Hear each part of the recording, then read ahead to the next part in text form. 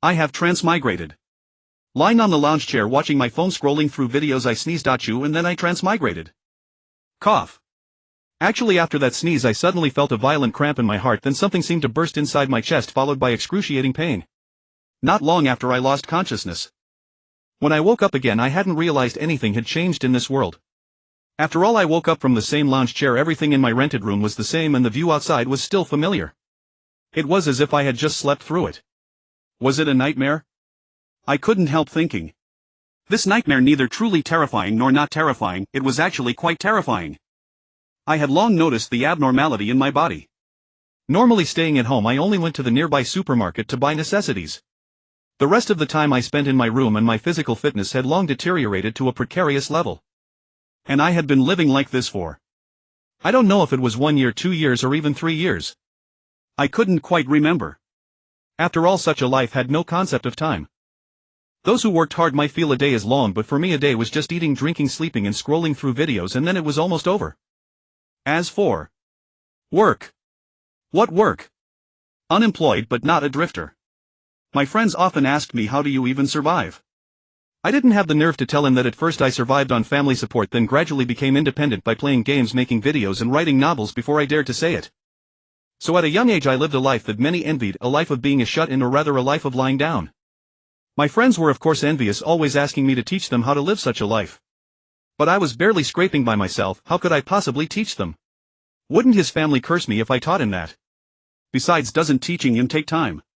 If I waste time on others, how can I be a shut-in? I had basically cut off all social life, only occasionally chatting with online friends about game tips. Social apps were just used as browsers, most messages were read and not replied to. I became a complete observer. Of course such a life came with laziness, poor self-discipline, reverse day and night, irregular diet and sharply declining physical fitness. So I often felt problems with my internal organs, either stomach pain, poor digestion, discomfort after meals or occasional heart cramps, feeling blocked, needing to relax immediately, or a large area of chest pain more obvious at night requiring a set of fitness routines to sleep, or a sore numb burning sensation in the pancreas area spreading to the front and back, fearing sudden death from pancreatitis. So I wasn't surprised by the nightmare just now. I thought if I continued like this I would sooner or later die, suddenly rot in the room and eventually be discovered by the landlord, who would break in and find a decomposed corpse. I must immediately start a body recovery plan, not just think about it without doing it. Otherwise dying silently in my rented room as a young man would be quite embarrassing. Then the landlord would call the police would come, notify my family, neighbors would get the gossip, reporters might even smell the story posted on social media with pictures and videos, and it would spread everywhere, direct social death. And the pictures and videos on my phone and computer might be found and examined, then even my reputation wouldn't be safe. Cough. I slowly sat up, stood up, folded the lounge chair and leaned it against the wall. Then I opened my phone, opened a certain site, pulled up a fitness routine I had saved, set it to 1.25x speed, placed the phone on a row of sockets above the wall, twisted my joints to warm up, then scrolled back to the start and began to follow along. This routine, though sounding impressive, was actually similar to radio gymnastics. It required little movement and was quite suitable for a shut-in. It didn't demand much physical fitness, so I took a liking to it, saved it and practiced it from time to time, making my body feel comfortable. After about 10 minutes I finished one round of the 5-repetition version. For my weak body the 5-repetition version was enough. A longer version would be hard to persist with and would likely cause muscle soreness the next day, so moderation was key. Feeling that the initial tiredness was gone, I peeled a banana, ate it while scrolling through my phone looking for interesting videos. I wouldn't have known if I hadn't looked, but when I did I was shocked. When did everyone start discussing Mecha? Did the South Heaven Gate project succeed? Or did aliens provide aid?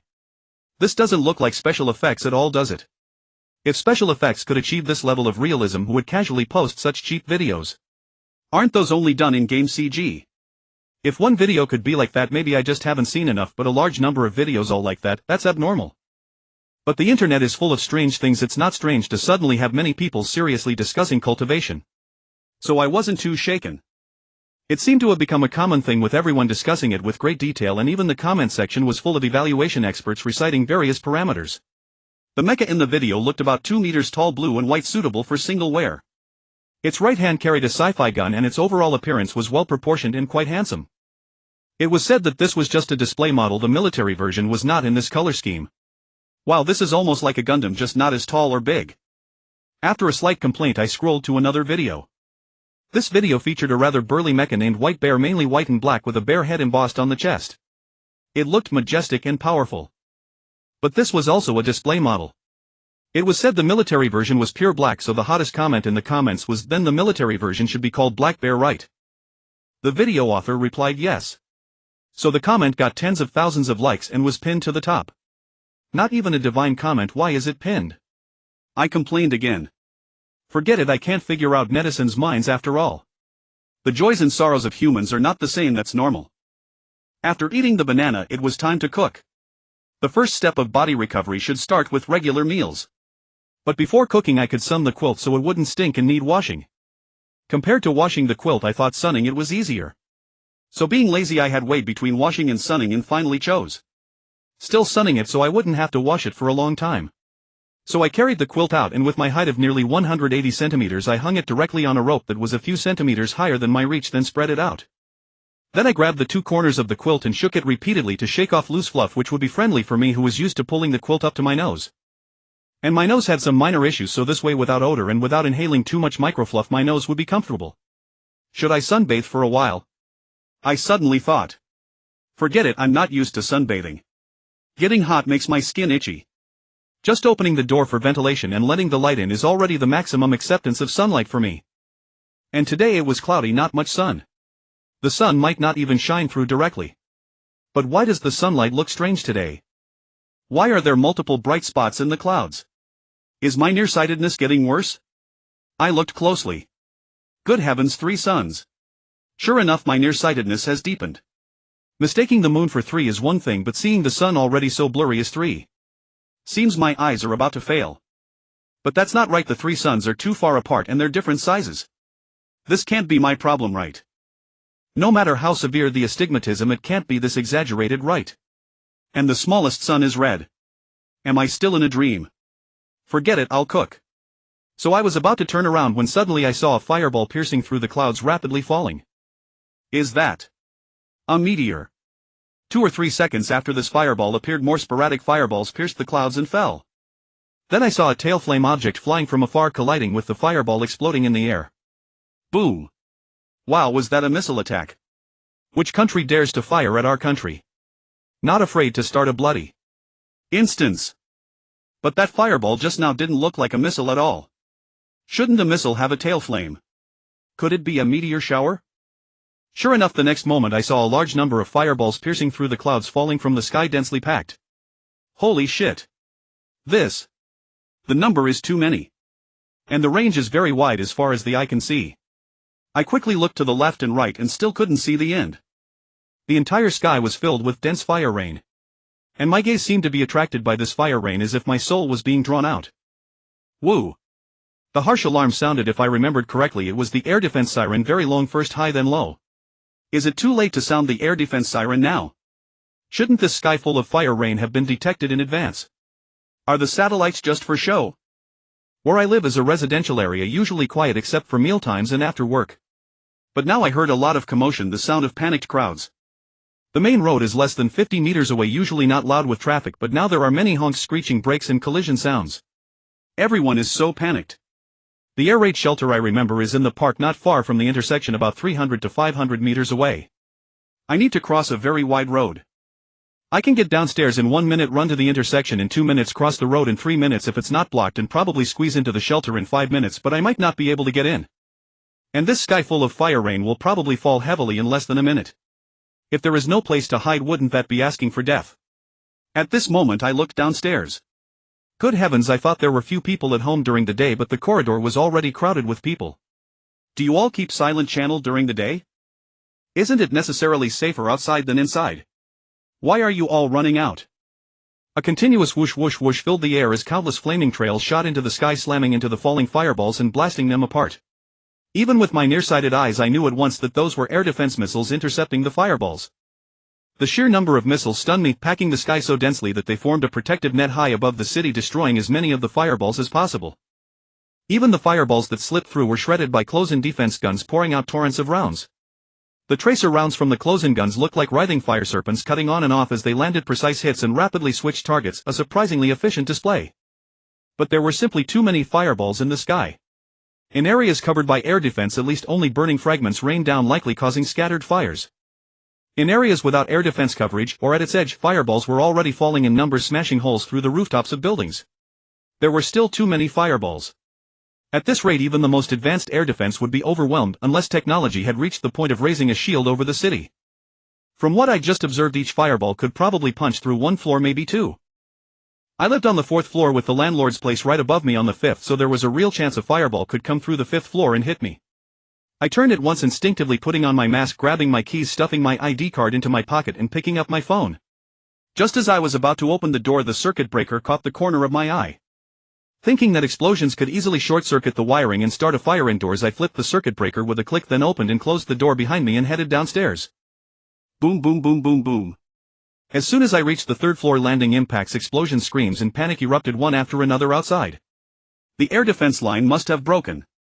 This area wasn't the center of the air defense network anyway. If the defense couldn't handle it, the protected zone would surely shrink. By the time I reached the 2nd floor, I hurried into the hallway and moved away from the stairs. I figured the staircase was a weak point. If a fireball happened to smash through the roof and hit it, the whole stairwell could collapse.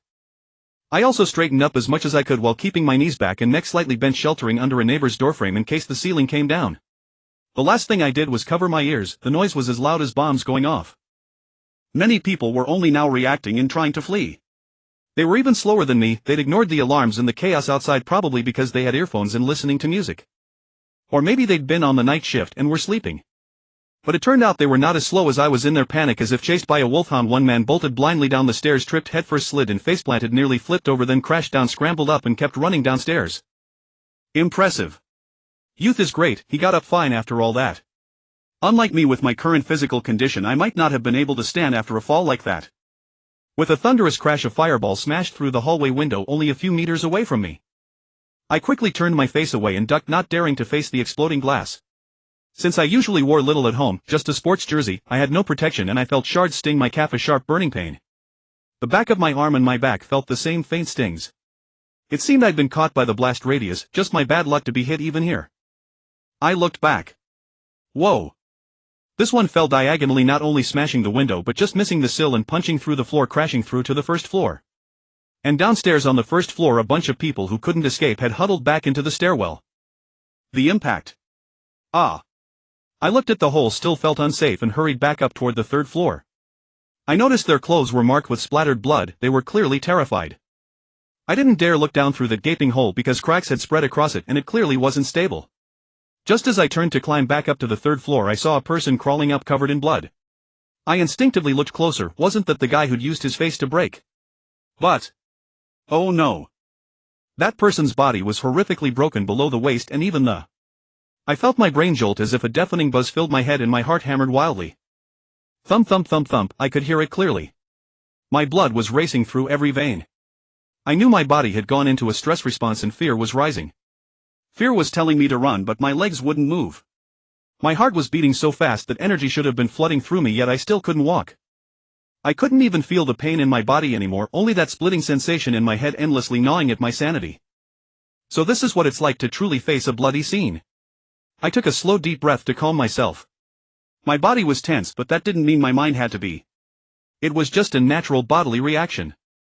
Back in middle and high school, my grades had been good enough that I was often called up to the podium to give speeches or teach lessons for the teacher, so I had plenty of experience overriding physical nervousness. The simplest approach was to ignore the body's panic, let it tremble, let it freeze, as long as my mind stayed clear. Keep issuing normal commands, but don't give in to the body's fear or I'd lose all strength. If I wanted to move forward, my body had to move forward. Even if it trembled and swayed, I would still walk forward with a forced calm. Of course, because my body's strength was out of control, I could only walk slowly. Running was out of the question. So from the crawling man's point of view, I just walked away with an indifferent expression, ignoring his pleading gaze. But in reality, every step up the stairs required me to overcome my inner fear. Each footfall felt weightless, ungrounded, trembling, and hard to control. Still, I calmly commanded my body upward, placing each foot as steadily as I could, and forced my hand to grip the handrail, which made me feel a little safer. He. LP. Me. The man raised his hand toward me. But save him. Just because I'd once been a medical student, did he think I could save him? With dozens of failed courses after years of medical school without even trying CPR once, a chronic slacker, do you really think I could save you? That I only liked studying human anatomy in class and ignored every other medical subject, would that qualify me to save you? And in my current state of fear, barely able to move my legs, do you think I could save you? No, you didn't even know I was a medical student. I pressed my hand over my heart and kept breathing long and steadily to slow my pulse. Only then did I feel strength gradually returning, my body coming back under my control. Fortunately, I had just finished some kind of exercise routine, so my blood was flowing. I hadn't suddenly stood up after sitting or lying for too long. Otherwise I could easily have gone into cardiac arrest or died on the spot. The legendary scared to death. Damn, it had been a long time since I felt such terror. The last time I felt this way was years ago watching horror movies, or occasionally when someone in a group chat shared screenshots from another group and I opened them to find the kind of uncensored, extremely brutal content I couldn't bear to look at. It was like facing an incredibly dangerous predator. The image refused to fade, the dread refused to lift, and a powerful sense of crisis rose in me. I desperately wanted strength just to feel grounded again. Now though I felt strength in my body that I hadn't felt in ages. Every part of me could exert force. I no longer looked sickly and weak. I almost wanted to vent that surging power. But I knew it was only temporary, just the power a stress response can summon for a short time. It didn't mean my physical condition had actually improved. So I kept breathing steadily, climbed each step with more force, and moved my body a bit to let go of the stiffness. Sigh. Even gross anatomy class never scared me like this. At worst the smell made me queasy.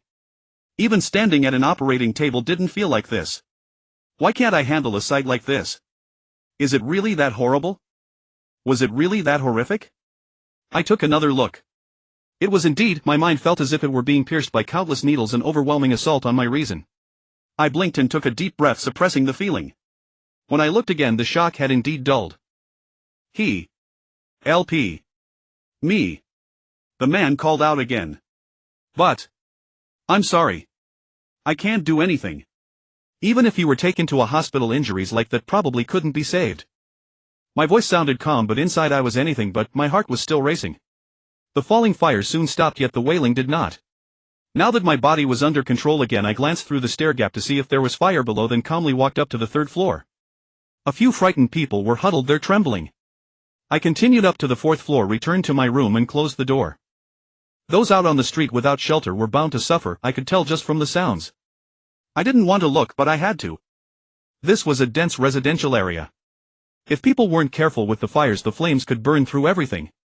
So I opened the windows on the windowsill, the balcony and the bathroom to check whether the nearby buildings had caught fire. Fortunately, this was a big city. Almost every household had a fire extinguisher. People who spotted spreading flames were doing their best to put them out before the houses burned down. I turned on the tap and found the water was still running, so I immediately carried every bucket I had into the bathroom and filled them.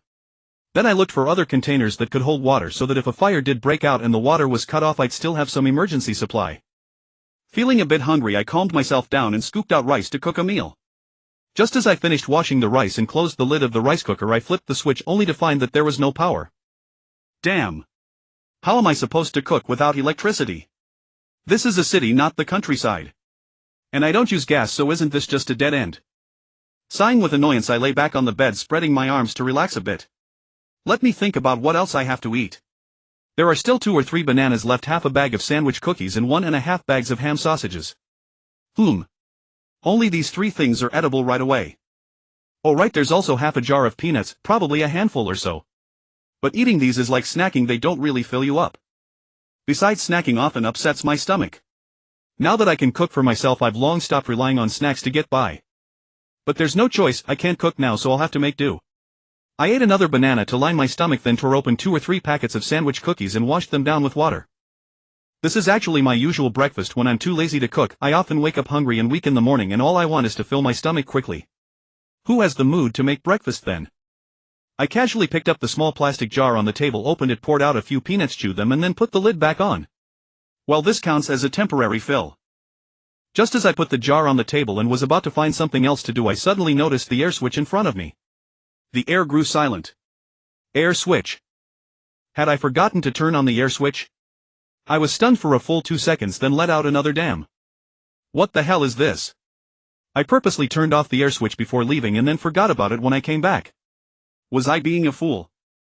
Have I been sleeping badly lately, or am I losing my mind? I sighed and shook my head. Looks like I need to go to bed earlier. So I flipped the air switch, heard a click as it went up, then pressed the light switch. No power. Still no power. Looks like I was getting my hopes up for nothing. But then again, maybe it's a good thing. I've already eaten enough, and if I had to cook I might not be able to finish it. Well, from this perspective, the power outage actually saved me from embarrassment. At least I don't have to cook right. As if. Damn. I can't cook now, so what about the next meal? Does it look like this power outage will be fixed anytime soon? This is probably the result of power lines being damaged in many places.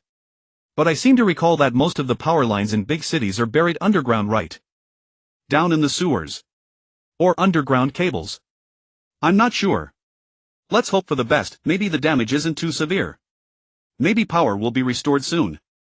Surely they can't just let a city this size grind to a halt. After all, this is a metropolis with tens of millions of people. Shutting down would be a huge loss. But I also remember that power lines in the wild are usually above ground. No high up in the air, right? They seem to be mounted high on poles. Those lines under the fire rain would have no protection at all. That thought dashed any hope of power restoration. It felt like there was no point anymore. With that density of fire rain, I'm sure plenty of them were hit. Even I got injured by a stray piece. Oh right, I need to tend to my wounds. I hadn't thought about it until now. I almost forgot. Now that I remember, it really hurts. There's no emergency medicine at home, but I think there are some band-aids my sister gave me in the drawer. I took them out. I wonder if they're expired.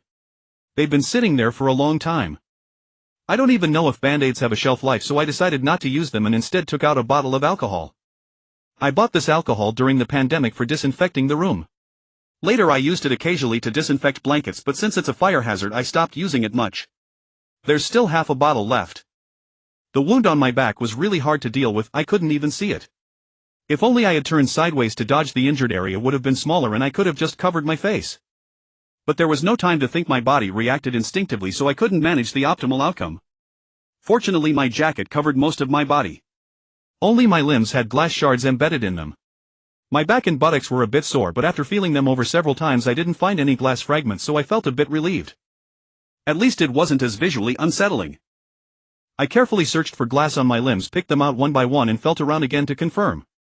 The wounds seemed small, so I didn't bother bandaging them. I just sprayed alcohol, wiped off the blood and sprayed a few more times to be done. My back was a bit tricky to reach, so I just sprayed it broadly, covering it indiscriminately. Fortunately, I was far enough away and not directly facing the glass impact, or the wounds would have been much worse. After treating the wounds, I was about to pick up my phone and scroll through videos to see if anyone was discussing the incident online. Maybe someone had captured the aftermath of the fire rain. I was curious to see what it actually looked like. Although there was a sample on the first floor, I habitually opened a certain video site. It loaded slowly, probably because the splash ad hadn't loaded. After a moment it skipped automatically, but then showed page load failed, please try again. Is this a loss of signal? I switched from Wi-Fi to mobile data, waited a bit and tried again. A spinning circle appeared, going on and on without loading anything. Finally it still showed page load failed, please try again. I glanced at the top of the screen. Damn, it had switched to 2G signal. So the internet was out. I checked the mobile signal, still 4 bars, so I could probably make calls. Given the situation, I decided to call home and ask if they had experienced the same rain.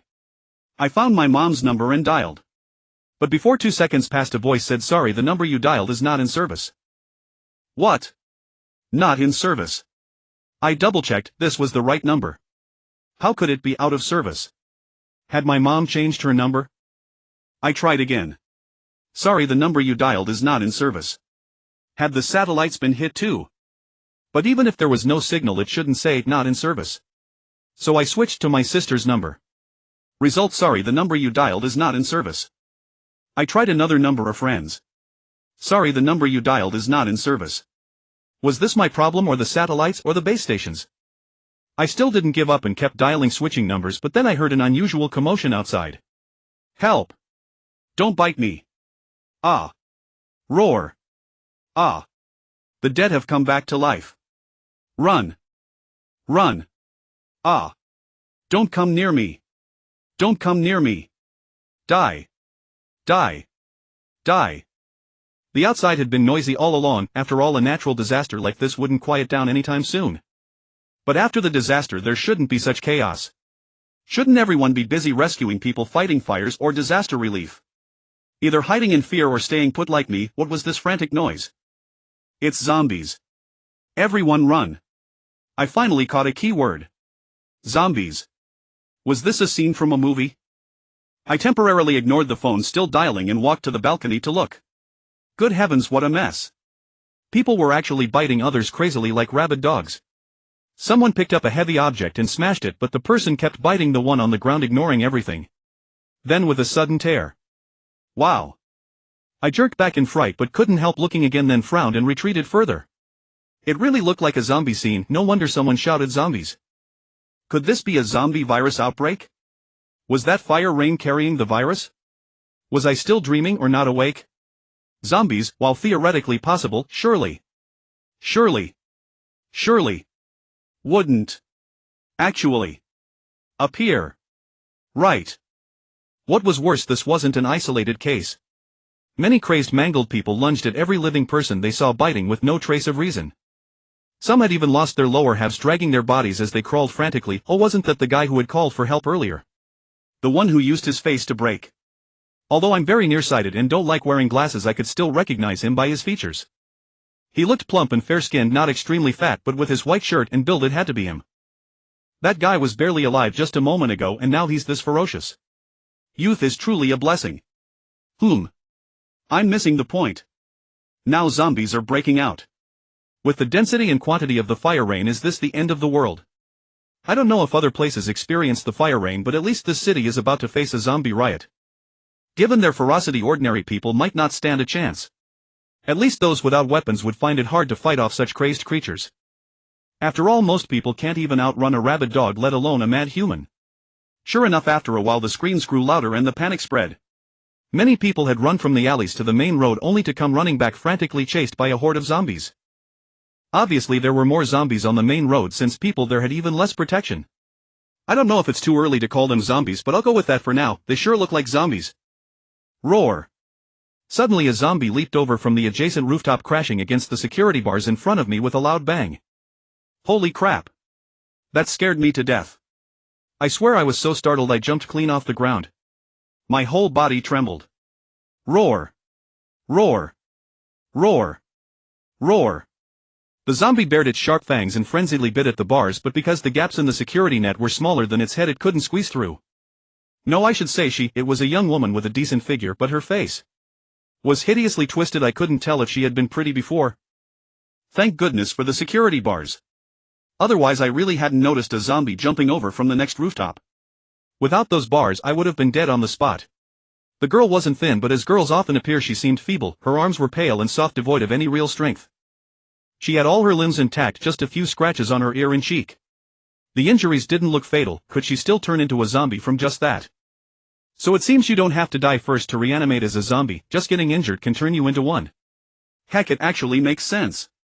Roar. Roar. Roar.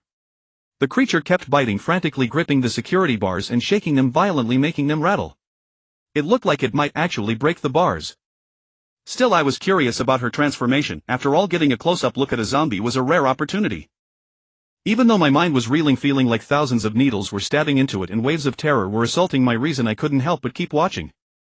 It was like watching a horror movie, scared out of my wits yet unable to look away.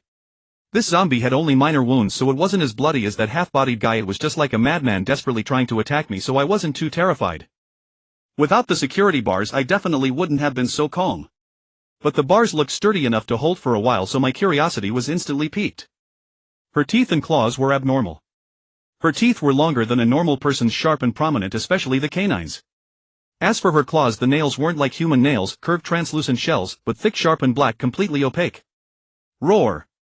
She suddenly thrust her claws toward me, trying to grab me, but I instinctively stepped back and dodged. Phew.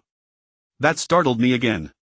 I had just been wanting to examine her toenails, and without realizing it I got too close, almost got caught. Her toenails were similar to her fingernails, sharp, thick and pitch black, looking extremely destructive. At least they would hurt a lot if they clawed you. Such a frenzied creature with those sharp claws and teeth, if it were a male, would be far more dangerous than a normal person. How could ordinary people survive? Roar. Roar. Roar. She continued tearing at the bars, bracing her feet against the railing, trying to use her body weight to pull the security net off. Little sister, if you pull off the bars, won't you fall too? This is the 4th floor. If you fall, it'll be a splat. But she clearly didn't realize that. She kept tearing, trying to stick her head in and bite me. I couldn't let her keep going. Even though she looked weak when frenzied, she had considerable strength. So I looked around for something to use as a weapon to knock her off. The first things I saw were a mop, a broom, and a clothes pole. My broom was the lightweight soft type with a flimsy structure. Naturally I ruled it out first. The clothes pole was retractable and probably not very useful, so I had to pick up the mop, which looked the most reliable. I tried hitting her hand with the mop, but it was hard to put force behind it and even harder to hit her hand accurately. A few times I did land a blow making a clack sound. If it were me it would have hurt a lot, but she didn't care at all. So do zombies really feel no pain? Or do they have a high pain tolerance? Seeing that this wasn't working, I wondered if I could push her off. I thrust the mop at her abdomen, but her movements were so wild that I couldn't get a good grip. I was also afraid that if I extended the mop too far I'd get too close, giving her a chance to grab me. So I aimed at her feet, trying to knock her off the railing. But after I dislodged one foot she still had the other foot planted, and soon she stepped back up. I tried to jab quickly, hoping to knock both feet off at once, but she recovered her stance too fast. I couldn't manage it. So I grabbed the clothes pole as well, extended it and twisted it to lock the length. It was barely sturdy enough. Now with both poles pressed against her feet I gave a hard shove, and indeed both feet were pushed off, sending her plummeting downward. But her hands were still clutching the security bars, so only her body dangled down. She tried to climb back up with effort. Logically a frail young woman like her would have a hard time climbing back up, but she didn't seem to struggle much. I quickly pressed the mop against her throat. There was a hollow at the collarbone joint where I could easily apply force. So I held her there, preventing her from climbing up. But I didn't have enough strength to push her off either. I couldn't understand why her claws had such power. They gripped so tightly that my security bars were starting to deform, yet she refused to fall. She kept snarling with her fangs bared, trying to bite me, but with the mop pressing against her throat her voice was distorted and blood was seeping from her throat. It made me feel nauseous. So I switched to using the clothes pole to press her throat, then extended the mop toward her mouth to tease her. Sure enough, she instantly bit down on the mop. The next moment my eyes widened and my mouth dropped open in shock. The steel tube handle of the mop was actually dented by her bite. How powerful was her jaw? This was a metal pipe. Sure, it was thin and could be dented with a hard knock, but biting it, just thinking about it made my teeth ache. But I had no time to dwell on that. I needed to push her off quickly. Otherwise the commotion might attract more zombies to this spot. So I suddenly thrust the mop deeper into her throat, gaining a firm point of leverage. Then I threw the clothes pole aside, gripped the mop with both hands and shoved outward with all my strength. Shove, shove, shove. After several thrusts she still wouldn't let go. I shoved even harder. Shove, shove, shove. Damn, she still wouldn't let go. Little sister, what are you holding on for? I've shoved so hard I can't bear to look and you still won't let go. I thought for a moment, then crouched down. With one hand still pressing the mop I picked up the half brick I used to block the door and slammed it against her hand. But her pale, slightly dark hand started bleeding from the blows, which made me hesitate to look or continue. I paused, wavering. I closed my eyes and sighed. Then I went back inside, grabbed a kitchen knife and saw her trying to climb up again. So I once again extended the mop to her mouth, let her bite it, then thrust it in to hold her back. Then I raised the knife, hardened my expression and chopped down hard. Clang. Clang. Clang. After countless strikes she was finally forced to let go. I didn't look down. I only heard a bang. It seemed she had crashed through the awning below. Then came the sound of zombies gathering, followed by tearing and chewing. My heart was pounding, but my face remained calm, though perhaps pale. I still felt in control of my body. I glanced at the kitchen knife. The blade was chipped in several places. This was my only kitchen knife, a slicing knife not meant for chopping, only for cutting, and maybe not even suitable for smashing garlic. I usually handled it with care, afraid of cutting myself, so it was well maintained. But now, it was practically half ruined.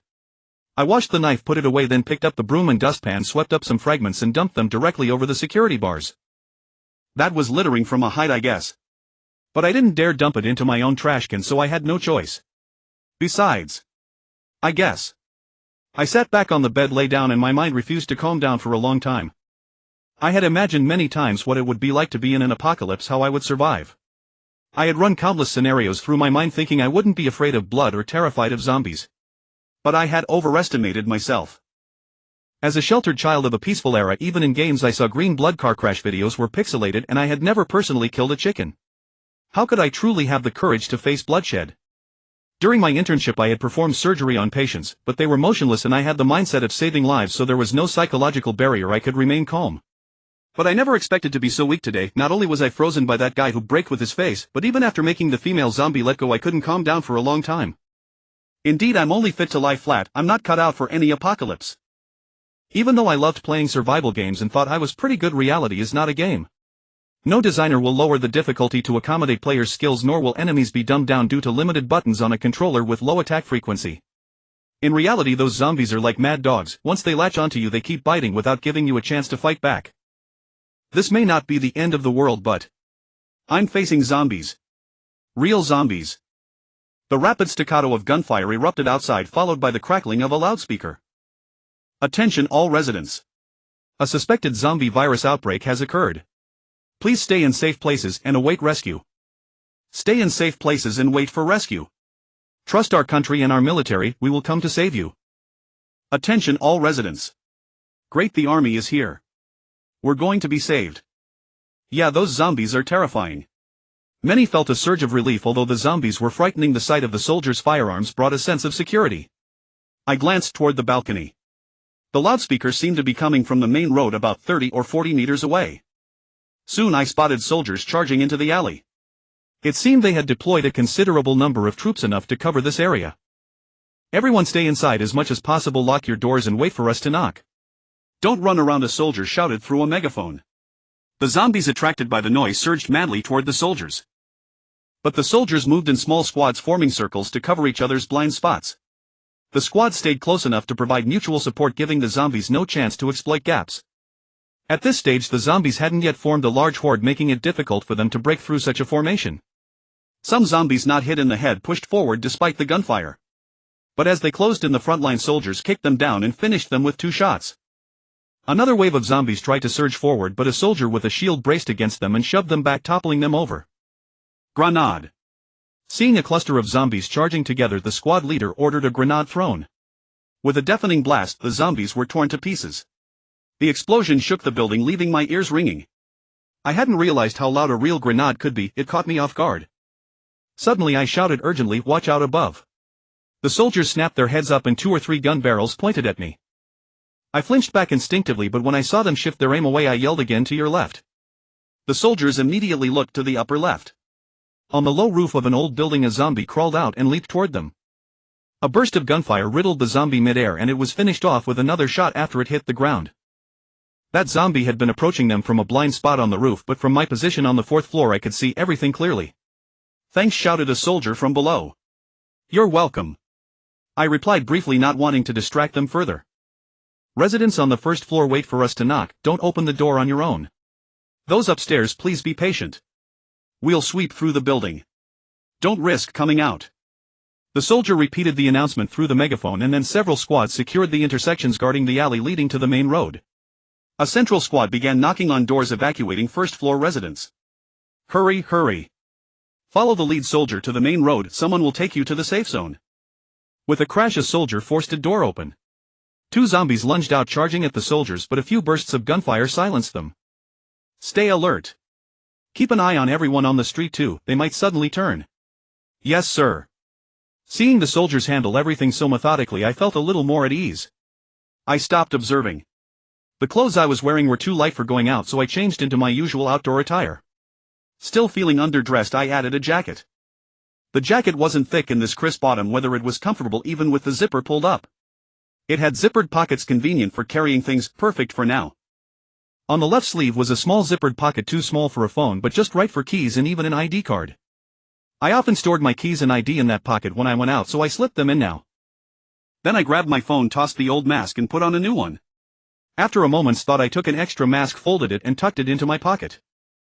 Having grown accustomed to wearing masks during the pandemic, I always wore one when going out. The mask also helped conceal my acne-scarred face, which eased my social anxiety, a remnant of my long-term isolation.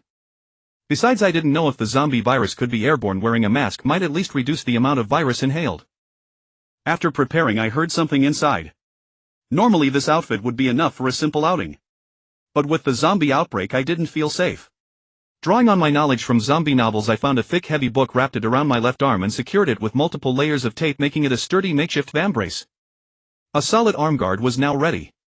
I didn't wrap my right arm as it would hinder my dexterity. Now I needed a weapon. I thought about it. There was no dagger at home, not even a fruit knife. The only kitchen knife was too dull. Eventually I found a utility knife. Well, a utility knife would have to do. At least it was easy to carry. Though it might not be useful in combat, it was better than nothing. I looked around to see what else I could bring. If I carried a backpack I could take a lot. My backpack was huge, capable of holding 40 or 50 pounds. But I was afraid the backpack would slow me down. In an emergency it might become a burden. Given my weak physique, even though I had practiced martial arts before, I had no confidence in defeating zombies, let alone while carrying a backpack. So I just stuffed a few packs of sandwich cookies into my pockets, grabbed some sausages, peeled a banana and ate it, then looked at the half-empty big bottle of peanut milk. After a moment's thought I took the bottle to the water dispenser, pumped in some water and filled it up. This diluted peanut milk, a full 1.5 liters, felt heavy enough to use as a blunt weapon, serving both as a drink and a tool for self-defense. The peanut milk was also very sweet and high in calories. If I got hungry, a few gulps could stave off hunger. As I finished I heard the soldiers had already swept up to my floor. A loud banging on the iron door, or rather a pounding. Open up. The 4th floor is clear. I quickly opened the door and stepped out holding the peanut milk bottle. Was it you who warned us about the one above? Yes. I nodded. I was surprised he recognized me even with a mask on and after I had changed clothes. But he must have identified me from my room's location. Thanks. The soldier patted my shoulder. You're welcome, I said quickly. I was actually more worried about their safety. They were here to rescue us, and if they failed. The soldier nodded. Wait a moment. We'll finish sweeping this building and then take you all down together. Okay. I looked toward the stairs. Sweeping from the bottom up meant no zombies could suddenly rush down from above. The female neighbor across the hall was also let out. She looked nervous, also wearing a mask with a white backpack slung behind her. Although the backpack was small, it was bulging, probably packed with a lot of stuff. She also carried a handbag equally stuffed. This was the first time I had seen her, even though she lived across from me. I knew a new female neighbor had moved in recently, but as a shut-in I never socialized. I didn't know anyone in the building except the landlord. I only knew from occasional sounds and the shoes at the door that my neighbor was a young woman. This was my first actual sighting. At first glance she was quite striking, petite and delicate, probably under 1.7 meters. Her lower face was hidden by a mask, so I couldn't judge her looks, but she had beautiful eyes and a ponytail, giving her the air of a college student.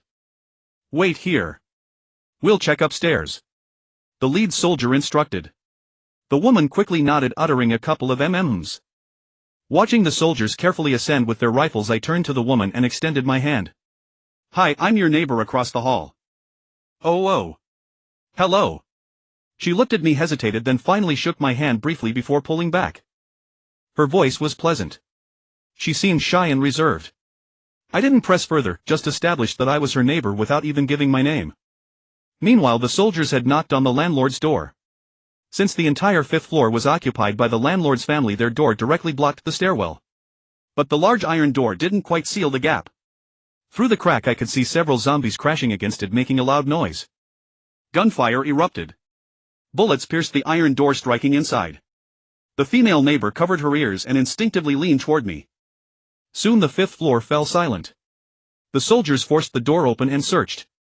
There's a hole in the roof. They might have been hit by debris. They came down without bringing anyone.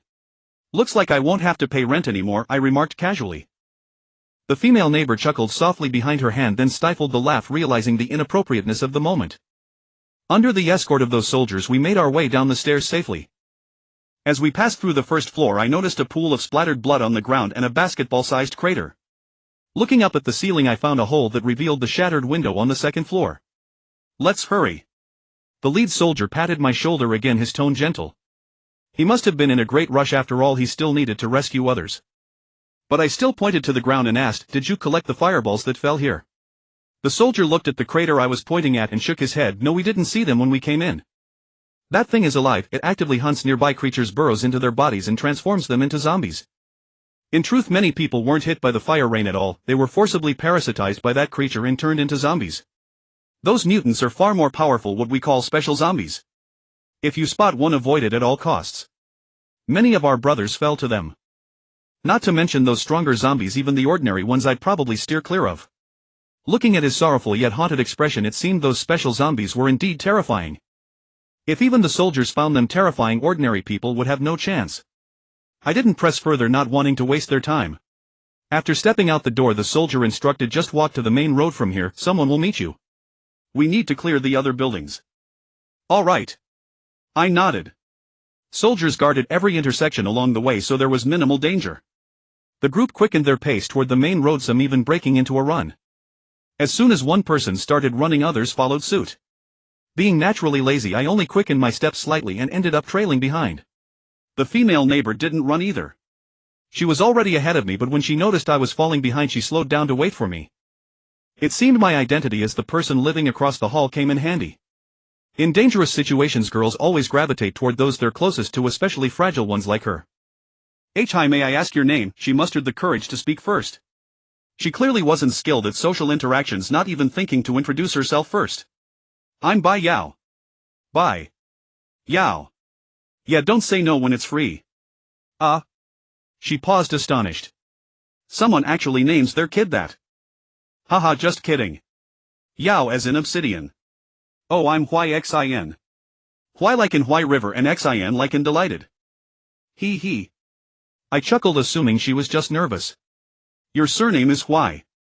Yes. Is Why even in the 100 family surnames? I was puzzled. It exists, she affirmed. Fine, I don't know the 100 family surnames well anyway. I've never encountered it, but I suppose it's real. Do you know that soldier from earlier? She asked. No. I shook my head. I just warned them, watch out above. Oh, so that was you shouting. That explains why they treated you so well. We share just a wall and your voice was loud enough back then. You couldn't tell it was me. So you're the one next door. I never heard your voice before, just the sound of you shaking blankets on the balcony. I told you I live opposite you. Oh right. Not only are our doors facing each other, but our rooms are right next to each other, even the balconies are separated by just a wire mesh. There's also this huge yellow paper or something blocking my view of your balcony. I didn't put that there. I know it was already there before you moved in. How do you know when I moved in? Roughly, there's a shoe rack at the entrance now, you can't miss it. The previous tenant was a guy who'd curse and yell while gaming, sometimes staying up all night. Things got quieter after you arrived. Oh. We walked and talked along the way. Her steps weren't as quick as mine, so she occasionally had to jog to catch up. Quite adorable, really. Soon we reached the main road and followed the crowd to the square across from it. The square wasn't large, nestled against a massive multi-story supermarket, a relatively bustling area. The place was packed with people and heavily armed soldiers had surrounded it. Gunfire echoed from inside the supermarket, soldiers clearing out zombies. Such a huge supermarket meant countless people must have been inside, which also meant there were probably lots of zombies in there. More people were being escorted out by soldiers, making the square increasingly crowded. But if the zombies could be cleared from the supermarket, this could become an excellent temporary shelter. It would have ample food supplies. Not far from the supermarket was a park, just a short walk from the square where the air raid shelter was located. Looking over the park from my height, I noticed defensive positions being set up and a temporary hospital erected.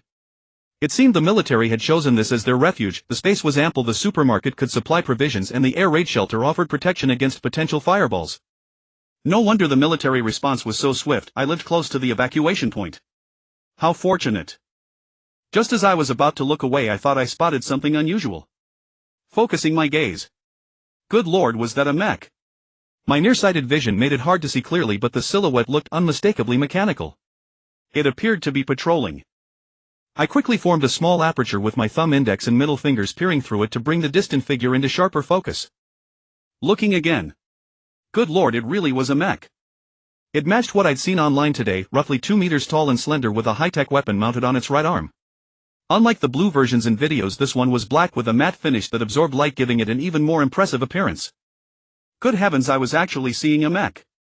What year was this? When did our country develop something like this? Had I fallen behind the times? What are you looking at? Xin asked. I glanced at her, then pointed toward the mech.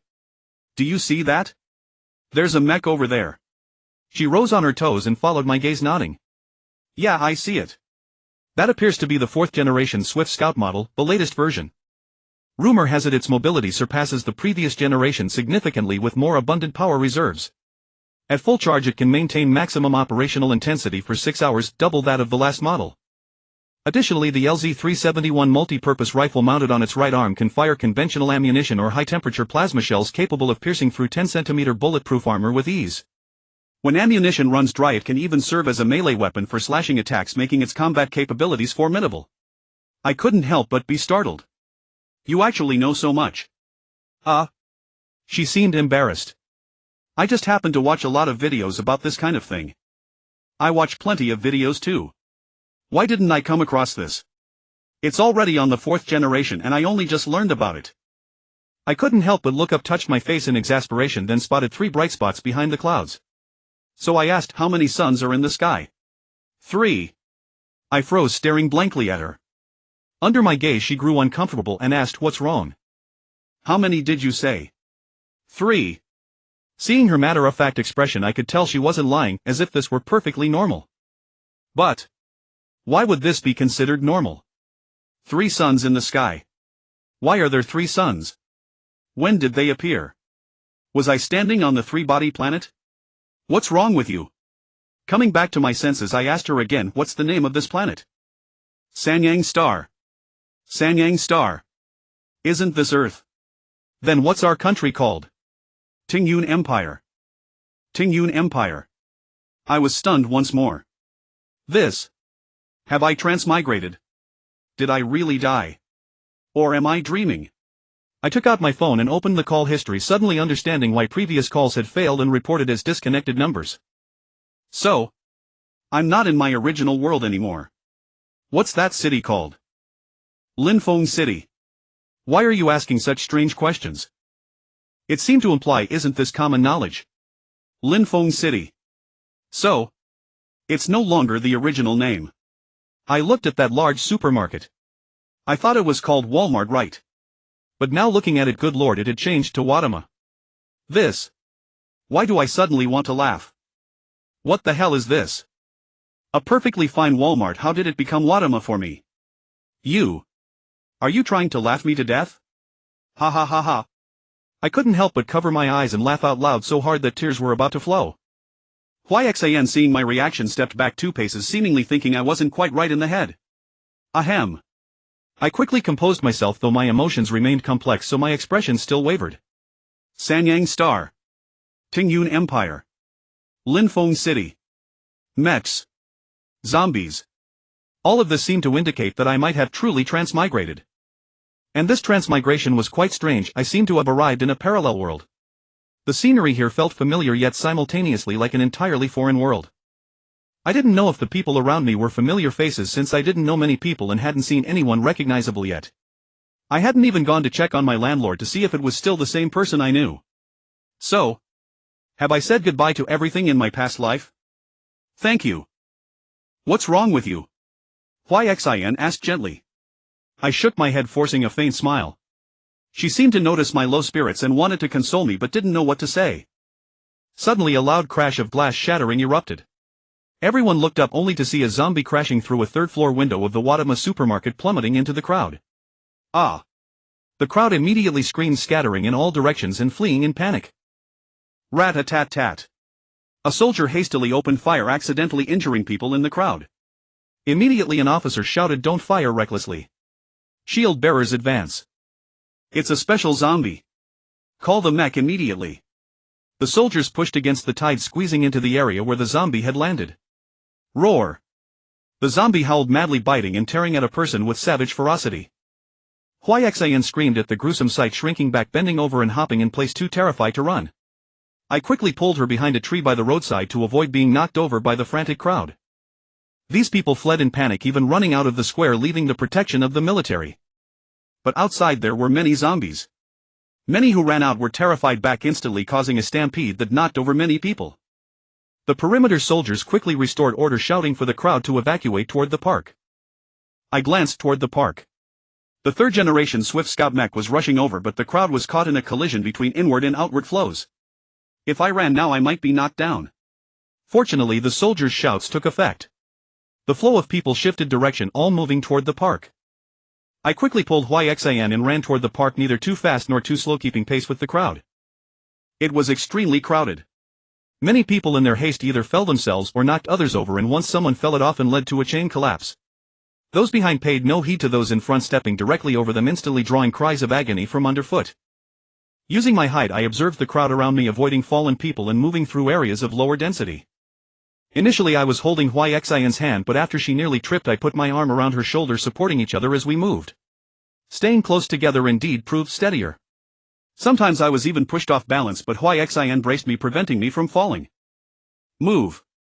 Move! Move! A burly man shouted wildly, charging brutally, knocking down many along the way. I glanced back and saw him trying to shove Xin and me aside. I swung the peanut milk bottle and hit him square in the face. Ah! He cried out in pain, reeling backward, involuntarily clutching his nose. A 1.5-liter bottle, about 3 pounds, hitting his face was no joke. Though not extremely damaging, the impact alone stunned him momentarily. Then those he had pushed earlier deliberately knocked him down and angrily stomped on him. People behind stepped over him one after another. The burly man curled up on the ground howling and cursing, but no one cared, they still trampled him. Ah! Xin suddenly cried out. I twisted my ankle. I quickly pulled her out of the crowd and brought her behind the nearest tree, then stopped to assess the situation. With a crash, a swift scout mech burst through a window, also jumping from the 3rd floor. It landed with a thunderous impact, shattering the ground, and stood steadily. This mech had presumably been clearing zombies inside the supermarket. It must have jumped down without hesitation upon seeing the crowd leave the square, otherwise a severe stampede would have occurred. Meanwhile, the other mech in the park was blocked by the crowd and couldn't get through. That zombie was extremely ferocious. It sent shield-bearing soldiers flying, and several soldiers couldn't hold it back. But as the crowd dispersed, the soldiers began firing, careful not to shoot toward the crowd, shielding them from behind. The zombie had only 2 legs, no, rather 2 arms, dragging its half-torso along. But those arms were abnormally thick with exposed muscles and moved with great agility. It completely ignored the bullets. Submachine gun rounds only tore its flesh, unable to penetrate its skull, and it didn't care about hits to the body. That's not an ordinary special zombie. Everyone get back! The mech shouted, then charged straight ahead. The soldiers parted, retreating while firing, suppressing the zombie with relentless gunfire. The swift scout's right arm had a gun with axe blade structures on both sides. It leaped into the air and brought the axe down, slicing into the zombie's back. But the zombie ignored the injury, lunging forward and shoving with both hands, knocking the mech over. It slammed the mech repeatedly but couldn't inflict much damage. The mech quickly fired a plasma cannon at the zombie's head, but the zombie dodged nimbly, only losing an ear to the blast. Then the zombie grabbed the gun, which was semi-fixed to the mech's right arm. It yanked the gun, sending the mech flying, crashing into the soldiers.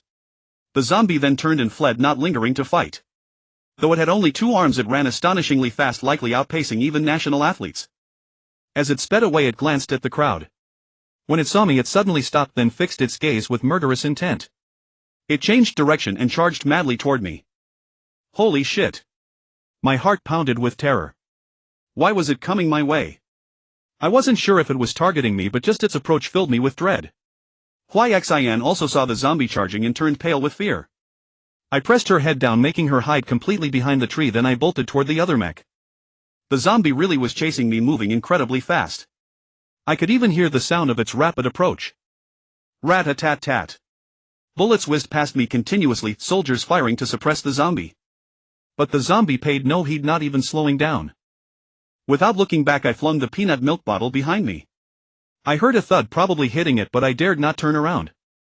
I swear this was the most desperate sprint of my life. I had never run so frantically. I didn't know where the strength came from. I felt no fatigue, only a buzzing sensation in my head as if pierced by countless needles, my mind blank. Why didn't you save me? The zombie actually spoke. I was startled, suddenly remembering the guy who had used his face to break. Could it be? This zombie was him. Why didn't you save me? The zombie roared again, the sound now only 1 or 2 meters away. I couldn't save you. I pulled down my mask and shouted back. How the hell did it recognize me? Was I that easy to identify? But it seemed devoid of reason, just roaring again. Why didn't you save me? I had no time to respond. Spotting a street lamp nearby, I adjusted my course, pretending to pass by it. But as I reached it, I grabbed the pole with both hands and swung my body around in a full 360-degree arc. The zombie missed its lunge and quickly turned back toward me. I saw the mech in the park almost there, so I decided to play King of Cheen, circling the pillar around the lamp. But the zombie seized the lamppost with one claw and swiped horizontally with the other. I ducked in terror, barely avoiding the strike. I felt the gust of wind brush past my scalp, sending a chill down my spine. Rat-a-tat-tat. Seeing me lower my head, the mech opened fire, hitting the zombie's upper body, tearing its flesh open. Then I heard a thunderous boom, maybe a sniper rifle. I saw the zombie's lower jaw blown clean off to one side. But it wasn't fatal. The zombie lunged to bite me. I raised my left arm to block its mouth. My left arm was wrapped in thick books its mangled jaw couldn't bite through. If its jaw had been intact given its ferocity even with the books on my arm I would likely have suffered a comminuted fracture. But now its jaw couldn't close properly. Its sharp teeth only tore through a few pages and the tape while its immense force pushed me backward causing me to fall. It came around the lamppost and reached for me again. I rolled to the side barely escaping. It turned and lunged once more but I had no strength left. With a crash the mech charged in and delivered a soccer-style kick sending the zombie flying. The zombie landed in the middle of the road. Immediately a swarm of soldiers concentrated fire shooting wildly. The zombie tumbled a few times then turned and fled. The mech fired several plasma cannon shots but the projectiles were too slow and missed leaving only a few small craters burned into the ground. Another loud gunshot rang out identical to the one that had hit the zombie's jaw earlier. I saw one of the zombie's arms pierced snapping downward but still connected by muscle. The zombie fell face first but using its remaining arm it quickly scrambled into a narrow alley and disappeared. The mech beside me pounded after it with heavy footsteps. Such a dangerous zombie, they probably wouldn't let it escape easily or it would cause endless trouble. Ha! Ha! I clutched my pounding heart gasping heavily sweat pouring down my face. I knelt on the ground unable to stand for a long time. Before long 2 soldiers ran over and stood before me. Are you all right? Are you injured? I looked up and saw them watching me cautiously. Though their muzzles were not directly aimed at me they were pointed near me. I'm fine, not injured. I shook my head still panting heavily and answered somewhat dizzily. Just then several people in white coats ran over and asked how are you? Are you injured? Not only on my side but there were also figures in white coats in several other places all carrying first aid kits. Some people were being carried on stretchers into the temporary hospital. I'm fine, just exhausted. But a friend of mine sprained her ankle. Please go check on her. I said pointing toward the distant YXIN. They glanced at YXIN then nodded. Okay. But we still recommend you go for a body surface examination immediately in case you have an injury you haven't noticed. Take him to the checkpoint and let him be examined first. The last sentence was addressed to the 2 soldiers. They nodded then helped me up on either side and led me to the checkpoint. You're really lucky. That zombie just now was even more terrifying than the special zombies I've encountered. You actually survived its attack, pretty quick reflexes. The soldier on the left started chatting with me. Yeah, I was really lucky. If that mecha hadn't arrived in time I'd probably have been done for. And it seems a sniper helped me too, otherwise I might have been bitten. That thing on your arm is a book. Ha, pretty clever. The soldier lifted my arm and inspected it. Judging by the bite force of an ordinary zombie this book could indeed block it. But zombies have sharp claws so just blocking the teeth isn't enough. True. Luckily the zombie's claws hadn't struck me at that moment, otherwise it would have been hard to defend. When I arrived at the checkpoint I saw that a wire mesh wall had already been set up enclosing a large open area and dividing it into 2 halves. On the left side were many temporary hospitals and on the right side were many tents, presumably temporary living quarters. Both sides were still under construction with only staff and soldiers inside. Ordinary civilians were still isolated outside the wire mesh wall waiting in line for inspection. 2 vehicles were parked at the entrance. Judging by their appearance they were hospital vehicles. People being inspected entered through the front door and exited through the back door, then could enter the area inside the wire mesh wall. On the left was the men's line, on the right the women's line, apparently separated. What exactly are they checking for? I couldn't help asking. Didn't we just say? A body surface examination, checking for any wounds. There's no way to detect the zombie virus yet, so a body surface check is the most direct method. Those infected by zombies have wounds that turn black, rot and lose sensation. Pretty easy to identify, replied the soldier on the left. Oh, I see. Although this method might not be 100% effective at detecting the infected, it was indeed the simplest and most effective means available. Is there a cure? I asked again. Not at the moment. Make way. The 2 soldiers took me to the front of the line, skipping ahead. The people behind saw me being escorted by 2 soldiers as if I were a prisoner but didn't say much. When the voice inside the vehicle said next, I stepped forward on unsteady legs and got in. Inside was a relatively confined space with a male doctor and 2 armed soldiers. Strip. Well, a body surface examination required removing clothes, so I complied. A few minutes later I was escorted out by a soldier. Yes, escorted. His muzzle was aimed directly at me and he commanded in an unwavering voice, go left to the temporary hospital. I had no choice but to obey and walked left into the temporary hospital. The soldier behind me returned to the vehicle, but other soldiers in the temporary hospital led me to a bed, told me to lie down and fasten 2 disposable plastic handcuffs to secure my hands to the sides of the bed. Those plastic handcuffs were actually self-locking zip ties, they could only tighten not loosen and were thin, long and extremely tough. It was nearly impossible to break free by human strength, and trying would only hurt oneself. The reason I was treated like this was... yes, I was infected. I didn't even know I was infected, but after the doctor showed me a photo of my back I understood immediately. It turned out that when the fireball shattered the glass and exploded near me I had already been infected. Although I had disinfected the wound in time, the photo clearly showed that the wound had turned black.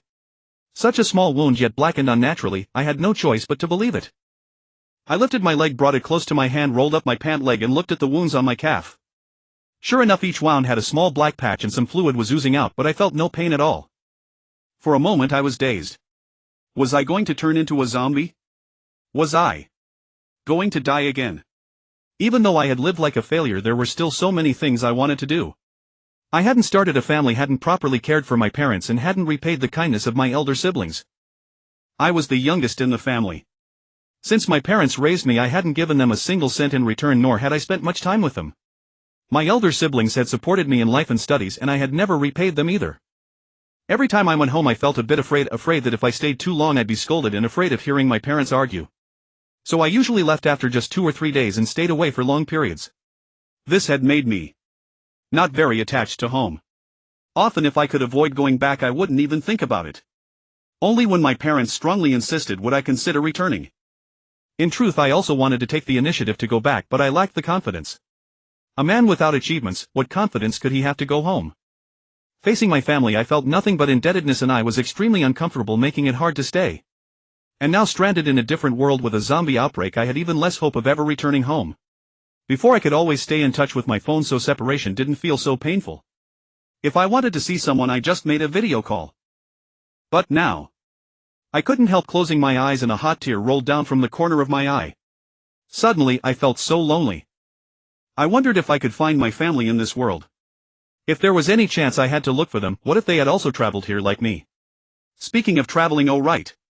System, are you there? System, are you there? If you're there, respond. Isn't a system supposed to be standard for a traveler? Can you show yourself? I called out in my mind repeatedly, trying every method I could think of, even directly summoning my personal panel, but there was no response at all. Maybe I had to say it out loud.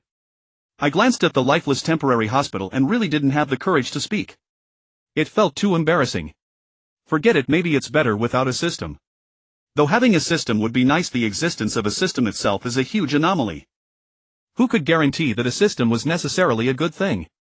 I had written system-based novels myself, and exploring the origin of the system in later stages was always too uncertain. There were good systems and naturally there were bad ones.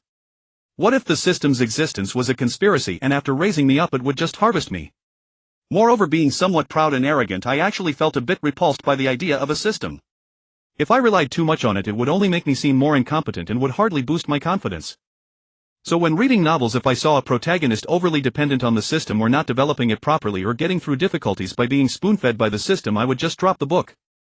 After all, that kind of protagonist was just too incompetent. I was already a failure, how could I model myself after that template? Even though the plot might be exciting, it lacked substance. Maybe such books were fine for occasional relaxation, but for a seasoned reader like me they were mostly bland. So not having a system now might be fine. After all, I was about to turn into a zombie, what use would a system be? Did I want to become a zombie protagonist? Thinking about it, that wasn't entirely impossible. There were plenty of novels with zombie protagonists, quite a few actually. But to become a zombie protagonist I would first need to keep my consciousness, that is, ensure I was still alive. And my body couldn't be all broken and decayed. What would be the point of living like that? Did I really want to be a walking corpse? By yow! Suddenly I heard a call. I turned my head and saw the graceful figure. Who else could it be but Xin? Are you infected too? I asked. No, Xin shook her head. I just came to see you. Oh, how's your foot? The bone has been set, I can walk fine now. That's good. But you should leave here quickly. After all, zombies could appear any time, and even I might turn into a zombie at any moment. I'll leave soon. Thank you for protecting me just now. Is there anything you need me to do? I'll try my best to repay you. Ha, I couldn't help but chuckle. Are you asking me to write my will? No. No, I really want to repay you. I know, just kidding. Then. Is there anything you need me to do? Well. I thought for a moment, then looked at her mask and said, then let me see your face. Ah. She was taken aback. This. What? Can't I? No, it's just. Just what? Just looking. Could there be a deeper understanding? I asked teasingly, looking at her. No. She blushed instantly. I mean, how can such a simple thing count as repayment? If you won't even fulfill this simple request, how dare I propose other demands? Alright, fine. With that, she directly removed one side of her mask and slowly lifted it. Fortunately, she wasn't the type whose face would disappoint after removing the mask. Her appearance was quite as expected, innocent and adorable, with no makeup perfectly matching her petite and delicate figure. No makeup. Is it okay? She felt a bit uneasy under my gaze. Not bad. At least I can say I saved a beauty. I offered a slight compliment. Although I had seen many AI-generated beauties and could still find many flaws in her appearance, for a real person she was already quite good. With a bit of makeup she might even look like a celestial being. However, I still prefer natural faces because makeup always gives an artificial feel. To discern a person's true appearance under makeup, one must painstakingly observe their bone structure, even ignoring skin tone. It's quite troublesome. Therefore, for those without makeup, my evaluation criteria dropped significantly and my acceptance increased greatly. She blushed at my compliment, her eyes involuntarily glancing aside, then she looked back at me and asked then. Can I see what you look like? I'm not good looking. I gave her a warning first. It's okay, I just want to remember your face. Alright, look if you want. I'm tied up anyway, so I can't resist. So you agree? She then reached out her small hand and gently pinched the strap near my ear. I'm looking now. I took a deep breath, relaxing my face. Go ahead. Relaxing could make my face slightly better, but only slightly.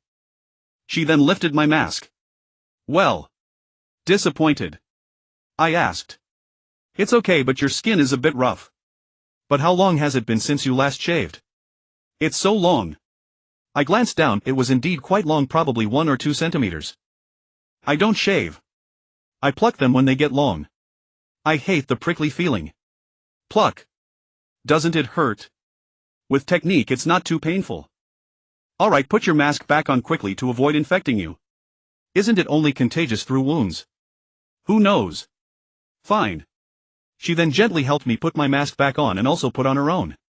At that moment someone on a nearby hospital bed began to struggle wildly, screaming loudly, shaking the bed with a clanging sound.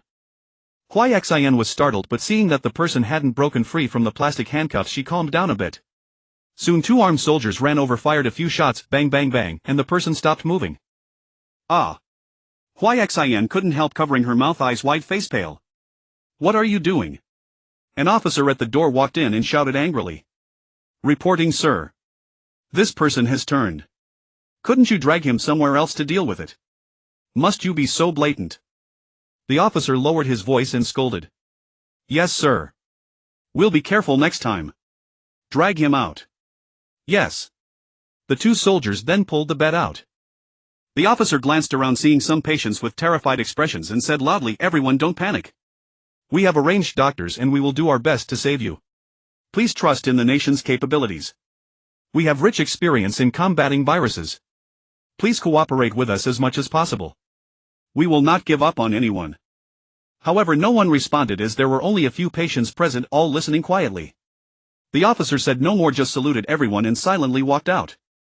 Actually, I do need your help with something. I thought for a moment and spoke. What help? Xin snapped back to attention and asked quickly. Move a bit and sit near my hand. She was originally sitting closer to my upper body, so I gestured with my hand for her to sit near my palm. She looked puzzled but moved her stool closer to my hand. I observed the interior of the temporary hospital. There were still few people admitted, some temporary facilities were still being set up and the number of guards was not large. So using Xin as cover, I tugged at my coat with my hand, pulling the pocket to a position my hand could reach. Then I unzipped the pocket and took out a utility knife. Xin's eyes widened in surprise. Afraid she would give me away, I spoke to distract her. Didn't you say you wanted to repay me? She was stunned. You. What do you want me to do? Let me think. While pretending to think, I secretly slid out a centimeter or two of the utility knife blade and began cutting the disposable plastic handcuffs on my hands. What you're doing is wrong. Xin bent down and whispered. I know, but I don't want to die without a complete corpse. I replied softly. The doctors will come to save you. I'm also a medical student. I don't think doctors can come up with a specific cure in such a short time unless there's already a treatment method. But you just saw, they executed the person who turned. That means they probably don't have a treatment plan yet. The disposable plastic handcuffs were already more than half cut through. I felt I could break free at any moment, so I stopped cutting. Taking advantage of the soldiers not looking this way, I tossed the utility knife to the right, aiming for my right hand. But afraid of throwing too far, I didn't use much force and it only landed on my right thigh out of reach of my other hand. Help me. She hesitated, her eyes darting around uneasily, but still reached out and helped me pass the utility knife to my right hand. Thank you. I'll help you this far. From now on we're even. The phrase "we're even" indicated that her goodwill toward me had sharply declined. It seemed she didn't approve of my actions. Sit for a dozen seconds and then leave quickly. She was at a loss for words. After a dozen seconds I slid the utility knife blade back into the sheath and hid it in my sleeve. Xin also left directly without lingering, looking somewhat uneasy. Perhaps she was afraid that if I turned I would hurt others and she would be an accomplice. I didn't rush to escape because it wasn't the best time yet, and I still held a glimmer of hope for the doctors. What if there really was a cure? Sure enough, before long a group of doctors walked in along with many nurses and began to examine the patients. They performed tasks such as measuring temperature, blood pressure and drawing blood, but due to limited equipment a more comprehensive examination was not possible. First, give them some immune agents to boost their immunity. The doctors discussed this temporary plan to see the effect. Immune agents are drugs used to regulate immunity which can strengthen or weaken the body's immune function. The human immune system is actually very powerful, so immunotherapy has strong universality and can even be used to treat cancer. Hearing that it was immunotherapy, I became a bit more patient and wanted to see the effect. Although resorting to immunotherapy meant they had no specific targeted method, immunotherapy could generate corresponding immune cells. If it really worked, it might make me immune to the zombie virus in the future. Using the word virus might be a bit premature since it hasn't been confirmed yet, but let's call it that for now. It's a habit. So under the doctor's distribution I also took some immune agents. Before long I felt a bit feverish, which should be the effect of the immune agents. Feeling warm and comfortable all over, I asked the nurse to cover me with a blanket and planned to sleep. Sleep and relaxation allow the mind not to interfere with the autonomous operation of the immune system. When a person is active there is always various allocation of energy and nutrients, so the body's functions have some conflicts and passive functions struggle to achieve maximum effect. Therefore, to achieve the best immune effect, sleeping is a good choice. But before sleeping I tensed all my muscles, then relaxed. When slightly tired, rested a few seconds, then tensed again. Repeating this several times ensures smooth blood circulation throughout the body, allowing blood to reach every part. Finally I completely relaxed, emptied my mind and used intention to control my body's relaxation, starting from the extremities, then the torso and finally the head, relaxing deep into the brain. Since I often suffer from insomnia I was quite familiar with this quick sleep process, and before long I naturally fell asleep. As for weather, I was afraid of never waking up. To be honest, if I could die in my sleep that would be the best way to go, at least without any pain. And if I didn't die, even if I didn't recover, I would have better spirits to fight the virus. On the contrary, staying awake would not only be torment but also make me tense and anxious, making it harder to fight the virus. Since I fell asleep during the day I woke up in the middle of the night. The place was brightly lit and outside I could hear the sound of generators and occasionally gunshots. It seemed this temporary shelter was relatively secure. Now the place was fully set up with many beds occupied by patients. The guards were strict. 5 or 6 armed soldiers patrolled constantly, enough to handle many emergencies. I wanted to check my wound, but when I tried to lift my foot I found that my feet had been tied up. It seemed they had plugged this loophole. After all, zombies also have sharp nails on their feet, and if they kick someone the damage could be severe. So I could only press the blanket between my legs to expose my legs, then grabbed the pant leg and pulled it up little by little, finally seeing the wound on my calf. The black area of the wound had expanded and there was pus. It seemed the immunotherapy had no effect, or only a slight effect. I had to consider escaping. I touched the handcuffs on my wrists, confirming that the disposable plastic handcuffs had not been replaced and that the marks where I had cut most of them were still there, along with the craft knife hidden in my sleeve. But now the handcuffs on my feet posed a problem. How could I unlock them without being noticed? "You're awake." A nurse approached me. She was wearing a protective suit that covered her entirely, making it impossible to see her face or even discern her figure. All I could tell was that her voice was pleasant. It seemed the medical conditions were much better than during the day when they hadn't had so much equipment. "Is there any food?" I asked. Since I hadn't eaten well during the day and activating my immune system consumed a lot of energy, I was really hungry now. An empty stomach wouldn't be good for escaping, so I decided to fill my stomach first. "Yes." "Wait a moment, let me record your condition first and I'll bring you food soon."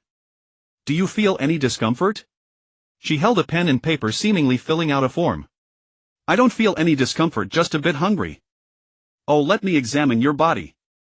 With it she began to inspect my wounds, measured my temperature, blood pressure and other vitals, drew some blood and even took some pus from my wounds. Then she turned and left, returning shortly with 2 disposable lunchboxes. The food inside was quite generous, at least not giving me the feel of an apocalypse. She brought a quilt, folded it and placed it behind me so I could lie on my back without sitting up completely. "Are you going to feed me?" "Yes." "I'm sorry, it's for everyone's safety, so." Roar. Roar. Another person went mad, screaming and struggling wildly, but soon 2 soldiers pushed him away along with his bed. Don't be afraid, cooperate with the treatment and there's still hope." The nurse tried to comfort me, but clearly she wasn't very experienced, lacking conviction in her words. "Are there any cases of recovery now?" She hesitated, then said softly, "Yes." "Tell the truth." Before she could finish her yes, I interrupted her in a calm tone. She lowered her head and fell silent, offering no response. "All right, feed me." Her lack of answer was answer enough. "I'm sorry," she said apologetically. "It's okay, it's not your fault." "Thank you." She quickly opened the lunchbox, took out the utensils and began to spoon food into my mouth. My stomach wasn't great, so I chewed slowly, making sure the food was thoroughly broken down before swallowing. Then she asked, "Do you feel nauseous about this food?" "No, it's quite good." "Oh." While I was chewing, she quickly recorded something on the form with her pen. Then she opened a plastic bag containing a piece of raw meat, still with some red blood on it. She held it in front of me and asked, "Do you want to eat this?" "This is raw, right?" I frowned. "Yes." "Want some?" "I'll feed you." Not cooked." "No cooking, just raw." "No thanks." I shook my head. So she put away the raw meat, then took out a blood bag and asked, "Do you want to eat this?" "Fresh human blood." I frowned even more. "What are you doing? Just answer me, do you want it?" "No." I shook my head. "That's good." She sighed with relief, seemingly a bit cheerful, quickly recorded it on the form and then continued feeding me. "Are you testing whether I'm showing signs of zombification?" "Yes." She nodded. "You are currently the longest surviving case here. Although it's related to your small wound and self-disinfection, you are indeed the most promising example of recovery so far. Only half a day and he's already the longest survivor." That meant all the patients who came in with me earlier had been replaced. I fell into thought. So, I'm under close watch now. Indeed. Our expert team is discussing your case and will likely come to treat you personally soon. Being under watch meant escaping would be much harder, but it also meant more medical resources would be allocated to me. Since there were no successful cases yet, the first patient to recover would greatly boost morale. Therefore they might even spare no expense to treat me. Perhaps I could wait more patiently. Originally I planned to finish eating and then take the nurse hostage to escape, but now I could temporarily cancel that plan. Before I finished eating, the expert team arrived.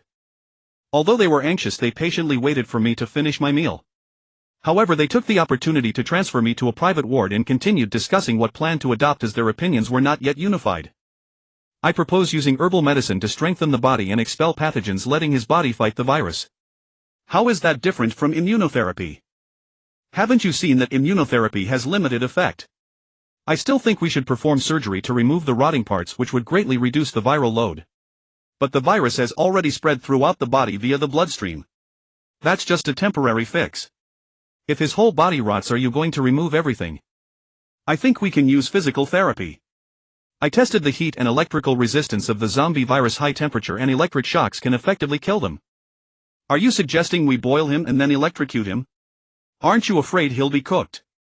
Proper water temperature and current won't cook him, it's like a warm bath. But the human body maintains a constant temperature.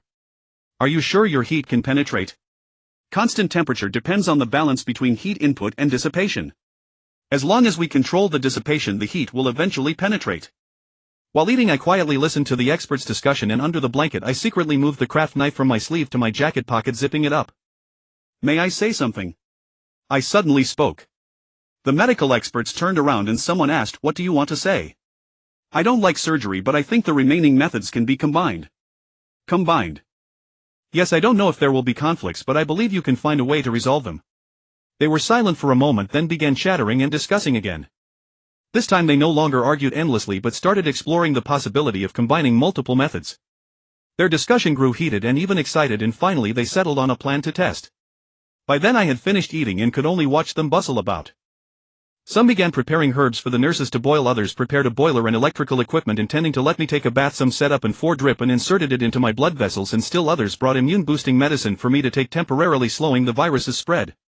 About half an hour later I took the herbal medicine, then entered a large boiler completely naked. The boiler was probably from the cafeteria, big enough to hold me, and had even been temporarily fitted with 2 shackles to lock my hands left and right. These shackles were not plastic but metal, so escaping was nearly impossible, but I didn't resist. The boiler also had a backrest, quite comfortable. And directly in front of my face was a glass window allowing me to see outside. The lid wasn't completely sealed, there was a movable opening from which many wires hung down attached to my body, and even a breathing mask was lowered from the front. It seemed the temporary boiler had been thoughtfully modified, taking every aspect into consideration, which reassured me. Once it officially started, the boiler began to heat up. The doctor who advocated physical therapy kept asking me, "How do you feel? Is it too hot? Can you bear it?" "It's okay." Although it was a bit hot, it was only slightly warmer than the hot water I usually bathed in. If it were a woman, she would probably find the temperature just right. Then he applied an electric current, constantly asking about my sensations, and finally raised the current to his expected level. The current was probably alternating current oscillating inside me, making every acupoint pulse and my muscles twitch continuously. However, occasionally I had taken apart an electric fan to use as a generator to shock myself, so I didn't find this feeling unpleasant, rather it was quite comfortable.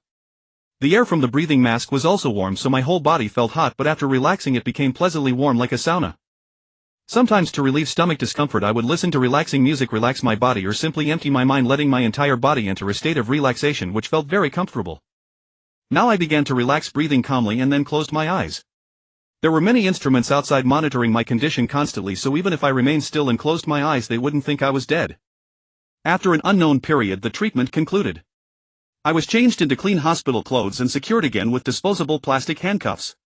Good heavens, this time the plastic handcuffs were brand new and I couldn't even reach the utility knife. There was no help for it. Disposable plastic handcuffs were usually cut off and thrown away directly. It was already fortunate that they hadn't noticed my scratches when cutting them off. Now that I was back on the hospital bed, of course they would replace them with new ones. "I'm sorry, mister. Bye. Although the treatment has been effective, it can only suppress the virus's spread, not halt it." I can see that. Tell me something I can't see." I could lift my trouser leg and see my own wounds, so naturally I knew the result.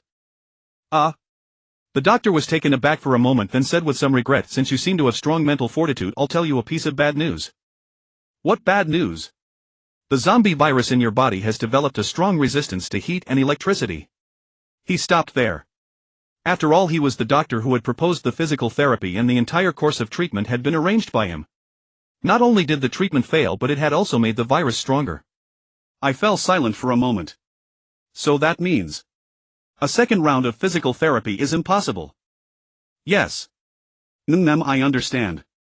My tone remained calm. "I'm very sorry," he said, his voice tinged with guilt. "It's fine. We had to try anyway. At least I've eliminated one wrong path. Thank you for understanding. We've brought in an expert in acupuncture. Would you like to continue trying?" "Of course. Treat a dead horse as if it were still alive." "Thank you for your cooperation, mister. Bye. We will remember your contribution to the medical field." "It's nothing. Just don't make me pay for it," I said half-jokingly. "Certainly not." So not long after, another acupuncture expert came to treat me, inserting many needles into my body. But after a full course he still shook his head. "It can only suppress the virus's spread but cannot stop it. This doesn't seem like our medical methods taking effect, it's more like the virus is constantly adapting to our treatments." The many experts were momentarily at a loss, all falling into silence. "But, mister, Bai's survival time has far surpassed that of other infected individuals. Would you still be willing to continue cooperating with our treatments? I'll go through with it, I replied indifferently. But I have one request. What request? Can you remove these restraints on me? I want a space where I can move around. Lying down all the time makes my stomach very uncomfortable. The experts exchanged glances, then someone said, we'll apply to the higher-ups and see if we can arrange a private room for you. Good. Also see if you can find me a Tai Chi master or at least some instructional videos. We'll do our best. Not long after I was assigned to a private room. It was very simple with only a bed for sleeping and a laptop on a desk. The room had good natural light, but the windows had been temporarily welded with steel bars. There were cameras in all four corners, even inside the bathroom, no privacy at all. But it didn't matter. As a medical student, I wasn't too bothered by being watched. After all, I wasn't a girl, so I wouldn't lose much. I turned on the computer. There weren't many programs, but the Tai Chi video I had requested was there, so I opened it and began to follow along. I had learned Tai Chi as a child taught by my older brother, but I had forgotten most of it. In college I chose Tai Chi for physical education and even became the class leader, leading 2 classes in practice. But now, I had forgotten it again. So this was a refresher. Although my eyes were nearsighted and I couldn't see clearly, I could still practice fairly accurately by following the blurry images. When practicing Tai Chi for health, the emphasis is on slowness and not exerting force. Just getting the body moving is enough. Slow movements train control, and once mastered, one can trace graceful lines that are highly aesthetic. But for strengthening the body, Tai Chi cannot be practiced slowly. It requires a balance of relaxation and tension, hardness and softness, rhythm and unity. I needed to warm up, so I started slowly letting the blood in my body gradually become active, which would make my movements more agile. After a few slow routines, I gradually recalled the entire sequence and stopped following the video. I began the strengthening practice. So my movements quickened noticeably. When it came time to strike with force, my hands snapped with power, making the hospital gown crackle, and I forcefully expelled the air from my lungs, coordinating breath with motion. As I grew more immersed, my movements became increasingly fluid, with a better balance of relaxation and tension and a growing sense of hardness and softness intertwined. My martial arts theory was a chaotic mess of different styles, and although my physique was weak, my techniques for generating power were quite accurate. I had started practicing martial arts in the 5th grade, but the training was intermittent and often neglected. So even though my theory was rich, my body couldn't keep up. It was like my brain was saying, I've got it. But my body was saying, bro, I don't know how. That was pretty much the situation. I couldn't do moves like backflips or splits. But when it came to punching, even though my strength was weak, I could deliver more forceful strikes than an ordinary person. Originally, my body recovery plan had included martial arts training, but due to laziness and poor self-discipline, I had kept putting it off. Now, with peace and quiet and the pressure of the zombie virus, I could finally settle down and properly execute my body recovery plan. As for whether it would succeed, I didn't know. At least I knew I had to regain some strength. Otherwise, whether I was fleeing or facing zombies, I wouldn't have enough confidence. In the following days, I kept receiving treatments. The methods varied each day, and some were quite unpleasant. For instance, someone suggested fighting poison with poison, trying to kill the zombie virus by making me ingest poison. The result was that I nearly died from the poison, while the zombie virus was completely unaffected. If I hadn't taken the antidote in time, I would have kicked the bucket on the spot. Someone else proposed a viral therapy, also following the same logic of fighting poison with poison, hoping to use a virus to destroy the zombie virus. But after some operations, they found that the zombie virus didn't die, instead the injected virus was devoured. It was completely outmatched. Similarly, there was a bacterial therapy using bacteria to consume the zombie virus, but the bacteria were wiped out instead. Still no match. Another proposed a targeted drug therapy, which seemed to identify special proteins on the surface of the zombie virus to capture it, allowing the drug to act precisely on the virus. But in practice, most of the zombie virus was hiding inside cells, and they didn't easily destroy the cells. The targeted drugs also struggled to kill them quickly, so the effect was minimal. These experts were truly putting in every effort, trying all sorts of methods, but the dark necrotic areas on my body only grew larger and the places oozing pus increased. After just 3 days, the back half of my body was almost entirely black, my hands had turned into black sticks, and my hair was falling out in large clumps, becoming very sparse. Even gently pinching my beard would cause it to come out in clumps, so I simply shaved it all off. I immediately looked about 10 years younger, but my skin was dry and lacking moisture. "Mister, how do you feel now?" asked a doctor from outside the window, holding a pen and paper. Though his voice wasn't loud, there were speakers connecting inside and outside, so I could hear him clearly. As I slowly practiced Tai Chi, I replied hoarsely, "My body is very itchy." I want to scratch, but I'm afraid I'll peel off a bunch of rotten flesh, so I don't dare. My body has become very stiff and inflexible, but it feels much stronger. The Tai Chi I'm doing now can no longer maintain graceful arcs. My control has deteriorated significantly. Do you feel like eating raw meat now? Yes, very much. Bloody scenes keep popping into my mind and they make me hungry, intensely craving them. Do you feel nauseated by normal food? Yes, very much. I want to throw up. But I can bear it. Please don't try to feed me raw meat or my rationality will have a hard time accepting it. All right. The doctor made a note. Your endurance has exceeded our expectations. Based on the information we have, you are probably the longest surviving infected person in the country. Even in the world. Of course, I'm referring to visible infections. Latent infections are hard to detect. Have you noticed anything special about your body? Normally your constitution should be quite weak. Special. I thought for a moment. Does never taking medicine for a cold count? The doctor was taken aback but still recorded it. Then. Next question: how often do you practice martial arts?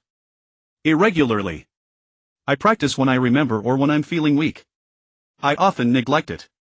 These past few days have been my most diligent. The doctor thought for a moment, then wrote it down. He asked a few more questions before saying, "Thank you for your contribution to the medical field, Mr. Bye. Would you like to make any requests? We'll try our best to accommodate you."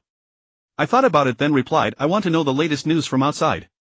Being alone is too boring." All right. Anything else? I want a punching bag to practice my kicks and punches. All right. Anything else? Nothing for now. Oh, and extra meals.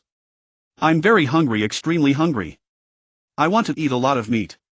Okay. I'll record all of this and submit the request. Thank you. You're welcome. Thank you. Before long, someone delivered the meal through the window. I'm sorry, Mr. Bye. Meat is scarce in the shelter now, so we have to ration it carefully. We've tried to give you as much meat as possible, but it's fine, just add more rice. Rice is still plentiful. Thank you. That USB drive contains the latest news you requested, just plug it into the computer to view it. Good. If you need more rice, just call me anytime. I nodded, then placed the tray on the table, inserted the USB drive into the computer and began eating while browsing. The food smelled appetizing, but it made me feel nauseous. Yet driven by extreme hunger, a faint trace of appetite stirred within me. To put it in extreme terms, it was like the feeling of having to eat excrement when starving, both body and mind utterly repulsed. Soon after, a soldier opened the door and carried in a roly-poly punching bag. They didn't linger long, quickly exiting the room and locking the door behind them. When they opened the door, the thought of escape briefly crossed my mind, but I sensed no opportunity, so I abandoned it. Moreover, I had no follow-up plan for escape, and even if I got out, I wouldn't know what to do. I just didn't want to be confined, nor did I want to die a gruesome death. After asking for several refills of rice, I finally felt full. The USB drive contained nothing particularly surprising, just that the entire world had been baptized by the fire rain, with more infected individuals turning into zombies within half a day, at most utterly incurable after infection. However, in recent days some more dangerous zombies had emerged, shedding their corpse-like state and appearing as complete organisms. Many of these zombies lacked skin, with bare muscles exposed, and they were generally faster or more powerful. Scientists believed this to be the complete form of zombies, a stage in their growth process, so they classified them accordingly. The mindless walking corpses were designated as first-stage zombies at the initial stage, referred to as the viral form. Those that had matured into complete forms were labeled second-stage zombies, known as the complete form. Thus, first stage viral form, second stage complete form. As for a third stage, unknown. No individual that could be called a third stage had been discovered yet. However, there was a special classification, the special zombie. These were people directly parasitized by the falling fire rain and turned into zombies. Such zombies were more ferocious than those infected by bites, though they also underwent the transition from viral form to complete form. I clicked on the recently discovered special complete form zombie. The first thing that caught my eye was a monster with only 2 legs. This monster looked somewhat like the two-legged lizard from Kong Skull Island, but smaller, only about 2 meters tall, and skinless. I opened its file. Good heavens, it was that guy who used his face to break. That day after he was chased off, was he never caught by the Mecha. And he evolved into a complete form zombie. He still held quite a grudge against me. When I saw him at the supermarket plaza that day, he had already become hard to recognize. But back then he still had some corpse-like features, only his hands had grown abnormally large, probably in the transitional phase from viral form to complete form. He was already that strong then, he must be even stronger now. I wonder if that guy will come after me for revenge. Probably not, there's no real grudge.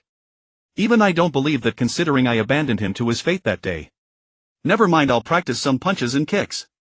It won't increase my combat experience, but it will help me adapt to this body. It's not ideal to exercise right after a full meal, but I don't feel any discomfort in my stomach, whether it's because my digestive system is stronger or because I've lost sensation due to infection, I don't know, but it doesn't affect my movements. I stretched a bit, bent over, twisted my body like a snake and quickly loosened up my joints.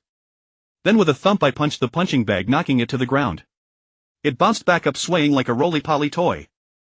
Such strength.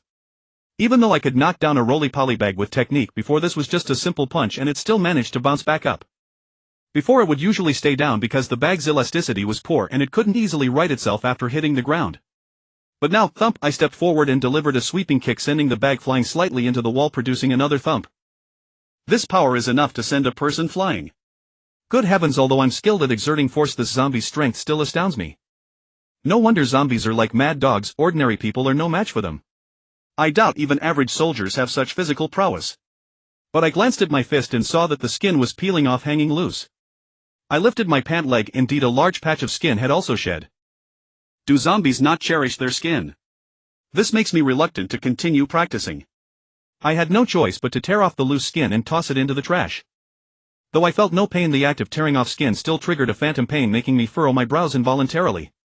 The exposed muscle looked quite tough, seemingly different from normal muscle. But I couldn't pinpoint the exact difference as I hadn't specifically memorized muscle textures. Despite the skin shedding, I still had to train, though I dared not move too vigorously.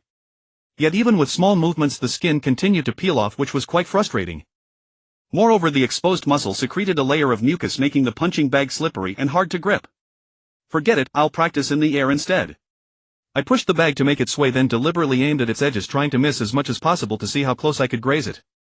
This was actually quite fun, though there was no resistance. It trained my control. My body was becoming harder to control, so honing control was essential, otherwise I'd only grow more sluggish. After practicing grazing techniques, I moved on to fierce, powerful moves. With such a strong body, it would be a waste not to train in some brutal techniques. I had studied the mechanics of many moves in the past, though I couldn't remember which martial arts they came from, let alone their names. I could still execute them. Moves like half-step, bang quan, chong quan and pao quan, those I remembered because my colleague Shingi Quan instructor taught them during physical education class. And famous techniques like Iron Mountain Lean and heart-piercing elbow also stuck in my memory. As for the rest, I could only recall generic names like knee strike or elbow strike, or cringy names like twin dragons emerge from the sea or bull demon headbutts the sky. I always memorized individual techniques, never the complete forms, so if I didn't practice the forms for a while I'd forget how to perform them. Thus I usually just practiced the techniques repeatedly over and over until they felt smooth and satisfying. When I was weak I dared not practice too forceful moves for fear of straining muscles and enduring days of pain. But now I didn't have to worry about muscle strain at all. It felt like I had inexhaustible strength. I could be as fierce as I wanted, striking with vigor and exhilaration. The only problem was that my skin couldn't hold on, it fell off with violent shaking, leaving most of my arms bare of skin. Fortunately the hospital gown was long enough to hide some of it, otherwise I wouldn't know how to face others. In the middle of the night I was suddenly awakened by the intense sound of gunfire outside. I quickly got up and saw a massive swarm of zombies besieging the shelter. Is this a zombie horde? I thought with some alarm. The visibility outside was poor. They were conserving electricity, so the illuminated area was small with only the temporary hospital brightly lit. Now I could only see through the flashing gunfire and grenades, along with searchlights, a sea of zombies madly assaulting the outermost chain-link fence. Though the fence was sturdy and resilient, it wouldn't last long under the zombies' relentless onslaught. Fortunately bullets could pass through the holes in the fence, and most soldiers stood close to avoid damaging the fence, so close that if the zombies broke through they could pounce on them. The park was problematic. Though spacious and able to accommodate many people, building defensive fortifications here was troublesome. Without solid walls it was only a matter of time before the zombies broke in. Hurry! Organize the civilians to retreat. Retreat to the air raid shelter, an officer shouted into the walkie-talkie. Soldiers then began organizing the evacuation, guiding the panicked crowd swiftly into the air raid shelter. Quickly dismantle the hospital equipment and move it to the supermarket. Soldiers moved fast, dismantling the temporary hospital's equipment and carrying it to the supermarket. Given the strength of the supermarket and the shelter, they should be able to withstand the zombie assault. The entry points to defend would be small, making it hard for zombies to break in. It seemed the military had already planned an escape route. I was worrying for nothing. But with the urgency now, why hadn't anyone come to unlock my door? Could they have forgotten me here? Attention! A complete zombie has climbed over. Concentrate fire. The complete zombie moved with great agility and even showed intelligence, grabbing the holes in the chain link fence to climb over. Rat-a-tat-tat. Rat-a-tat-tat. The soldiers unleashed a torrent of fire, shredding the complete zombie that had climbed over into pieces. But right after that, a bulkier complete zombie with heavy steps ignored the bullets, bellowing and charging madly forward. Bang! The zombie slammed into the chain link fence with such force that the whole structure shook violently and even the metal posts driven into the ground tilted slightly. Concentrate fire.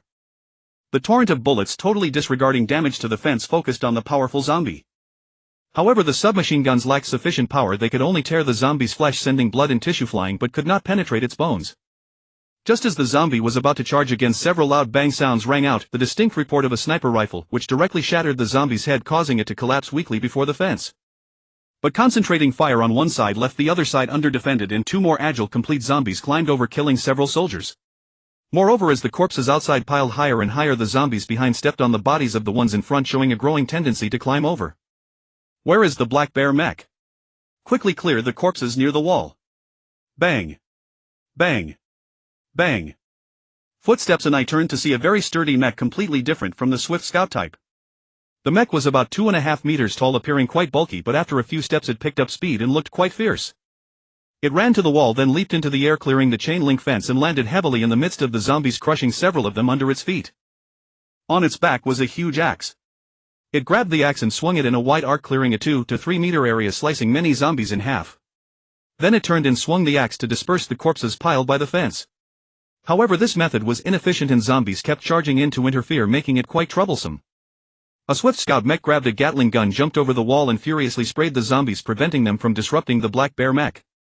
But with only one black bear mech, the clearing efficiency was still very slow. It could only do its best to break up the corpse piles, preventing them from stacking too high.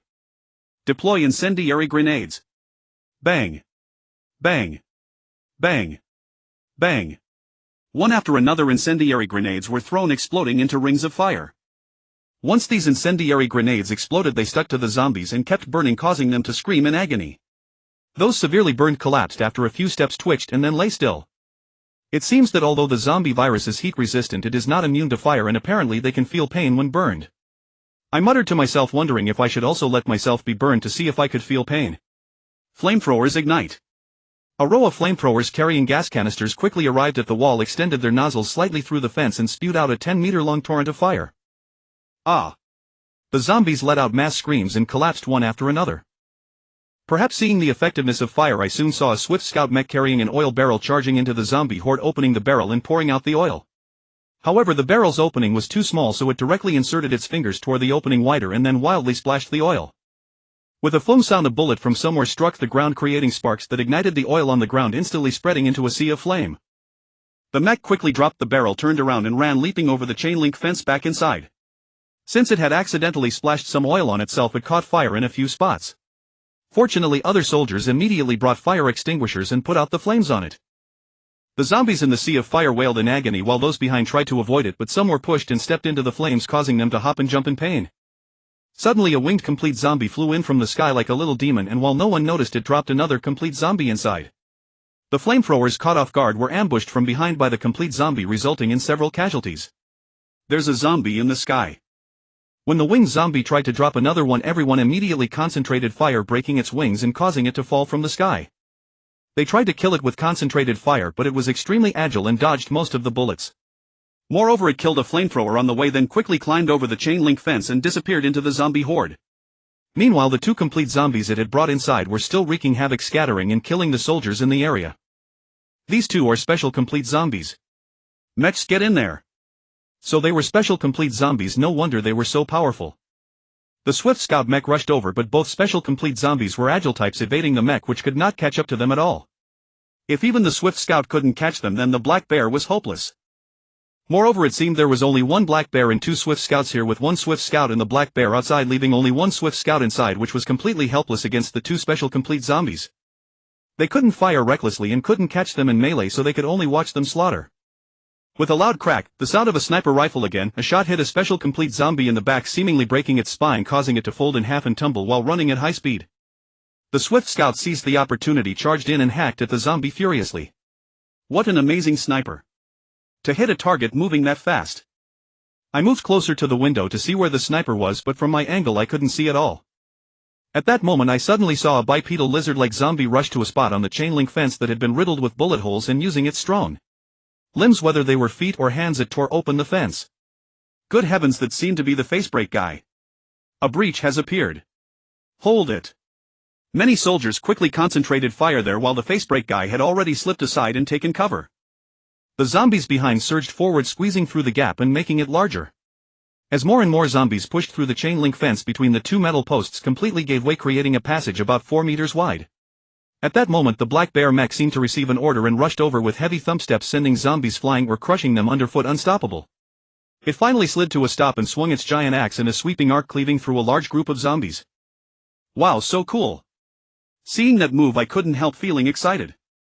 Then the Black Bear mech stood at the breach, swinging left and right, a 1-mech barrier. Most zombies were cut in half by its axe and only a few managed to get through, but the soldiers behind would shoot them down.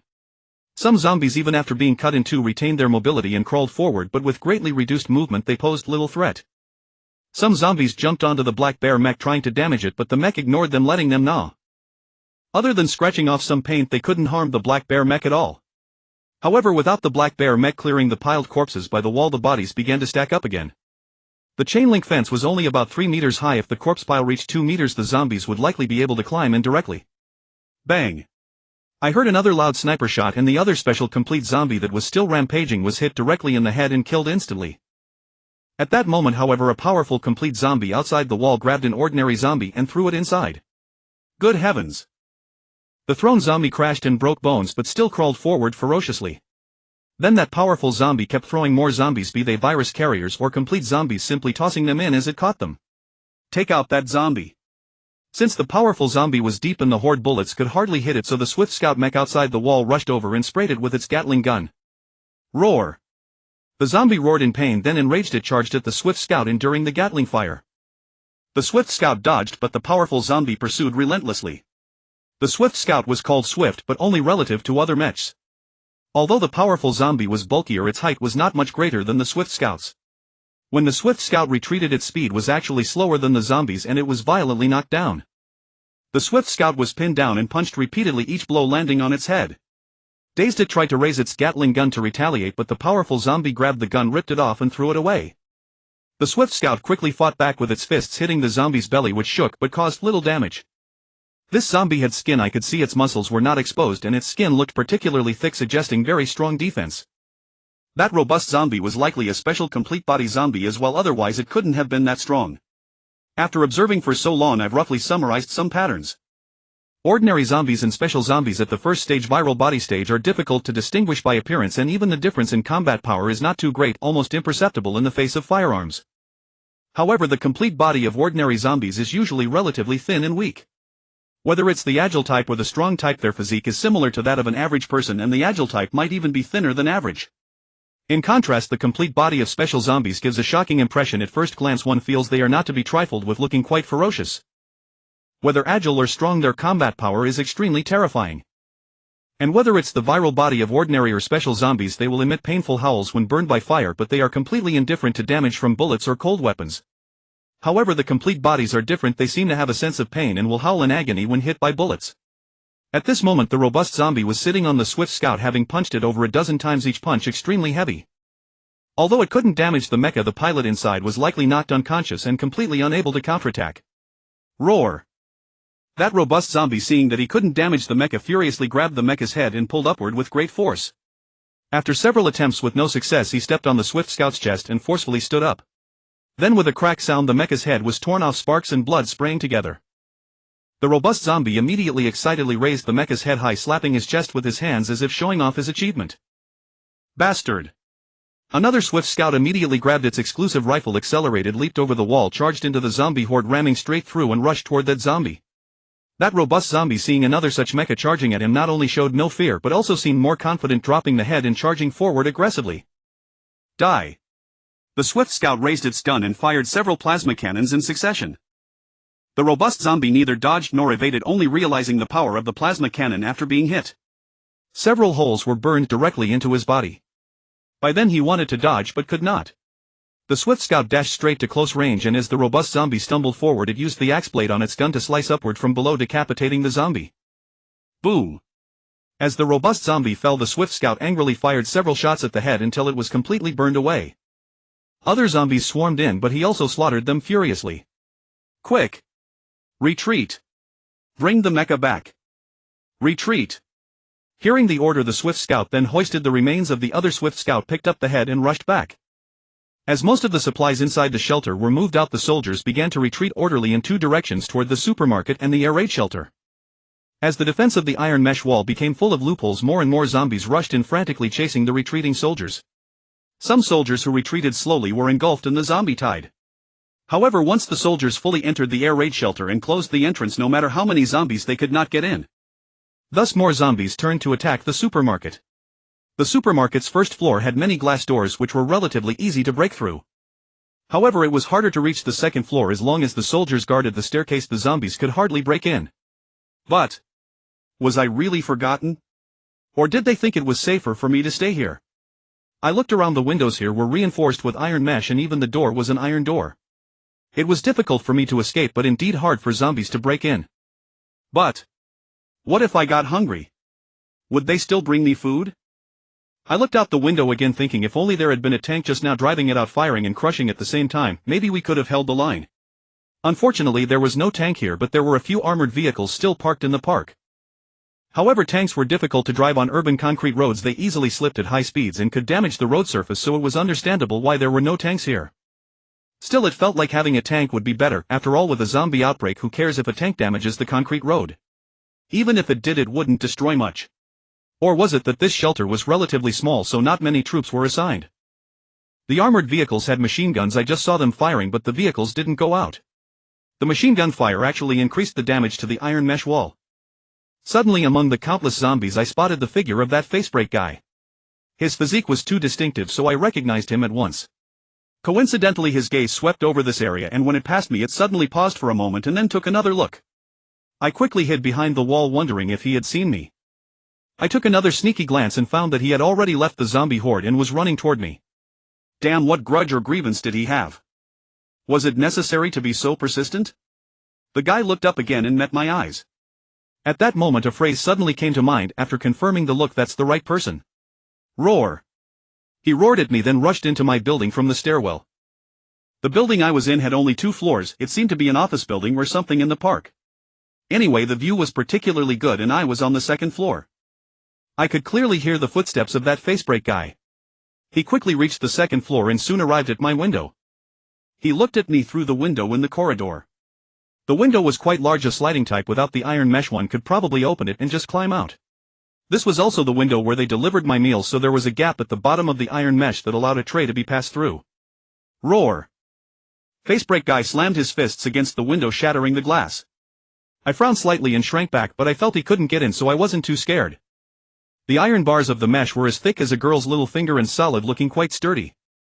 Bang. Bang. Bang. Facebreak guy frantically pounded the iron mesh, denting it inward and causing obvious deformation. But the iron mesh was extremely tough, withstanding his attacks, though it kept vibrating from the blows. Roar. Roar. Facebreak guy then tried biting with his teeth, but he couldn't bite through either, only causing slight deformation. I patiently observed his form. At this moment, he truly looked like a lizard, completely devoid of human appearance. His arms were still very strong, with sharp claws several centimeters long.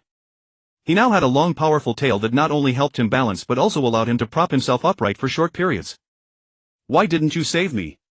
He suddenly roared. I told you I couldn't save you. I spread my hands. Why didn't you save me? He repeated the same sentence. Sigh. I was somewhat helpless. It seemed he didn't have much rationality. Perhaps it was just the lingering resentment before death that allowed him to say that. Seeing his grim and vengeful expression, I simply started twisting my body, randomly dancing and singing aloud, lulala lulala lulalale lulala lulala lulalale. Lulala lulala lulalale lulala lulala lu. Since I can't explain clearly, I might as well provoke you to death. Roar. Roar. Facebreak guy again furiously roared and pounded the iron mesh, but the mesh only shook a few times, showing no sign of breaking. So I became even more arrogant, approaching him singing and dancing at a distance of about half a meter. I even did the 2.5-year basketball shoulder shaking dance and sang the corresponding lyrics. Facebreak Guy's eyes blazed with intense murderous intent. Then he suddenly opened his mouth wide and a long tongue shot out, actually wrapping around my neck. Damn it! I was startled, quickly bracing my foot against the wall to avoid being dragged over. Fortunately his tongue wasn't too strong, otherwise given his height I would have had to brace my foot against the iron mesh to resist. I grabbed his tongue with both hands, trying to tear it off. But his tongue was extremely tough and its strength was not weak. I strained with all my might, only managing to tighten it but couldn't break it. Instead his tongue tightly constricted my neck, causing a strong feeling of suffocation, and my face turned red. It seemed that the zombie body didn't need oxygen, so my physical strength didn't wane. But my head hadn't turned into a zombie yet. If this continued, my brain would die from lack of oxygen and I would truly become a zombie. At this moment the tip of his tongue stood before me like a snake and slowly grew a scorpion-like stinger. I was startled. As it retracted to strike at me, I quickly grabbed it with my right hand, narrowly avoiding being stabbed in the eye, which made me break out in a cold sweat. Realizing that this wouldn't work, I would eventually be strangled to death, I twisted the tip of his tongue into my mouth and bit down hard. But the strength in my head wasn't as strong as my body, I couldn't bite through at all. It felt like biting a rubber ball. Once I bit down I couldn't cut through. So I changed strategy. After slightly bending my body, I suddenly jerked backward with force. This was indeed effective, immediately causing Facebreak Guy to howl in pain, and even his tongue trembled in agony. I quickly bent again and jerked once more. Facebreak Guy howled again and his tongue became completely limp, as if it had lost its vitality. So I pulled again and finally his tongue root tore. I pulled again and I fell backward, almost getting a concussion. Fortunately I instinctively tilted my head upward and the rubber scarf of my facebrake cushioned the fall, or I might have knocked myself unconscious. Now with my back hitting the ground like a drum, it was already a stroke of luck. Facebreak Brother wailed in agony, flailing wildly as he writhed on the ground, clearly injured. I took off the scarf, wondering if this tongue would be chewy enough. Suddenly I felt a strong craving for food. Not just any craving, it was intense, like a primal urge to devour raw meat. A fully evolved zombie couldn't be considered human, could it? It had lost all semblance of humanity. With that thought, my psychological barrier halved and I felt an even stronger impulse to sink my teeth into it. But the other half of the barrier remained: it was raw. I had no habit of eating raw food, so I was still quite repulsed by the idea. Yet my body kept urging me, don't cook it. Don't cook it. Eat it raw, please. Just eat it raw. I lifted the tongue to my mouth, then abruptly lowered it.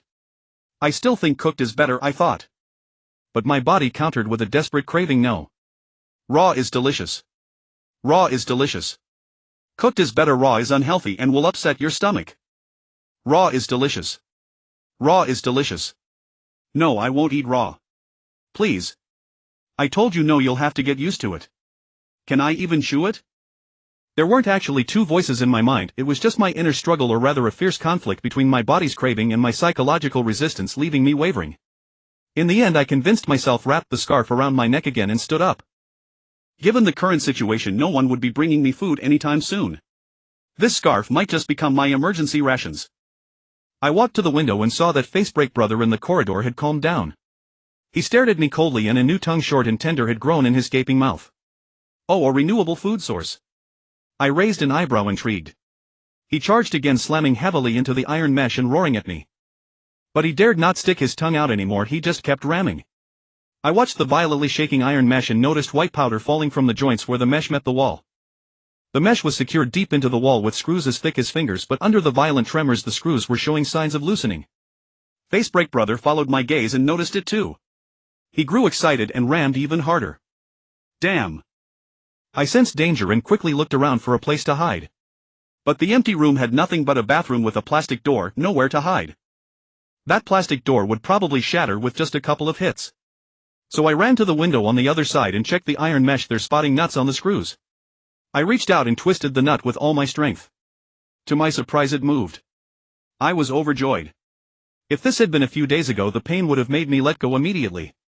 But now, with no pain and greatly increased strength, I could grip the nut and twist it. What a stroke of luck! I quickly unscrewed the nut, then bent and pried the iron ring plate away, breaking the connection between the mesh and the wall. I then moved to the next nut, repeating the same process, loosening another connection point. I glanced back and saw that Facebreak Brother had already knocked one or two screws loose on his side, severely deforming the mesh. I figured I wouldn't have time to dismantle the entire mesh, and I didn't need to. I grabbed a corner of the mesh and pulled with all my might. I pulled again and again, even bracing my feet against the windowsill, until I finally managed to pry open a corner of the mesh. Roar! Facebreak Brother grew frantic and rammed even harder. Had ha. I smiled at him, then opened the window and began to squeeze through the gap. With a clatter, the mesh on his side finally gave way and Facebreak Brother burst in. My expression changed and I hastened my movements. As he charged at me, I grabbed the outside of the window and pulled my lower body out. Facebreak Brother missed his bite and tried to grab me with his claws, but his claws were too large and as he spread them they got caught in the mesh.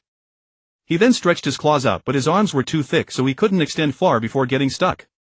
I ducked slightly to avoid him, but he quickly retracted his hand and slashed at my foot with his sharp claws. I quickly lifted that foot. He slashed at my other foot, so I lifted that one too, putting the first foot back down. He then swiped at my original foot again, but I lifted it and put the other foot down. Enraged, he slammed both claws down at once. I jumped, dodging both. He let out another furious roar, propped himself up on his tail and swiped at my hands. I quickly planted my feet back, released my hands and grabbed the sides. He swiped again and I moved my hands back to the center. Frustrated, he yanked the mesh violently and roared at me. He then slid down, thrust his hand through the gap I had opened and tried to grab me. I kicked the other half of the window to shatter it, transferred my feet to the window frame, then swiftly moved my entire body to the other side, crouched low, grabbed the lower window frame and hung down. Facebreak Brother quickly withdrew his hand and rushed to the side trying to grab me, but I had already let go and dropped. Roar! He roared in fury and tried to squeeze through the gap, but only his head made it through, his body was stuck. After landing, I fell backward, quickly controlled my momentum and rolled back to absorb the impact. Before I could fully get up, a few zombies attracted by the noise lunged at me. I didn't dare to fight, I turned and ran. The bomb shelter was on the left, the supermarket on the right, but I dared not go to either place, too many zombies. So I cut straight through the middle, slipped through a hole in the iron mesh fence, crossed the main road and dashed into the alleys of the urban village. A dozen zombies chased me like mad dogs and I knew Facebreak Brother would soon come downstairs and join the pursuit. I couldn't stop, I ran for my life. I lived in this urban village, so I was very familiar with the layout. When I first arrived, I used to get lost often because the alleys twisted and turned with many dead ends. Even GPS couldn't give the right directions, so I spent many days wandering around, slowly memorizing the main paths. Whenever friends came to visit, I had to pick them up, otherwise they could never find my place. Once a friend proudly tried to navigate using his phone, but he got hopelessly lost. I had to go out and find him, and we spent ages circling around with real-time positioning before we finally met. So the roads in this urban village were incredibly complex, like a maze. Even though I knew the area well, I didn't dare run into places I wasn't familiar with, especially in the pitch dark. If not for the faint moonlight, I would have bumped into walls. This area had been completely cleared by the military, but with the recent zombie outbreak there might still be stragglers. I tried not to run in a straight line so Facebreak Brother wouldn't spot me easily. Now only a few zombies were still chasing me, with one or two occasionally jumping out from the side. I had to stay focused, dodging ambushes at top speed through these narrow spaces. Though I wasn't too worried about being bitten anymore. What if they tackled me and ate me? Looking at all the mutilated zombies, it was clear they didn't just take a bite and stop. Many people never got the chance to become zombies. To be honest, running in the dark was terrifying. Zombies popping out of nowhere felt like a horror movie. If I hadn't already accepted the reality of the zombie apocalypse, I would have been frozen in fear like on the first day. Even now my heart was pounding and I kept getting startled, but I had to keep running. Although I probably had the strength to fight a first-stage zombie, knowing martial arts and actually fighting were two different things. I had zero combat experience. Many famous martial arts masters got knocked out by boxers when they entered the ring, unable to use their techniques. I was even less experienced. I wouldn't be foolish enough to think that after a few days of training and a stronger body I could dominate. More likely, if I stopped, those mad dogs of zombies would pounce on me and tear me apart. So I just ran, looking for any chance to shake them off. But the trouble was, among the few zombies chasing me there was an agile, fully evolved one, very fast. The others didn't seem threatening, but that one made my skin crawl. How could I outrun him? Suddenly he lunged at me. I was ready. I spun around, grabbed him and slammed him into the wall. Bang! He screamed in agony, struggled violently, broke free and retreated. Seeing him hesitate, I figured I had no chance to finish him off, so I continued running. I remembered a narrow alley ahead where a house had a low wall about 2 meters high. I was heading there, but the alley was so narrow that only 2 people could pass at once. If a zombie blocked the way, I would have trouble dodging. But I had already chosen this path, so I gritted my teeth and ran in. Damn, there was indeed a zombie blocking the way. The zombie turned around, saw me charging, let out a roar and lunged at me like a mad dog.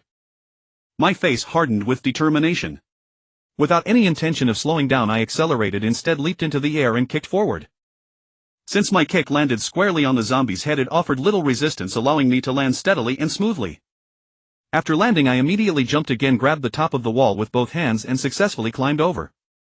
I thought the pursuing zombies wouldn't be able to scale the wall, but to my surprise that agile-type complete zombie managed to climb over as well. I was startled but quickly regained my composure. Before it could land, I executed a soccer kick straight to its head. It let out a sharp cry, spinning as it slid across the ground. The power of a soccer kick was truly formidable, most effective against vicious wild dogs. If it struck the abdomen squarely, the dog would likely not survive. But a zombie's abdomen wasn't a weak point, so I aimed for the head. However, the complete zombie's skull was also remarkably tough.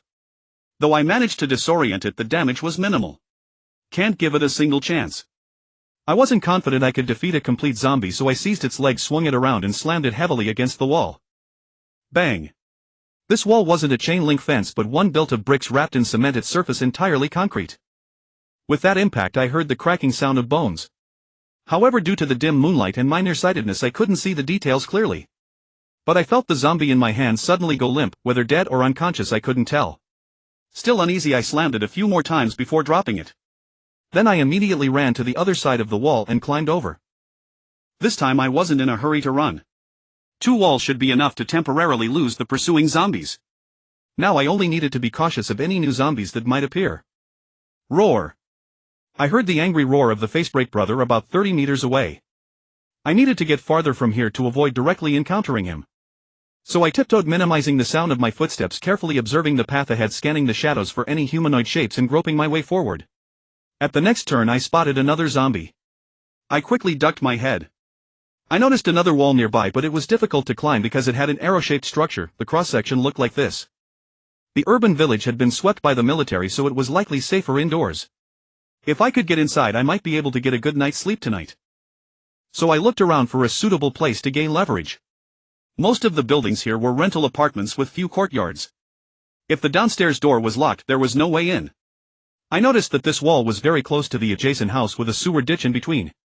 That house had a window opening onto the ditch, but it was closed. Since it was a sliding window, the frame provided a foothold. Though not high, once I stepped on it, I could barely reach the top of the wall.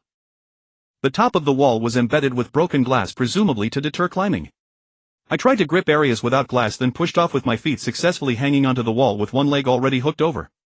With another push, I was up. I felt my hand might be scratched, but fortunately, I felt no pain. First, I surveyed the area. No zombies in sight, and the main gate seemed tightly shut. So I jumped down, trying to cushion the fall to minimize noise. I crept to the gate and confirmed it was locked. Then I began to examine the house. The door was closed with no signs of damage. Probably the soldiers had locked it when they swept the building. This left me troubled. How was I supposed to get in? Would I have to spend the night in the courtyard? If only I knew how to pick locks. But unfortunately, I could only open simple mechanical combination locks. I had never tried any other type. I could open a suitcase, but a door? No. This didn't seem like a good place after all. It would be better to look for a rental apartment with its door left open. Maybe I could slip in. But the odds were slim. The nearby buildings all had electronic security doors that closed automatically with backup batteries to prevent power outages. Unless they had been rat-a-tat-tatted during the sweep, finding an open door was nearly impossible. Besides, there were scattered zombies outside, and the Facebreak brother was still chasing me relentlessly. Going out would be very risky, quite troublesome. Unless I could silently take down ordinary zombies in one strike, any noise would likely alert the Facebreak brother. So I searched the courtyard for any handy weapon. Even if I couldn't instantly kill an ordinary zombie, having a bit more combat power would help. The dark moonlight was a huge challenge for my nearsighted eyes. In particularly dim areas, I had to bend down to see what was on the ground.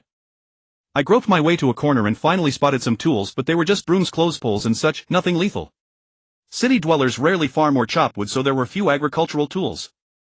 Otherwise, I might have found a hoe or a machete. Speaking of farming and woodcutting, I suddenly remembered an old house near my residence, the one where I had warned the soldiers to watch their heads. That was likely the oldest house in the urban village. Not only was it a moldy tile-roofed building, but it also frequently emitted various foul odors, sometimes cow dung, sometimes incense, even gasoline, making it very unpleasant. If there was any place most likely to have a machete or something similar, it was probably there. So, should I go there? Maybe I could even go home and sleep.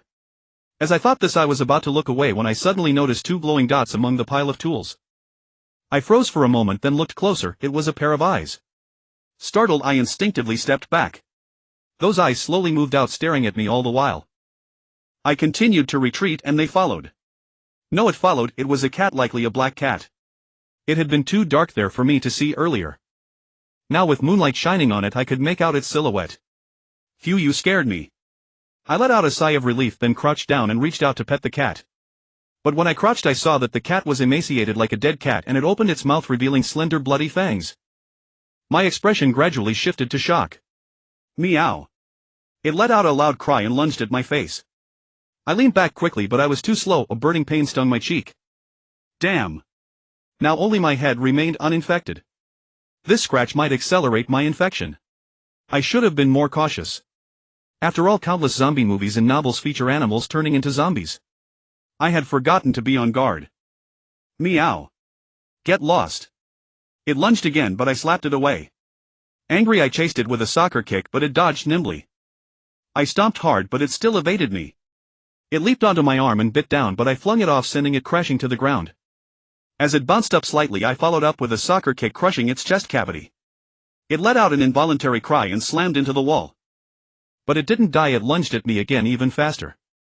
As it leaped, I sidestepped, slightly grabbed it with one claw, gripped it fiercely, raised it high and slammed it down hard onto the concrete floor.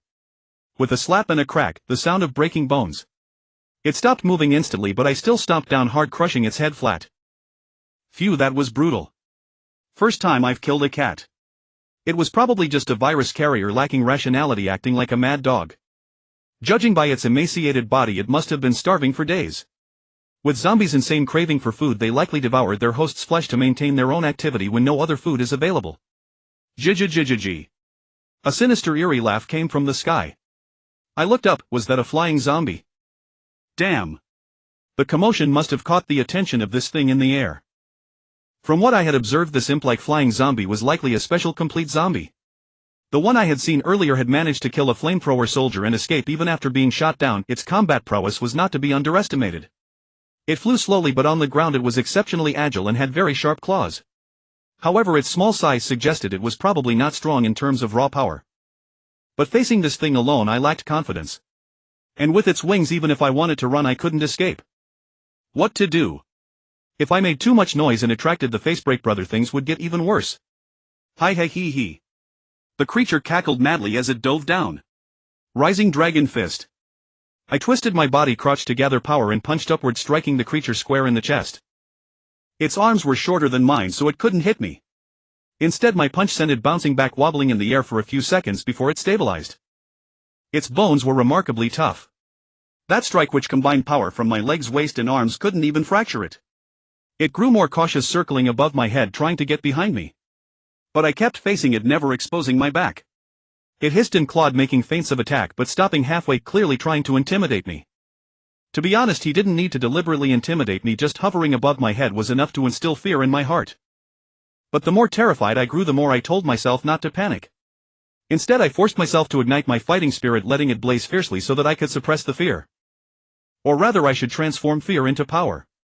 Suddenly he flew directly above my head and then swooped down. I quickly sidestepped to evade this deadly angle of attack and threw a punch at him. With a loud thud, he was sent flying sideways by my punch, landing on the ground and rolling a few times. I rushed over, trying to pin him down, but he was more agile on the ground and swiftly adjusted his posture, dodging my pounce. His sharp claws slashed toward me, abruptly targeting either my face or my neck. I reached out to block his wrist, then bent low and swept his legs, knocking him down. I quickly got up, stepping back while observing the surroundings and staying alert to his movements. He too was cautious, shifting left and right, jumping erratically, his movements unpredictable. I was deeply wary of his claws, for they were as long as daggers. I couldn't let him get too close, otherwise with his speed I might not react in time. But without a weapon it was extremely difficult to keep him at bay. The scarf around my neck was dangling loosely, on the verge of falling off, feeling more like a hindrance. This zombie seemed to be fixated on my scarf, eyeing it with obvious greed. Could Brother Facebreak's tongue be tempting to this creature as well? Thinking about it, even I wanted to eat it, so it was only natural for this creature to covet it. Even the agile zombie earlier seemed to have come after my scarf. Suddenly a spark of inspiration hit me. I took off the scarf and swung it in my hand, twirling it like a pair of nunchaku.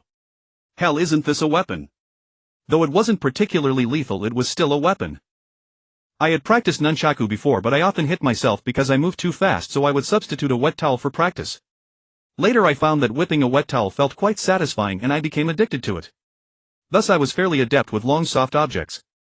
Moreover, because I was once obsessed with a game character who used a cross-shaped retractable chain as a weapon, I had bought a dog chain and practiced with it for a while, gaining some proficiency in whip techniques. So now this scarf felt surprisingly comfortable in my hands. I could flourish it like a sword, but it was more agile than a blade. When I snapped it, suddenly it produced a sharp crack just like a whip. Seeing me brandish it with such vigor, the zombie cautiously retreated a few steps. The more I swung, the more excited I became. I then performed nunchaku techniques, spinning it behind my back and catching it with my other hand, constantly switching hands, letting it coil and bounce around my body. Hoo! Hoo! Ha! Ha! Ada! I imitated the strange cries of a certain celebrity about to strike a pose. But because this thing was much longer than nunchaku, I accidentally got tangled and it slipped from my hand. The scarf flew into the air. With a thud, it landed behind me just as I struck my pose. Nothing is more frightening than sudden silence. Ha! I stomped the ground, abruptly startling him into a quick retreat. Then I turned and ran. He immediately snapped out of it and gave chase. But after picking up the scarf, I suddenly spun around and lashed out. He was so startled that he tried desperately to dodge, but his forward momentum was too strong and he couldn't fully evade. The scarf struck him heavily, sending him spinning. I swiftly closed in and delivered a solid soccer kick to his chest and abdomen. He screamed as he flew through the air, crashing into a wall 10 meters away. That kick was incredibly heavy. I felt as if I had kicked his spine, yet it still didn't break his ribs. It only made me more acutely aware of the toughness of his bones. He scrambled to his feet, baring his teeth in pain, snarling as he approached me. Poof! I stomped the ground again, causing him to retreat a few more steps. But soon rage took over and he defiantly stepped forward. I suddenly charged at him and the creature shrieked in terror, leaping into the air and fleeing in panic. He flew about a dozen meters before glancing back. I put on a contemptuous, provocative expression and beckoned him with my finger. He didn't dare look again and flew away without turning back. I kept my eyes fixed on his retreating figure, not moving a muscle until he vanished completely from my sight. Only then did I let out a sigh of relief and collapse weakly to the ground, gasping for air. Phew! Scared me to death. 2 heavy blows didn't break any bones and I couldn't even catch him. This towering zombie was far more formidable than an ordinary complete-stage zombie. Fortunately, his strength wasn't overwhelming. If he had been as ferocious as Brother Facebreak, I would have been utterly crushed. Now I've made a commotion, I can already hear the sound of zombies gathering outside.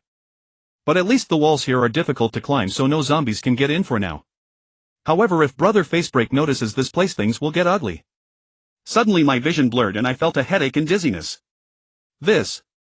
I wobbled unsteady on my feet. It felt like ants were crawling on my face, but they seemed to be inside my blood vessels. Ugh! This feeling. So itchy. Damn. It's the zombie virus spreading, but this time. It's too intense. Ah. I fell to my knees, hands on the ground, mouth involuntarily opening wide, feeling as if my teeth were growing. But then one by one my teeth fell out, all of them. I was momentarily stunned. How could this be? Was I going to become a toothless old woman? No, an old man. Yet the sensation of tooth growth wasn't over. My mouth opened wide again involuntarily, my neck twitching, the muscles around my neck tensing up tightly. I reached into my mouth and felt new teeth, sharp and long with especially prominent canines. My consciousness grew increasingly blurred, my vision fading, my mind more and more dazed. Am I turning into a zombie? A flash of those zombies' heads being blown apart by bullets crossed my mind and a wave of fear washed over me. Could I become one of those monsters? With my head shattered. Or will the virus take over my consciousness and everything after that will have nothing to do with me? A complex mix of emotions surged within me. I staggered to my feet. Driven by some inexplicable impulse, I suddenly felt the need to stay away from the military, to leave this place to head toward areas with more zombies, more ordinary people. Those places are safe. Have food. As if guided by some unseen force, I took the initiative to open the door and walk out. When I saw zombies nearby, I ignored them completely, intending to brush past them. Strangely, those zombies no longer lunged at me like mad dogs. They just stared fixedly at the scarf in my hand, seemingly drooling with desire. Roar! I bellowed at them and they actually stepped back, making way for me. I wrapped the scarf around my neck again. Though I craved to eat it, I suppressed that urge. I suddenly realized that even with my back to the zombies I could sense their positions within a few meters and clearly knew they were the same kind. What same kind? They were zombies. Moreover, I inexplicably felt a sense of territorial awareness, as if a message was being transmitted: this is the body we've claimed, don't try to take it or we'll fight to the death. And this territorial awareness wasn't just present in other zombies, it was also within me. To be precise, I felt a strong repulsion between my body and my head. It seemed the virus that had infected me earlier was unwelcoming to the new infection, radiating intense anger. Then I felt the consciousness in my head and the consciousness in my body start fighting. The neck was their battlefield, and now my entire neck was burning hot. And my body seemed partially out of control. It raised its own hand and slapped me twice. My head immediately bared its teeth and lowered to bite my own hand. But my hand suddenly tensed into a claw and my nails began to itch, much like the sensation of teeth growing. They extended into pitch-black razor-sharp claws. Then one claw grabbed my forehead, another grabbed my chin, twisting and turning the nails, even digging into my skin. Roar! I roared involuntarily, my mouth wide open, trying to bite off that hateful hand, but I couldn't reach it no matter how hard I tried. Enough! The sharp pain jolted me back to greater clarity. I immediately regained control of my body. I released my hands and saw the blood on my nails. My face was burning with pain and I winced, feeling as if tears were about to fall. Now my neck was even hotter, as if scorched by fire. Suddenly, I saw the flying zombie. He was crouching on a nearby wall, smiling, his fangs exposed. Hi. His eerie laughter was terrifying. And he gave off a strange, intimidating presence that made me reluctant to attack him. I shook my head, trying to dispel the feeling, but it wouldn't go away, so I had to forcibly suppress it. Then I suddenly extended my palm toward him. He was so startled that he instinctively stood up, preparing to take flight. But how could I attack from such a distance? I turned my palm over, showing him the back of my hand, then curled my other 4 fingers, leaving only one finger pointing up. He seemed to understand, baring his teeth in fury, his whole body tensing and trembling. I beckoned with my finger as if to say, come on if you dare. Though enraged, he had not yet lost his reason. Swiftly he leaped and dodged, attempting to circle behind me. My consciousness was now blurred and I could barely keep up with his movements. He lunged forward, then retreated, clawing at me, but I barely managed to parry each strike. Yet after repeated feints he finally succeeded in slipping past my line of sight and arriving behind me. In an instant he charged, seizing my throat. His razor-sharp claws pierced through the scarf and dug into my neck, while his feet like talons gripped my waist and lifted me into the air. Ah! I cried out in pain, reaching back to grab his slender arm and wrenching it out with all my strength. He let out another roar, trying to seize me again, but his strength was no match for mine. I spread his arms wide and pinned them down, controlling his hands. He released my waist, freeing his feet, and kicked at me violently, leaving deep gashes on the back of my head and spine. I yanked his arms downward and slammed my head back into his face.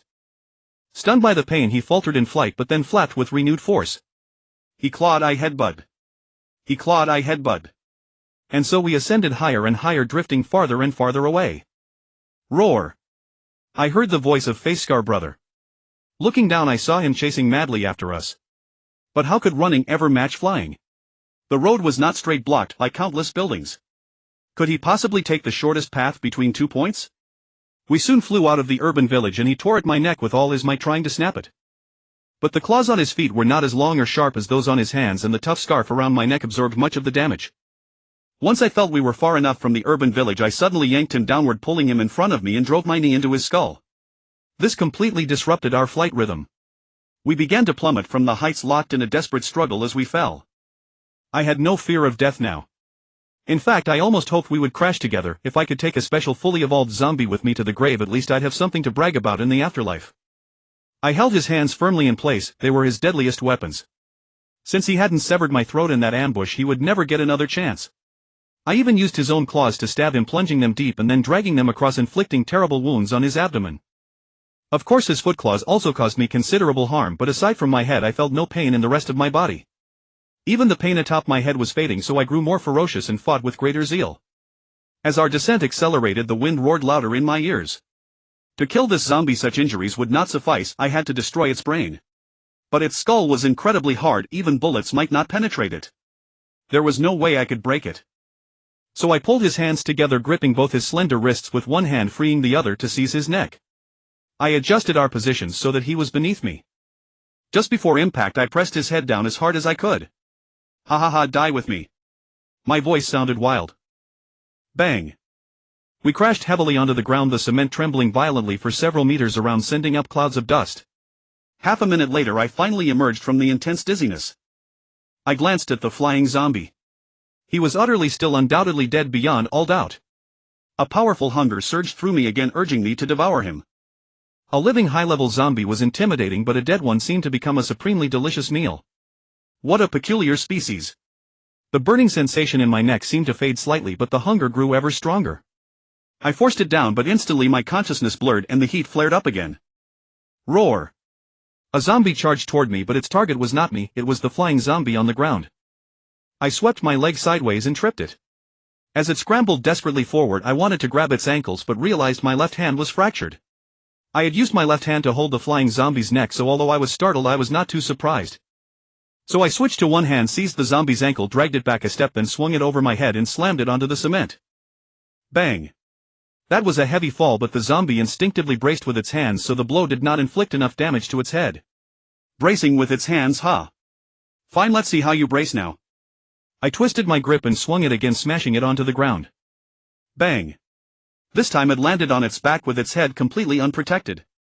I clearly heard the crunch of bone and felt the zombie's body go instantly limp. I swung and smashed again. Swung and smashed. Only when I was sure it was dead did I release it. I wanted to brush off my hands to look cool, but remembering my left arm was broken, I brushed my clothes instead. But the hospital gown looked terrible no matter what, so I felt a twinge of regret.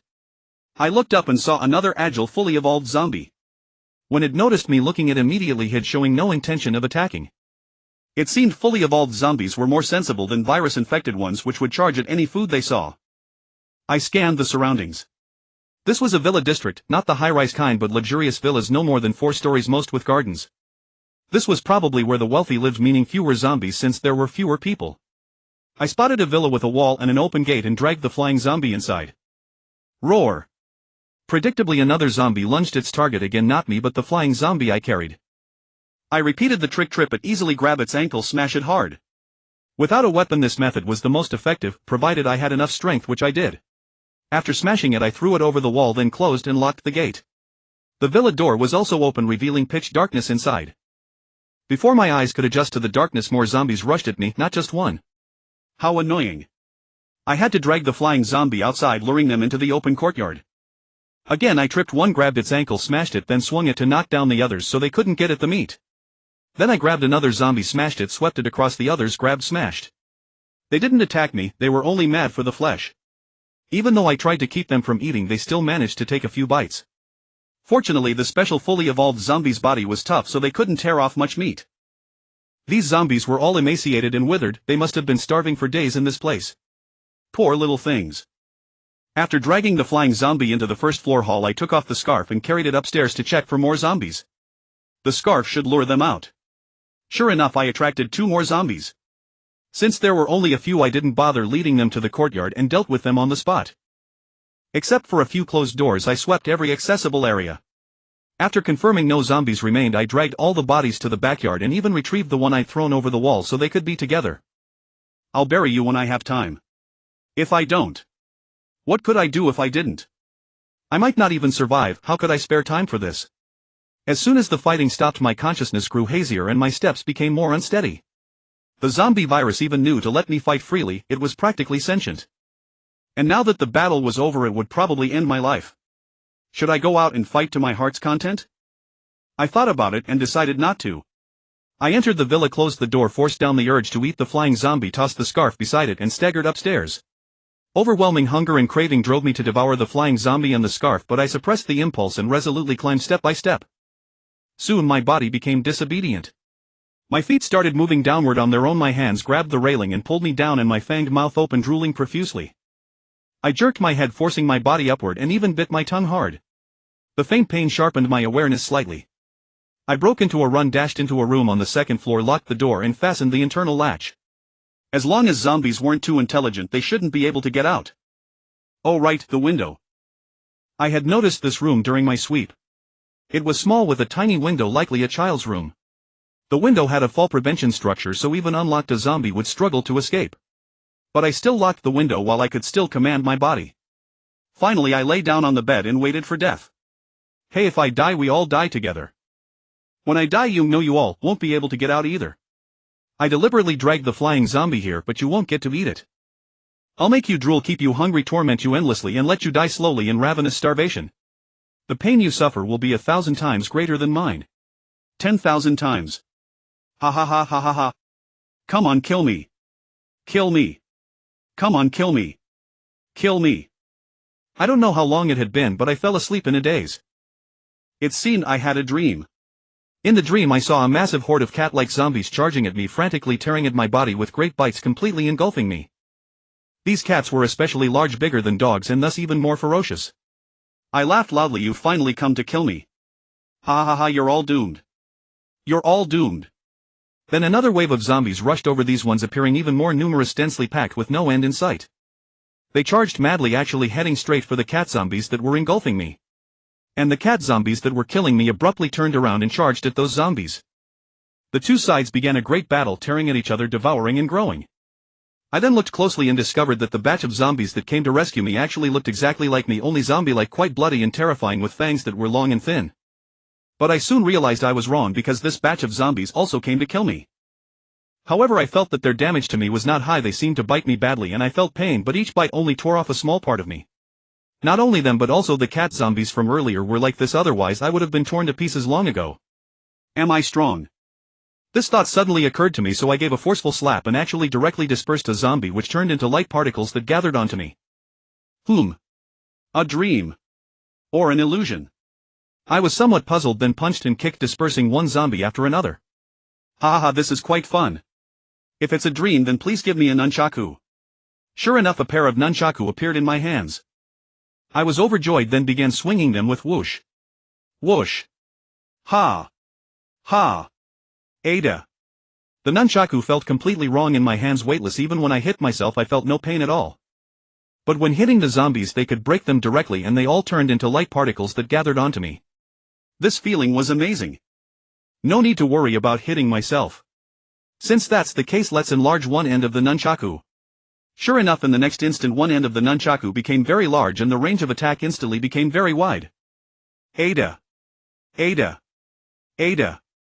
I swung the nunchaku wildly, sweeping and smashing. Even if I slammed it down hard it wouldn't bounce back and hit me, it was just too satisfying. With bang. Bang. Bang. Bang.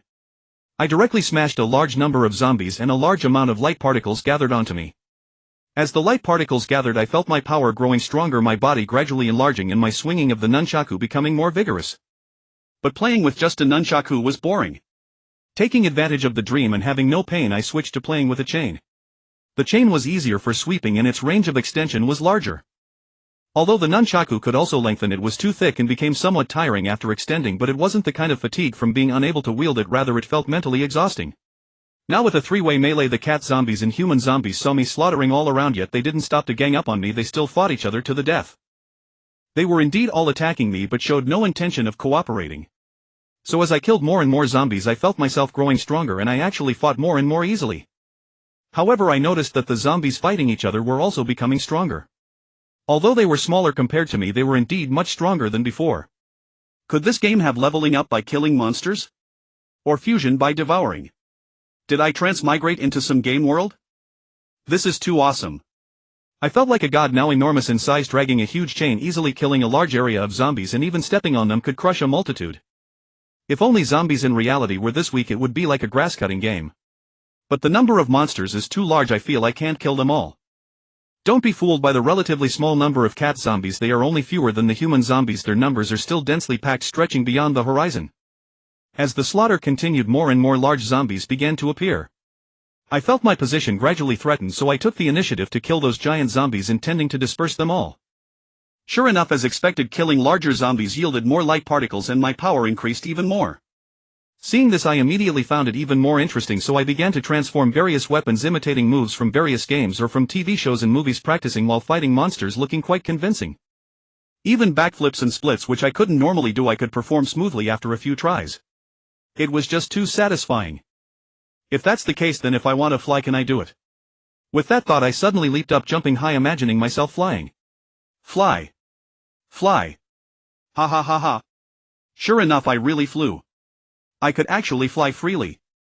Flying forward, backward, left, right, low altitude, high speed, light speed. Isn't this light speed effect a bit fake? Countless streams of light rapidly streaked backward, but the zombie horde on the ground didn't move at all. Couldn't you at least give a repeating animation? Is it that budget saving? Sigh. I seem to see a large number of flying zombies. They are very far away from me, but they are attacking both cat zombies and human zombies simultaneously. Their numbers are small, you can see the end at a glance, but they are exceptionally ferocious and many of them are no smaller than me in size. Good.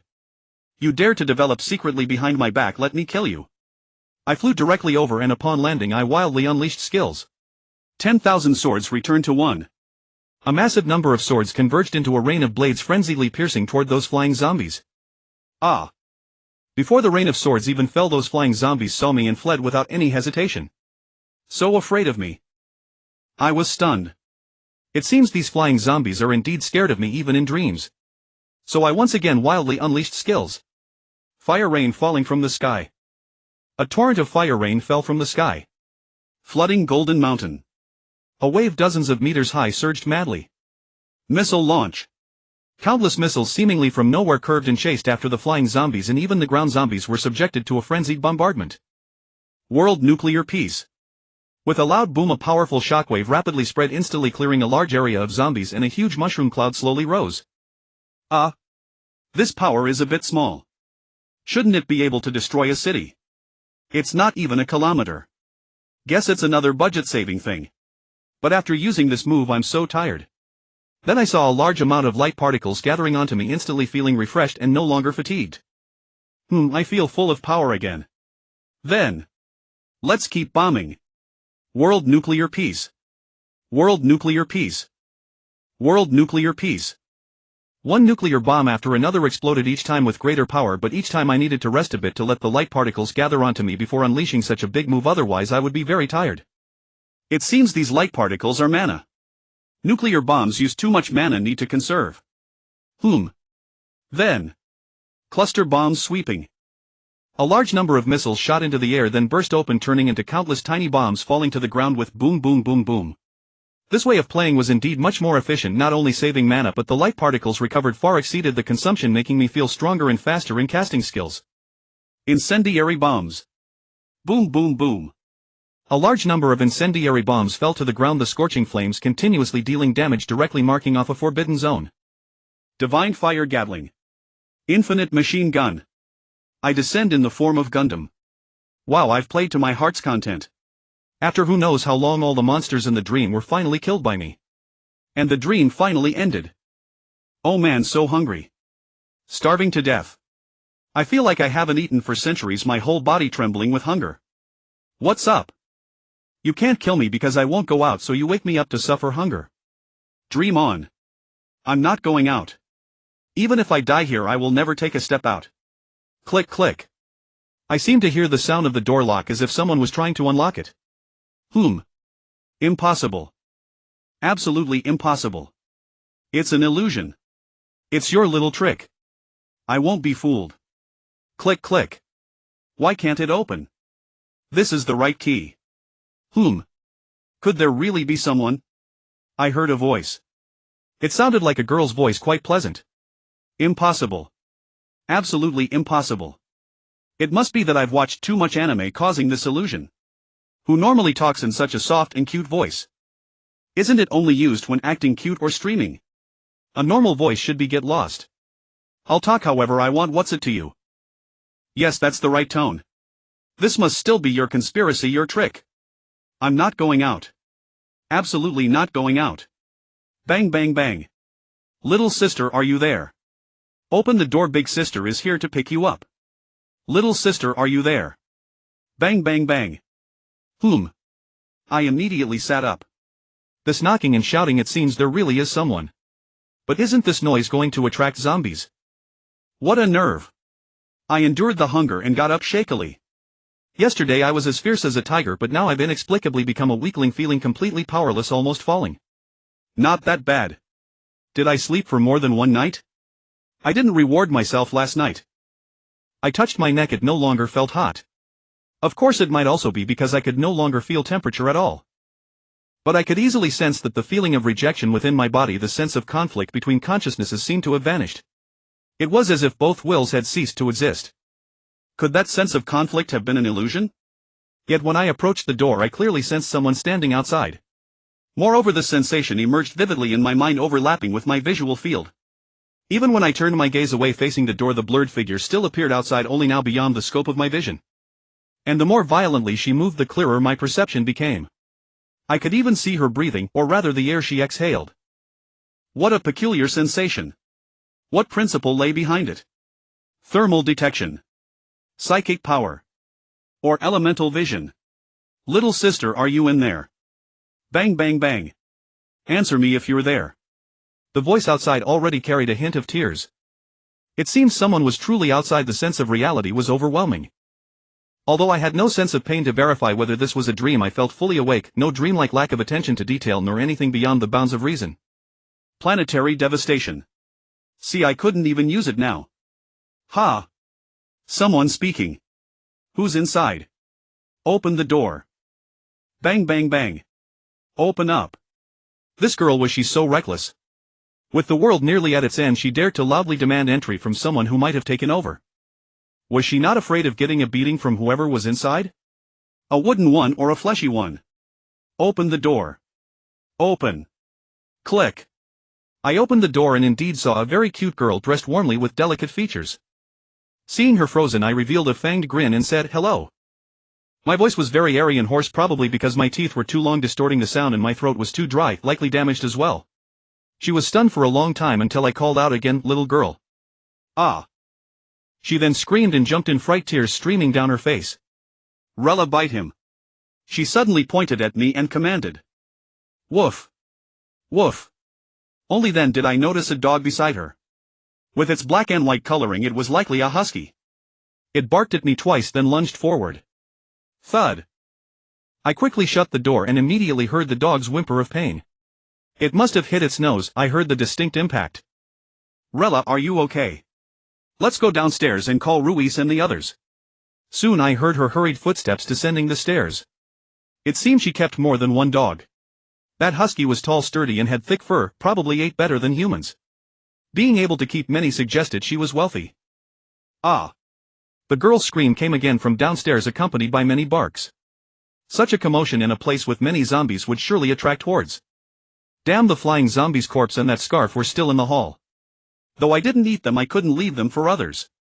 Since they were so eager to eat, it must be because those things offered great benefits. So I quickly opened the door and rushed downstairs. But I was weak and my foot slipped, causing me to tumble down the stairs all the way to the first floor. Cough. Luckily no one saw. The girl was probably in the courtyard. I quickly picked up the scarf, wrapped it around my neck, suppressed my intense hunger, grabbed the flying zombie's foot and tried to drag it away. But, damn it, I had no strength. I couldn't even drag this little thing. It hadn't rotted, the blood was still fresh. I couldn't have slept long. Why was I so hungry? Just then a zombie barged in. In a burst of anger, I instinctively roared at him.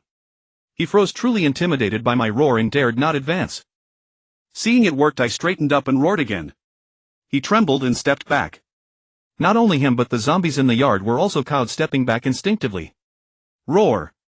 I roared once more. This time the zombie didn't linger, it turned and fled. The others followed, abandoning even the girl they had already knocked down. The dogs kept barking, but after the zombies left they gradually quieted down. I glanced and saw about 4 dogs, all huskies. How much did she love huskies? Wasn't she afraid they'd tear the house apart? Once the huskies turned, they started barking at me again as if they saw me as an enemy.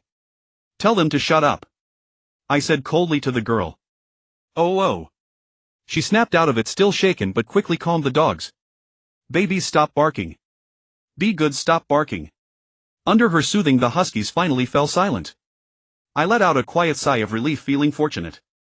Luckily those zombies were scared off by me, otherwise I might not have been able to fight them. I had felt a kind of intimidating aura from the flying zombie, making me fear to act. Did I now possess a similar intimidating aura against zombies? The ones that came in were first-stage viral zombies. Would it work on higher-stage ones? This could be a peculiar form of higher-level suppression over lower-level beings, often described in novels as pressure. I must have turned into a zombie by now, otherwise I wouldn't have these bizarre perceptions. But I didn't feel I had evolved to the second stage, so how could I have this pressure? Could this pressure work on the same level? But I hadn't felt any pressure from first-stage zombies. Or was it because I had killed the special complete zombie leaving some strange aura on me? I couldn't figure it out. Too little experience to draw conclusions. Hey. You. Hello. The girl stood at the door tentatively calling me. I glanced at her and asked, what's the matter? Are you a zombie? Probably. A rational zombie. Wow. She seemed surprised, even a little excited.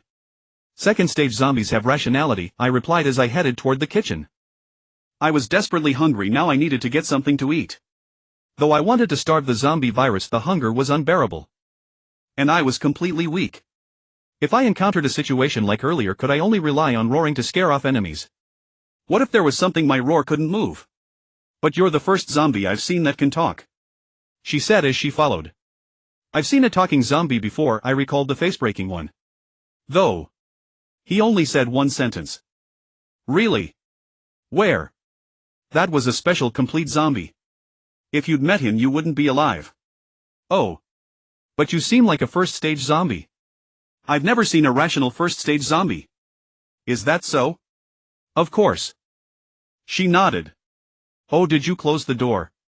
I suddenly changed the subject. Ha! She was startled. You mean the courtyard gate? I've already locked it. Oh, by the way, did you see a little girl in that room? She's my sister. I turned on the gas stove and answered, when I came here there were no living people. The whole family of zombies is in the backyard. You can go look for them. As far as I remembered, there was indeed a young girl, soft and delicate, easy to throw. Ahem. Oh. She hurried out, seeming to wipe away tears. It made sense, losing an entire family, anyone would break down. But why did she only ask about her sister? Didn't she care about the others? Never mind. First I had to find a way to fill my stomach. The damn gas went out after a little while. I needed to find another way to make fire. After searching I was about to gather twigs, leaves or paper, but luckily I found a gas canister. Good rich people always had backup plans. I connected the canister, relit the stove, and blue flames sprang up. I turned it off first and checked the fridge. Plenty of meat and vegetables, all refrigerated, plus fruits and drinks, 2 separate fridges. I grabbed some fruit to stave off hunger. Though it tasted like dirt, as long as I could digest it I didn't care. I just didn't want to starve, not to make the virus comfortable. Soon the girl returned, her eyes red and face puffy from crying. Can you help me bury my sister? Sure. But I want to eat first. Can you cook? Yes. Then you cook. I couldn't use one hand well. Oh, okay. She nodded, took over and asked, what flavor do you like? Any allergies? Doesn't matter, everything tastes the same to me now. Just make sure it's cooked and filling. She looked at me with pity, as if I were pitiful. Don't you eat raw meat? I heard zombies love raw meat, especially bloody ones. I'm afraid if I start I won't be able to stop. She showed a look of admiration and gave me a thumbs up. To be honest, I really want to eat you right now. You look like a delicious meal to me. She stepped back nervously. If you're worried about hygiene, I touched a lot of things. Just be careful. Oh, okay. But it should be fine, the virus is usually transmitted through bodily fluids. Minimal contact isn't risky. Up to you. I'll just stay out of it. Make sure to cook plenty of meat, I can probably eat for 5. Recently the site has been experiencing frequent changes. To keep us motivated and update faster, please kindly exit reading mode. Thank you. I continued to take out fruits and beverages from the refrigerator, eating non-stop until my strength gradually returned. I selected several knives, carried them to the restroom, and then dragged the flying zombie's corpse over as well. The restroom was quite spacious, so the flying zombie's body didn't make it feel cramped. I turned on the faucet and rinsed it off, washing away the bloodstains. There must be a water tower on the rooftop here, otherwise the widespread power outage would have cut off the water supply entirely. Even if it hadn't, the water pressure wouldn't be this strong. The reason I brought the flying zombie here wasn't to secretly devour it, I wanted to examine its internal structure. That's right, I'm going to dissect it. I've read many zombie novels that mention a corpse core, and I want to see if this one has one. Of course that's secondary, I mainly want to understand how its biological form differs from humans. Unfortunately, I don't have a microscope with me right now. Otherwise I could examine what its cells look like and determine whether they're composed of cells or viruses. Breaking through its muscle and skin was relatively straightforward, these knives handled it easily. But once I hit the bones they proved far more resistant. Even with a bone-cutting knife I could only make shallow marks, and that required considerable force. An ordinary person probably couldn't sever it no matter how many strikes they made. With bones this dense penetrating the brain would be nearly impossible. Fortunately I'd already smashed its head against something, which made things somewhat easier. Working with one hand was cumbersome. I occasionally had to use my foot to hold things steady, which meant frequent rinsing. Unfortunately no corpse core was found. Nothing inside the skull either. Though many novels suggest not every zombie possesses a corpse core, so this just confirms this particular one lacks it. This zombie lacked lungs entirely, yet still used its nose as a respiratory organ. The highly elastic nasal cavity wouldn't suffice for oxygen intake, but it should work well enough for detecting scents. It also had no heart, but instead possessed a peculiar organ in its chest from which numerous branches extended throughout its body. I suspect this is its energy-supplying organ. The numerous branches connecting to an elaborate digestive system likely handle both energy storage and distribution. Furthermore, this organ triggered an intense appetite in me, far stronger than craving raw meat or even the flesh of a special type complete zombie. How extraordinary! If it can generate energy without breathing, it must rely on some kind of reaction, meaning zombies could potentially survive in space. Then how does my body currently generate energy? Should I catch a first-tier zombie for dissection? Those people in the backyard are likely the girl's family. They're cooking for themselves, so it wouldn't be appropriate to target them. Better to finish eating first than hunt one outside. I haven't even asked the girl her name yet. I'll ask later. As for the rest of this zombie's anatomy, nothing particularly unusual stood out beyond the muscle fibers showing slight differences from a normal person's. I have similar muscle texture myself, and without a microscope there's little to study further. Its claws, however, were remarkably sharp and tough. When I struck them forcefully with a bone-cutting knife, the blade itself sank in while the claw sustained only minor damage. I removed them. They could be fashioned into decent daggers, though sickles might be more accurate given their curved edges. With 10 fingers I now had a full set of 10 blades. But they'd need handles attached first, otherwise I'd risk cutting myself. Ah. You. What are you? Oh. I turned around to see the little girl had found me. I'm dissecting. So? Are you done dissecting? It's time to eat. She gritted her teeth and frowned, certainly not easy to look at. Let me clean up first. I set the claw blades on the sink and started tidying. That. What is it? Could I have this corpse? I was surprised. Why do you need it? My dog loves eating this stuff. I was dumbfounded. Your dog likes eating this? She nodded. Speaking of which, don't you worry about your dogs getting bitten by zombies when you take them out? I was quite curious. I originally had 43 dogs, but after the zombie outbreak only 5 remained. 43. I was stunned. Do you sell pets? No. I just love them. I occasionally sell some, but I always hesitate, so they're just kept piling up. She replied somewhat embarrassedly. Holy crap, how does she even manage all of them? That's impressive. So those 5 dogs of yours. Aren't you worried about zombie bites? Exactly. And somehow they've started liking zombie flesh. They've even grown stronger and can protect me now. I paused, slightly stunned. Had they mutated? Been parasitized? Or turned into zombies? What happened to your last dog? I asked. That was an Alaskan Malamute. It was too large to fit in the car, so I left it to guard the house. An Alaskan Malamute. No wonder. That's a super large breed, easily over 200 pounds. It makes sense it wouldn't fit. So can I have this meat? Aren't you not eating it? She asked, blinking her eyes. See this organ? Remove it and try cooking a dish for me. The rest is yours. I was also wondering how to dispose of it, so I'll leave it to her. You want to eat it? Yes. A complete stage zombie is completely different from humans. It's essentially another species just using human nutrients to grow. Oh, then this one from its neck. Take that for cooking too, I want to taste it. I handed her the tongue directly. She paused, surprised, but didn't say much. Oh right, what's your name? Yun Chunu. And you? Bai Yao as in obsidian. Oh. I had no major psychological barriers toward complete stage zombies. They don't resemble humans at all. After just dissecting one and confirming they're entirely non-human, any hesitation naturally diminished further. Since the zombie body craves this substance, it must have its unique qualities. While I might not be able to accept the flying zombie's corpse right away, a single tongue and an organ that I can barely manage. Of course it has to be cooked. Otherwise, who knows if I'd get infected or develop some new consciousness inside my body. Speaking of consciousness, I haven't felt any mental conflict today. Could it be? Could last night's dream have been the process of consciousness consuming each other? I felt like I just stumbled upon something extraordinary.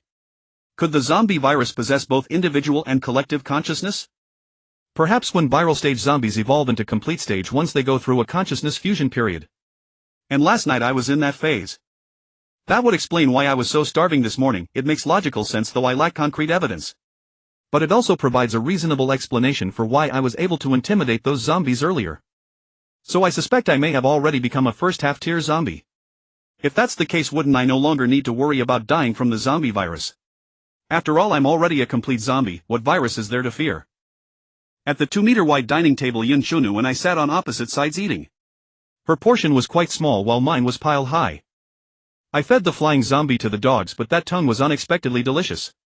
My stomach actually accepted it. This was the first time.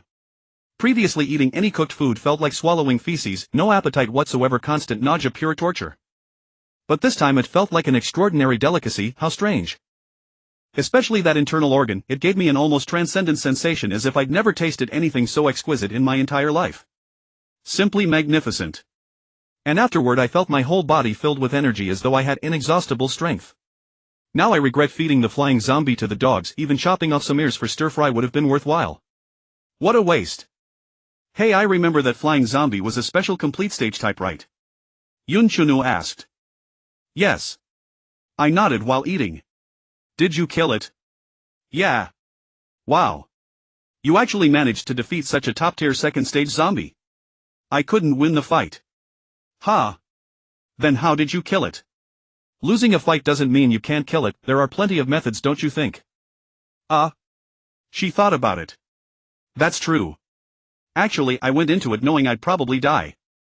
If you asked me to do it again now, I probably couldn't. After finishing the meal, I found a shovel to help bury her sister. But when I arrived at the backyard garden, why is only your sister left? I fed the rest to the dogs. I looked up sharply, unable to believe the little girl said that so casually. After a long pause, I asked, aren't they your family? They're only my sister's family, not mine. I struggled to process this. You're not blood related. We are blood related. But that bastard kicked our mom out, took a mistress, and got custody of my sister. I roughly understood. But they're still your sister's family, right? Don't you care about your sister? Care about what? Do you think my sister could have a good life with them? I remembered the narrow, tiny children's room I slept in last night. Indeed. I originally wanted to bring my sister back to be buried with our mom, but what? But in her current state, I'm afraid she wouldn't. Sorry, I'm the one who left her body in pieces. I guessed as much, but it doesn't matter, she's a zombie now. She wiped her tears and continued, I hope she has a better next life. This life. She can only find peace now. How about bringing her ashes back? Since she wasn't happy living here, burying her here doesn't seem fair to her either. But how do we turn her into ashes? I don't know if the crematorium is still open. Gathering some firewood should work. Where would we get firewood? What about gasoline? We could siphon it from any car. We should be able to find some. She thought for a moment and nodded. All right then. After spending the entire day, I finally managed to complete her sister's cremation. I initially thought it would be simple, but the actual process turned out to be quite time-consuming. I won't go into the details. Gasoline was readily available in the villa and the operation wasn't too difficult. However, by the time I finished, it was already dark. During the process, some zombies were attracted, but fortunately the ones nearby were starved and mostly emaciated. They couldn't even enter the villa, let alone launch an attack. Only one agile-type ordinary complete-form zombie managed to crawl in, but with the help of the dogs it unsurprisingly became my next dissection specimen, perhaps even a bonus meal. Thank you for your trouble, she said, holding the urn. Go cook dinner. I'm starving. All right. While she was cooking, I went to the storage room to fetch a rope, tied a slipknot, and climbed onto the wall. I intended to fish for a first-stage viral zombie. Attracted by the firelight and smoke, several of them were still lingering nearby. So I turned into a cowboy, lassoing, tossing the rope again and again. Hey! I throw. I throw. I throw again. After a dozen attempts, I failed to catch any. It seemed this required some skill I completely lacked. Perhaps I needed to spin it to keep the loop open. But I tried and found it hard to rotate, and operating with one hand was difficult. After a dozen tries, nothing worked. I didn't expect it to be this hard. Might as well just go down and grab one. So I jumped down, immediately knocked one over, and repeated the trick, killing it by impact. They didn't attack me, in fact they seemed somewhat afraid. I didn't kill them all, just needed one sample. The rest I left to patrol the area. If someone came, they could serve as an early warning, pretty useful. It was late now, pitch dark, so I didn't dissect the specimen. I locked it in a room and planned to deal with it tomorrow. Yunshunua somehow found keys, so now every door could be opened, quite convenient. I grabbed some clothes and decided to take a shower. Taking a shower with one hand was extremely troublesome. And my skin was peeling off as I washed, making me look even worse. Still, I cleaned myself thoroughly. Given the battles yesterday, I was starting to stink. Water conservation. No need, I didn't plan to stay long. I wondered if my left arm could grow back.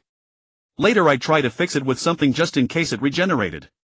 After the wash, I carefully examined my whole body before getting dressed. Putting on clothes with one hand also took several minutes. Fortunately, once dressed, I looked somewhat presentable. With a mask, a hat, and my collar pulled up, no one would easily notice I was a zombie unless they looked closely.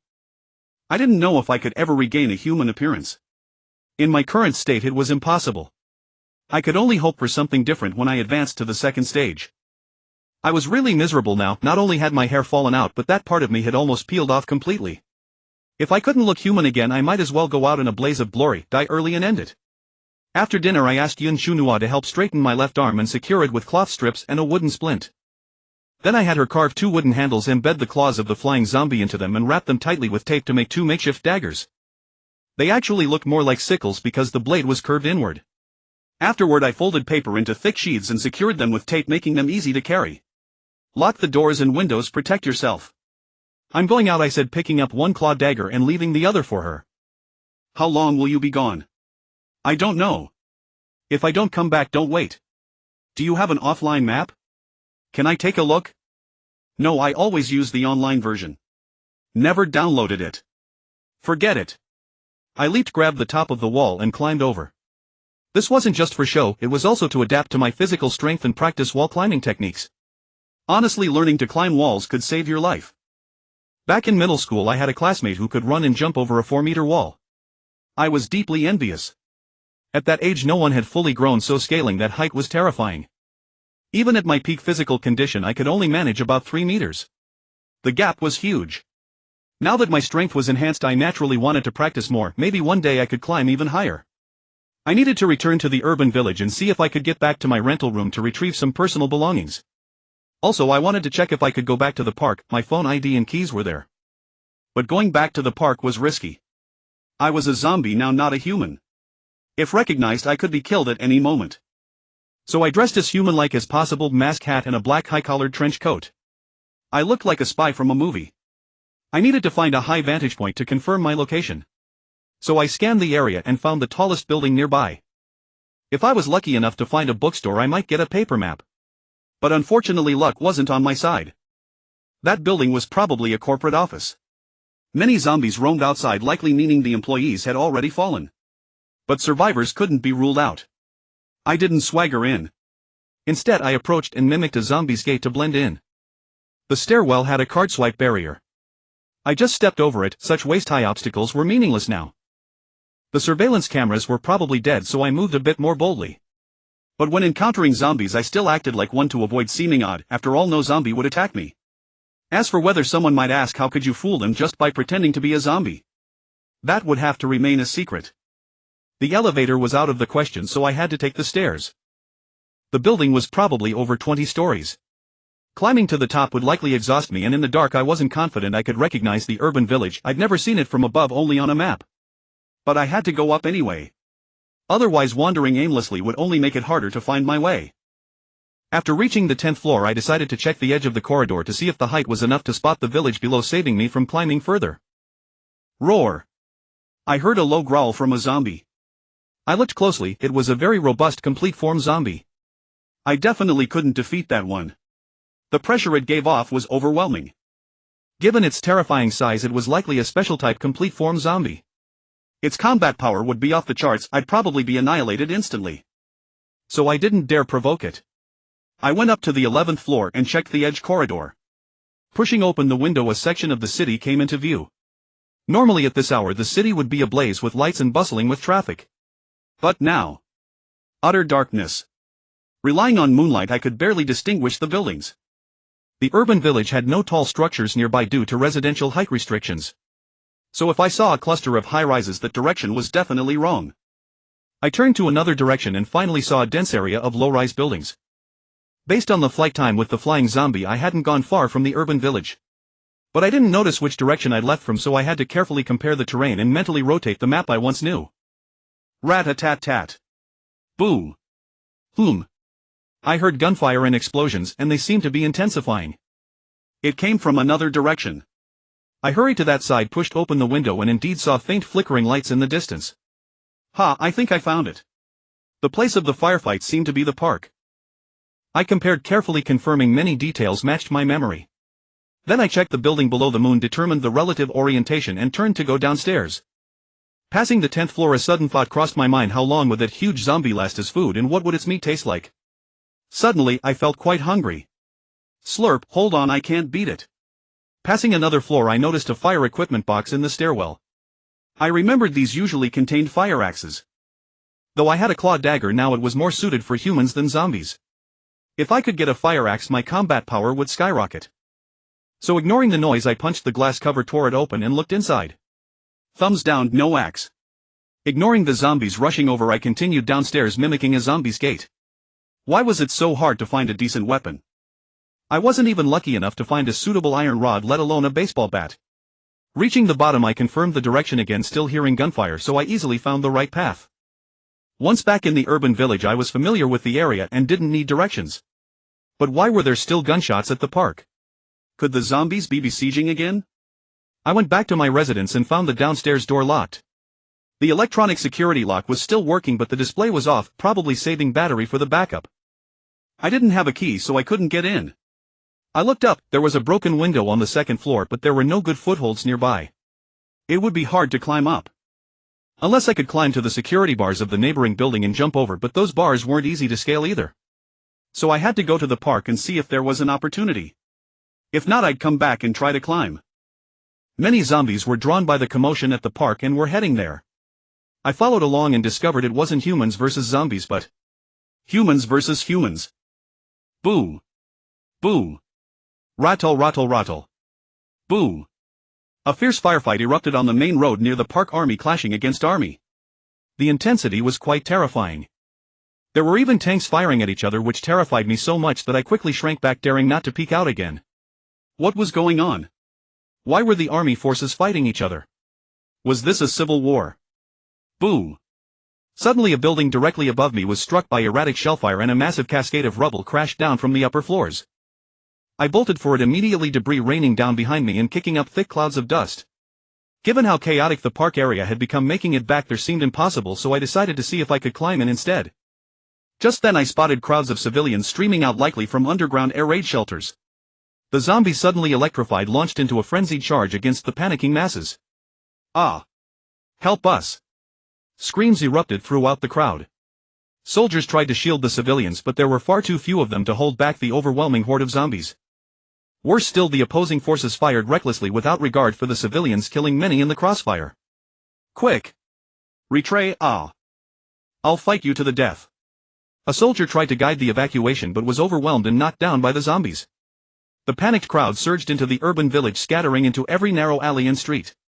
In their terror, they trampled over fallen soldiers without hesitation, crushing them beneath their feet. I furrowed my brow, pushed against the fleeing tide, and pulled the trampled soldier to safety against a wall. What's going on? Why are the armies fighting each other? I shouted. I don't know. The soldier shook his head. They say someone in power has betrayed the country, trying to eliminate those who refuse to obey and seize complete control of Linfeng City. So they were using the apocalypse as cover to carve out their own kingdom. Who would follow him? Isn't our military loyal to the people? I don't know either. The soldier's face contorted in anguish, tears welling up in his eyes. Remembering how the crowd had trampled him moments ago, I held my tongue, afraid of making things worse. Instead, I quickly changed the subject. What's the situation now? Can you actually hold the line? This is just a minor refuge point, we're outmatched in both numbers and equipment. I sighed helplessly. Can you still move? I think so. Then go do what you need to do. He didn't respond, but I was already walking away. I hurried back to my apartment trying to figure out how to climb through the second floor window when I noticed the main door was already opening and slowly closing. I dashed forward and jammed the door open just before it could shut completely, managing to squeeze inside. Thank God, it looked like someone had just left. I immediately shut the door behind me to keep strangers out, then started climbing the stairs. Rushing against time, I took 4 or 5 steps at a time, bounding upward as fast as I could. Someone was ahead of me. I recognized the silhouette. Xin. Ha. She paused, confused. Are you? She didn't seem to recognize my voice. I didn't answer, instead asking, aren't you supposed to be running for your life? Why come back? I don't know where to go. True enough. In this pitch-black darkness with zombies outside, hiding might actually be safer than running. Let's get upstairs first. Oh, okay. Xin hurried after me, but she was too slow. I'd already reached the next level. Without my key, I couldn't get into my room, so I headed straight to the 5th floor and the landlord's apartment. Once inside, I frantically searched through drawers and cabinets for the keys. Even though it was dark, the landlord must have kept a large bunch with keys to every unit, so it shouldn't be too hard to find the right one. As expected, groping around with my hands, I finally found the keys in a drawer. I was about to leave when I suddenly remembered I'd been wondering if this was really my original landlord, but after searching everywhere I couldn't find any sign of the landlord's family among the corpses. I thought back carefully. That day when the landlord's family turned into zombies, they charged into the stairwell door and been killed. But now there was no trace of them. Had someone cleaned them up? Looks like I can't confirm whether this is the original landlord. I went back to the 4th floor and found Xin's door tightly shut, so I knocked. Xin, it's me. Wait. Xin ran over and opened the door for me. This girl had no guard up at all. What if I were someone dangerous? Who exactly are you? Xin peered out uncertainly. Bai Yao. Ha. Your voice. Stop worrying about my voice. Do you have anything for light? I left my keys at the park. I grabbed the landlord's keys, but I can't read the numbers. Oh. She quickly pulled out her phone and turned on the flashlight. Your phone still has battery. The shelter has charging stations, but you have to wait in line forever. Oh. I used the light to check the numbers on the keys, found the one that matched my door, inserted it, and finally got it open. I went inside, took my key off the bunch, put it in my pocket, then returned the keys to the drawer and closed it. I picked up the phone on the desk and saw the battery was at only 13. I turned on the flashlight and started packing my most important items, things I could easily carry with me. I had 2 phones total, one for daily life, another for gaming and work. The one I lost at the park was my personal phone with all my friends and family's numbers, which is why I'd taken it with me that day. This one performed better but didn't matter as much. Bai Yao, what should we do?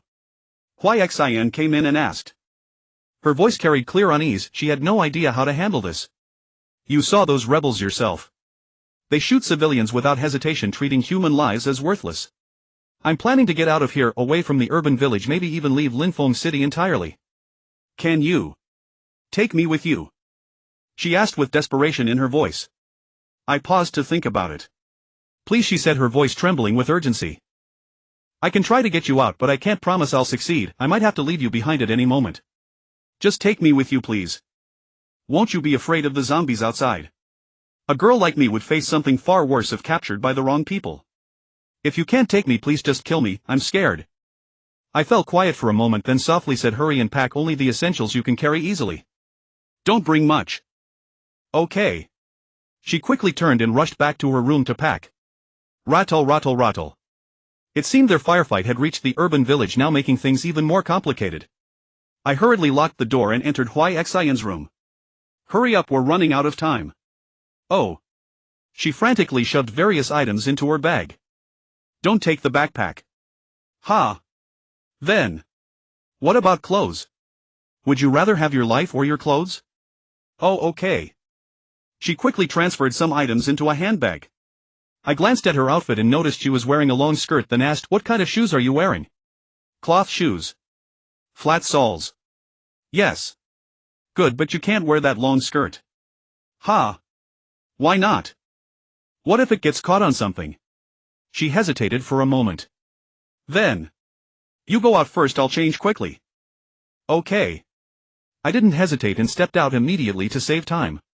With soldiers engaged in combat, they wouldn't have the chance to search locked buildings anytime soon. But if there were too many rebels in the alleys, I might not be able to make it out.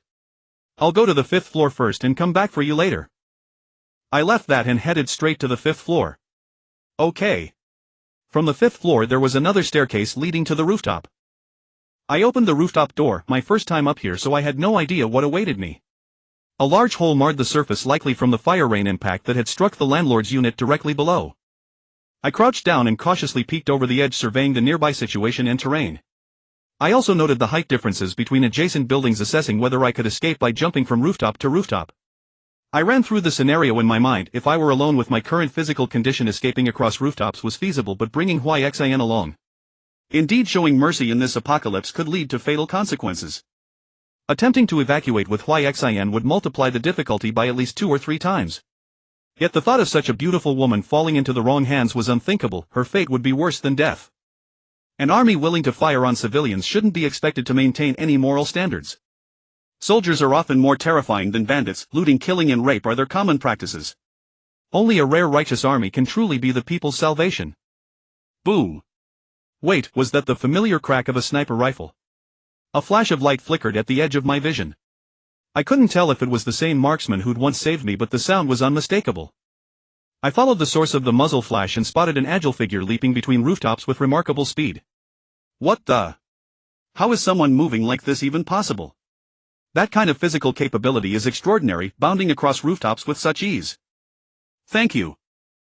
In the pitch darkness I could barely make out the figure, but when she leaped again, I finally saw her silhouette outlined against the moonlight with all its graceful curves.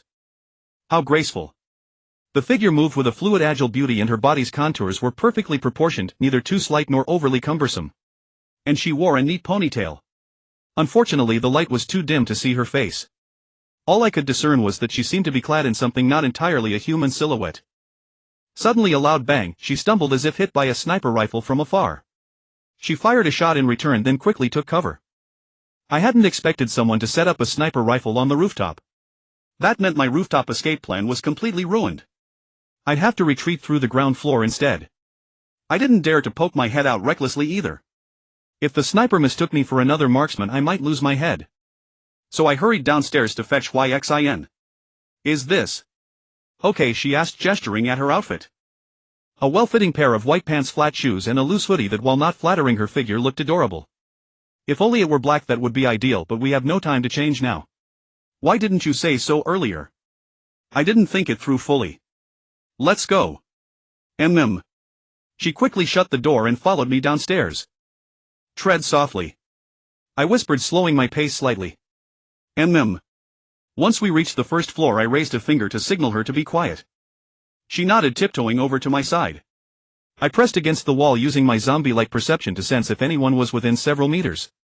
2 figures entered my sensory range. From their cautious, crouched postures, they were likely soldiers. Though I couldn't see the guns in their hands, the way they moved their arms suggested they were holding weapons with both hands. Based on the direction they were coming from, they seemed to be advancing, likely the attacking side, so probably enemies. They were approaching from the left outside the door, while I was on the right inside, about to open it. We were separated only by the thin door, which made me feel extremely unsafe.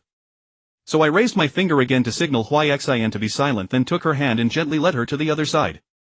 She didn't resist, but gripped my hand tighter, clearly uneasy. I was wearing gloves and my skin was decayed, so there was no chance of any pleasant sensation.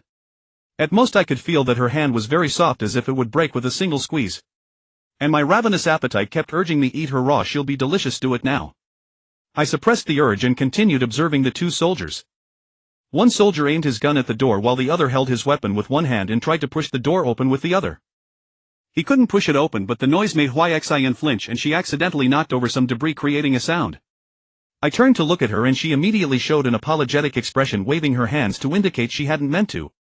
The 2 soldiers instantly became alert and opened fire at the iron door. Several bang bang bang sounds pierced through the door, leaving holes. Hikikomori almost screamed in fright. I quickly clamped my hand over her mouth, forcing her to only emit muffled MMPH sounds. Amid the fierce gunfire, her stifled noises weren't very noticeable, but her heavy breathing might become pronounced once the shooting stopped. So the moment the gunfire ceased, I covered her nose as well. Her face flushed crimson, but she dared not move an inch. Bang bang bang, a few more shots and the lock was shattered. The foremost soldier then kicked the door open, violently sweeping the interior with gunfire. But we were tucked in a corner out of the door's swing and out of the line of fire. However, the soldier immediately turned his gun toward the space behind the door. If he fired again, we'd both be riddled with bullets. So as soon as I saw him make that move, I slammed the door hard, sending it crashing into the soldier and knocking him outside. Without a second's pause, I hoisted Xin onto my shoulder and dashed up the stairs at top speed. Fortunately, my strength was now sufficient to carry her and still climb quickly. Even so, bullets from outside pierced the iron door and flew in a few, striking my pant legs. They were only grazes, not severing muscles, so my movement wasn't hindered. Once I turned a corner, the bullets couldn't hit me anymore, but the two soldiers kicked the iron door open and gave chase. I kept running upward and they kept pursuing, occasionally firing a few shots. As I ran, I thought of countermeasures, mentally rehearsing the terrain ahead and quickly considering possible responses. Against a single soldier, I had many ways to take him down. But two soldiers working in tandem made the challenge exponentially harder. And they were too close on my heels for me to set any traps while carrying Xin. So I charged straight to the 5th floor, then up to the rooftop, slammed the door shut behind me and jumped through a hole in the rooftop down to the 5th floor, landing in the landlord's room. They pursued relentlessly. I sensed they had reached the rooftop door but were cautious enough not to rush out. I crept near the room's doorway, ready to slip downstairs the moment they stepped onto the rooftop. At this point, they probably wouldn't split up. The rooftop exit opened into an exposed area while the interior was narrow. If the first one out were killed, the second wouldn't be able to provide timely support. So they pushed the door open together and stepped out simultaneously. At that moment, I quietly carried Xin and slipped downstairs. By the time they noticed the hole in the rooftop, I'd probably be near the ground floor. But just as I was about to reach the 1st floor, I discovered more soldiers coming up. This was truly a dilemma, like facing a wolf ahead and a tiger behind. And this time there were 3 soldiers. What to do? Why were they searching this building and not others? Did this building have something special? Was this building somehow more fragrant or something? The 3 soldiers advanced with 2 in front and 1 behind, a few steps apart. I glanced at the broken window on the 2nd floor corridor. That day a fireball had smashed through it and splashed onto me, causing my infection. I waited a moment for the last soldier to enter the building and start climbing the stairs. Then I suddenly accelerated, leaped and jumped through the broken window with Xin on my shoulder. With a thud, I landed on my feet, trying my best to absorb the impact, but it still made a loud noise, not just from the landing but also from scraping against shattered glass. Xin let out a pained sound, forcing herself to endure the agony. Being carried on my shoulder was already uncomfortable enough, and now the jolt might have caused internal bleeding. Hearing the commotion, the 3 soldiers reacted. The 2 in front rushed to the broken window while the 3rd turned and ran out of the building. But I had already sprinted around the corner and ducked into another alley. The soldier who had exited the building chased after me. I immediately crouched, set Xin down and pulled out my claw dagger from my pocket. I had never killed anyone before, so I was extremely nervous. But now it was a matter of life and death and I couldn't afford to hesitate. I crouched in the corner, using my zombie perception to watch the soldier's movements. He cautiously kept his distance from the corner, his gun always aimed at it. I felt a headache coming on. Were all these soldiers so difficult to deal with? He exposed not a single vulnerability. I had to rush out before he could aim at Xin, or I'd be completely at a disadvantage. Bang bang bang. He fired straight at me. I dodged left and right, weaving closer, avoiding 2 bullets. The 3rd struck my chest, but my claw dagger slashed across his throat. I thought a slashed throat would kill instantly like in the movies, but he only fell to the ground in agony, not dying immediately. I quickly stomped on his gun to prevent him from firing again, then used the claw dagger to cut his rifle sling and stabbed the dagger into my own right arm to free my hand, grabbing his gun. Bang. Even though I had never used a gun before, I fired my first shot with the submachine gun in one hand. After all, it was just gripping, tucking under the armpit, shouldering and pulling the trigger, not that hard.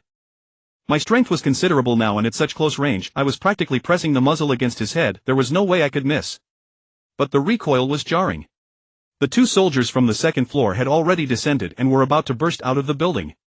I fired a burst to keep them pinned, then immediately dashed over, rushed past the iron door and kept shooting. They fired back at me, but I leaped high so their shots hit my chest and abdomen. However, my weak points were not there. In the end, both of them fell while I had only taken 2 hits. I quickly went back to finish them off, ensuring they could never rise again. Unless they were deaf, the 2 soldiers from the rooftop must have heard the commotion and were coming down.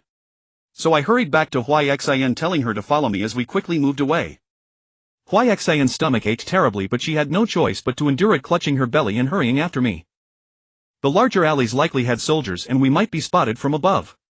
So I tried to stick to the narrowest lanes. As we walked I kept sensing the surroundings and at every corner I would peek first before deciding whether to proceed. Now that I had a gun our chances had improved. But I had no training with firearms. Long-range shooting was out of the question. However, this was a submachine gun, designed for close to medium range, perfect for spraying bullets in alley fights. What I wasn't sure of was how many bullets were left and when they would run out. I continued to flee with Hixin, now wary not only of the soldiers but also of any zombies that might still lurk in the alleys. Although I could sense the presence of zombies within a few meters, they could likewise sense mine, and even more so Hixin's. Roar! Sure enough, a zombie lunged at us. Though startled, Hixin had learned to restrain herself, suppressing any sound. Despite the zombie's fear of me, the temptation of fresh meat proved irresistible. I quickly reached out, locked his neck, and with opposing force from my hands and feet I toppled him, then stomped on his back and fired 2 shots into the back of his head. No helping it, my aim was poor, so this saved bullets. With gunfire echoing through the alleyways I wasn't worried about drawing attention, though Hixin's screams might have betrayed us. But thankfully, despite her terror, she managed to stay silent. I was fairly satisfied with her composure, far better than in the stairwell earlier. This urban village wasn't too large nor too small, it would take over 10 minutes to cross on foot. I needed to get far from the park, so crossing the entire village was necessary. But with the normal routes blocked, the time might stretch even longer. I kept recalling the village's layout, rehearsing in my mind, probing alley after alley, advancing steadily. Some alleyways were too long for my zombie sense to be effective, so I had to listen carefully for sounds, avoiding the risk of encountering enemies halfway through. Yet even so, encounters were sometimes inevitable. Perhaps an enemy would emerge from the next alley, or one might be hiding in utter silence. At such times I had to rely on my zombie sense to seize the initiative and strike first. A more troublesome situation arose when desperate survivors clung to us. Get lost. I fired 2 shots into the ground, trying to scare them off. Damn it, believe me, I'll scream and bring the pursuers down on us. Bang. I shot him directly in the leg and he held, collapsing to his knees. Hixin flinched, looking at me with a hint of fear. Go ahead, scream.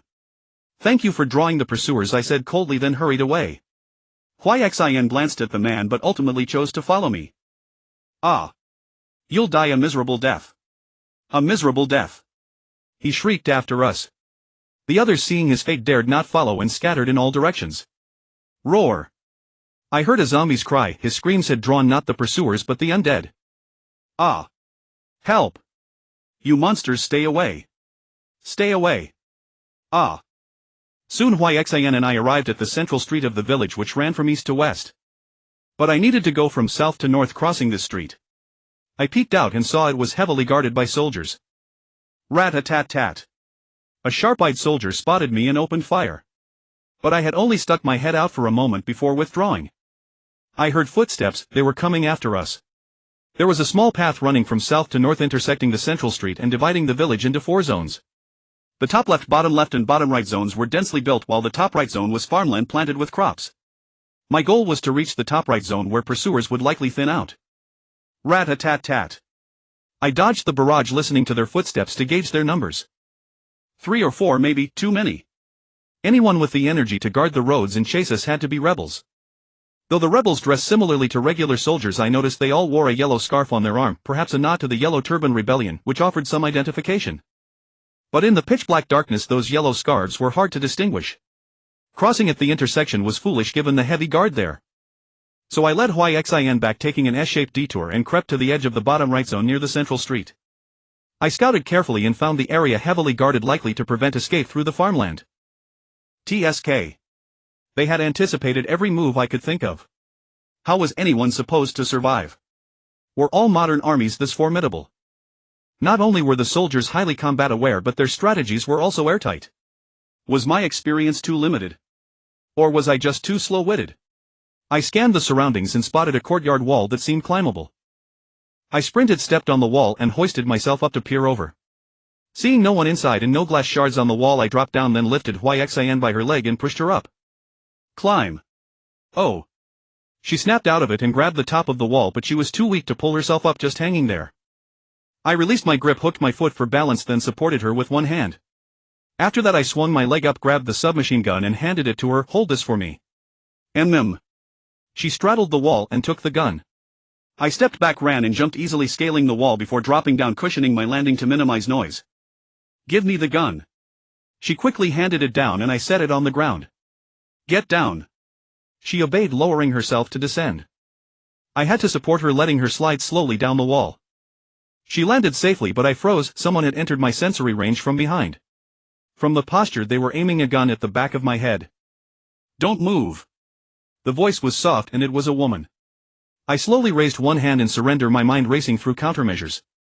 If Xin weren't there, I could have dodged quickly, avoided a headshot, and grabbed the submachine gun. But raise both hands. The woman come out. Xin was startled, hesitating to leave my cover. My left arm is useless. You must have noticed I've been using only one hand. She's just an ordinary girl, too weak to climb walls. She's no threat to you. Since you're hiding here, you're probably not with the soldiers outside, right? We can cooperate and find a way out together.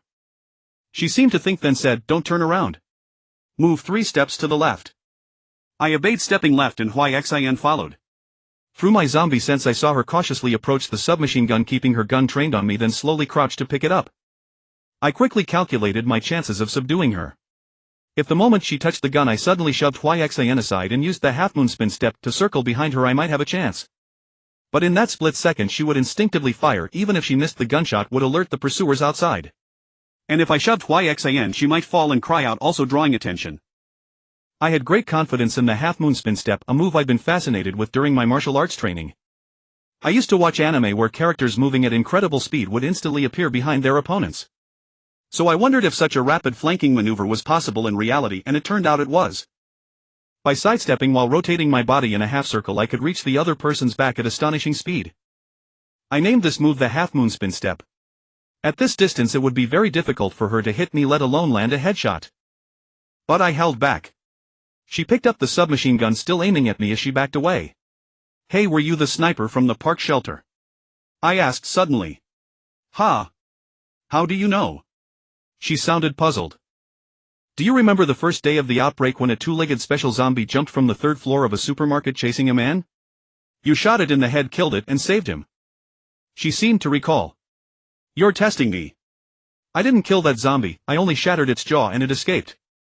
So it was you. Thank you for saving me. She didn't lower the gun. You're the man who was being chased. Yes. How do I know you're telling the truth? Proof doesn't matter. We both ended up here, so for now we're on the same side. And we're both civilians. The girl beside me is a fragile woman. As a soldier you should protect civilians, not point a gun at us. Sorry, these are special circumstances. Please cooperate. She still didn't lower her weapon. But what's the point of this stalemate? If we don't escape soon, the rebels will search every house. They might even hear us talking. She seemed to consider. Step away from the wall first. Evidently she too feared being overheard, despite the chaos outside, gunfire, screams and panic, and our hushed voices. Even low whispers a few meters apart could be picked up by enemies passing by outside the wall. I slowly turned around, trying not to arouse her suspicion, but she still warned, let that girl come out and show me her hands. Xin, go out. Oh. Though frightened, Xin stepped out from behind me. As I moved away from the wall and slowly turned around under the dim moonlight, I finally managed to make out her appearance. It was indeed that agile single ponytail female sniper, clad in a form-fitting combat suit that looked highly technological, with a lightweight exoskeleton attached to it and a high-tech goggle-like device over her left eye. No wonder she could leap so effortlessly across the rooftops, it was thanks to the exoskeleton. My name is Bai Yao. May I know yours? I tried to open up the conversation again. Don't ask for names, we may never meet again. Alright, I'll ask another time. I didn't mind much as long as I could keep the conversation going. Do you have any plan to get out of here? Maybe we can cooperate. It seems you're injured. I suddenly noticed some bloodstains on her left abdomen, but the light was too dim to tell if it was still bleeding. There's a sniper on the high-rise across the street.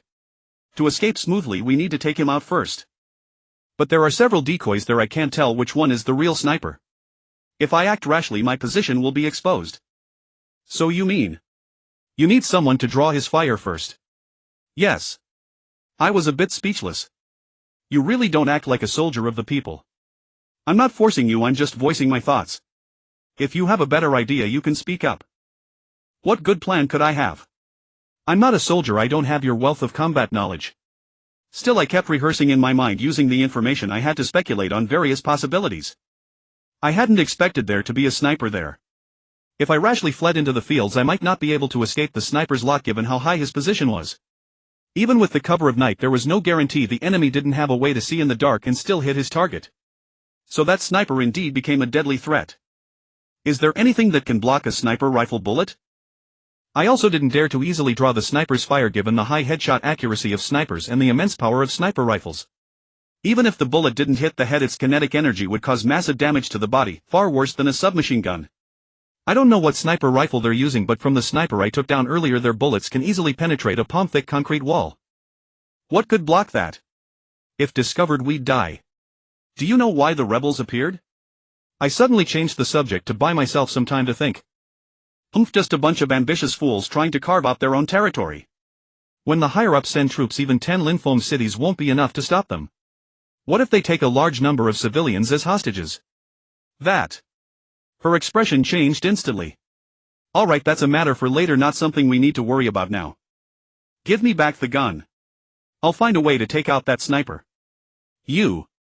She immediately showed a look of doubt.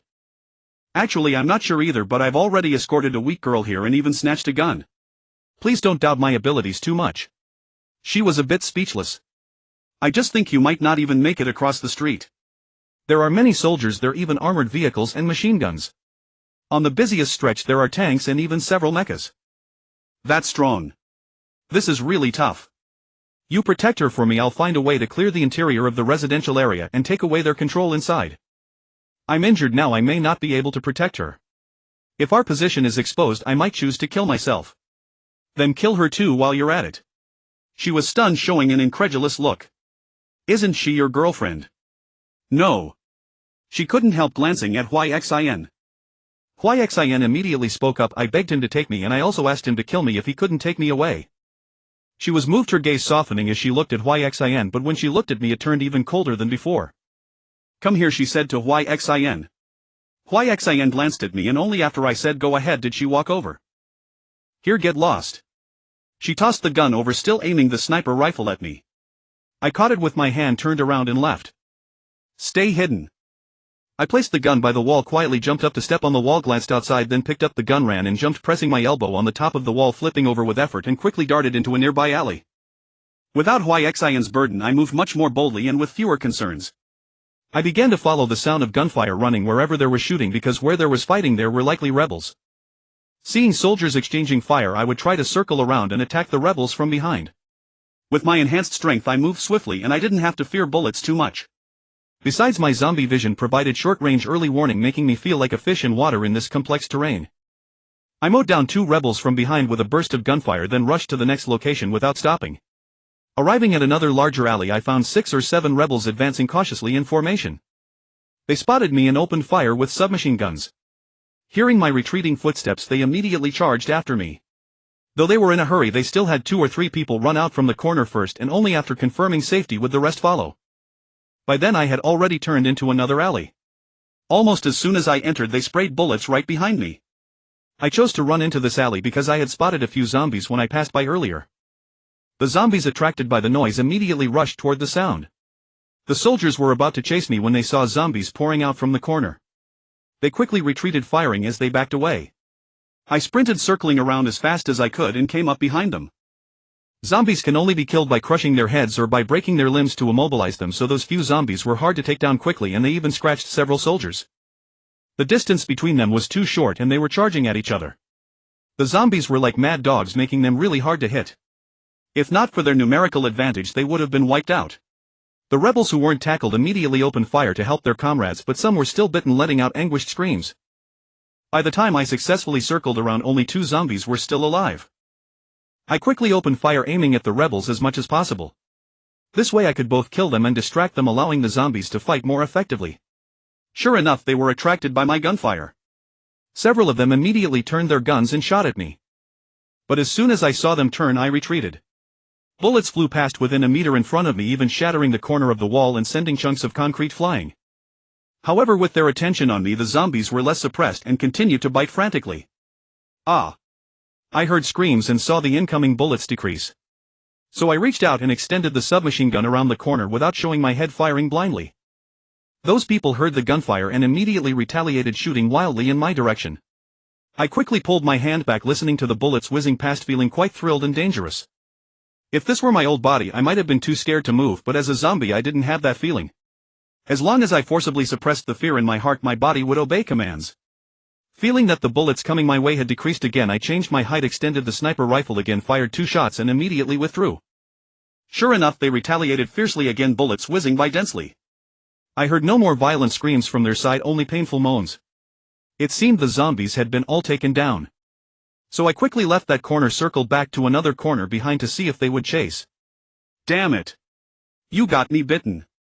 I'll fight you to the death. A rebel crazily rushed to the corner and sprayed bullets wildly at the area where I had been. But when he saw me pop out from the corner behind, he quickly raised his gun to shoot. However, I had already fired first. The pop pop pop of bullets struck his chest, sending him to the ground. 2 more soldiers rushed out recklessly. I only managed to hit one before quickly ducking back. Now I didn't dare to circle behind them again, fearing they might be lying in ambush. Most of them were probably infected with the zombie virus and wouldn't live long. So I quickly relocated, made a slightly wider circle, then went to their rear, quickly popped up to take a look. Their attention was focused on the front and back intersections, indeed lying in wait for me, but they couldn't notice me from afar.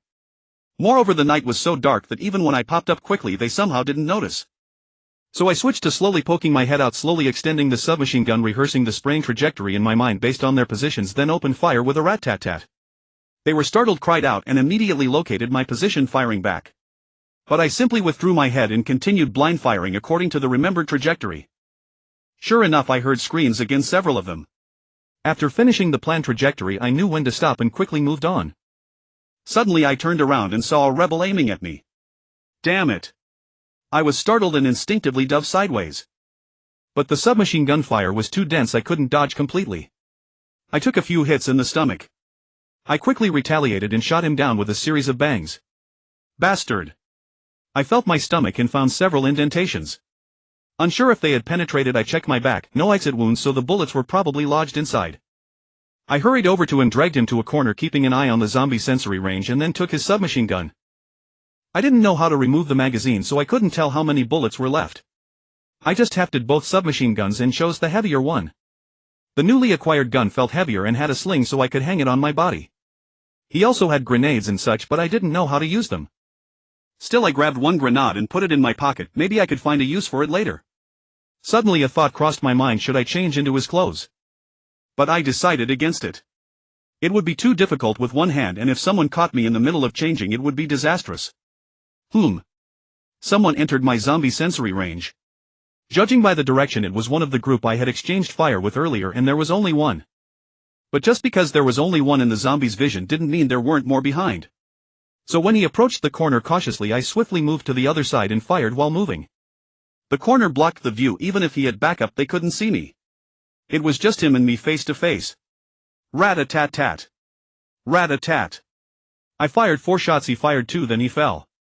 I wasn't hit. But at that moment someone behind me opened fire. Damn, a pincer attack.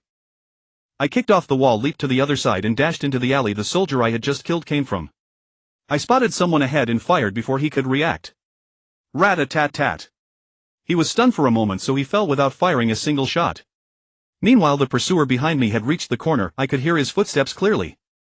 I released the submachine gun, pulled out a grenade and threw it, shouting, "Grenade!"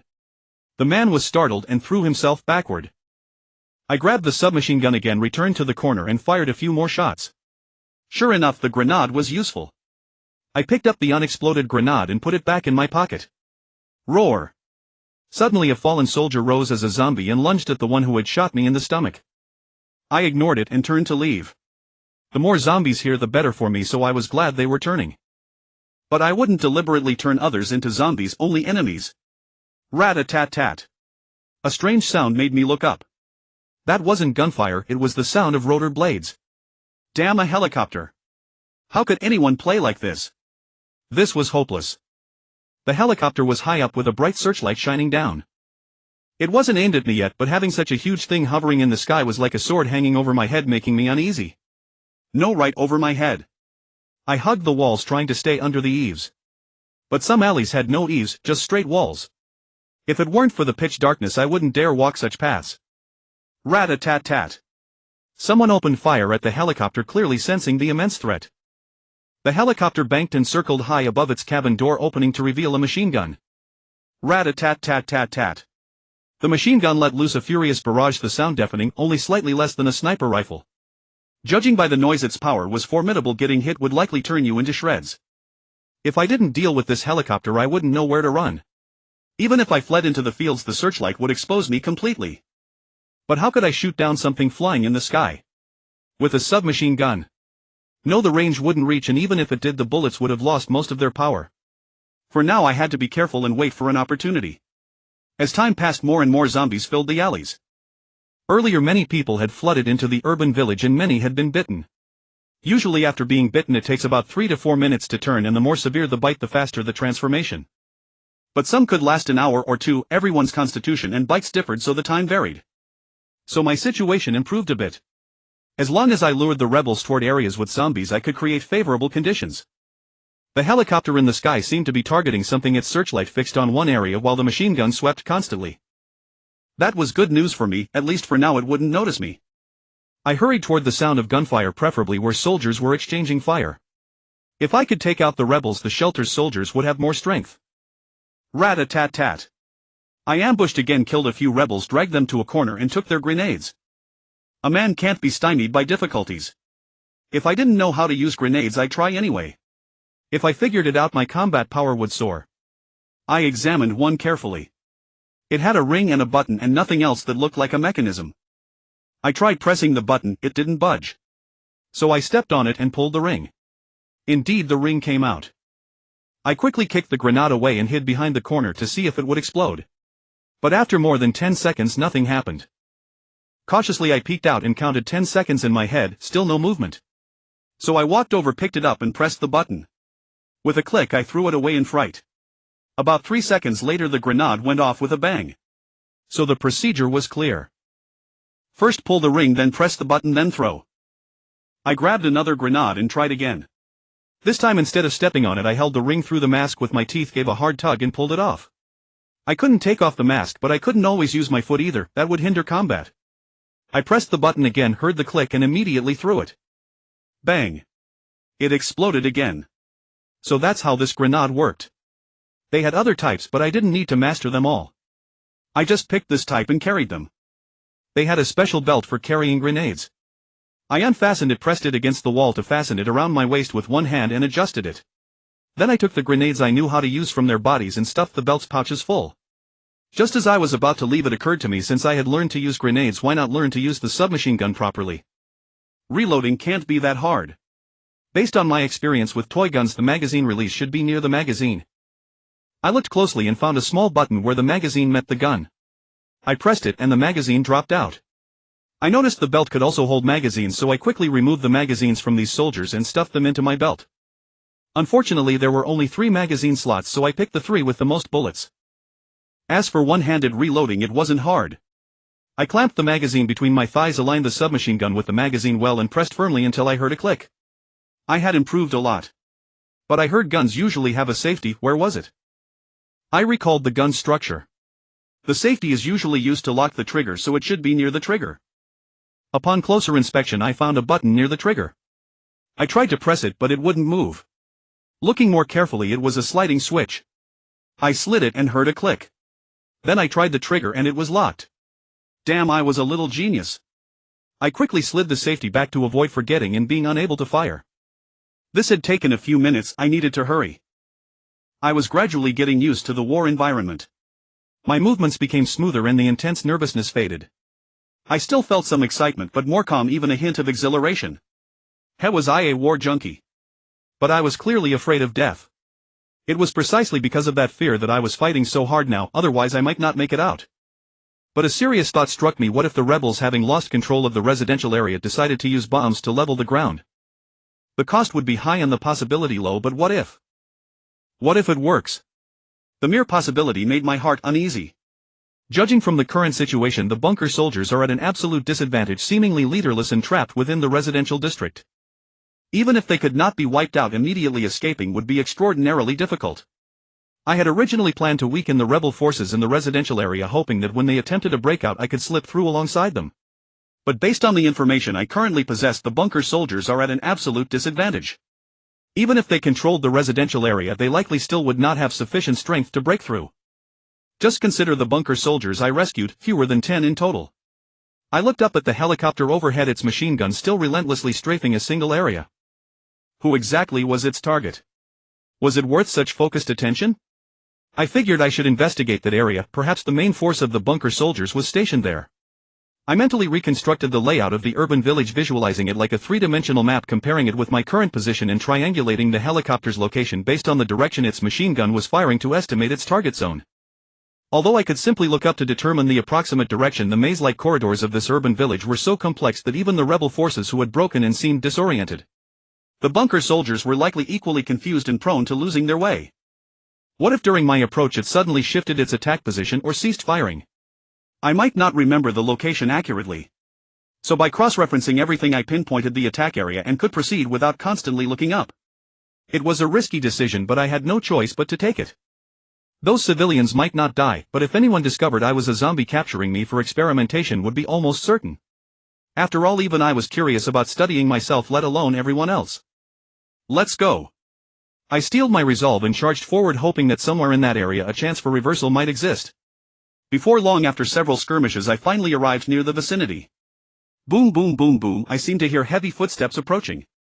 Such weighty footfalls could it be? Damn mechs. No way, this is beyond my capability. It's actually a mecha battle. How was I supposed to handle this? A left armless mech came charging toward me, recklessly firing backward as it advanced. Terrified out of my wits, I scrambled into a side alley and dared not peek out. 3 mechs pursued behind it, roaring past in succession with such speed that they kicked up fierce gusts across the ground. Swift scouts. All of them were swift scouts. The 3 pursuing mechs bore conspicuous yellow stripes painted along their arms. Those must have been the rebel forces' mechs. The helicopter above was continuously illuminating the lead mech with its searchlight, its machine gun strafing the same area without cease. What kind of main force was this? This was nothing more than a single mech going in circles. Admittedly, a single swift scout was formidable enough to qualify as a main force, but with 3 enemy mechs in pursuit, and who knew how many more blockading the perimeter outside, what could one mech accomplish? Moreover, with my pathetic combat capability, how could I possibly join this fight? But then I reconsidered. With a swift scout's mobility, a forced breakout was certainly feasible. So why was it stuck circling in place? It could have moved to any other part of the residential area. Why confine itself to this tiny zone? I had identified this area from the moment I arrived, and even now that I had reached it, the mech remained within the same boundaries. Something was deeply wrong. Was there something it needed to protect nearby? But its very presence was drawing massive firepower. Shouldn't it be staying far away from the objective it was guarding? Otherwise, wouldn't it endanger the very thing it was meant to protect? Boom, boom, boom. The heavy footsteps were drawing closer rapidly. I quickly scanned my surroundings and spotted a rental building with a broken door, so I slipped inside. Not long after entering, I heard mechs thundering past downstairs, then another one raced by, and along a different road yet another swift scout passed through. They were executing a pincer maneuver, yet despite so much time passing they still hadn't taken down that single mech, which spoke volumes about their incompetence. This was a 3-on-1 fight. However, I cautiously poked my head out through the stairwell window and observed that the swift scout truly lived up to its name, nimbly dodging and leaping through the narrow alleys, even scaling walls with remarkable agility. After being surrounded, the mech executed a breathtaking maneuver, jumping back and forth between 2 buildings, gaining elevation step by step until it reached the rooftop. Damn top-tier mechanics. Are you a parkour athlete? I couldn't help but marvel inwardly. However, the enemy mech's attacks, though raining down upon it, could only spark off its armor without inflicting significant damage. Their plasma cannons, firing too slowly, could not land a single hit on that mech. Since the buildings here were no taller than 6 stories, the swift scout quickly reached the roof and began returning fire downward. The swift scouts below hastily dodged, daring not to take the plasma shots head-on. I noticed that 3 mechs had been pursuing it earlier, so where had the third one gone? Had it destroyed one while on the move? Ding ding ding ding ding. The swift scout on the rooftop was being mercilessly strafed by the helicopter, its powerful bullets shaking the mech unstable. After staggering a few steps, it quickly leaped to another rooftop. If the helicopter's machine gun could not even scratch the swift scout, then certainly my meager equipment stood no chance. No wonder I had not encountered ordinary soldiers anywhere nearby. This was clearly a battle far beyond the reach of conventional infantry. I began to entertain thoughts of retreat, yet curiosity burned within me. What could that mech be so desperate to protect here that it refused to leap, choosing instead to circle endlessly? Could it be that circling allowed it to take down enemy mechs? But that hardly justified confining itself to this one location. I suddenly noticed the Swift Scout seemed to be searching for something, its sensors repeatedly scanning the ground. Had it dropped something? It soon darted out of my line of sight. I quickly shifted to another window but still could not see it. Forget it. At this level of combat, someone with my capabilities joining in would be far too dangerous. Unless I transformed into a specialized fully evolved zombie, participating would be pure suicide. I vaguely remembered that the fleeing mech had once one-shot a power-type specialized fully evolved zombie. Even if a specialized fully evolved zombie joined the fray, it would likely be no more than cannon fodder. Speaking of specialized fully evolved zombies, where had all the other zombies gone? Why had I not encountered any? Had the ferocity of the military battle driven them all away? That was certainly possible. After all, fully evolved zombies possessed a certain degree of intelligence, unlike the virus-type zombies that charged mindlessly. If I could encounter a specialized fully evolved zombie, perhaps I could lure it here to disrupt the situation. But such interference carried considerable uncertainty. What if I accidentally disrupted the fleeing mech instead? That would only betray him. He was likely the last Swift Scout remaining within the bunker. The other had been decapitated by a power-type zombie and would be difficult to repair in the short term. Then again, where had that black bear mech gone? I hadn't spotted it anywhere. If I could pilot that mech, perhaps I would finally have a chance to escape. But I had absolutely no experience operating a mech. Even if I found one, figuring out how to pilot it would be another challenge entirely. So even if I located it, it might prove useless. Still, it was a glimmer of hope. I decided to head toward the park to scout for any possible opportunities. I hurried downstairs, listening carefully to the footfalls and combat sounds of the Swift Scouts while subtly adjusting my route to make my way toward the park. Suddenly something hard dragged across the ground beneath my foot. I looked down and found a severed mechanical arm, not an ordinary one but a mech's arm. There was blood on it as well, clearly indicating that someone had been inside when it was severed. Curiosity getting the better of me, I picked it up. This was my first time examining a mech's internal structure at such close range. I suddenly remembered the fleeing Swift Scout. It had been missing its left arm, and this happened to be a left arm. Could this be its severed limb? Had it been circling this entire area trying to recover it? That seemed absurd. Even if reattachment were possible, wouldn't retreating be the smarter choice? Why cling to a severed arm? If not properly stopped, bleeding could easily prove fatal. Considering it had been patrolling this area for so long and still fought with such ferocity, it was truly formidable. Suddenly I noticed something clutched within the severed hand. I struggled to pry it open with one hand and was about to clamp it between my legs when bang bang bang echoed from nearby. The fleeing Swift Scout had arrived in this alley. Damn it! I had been so engrossed examining the severed arm that I completely ignored the sound of the mech approaching. Upon seeing the arm in my hand, the mech paused for just a moment before shouting, "Give it to me quickly." Okay. I hastily tossed the arm to him and immediately dove into the rental building to avoid being spotted by the pursuing mechs and illuminated by the searchlight. The mech caught his arm, had already charged several steps forward, but then abruptly turned back and rushed into the same building. What the? Brother, what are you doing? Why are you coming in here too? The next instant the searchlight pinned the stairwell window in brilliant illumination. I scrambled upstairs, but within mere steps the window and walls were riddled with machine gun fire. A stray bullet grazed my left shoulder, shallow enough that it caused little harm. Thank you. The Swift Scout stands only about 2 meters tall, so it can traverse most of the terrain. I cannot outrun it. It quickly reached my position and I dared not continue climbing higher, for if I reached that wall I would be riddled with bullets from the machine gun. Big brother, I've returned your hand. I didn't take anything. I hastily raised my hands, involuntarily retreating against the wall. I know, he replied weakly, then extended his severed hand toward me. Take out what's inside. Ha! Oh! Without hesitation I pried open his severed palm and extracted a small object about 2 or 3 centimeters in size, resembling a memory card. Your left hand is also broken. He suddenly noticed my dangling, swaying left arm. Yes. Good timing. I was momentarily stunned, then handed the card to him. You keep it. What? At that moment heavy footsteps approached from outside. It should be a mecha. Quick, keep it safe, he urged. Oh. I quickly placed it in my inner pocket. Wait for me a moment.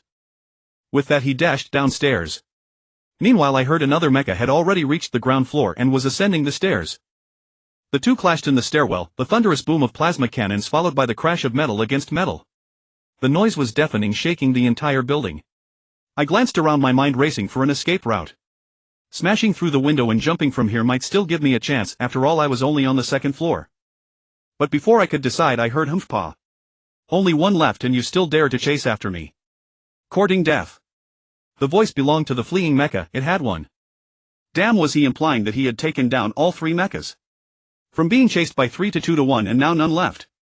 That was incredible. But considering he could even leap side to side onto the rooftop taking out 3 mechas didn't seem all that surprising. And that was just what I had witnessed, there might have been more I hadn't seen. Do you want to pilot a mecha? He asked as he walked up. I don't know how.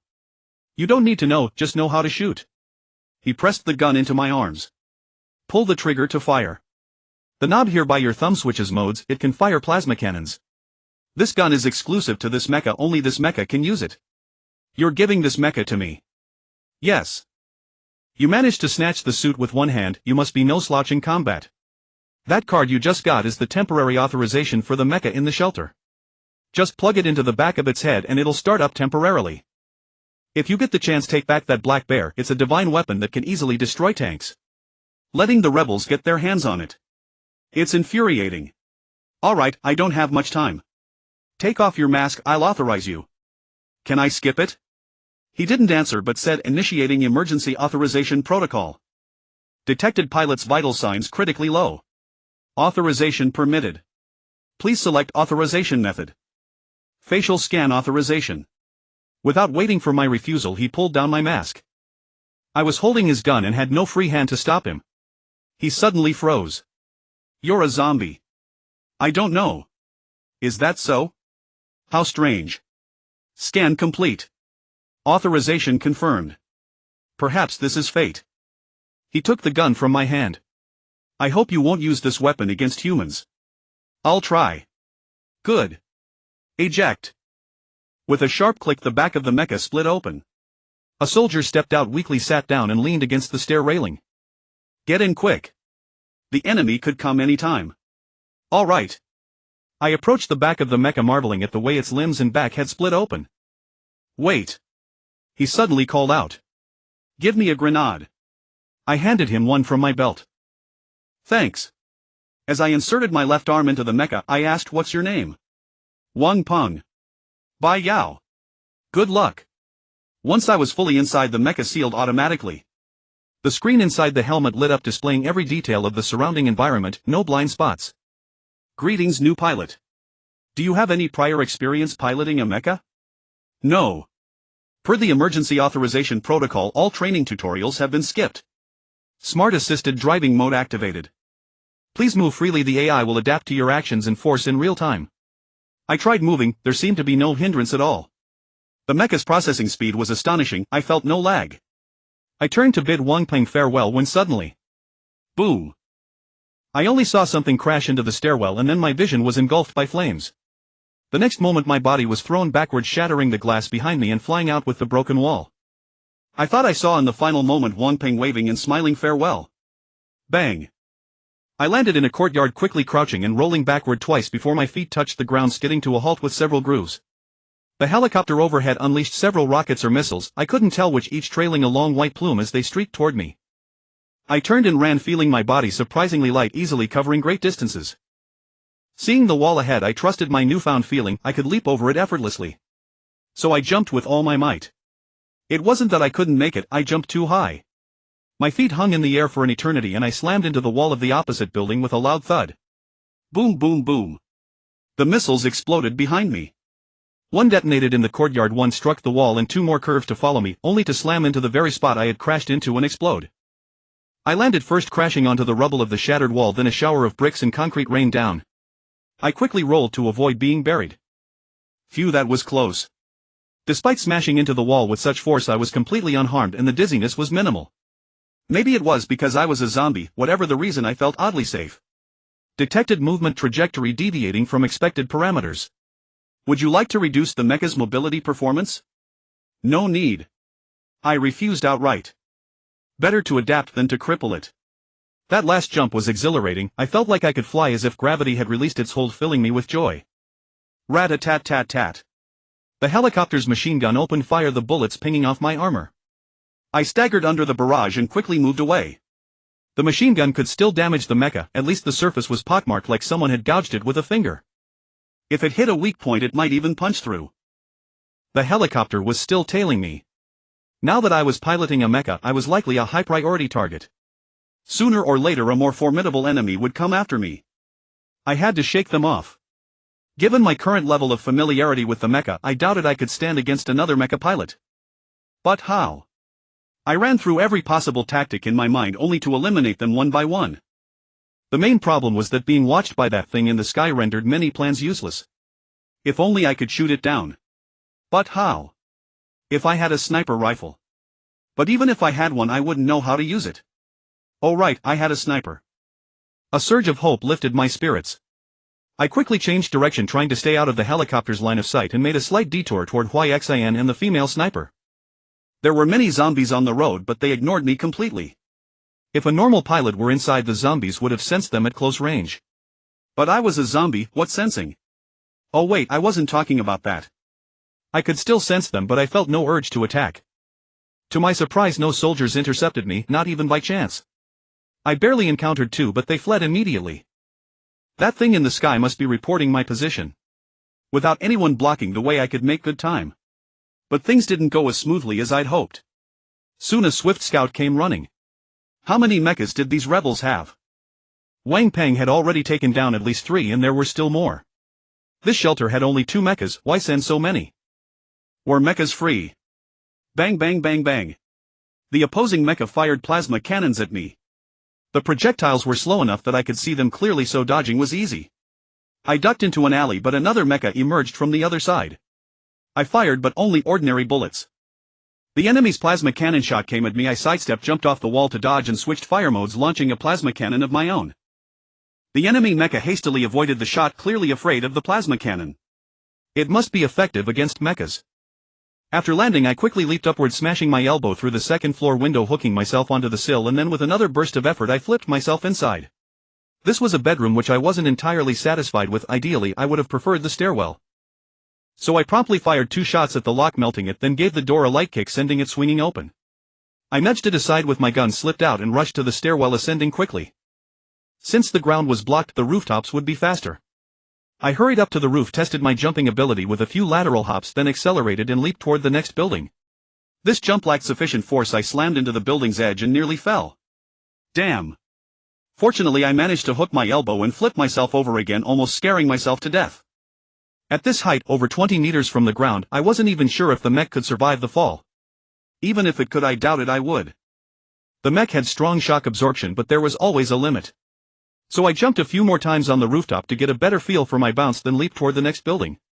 Suddenly a loud bang rang out. A bullet shot toward me at high speed and struck my side chest. Damn. I was midair. I'd been sniped. My trajectory was knocked off course, but I still managed to land on the other building. Detected penetration of the left chest armor. Checking pilot's vital signs. Vital signs abnormal. Beep. Test error. Rechecking. Vital signs abnormal. Stop checking. Test disabled. I scrambled to my feet, quickly sought cover, opened the rooftop door and hurried downstairs. But I didn't go all the way to the first floor. I noticed that the stairwell window here was not far from the window across the street. So I opened the window, leaped from this one to the opposite one, shattered the glass and slipped inside. Such a move couldn't escape the helicopter's notice as it made quite a racket. But as long as I could shake off the snipers and the mechs, it was fine. If I kept changing my route, they'd have a hard time surrounding me. This place was also a stairwell, lucky me. After descending 2 floors I opened the window again and crashed into the building across. Now would you think I'd continue going downstairs? I thought so too, but then it occurred to me that it was too predictable, so I hurried back upstairs. After climbing 2 floors I returned to the window I had opened earlier. By now the opposite window was already broken. So after the searchlight from above swept past, I held my breath, focused, and leaped across. My mind was razor sharp. I did my utmost to avoid touching any glass shards, and I landed with a soft buffered step, careful not to crunch the fragments on the floor. The sound I made was very faint, hard to detect unless one was listening closely. I glanced at the searchlight's trajectory and saw it scanning the 2 buildings, seemingly having lost track of me, though it was still mainly focused on the building next door. Looks like I've successfully evaded its sight. Ha ha ha, didn't expect that, did you? I can jump back and forth. If only I could jump to a 3rd building, I might completely shake off the helicopter's pursuit. I crouched by the wall straining to hear the sounds of the rebel mechs to gauge their positions. Both mechs had indeed gone to the stairwell entrance of the adjacent building to wait, but I also detected a third mech. Its movements were stealthy, barely audible unless you listen carefully. That guy was clearly a sneaky bastard, but no matter how cautiously a mech moves, the sound of its footsteps is still somewhat noticeable. And the slower it moves, the easier it is to hit right. So I quietly crept through the corridor to another window, slowly opened it. From this vantage point I could see him perfectly. I aimed at his head, ready to fire, but hesitated. The plasma cannon wasn't silent. If he heard the shot and dodged instinctively, he might still evade. So I thought it over, put down my gun and went to the other window to find a decent-sized piece of broken glass, then returned to this spot. I tossed the glass shard to his side, then immediately bent down, grabbed my gun and aimed at him as quietly as possible. The glass hit the ground with a crack. And at the same time I fired the first plasma bolt. The guy instinctively stepped back, and as he did I had already estimated his landing point and fired a second bolt, and to compensate for my shaky aim I kept shooting in a triangular spread covering that area. Several plasma bolts hit him and he let out a scream as the mech's armor was melted through in several places. The plasma cannon was truly terrifying. The temperature must have been extremely high for the armor to melt so quickly. I wondered about its principle. It seemed straight out of sci-fi, something I'd only seen in movies or games, never in real life, not even in reports. The mech struggled a few times, then collapsed. The helicopter's searchlight immediately swung toward me, shining directly on my position. They must have spotted me from the trajectory of the plasma bolts. I wasn't flustered though, I just hurried downstairs to avoid another missile from the helicopter. After descending 2 floors I heard the mech across the street come down and start running toward me. I waited a moment for them to go upstairs, then jumped from this window straight back to the opposite building. But this time the searchlight had learned its lesson. It kept shining steadily between the 2 buildings. So I figured I hadn't escaped their tracking, but I turned around, aimed at the opposite window, estimated their climbing speed and fired several shots.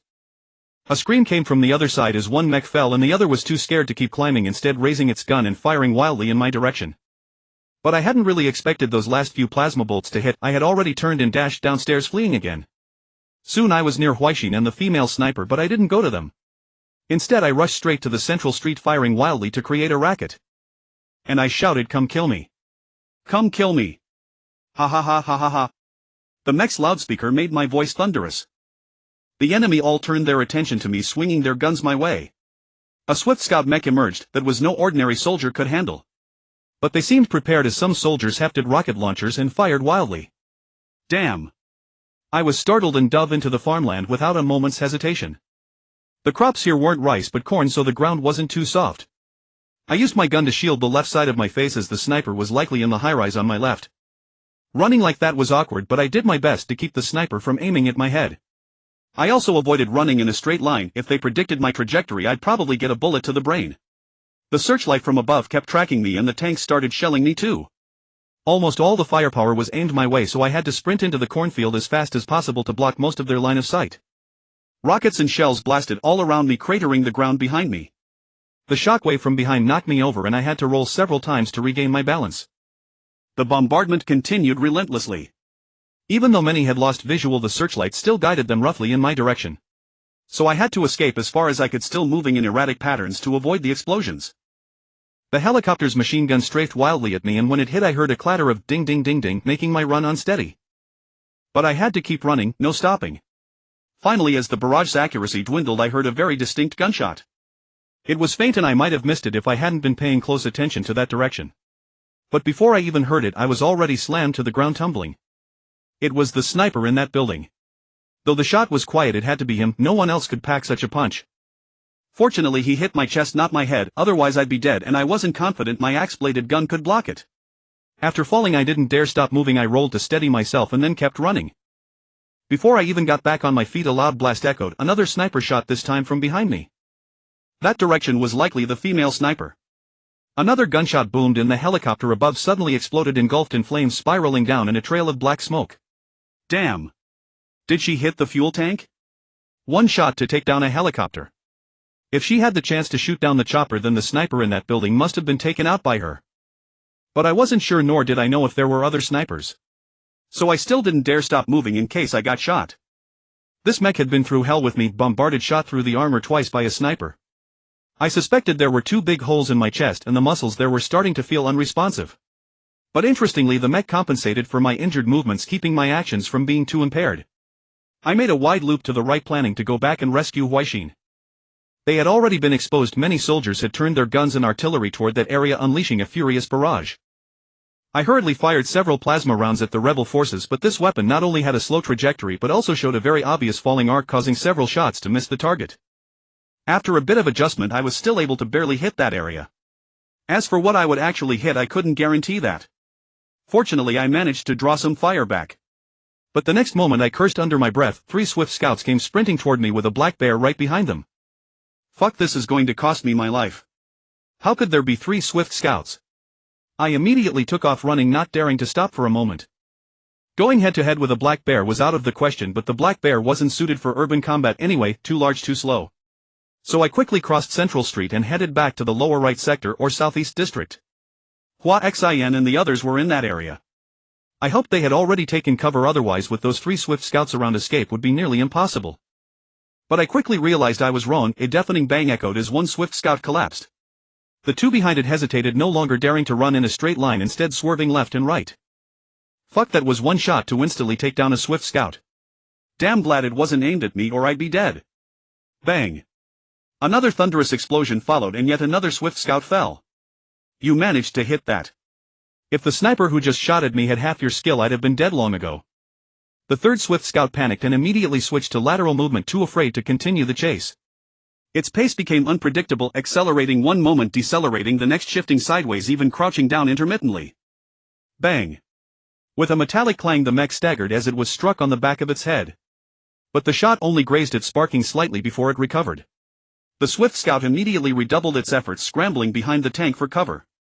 Meanwhile, the tank was already firing toward the source of the gunfire, but without a clear target. The barrage was nothing more than a rough suppression. That mech might have a clearer sense of the female sniper's position, but conveying that information would likely come with some delay. I spotted her location and the female sniper fleeing at speed, so I made for where she was heading. I didn't dare run too directly though. I couldn't risk drawing the tank's fire onto her. By then the black bear had also charged into the alley, but once I turned into the narrower passages it stopped, too large to pursue further content, to spray wild gunfire into the darkness. I was already positioned at the corner, lying in ambush for the black bear. Once it entered that narrow passage there would be nowhere to hide. I could strike without even exposing myself.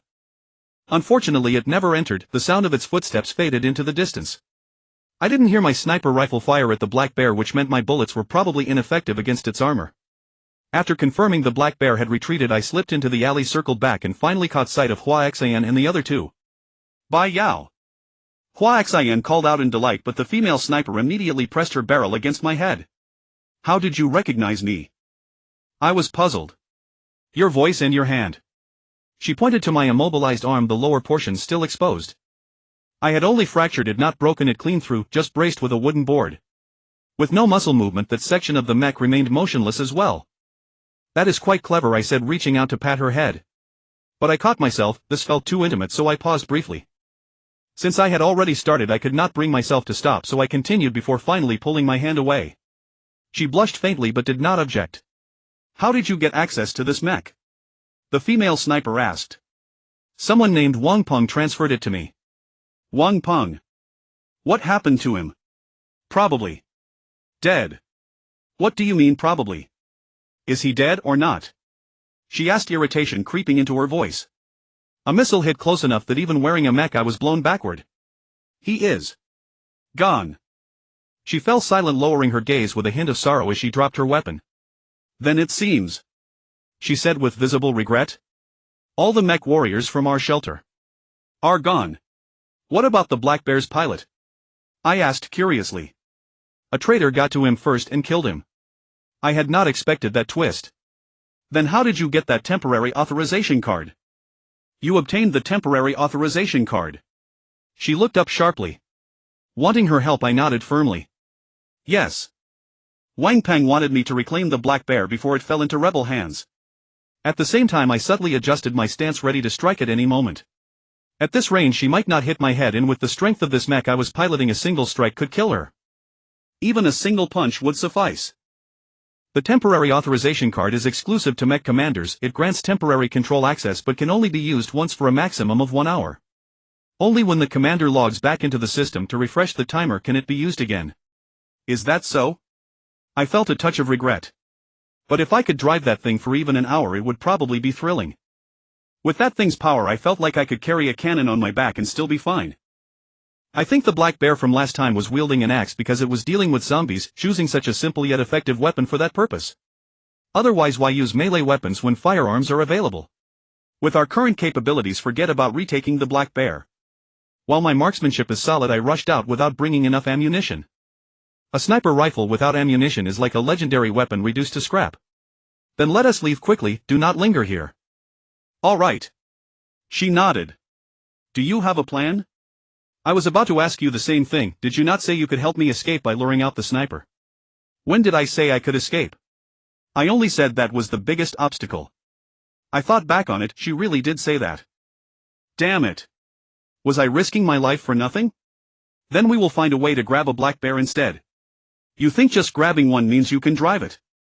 Do we not have the temporary authorization card? That only works for that specific black bear. Exclusive to that one. Yes. Damn. All the black bears look identical, who knows which one it is? Do you expect the enemy to let us test them one by one? By the way, with the black bear's massive size it should be difficult to transport, right? I asked suddenly. She paused, then seemed to recall something and grew suddenly excited. The black bear mech itself is not hard to transport, but it has a dedicated storage compartment, a thick-walled chamber that not only houses the mech's equipment but also serves as anti-explosive protection to prevent sabotage or theft. But to prevent the mech from being locked in place and unreachable, the compartment can also be disassembled from the outside. Although this will trigger an alarm, as long as it is not preset, the alarm will not activate the self-destruct mechanism, so we can still remove the compartment. Ordinary vehicles cannot accommodate the entire compartment, it is usually transported in dismantled pieces. If the rebels want to take the black bear, they would definitely need to dismantle the compartment first. But the compartment is extremely difficult to dismantle from the outside. Even with specialized tools, it is quite troublesome. The battle has not been going on for very long, so they probably cannot remove the black bear mech that quickly. If we hurry over, there might still be a chance to get the mech. She spoke rapidly in one breath and I almost could not keep up. Fortunately, I was listening while processing her words, so I understood what she was describing. In short, the rebels might still be dismantling the container housing the black bear mech. If we head over now, we might still have a chance to seize it. But that area must be heavily guarded right now. How can we possibly reach the mech at top speed? We can go scout the situation first, then formulate a plan. All right. I immediately crouched and signaled Hua Xian to climb onto my back. Hua Xian understood right away, though her face twitched slightly at the thought of resting against those hard shoulders. She immediately settled onto me. In that position, if you encounter enemies, she will be too vulnerable to shoot. The female sniper complained. But I only have one hand. Can you not have her wrap her arms around you? Fine. So Hua Xian stepped down, hesitating to meet my gaze, but still wrapped her arms around my neck. It is hindering movement, her feet are blocking mine. Tuck your feet behind you, you will not get shot in the feet. Hua Xian felt thoroughly embarrassed but still wrapped her legs around my waist. Trying not to look at her face to spare her embarrassment, I asked the female sniper, what about you? You think you are the only one wearing a mech? This counts as a mech too. It is a lightweight exoskeleton reinforcement suit. Even though it cannot match the Swift Scout performance, it costs more than one and only select elite special forces get to wear it. And I can wear this suit and still operate a mech directly, no interference at all. I looked at her lightweight form-fitting exoskeleton and remembered how she had been bounding across rooftops. She must be quite agile. What about protection? It can stop regular bullets but only prevents penetration, not the impact injury. Then stay close to me and I will block any shots for you. MHM. She nodded and did not refuse. Alright, this is essentially our second time meeting, is it not? Mind telling me your name? She paused briefly before replying, Sui Ching. Bai Yao. Got it. Let us go then. I turned and took off, sprinting toward the park. Hey, do you know the way? At least I will not get lost. She sighed helplessly and followed after me. On the rooftop of a rental building, Sui Ching and I were observing the distant park. Hua Xian hid behind the two of us, cautiously peeking out. This rental building had 5.5 floors, the topmost floor had a partial structure making it suitable for concealment. However, that half floor was merely made of tin sheets and iron frames, offering poor protection. Anyone who rented that rooftop room would surely struggle to sleep during rain, as the incessant clattering echoed like large and small pearls cascading onto a jade plate. Most people would find such noise unbearable, let alone grow accustomed to it. We're not sure if there are still snipers across the way. I eliminated all the ones I knew of, but there might be undiscovered ones or reinforcements. Sui Ching said. Looks like we're lucky. That must be the disassembled storage pod, right? I pointed at the military vehicles. Several soldiers were hauling large black metal blocks that resembled a corner of a massive iron box. Right. That excavator over there will likely be used as a makeshift crane. We're not sure if the black bear can be extracted yet, so we'll wait until they take it out before making our move. Agreed. Let's discuss the plan. How do you intend to take the black bear away? Of course you'll take me there and I'll pilot it. I hesitated slightly. What? Can you pilot it? Is it hard? Getting the hang of it isn't difficult, but it's not as easy as the Swift Scout. The Swift Scout is a wearable suit that moves with your actions. But look at the black bear's size, does it look wearable? The black bear is a semi-piloted suit with a cockpit.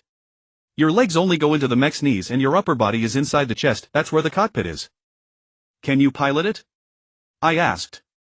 Of course I've played around with it.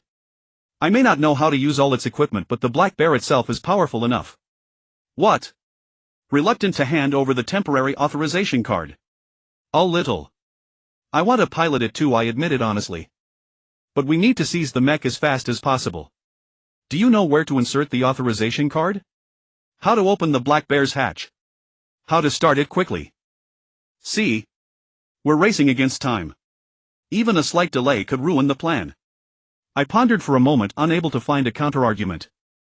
Although I wasn't sure if her description of the temporary authorization card was accurate, the word temporary implied it could only be used for a short while. Thus even if we captured the black bear, I probably wouldn't have many chances to use it later, it would serve only as a temporary tool. Sui Ching was unlikely to truly own the mech. Under these circumstances she was indeed more suited to pilot it. Moreover, Sui Ching already posed a lethal threat to me, giving her a stronger weapon didn't make much difference. Alright. I tried to take out the temporary authorization card but suddenly froze. Wait, how do I get out? The card is in my pocket. The voice command is eject. Try it. Eject. With a click the mech's rear hatch automatically opened. What if the voice command didn't work? Would I be stuck in here? I asked while climbing out, straightening my crushed hat to avoid being recognized. The manual ejection mechanism is in a hidden compartment at the lower back. I'll teach you how to use it later. Good. I patted my pocket, pulled out the temporary authorization card and handed it to her. After taking it she suddenly leaned in with surprise, staring at my chest, then at my left arm. What are you doing? I stepped back a couple of paces, putting some distance between us. Aren't you in pain? She pointed at my left arm. It's broken, of course it hurts. I mean. She gestured at my left shoulder. I followed her gaze. Good heavens, the dagger was still embedded there. And it had been pressed crooked by the mech's interior, I hadn't even noticed. Ahem, that's actually a hidden sheath I improvised. Then your chest. I looked down. Good grief, there were several bullet holes. This isn't my shirt. I stripped it off a dead guy. That excuse should work, right? Should it? She said nothing, but her gaze turned peculiar. I quickly climbed back into the mech to avoid her scrutiny. The hatch closed automatically and the helmet display lit up. At that moment I noticed she was still staring at my mech, focusing on the hole made by a sniper rifle on the right side. She even stuck her finger into it. I quickly backed away 2 steps lest her finger actually poke through and touch me. Stop looking, that wasn't hid while I was wearing it. She glanced up at me, then circled behind and pointed at another sniper hole on the left rear. I recall you got shot by a sniper once, right? Given the angle, this should be that wound, shouldn't it? If you keep dwelling on this, we're done cooperating. My tone turned cold. Alright, I won't ask. She quickly restrained herself. Let's refine the plan details. Hurry up. So the two of us discussed and finalized the plan specifics along with contingency measures for each step, and kept a adapt as needed option. Adapt as needed meant that if things went unexpectedly, we'd abandon the plan and rely on our on-the-spot reactions. It was my first time participating in such an operation and I felt a secret thrill, but I couldn't show it lest I seem immature. After finalizing the plan, we prepared while continuously discussing any additional ideas and waited for the right moment. After about 10 minutes of waiting, we finally saw them hauling the mech out. Can we move now? I asked. Not yet. The trailer has securing devices, we need to wait until they remove them. I was nearsighted so I couldn't see that detail clearly. Just follow my orders. When I say go, you go. Got it. At this point we weren't on the rooftop but on the 3rd floor. There was a window there that also offered a view, but to avoid being seen we peered through the curtain gap while crouching. Jumping from the 5th floor risked death, so the 3rd floor was more suitable. Xin was now hiding on the 2nd floor right below us. We were diagonally across from the target, separated by a wide main road. It wasn't that we didn't want to get closer, but the buildings across were sparse and a large number of soldiers were on guard, along with 2 swift scouts and 1 black bear. Remember, your target is the black bear. Leave the swift scouts to me, Sui Qing reminded again. Understood. Finally they pulled the black bear completely out and dragged it beside a military truck. However, they don't seem to be removing the securing devices, they're just hoisting it onto the truck. I see. We'll have to act ahead of schedule. But no matter, with the black bear's strength, breaking free from the devices is easy. Let's move. Sui Qing said, and then she came behind me and climbed onto my back. All right. I bent over, stood up, felt Sui Qing's legs wrap around my waist, and after she extended her sniper rifle over my shoulder I straightened. Ready. Yes, charge. At that command I pulled the curtain aside, took a few steps back, accelerated, leaped, crashed through the window and jumped out. With a shattering sound, glass exploded into countless fragments. While still midair, Sui Qing fired a deafening blast beside my ear. Immediately I saw one of the enemy's swift scouts slump to the ground, its head tilted. The rebels were startled, all turning their gaze toward us. With a heavy thud I landed on both feet, absorbing the impact as best I could, bracing with my hands to avoid rolling forward. Then I quickly got up and sprinted. Rat-tat-tat-tat. The soldiers and mechs began taking cover and opening fire. I used the roadside trees for slight cover, closing in rapidly while keeping a sharp eye on the swift scouts and the black bear. The swift scouts started firing plasma bolts, aiming ahead of my path. I quickly changed direction to avoid the attacks and raised my own gun, firing a plasma bolt at the black bear. The black bear had been holding a massive gun, just chambering around for its first shot, but upon seeing my plasma bolt it immediately rolled sideways to dodge. Though bulky, the black bear wasn't too slow at this range. But I had predicted its roll trajectory and fired a few follow-up shots. Another thunderous blast echoed beside my ear, followed by a clang. The remaining swift scout fell, leaving only the black bear. The black bear had been hit too, with several melted holes in its armor, but its size and thick plating still allowed it to move. However, I kept my gun trained on it, firing plasma bolts without pause. The black bear swiftly changed its trajectory, tumbling behind vehicles for cover. Sui Qing drew her sidearm and began rapid firing. Her marksmanship was impeccable. Even without a sniper rifle at this range, she took down 1 enemy with each shot. Anyone who dared to pop up would likely drop immediately. The firing rate of a pistol is faster than that of a sniper rifle, and since the swift scout is gone and the distance is close, a pistol is naturally the better choice. The enemy did counterattack, but most of their bullets were blocked by me. Sui Qing's head was not helmeted, but she only had one eye exposed at my neck, so the probability of being hit was low. I chased after that black bear, not daring to give it a chance to fire. The gun in its hand was so huge that I didn't even dare to test its power. Although it scurried behind an armored vehicle, I quickly circled around to the back. Boom! Its gun made such a sound, just like a cannon.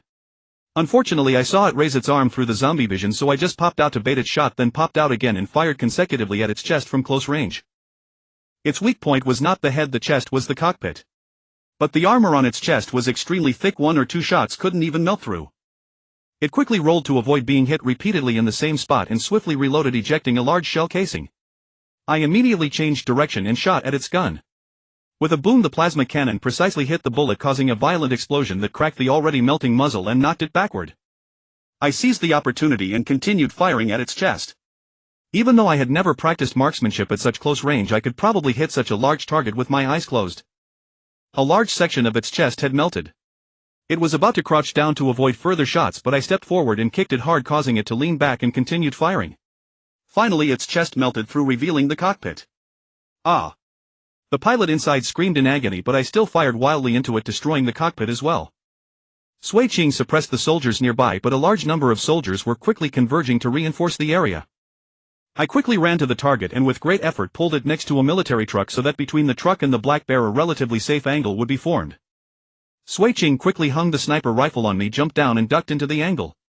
She swiftly retrieved a temporary authorization card, climbed onto the black bear's back, flipped open a small piece of armor and inserted the card into the back of its head. Temporary authorization activated. Executing temporary authorization protocol. With a click, the hatch on the black bear's back opened. Please board quickly. The first entrant is authorized to pilot this mecha once for a maximum of 1 hour. Countdown begins. Sui Qing did not hesitate and immediately boarded. I quickly stood behind her to prevent any enemy from ambushing us from behind. As for the enemies in front, they could shoot all they wanted. Apart from making a ding ding ding ding sound, there was no effect. Bang. Bang. Bang bang. Sui Ching forcefully broke free from the restraints and the fastening devices all snapped open, severely deformed. Sui Ching lifted one foot, then stomped down hard and forcefully lifted the other, finally completely breaking free. Go. She called out to me and immediately bolted. However, she ran forward, charging straight at the soldiers, which scared them into scattering in all directions. She grabbed a small car, spun it around and hurled it toward the area with the most soldiers. The soldiers quickly dodged, but 2 or 3 of them failed to evade and were hit by the vehicle. Now the soldiers who were close dared not fire. The best choice was to create distance first. I actually ran rushing toward where Hikikomori was intending to pick her up.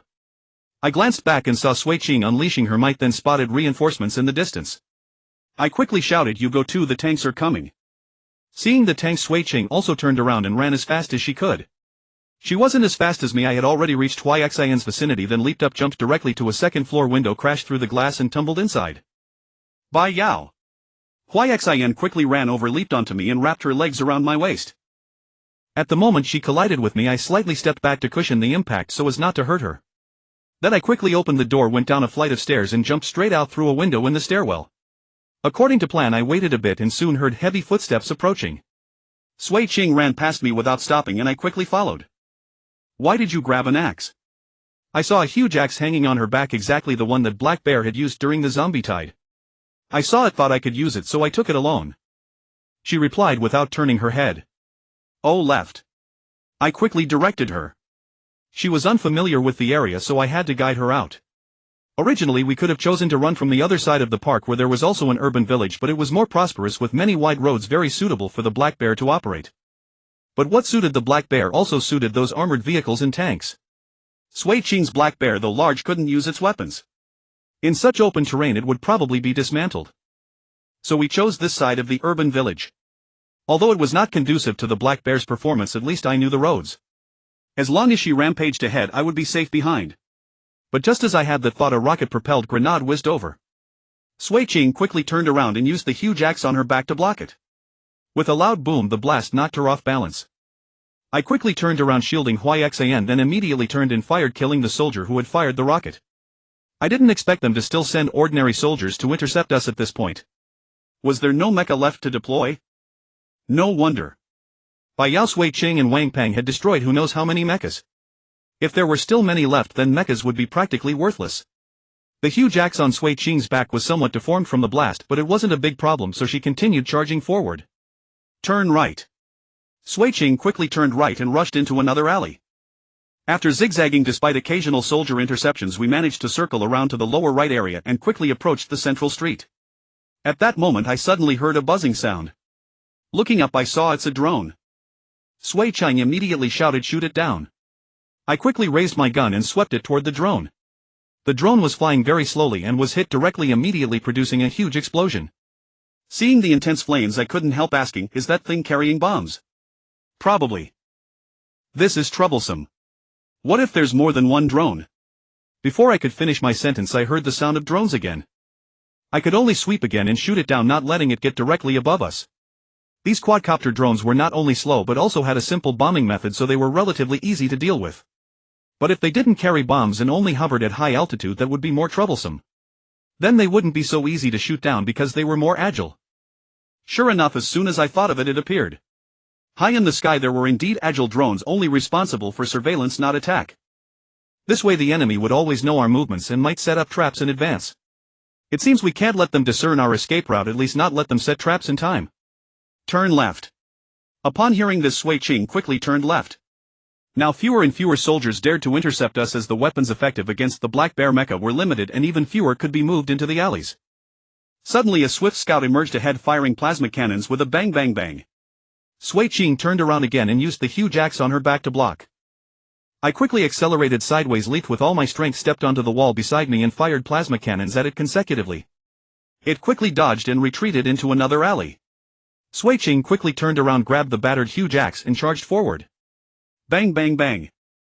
The enemy fired plasma cannons again, hitting Sui Ching, but she had already thrown the huge axe, which struck the swift scout heavily. I didn't run over just by listening to the sounds. I judged that the swift scout had been hit and fallen. Sui Ching rushed over and I couldn't tell if she was smashing or stomping, but the noise was loud. I moved a bit closer to the corner so that my zombie vision could see them. Sure enough, Sui Ching was raising the axe and chopping, making the swift scout twitch, and finally its head fell off. After destroying that mecha, when we continued forward we saw almost no enemies.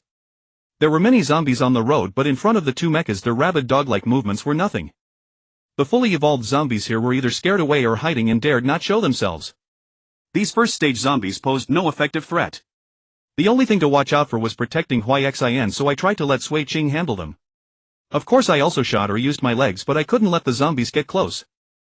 Just as we were about to reach the central street, I quickly directed Sui Ching turn right.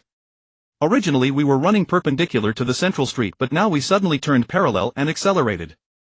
After running a long distance I directed again, turn left full speed. This time we charged full speed onto the central street. Rat-a-tat-tat. Boo. Boo. Boo. Boo. Boo. Sure enough, intensive gunfire erupted from the left, and by then I had already moved to Sui Ching's right side. Although the gunfire was intense, we were not surrounded, which was a good thing. Thanks to the black bear's large size and protection, most attacks had little effect. Only the tank's attacks needed to be avoided as the impact was too great and there might be armor-piercing shells or the like. However, given the tank's maneuverability, hitting a black bear at full sprint was still quite difficult. After all, the black bear was not slow when it accelerated. However, another Heixiong emerged from the opposite side holding a huge gun. With a loud boom it fired at Sui Ching. The first shot missed, the bullet whizzed past. The Heixiong quickly pursued and reloaded with haste. By then Sui Ching and I had already crossed the central street.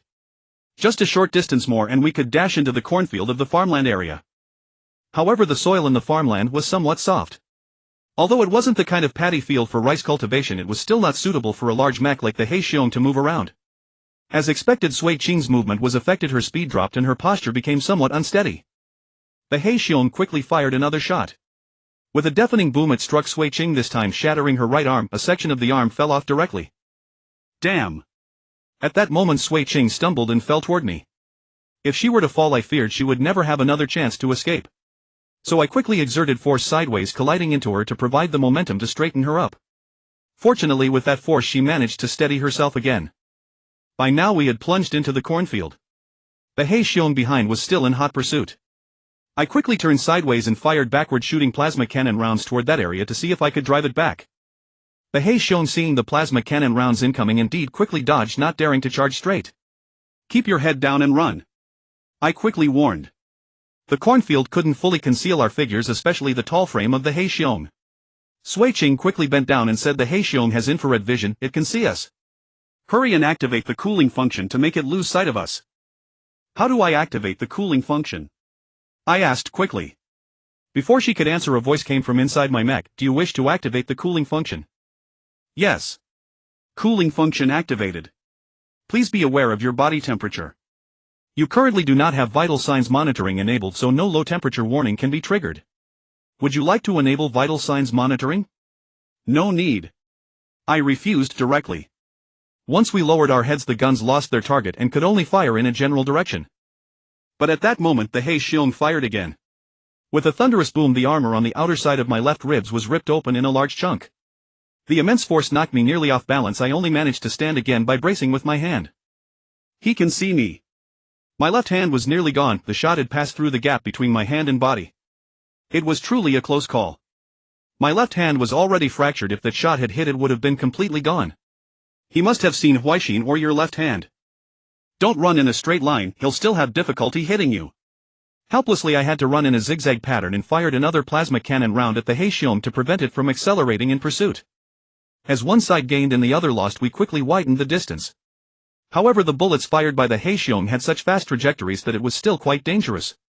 The thought of stopping to ambush the Heixiong flashed through my mind, but a glance at the drone in the sky made me abandon it immediately. With the drone there, once I stopped to ambush, the enemy would likely be alerted. And I couldn't kill the Heixiong in one shot. If it was on guard, I would likely be killed instead. After all, the Heixiong's close combat was also terrifying. It could potentially kill me even while taking damage. So I could only fire plasma cannon rounds backward from time to time to prevent the Heixiong from accelerating. As for whether the high temperature of the plasma cannon would set the fields ablaze, I couldn't care about that now. After all, this was the only thing that could threaten the Heixiong. If you had grabbed one of those guns earlier, wouldn't it be more useful than the axe? I complained a bit. I've never used one and there was no time to look for one. Sui Ching replied. What if we took his gun? Could you use it? No. It's exclusive, locked. Unless someone can crack it, it's just scrap metal. Can we crack it physically? Do you have time to crack it? The two of us had no choice but to continue fleeing. When we were about to reach the village ring road, I quickly reminded turn right. Not knowing if there were enemies ahead, we stuck to the same strategy, avoid the predetermined route. That way, even if there was an ambush, the enemy might not be able to relocate their ambush point in time. Moreover, from the perspective of the Heishion behind, we were moving laterally, making it even harder for it to hit us. By now we were no longer in the cornfield, bending down was pointless, so we ran upright. The Heishion's black color became a camouflage in the night. Even if the enemy could see Sui Ching, they might not see clearly. My figure was slightly more visible, but because I was too agile, I was also difficult to hit. That Heishion was probably just shooting roughly, whoever got hit, so be it. But firing also slowed it down, so the distance between us grew, making it harder for it to hit us. Turn left. We changed direction again, charging straight toward the village ring road. Unexpectedly, there were not many soldiers here, only 2 armored vehicles. The machine guns on top of the armored vehicles sprayed bullets, but when they struck Sui Ching's Heishion, they only made a ding-ding-ding sound without penetrating the defense. Of course, I still stayed on Sui Ching's right side to avoid Huixin being hit. Soon we crossed the main road and charged into the bustling city area. There were many high-rise buildings and streets everywhere. To surround this place would require a massive number of troops. Moreover, this was already far from the park shelter. It was obviously unlikely for the enemy to deploy a large number of troops in such a distant location. And the zombies here were simply too many. The moment we charged in, the huge noise of the mechs attracted a massive horde of zombies rushing toward us crazily. Quick, hide behind me.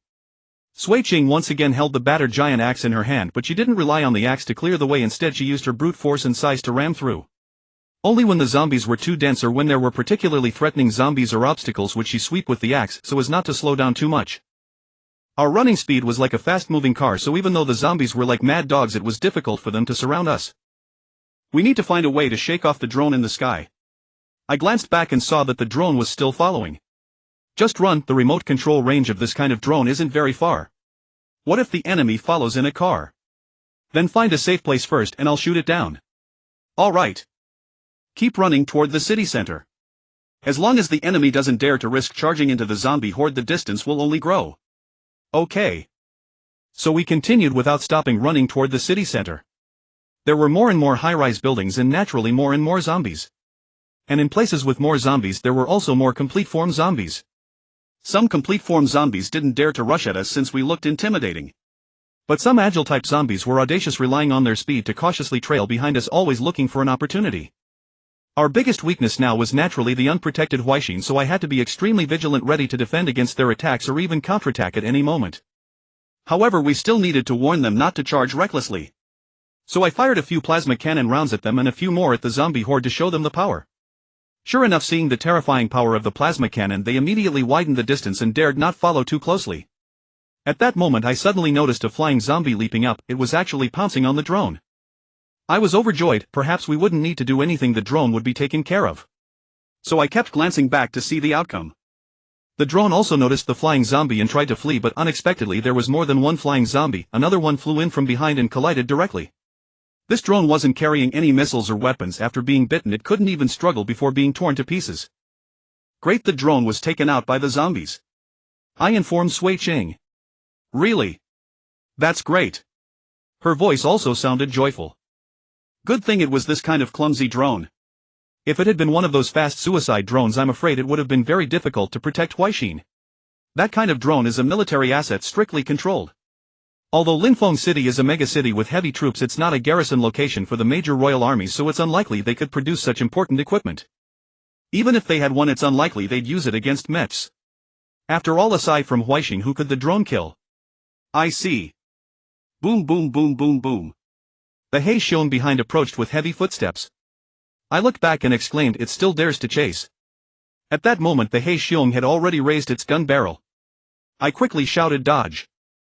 The next moment, as we dodged left and right, the powerful bullet instantly passed between us, tearing the zombies ahead into shreds, and also struck the building at the corner, blasting a large hole in the wall.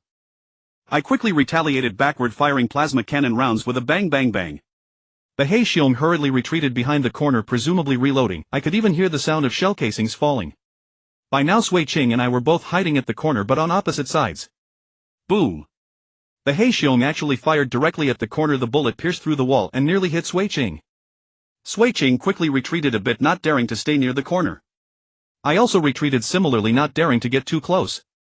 Against such powerful firepower, the mere thickness of the corner wall could no longer provide a sense of security. Even if it was the corner of a high-rise building, it wasn't much sturdier. After all, such buildings mostly have load-bearing and non-load-bearing structures. Only the load-bearing parts are relatively hard while the non-load-bearing parts are usually lighter. I observed the structure of this building and noticed that each floor seemed to have relatively open spaces with extensive glass structures on the exterior. If I could leap to the second floor, I might be able to take down the black bear from a higher vantage point.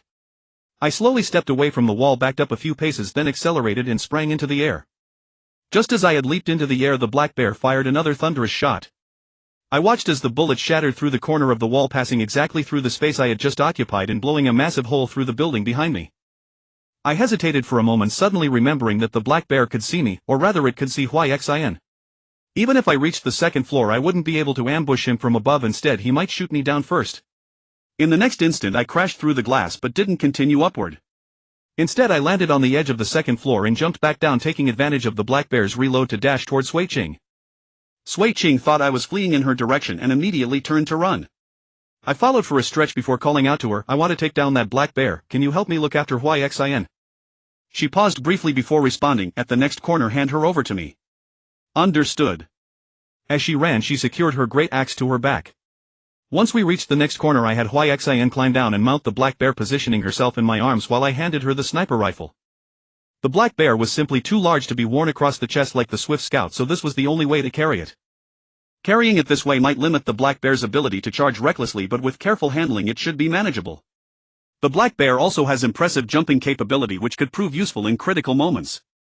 You all go ahead and escape first. Where should we regroup? Sui Ching asked. I scanned the surroundings and pointed toward a tall building in the distance. If I win, I'll go there to hang around. If I lose, don't bother waiting for me. Bye Yao. Xin's expression turned worried. Don't worry, I won't necessarily die. With you escaping first, I actually have a better chance of getting away. He makes a valid point, Sui Ching agreed. The Swift Scout will be easier for him to shake than us. But Xin started to protest, but I cut her off. Enough, hurry up, I'm leaving. Wait. Xin called out to stop me. What is it? I asked, turning back. You must come back alive, I still need to repay you. If your repayment means marrying me, that might give me an even stronger will to survive. I teased. Ha. Well. Just kidding, I'm going. Xin opened her mouth as if to say something, but I was already sprinting and leaping, smashing through the glass onto the second floor. The black bear's heavy footsteps were closing in behind me, so I quickly fired several plasma cannon shots to draw his attention. Upon hearing me on the second floor, the bastard wisely stopped charging blindly and retreated from below, seeking cover while firing blindly. The bullet punched through the wall, shattered the ceiling and carved a deep crater into the second floor ceiling above. Good lord, I had no idea how thick this building's ceiling was, yet he'd penetrated a full layer. The destructive power was terrifying. Even ordinary buildings have walls and ceilings of completely different thickness and hardness. The difference between penetrating a wall versus a ceiling is night and day. No wonder he could sever the black bear's arm with a single shot. Even after penetrating a ceiling, the remaining power would still be enough to severely damage my Swift Scout. I moved carefully, lightening my steps to avoid revealing my exact position. The black bear couldn't match that stealth. Its massive frame made every movement echo with thunderous pounding footsteps. Plus the zombies would target him rather than me, so I could estimate his location just by listening to where the zombies were running. By drawing his attention earlier to give Sui Ching and the others a chance to escape, I'd forced him to keep his distance cautiously. Now closing in would be considerably more difficult. The plasma cannon was only inescapable at close range. Even a massive target like the black bear could easily dodge it at longer distances. If I jumped to the second floor of the building he was using for cover now, he'd definitely hear the commotion and become alert, potentially using sound to track and shoot me. But if I leaped to the third floor instead, separated by 2 layers of ceiling and a maze of walls, his ability to pinpoint my location by sound alone would be significantly compromised. So I immediately located the stairs and climbed to the third floor, moving as quietly as possible to the edge. Locking onto the third floor of the opposite building, I accelerated and launched myself into the air. With two loud crashes as I smashed through 2 layers of glass, I landed on the 3rd floor of the target building. Hearing the commotion, the bastard immediately began repositioning again. Though his footsteps were loud, the 2-floor separation made it difficult to pinpoint his exact location. I could only get a rough idea. However, I soon clarified his position when he left this building, still trying to maintain distance. With his formidable firepower, there was genuinely no reason for him to engage in close combat or unnecessarily increase his risk. Him pursuing me alone was already an enormous risk. If he let his guard down even slightly, he might not make it back alive. I considered this: if chasing doesn't work, what about running? Since he was determined to hunt me down, following me would be inevitable. Meanwhile, Sui Qing's footsteps were fading into the distance. It was too late for him to pursue Sui Qing, now leaving me as his only target. So I stopped holding back against making noise and sprinted in the opposite direction. Hearing my footsteps moving away, he indeed started firing blindly in my direction and gave chase. I crashed through the glass and leaped from the 3rd floor, rushing toward another route across from my position. It wasn't that I didn't want to keep crossing between buildings, the problem was that not every structure was close enough together, nor did they all have those massive glass windows I'd been relying on. The black bear's pounding footsteps were closing in rapidly. I couldn't let him hunt me with such arrogance, so while running I fired backward at the corner behind me. Hearing the plasma cannon fire, he wisely held back from peeking out immediately. Had he done so, the next shot would have caught him the moment he exposed himself. I kept firing continuously, and one of them would have found its mark at just the right moment. I kept running while scanning the terrain, searching for an advantageous position to close the distance. Then I spotted an electric scooter. An e-scooter. Perfect. I immediately began mentally working out how to use it, quickly formulating a viable plan. The black bear was nearly at the corner now. He cautiously fired a blind shot that shattered the wall corner, then reloaded and backed away, taking a wide detour to scout the area before advancing. I figured his caution stemmed from losing track of my movements. While monitoring his position, I quickly tucked the rifle under my left arm and hurled the electric scooter toward the corner. The scooter hit the ground with a loud crash and slid rapidly toward the corner. Boom! The black bear opened fire in that direction but missed. By then I'd closed the distance and was unleashing continuous plasma cannon fire. He finally reacted, rolling to evade while simultaneously reloading. I was now within close range and immediately aimed for his weapon. But he raised his left hand to block the plasma blast. I saw his movement and recognized he'd already begun dodging, deploying the half-moon spiral step, rotating his body in reverse to carve a semicircle and quickly reposition to my flank. Since this was my first time attempting this maneuver in the mech, I ended up slightly off from his exact rear position. He clearly hadn't anticipated I'd execute such a move, so he rolled forward quickly while swapping magazines. I continued firing relentlessly, landing several plasma shots on his chassis, then closed the distance and delivered a kick to his weapon as he began to turn. The impact knocked his gun off target, but his strength allowed him to stabilize it almost instantly. I quickly circled to his left and executed the half-moon spiral step again, finally positioning myself directly behind him. At point-blank range, I unleashed rapid plasma cannon fire, each shot striking his rear armor and spraying molten metal. He suddenly rose and twisted his torso without looking, sweeping his elbow horizontally backward to knock my weapon aside. If I hadn't leaned back in time, he would have knocked me down. He followed through with the turn, attempting another shot at me. I dropped low and deployed the half-moon spiral step again, circling him at close range. But this time he raised his gun and smashed it backward, colliding with me and sending me crashing to the ground. He maintained his grip with one hand, aiming to fire. I kicked upward to deflect his aim, then immediately fired at his wrist, trying to sever his grip. After landing just 2 shots, he yanked his hand away and brought his foot down in a stomp. I rolled to the side to evade the strike. He raised his gun and pointed it at me once more. With only one arm, I couldn't get up quickly. If I attempted a carp spring maneuver, my head would be momentarily stationary, making it far too vulnerable to a direct hit. So I dragged my foot across the ground, arched my back slightly and spun myself around. As long as he didn't aim for my head, I could manage this. As expected, he targeted the center of my rotation, my abdomen, and prepared to fire. Meanwhile, I aimed my weapon at his gun, desperate to disable it. But he was a fraction faster, his hand extending slightly as he went through the motions of firing. Curiously, his finger didn't press the trigger, the shot never came. I paused for a moment, wondering if my earlier shots to his wrist had damaged his hand control systems. When I saw his hand extend again without firing, I seized the opportunity and destroyed his weapon. The black bear swiftly abandoned his gun and stamped down once more. I rolled aside to dodge, but he lunged forward and kicked me in the waist, sending me flying. I slammed heavily into the wall. The moment I landed, I saw him charging at me, leaping into the air and stomping down with both feet. I quickly braced my feet against the ground and rolled backward, using the momentum. The next instant, I felt a violent tremor where my body had just been. If that strike had landed, even my mech might not have withstood it.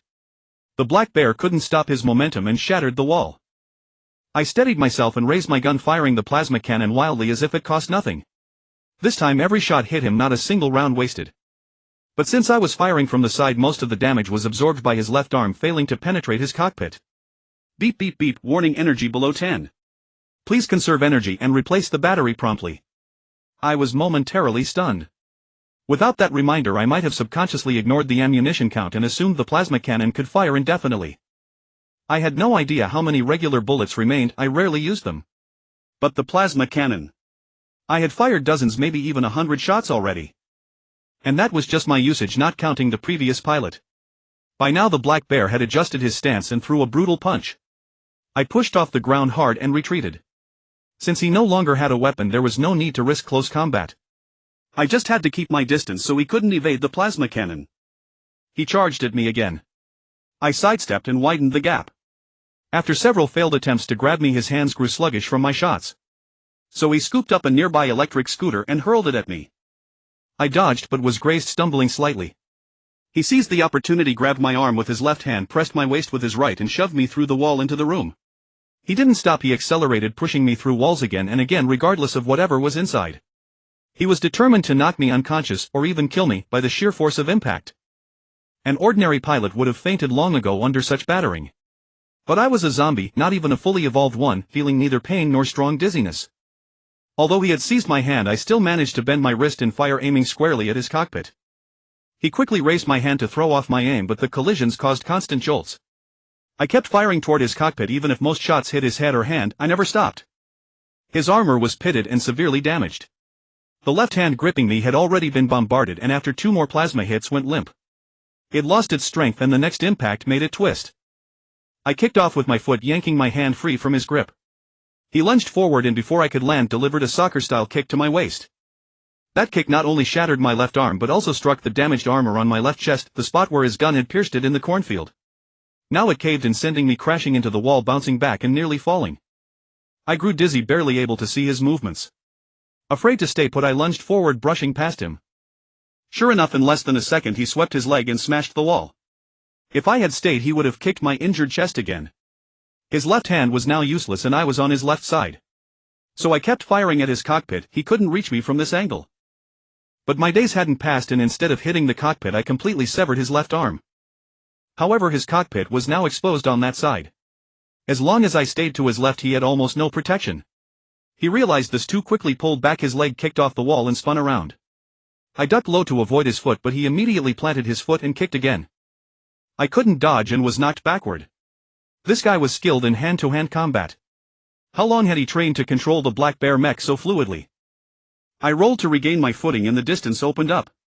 I raised my gun and kept firing. Seeing the gap, he turned and ran crashing through the wall into the next room. The plasma cannon had poor penetration and didn't burn through concrete well, so I chased after him. But he spun back and collided with me, kicking me again. Damn. Earlier I had used the same trick, running away to lure him close, and now he turned the tables on me, making me suffer for it. He seized the chance, rushed forward and punched with his right fist. I used the half-moon spin step to appear behind him and kept firing at his cockpit. He spun around, and as he turned, a blade extended from the back of his right hand, slashing toward the breach in my left chest. Caught off guard, I didn't retreat far enough. My left arm was severed and my left chest was cut halfway, nearly severing my spine. Fortunately, the mech's armor stopped the blade from going deeper, but the force slammed me into the wall. The black bear kicked again, and before I could dodge I crashed through the wall and fell. He apparently didn't dare let me create distance, so he crashed through as well and stomped at my foot. I pulled my leg back, pushed off the ground with my hand rolled backward, and raised my gun again. He blocked with his hand and charged. I rolled to his left side, creating distance, and fired. "How are you still so agile?" He spoke with some anger. It was the first time I heard him talk. He hadn't said a word before. But I had no time to entertain his question. This was a life and death battle. Who had time to chat? To be honest, I hadn't expected the black bear to be so hard to kill. Defeating the first one had given me too much confidence, making me think the black bear was nothing, that with the swift scout's agility I could toy with it. But in reality we were evenly matched and the outcome was uncertain. If not for my zombie body, I would have lost combat effectiveness long ago. Think about how the first Swift Scout died. It was knocked unconscious by a zombie and then decapitated. An ordinary person's physique simply couldn't endure such intense combat, not even a soldier. Let alone someone like me with a broken left arm and a ruptured left chest still hopping around and sustaining high-intensity fighting. That was utterly impossible. No, why aren't you bleeding? He finally caught on. I ignored him, kept my distance and fired at his cockpit. Earlier he had constantly shifted to prevent me from hitting the same spot, so my attacks were scattered, never penetrating his armor. But now, even though I still hadn't struck the same point, his armor was tattered and weak. Even his right hand had fallen off, leaving only his legs to fight. Why aren't you bleeding? Why? Why? What kind of monster are you? Panic finally crept into his voice as if he sensed the fear of death. Because I am. He paused for a moment. Bang. Bang. The plasma cannon finally pierced his cockpit and shot through his head. The black bear froze, then crashed to the ground with a thunderous boom, raising a cloud of dust.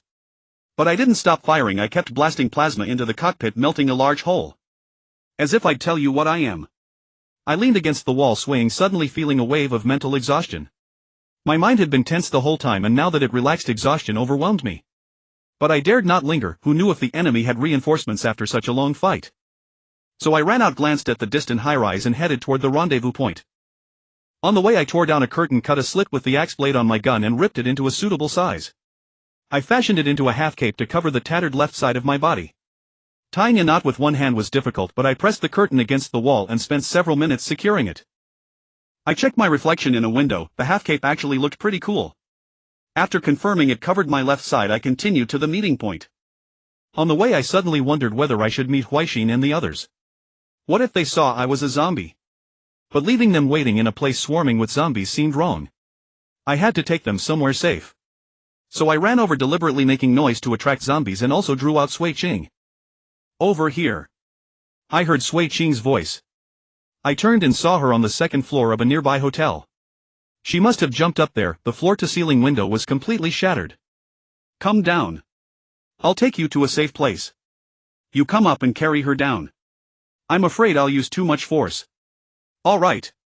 Since she was piloting a black bear, jumping down could easily hurt Huaixin. I pressed down my left cape slightly, then accelerated and leaped up. Why the cape? Huaixin found it odd. Don't you think it's cool? I replied. She was a bit speechless. Did you take down that black bear? Yeah. Not bad. She finally praised me. Bai Yao. Huaixin joyfully pounced on me, clinging to my body. She seemed used to it, even wrapping her legs around me naturally. Suddenly she felt something. Your arm. It's fine. It was already broken. Losing it doesn't matter. Huaixin's face showed deep concern. Let me see. No. I refused outright. Let's go. Follow me.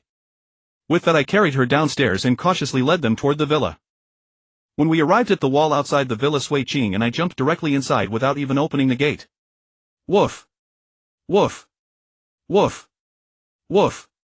Yun Chuno's dogs immediately started barking. I quickly lowered my voice and snapped, "What are you barking at?" It's me.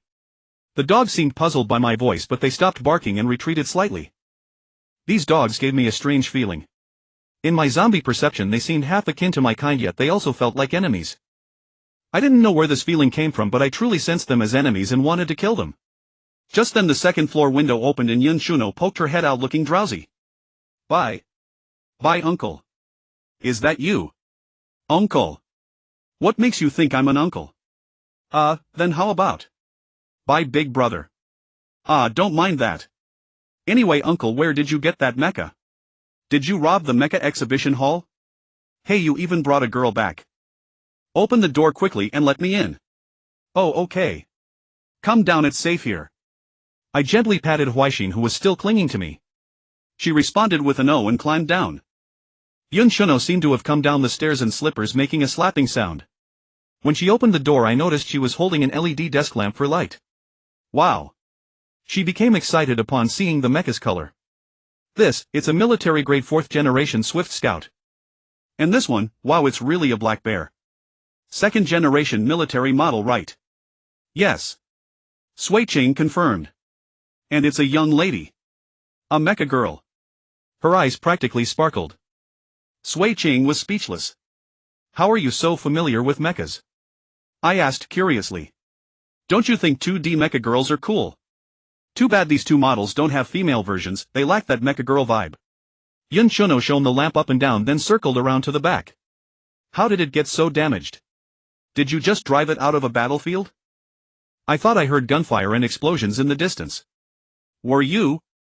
We did just escape from the battlefield. Linfeng City is no longer safe. There are traitors who want to seize the entire city and declare themselves rulers. Sui Qing explained briefly. What? Yun Shuno was startled. So Sui Qing told her roughly what was happening. You mean they might take civilians hostage to stop the authorities from attacking them? That's just our guess, but it's likely to become reality. Otherwise I can't imagine how they could withstand the wrath of the central authorities. Then, let's flee Linfeng City quickly. Huaixin suggested. I thought the same. It was still dark so we had a good chance to escape. But I heard Sui Qing say this black bear is only a temporary ride. It probably won't last until we leave Linfeng City. If it breaks down halfway they might recover it and crack its secrets. Besides, my wound has reopened. I need to treat it again or I won't last long.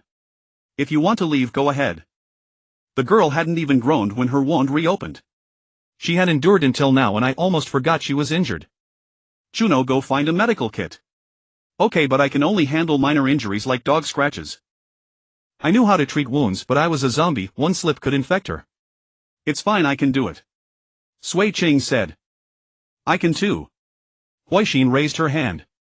I studied nursing and graduated from a health school. Then I'll trouble you. I need to park the black bear somewhere safe and hidden. Is there an underground garage here? Yes, the keys are here.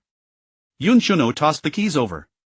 Sui Qing tried to catch them with the mecha's hand but they fell to the ground. I'll open it for you. Huaixin volunteered and picked up the keys. Yun Shuno added, turn right outside the gate, the garage entrance is on the side of the villa. Okay, got it. Huaixin quickly led Sui Qing out. While they were gone I said to Yun Shuno, after you find the medical kit can you cook me a meal? I'm hungry again. Come on, uncle asking me to cook in the middle of the night. It's almost dawn anyway. Think of it as breakfast. She gave me a speechless look. Fine, I'll do it myself, I shrugged helplessly. I'll do it. Consider it thanks for burying my sister. Thanks. Later could you bring it to my room? Haven't they seen what you look like? No. She pursed her lips and agreed okay. Thanks. You're welcome, she said, drawing out the syllables. So I turned and went upstairs to find a change of clothes and take a shower, cleaning off the broken flesh. Although my left chest was broken and my left hand was severed, a new set of clothes would at least look decent from the outside. A knock came at the door. Who is it? I asked while dressing. It's me, Huaixin. Wait, let me finish dressing. Okay. I quickly put on my clothes, hat and mask before opening the door. What's the matter? I asked. Can I come in and talk? She pointed inside. Sure. I gestured for her to enter, leaving the door slightly ajar. She approached the swift scout and seemed about to lift the half-shoulder cloak. I quickly stopped her. What exactly do you want? She withdrew her hand, clasped it behind her back and lowered her head. That, about what you said, offering your body in gratitude, were you serious? I couldn't help but tease. What? Really want to repay me that way? I don't know how to repay you. If you want You what? I can be your girlfriend. Do you really like me? I don't know. Then why make such a decision? I'm scared. I'm afraid you'll abandon me. She looked panicked. I've read post-apocalyptic novels. When the world goes to hell, weak women like me can hardly control our own fate. I have no skills. If I hadn't held you back on this road, you would have escaped smoothly long ago. But, please forgive my selfishness. I still want protection. Can you keep protecting me? I was silent for a moment. I may not be strong enough to keep you safe completely, but if possible I'll try to get you out of Linfeng City. And after that? I paused. I don't know. So please care about me a little more, okay? I've always kept myself pure. I would have been a nurse after graduation if a doctor hadn't tried to take advantage of me. I'm still a virgin. The thing is, I might not need a girlfriend. Ha! She was stunned. Are you impotent? I shrugged helplessly. If you want to put it that way, yes. You actually mean you're a zombie, right? I froze. Did Chuno tell you? No. She shook her head. I just discussed it with Sister Sui Ching. She knows too. She guessed. I asked how did she guess? We both know you were infected. She also knows you've been cooperating with treatment for days. Your voice is hoarse and broken now, not human. Plus the dagger in your left arm and the bullet holes on your body don't match what you've told us. And I saw you stab the dagger into your left arm myself. So you saw it back then. Not all of it, but when you came back the dagger was on your shoulder. So many holes in my story. Besides, when I was hanging on you later I felt the missing chunk in your chest. So that's why you used this cloak as a cover, right? As she spoke she turned and lifted the cloak. Even though she seemed prepared, the sight of the huge gap in the Swift Scout still made her gasp and cover her mouth. How badly are you hurt? Her voice trembled. Zombies feel no pain. I haven't even bled, I replied. With tears in her eyes she turned back. Can I see? It's too ugly. Better not, I refused, shaking my head. Just one look please. I won't be disgusted. I'm afraid I'll scare you. No, you saved my life. No matter what you become I won't be disgusted. Really? Hope you can still say that after seeing it. I can do it. She took a deep breath to muster her courage. Then look. First look at my face and see if you can accept it. Okay. She nodded. Then take it off yourself. I stepped forward close to her. She raised her hand, trembling slightly but still gripped the edge of the mask and slowly pulled it down. Ah! She shuddered, unable to look directly, her lips and eyes trembling, her heart pounding so loudly I could hear it clearly. But after a moment she didn't look away. Instead she asked with pity, you must feel terrible seeing yourself like this, right? I didn't answer. I put the mask back on and said, since you guessed I might become a zombie, why would you still want to be my girlfriend? I actually. She hesitated. Actually what? I actually don't want to be touched by a man. Are you germophobic? No. She shook her head. It feels terrifying, the shouting and screaming as if dying. My former roommate said it's pleasurable, but I'm always a bit fearful. Truly a nursing student able to discuss such things so casually. Then you're not afraid of me touching you? If you did I'd probably turn into a zombie. You wouldn't do that, right? She looked at me with a hint of embarrassment. So? You want to get closer to me but don't actually want anything physical to happen. She lowered her head, slightly abashed. Sorry, I know it's not right. But aside from that I can serve you as well as I can. Whether it's chores or cooking I'm quite skilled. And since I studied nursing I'll be even more meticulous and attentive in caring for you. Then what's the difference between that and hiring a housekeeper? I can do it without pay. And I'll be your girlfriend in name, I was even a campus beauty once. I'm not bad looking, am I? She answered without confidence. Then you'd better be a housekeeper. I don't need a girlfriend in name only. It can be in substance too. But you can't bear to have me turn into a zombie, right? I'm not even sure I can return to human form. Having a girlfriend I can't touch, isn't that torture? Let's start as a housekeeper. I've barely learned to cook and it's not tasty. I really do need a housekeeper. Can't it be girlfriend? She seemed unsatisfied. If I can turn back human then I'll consider it. If you mind then let's pretend we never had this talk. Just do what you must. Fine, housekeeper it is. Then you can't just abandon me. From now on I'm your person, you have to protect me. I'll try. By the way, how's Sui Ching's injury? I changed the subject. It's been treated but she needs rest to avoid reopening the wound. But this place isn't safe, too close to Qingjong village. What should we do? I'll go out after eating while it's still dark and see if I can find a suitable place. No rest. Night favors zombies. During the day the Swift Scout is too conspicuous. Besides, while the Swift Scout still has power I need to kill more complete zombies to see if I can evolve to second stage. It seems zombies evolve by eating. Oh. After eating I put on the Swift Scout and prepared to go out. It had 7 power left, enough to get me back as long as I didn't use the plasma cannon recklessly. If it ran out of power midway I'd probably have to abandon it. Once outside I moved cautiously, staying in the shadows, carefully surveying the surroundings. I scouted all around the villa, confirming no military presence before breathing a little easier. I looked toward the 20-plus story building not far away. Earlier I'd found the way back to Qingjong village from the 11th floor. I remembered there was a special complete zombie on the 10th floor, a strength type quite dangerous. But deliberately seeking out a special complete zombie now would be too reliant on luck. Better to target one I'd already discovered. Since the Swift Scout's transport capacity was limited, if I could only bring back one complete zombie, a special complete would be best. Moreover, I wanted to survey the surroundings more clearly, and that building was a good vantage point. So I stealthily approached the building, slipped inside, and tried to keep my footsteps light. I was a zombie in a mech suit. Zombies walk with hunched backs, arms dangling listless, only sprinting like mad dogs when they spot prey. So I hunched my back, let my arms hang, and walked feebly. Only when passing zombies did I straighten up a bit and hurry past. After climbing flight after flight of stairs, I finally reached the 10th floor. I glanced at the zombie. It was feeding apparently on a complete zombie. It gave a low hiss when it saw me, as if warning me not to come closer. I thought about it. The reconnaissance mission was more important, so I headed up to the rooftop first, planning to deal with it later. On the rooftop I first checked the sky for suspicious targets, then crouched low and crept to the edge to observe any movement nearby. There were still faint sounds of gunfire from the park, but very sparse. The resistance was nearly crushed. Soldiers patrolled in vehicles nearby, but their range didn't reach here, so I could be somewhat at ease. I scanned for any lit windows, nothing. This meant there was likely no shelter or populated area nearby. Otherwise, running a generator and turning on lights would be simple. There might even be people who could hand-crank generators. But generators are usually loud, attracting zombies, so keeping lights off was also possible.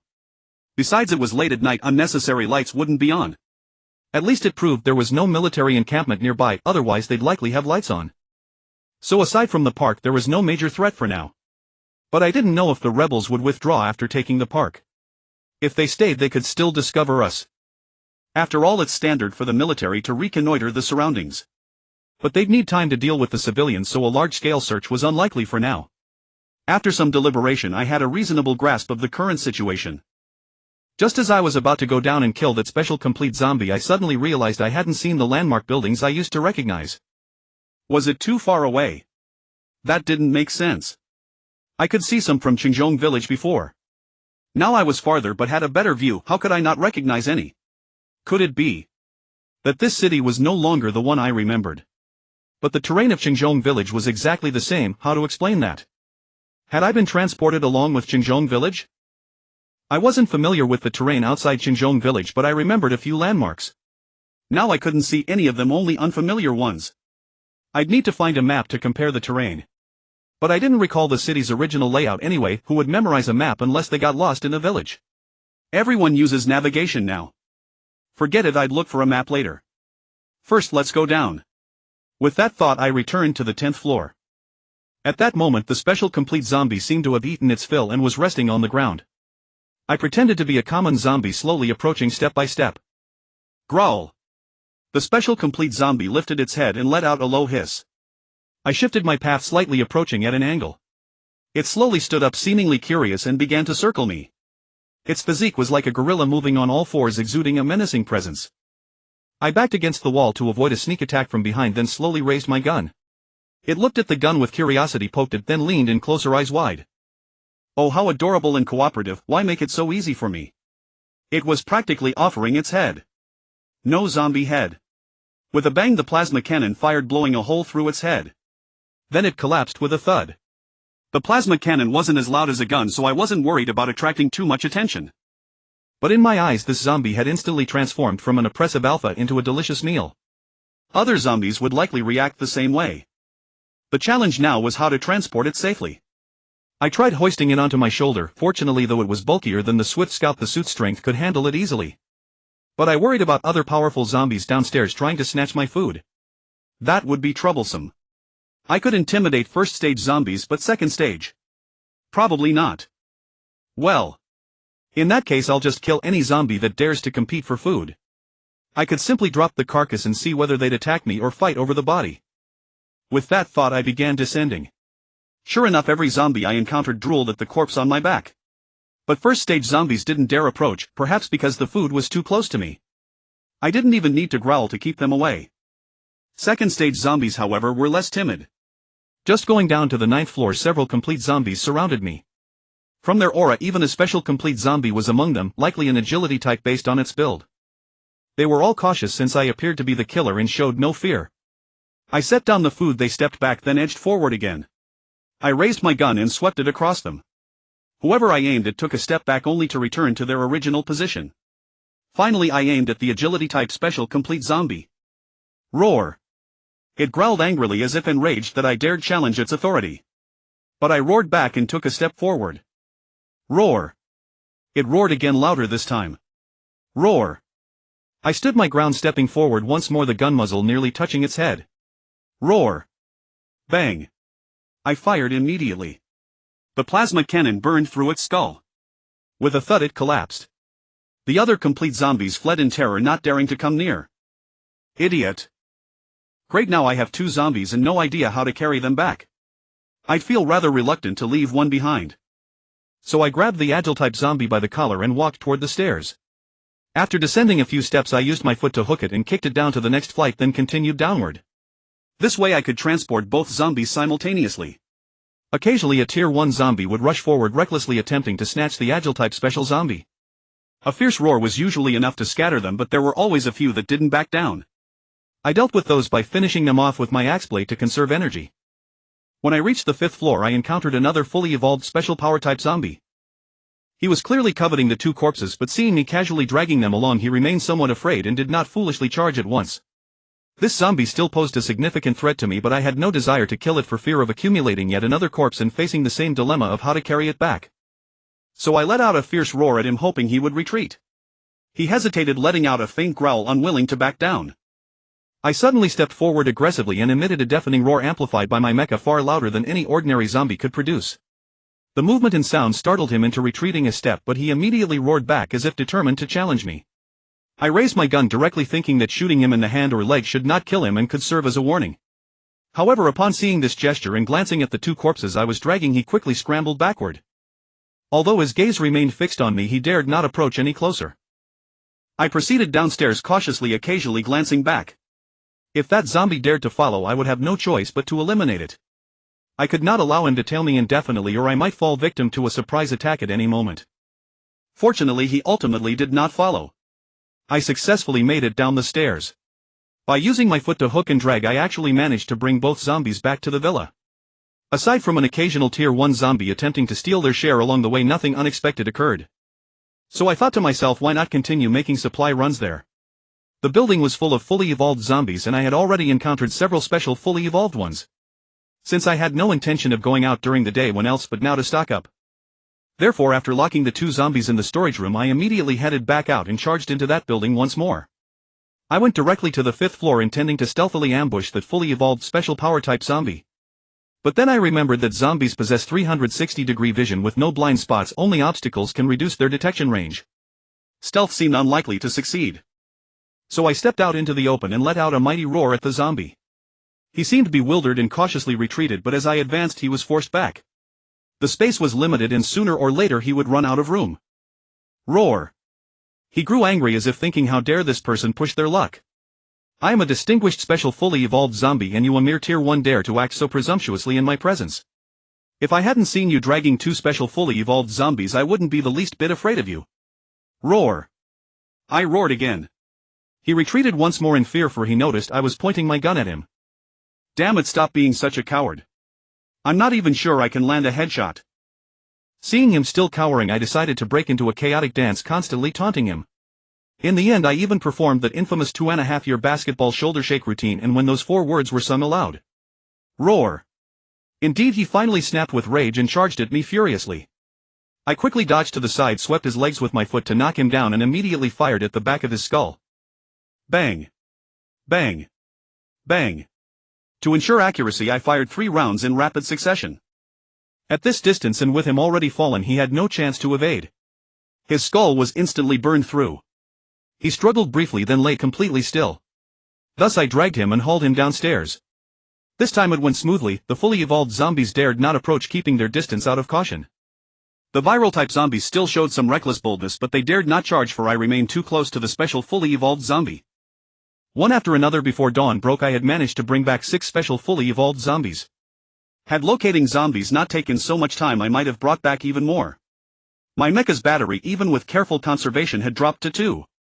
I hoped to keep some charge for emergency escape, but in combat it would hardly last long. 6 special fully evolved zombies should be enough for my advancement, right? If this still isn't sufficient, then either my potential is so immense that leveling up becomes exceedingly difficult, or my potential is so dismal that advancement remains out of reach. Xin and the others were all asleep, so I did not want to wake them to help me process the ingredients. I also dared not make too much noise lest I disturb their rest.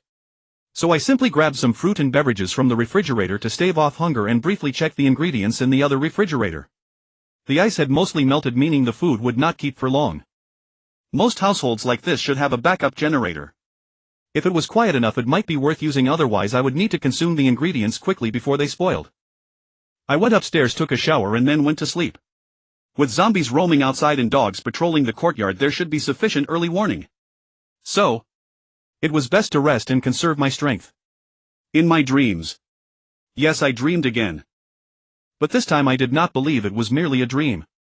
Last time I had suspected that I might have undergone a consciousness fusion, or perhaps a consciousness devouring, which was why I had become a zombie.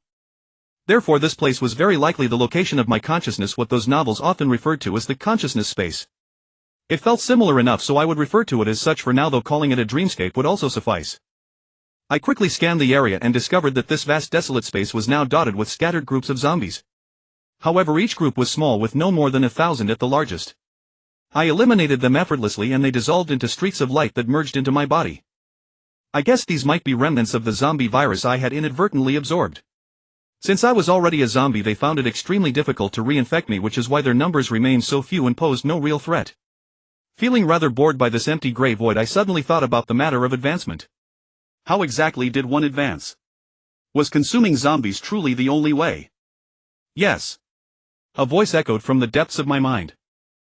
This was not a sound, but rather a sudden recollection, as if the answer had always existed within my memories and merely resurfaced at that moment. I quickly probed further. Then what is the underlying principle? I immediately received another flash of understanding. Our growth requires enormous amounts of energy and material. How can I revert to human form? Only after advancing to a Tier 2 fully evolved zombie can one choose a genetic model, but ordinary zombie viruses cannot plunder genes, making it impossible to obtain the host's genetic sample. To acquire human genetic samples, one must devour the primordial cellular mass of a special zombie. These terms did not literally appear as words, but rather as corresponding concepts that my consciousness could instantly recognize and comprehend. What is a special zombie's primordial cellular mass? As soon as the question formed, the consciousness space before me shifted. Countless fireballs rained down from the sky like a meteor shower, crashing onto the ground. A crater appeared before me, and within it rested a smoking purple-black sphere, its surface appearing extremely hard with no visible damage. But in the next instant, holes suddenly erupted across the sphere's surface, exuding a liquid that melted and consumed it. Eventually a fleshy mass resembling snail tentacles emerged. There was no doubt this must be the primordial cellular mass of a special zombie. My memories confirmed it immediately. Shortly after, a blurry human figure appeared beside me. The fleshy mass instantly leaped upward, extending its tentacles to grasp the figure.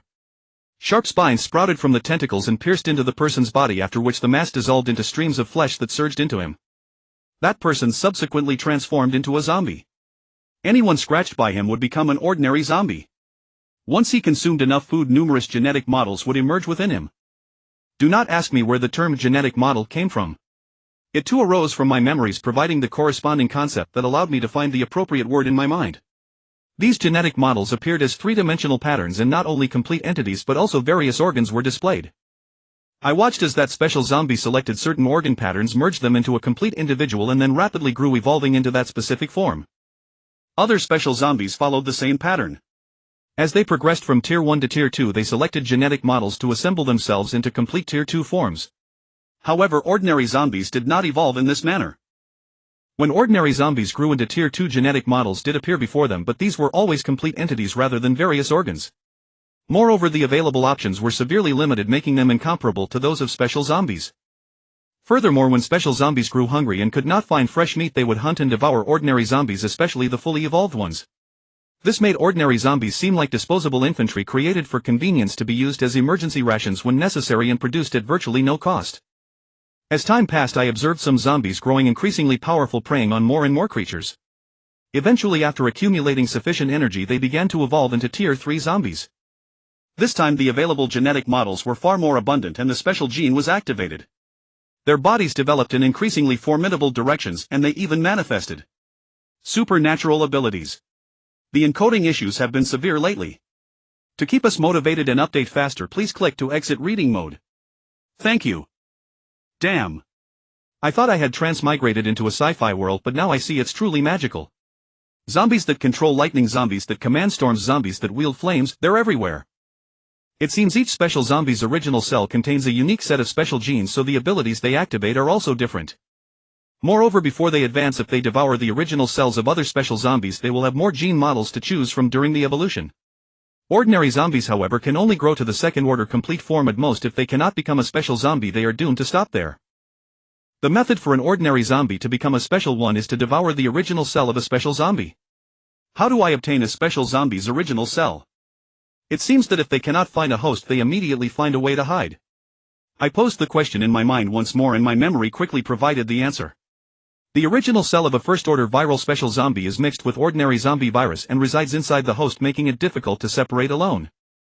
The energy supply organ inside a special complete form zombie is where the special zombie's original cell resides. I shouldn't have cooked that organ before eating it last time. Though it was delicious and easier to digest, I only gained sufficient energy and matter but failed to obtain the genes within. Third-order zombies will condense a corpse core, which is both the energy core of the zombie and the dwelling place of the special zombie's original cell. I see. So that means before entering the second order I should first devour a special zombie's original cell and become a special zombie, so that when I advance I will have the human gene model to choose from. Yes. Then couldn't there be zombies that look exactly like humans? Yes. Damn, if such zombies appear, wouldn't they be indistinguishable when hidden among humans? Wait, isn't that exactly what I want to become?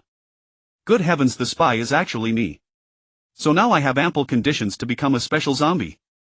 After all, I brought back 6 special complete form zombies. Removing their energy supply organs should be a piece of cake, right? Isn't it just eating them raw? To become human-shaped, what's a little raw eating? Come on, let me wake up. With a whoosh my vision went white, then I opened my eyes. I had actually woken up. It was just dawn and the villa was utterly silent. I quickly got up and grabbed the gun from the mecha. Even though I couldn't fire it without the armor, the axe blade attached to it was incredibly sharp and sturdy, easily cutting through the bones of a special complete form zombie. So I went to the warehouse, dissected those zombies, removed their energy supply organs, and brought them back to the bedroom. To avoid risks and potential interruptions, I hung a "Do Not Disturb" sign on the door, locked the windows and doors, and fastened the safety latch, ensuring that a zombie lacking sufficient intelligence would have difficulty escaping. Only then did I begin preparing for the advancement. Isn't it just raw eating? I had long been enduring that gnawing hunger, and to regain my human form I could suppress my psychological aversion. Yet just as I was about to take a bite, I shook my head in discomfort, fearing that once I started this I might never be able to stop. This was truly a difficult choice. But the thought of eventually becoming a monster, losing my human form, was absolutely unbearable. So I grabbed a piece of the energy supply organ and bit down. I consumed all 6 pieces, as they were indeed delicious, and according to my memory, the more I ate, the more gene models would be available for selection during advancement, and the more abundant the energy and matter supply. A zombie's digestive ability is terrifying. Even though those 6 pieces together were about half my body size, I devoured them completely, wasting nothing. At that moment I felt my entire body brimming with strength, growing hot and feverish. My skin began to itch as if something was trying to grow out from within. Suddenly I cried out in pain. No. It's the feeling of being infected. I felt rejection from multiple parts of my consciousness, just like the time a cat scratched my face. But this time it was far worse. 6 additional consciousnesses had appeared inside me, relentlessly clashing, fighting, and struggling for dominance. Ah! I trembled all over, fell to my knees, and let out a pained cry. Thump, thump, thump. Someone knocked on the door. Uncle Bai, what's wrong? It was Yun Shuno's voice. Don't come in. Don't disturb me. Ah. Are you all right? If I can't walk out rationally, you must kill me. Otherwise. Run. Silence fell outside, and I could no longer care about anything else. I quickly lay down on the bed, my body convulsing, pain racking every inch. I forced myself to calm down, took a deep breath, and sank my consciousness into my body to observe the internal situation. At that moment the various battlefields were fiercely contested. Muscles in some parts of my body would suddenly swell, then shrink, shifting between different forms. I sank my consciousness into my mind, and it was as if I fell asleep. Instantly I arrived in the consciousness space where 6 extremely powerful zombies were frenziedly fighting, and they would bite me as well. Beneath the feet of these zombies each led a large number of minions that looked exactly like them but were smaller, like ants. Their numbers grew rapidly, but they constantly fought and dwindled, though each individual became stronger. The 6 giant zombies would occasionally devour some of their own minions to replenish their losses, then continue the fight. These zombies were enormous, many times larger than me. Their bites hurt terribly and I lost many light particles. I quickly fled and unleashed my ultimate move's 10,000 swords return to 1. Cluster bomb sweep. Incendiary bomb scorch. Heaven and earth shake. I dared not use a move like world peace because it consumed too much energy for too little gain. I tried to avoid the battlefields of the 6 giant zombies, harvesting their minions and occasionally nibbling at their edges, careful not to draw their attention. Whenever one noticed me, I would run away kiting them. These zombies, whether stupid or what, didn't know how to use powerful moves. They only recklessly bit and tried to devour each other. The 6 giant zombies were a bit smarter. They knew to be cautious, dodge and ambush, but they only fought in close quarters, nowhere near as absurd as me. I saw them locked in a biting frenzy again, and for a moment I wanted to unleash a world peace there, but I feared it wouldn't kill them and would instead attract their attention. What if they all came at me? So to be safe, I decided guerrilla tactics on the periphery were more reliable. I would grow stronger first. I tried to weaken whoever seemed strongest because the strongest would also draw more hatred, making me less conspicuous. Weakening the strongest helped maintain balance, causing all 6 to decline together, allowing me to reap the benefits. My memory hadn't warned me that devouring the original cells of special zombies would be so dangerous, otherwise I wouldn't have done it so recklessly. But I suddenly became alert. Perhaps the ordinary zombie virus was designed this way, to make creatures aware that to surpass the second-order limit they must devour the original cells of special zombies, yet deliberately conceal the risks. That way, if a special zombie dies accidentally and is devoured by an ordinary one, the special zombie might overwrite the host's consciousness and be reborn. And if the rebirth fails and the host devours the special zombie instead, an even stronger special zombie would be born. For the entire species there would be no loss, perhaps even a great gain. I didn't know if this thought was correct, but once I devoured these consciousnesses I should find the answer. So I continued to roam, slaughtering the minions and growing stronger. I guess those minions were born from my infection and were probably ordinary zombie viruses, otherwise they wouldn't be so weak. Now I was somewhat grateful that I had devoured multiple special zombie original cells at once. If I had only taken one and it targeted me exclusively, I might not have been a match, since they were all so powerful. I had been weakening them for so long without seeing much effect, unlike the minions that shattered with a single blow. Gradually I realized I had grown to their level, but I dared not increase my attacks lest my offensive power surpass any one of theirs. I still wanted to avoid their notice. Unless I became stronger than all 6 combined, I would not reveal myself. Moreover, I compressed my size as much as possible, using every means to reduce my presence. I had no idea how long the battle lasted. The minions were nearly all killed and their birth rate slowed. This perhaps indicated that their power was waning, otherwise their infectivity wouldn't have weakened. Finally I bared my fangs justice from the heavens. I suddenly grew enormous, holding a giant sword, and plunged it down. Roar! The zombie I struck let out a painful howl but couldn't break free. The other zombies immediately reacted, sensing I was the strongest, and charged at me. But I stomped down hard, crushing another, which yelped and scattered a large number of light particles. The other zombies immediately leaped onto me, tearing at my flesh, but I emitted a burst of light that sent them flying. Then I spun my greatsword, churning it wildly into the zombie I had impaled. That zombie let out an even more agonized howl, its body scattering more luminous particles that frantically converged onto me. The other zombies, sensing the threat of death, charged at me once more. Oof, let me remind you how you died. Swift Scout. I suddenly transformed into my appearance as a swift scout, the scarred armor, the wind-whipped cloak, the axe-bladed lance in my right hand.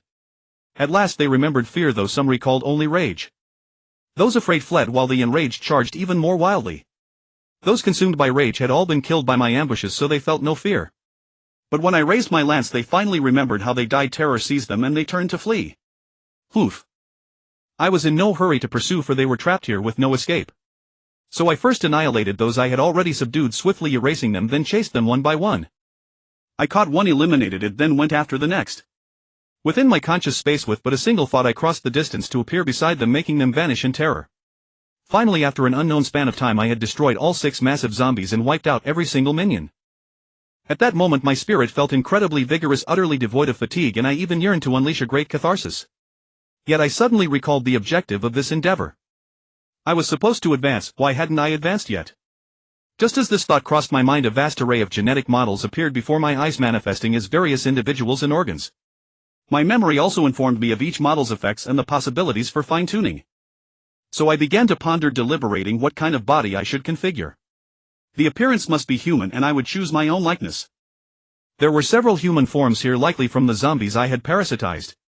Fortunately mine was included, otherwise I would have had to fine-tune it to regain my own features. But how could I truly know what I looked like? Though I certainly had an impression of my own appearance, that did not mean I could draw it. So it was more reliable to directly select my own likeness. Fine-tuning was hardly feasible.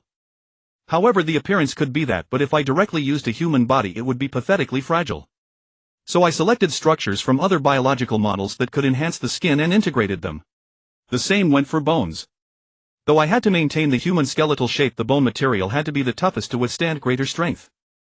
But bones came in either the hardest or the most resilient. The most extreme of each fell short in the other property, so I chose the best balanced option, leaning slightly toward hardness. Fractures were acceptable. The regenerative ability of a complete zombie was formidable, even capable of temporarily growing new structures. For instance, when Lian Xiaogu attacked me with his tongue, he temporarily grew a small spike and the severed tongue quickly regrew a segment. That was a manifestation of the regenerative ability of a complete zombie. Nevertheless, the overall structure was difficult to alter. It had to be determined during advancement. So I was extremely cautious, taking my time to meticulously configure my body, striving to maximize every attribute. If I couldn't reach the peak, I would at least ensure compatibility to avoid conflicts that hindered capabilities. Second-tier zombies could only enhance their physique, they couldn't yet activate special genes for extraordinary abilities.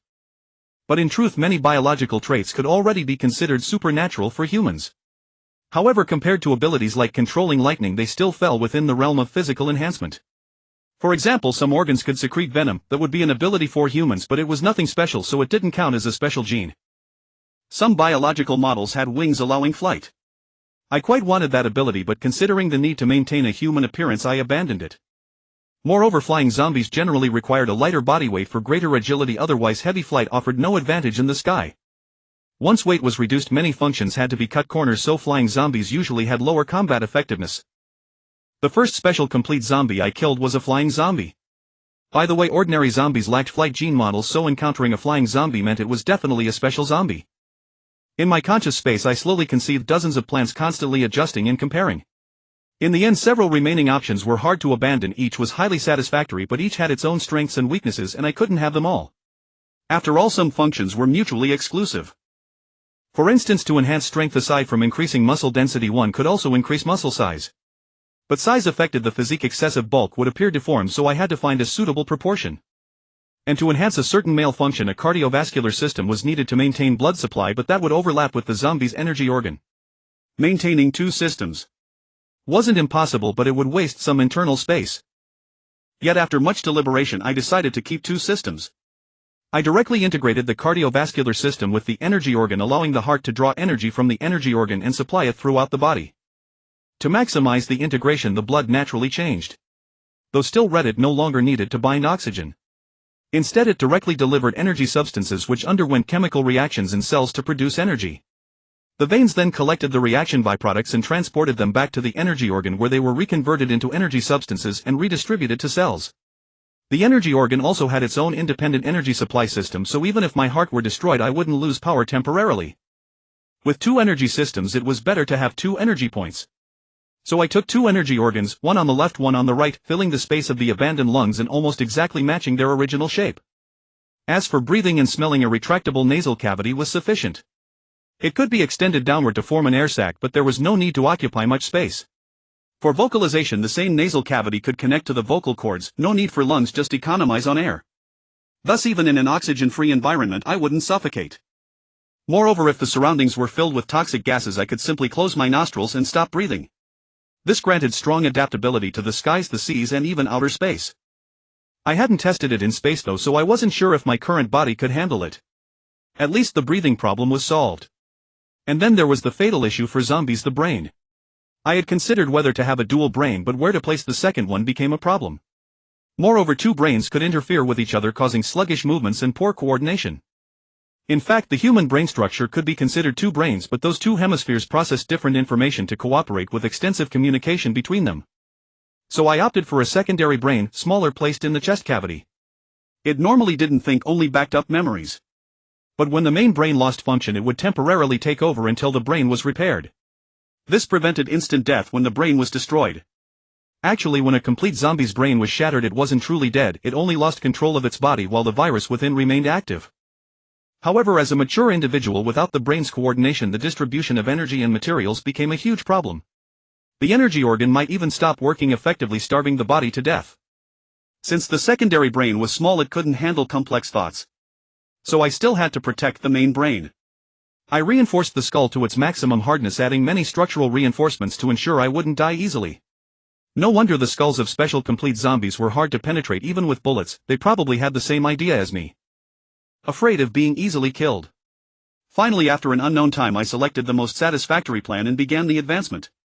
If the reserves of energy and materials were insufficient, choosing a superior advancement would result in a cut corners version requiring subsequent supplementation to gradually reach the ideal state.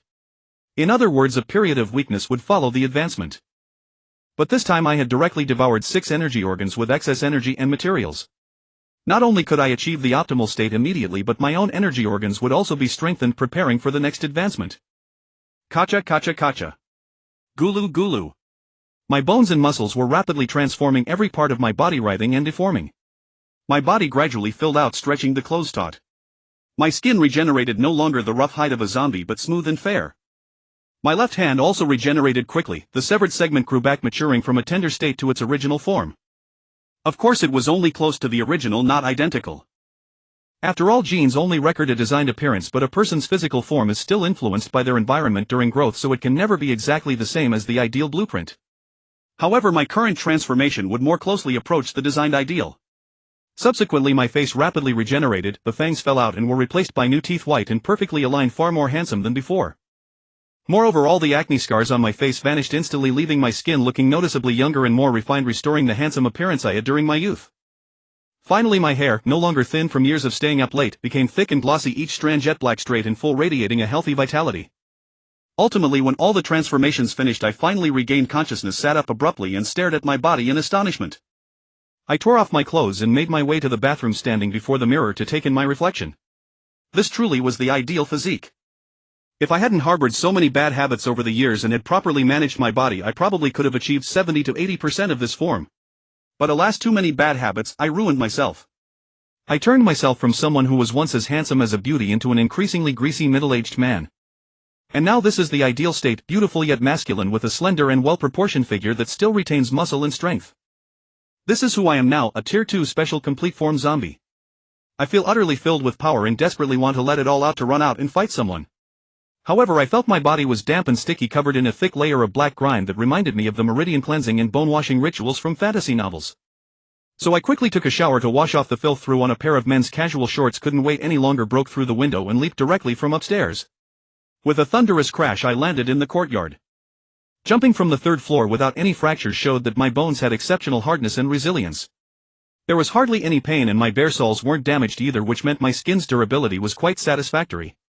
Sui Cheng and the others heard the commotion and rushed over to investigate, but I had already jumped over the wall and was sprinting away frantically.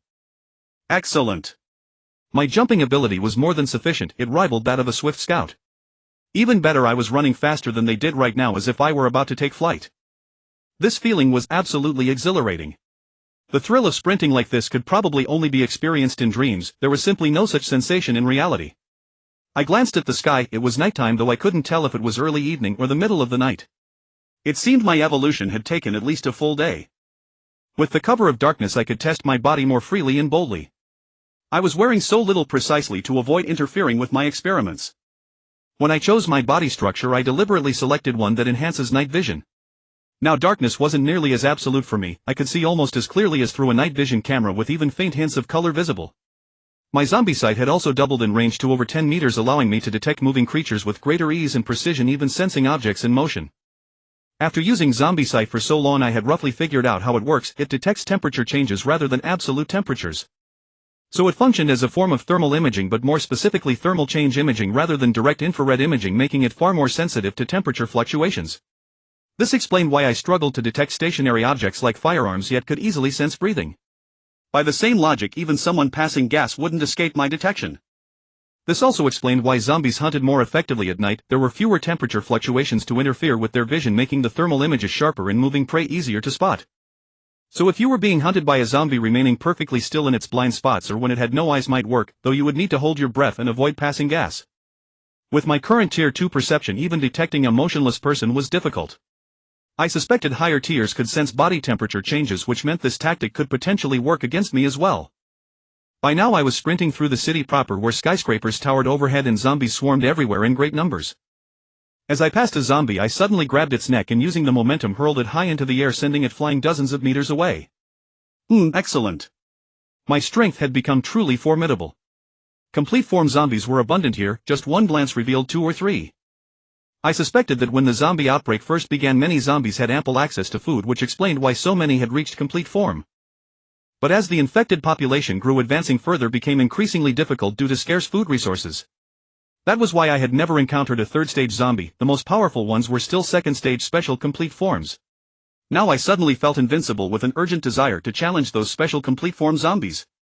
Alright, I should clarify that Tier 1 corresponded to viral form while Tier 2 was complete form. Both ordinary and special zombies had these two tiers, so one shouldn't mix them up. Tiers 3 and above were exclusive to special zombies. Ordinary zombies were capped at Tiers 1 and 2, only evolving into special forms to break through further.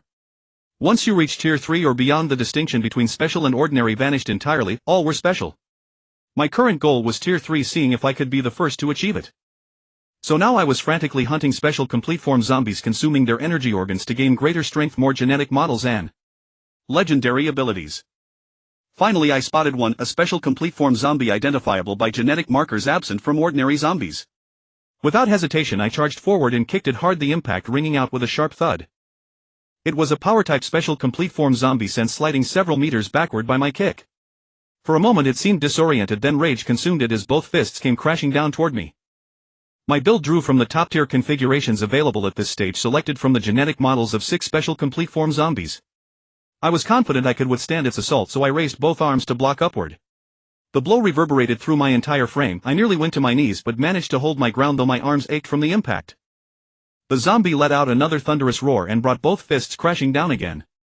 But this time I wouldn't just take it, I darted around to its rear with a crescent-shaped spin step and unleashed a barrage of kicks and punches. All that force I was throwing, yet it was like hitting a wall. My attacks weren't penetrating at all.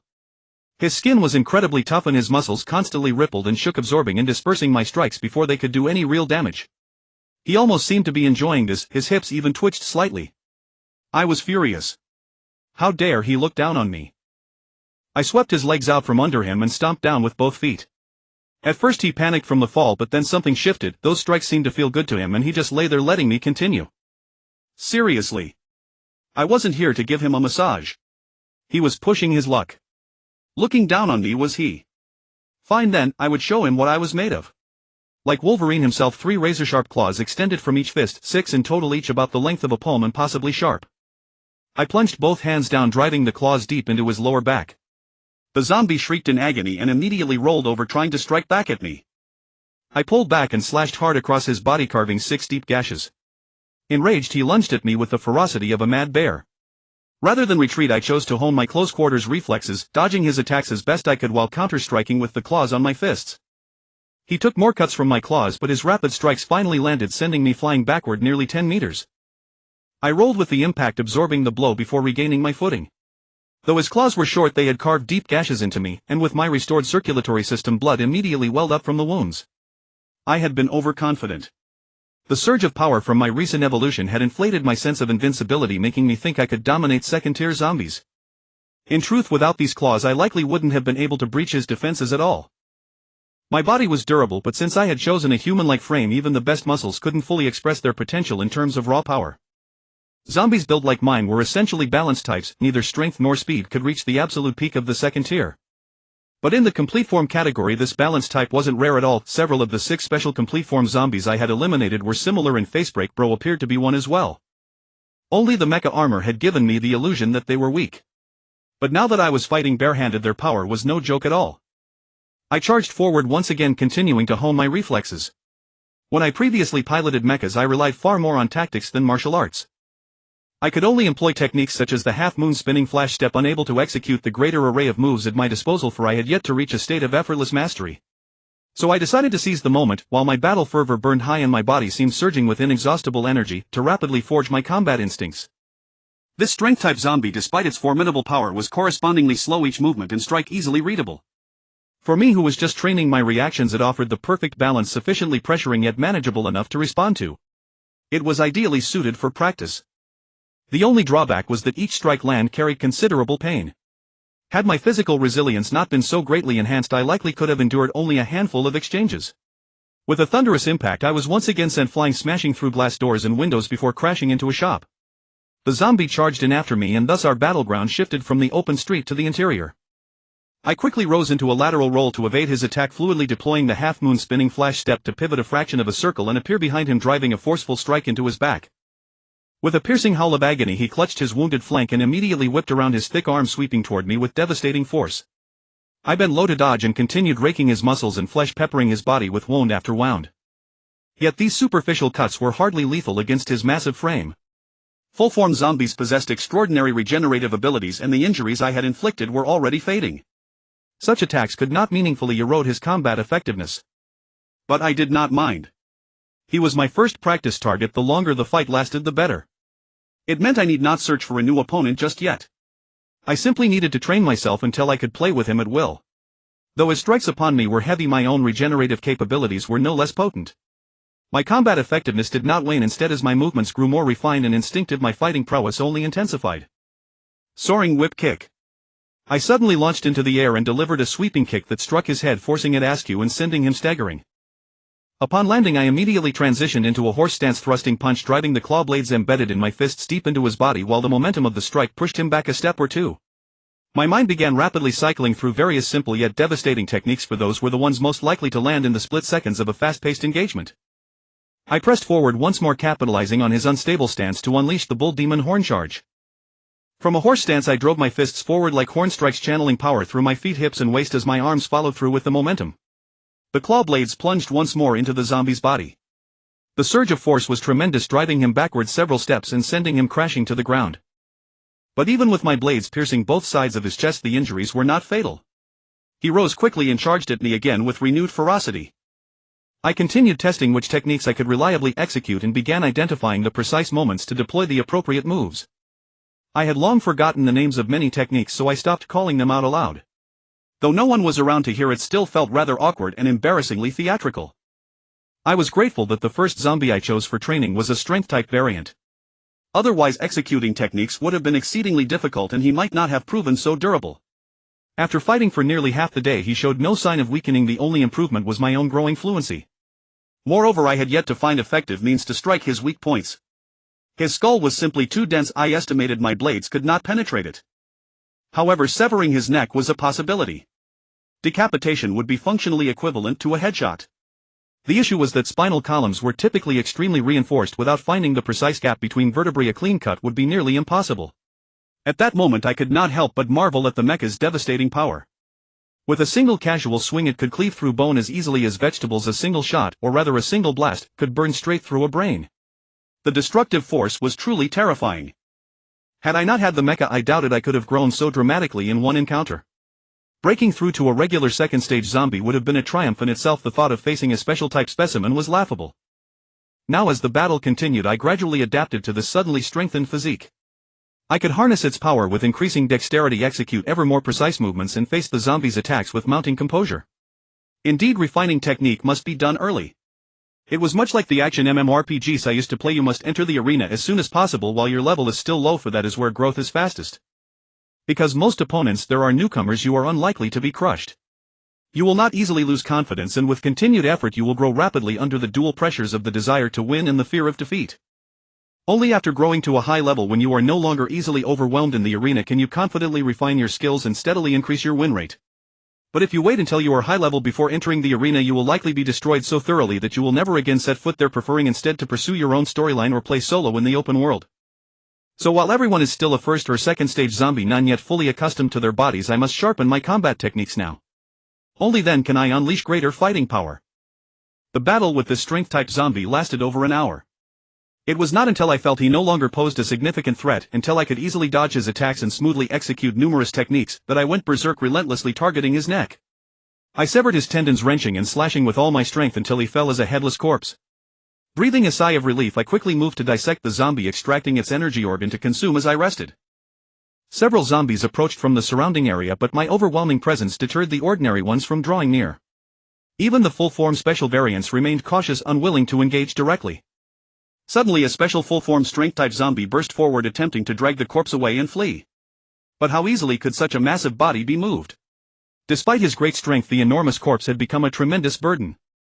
I lunged forward, one hand still clutching food, the other already slashing toward him and severing his leg tendons, bringing him crashing down. Full-form zombies possessed remarkable recovery abilities and special full-form variants even more so. Yet a severed leg tendon could not regenerate within seconds. Furthermore, in the chaos of battle, the leg muscles would be continuously engaged, making recovery even more difficult. I had deliberately avoided that approach with the previous zombie simply to extend my training duration. But this one needed to be completely neutralized immediately. The zombie showed clear alarm, unable to believe that merely attempting to drag a corpse could be so perilous. He promptly released his grip and limped away as fast as he could. I saw no need to pursue. Killing him would not be straightforward. It was more urgent to finish my meal. I was becoming increasingly unbothered by consuming energy organs raw. While I told myself it was to absorb more genetic models, I could feel my standards steadily declining, my self-control growing harder to maintain. What if someday I could no longer resist eating human flesh? I needed to remind myself raw consumption was limited strictly to energy organs. All other meat must be thoroughly cooked. And eating humans was absolutely forbidden. Otherwise, once that boundary was breached, it would only become easier to cross. After all, to a zombie, humans are far too delicious, weak, tender, easy to digest. Where else could one find such ideal sustenance? Having decided against consuming raw meat from other body parts, I would leave this corpse for the other zombies. The villa still held 6 others. I did not need this one, and carrying it back was too inconvenient. Next time I should try bringing Yun Chunu's dogs along. I only wondered whether their appetites were substantial enough to dispose of the zombies I killed. Otherwise it would be a considerable waste. As I watched the strength-type zombie run toward a corner preparing to turn back, I suddenly saw a colossal head emerge from the bend. It clamped down on the zombie, lifted him effortlessly, and then devoured him in savage successive bites. That was a special full-form strength-type zombie. Over 2 meters tall, easily weighing 2 or 3 tons, and you simply picked him up and ate him. How enormous must that creature be? I stared in utter shock, my eyes widening as I forgot to eat, my gaze locked onto the corner as I tried to comprehend the true size of that monster. Soon the monster slowly emerged from the corner, its heavy footsteps resonating as it turned. Its legs were massively thick and there were only them. Its appearance resembled an enlarged version of Facebreak's brother, but its body was now covered in scales, making it look like an authentic giant lizard. Its tail was forked like branches, yet razor-sharp. Roar! It let out a earth-shaking roar, then bellowed, "Why didn't you save me?" It was Facebreak's brother. I stuffed the last piece of meat into my mouth and bolted, diving into the shop and relying on the building's low terrain to slow its pursuit. It gave chase.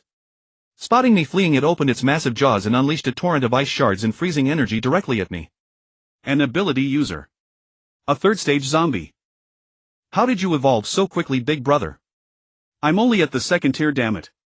I was terrified out of my wits, ignoring the several ice blades stabbing into my back, and continued my desperate flight. Seeing that his attack had little effect, Lianshagu actually lowered his body, crawled in, and paddled his hands, quickly moving at a decent speed.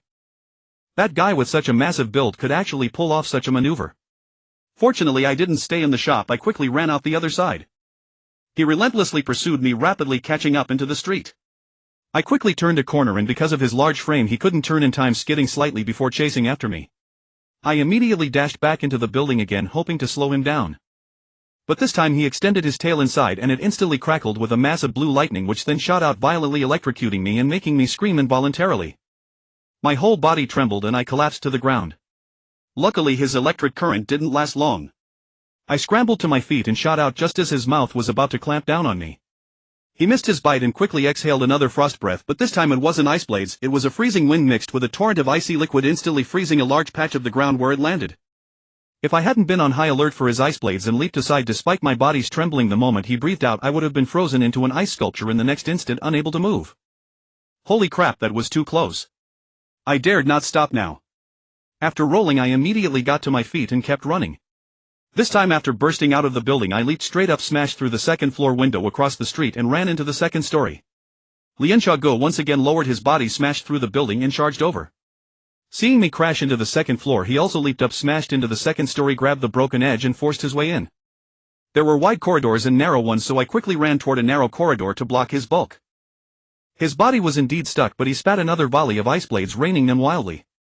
I hadn't reached the corner yet, so I leaped diagonally into the corner, narrowly avoiding the attack. He roared in fury, extended his tail again, and unleashed a torrent of lightning into the corridor. Ah! I was electrocuted violently, my whole body convulsing, and fell to the ground again. Lianshagu immediately smashed through the wall, forcing his way in. Hearing the wall shatter, I scrambled up, wanting to run again. But his tail stretched out once more and released another lightning strike. Ah! I was paralyzed again, but I forced myself not to fall, commanding my body with all my will to move my legs and run. Run! But my steps were painfully slow, a full second of delay before my limbs obeyed, then I began to accelerate and actually run. Lianxiaogu extended his tail again, but by then I was already some distance from the corner. I leaped quickly, escaping the tail's attack range. Behind me a mass of electric sparks flashed like a tree-shaped lightning bolt, or more like a dandelion, because it sent out countless branching arcs forming roughly a spherical zone. I turned another corner, putting distance between us. He roared madly, clearly stuck now, unable to advance or retreat, and slowly faded from my sensory range. I didn't know how far his perception extended, so I ran as far as I could, jumped down from a building, darted into another, then quieted my movements, changed my route, and fled like a madman. His large size and loud movements meant that even without seeing him I could gauge his approximate position by sound. After all, it was pitch black and no one else was wandering around, so it was fairly quiet. Finally I felt I had shaken him off. I stopped in a corner, leaning against the wall, and tried to calm my pounding heart. Damn, that was too close. Lianxiaogu's growth rate was terrifying. He had already reached the third stage of zombie evolution. How many people, or zombies, had he devoured to get there? He swallowed second-tier zombies in one gulp. How was anyone supposed to survive? And from our brief fight he had mastered two abilities, ice and lightning. Both elements had crowd control capabilities and were not weak in attack.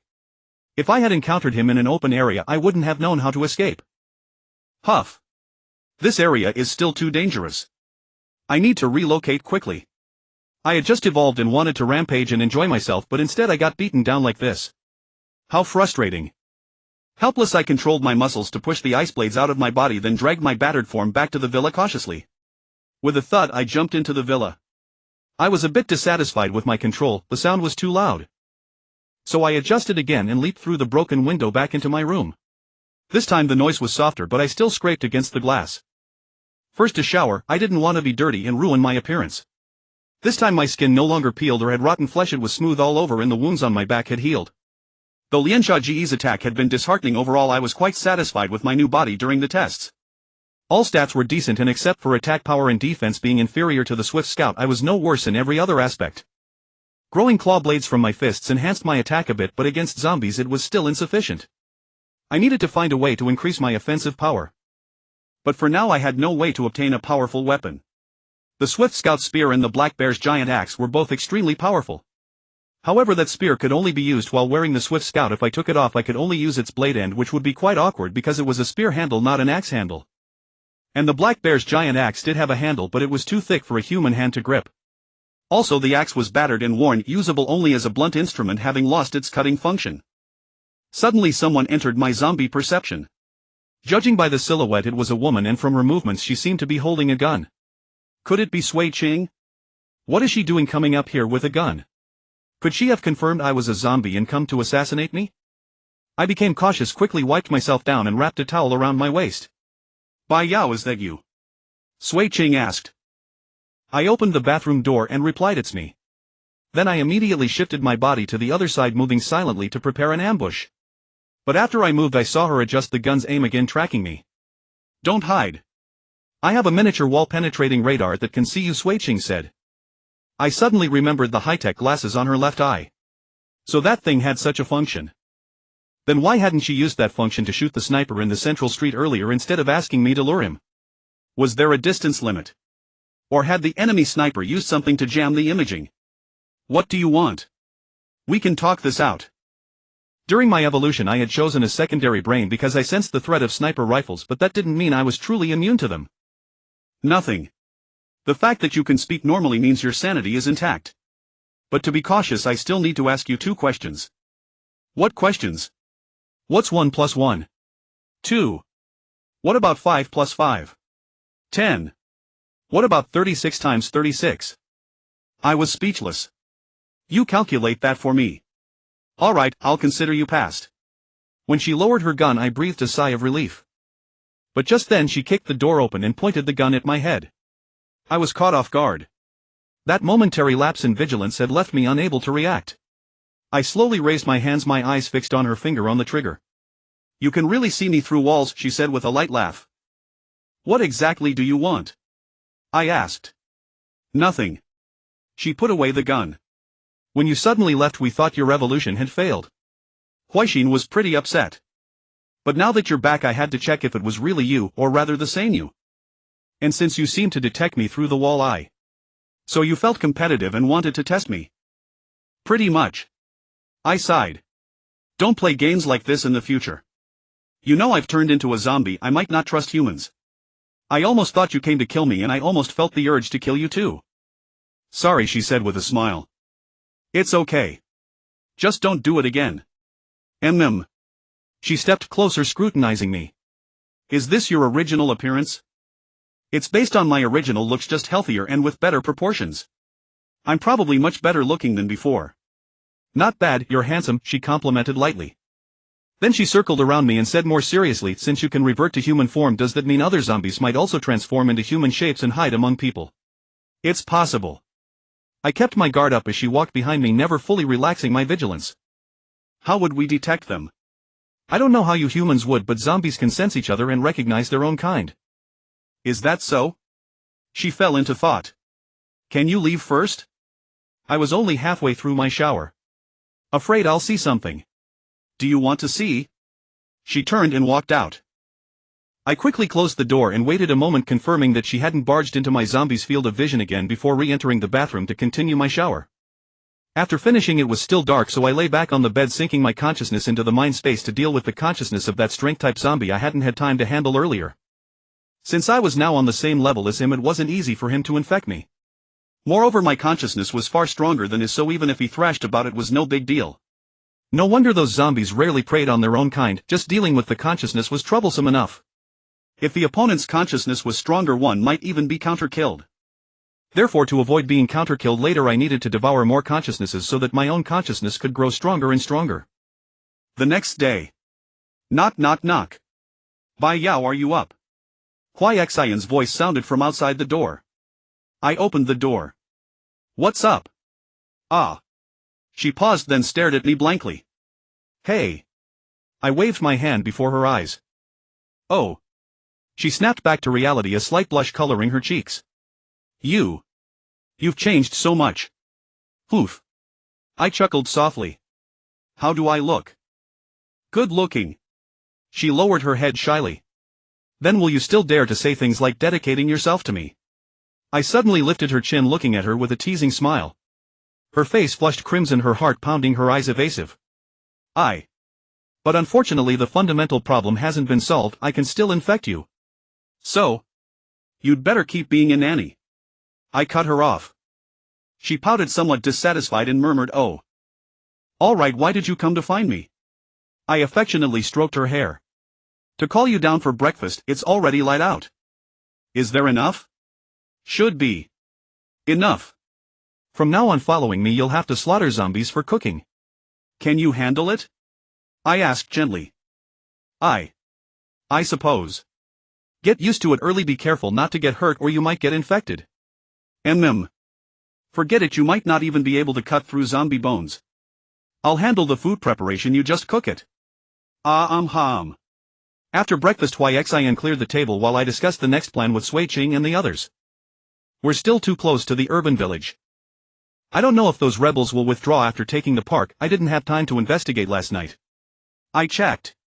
They didn't withdraw, instead they used the existing fortifications to build a shelter and are capturing nearby civilians to expand it, likely into a military base, Sui Qing interjected. Once they stabilize a bit, they'll probably expand their detailed reconnaissance and will be discovered sooner or later. So I've decided we should leave as soon as possible, I continued. What about her injury? Yun Shuno pointed at Sui Qing. As long as I don't exert myself too much, I should be fine. Even though I'd like her to rest more, it's not just the threat from the park. Last night I also discovered a third-tier zombie nearby. A third-tier zombie? Sui Qing was surprised. How can you be sure it's third-tier? There's no standard for third-tier zombies yet. That thing was enormous, about 5 or 6 meters tall. It devoured a special complete strength-type zombie in one bite. Although I had wounded that zombie later when I encountered it. While I wouldn't call it an encounter, I could only flee completely powerless. That only proves it's stronger than an ordinary special complete zombie. How does that prove it's third tier? But that thing wasn't just ferocious, it could spit frost, shoot lightning from its tail, and wield some kind of superpower. I almost didn't make it back, which is why I'm sure it's a third tier zombie. Superpower. You've heard of psychic abilities, right? Seen any movies like that? Is it really that exaggerated? Sui Ching looked incredulous. If you ever encounter it you'll know. If it comes here I guarantee that even piloting the Black Bear mech wouldn't be enough to beat it. Fine, I'll take your word for it. Anyway, the threat from the park alone is enough reason to leave. It seems Sui Ching still didn't fully believe in the existence of superpowers. So, can we go to my place first? Yun Chuno asked. Your place? Are you bringing your family? Sui Ching asked. I left a dog at home, I want to bring it along. In the face of life and death you're bringing a dog. Dogs are family, okay? They're my children. Sui Ching was speechless. Yun Chuno looked at her then at me. If you don't agree then I won't go with you. My Atai hasn't seen me in 2 days, he must miss me terribly. I have to go back to him. Everyone fell silent. I still valued Yun Chuno's dogs, they weren't afraid of zombie infection which might offer a way to gain immunity to the zombie virus. Sui Ching might not realize their value but I did. So I tapped the table, thought for a moment and asked, where is your home? In the northern district near the outskirts. Do you have a map? No. I have one. Sui Ching pulled out her phone and opened the map. Thanks. Yun Chuno quickly took it, fiddled with it and handed it to me. Here, it's right here. I zoomed in and out, seeing it was near the city edge. Are there many people around here? Not many, she shook her head. I have too many dogs so it's troublesome in the busy city. I chose a remote place.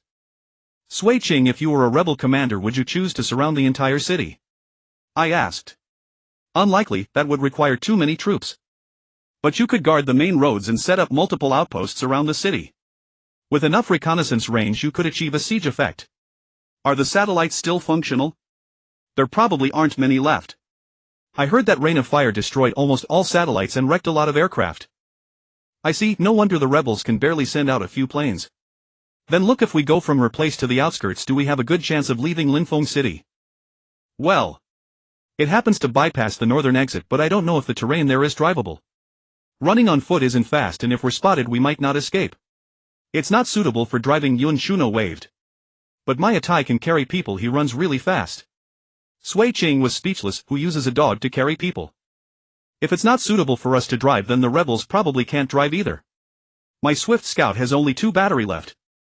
I don't know if it can still carry 1 person to escape. Do you know how to charge the Swift Scout? I looked at Sui Ching. No, Sui Ching shook her head. Without a specialized charger normal household voltage is completely insufficient. But the Black Bear's battery is interchangeable with the Swift Scout's. That Black Bear still has 53 charge so we can probably remove 2 fully charged cells. The Swift Scout only needs 2. Oh. That's great. I thought the Swift Scout would be useless from now on. I felt pleasantly surprised. But even if the Swift Scout is usable, how do you plan to transport 4 people? Sui Ching asked. I can authorize the Swift Scout to you. I'll take one, you take one. Sui Ching thought for a moment. It's not impossible. But authorization requires low vital signs.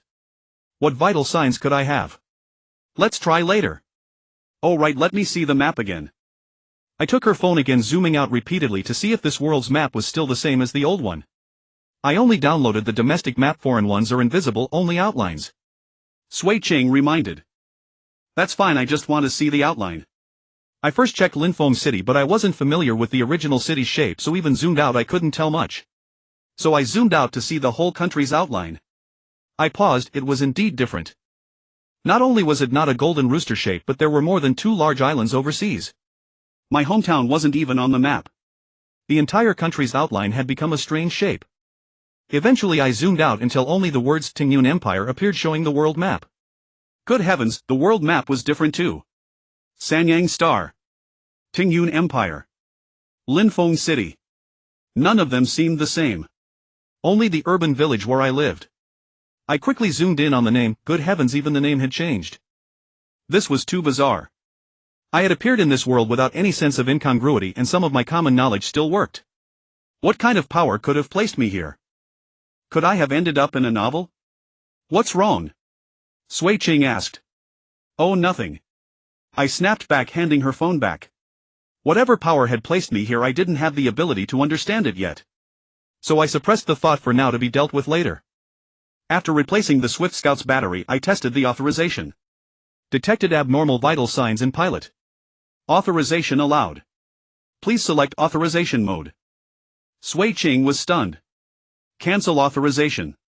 I was just testing, it wasn't time yet. Authorization cancelled.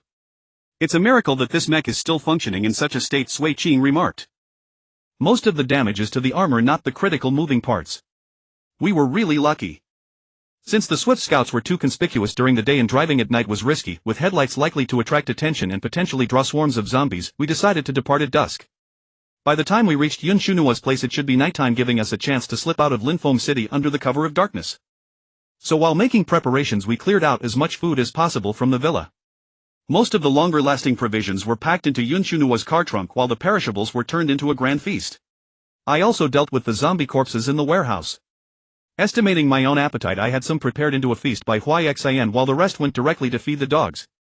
Actually, when I advanced I had already chosen human taste buds, so now eating those cooked foods no longer tasted like garbage. I could actually savor the delicacies that normal people enjoy. However, they were special full-bodied zombies after all, so it was better not to waste them. This way I could more fully replenish the energy and nutrients needed for my growth and advancement. As dusk fell we set out on schedule heading toward Yun Shunua's home. Shunua, those dogs of yours are incredibly huge. Huixin and the 4 dogs were squeezed into the back seat, almost buried under the pile of canines. Ha ha. Yun Shunua said somewhat embarrassedly, they've really grown a lot these past few days. How about bringing one up front? No. Sui Ching refused outright. I need to ensure I have enough space to maneuver and shoot, especially from the sunroof position, which lets me cover all directions. It's fine. Huixin waved her hand, they're quite cute, just a bit heavy. Well, alright then, you'll have to bear with it. No problem. I was now clad in my mecha suit and had already opened the courtyard gate. Let's go, I'll lead the way ahead. Follow me. Right.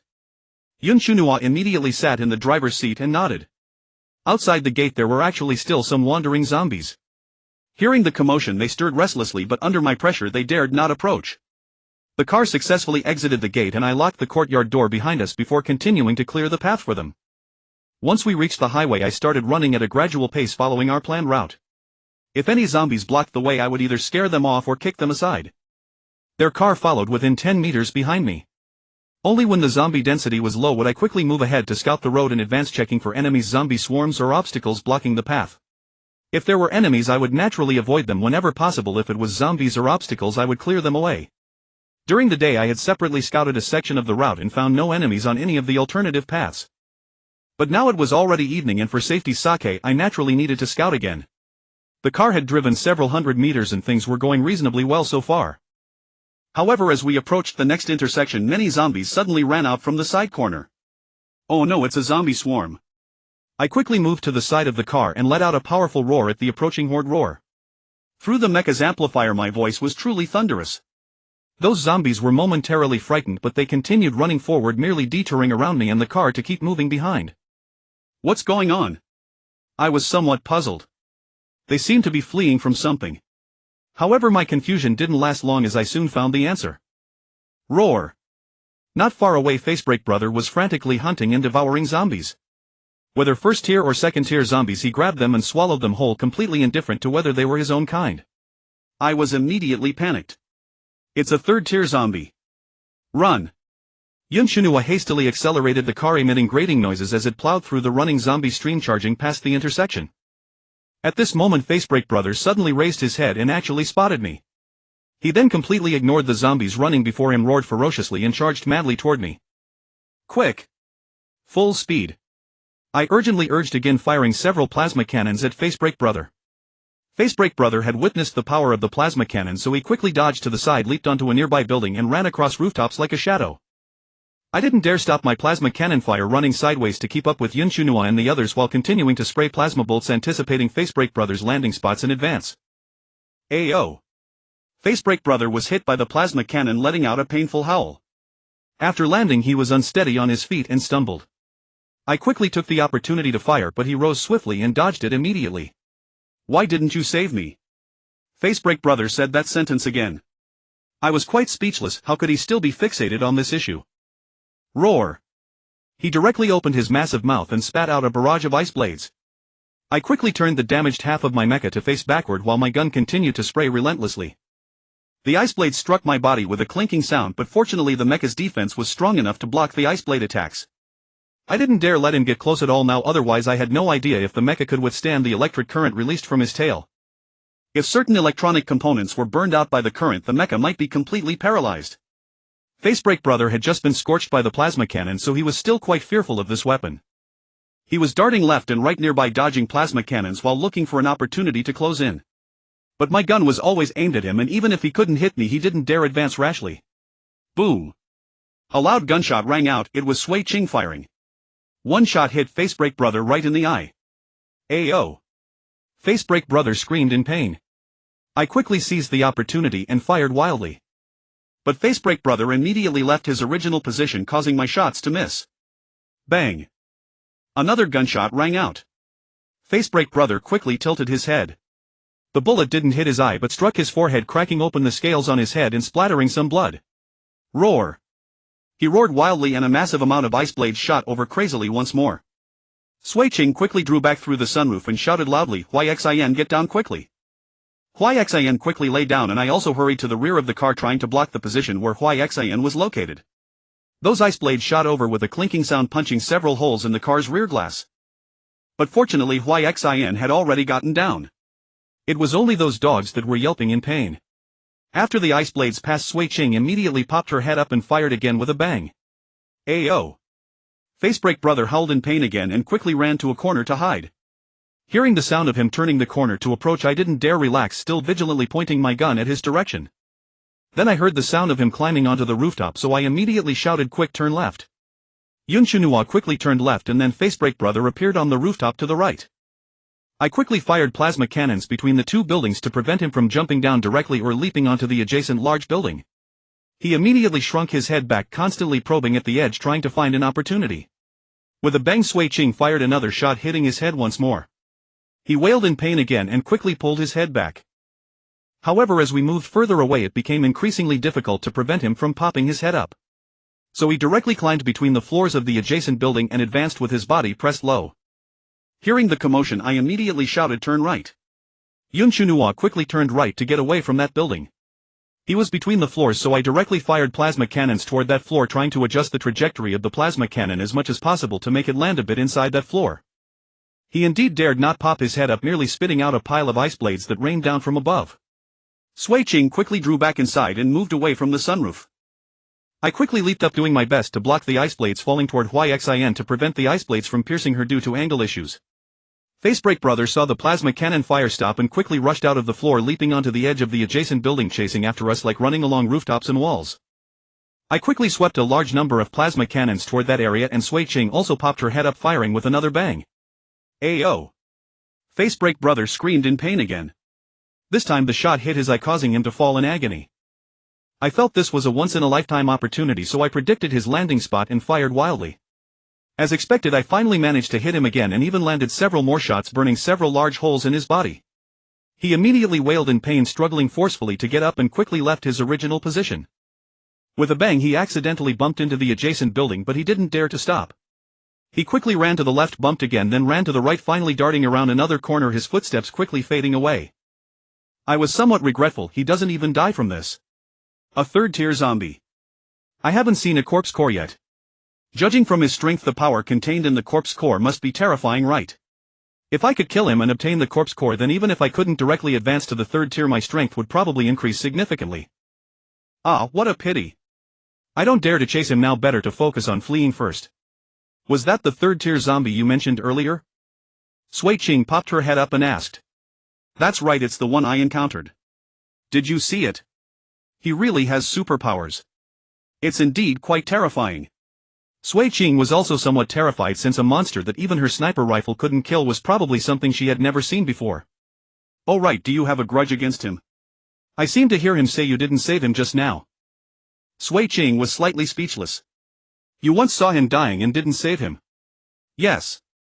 At that time he was crushed and broken by the fire rain and begged me for help.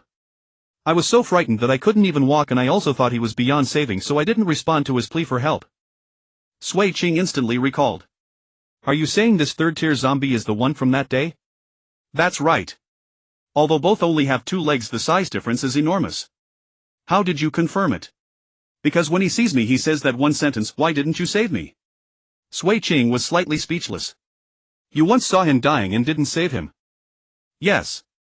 At that time he was crushed and broken by the fire rain and begged me for help. I was so frightened that I couldn't even walk, and I also thought he was beyond saving, so I didn't respond to his plea for help.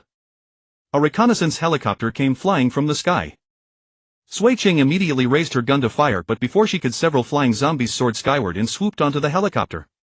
Some were unfortunately caught by the spinning blade, sending blood and flesh flying everywhere.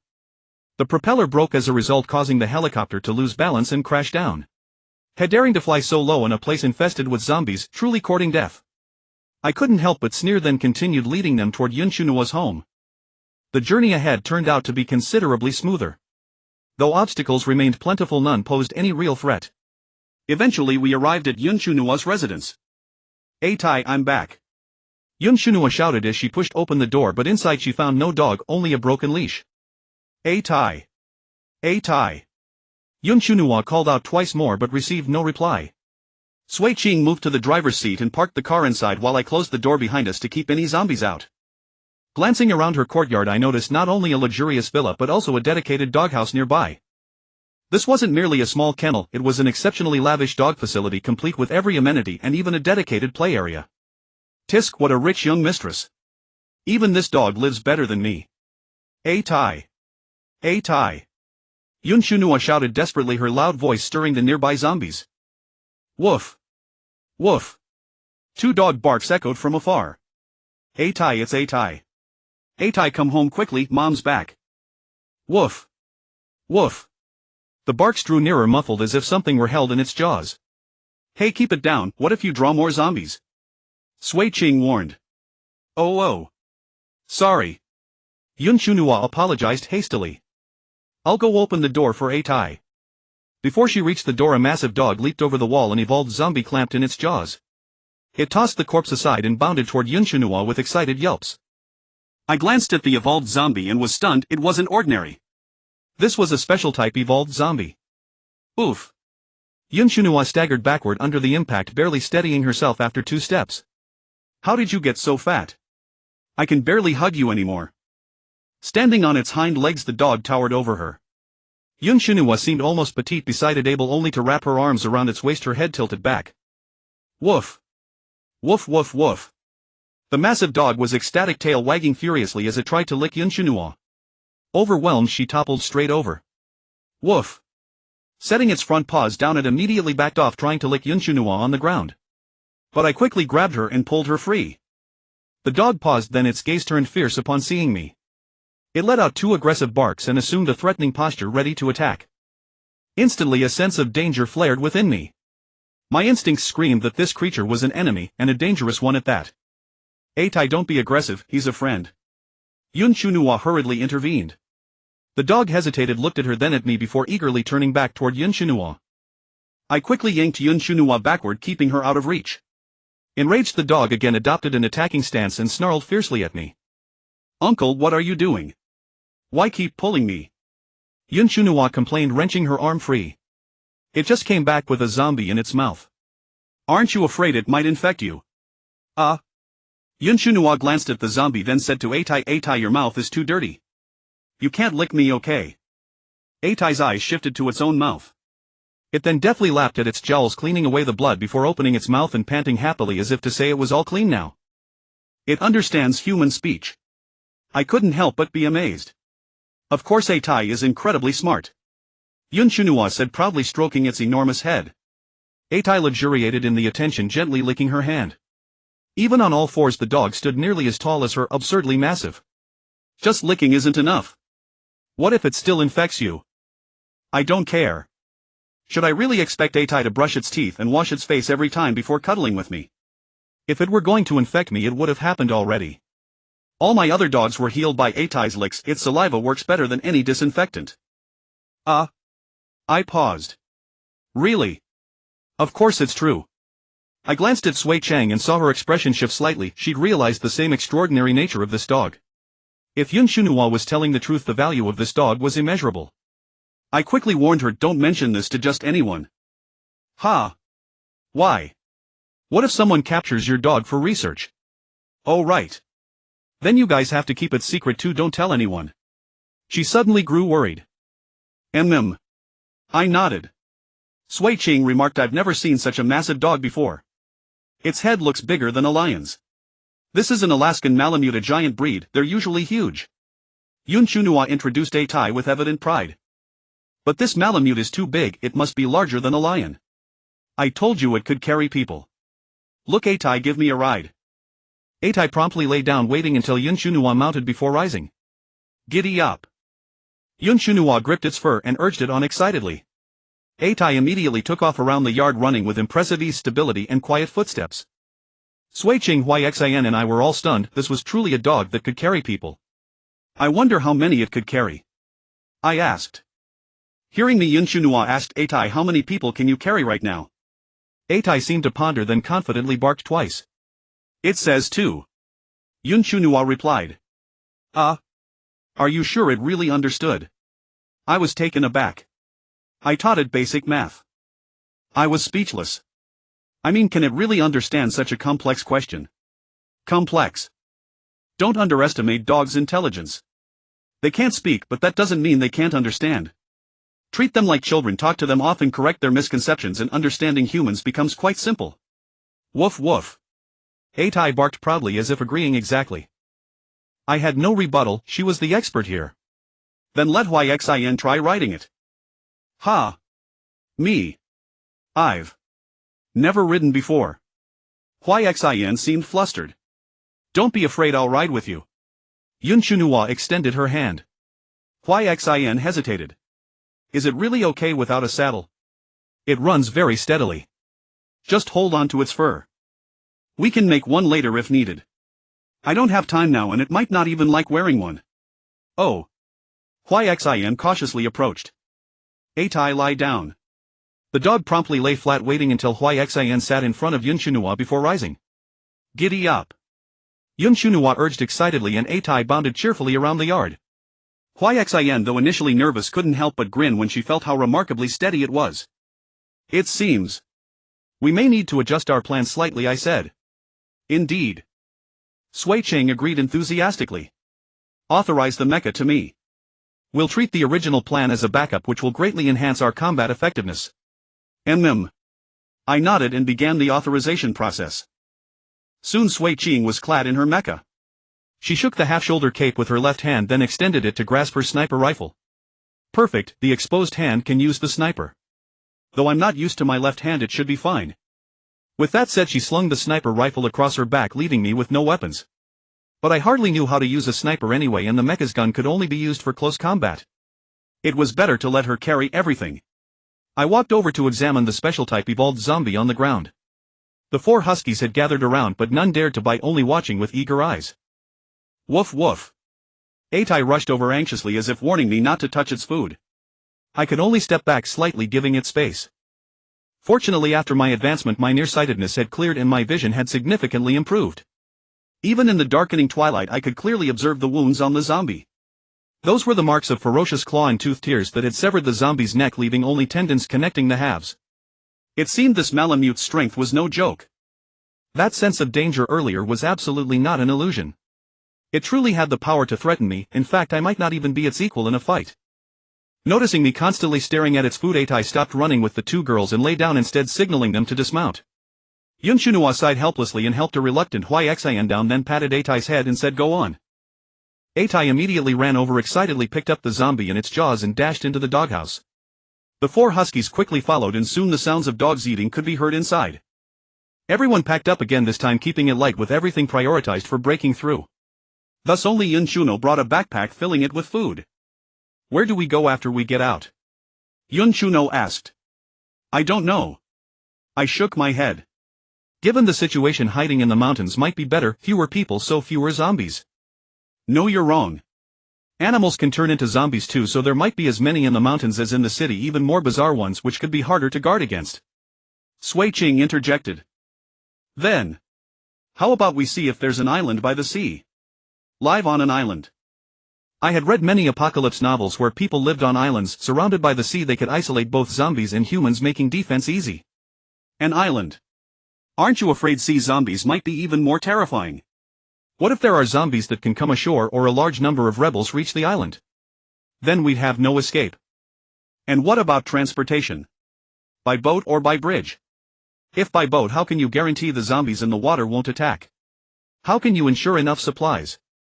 If by bridge, what if someone blows it up? Do you think just guarding against zombies is enough? I was stunned. Then what do you suggest? I've already contacted my friend. She'll send a small team to pick us up in the direction we're escaping. Contact. Isn't the internet down? Phone calls still work barely and texts are even smoother. Haven't you tried? I was exasperated.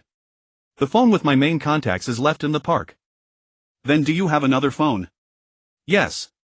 Then let's exchange numbers so we don't get separated. Okay. So we all exchanged numbers and tried calling each other to make sure they were correct. This was the first time I successfully dialed a number since coming to this world, meaning my number still worked, but I had dialed so many wrong numbers before. Let's go. Move out. This time Sui Ching took command since she had arranged the follow-up plan. And I had no plan. So Sui Ching drove the mech to lead the way. I walked behind on foot while Yin Shuno and Xin rode on Atai, followed by 4 huskies. Thus the group's overall pace wouldn't be slow, except I had to walk, which felt a bit undignified. Hey uncle, how about you ride a dog too? Yun Shuno asked. Are you sure a husky can carry me? I'd rather ride behind you. You mean you want to hold both of us? Of course. Oof, dream on. You two are light, why don't you ride the huskies and let me ride the Alaskan? I'm afraid your little nanny might fall and hurt her face, then you'd be the one worrying, wouldn't you? Then you get off and ride a husky and I'll hold Xin. No way. She refused outright, then deliberately rubbed against Xin. Holding a beautiful woman is so comfortable. I suddenly wanted to hit her with a club. Glancing at the Alaskan under her, I felt a pang of envy.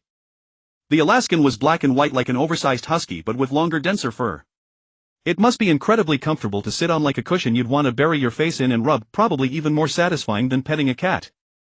The 4 huskies, also black and white, followed behind the Alaskan as if it were a dog king leading 4 minions, their steps in formation somewhat unified with a hint of marching to battle. All these dogs looked adorably silly, each with a naive low IQ expression. No wonder so many people loved keeping dogs, just their appearance was irresistible. Especially the Alaskan, such a big treasure, who wouldn't love it? Its appearance was both goofy and cute, yet if its owner were in danger it could transform into a powerful warrior. Its sheer size could intimidate many villains, offering a huge sense of security. And this one was particularly fierce. It had even hunted a special fully evolved zombie, making it hard to estimate its true combat power. By the way, raising an Alaskan and huskies in the south, aren't you afraid they'll get heat stroke? I remember they're sled dogs. It's fine, I have air conditioning for them. Truly a little rich girl. Stop. Sui Ching in front made a halt gesture and the group immediately stopped. She crawled forward onto a small slope and peered ahead. I crawled over too. What's wrong? I asked. Look, there are lights ahead, one on the left and one on the right and more in the distance. Those should be the rebel outposts surrounding the city. These outposts look pretty small and so far away, can they really surround the city? I wondered. Surrounding only needs to trap ordinary people. They have guns, once they spot a target they can drive over and intercept. Their greater role is to provide early warning against external threats. Otherwise, with Linfeng City being this large, if they actually sent a massive army to surround it, they'd have to empty every military base. If they did that, their forces would be too spread out, creating weak points everywhere, making it hard to handle external threats. In that case, we still have a good chance of breaking through. Indeed. So how do we get past? I asked. First method, dash straight between 2 outposts. But once spotted, they'll have plenty of time to aim and pursue us. Second method, we can stealthily assassinate the personnel at 1 outpost and slip through before they notice. However, my sniper rifle didn't have a suppressor installed back then and firing would reveal our position. Even with the Swift Scout suit, close-range assassination is tough because footsteps are hard to control. So I have to do it. I asked. It's very difficult. You must ensure they can't contact others, can't fire and can't escape. If possible, can I also steal a vehicle? There should be cars at the outpost for them to intercept. Military vehicles usually have good off-road capability and bulletproofing, right? That way, even if we're chased, we'd have some protection. Don't bother. Military vehicles generally have trackers and it's hard to remove them quickly. That would keep us in their sight. I was stunned. Alright, I'll try assassination. But I have no experience, so it's best if you start running while I act. Even if I fail, you'll have a better chance to escape. Okay, Sui Ching said without hesitation. I'll keep observing through the scope. Just do it, try not to be spotted on the way. My clothes are dark, so it should be fine. They can't have night vision at every outpost, can they? Not impossible. Before the zombie outbreak, night vision devices cost as little as a few hundred and high-end ones a few $100,000. You can get good ones for a few thousand. It's not hard to equip every outpost. Plus nowadays they mostly use night vision surveillance cameras. Sitting in the control room they can see every angle, so there's basically no chance of sneaking past unnoticed. I was speechless. Then why did you tell me to do a sneak assassination? So there's a third plan. Spit it out. Try to sneak over. If you can assassinate, great. If you're spotted, I'll help by picking off the people in the outpost. Then you take the chance to get close, either engage or kill them. Meanwhile we rush past. Even if the two nearest outposts send reinforcements, we'll have a longer head start. That sounds reliable. But you might be in danger. I should be fine as long as they don't hit my head. Need weapons. What weapons do we have? Or reauthorize the Swift Scout to you. You're not in low vital signs anymore. Besides, we might need to escape with them at any time. Riding on dogs doesn't stop bullets. Then thank you for the hard work. Any reward? She was exasperated. You'd better ask your little nanny for a reward. You don't have one. Just kidding. I'm going now. With that I stood up and walked briskly, trying not to move in a straight line toward the outpost. I moved forward, crouched, sidestepping left and right, preferring to take extra time rather than stay in the line of sight for even a second. I also grew claw blades on my fists to have a weapon ready. Soon a searchlight swept over and someone on the simple watchtower fired warning shots near me. I immediately accelerated, closing in faster. The enemy fired 2 more shots aimed at me, but after a bang from a sniper rifle behind me the gunfire stopped. I saw a soldier fall from the watchtower, so I sped up even more, approaching at a terrifying pace. Sniper. Take cover. Request backup immediately. The people opposite panicked. After all, it was just a small temporary outpost and someone was using a sniper against them, which was absurd. They dared not show their heads, only sticking guns out from behind the fortifications and firing wildly in my direction. With another bang the searchlight went out. They were all terrified and the sniper had already picked off one of them. The rest hid behind the sandbags, trembling. Thus this group was deprived of the guiding light. Even if the surveillance room could see them, they couldn't possibly aim at the surveillance room while firing. However, they could still barely make out a blurry figure by the moonlight. Their defensive fortifications surrounded a military RV and a military off-road vehicle. The rear of the RV had expanded into a sizable compartment about the size of a room, presumably housing the surveillance equipment along with the personnel, supplies and gear. To be honest, the sight of that military RV made me truly covet it. If I weren't worried about being unable to locate the tracking device, I would have at least seized one. After all, in this apocalyptic zombie world, being able to drive an RV is a dream for countless people, let alone a military-grade RV with such high defensive capabilities. As we drew closer, even if they were firing blindly, my chances of being hit increased, so I quickened my movements. Once I reached a certain distance, I dared not approach further. Instead, I began to circle around, using the RV and the off-road vehicle as cover to close in again. They tried to move over to shoot at me but didn't dare to raise their heads. They could only advance in a crouch, moving slowly. Someone inside the RV immediately opened a firing port and extended the muzzle, but by then I had already charged in and pressed close to the RV, preventing the gun from targeting me. He's on the left side of the RV. Someone inside the RV shouted. Through the zombie's vision I saw a man bending over to come around, while another person, also watching in my direction, had his gun aimed at the path I came from, presumably on guard against a sniper rifle. But does a sniper rifle need guarding against? You might not even hit it. There were 2 more people inside the RV, meaning this outpost had a total of 5. One had already been taken out by the sniper, leaving only 4. The man at the front of the vehicle was about to come around. He wasn't hugging the front, so I couldn't ambush him easily. So just as he was about to see me, I immediately circled to the rear of the vehicle and without pausing charged at the man guarding against the sniper. Seeing me approach, he tried to turn his gun, but by then it was too late. I executed a lateral dash to evade his spray, grabbed his gun and drove my claw blade into his neck, then slashed outward. Ugh! He couldn't even scream, only emitting a gurgling, indistinct sound. By then the man who had circled to the front reacted and opened fire at me. But after seizing the gun, I immediately rolled with the momentum and tumbled outside the defensive fortifications. The man at the front, not daring to raise his head, naturally couldn't hit me beyond the fortifications. Using the zombie's vision, I aimed directly at the people inside the RV and fired, but unfortunately the RV's shell was bulletproof and the rounds didn't penetrate. However, the people inside the RV opened a firing port on that side and extended their muzzles. I quickly darted obliquely, shot and killed the soldier at the front who was torn between hiding and charging, then rushed to the front of the vehicle. The people inside the RV panicked a bit because there were no firing ports on the front side. Unless they opened the hatch to the driver's cabin, they would have to come out to engage me. I glanced over at Sui Ching and saw that she had begun to advance. The timing was perfect. She must have realized that the external firepower had ceased, giving her the courage to move forward. I looked inside the RV again. One soldier was sitting there, presumably watching the monitors. The other soldier seemed to have pulled something out and was tossing it from the firing port toward the front. Holy shit, a grenade. Fortunately, my night vision was decent. I quickly kicked the rolling grenade away and it exploded with a boom 10 meters off. By then I had already taken cover at the corner of the front, otherwise the shrapnel might have hit me. Good tossing grenades, huh?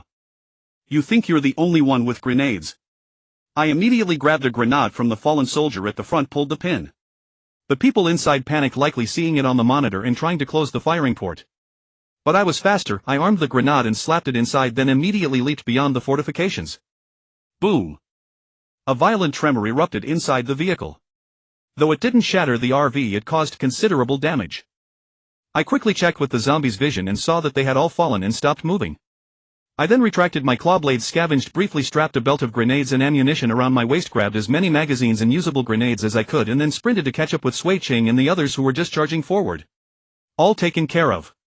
Sui Ching asked. I nodded. Uncle is pretty impressive. Yun Shuno couldn't help but compliment. So any reward? What reward do you want? Can I ride behind you? No. Poof.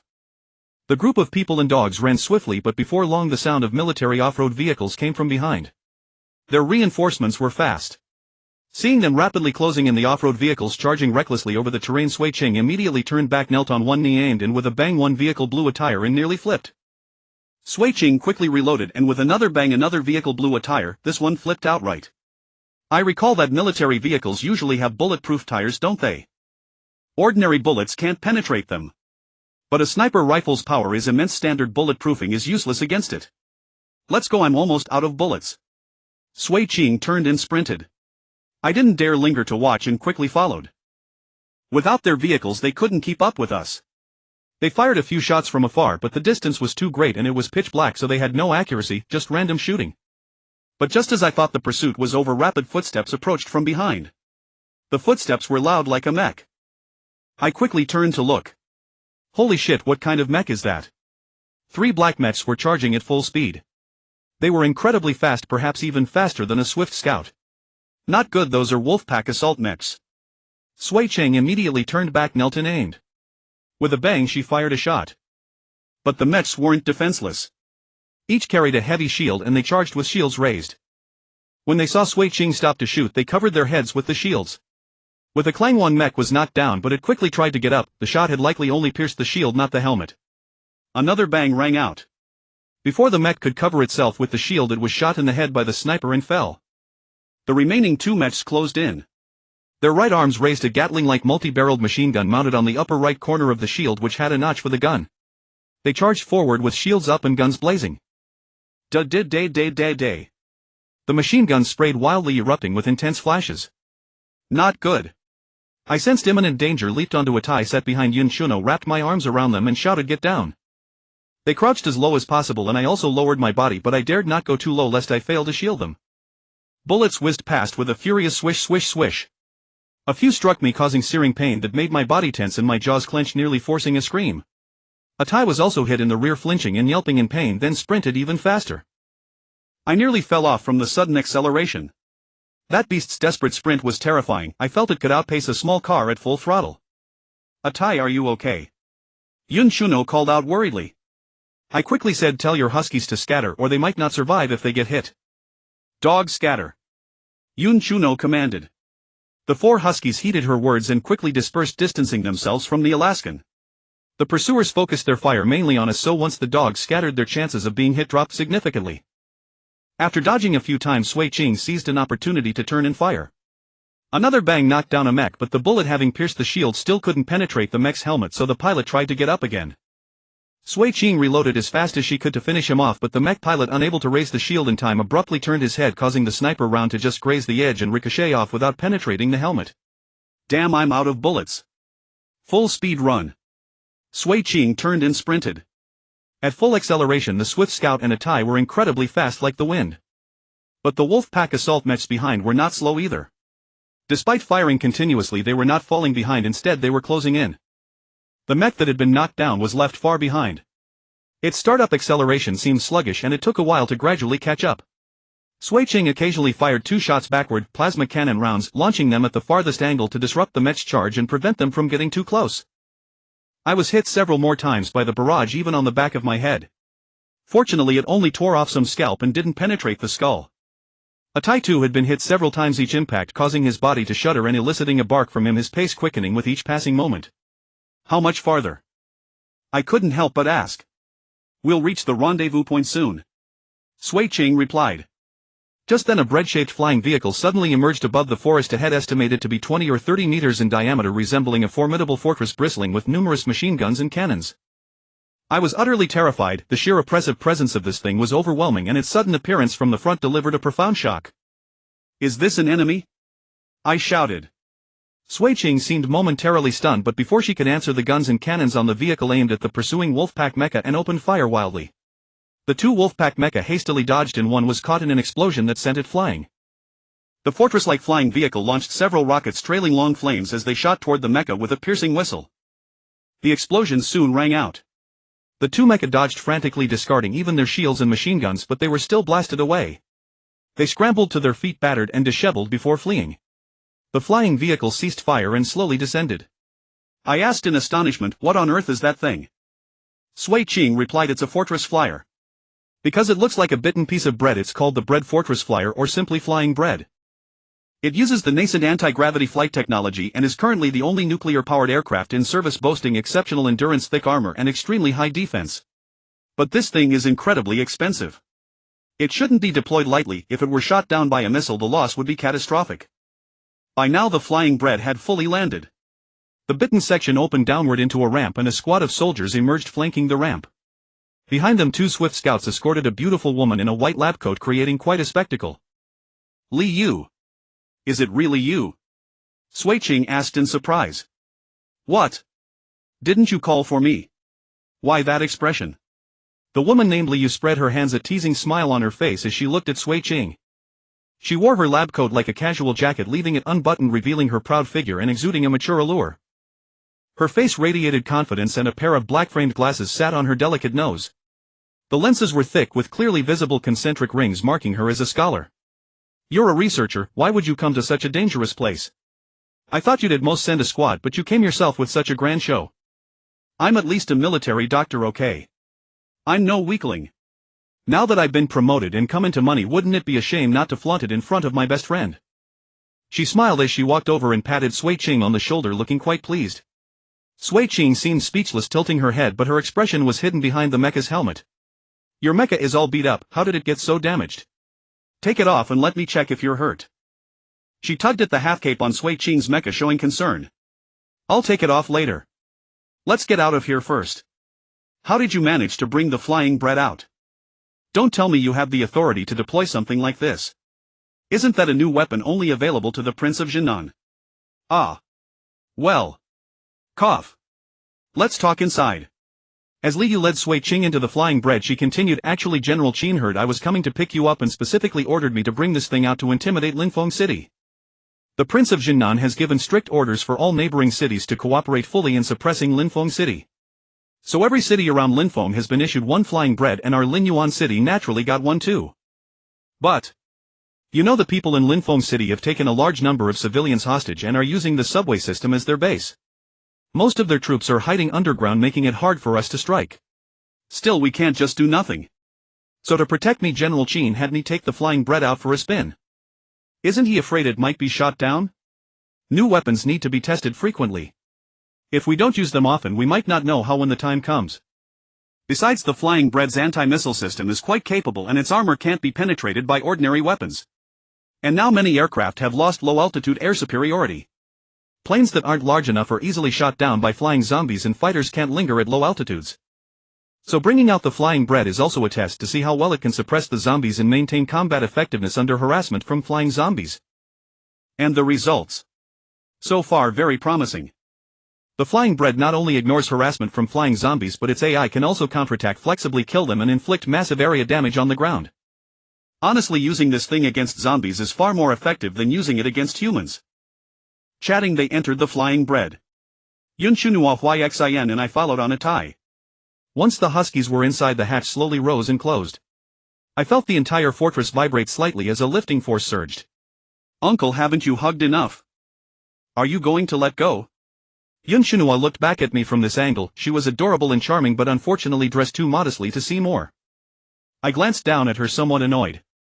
I took all those bullets for you, can't I hold you a little longer? She pursed her lips, then asked with concern, are you okay? The bullets are stuck in my flesh. If I don't treat them, they might grow in.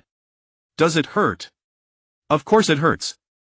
Though I could control my muscles and flesh to squeeze out the bullets, I wanted to make myself sound worse. Then hold on a little longer. She pouted slightly. Now you have two beauties in your arms, are you satisfied? Almost. If it weren't for the backpack, I'd be more satisfied. With the backpack in the way, I could barely hold Xin. She glanced up at me again, her eyes full of disdain and resignation. That's enough. I want to check on Atai's injuries. So I'm not even worth a dog. He's my child. Are you? I was speechless, not knowing how to respond. She laughed, her eyes crinkling. Why don't you call me Mom and I'll care for you? My expression twisted in a mix of anger and amusement. Fine, go take care of your dog. I jumped down, clapping my hands in annoyance. TCH, your stingy uncle. She jumped down too and hurried to check her dog's injuries. Meanwhile, Sui Ching had taken off her swift scout and stepped out. Liu immediately embraced her warmly, saying in a playful tone, hug me. Sui Ching struggled slightly but was held tight. You're grown up now, stop acting childish. Fine, no more acting. Liu's expression suddenly shifted, transforming from a coquettish girl to a mature vixen. My expression changed too, but in terror, I saw a syringe hidden between her fingers, which she drove into the back of Sui Ching's neck and quickly depressed the plunger. Watch out! I shouted, but it was too late. Sui Ching let out a soft moan, her eyes glazing over as she collapsed. Liu caught her a hint of apology in her voice. I'm sorry, Ching. General Qin ordered that we must detain this humanoid zombie. And these dogs. You promised me. Sorry, orders are orders. Take them down. At her command, the soldiers fired at us, not bullets but tranquilizer darts and nets. They had prepared for this. I couldn't just sit back. I tried to rush over and capture Liu. In this situation, only by seizing her could we hope to escape. Trapped midair, we had nowhere to run. But the two swift scouts intercepted me, expertly executing grappling moves and pinning me to the ground. I thought after several intense battles in recent days my hand-to-hand combat skills had improved considerably, but I was still subdued so easily. I struggled, but Liu flicked another syringe from her hand, hitting me precisely in the back of the neck. I jerked my head to shake it off, but within seconds my mind grew foggy, my strength drained, and I was pinned completely to the ground. This is a drug I developed specifically for tranquilizing zombies. Pretty effective, isn't it? Liu walked toward me step by step. All I could see were her black-stocking calves and delicate high heels. My vision refused to lift. Woof. Stop. Don't hurt my dogs. Bai Yao. I heard Atai's fierce ramming, Yin Shunua's panicked cries, and Xian's anxious shouts. I tried to bite my tongue to stay alert, but I lacked even the strength to do that. Finally my eyes slowly closed and consciousness faded into darkness. Changed the scalpel, stopped the bleeding. I didn't expect he had a cardiovascular system. I accidentally cut it open. The anesthetic concentration is dropping, go fetch another bottle, maintain the level. I gradually regained consciousness, drowsily hearing what seemed to be Liu's voice. Slowly opening my eyes, I saw several medical staff surrounding me holding various surgical instruments, and Liu was among them. Although Liu now wore a medical cap covering her lustrous black hair, a mask on her face and rubber gloves on her hands holding a scalpel, I still spotted her at once among those medical staff. After all, she had a strong aura exuding the demeanor of a formidable woman. Oh. You're awake. Liu noticed my open eyes. You really picked a bad time to wake up. I suggest you go back to sleep for a while. Quick, administer more anesthetic. Yes. Wait. I said extremely weakly, trying to stop them. What? Do you want to experience this process clearly? Liu asked with a smile. I felt my mind was moving very slowly, but I still tried my best to think, seeking a way out of this predicament. I want to ask a few questions, I said. Actually, I didn't know what to ask yet, I hadn't thought it through. But it was better to speak first in case they anesthetized me again and I couldn't speak. What questions, she asked. Where is this place? I asked casually. Linyuan City. I mean, this place. I raised my finger with difficulty and pointed downward. I was gradually realizing my situation. I was lying on an operating table, my hands and feet locked with iron rings, and there were iron rings securing my thighs and biceps. Even my neck and forehead were tightly fastened with semicircular iron rings, making me almost immobile. Well, it's no harm telling you. This is Operating Room 1 of the Linyuan City Zombie Research Institute. I am the director here, Liu.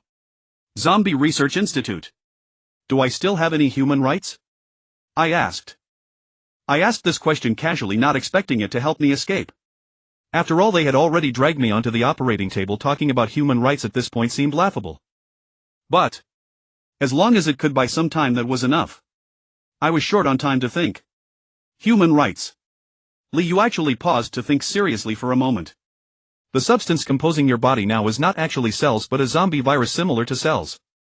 This means you are no longer human but a zombie. Under current law, there is no such thing as zombie rights, and the law has not granted zombies human rights. So, I have no human rights. Exactly. I glanced around. Seeing how well equipped you are here, you must have dissected quite a few zombies, right? Yes.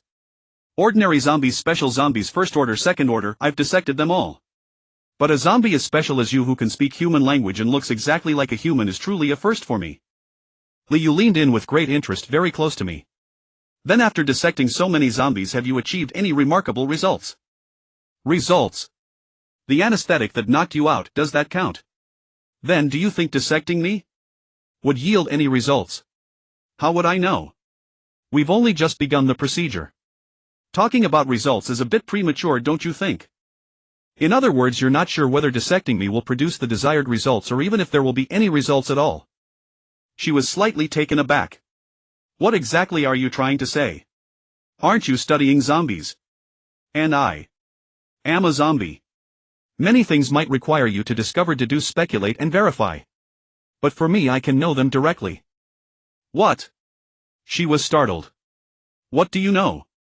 For example, how many stages zombies have, what characteristics and changes each stage has, and how they should be named? How do you know that? Because zombies are born knowing how to become stronger, what evolutionary paths exist, and how to choose the path suitable for their development. Then tell me, how many stages are there? What are the characteristics of each stage? And how should they be named? For example, the first stage, the virus body. The zombie infects other organisms in the form of a virus, using their bodies as raw materials to frantically replicate itself, forming a viral collective. What about the second stage? The second stage, the complete body. When the viral collective gathers enough energy and nutrients, it will select a model from its own gene pool to evolve. Ordinary zombies have a limited gene pool with only a handful of models to choose from. Special zombies, on the other hand, not only have more gene models but can also refine them down to specific organs and tissues, allowing for selection, combination, and even fine-tuning to alter shapes, ultimately evolving into a more ideal form. Liu's eyes showed a hint of surprise and sudden realization, as if she had figured something out. So this is how you became humanoid? Yes. But the naming you mentioned, isn't that the same as the universally accepted naming? Do zombies also name themselves this way? Zombies have no language, only telepathic communication. The corresponding words I can find in my memory are these. Probably zombies also think these names are reasonable. Only telepathic communication. Then tell me about the third stage. The third stage, based on the corresponding word, I named it the elite level. Elite level. Not named with body anymore. Naming with body is no longer appropriate, it fails to reflect their characteristics and rank. Oh. Then tell me the characteristics of elite zombies. Elite zombies are a level that only special zombies can achieve. Ordinary zombies can evolve at most to the second stage and then reach their limit. When a special complete body zombie evolves to the elite level, a corpse core will condense inside its body and it will activate special genes, or rather superpower genes, even super ability genes. In short, it will activate superpowers. Superpowers. Xingxing did tell me that you encountered a third stage zombie with superpowers. What about the fourth stage? I haven't finished describing the third stage yet. Based on the previous features, it would be more appropriate to call it the superpower body, not elite. Then go on. Third stage zombies can to a certain extent command the ordinary zombies they infected. Oh. So you mean? That is, an elite zombie can act like a squad leader commanding a zombie army in battle. She frowned slightly. What about the fourth stage? You might have already guessed. The fourth stage is called the Lord level. It becomes a regional overlord capable of commanding even ordinary zombies it did not infect itself, and through the pressure of a superior it can even force other special zombies to serve it. In other words, it can drive a large horde of zombies to fight collectively, easily launching a zombie tide. She immediately showed a grave expression. What about the fifth stage? The fifth stage, the catastrophe level. Why is it called the catastrophe level? Have you ever seen a natural disaster? You mean? Exactly. An existence of that level is itself a natural disaster. Given enough time, it could easily completely destroy the surface of a planet. Her expression grew more and more solemn. After a long silence, she finally asked, what about the sixth stage? My knowledge only goes up to the fifth stage. My subconscious tells me that higher stages exist, but I have no information about them. She seemed somewhat regretful. Third stage elite, fourth stage Lord, fifth stage catastrophe. Is there anything else you want to say? I have a lot more to say, but I don't want to say it now. I gestured with my eyes at my current situation. She was slightly taken aback. Do you think just this is enough to make me stop dissecting you? How do I know if what you're saying is true or false? Time will verify my claims. Besides, I'm not the only specimen. Can't you confirm the truth by finding other samples? But even if what you said gives us a clearer understanding of zombie ranks, what use is it? It's of no direct help. Of course I know you want more valuable information, such as how I maintain my human consciousness, how those dogs can be immune to the zombie virus, and whether superpowers can be transferred to humans. She was visibly moved, her eyes shifting several times. To be honest, I didn't even know the answers to the latter two questions myself, but that didn't stop me from saying that now. Are you sure you can get the answers to these through dissection? She fell silent. I didn't wait for her to think it through and said, close up my wounds. I can feel the pain. She hesitated briefly, frowning, but still ordered, suture his wounds. No need to suture, just close them. Also, remove the bullets inside me. Do as he says. Keep an eye on him. Soldiers, two of you come in and watch him closely. I'll go find General Chin. Yes, sir. The medical staff immediately complied, closing my wounds. Two soldiers from outside also entered, both wearing swift scout armor. They stared at me intently, though I couldn't tell if they were distracted under their helmets. Liu meanwhile quickly took off her surgical gown and strode out of the operating room, presumably to find General Chin. Given my current restrained position, they couldn't remove the bullets from my back. I had planned to see if I could force my way out when they unlocked the restraints. But the reality was I was overthinking. They simply knocked me out directly, then removed the bullets. Damn. This is really messed up. In my dream. No, within the consciousness space I idly toyed with various genetic models, preparing for the next stage of evolution. Unable to awaken now, I could only while away the time here. The memories imparted by the zombie body were not extensive. Many things were not presented in the form of memory, so I had to grope and ponder to obtain more information. In fact, I suspect that the memory given by the zombie body is a kind of memory etched into the genes, which in the terms of fantasy novels might be called inherited memory. Just like a chicken, when it's time to lay eggs, it knows to find a nest. After laying eggs, it knows to incubate them. During incubation, it knows to turn them over and must always pay attention to the temperature not being too high or too low. These knowledge are innate even without being taught by other chickens. So I suppose that some animals store a small part of extremely important memories in their genes, passing them down, turning them into a kind of instinct that requires no learning and is done naturally. The zombie memories I have now are probably similar, knowing how to develop toward a stronger direction, how to combine genetic models and the simple characteristics and functions of those genetic models. But still, there are things I do not know. Just as humans do not know all their own functions, without the development of anatomy we might not even know what our own body structure looks like. After all, genetic memory should be necessary and limited so that it does not require too many genes to carry. Only after growing into an individual can there be a more complex structure to carry more memories. It's fine to conceive the third stage body structure in advance, since the corresponding genes are already available, just piece them together. This time my assembly plan was designed to facilitate my escape, but unfortunately even if I assembled it, it could not be realized because the body would indicate insufficient energy and nutrition. Moreover, being under anesthesia, the body might not receive the corresponding signals to change. Fortunately, I can still think here. Last time I was knocked out it felt like falling asleep. One moment my eyes were closed, the next I was lifted onto the operating table. Now for some reason I have entered the consciousness space, giving myself more ample time to think. As a precious specimen like me, even if they dissect me they probably won't kill me. But I fear that someone might be interested in my brain and directly remove it. That would be ironic. And if my energy supplying organ is removed I might also die, since that is the true core of a zombie.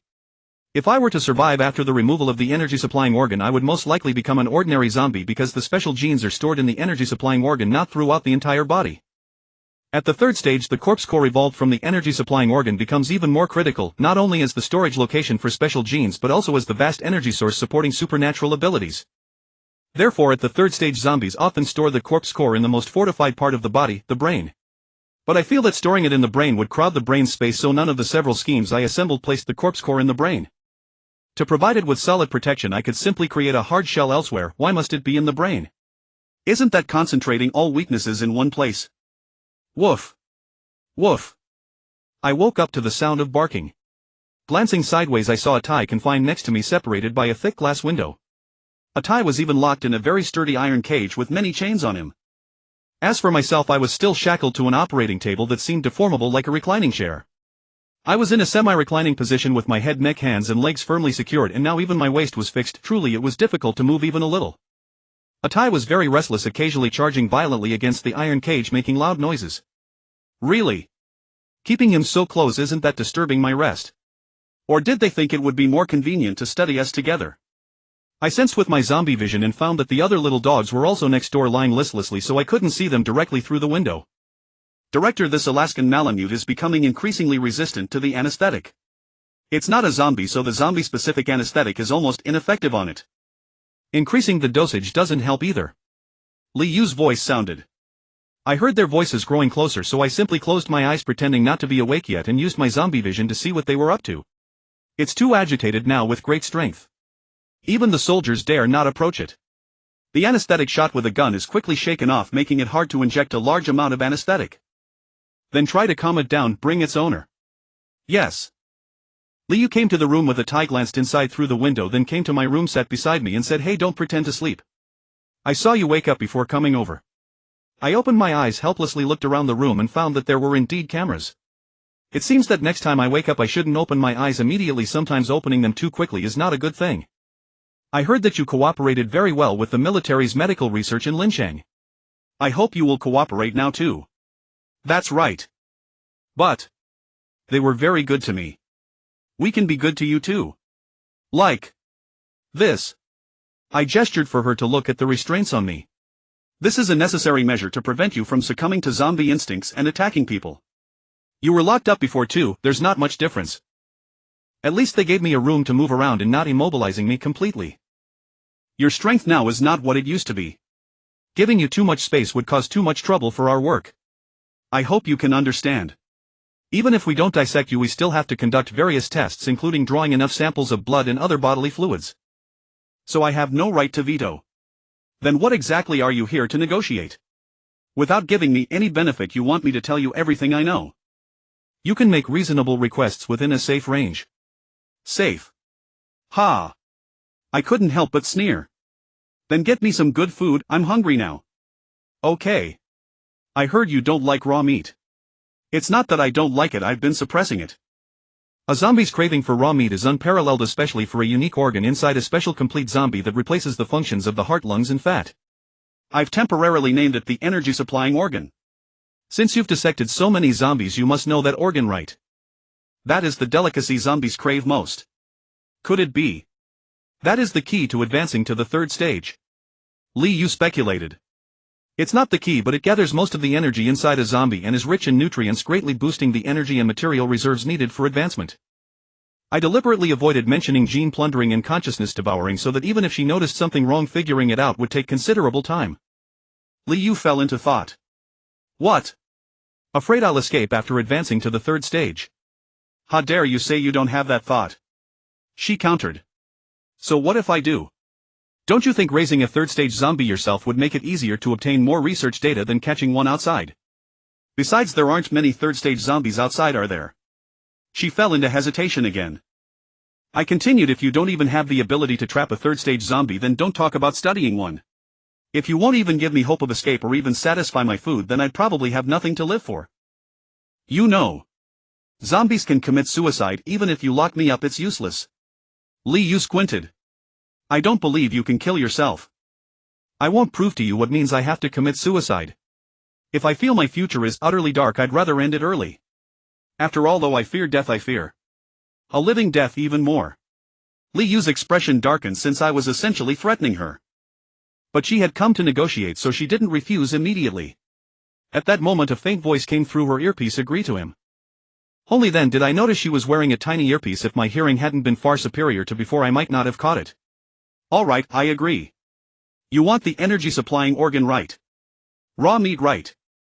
All you can have. Li Yu said. As long as the energy supplying organ is raw, that's enough, preferably whole. Everything else cook into delicious food. I have regained my human sense of taste and don't want to risk becoming a cannibal from eating too much raw meat. Please respect my choice. Fine. Then as an exchange, shouldn't you reveal something valuable? I haven't even eaten yet. Besides, didn't I just reveal a little? What? What zombies should eat to evolve faster? Forgot that quickly. You don't think that's important? At this moment Yun Shuno was also brought to the next room. She rushed in without hesitation. Atai. Ruesi Ruela Ruechi Rueya, are you all okay? I was at a loss for words. She had actually named every single one of her dogs. 43 dogs. I truly could not fathom how she managed to remember them all. Li Yu walked over and said, you had best calm your dogs and make them cooperate with our research. I sure as hell won't let them cooperate with you. You are all bad guys. Do not hurt my dogs. Yun Shuno seemed rather angry. If you refuse to cooperate, do not blame us for resorting to more extreme measures such as breaking its limbs. There will always be a way to subdue it. You. Yun Shuno was so furious she could hardly catch her breath. Hey. I called out. If you promise not to dissect those dogs, I can persuade Chuna to cooperate with you. After all, research does not have to rely solely on dissection. There are other methods, are there not? Li Yu thought for a moment, then nodded. Very well. I will not dissect them and I will minimize any harm to ensure they remain healthy and vigorous. And you must ensure they have food. They love eating zombie flesh. A dog that is not fed well is very hard to manage. Fine, anything. Uncle, how can you help them? Yun Shunu was clearly dissatisfied. I am helping you. At least if you are the one calming the dogs, you can stay with them the entire time, can you not? This. Yun Shunu fell into hesitation. If you wish to demand more, then I cannot help you. As you can see, my own situation is hardly any better than that of your dogs. What about Atai? Was it not injured? Are you not going to help remove the bullet and feed it something nutritious to recover? Then how about this? You demand that you personally oversee every sample collection procedure and you forbid them from injecting anything into Atai. Not only was Yun Chunu now hesitant, but even Li Yu showed signs of pause. Very well. I will perform all procedures on my own dog. You are not to touch it nor inject anything into it. Yun Chunu declared. Li Yu was visibly reluctant, as this would obviously slow down her research progress. However, after a moment's thought, she nodded in agreement. All right, let us proceed this way for now. She likely had no better option at the moment.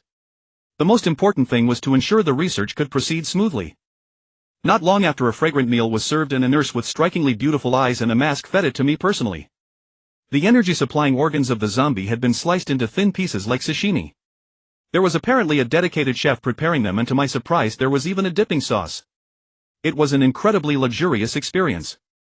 Meanwhile, Yun Chunu was already calming Atai while others went to remove the bullet. However, since anesthesia was required for the procedure, they immediately fell into disagreement once more. How can we remove the bullet without anesthesia? How should I know whether you intend to deliberately knock out my Atai? I told you it would only be local anesthesia. Then test it on me first. Be my guest. At this point I spoke up. Did you not say Atai already has a high resistance to anesthesia? Unless you inject a large dose, it will have no effect. In that case, local anesthesia is useless. You might as well skip it entirely and proceed directly. Ha! No anesthesia. Yun Shuna was the one who spoke, and she sounded pained just thinking about it. If you are not afraid they will go back on their word, then let them anesthetize it. Yun Shuna hesitated. But I am afraid Atai will not be able to endure it. What is there to not endure? Did you not say Atai understands human speech? Hey Atai, a real man does not fear a little pain. Endure it and it will pass. Our situation is dire right now, so do not embarrass yourself in front of your mother. Do not embarrass your dog self. Woof woof. Atai barked twice, though I had no idea whether it was responding to me. Yun Shuno however rolled her eyes and said Atai is female. What? I was taken aback. Female. Why did you name it that? What's wrong with that? I hope it grows up tall and mighty like Mount Tai. Is that not an acceptable name? Just because of that. What do you mean, just because of that? Isn't the whole point of raising an Alaskan Malamute to want it big? Otherwise, what's the difference between raising one and a husky? I had no way to refute that. As long as you are happy with it. But then I suddenly grew alert. Does this world have Mount Tai? Of course it does. Have you never heard of it? How about the phrase, as heavy as Mount Tai crushing down? I never expected that idiom to exist in this world as well. Not long after, with Yun Shunu's comforting presence, Atai underwent bullet removal without anesthesia. Whether my words played a role or not, apart from the occasional suppressed whine, it truly endured the entire procedure. So after the bullet was removed, I could not help but praise, good job Atai. Woof. Its voice sounded proud, yet underneath lay deep pain. Feed Atai more zombie energy supplying organs to help it recover. Given its current physique, it should heal quite quickly. Woof woof. I was increasingly convinced that Atai could understand human speech, and its intelligence was no small matter. Not long after, Liu returned once again, this time accompanied by a squad of soldiers including 2 swift scout mechs. How was the meal? Liu asked casually. Not bad. What is this? Taking you to a new residence so you can witness our ability to contain a third-rank zombie. I was slightly startled. Was this meant to elevate my security level? So much so that even a third-rank zombie could not escape. Before I could think further, one of the swift scouts rolled over, pushing my transformable surgery table like a wheelchair. However, before they could even push me through, the door commotion erupted outside. Quick! Quick! A zombie horde is approaching, defend. Rat-a-tat-tat-tat. Rat-a-tat-tat. Zombies have breached the perimeter. Block the gap immediately. Mechs to the rooftop. Rat-a-tat-tat-tat-tat. Just then members of the Research Institute rushed in. Liu quickly asked, what is going on? Dire news, Director. A large number of zombies have suddenly charged toward us. We do not yet know the approximate number. Please prepare for immediate evacuation. Why the panic? We have heavy troops guarding this facility. It will not be so easily breached. Suddenly I heard a dull thwip sound, not particularly loud, and almost simultaneously I heard a metallic clang from the swift scout behind me. It jerked its head violently and then collapsed outright. Liu turned around, her face pale. Bad news, there are snipers. Her words had barely left her mouth when another thwip and clang rang out almost simultaneously. Another swift scout shuddered and collapsed to the ground. Find cover immediately. Liu shouted while ducking, swiftly darting aside to take cover. The other soldiers also attempted to find cover, but just then a lithe and agile figure burst in, wielding a submachine gun and spraying bullets in rapid sweeps, taking down several soldiers. The remaining soldiers tried to counterattack, but that figure anticipated their movements, dodged the fire, and swiftly struck back, eliminating all of them. Sui Ching. Liu recognized the newcomer and exclaimed in shock. Sui Ching turned, aiming her submachine gun at her. What? Do you intend to kill me as well? Liu no longer hid, but instead stood up. Sui Ching's face was filled with fury, but ultimately she did not pull the trigger. Instead, she swiftly moved to the main door and shut it. Watch out! I shouted urgently, having just witnessed Liu pull a syringe from her pocket, remove the needle cap, and hurl it at Sui Ching. This woman actually carried a syringe as a weapon. Sui Ching did not even turn her head, instinctively dodging and effortlessly evading the projectile. Liu quickly closed the distance, grabbing the barrel of the submachine gun with her left hand as Sui Ching raised it, and delivered a palm strike to Sui Ching's shoulder. Sui Ching immediately raised her elbow to block the strike. Liu kicked out and Sui Ching countered by kicking her ankle, blocking the attack. But Liu's kick was merely the first in a continuous combination. The moment her foot touched the ground, she immediately lifted it again, striking toward Sui Ching's head. Sui Ching quickly sidestepped and ducked, then spun around, executing a sweeping kick that sent Liu crashing to the ground.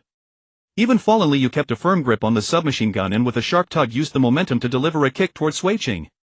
Sui Ching did not release her hold, quickly dodging and attempting to circle around to Liu's head. Liu pulled again, using the force to bend her torso backward and flip through the air. Her legs struck toward Sui Qing at tremendous speed. After Sui Qing dodged, Li Yu rode the inertia, rotating midair and landing gracefully on her feet.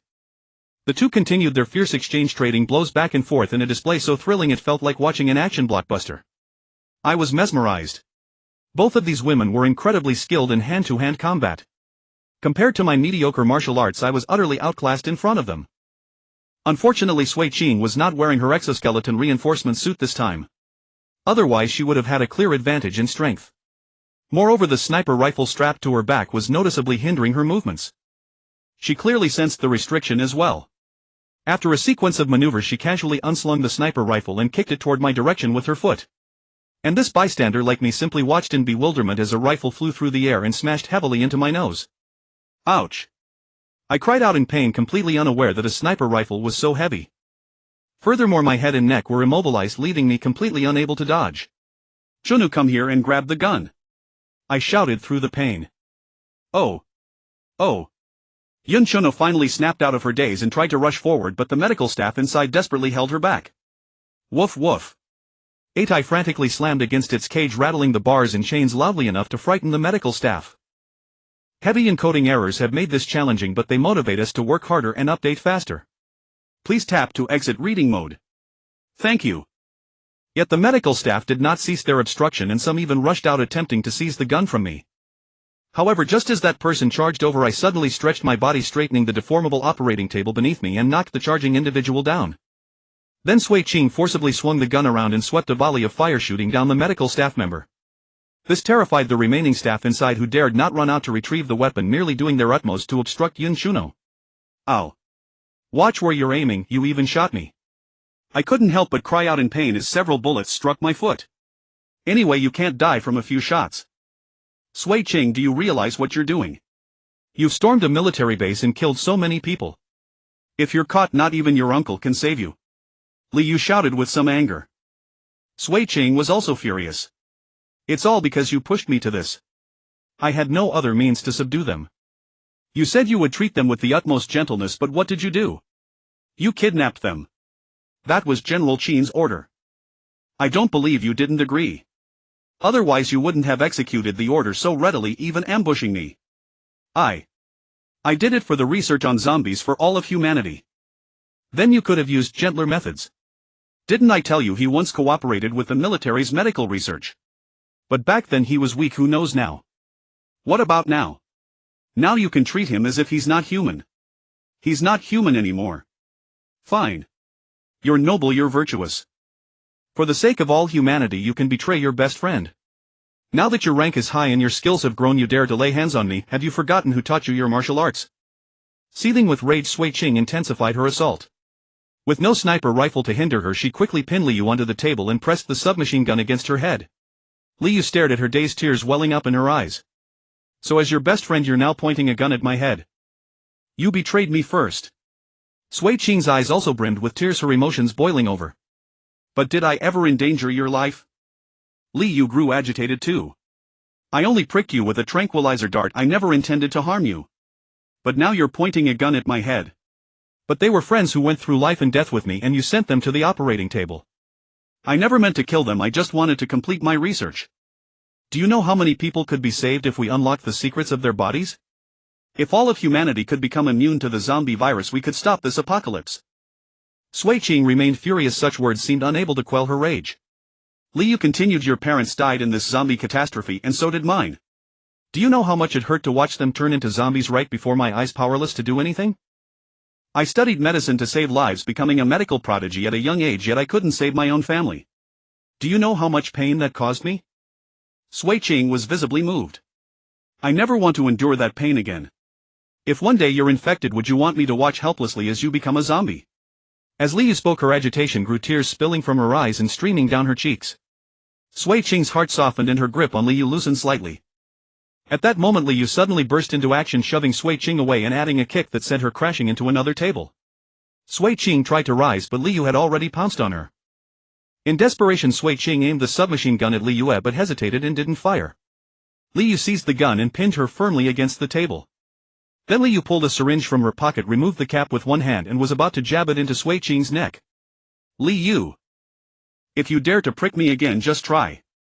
Sui Qing shouted angrily, her lips trembling as tears streamed uncontrollably down her face. Liu stopped the syringe, almost touching Sui Qing's skin but not plunging in. You were the last person I completely trusted. I had absolutely no guard against you. But you betrayed my trust, and now I can never fully trust anyone again. Liu was visibly moved, guilt spreading across her face. I'm sorry. Anyway, I've already killed people here, at least I'll face a military court and most likely the death penalty. Come on, prick me again. Let me feel your betrayal once more. Sui Qing stared into her eyes, her gaze filled with fury and resolve. Liu began to tremble, a struggle evident on her face. If she pricked her, she would send her best friend to prison. If she didn't, her best friend would take away her most precious research material. Come on, prick me again. You've already done it once. Even if you don't, I won't trust you anymore. Once is the same as many times, there's no difference. Liu's face twisted with pain, barely holding back tears. Qing. Don't call me Qing. I'm sorry. Sui Qing pushed her away and stood up. From now on, you're no longer my friend. Liu was stunned, her eyes quivering, and she took a step or two back. Sui Qing was also suffering. She turned her head away, lips trembling, tears streaming down in large drops. But she took a deep breath, wiped her tears, retrieved the keys from Liu's waist, and came to my side to unfasten my restraints. Where is Xin? I asked. I've already secured her. We'll meet up with her once we get out. Sui Qing replied. Good. Once I was free, she went to the room where Yun Shuno was held, pointed her gun at the medical staff there and said, unchain those dogs, then go to the corner and stay there. Yes. The staff quickly complied, released the dogs, and then all huddled in the corner, obediently crouching down. After that, Sui Qing shot out the cameras in the room, then took out a disposable plastic handcuff and went to Liu, cuffing her hands behind her back. Liu didn't resist letting herself be cuffed, but her expression was dazed, as if she hadn't yet recovered from the intense emotions. Before long, we used Liu as a hostage, slightly opened the main door and stepped out, but the area outside was already swarming with soldiers, countless guns aimed at us. Move aside, or I'll kill her. Sui Qing threatened, pressing the gun against Liu's head. At that moment, an officer stepped forward holding a palm-sized projector that cast an image of an elderly man with half-white hair, a confident and majestic bearing, dressed in a high-ranking military uniform. I didn't know the rank represented by that uniform. I had no expertise in military attire, and it looked quite different from what I remembered, likely not belonging to the world I once knew. Anyway, it looked very high-ranking, probably a very high rank. General Qin. Liu identified him immediately. Little girl, I know about your relationship. You won't pull the trigger. The image of General Qin spoke. She betrayed me, we're no longer friends. Let us through or I'll kill her right now. Sui Qing threatened viciously. Do you understand what your actions mean? You've stormed a military base, killed so many people, that's treason. And now you want to take away research samples vital to humanity, aiding the enemies of mankind, that's a crime against humanity. Are you sure you want to stand on the opposite side of humanity? Don't give me that high-sounding nonsense. You were the ones who broke our agreement. Since you don't respect my wishes, I won't let you have your way. Sui Qing, you have extraordinary skills and a bright future, yet you've repeatedly violated military orders. Last time your uncle could still protect you, but now I don't need protection, and my actions have nothing to do with him. Don't drag my uncle into this. And no protection needed. Very well. Men, switch to tranquilizer guns. Switch to tranquilizer guns, an officer commanded immediately. A team of soldiers promptly swapped their weapons for tranquilizer guns, stepped forward and aimed at us. Not good, fall back. Sensing danger, Sui Qing urged us to retreat. Fire. General Qin ordered. The officer immediately waved his hand, open fire. Sui Qing quickly pulled Liu back inside, and I hastily shut the door, hearing the puff of tranquilizer darts striking the door with a thud sound. What do we do? He's certain you won't shoot. What if you try taking someone else hostage? I asked. Sui Qing hesitated, looking at the other medical staff. Liu spoke up, it's useless. None of them are as important as me. This research institute has already sacrificed countless medical researchers for the study of zombies, otherwise I wouldn't have become the director. So I'm the only one here truly capable of researching zombies. Hostaging me is enough. At least he hasn't used live ammunition yet. If you switch hostages, things might get worse. I was a bit speechless. Is there a back door? Yes, but if they blocked the front, do you think they'd forget the back? Liu retorted. I looked at Sui Qing. Then let me take her as hostage. I can pull the trigger. Sui Qing awkwardly pursed her lips. I can do it. Really? I stared into her eyes. She could not help but lower her head, lacking any confidence. Liu, seeing this, felt somewhat relieved and spoke up. I also know of a secret passage. If General Qin and the others do not know about it, we might still have a chance to escape.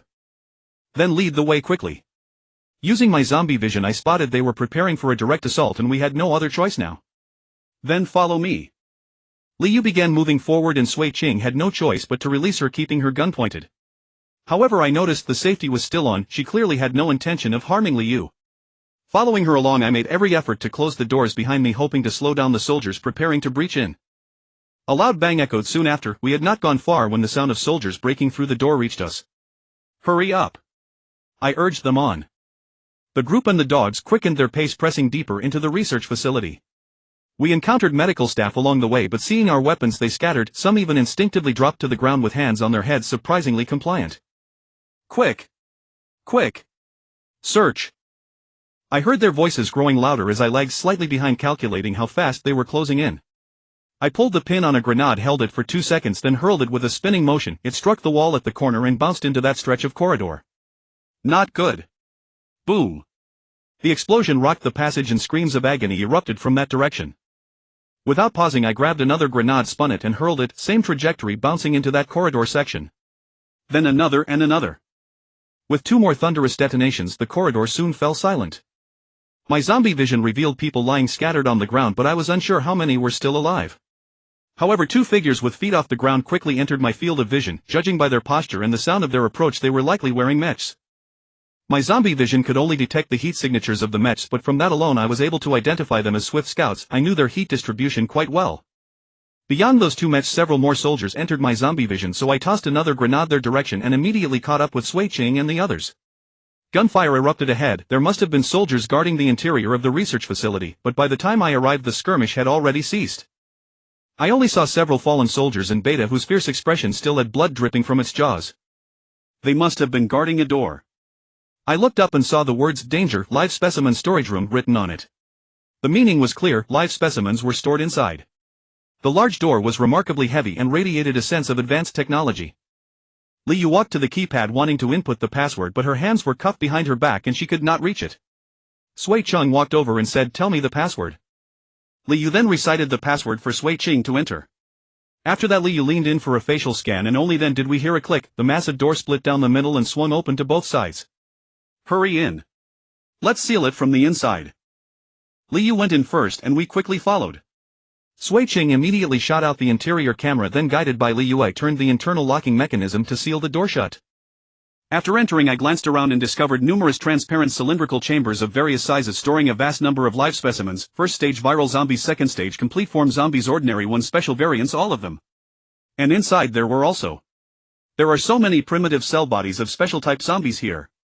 I could not help but exclaim. Indeed, there were many small pods, perhaps better called jars given how tiny they were, numbering over 100 neatly arranged on shelves. Each jar contained a live primitive cell body of a special zombie, displaying an enlarged cell-like shape with numerous tentacles extending outward like a fleshy ball. I had assumed these specimens were merely preserved samples made from live tissue, but they were actually alive. So you call these special zombie primitive cell bodies? That is quite fitting. We have not named them yet anyway. What exactly is their use? Liu asked curiously. No comment. Now I am not her prisoner, so naturally I have no reason to be polite, I replied coldly. All I will say is that for zombies these are an extremely delicious food source, but it is best not to try them casually. With that said, I directly grabbed a jar, examined the locking mechanism on it, and after a few twists popped it open. Hiss. The primitive cell body inside let out a strange cry before lunging out fiercely. I grabbed it directly and shoved it into my mouth. This thing was about the size of a fist and should have been difficult to swallow, but once I placed it in my mouth it wriggled eagerly inward, entering my body completely. Conveniently, it saved me the trouble of chewing. Woof woof. Beta barked excitedly and then knocked a jar off the shelf with its paws, letting it smash onto the ground.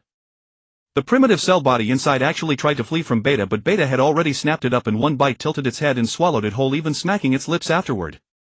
Damn it, you bastard dog, stealing my food. I quickly grabbed another small jar, did not bother opening the lid, and smashed it with a punch, grabbing the primitive cell body inside and stuffing it into my mouth. Beta also hurriedly knocked another jar off the shelf, shattered it and bit down on the primitive cell body, swallowing it. I raced against time, smashed another one and stuffed it into my mouth. Beta did not hold back, continuously toppling small jars from the higher shelves. Due to its heavy weight, it actually knocked over the shelving unit, smashing a large number of jars into fragments. Hey, stop doing that. I was startled, and the primitive cell bodies inside poured out in large numbers, leaping energetically toward the 3 women and the 4 huskies present. Ah! Yun Shunhua screamed in terror as several special-type zombie primitive cell bodies jumped onto her body. Beta also realized it had caused trouble and rushed over, trying to help Yun Shunhua by biting off those primitive cell bodies, but some had already slipped under her clothes where Beta could not reach them. Those primitive cell bodies had powerful shapeshifting abilities. They could transform sharp blades at the tips of their tentacles, easily piercing through skin. Li Yu's hands were cuffed behind her back, and relying solely on leg movements, she could not completely dodge the attacks of these little creatures. One had even jumped onto her face, attempting to burrow into her mouth. Li Yu. Sui Qing quickly ran over, wanting to pull the primitive cell body from Li Yu's mouth, but it had already rapidly reshaped and slipped inside her mouth. Ugh!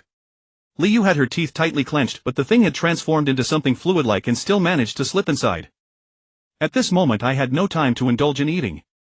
I quickly came over and tried to pull the primitive cell bodies off Sui Qing, but after removing only a few, Sui Qing suddenly clutched her abdomen and cried out in pain. Oh no, it went in through my wound. What? I was at a loss. Pulling her hand away, I discovered that the original wound on her abdomen was oozing heavily with blood again. Ah! At this moment Yun Shunhua also let out a scream, collapsing to the ground and frantically clawing at herself as though trying to pull something out from inside her body but failing. The huskies were in roughly the same situation. Although they had wanted to eat those primitive cell bodies, after consuming them they also collapsed to the ground, convulsing uncontrollably. In the end the 3 women and 4 dogs all collapsed, leaving only Beta and me staring at each other, utterly helpless. It's all your fault. I angrily shoved Beta. What should we do now? Beta lowered its head like a scolded child and nudged closer, licking my hand once with its tongue. Hiss. I quickly pulled my hand away in pain.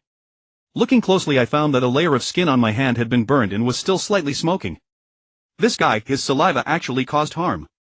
Wait, he often licked Yun Shunhua too, yet she was fine. Or rather, does his saliva only harm zombies? While I was lost in thought, the primitive cell bodies on the ground had almost completed parasitization. Regardless of whether there were enough hosts, they frantically squeezed inward. Nearly several had burrowed into each of the 3 women and 4 dogs. Except for those jars that had not shattered due to being too low, the remaining primitive cell bodies had all quickly disappeared. We are done for, there is no hope now. I sat down dejectedly and in a foul mood smashed a jar, grabbing the primitive cell body inside and stuffing it into my mouth. Whine. Beta whimpered lowly and approached.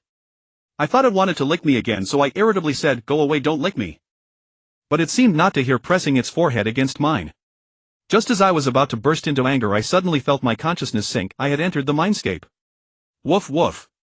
Hearing the dog barks, I focused my gaze and found a gigantic Beta, dozens of times taller than myself. Woof woof.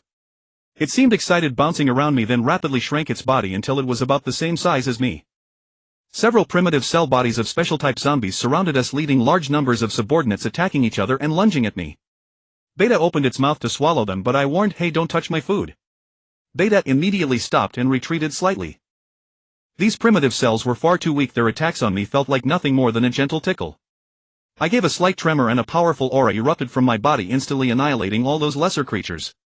Those few primitive cells were also nearly shattered by my shockwave. With a wave of my hand I forcibly drew them toward me through the air, crushed them in my palm, and watched as they dissolved into specks of light that merged into my body. Woof. Woof. I barked twice, but this time I inexplicably understood its meaning. It seemed to be saying, "You're so powerful." A flicker of confusion crossed my mind. I recalled how it had just communicated with me, not through spoken words but through pure intent. "Can you actually communicate with me now?" I asked tentatively. Woof. "I don't know, I guess so." I seemed to hear its voice again, but upon reflection it felt less like sound and more like an impression that washed over me. "Why did you run into my consciousness?" I tried asking again. Woof. Woof woof. Woof woof woof. Woof. "I saw you were anxious, so I wanted to help you first and show you that I have a way, don't worry." What the hell, this creature could truly communicate with me and express such complex ideas. "You have a way. What kind of way?" I asked quickly. I recalled Junshua telling me that all 4 of her huskies had been cured by Atai's licks. Could Atai's licking revive them? Woof. Woof woof woof. Woof woof. I once saved them right here by consuming those things. Atai barked while hopping up and down before me, scattering some specks of light that coalesced into the shapes of those 4 huskies as well as the appearance of numerous zombie viruses. The 4 dogs appeared as though drowning, their eyes shut tight as they struggled desperately, their forms marred by the zombie viruses tearing at them. Atai rushed forward and licked furiously across their bodies, drawing those zombie viruses into his mouth until they were eliminated. Only then did the dogs ease and stop struggling. Do you mean that as long as I eliminate those zombie viruses within the consciousness space I can save them? Woof. Correct. Then why wait? Let's move. I exclaimed with sudden hope. Woof. All right. Atai vanished directly into my consciousness space and I quickly stepped back out just in time to see him rushing toward Yunhua. After licking her face twice, he pressed his forehead against hers. I hurried to Sui Qing's side, supported her against the wall, placed both hands on her struggling face and pressed my forehead against hers. But I lacked experience and didn't know how to enter her consciousness space. I glanced up at Atai and found that he had closed his eyes. Yunhua, who had been struggling, had grown still. Her condition seemed to have improved. I tried again, closing my eyes and recalling the sensation of when Atai had entered my consciousness space. It felt as though I had been pushed and then my awareness sank downward. So I contemplated that sensation, guessing what Atai must have felt at that moment, gathered my spirit and let my consciousness sink into the consciousness space, then suddenly surged outward. No good. I carefully sensed again and discovered an unusual resistance at the point where our foreheads touched, as if someone were pressing against my third eye. Even with my eyes closed, there was a strange sense of pressure. So I tried pushing back against that pressure. I felt my vision whiten for a moment, then I broke into a space shrouded in chaos on all sides. I scanned around, looking both above and below, and indeed soon spotted Sui Qing's figure. However, she appeared quite small, so I quickly shrank myself to get a clearer view of her. At that moment she was being surrounded and attacked by several primitive cells leading their minions, yet she herself was unconscious, struggling helplessly like someone drowning, her eyes shut tight. I rushed over and slapped several primitive cells away, then pressed my palm against her abdomen, channeling power into her body before releasing it violently. The lesser creatures were instantly scattered, dissolving into light that converged onto me. The primitive cells I had knocked flying were also drawn toward me with a gesture of my hand, then crushed with force, dissolving entirely into light that merged into my body. Scanning once more, I found some scattered zombie viruses remaining, so I released another layer of shockwave to destroy them all. Sui Qing had grown still and no longer struggled, but her eyes remained closed with no sign of opening. Could it be that ordinary people cannot open their eyes within a consciousness space? Or perhaps there is simply no way to enter a consciousness space. I speculated. Recalling when Atai had entered my consciousness space, his apparent surprise and astonishment at seeing me, could it have been because he saw me with my eyes open? Hey! I heard Sui Qing's faint voice as if echoing from all directions, and then I felt my consciousness being yanked back into my body with a sudden pull, snapping me right back. Opening my eyes, I saw Sui Qing staring at me with wide open eyes.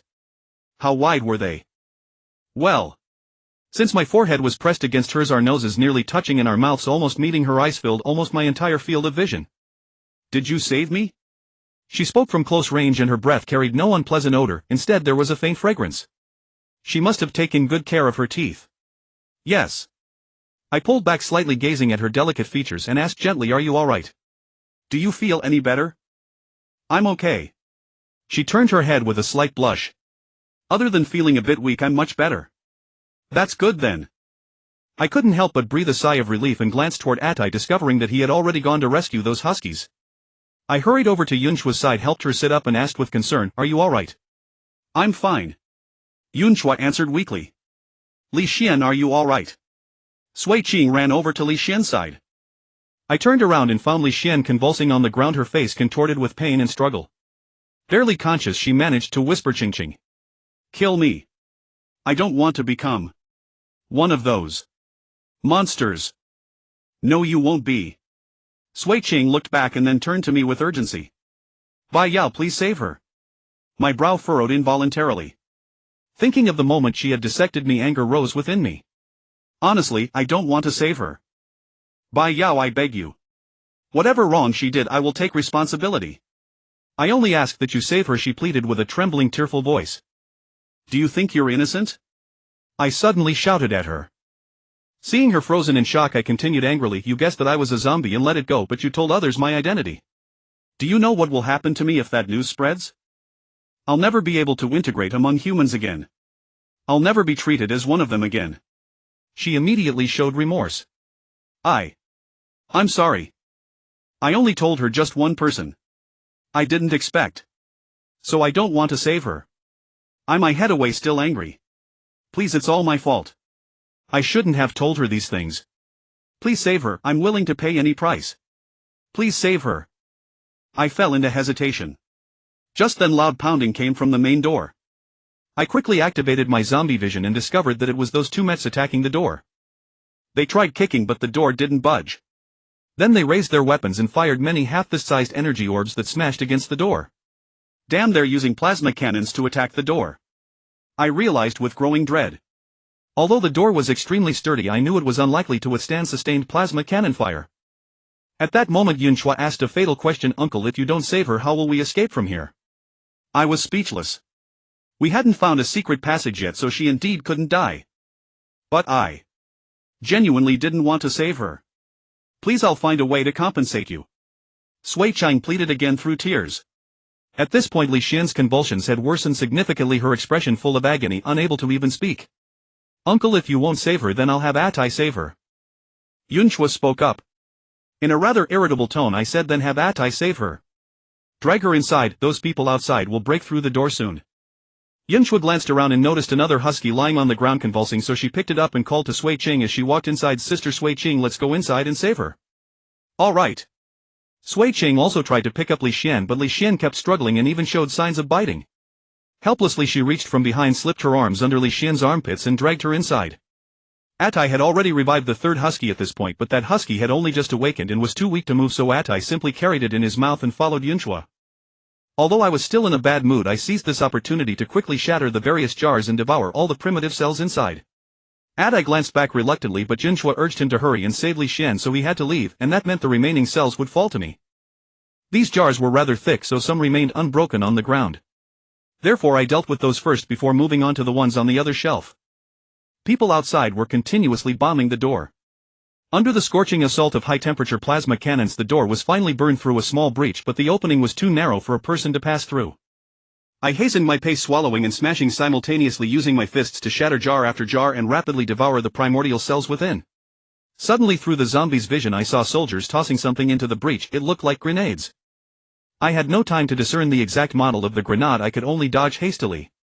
Then came a thunderous boom, its deafening roar ringing in my ears, and a blinding flash of light turned my vision utterly white. Damn, it's a stun grenade. Even though I wasn't facing it directly, the intense glare instantly blinded me and the colossal noise left my ears ringing and my head throbbing with a piercing sensation. Yun Shunhua and the others were better off being farther away, the sound had lost much of its force by the time it reached them. Yet they couldn't help covering their eyes, the harsh light clearly causing them great discomfort. The dogs were so startled that they jumped, then began barking frantically. One stun grenade wasn't enough. I saw the soldiers outside toss two more inside, aiming them as deep as possible. I closed my eyes and rushed over to kick the stun grenades back. In my vision they were just 2 points, likely the fuses, but I still managed to hit them, sending them back toward the door as far as I could. Boom! Boom! 2 explosions followed by another blinding light. But this time I was already blind, so the flash didn't matter. The zombie's vision flickered briefly, likely due to a momentary temperature shift from the light, but it was nothing more than a fleeting glint with no significant impact. Damn, you want another round? I saw them preparing to toss more grenades through the hole, so I immediately pulled out a grenade of my own, rushed to the door and hurled it out. Watch out, a grenade! The people outside were startled, followed by a boom, then another, likely the grenade and the stun grenade detonating together. The blast knocked several of them down, and even the 2 mechas seemed to be in pain. While they were still in disarray, I quickly shoved the fallen shelf over to the door, stood it upright to block the entrance, then turned around and resumed devouring the primordial cells. If escape proved impossible and they broke in, surrendering was an option. They probably wouldn't actually kill me. But these special zombie primordial cells were a rare opportunity. Although the energy and nutrients within them were far from enough for my advancement, the vast array of genetic models offered me more choices. Perhaps one of them held a powerful ability, and if I advanced to the 3rd tier I would sweep all before me. Bang bang bang. Outside they resumed blasting the door with plasma cannons, enlarging the damaged gap. I quickly dragged the shelf to reposition myself, avoiding any stray plasma bolts that might slip through. They didn't stick their guns through the hole to shoot us directly, which meant they wanted us alive. So there was little need to worry about them using excessively lethal measures. I glanced over at Atai and saw that Liu had regained consciousness, though she was extremely weak, lying limply in Sui Ching's arms. Meanwhile, Atai had already rushed to save the last dog. Fortunately, the original 4 dogs weren't particularly afraid of zombies, so they had some resistance to the special zombie primordial cells. Otherwise they wouldn't have lasted this long. However, Yun Shunua's decision to prioritize rescuing people surprised me a little.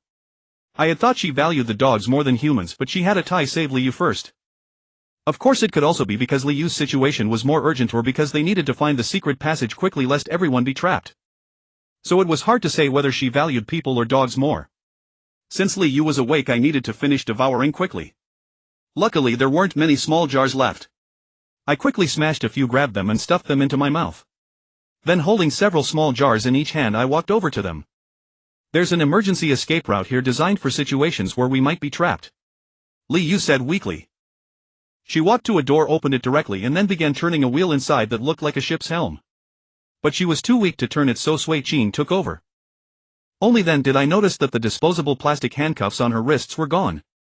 It seems Sui Qing had chosen to give her a bit more trust.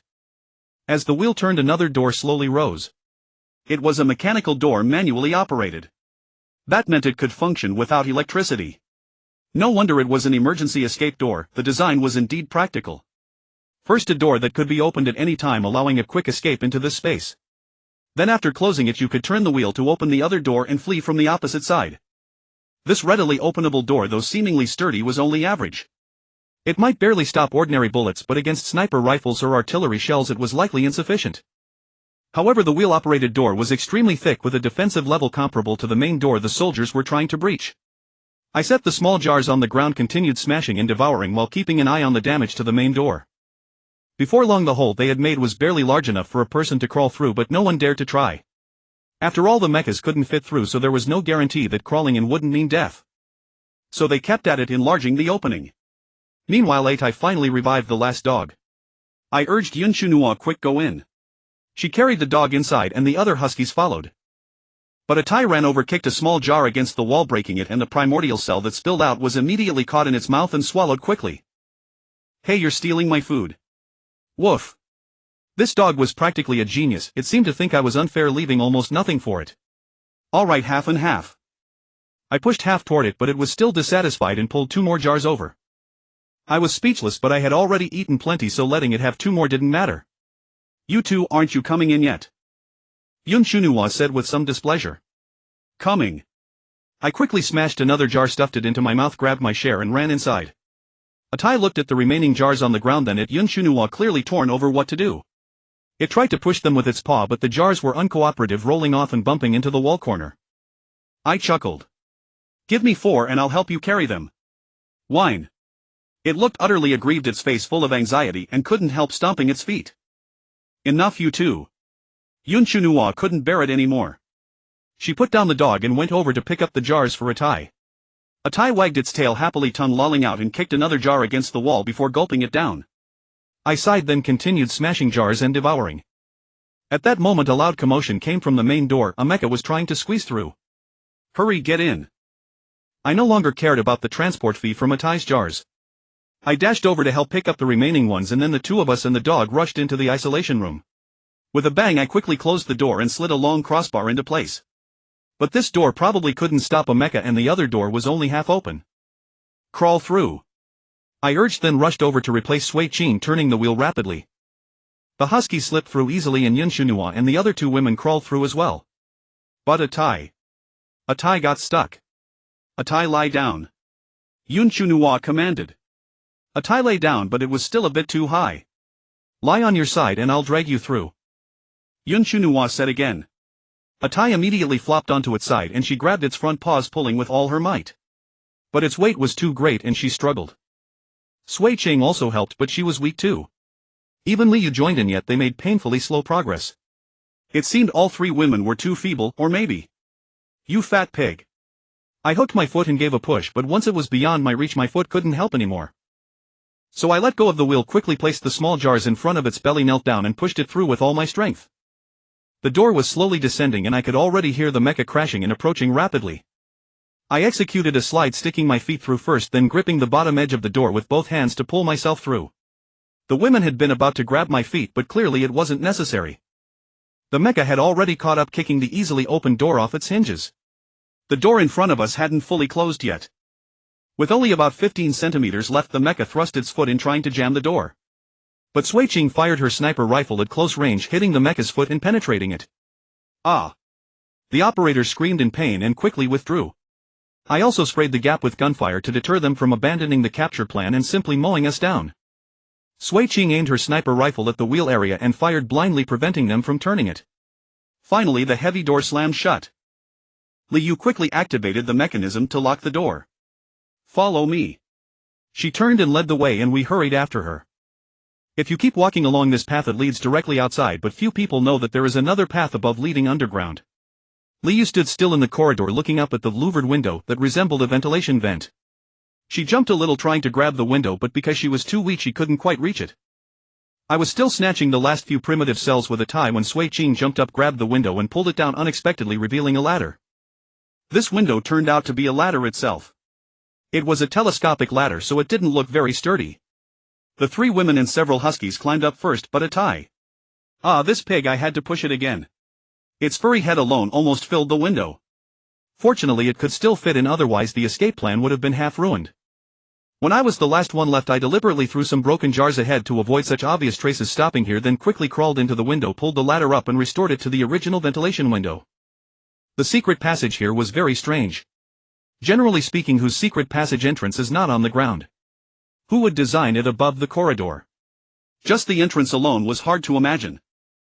However, after entering it quickly began to descend. I estimated the height and figured we were already underground. After going about 20 or 30 meters deeper the passage leveled out and a door appeared. This door was quite heavy, but it was pushed sideways so it was relatively easy to open. It was pitch dark here. If I hadn't enhanced my night vision I probably wouldn't have been able to see clearly. However, after fumbling around the corner for a while Liu took out a flashlight and illuminated the path ahead. Truly fully equipped. I even saw a storage room nearby. It seemed this place could serve as an underground emergency shelter where one could hide for a few months without any problem. We continued walking for 5 minutes before a sloping upward passage appeared. At the end of the passage was a door that seemed to be on the edge of a wall. Liu went over, opened the locking mechanism, pushed hard to the side and opened the door. After opening the door we saw a storage room. The door we had just come through was in the corner. At that moment the door slowly closed automatically, likely due to a mechanical rebound mechanism. When it finally closed it was almost impossible to tell there was a door there. Actually it was mainly because the walls of the storage room had horizontal and vertical tile gaps slightly interlaced, thin and deep, which almost perfectly concealed the door. What an ingenious design! Opening the storage room door we actually arrived at an underground parking lot. It looked like a private parking lot. After all, it wasn't that large, or perhaps it was more appropriate to call it an underground garage. There was no one inside, just a few cars. It seemed the secret passage was used for escape and even cars were prepared. Great, we finally escaped. Yun Chunhua was a bit happy. But at this moment I spoke. "No, we are surrounded." Ah. Yun Chunhua was startled and then saw the underground garage door suddenly open with a large number of soldiers pouring and even mechas surrounding us completely. This. Yun Chunhua instantly didn't know what to do. Sui Qing immediately aimed her gun at Liu, but Liu said calmly, "It seems General Qin also knows about this exit." Ahaha, of course. A sergeant took out a projector and projected the figure of General Qin. "This is my territory, I know it like the back of my hand. Everyone just surrender obediently.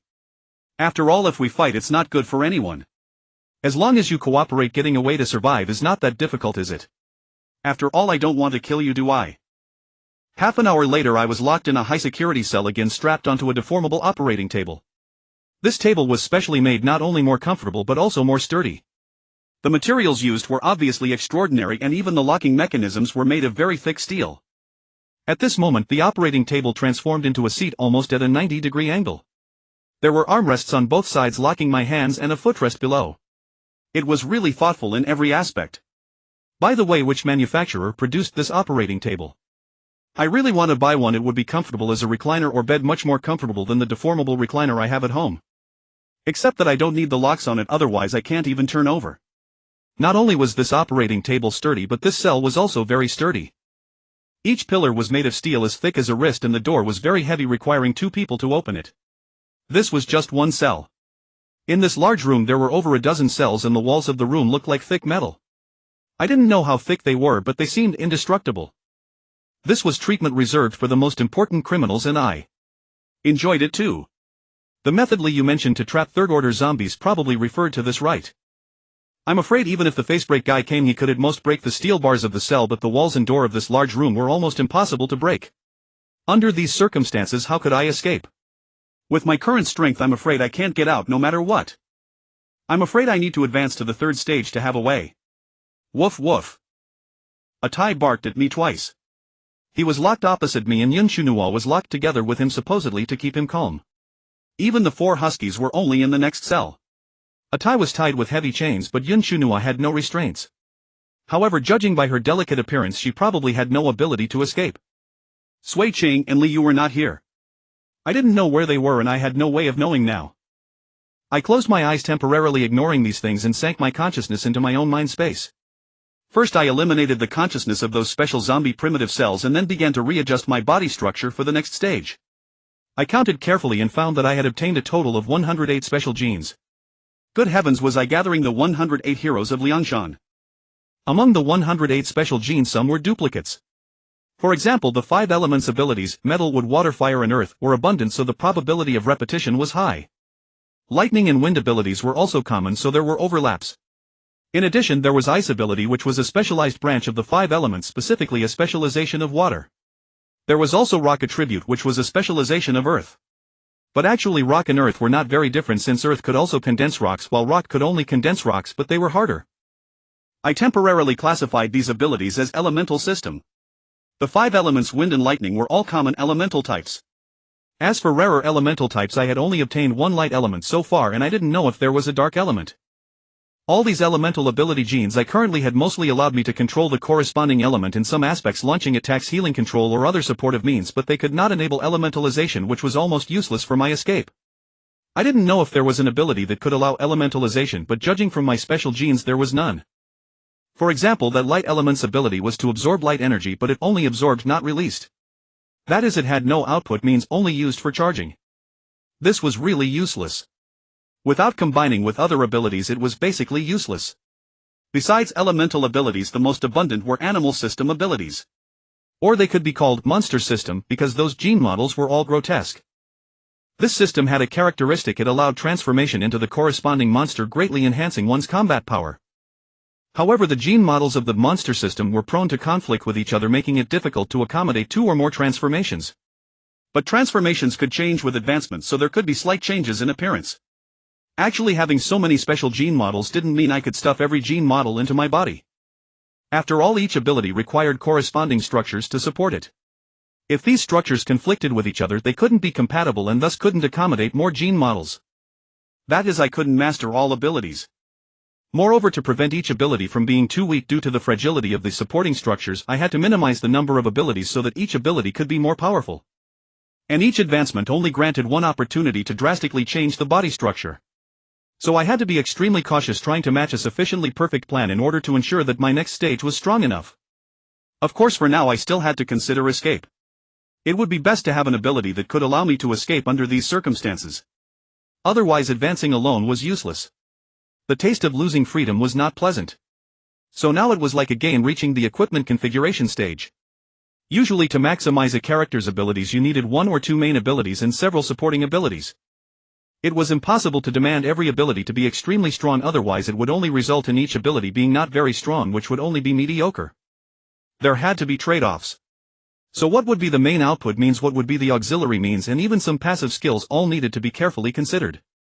Just like that light element ability, although it could only absorb light energy and could be actively used, it could also be left on as a passive recovery means, constantly restoring one's energy.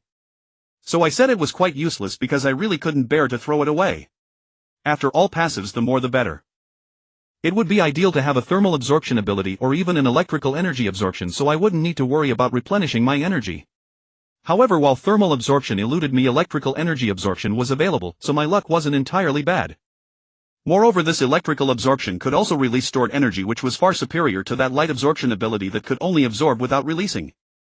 I also needed a particularly formidable ability, as my primary offensive means, preferably one of world-shattering power and resistant to counters. However, after searching extensively, I couldn't locate such an ability. It must be said that my requirements were too demanding. Every power carries its own advantages and disadvantages, making perfection unattainable. Perhaps I should choose a mutant-type ability as my main offensive option. After all, the prospect of transforming seems rather cool. While different mutant types rarely cooperate, mutant type and elemental type abilities rarely conflict. I could potentially unleash various elemental powers while transformed, and they might even prove stronger than in my normal state since the output capacity would be higher. Therefore, pairing a mutant type with an elemental type would be a solid choice. After all, a mutant type ability essentially grants an additional body structure capable of housing more powerful genetic models or amplifying existing ones. Since most mutant transformations result in a form larger than human size, certain structures naturally expand, allowing some abilities to grow stronger. Thus, the most ideal model would be to use the mutant type as a foundation, filling it with elemental type abilities, maximizing the enhancement of powers during transformation, making the transformation truly worthwhile. However, most mutant-type genetic models tend toward grotesque forms with a zombie-like aesthetic full of gore and ugliness, which I find unappealing. I'd probably need to make gradual adjustments to achieve a satisfactory appearance. Besides mutant-type and elemental type, I had also categorized mental type and clone-type abilities from my potential gene pool. One ability was called Soul Spike, which condenses spiritual energy into a piercing spike to attack enemies. Another was called Soul Projection, allowing the soul to detach from the body and drift freely. These two abilities sounded underwhelming. While Soul Projection might allow my soul to escape, what would happen to my physical body? Was I to simply abandon it here? Would I become a wandering spirit? Moreover, I didn't even know whether my body would perish after Soul Projection or whether a soul could exist independently if the body died. What if it couldn't survive on its own? That would be rather embarrassing. And what sort of ability is Soul Spike? Only able to form the soul into a spike. Why not grant me telekinesis instead? Wouldn't telekinesis be far more versatile and practical? With it I could effortlessly ride a flying sword. How magnificent would that be? Unfortunately, those were the only two mental type abilities available to me. Whether my luck was poor or they were simply too rare, only two appeared among the 108 optional abilities. However, some clone-type abilities could loosely be classified under mental type, since certain clones require spiritual control. For instance, there was a clone-type ability called Soul Division, which separates a fragment of one's spirit to possess and control another body, turning it into a devoted clone. This ability was quite appealing. I felt I should acquire it. Confined and stripped of freedom, I now desperately lacked a sense of security. I craved tremendous power and yearned to build a formidable faction, for only then could I better protect myself. Therefore, a clone-based approach was a sound choice, making faction building considerably easier and avoiding the trust issues that could render a group uncontrollable. Another clone-type ability was called Subliminal Parasite. This wasn't a mental-type ability, since it didn't require separating a spiritual body. Instead, it produced an obedient offspring that parasitized a host, granting a loyal subordinate. But the precondition was that the host must not be stronger than the offspring, otherwise control would be impossible. Since the offspring was born far weaker than the parent, this counted as a significant drawback. The resulting subordinates would be far inferior to oneself, serving adequately as rank-and-file troops but offering limited strategic value. Still, being able to control numerous subordinates was a considerable advantage, though absolute loyalty remained uncertain. After all, it was difficult to guarantee the host would never surpass the offspring, while the offspring's strength remained fixed unless recycled and renewed. The third clone-type ability could also loosely be classified as mental type. It was called Shadow Guards, using spiritual force to control several shadowy duplicates that fought on one's behalf. The greater the mental strength, the stronger the shadow's combat capability. However, shadows did not inherit one's attributes, existing solely as a product of spiritual intensity, which constituted a notable flaw. Moreover, shadows were not purely spiritual entities. They could be seen much like ordinary shadows, except three-dimensional and capable of standing upright like humans. A shadow mirrored one's own appearance, merely rendered in pitch blackness. Yet shadows could conceal themselves within existing darkness and merge seamlessly, which was a considerable advantage. Currently, I only had 3 clone-type abilities to choose from: Soul Division, Subliminal Parasite, and Shadow Guards. To be honest, I desired all 3, and they didn't conflict with one another, though both Soul Division and Shadow Guards demanded considerable mental strength. Although none of these abilities seemed particularly overwhelming on their own, wielded skillfully, they could unleash considerable power and would undoubtedly prove highly beneficial for building my own faction. As for the 2 mental type abilities, Soul Spike and Soul Projection, if no better alternatives arose, I would reluctantly settle for them. Besides, once reaching the 4th tier, there would still be an opportunity to revise my choices. These 2 abilities resembled skills more than innate abilities, their functions far too monotonous. Still, with proper development, they could prove viable. Among the elemental type abilities, I had only taken a particular interest in 2 relatively passive ones: light absorption and electrical energy absorption. The others possessed various unique features, yet none managed to impress me sufficiently. I would simply have to finalize my transformation form first and then consider how to integrate those abilities. If only I had a spatial type ability. Wasn't a spatial type ability standard equipment for most post-apocalyptic protagonists? Did this mean I wasn't the protagonist? Or was I simply destined to lack such fortune? Alas, whether through poor luck or sheer absence among my 108 selectable abilities, not a single spatial type existed, let alone the legendary temporal type. If only I had teleportation blink or a spatial gate, escaping this place would be trivial. Given my current circumstances, I had simulated numerous escape scenarios, yet none could guarantee a secure exit. For instance, if I mastered a fire element ability and used intense heat to melt the shackles on my body, then the cell walls and doors, I might perhaps carve a path to freedom. But I wasn't certain whether my newly acquired flames would generate sufficient heat to melt such materials, and what would I do when confronted with soldiers' gunfire? Could I melt their weapons in time? Why couldn't I have elemental intangibility to transform myself into a certain element and render firearms useless against me? Another option was to master a lightning element ability. Since everything here was made of metal, even the flooring lightning would undoubtedly wreak havoc. But the same problem persisted: whether my energy would suffice, whether the lightning would be fierce enough to handle firearms, and what I would do once outside this metal-filled environment. If only I had Magneto's ability, in a place saturated with metal I would be virtually invincible. In truth, Magneto's power felt more like direct metal control. Merely manipulating magnetic fields to reshape metal was unlikely; it would require profound understanding of magnetism and extraordinarily fine motor control. But the canonical setting defined it as magnetic field mastery, so I couldn't complain. After all, magnetic fields could theoretically achieve similar results, it was simply far more difficult. A third option involved using shadow guards to assist my escape, but this required meticulous planning and precise timing. Furthermore, I was uncertain how many shadows I could actually control, or whether my mental strength would be sufficient. What if the shadows proved ineffective in combat or dissolved after merely a few steps? That would be truly absurd. Of course, all the above plans required one prerequisite: reaching the third tier and awakening my abilities. Otherwise everything remained nothing but dreams. I hoped General Chin still maintained his interest in third-tier zombies, that he still wished to nurture me to that level. Otherwise escaping here would be impossible, and even surviving with a shred of dignity would likely become an unattainable luxury. Not long afterwards, someone delivered food. Alongside delicious cooked dishes came the usual fare: raw slices made from energy-producing organs, served with dipping sauce, and surprisingly quite palatable. The nurse feeding me still had those captivating eyes, though unfortunately her face remained concealed behind a mask.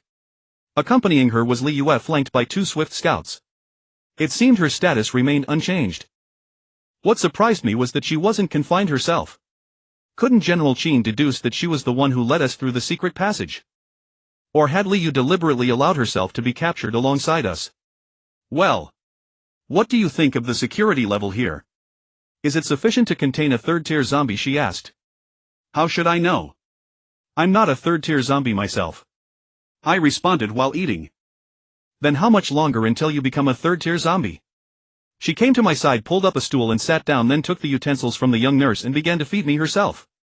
I was somewhat surprised, but still bit into the sashimi she had skewered, chewing while replying, "It's hard to say, after all I have no experience either. But to reach the third tier as quickly as possible, of course you need to keep feeding me energy-supplying organs." "How many can you eat in a day?" Li Yue asked. "I don't know, but I can try to eat continuously." "Very well, then I'll have people feed you non-stop." I was even more surprised now; she was actually going along with my wishes. So I nodded. "All right, I'm also eager to see if I can escape." "Then work hard and don't let yourself get caught like this again.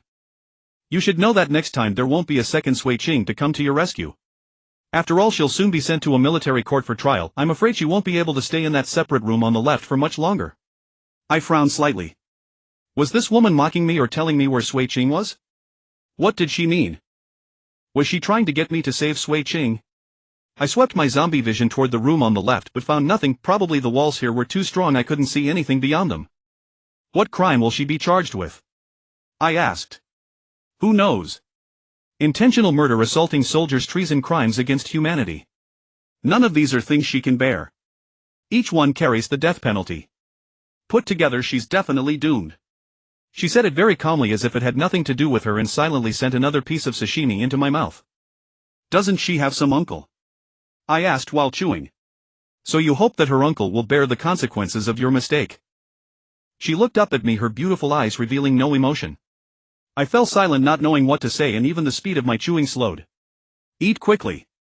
I hope you can reach the third tier soon, so that I can collect a sample of a third-tier zombie."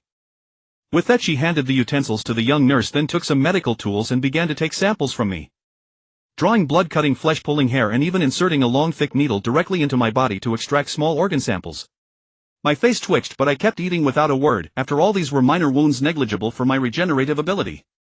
Except that it hurt a little. After taking the samples, she suddenly smiled, propping her cheek with her hand, and said to me, "There's one bodily fluid I haven't collected yet." "Ha! What fluid?" I asked. She didn't answer, but her gaze shifted downward. I was startled. "Hey, you can't stick a needle there." He. She covered her mouth and laughed, then patted the young nurse's shoulder and said, "Then I'll have her help you." Before I could say anything, the young nurse immediately waved her hands in panic. "Director, I can't do that. Find someone else." It was the first time I heard her speak. Her voice was soft and quite pleasant. "I didn't ask for your opinion." Li Yu's voice suddenly turned cold. The young nurse froze, her hands holding the utensils trembling. "How about this? I can give you a little private time and space for her to collect the sample." Li Yu looked at me with a hint of a smile in her eyes. I pondered slightly, not understanding why she was doing this, so I tried to stall for time to think and said, "I don't even know what she looks like. What if I don't feel anything?" Li Yu immediately pulled down her mask, revealing her delicate and adorable face. "She is the youngest and prettiest nurse here. No boyfriend yet, but plenty of suitors." I looked at the young nurse's face. She was indeed beautiful and charming, extremely attractive, but her face was pale with fear and she looked like she was about to cry. Tisk really using this to test a cadre? Who can withstand that? Did they really think I'm not fond of women? But I felt this was more like a test from her, and I didn't like such means. So I suppressed my inner turmoil and said lightly, "I'm a zombie, I could infect you. There are plenty of ways to avoid that, aren't there?"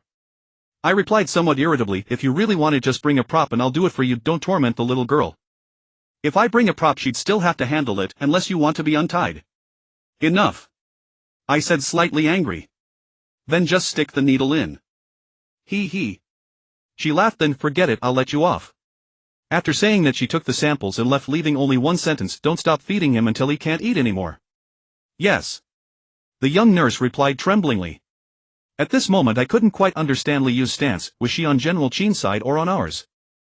Or was she on General Qin's side but wanted to save Sui Cheng? After Li Yu and the others left, the young nurse kept bowing and saying thank you. "Thank you. I actually wanted to agree to her just now." Ah. She was stunned and begged in panic, "Please don't agree to such a request, okay? Please.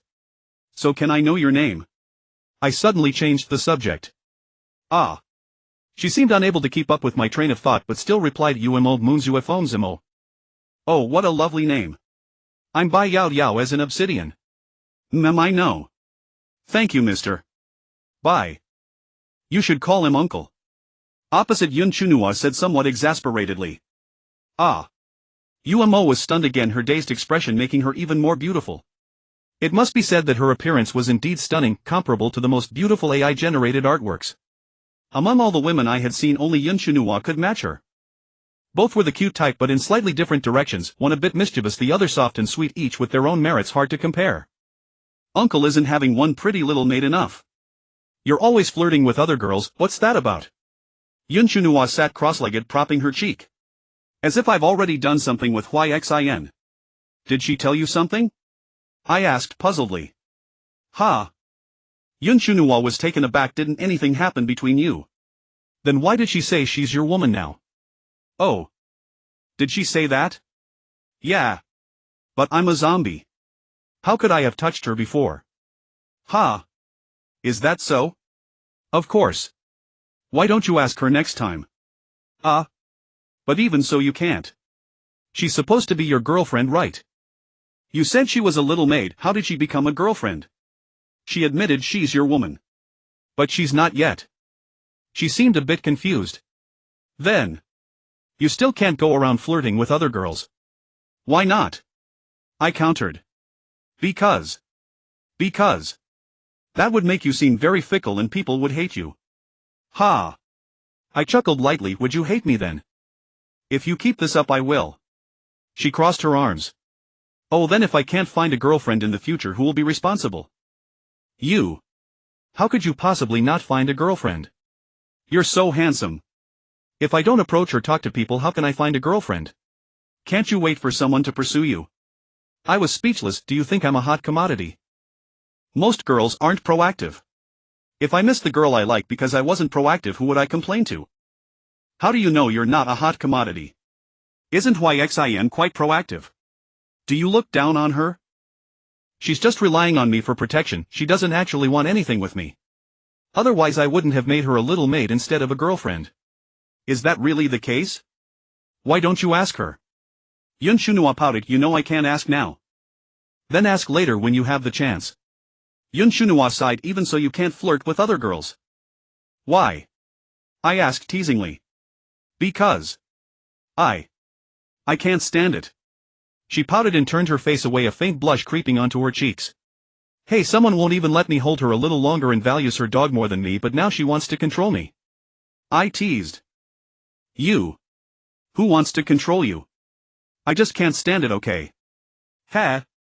I couldn't help but laugh. Alright, for your sake I'll restrain myself a bit. But it's really a loss to be controlled by a girl who isn't even my girlfriend yet. Yun Shunhua's face flushed. You're called UMO, right? UMO nodded. Put your mask on quickly so I won't keep looking at you. Just feed me, no need to talk. Oh, okay. UMO quickly put on her mask and continued feeding me. Speed up, use chopsticks, try to get more in each bite. So I kept eating, and on the other side Atai was also eating non-stop. He had the same endless supply of energy supplying organs and ate much faster than I did. It was already past midnight and I was still eating. What puzzled me, however, was her question, why haven't you rotated shifts? Why don't you send someone else to feed me? UMO replied with a hint of grievance, I'm the only one who signed a confidentiality agreement, so I'm the one who has to take care of you. If you won't go rest, then I was at a loss for words. After all, I was an important specimen. Could they not have sent more people to assist with my care? Judging by the young girl's expression, she'd likely been bullied. Only she naively had signed some confidentiality agreement. Wasn't that just the classic tactic of seasoned veterans preying on newcomers? Making newcomers handle the most grueling work. Well. In that case you should go rest. I'm nearly finished eating. Really? A look of delight crossed her face. Yes. I nodded. It's time for you to rest anyway. Come back tomorrow. Okay, thank you. She began gathering her things, gratitude evident in her voice. Oh, by the way. I spoke up awkwardly. I need to use the restroom. Ha. She froze her cheeks, flushing crimson. I'm just an intern. I've never done this before. Then go apply, see if they'll temporarily release my restraints. There's a basic toilet right there. I'll handle it myself. I suggested. This high-end cell actually had a toilet, a simple portable one paired with a curtain that created a semi-cylindrical private space. But the curtain didn't reach all the way down. Even drawn, one could still see someone's feet. Oh, okay. I'll go apply for you right away. Saying that, she hurried out.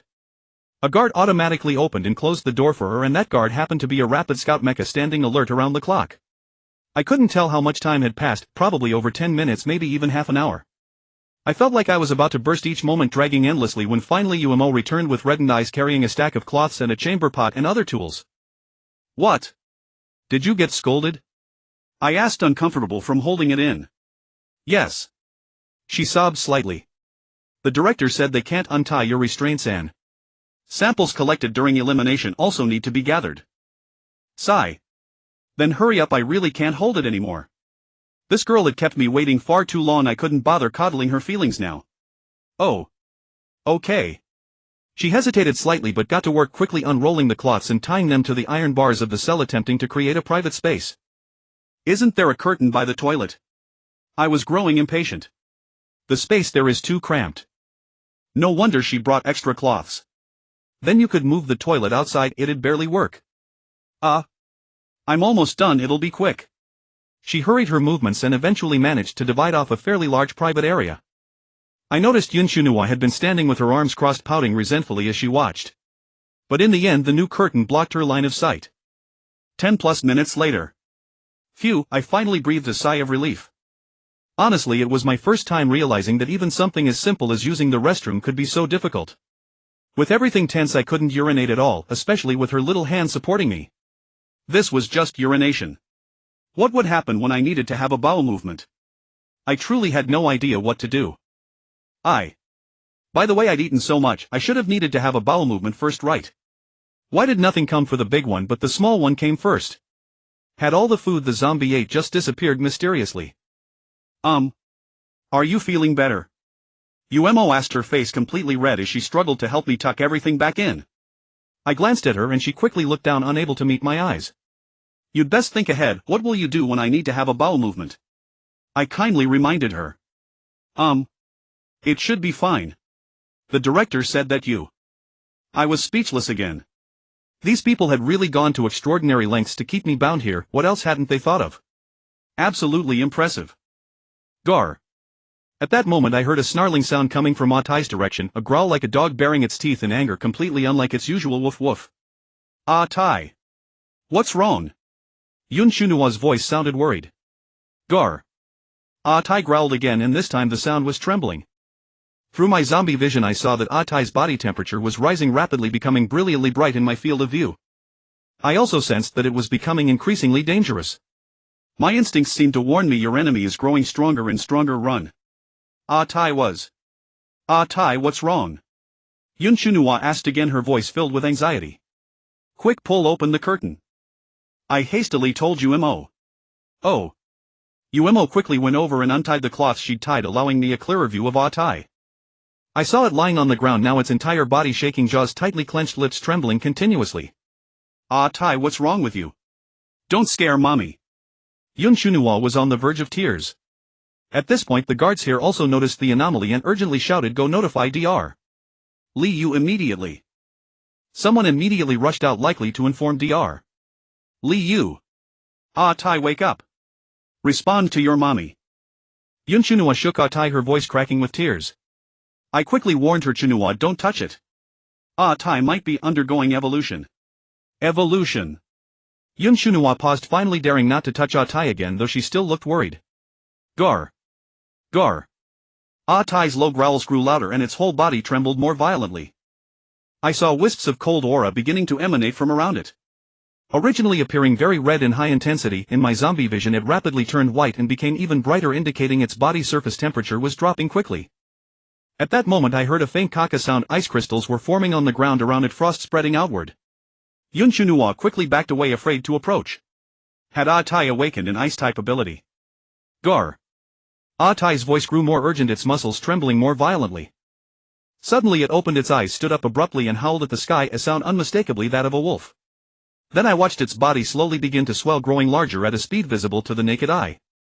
After shaking its body, the black and white fur on its coat rapidly fell out, only to be replaced by long dense white fur. It quickly transformed from its original oversized husky appearance into a towering white wolf. This had Tai reverted from a dog back to a wolf. Although some dogs occasionally howled like wolves, that seemed to be an extremely rare occurrence. But this pure white appearance of its now was really beautiful. But the lion head characteristics typical of Alaskan Malamutes remained unchanged. It still looked foolishly cute, so the difference from a real wolf was quite significant. At this point rings upon rings of frost had condensed around it, forcing Yun Shunua back into a corner where she hugged her arms and shivered uncontrollably. Moreover, concentric ripples oscillated around it as if countless lenses had appeared in the air, distorting the light.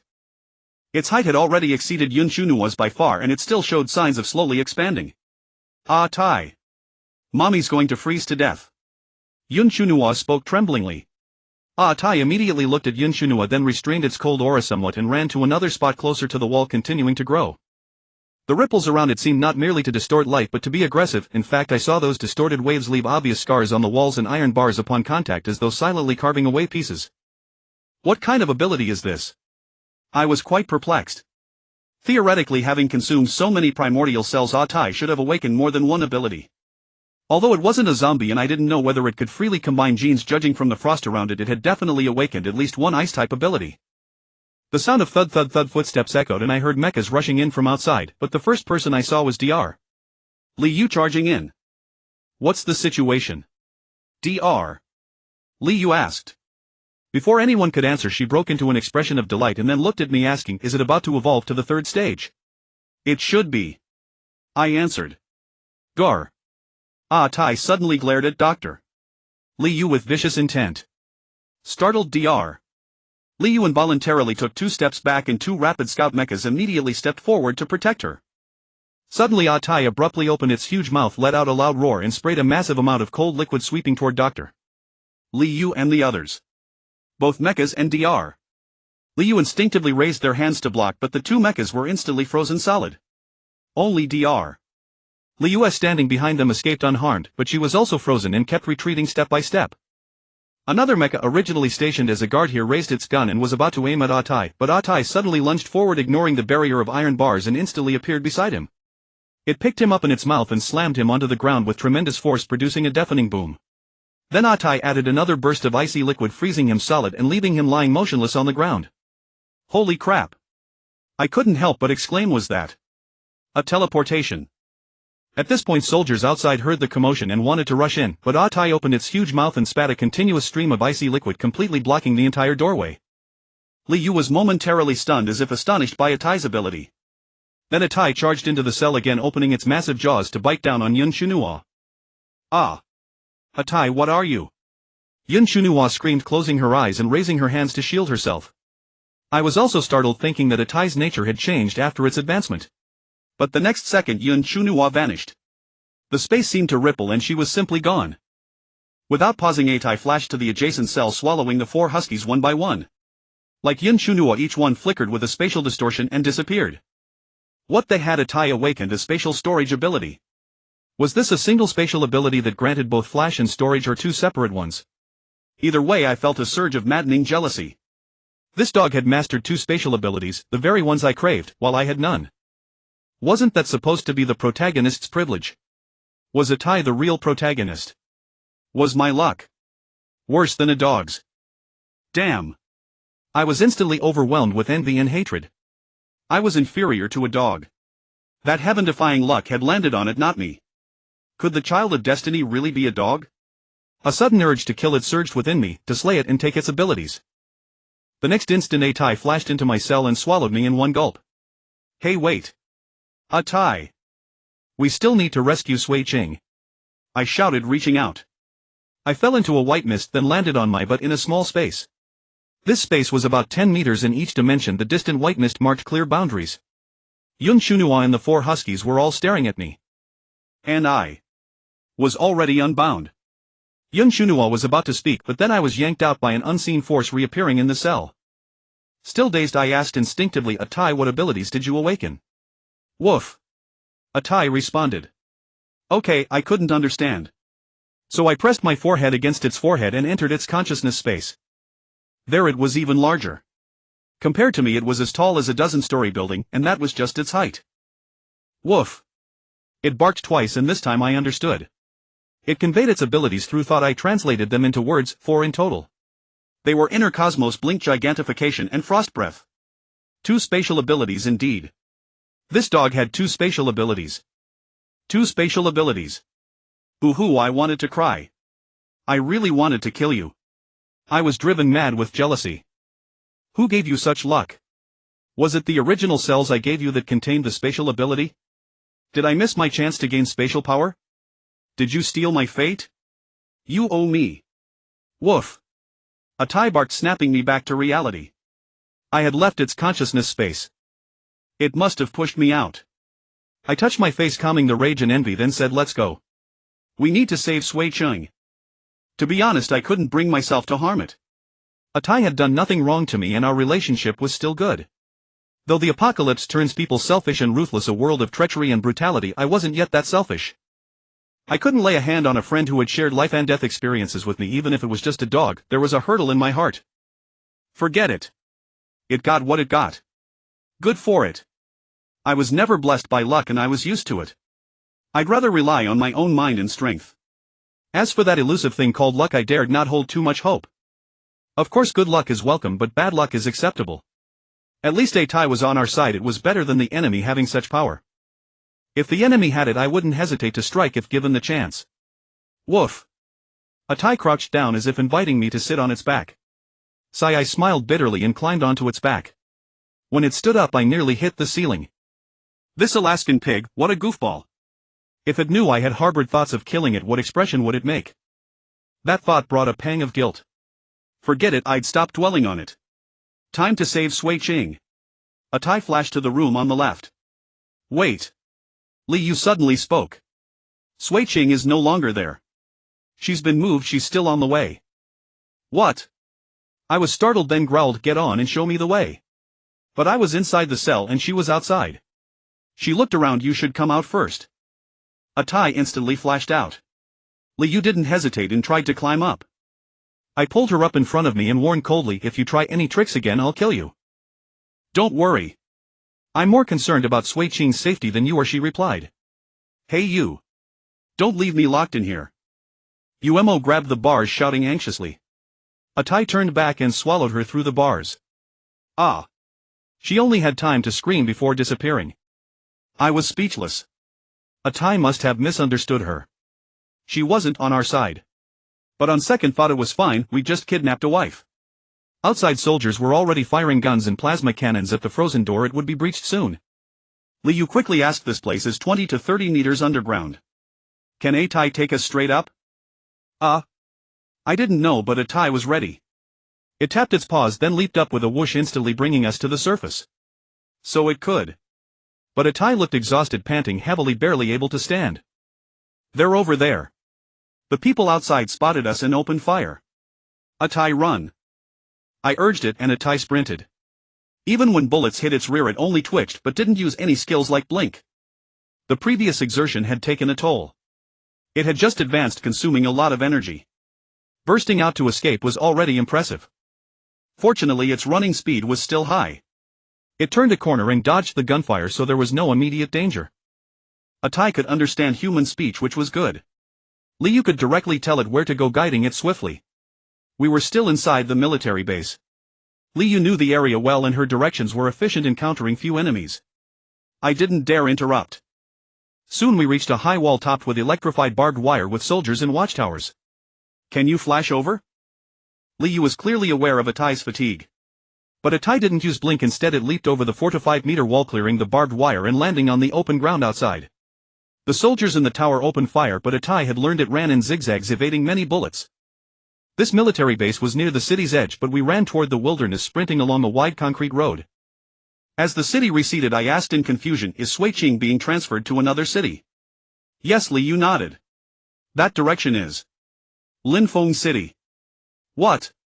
I was shocked. "Why is she being taken to Linfeng City?" "Hey, guess." She suddenly became playful. I was a bit annoyed. "Tell me." "I don't know. Originally she was supposed to be transferred to the tribunal heading deeper into Linyuan City. But the tracker I secretly placed on her shows she's moving toward Linfeng City." Liu pulled out her phone, which displayed a map and an arrow pointing toward Linfeng City. "What is General Qin trying to do?" "Isn't it obvious? Sui Qing also served in Linyuan City under General Qin. But she was demoted to a squad in Linfeng City for disobeying orders. Now knowing that those old men in Linfeng City have betrayed the nation, General Qin still sends her there." "What do you think?" "You mean General Qin also betrayed?" "I don't know." Liu shook her head. "The cities around Linfeng are under the surveillance of Prince Shinnan. General Qin may not dare to act rashly."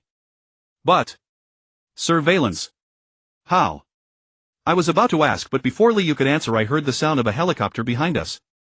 So I said to a tie, "Don't take the highway, go to the side."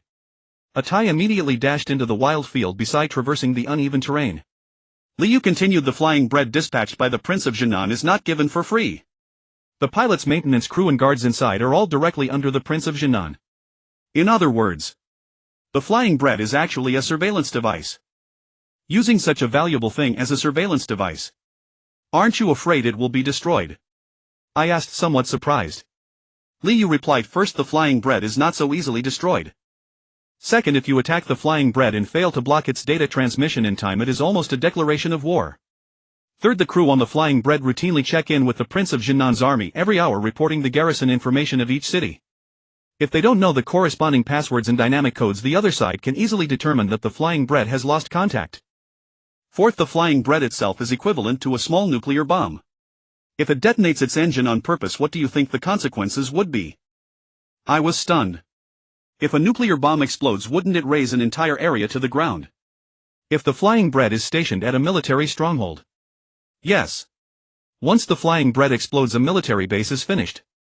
And the authorities have explicitly ordered that the flying bread must be heavily guarded, stationed in a military stronghold and personally overseen by the highest-ranking commander. So it's like having a remote-controlled bomb shoved into your arms and you have to hold on to it. Right, that's a very apt analogy. Then that day you brought the flying bread to pick us up. That was a valid excuse to move the flying bread out.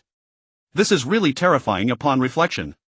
That day the flying bread had no escort aircraft. It was like laying a trump card bare in front of Linfeng City. If the flying bread had been shot down that day, the main responsibility would definitely fall on Linfeng City, while Linyuan City would only bear the charges of dereliction of duty, inadequate protection, or poor command.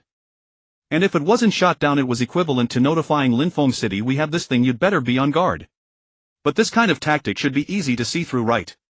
But as long as you're thick-skinned, even if they see through it, it's useless. I can say that I sent it out to protect our institute director and to avoid ordinary aircraft being destroyed by zombies and to test the flying bread's suppressing power against zombies. What can you do? What are you going to turn hostile? I wasn't rebellious to begin with, but if I'm forced to rebel, I'll do it openly and I'll be the victim. That's probably the gist of it, though this is just my speculation. After all, why the flying bread would obey such an order is also a point worth pondering. So what does this have to do with Sui Qing being taken to Linfeng City? I asked. I haven't figured that out yet. But the most important person related to Sui Qing is her uncle. Sui Qing's uncle has no children, so he almost treats her as his own daughter. General Qin went to such great lengths to deal with her. More likely than not, he's targeting her uncle. What is her uncle's identity? I asked. Her uncle Sui Zhang is the chief designer of the Beast Siege mech series, a man deeply obsessed with mechs. Mechs like the Wolf Pack Assault Mech and the Black Bear Mech were all developed by his team under his leadership. In the current situation, the importance of mechs is even more incomparable. After all, mechs are not very afraid of zombies. Many places where a line must be held often require mechs to fill in. So her uncle has a very deep influence in the military and a very wide network of connections. So General Qin secretly sent Sui Qing into the hands of those people in Linfeng City to threaten Sui Qing's uncle. Isn't he afraid that Sui Qing's uncle will find out and direct his wrath at him? Since they secretly sent Sui Qing away, they can just say that Sui Qing fled the crime and ran to Linfeng City on her own. As long as there's no evidence, they can say whatever they want. After all, Sui Qing was already guilty of a capital offense, and it's perfectly reasonable that she would have the ability to flee. Then aren't we the evidence? I suddenly became alert. So why don't you take a look at the pursuers behind us? I looked back. Damn, a large number of helicopters. And the aircraft. If not for Atai running fast, we would soon be surrounded. Atai, you must not run in a straight line. Watch out for sniper rifles. Bang. Before I finished speaking, I heard the sound of a sniper rifle, but actually the feeling of a powerful impact on my left hand came faster. By the time I realized it, my left hand had already been severed. I was stunned for a moment, but then instinctively pressed Liu down and quickly ducked myself, not daring to raise my head. The next moment a tremendous pain surged into my mind, causing my face to twist involuntarily, my muscles to tense, and I cried out in agony. Ah! My entire body trembled. I really hadn't expected losing a hand to be so painful. Although my left hand had been broken before, that was during my first stage zombie period when I felt almost no pain. But now this was real pain that penetrated to the marrow. What's wrong? Liu asked with some concern. My hand is broken. Atai, run into the woods. I shouted through the pain. Atai quickly turned and dashed into the nearby woods, but it was a bit too slow. A sniper bullet hit its hind leg, causing it to stumble and nearly throw both of us off. Fortunately, Atai had already advanced to the third stage and could withstand the sniper's attack. After enduring the pain, it continued running, albeit with a limp. There were many branches and weeds in the woods scraping against us. If we hadn't been lying down, our faces would have been scratched. My severed hand was also scraped a couple of times. In pain, I could only tuck it behind Liu, which made it a bit more bearable. There are helicopters in the sky. With our speed reduced, we're probably doomed. Liu said. Damn it. If only Sui Qing were here. With her sniper rifle, which helicopter would dare to chase? Atai, can you hide yourself in your own space? I asked. Woof. Atai nodded. All right. Then you blink under a hidden big tree and bring us all into your space to hide. Woof. Atai responded, then looked around, suddenly blinked, and immediately opened a spatial door, bringing us all in with a dash. I was surprised. I thought Atai could only swallow people into its space, but it could open a spatial door. Doesn't that mean it has an extra skill of spatial door? Although this spatial door probably can't teleport, it should have other properties of a spatial door. For example, the most terrifying lethal property of a spatial door is cutting. With a single open and close, couldn't it split any object in two? This is an extremely terrifying lethal method. There is almost no way to defend against it. This is one of the reasons why spatial powers are so strong. Atai, what's wrong? Yun Shuno ran over with a concerned expression, her face filled with distress upon seeing Atai's injuries. As soon as Atai entered, it lay down directly, so we got off in turn. Quick, remove the bullets from Atai. I pointed at Atai and said to Liu. We need to ensure Atai's combat capability first. What about you? Liu couldn't help but look at my severed arm, which was bleeding profusely. It's fine.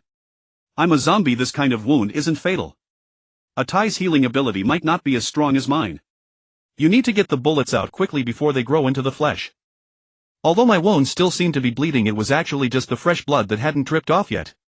In fact, I could already feel a large amount of tissue sprouts growing in the wound, which had probably sealed the blood vessels.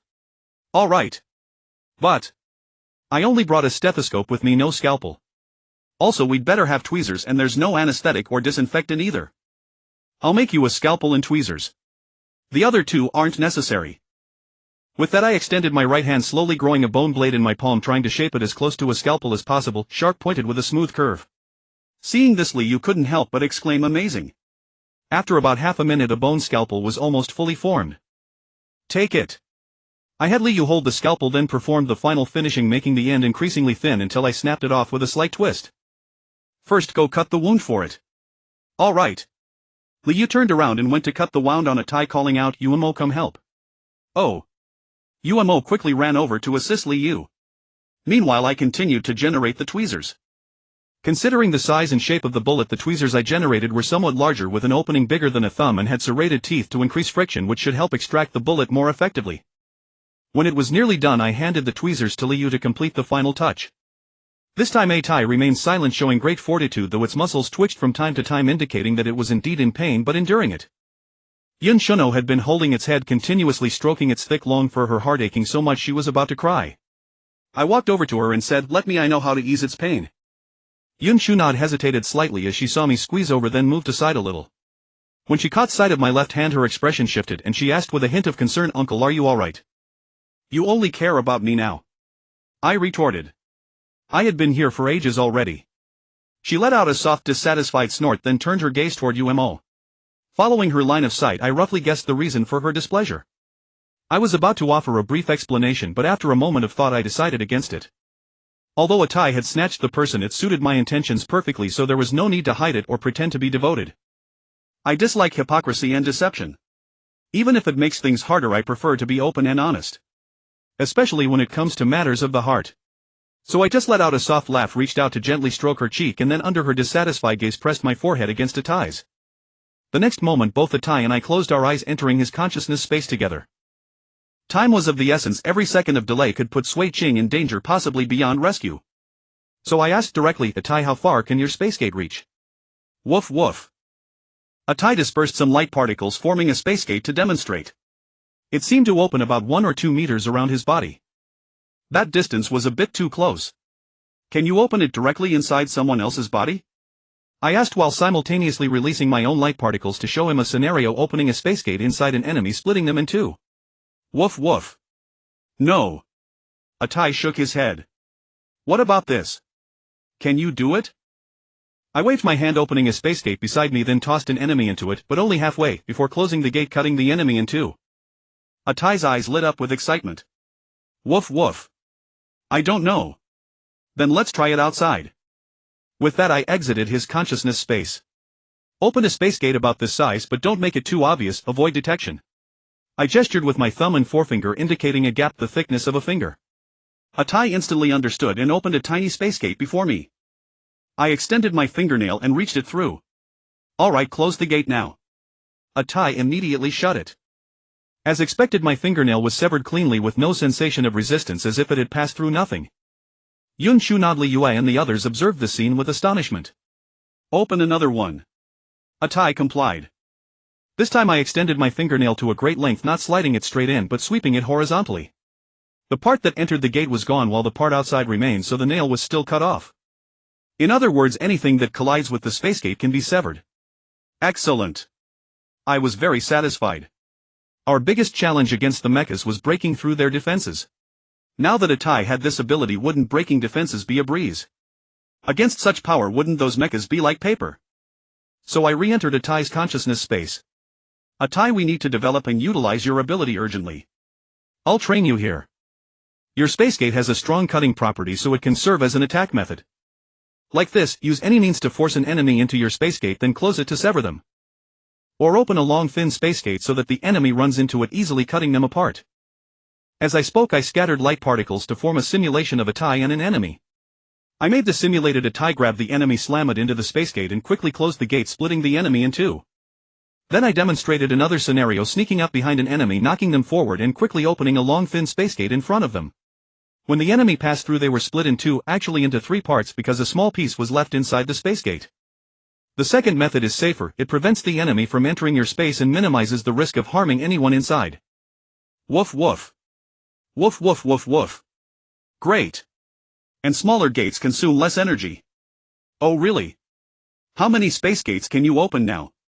Woof woof. How big? Big enough for you to pass through, or as small and thin as that one? Woof woof woof.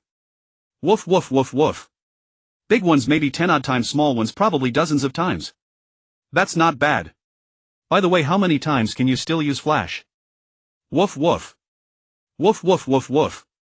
Depends on distance. Carrying people is tiring. Like the last time you brought us back, how many more times can you do that? Woof woof woof. Maybe 2 or 3 times. He wasn't entirely sure. It seems flash consumes more energy. But it's okay. We should replenish your energy soon. You want to eat zombies, right? Woof. Yes. Alright, step up the training. We'll head out again later. Woof. Okay. So Atai began training their simulating enemies with light particles and devising ways to cut them with his space gate. I kept guiding him, also creating various scenarios with light particles. At the same time, I pondered how to quickly escape the encirclement. There were surely many enemies searching for us now. Even if Atai mastered the killing technique, we might not be able to break through. If only Atai could fly. Fly. Use space abilities to fly. That might not be impossible. But how to achieve flight? Flash could be used to teleport into the air, and consecutive flashes could simulate flight, but the energy cost was too high, not sustainable. Could flight be achieved with the space gate? Atai, can you move the opening point of the space gate within your space? I mean, open it somewhere else in the outside world. Afraid he wouldn't understand, I scattered light particles and demonstrated. I used a square to represent his space, then simulated another Atai opening a space gate from the outside into his space, and then opening another gate elsewhere outside. Atai paused briefly, then let out 2 woofs to say he didn't know. Let's test it outside. So we left the consciousness space and Atai began testing. Atai tried opening several tiny space gates. Although the opening points were varied, peering through the little holes revealed little change in the outside view. Based on the 3D model in my mind, I estimated that all the points Atai had opened were on the same plane as the gate we entered through. None had left that plane. In other words, the space gate could only be reopened at the same location where it was initially opened for entry. But whether a larger gate could be opened remained unknown. We couldn't test it without risking detection.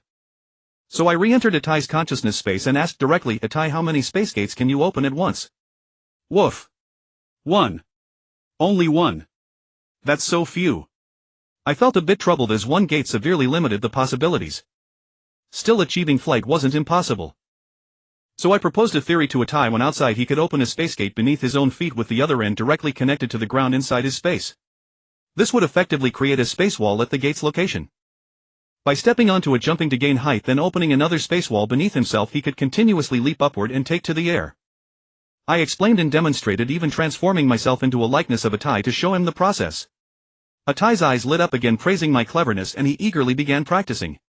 This space wall theoretically had no cutting ability, as the other side was directly grounded and impassable, so it couldn't sever anything.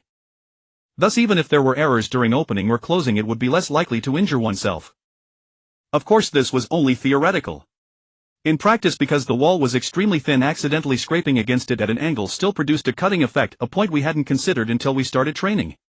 So this could also be an attack method, even safer than the space gate for protecting those inside. Atai trained with great ease thanks to his natural agility. But this was not a real battle. I wasn't sure if he would freeze and fall when the time came. So during training, I deliberately pushed him off to train his reaction when falling, making sure he would quickly open a space wall to catch himself. Atai minimized the area of the space wall to conserve energy. Woof woof. Got it.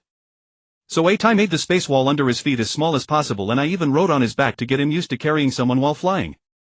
Of course, it was also for me to get used to it. I even deliberately fell to make him catch me. Atai learned quickly, but due to the limited training time we still made frequent mistakes. But there was no choice, time was short, and this aerial method was merely a theoretical concept untested in practice. When I felt it was enough, I exited his consciousness space. Upon emerging, I saw that everyone and every dog here were lying on the ground too weak to move. "What's wrong with all of you?" I asked. Gasping for air. Liu replied weakly.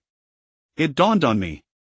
After all, the space was only about 10 by 10 by 10 paces, containing nothing but a hazy white expanse outside and the clearly discernible walls of the space.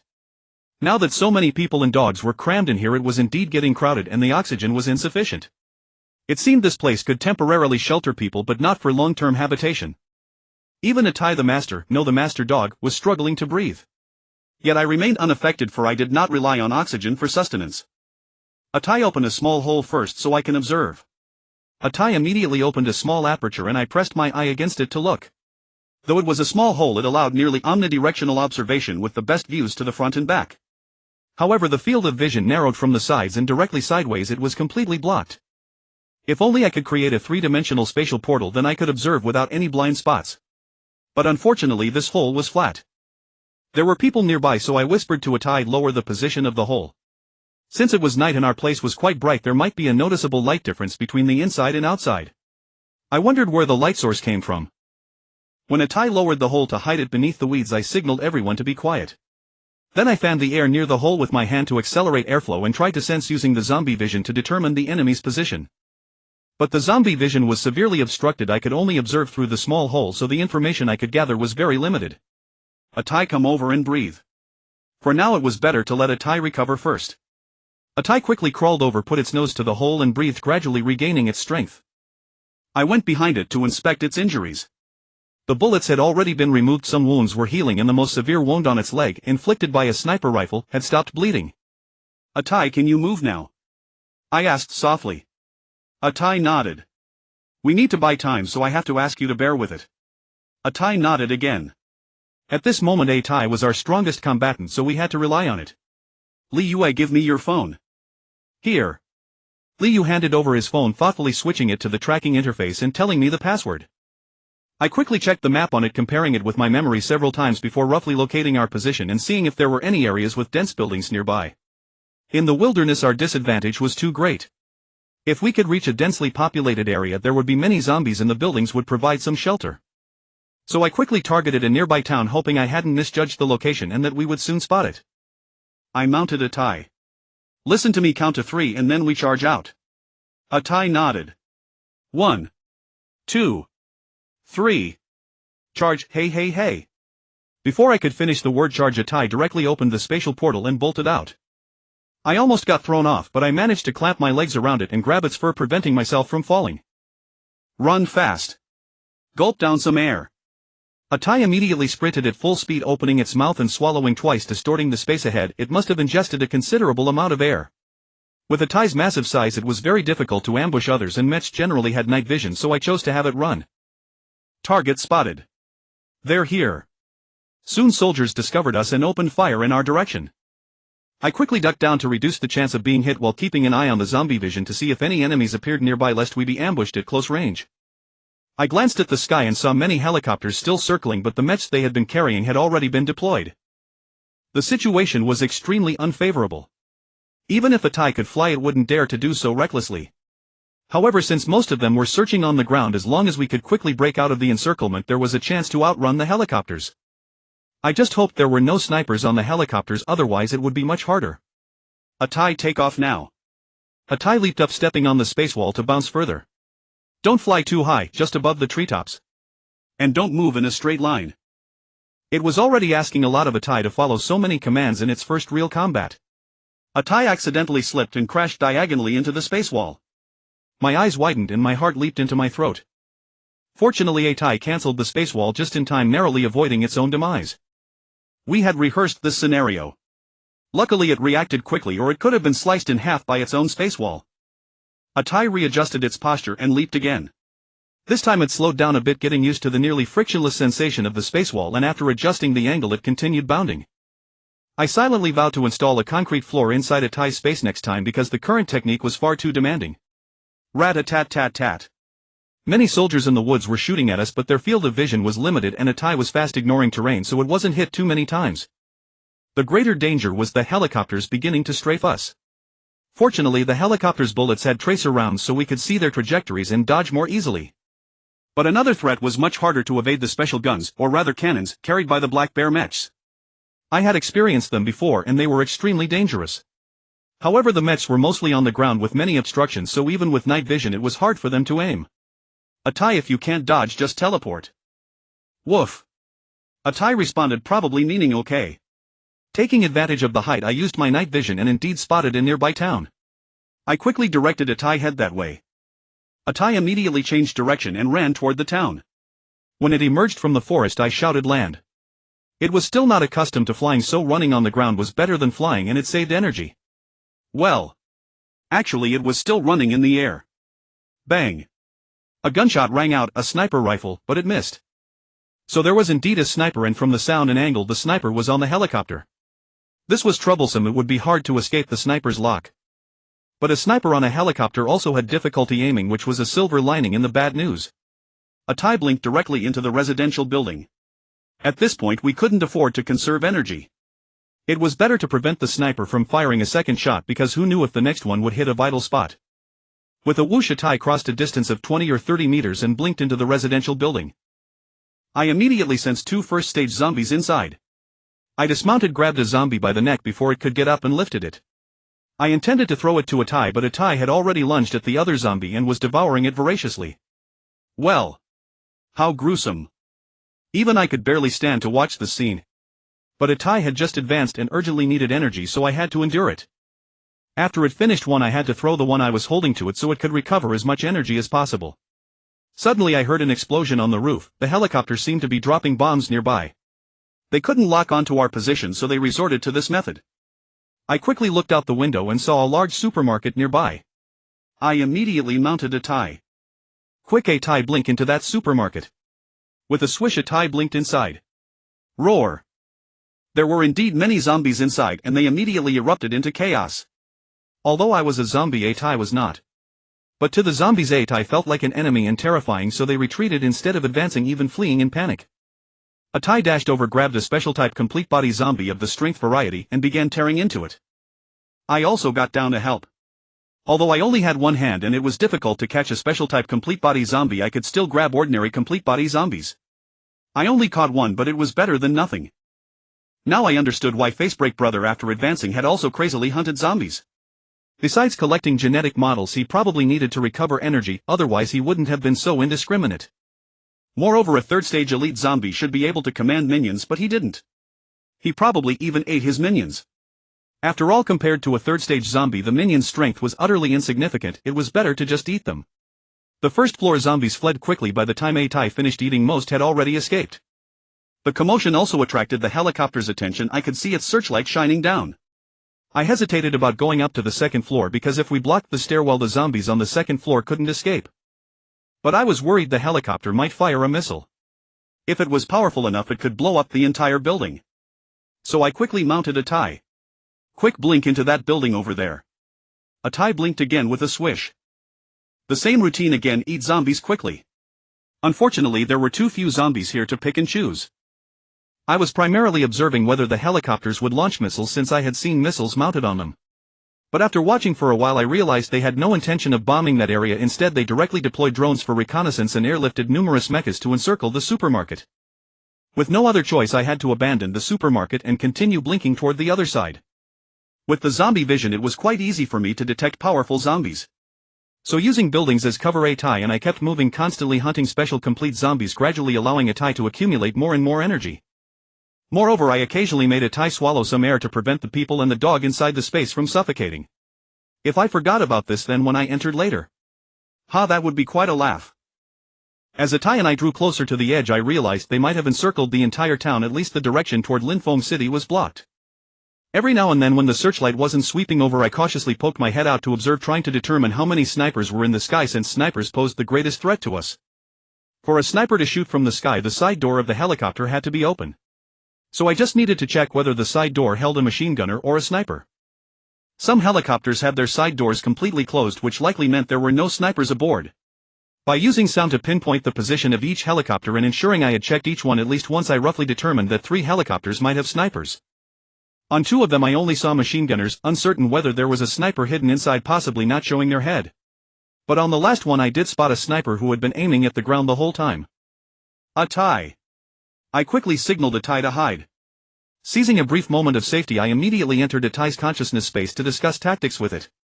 The exchange didn't take long. I soon withdrew and instructed it, you must remember the spatial wall can also be used for defense.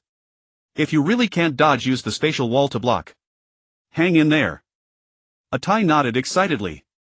I then poked my head out again to confirm the helicopter's position, then pulled back, estimating its flight trajectory through sound. A tie, let's blink to the top floor over there. I mounted a tie and whispered. With a whoosh, a tie brought me there. I quickly dismounted, listened intently again, then pointed to the sky and said, a tie, it's this one.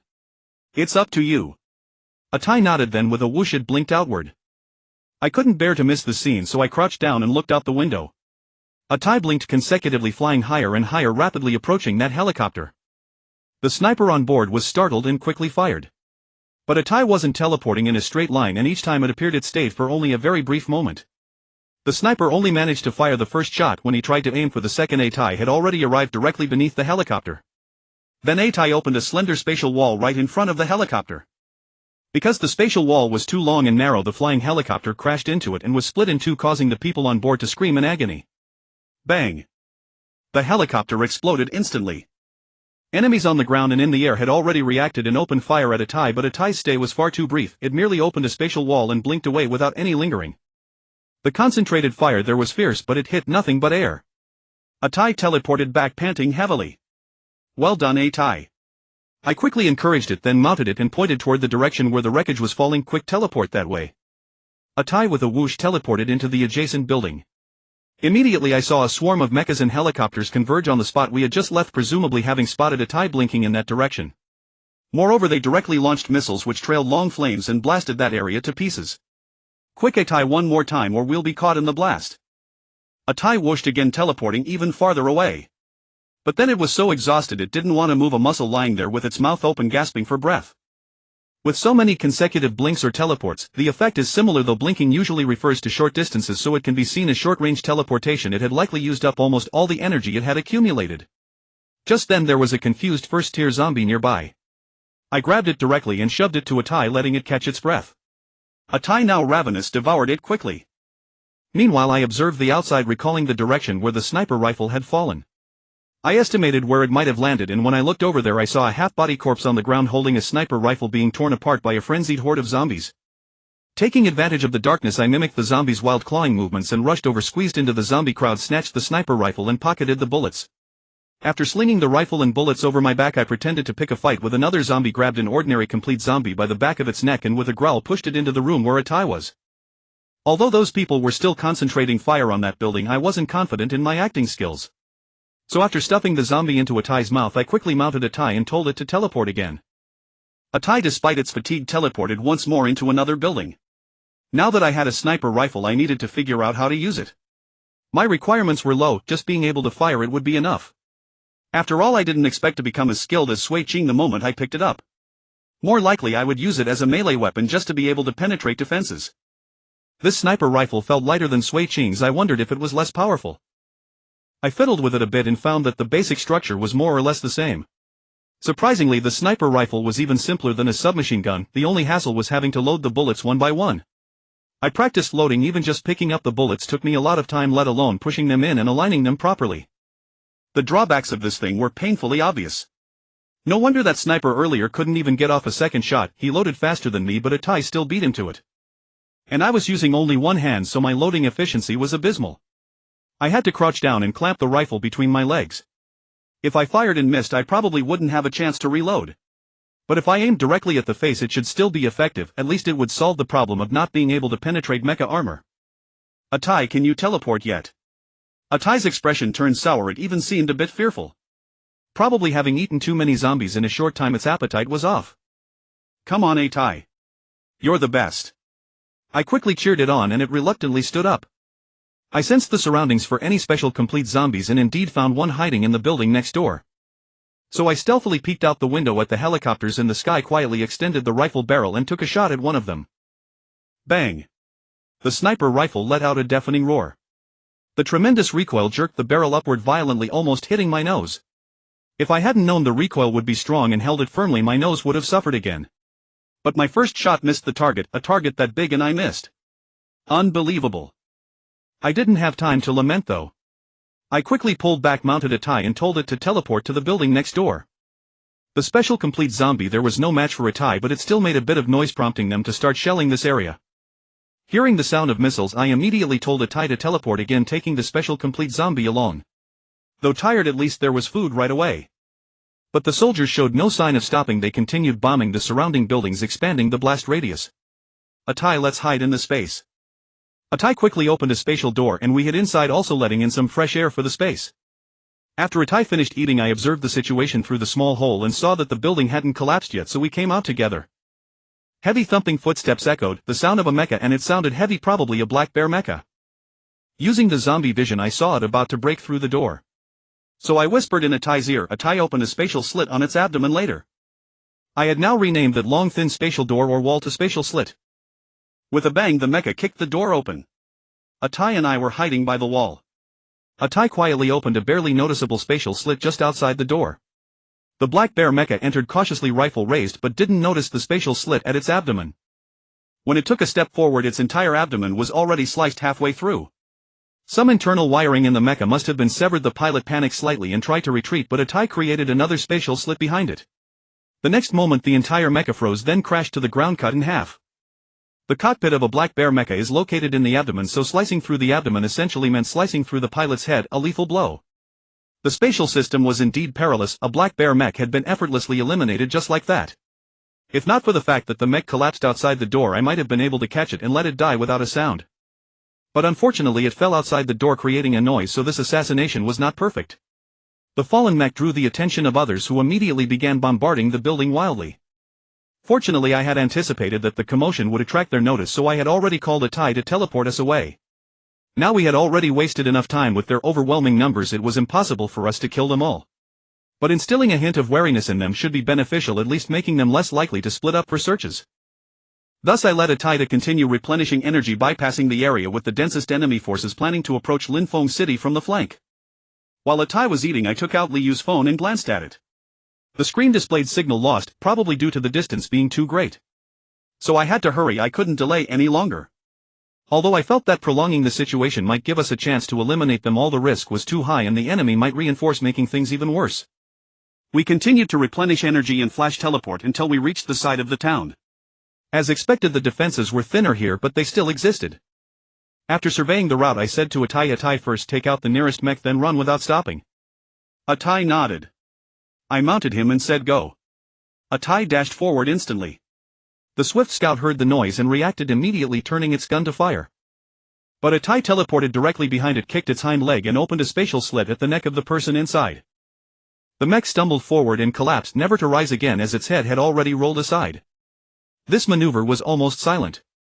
I hadn't expected a tie to execute such a perfect move. It eliminated the mech without needing to stop. However, the mech's fall still made a sound and was noticed. They're over here. I heard a swift scout shout loudly and it opened fire with a sweeping burst. But a tie wasn't running in a straight line, making it hard to hit us. Even if the swift scout's gun landed a shot, it wouldn't matter much, as long as we weren't hit by a plasma cannon. A plasma cannon's projectile wasn't even as fast as a tie, so there was no need to worry. The main concern now was whether there were snipers or if we would be hit by the type of gun the black bear mech carried. So I kept looking back, watching for any sniper or black bear mech to appear. Snipers were hard to guard against, but black bear mechs were easy to spot. Even if a sniper hit us, it wouldn't be a big deal as long as it wasn't a vital spot. Since a tie had his rear facing the enemy, it was unlikely to be hit in a critical area. I was also crouching low to minimize the chance of being hit. The sound of helicopter rotors mixed with the chatter of machine gun fire pursued us. The helicopter's machine gun was quite powerful and I wasn't sure if it posed a lethal threat, so I did my best to direct a tie to dodge. The tracer rounds' trajectories were all too obvious. When we couldn't avoid them, I shouted shield and a tie would instantly deploy a spatial wall behind us to block the attacks. Suddenly I noticed a black bear mech emerging from the town. It raised its gun at us and then a muzzle flash erupted. Shield. I quickly reminded Atai and he cooperated, instantly deploying another spatial wall behind us. Then I heard a loud bang. The bullet struck the spatial wall with a tremendous noise, a crisp peculiar sound like a heavy piece of metal being shattered. Atai run in a straight line. When I say shield, deploy the largest spatial wall you can behind us. Woof. By now we were far enough away that they could only attack us from behind. As long as we blocked the rear we could run straight. Atai's spatial wall could reach a maximum size of 10 by 10 square meters. It was only limited in deployment distance but not in how far Atai could move away, though the distance was still finite.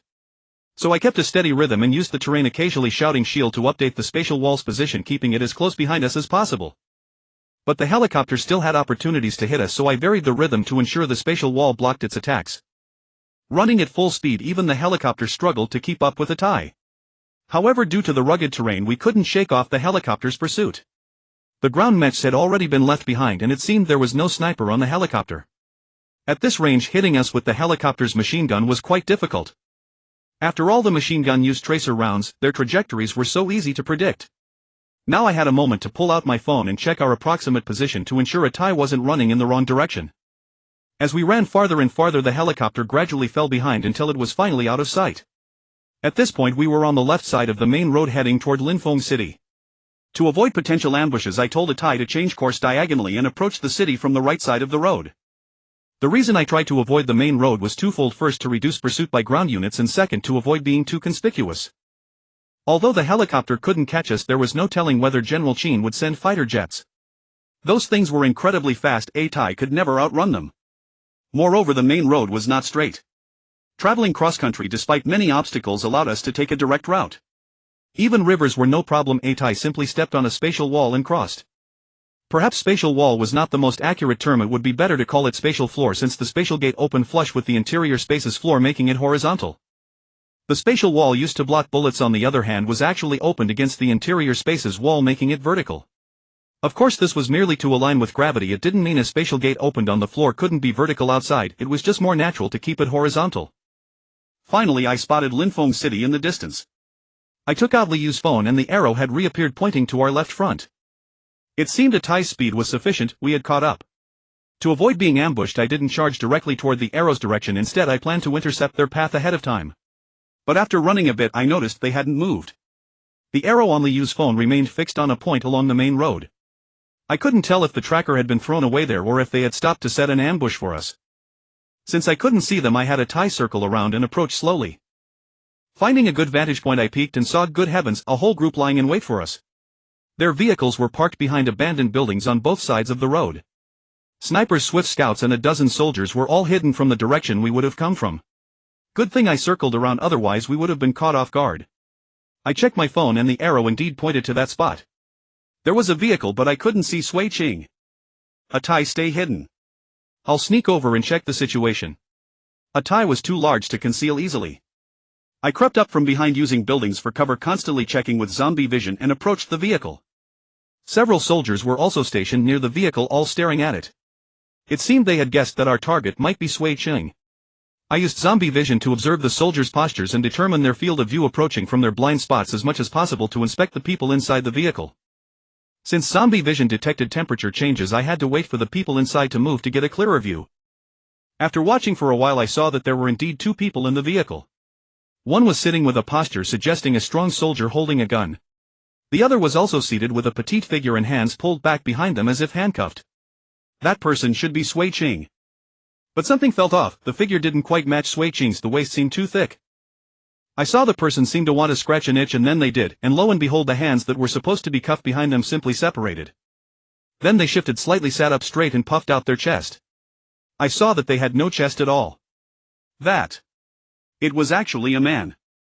This was definitely a trap. If I hadn't had zombie vision, which allowed a degree of penetration, I would likely have been ambushed. It seemed they had already discovered the tracker, otherwise they wouldn't have set up such a trap. I moved to the side of another vehicle, checked if anyone was inside, and found it empty. Had they already sent Sui Qing ahead? And deliberately left the tracker here to ambush me? If there were two vehicles acting as escort, there should normally be at least three. That meant one vehicle might be missing. I confirmed this again, then quickly sneaked back to meet Atai. Atai, Sui Qing isn't here. Let's continue the chase. I mounted Atai and gave chase toward Linfeng City once more. Although the city was visible on the horizon, there was still a long way to go, probably a 10-minute drive. So I urged Atai to go full speed, and after covering some distance I even had him run directly on the main road to pursue at maximum velocity. Finally, just before reaching Linfeng City, I spotted an armored vehicle. And from within the city over a dozen armored vehicles were already rolling out. Within my field of vision I saw no sign of the Black Bear mech, a fortunate absence likely due to the difficulty of transporting it. The armored vehicle ahead had already spotted us. Soldiers poked their heads out and opened fire. But more perilous was the machine gun turret atop the armored vehicle, which had already locked onto us and soon spat out a fierce tongue of flame. Atai dodged with agility, now needing no commands from me to handle such situations with ease. He even knew to briefly open a space portal ahead to block the bullets. Atai, slice off the roof of that vehicle. Atai understood instantly.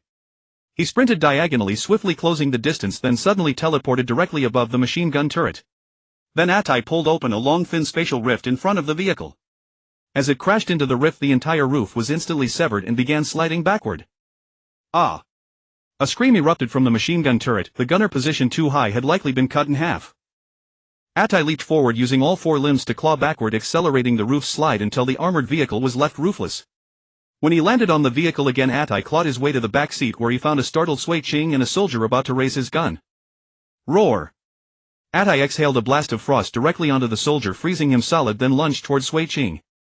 Wah! Sui Ching shrank back in slight panic. She probably hadn't recognized Atai, having never seen him in this form. Her mouth was sealed, so she could only make muffled sounds. Suddenly a loud sniper shot rang out from the opposing convoy. Atai was hit in the shoulder. The pain made him release his grip and fall. I nearly fell too, but I grabbed the edge of the vehicle and rolled inside. Atai hadn't managed to store Sui Ching in his inner space, so I quickly scooped her up with one arm and jumped out of the vehicle. The driver deliberately swerved, making me lose my balance. I stumbled upon landing, and to avoid crushing Sui Ching I let my left shoulder take the brunt of the fall, then rolled sideways. But I landed on my already broken left hand, crushing many newly formed tendrils of flesh. The pain was so intense that cold sweat broke out on my forehead and I couldn't help but cry out. Yet I had no time to dwell on it. I scrambled to my feet, intending to run to Atai. Another sniper shot rang out, hitting my right calf and snapping the bone. I pitched forward. I quickly rolled to the side, landing on my back again, and slid several meters across the ground. If not for the sniper rifle strapped to my back, even my clothes would have been scraped through. Ah! Atai! Deploy! Clenching my teeth against the searing pain, I ordered Atai to release a space wall. Atai had already rushed to my side. Upon hearing my command, he immediately erected a space wall in front of us, granting us a temporary sanctuary. I quickly grew a bone blade from the inside of my thumb, inserted it between Sui Ching's bound hands, and sliced through the rope with a sharp tug. Freed Sui Ching scrambled off me and began to untie the ropes around her feet. I sat up, inserted my thumb between her feet, and cut the rope there as well, granting her full freedom of movement. She hastily tore the tape from her mouth, and seeing my grotesquely twisted calf, nearly sobbed, "Are you okay? We're not safe yet." I grabbed the sniper rifle from my back and used it as a crutch to stand. She quickly supported me, helping me to my feet. Atai, freeze this leg for me. The cold would numb the pain and staunch the bleeding. Atai opened his mouth and sprayed a jet of frost, encasing my lower leg in ice. Then, mimicking me, he licked his own wounded shoulder, freezing it as well. The ice itself stung, but once frozen, the agonizing pain of the broken bone gradually subsided until I felt almost nothing. Take this. I handed the sniper rifle to Sui Ching, then hopped onto Atai with one leg, reaching out my hand to her. Get on. Sui Ching quickly grabbed my hand and I pulled her up, seating her in front of me. Your mission now is to take out that sniper, or at least keep him from firing. Got it. The bullets are on me. And them. She nodded firmly, tears in her eyes. She wiped them away and checked the rifle. In the pitch darkness, I didn't really expect her to neutralize the opposing sniper, but at least she could make him cautious. Atai, head that way, we're charging into Linfeng City. Woof. Atai burst into a sprint, leaving the main road and angling toward Linfeng City. We couldn't enter the inner space while the enemy was watching. If they blockaded the exit, we'd never get out. Now that Atai was injured and his movement hampered, fleeing through the wilderness might not get us far. So it was better to choose a nearer destination and dash straight into Linfeng City. After all, with Atai's current abilities, the bustling urban area was our true home ground. The enemy seemed wary and didn't open fire indiscriminately. They only sent swift scouts charging after us. That sniper is at the window of the third vehicle. I spotted the sniper's position through my night vision and told Sui Ching. Sui Ching aimed immediately, but I saw a muzzle flash from the enemy side. Shield! I shouted. Atai instantly deployed a space wall deflecting the bullet. I heard a sharp ping, the sound of the bullet shattering, then the distant boom of the sniper rifle. As Atai ran beyond the space wall, Sui Ching fired a shot. Boom! She hit the sniper with a single round. Nice shot! I couldn't help but marvel. Really? Great! I couldn't see a thing, just estimated his position. Sui Ching said, grabbing more bullets from my belt and quickly reloading. She must have judged the sniper's position from the vehicle's silhouette and the earlier muzzle flash. The sniper was inside the car, making it hard for him to change position quickly. He could only move with the vehicle. Fire at will. The enemy lost patience and opened fire recklessly in our direction. Atai dodge. Atai teleported a short distance, evading the first volley. But the enemy adjusted their aim and fired again. Dodge. Atai teleported once more, avoiding the second wave. By now the distance between us was substantial, making it difficult for them to hit us. Sui Ching fired another shot. Boom. She hit the head of one swift scout, sending it tumbling to the ground. The other scouts immediately dropped flat, too afraid to pursue. The enemy only had machine guns firing now, and the armored vehicle charged straight across the rough terrain. But the machine guns used tracer rounds, and the vehicle's constant jolting disrupted their aim. Atai's agility alone was enough to dodge without needing to teleport again. Soon we plunged into the city, into a horde of zombies. With buildings blocking the way, it became even harder for them to lock onto us. Atai, the tall building on the left, teleport to the third floor. With a whoosh, Atai brought us all inside. Another 3 floors up. Atai teleported again, taking us to the 6th floor. There were some zombies inside. Atai grabbed an ordinary full-grown one and tore into it, scaring the rest away.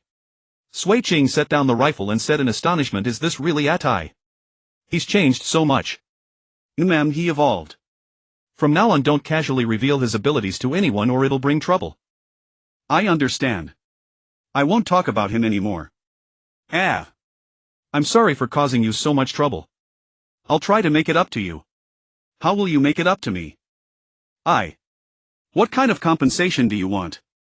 How am I supposed to know what level of compensation you're offering? You can name it and I'll do my best to fulfill it.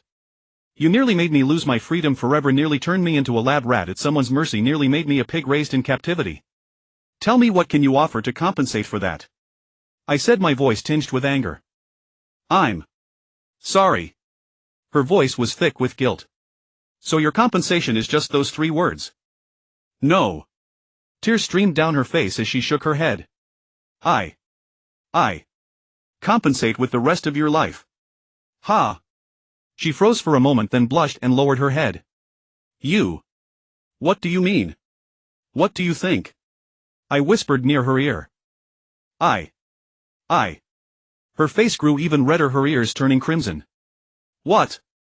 Do you think my request is too much? Don't you have YXIN? What does YXIN have to do with this? Isn't YXIN your woman? Oh, so that's what you thought. But I meant you should pledge your allegiance to me, serve me from now on. That's what you meant. She looked extremely embarrassed.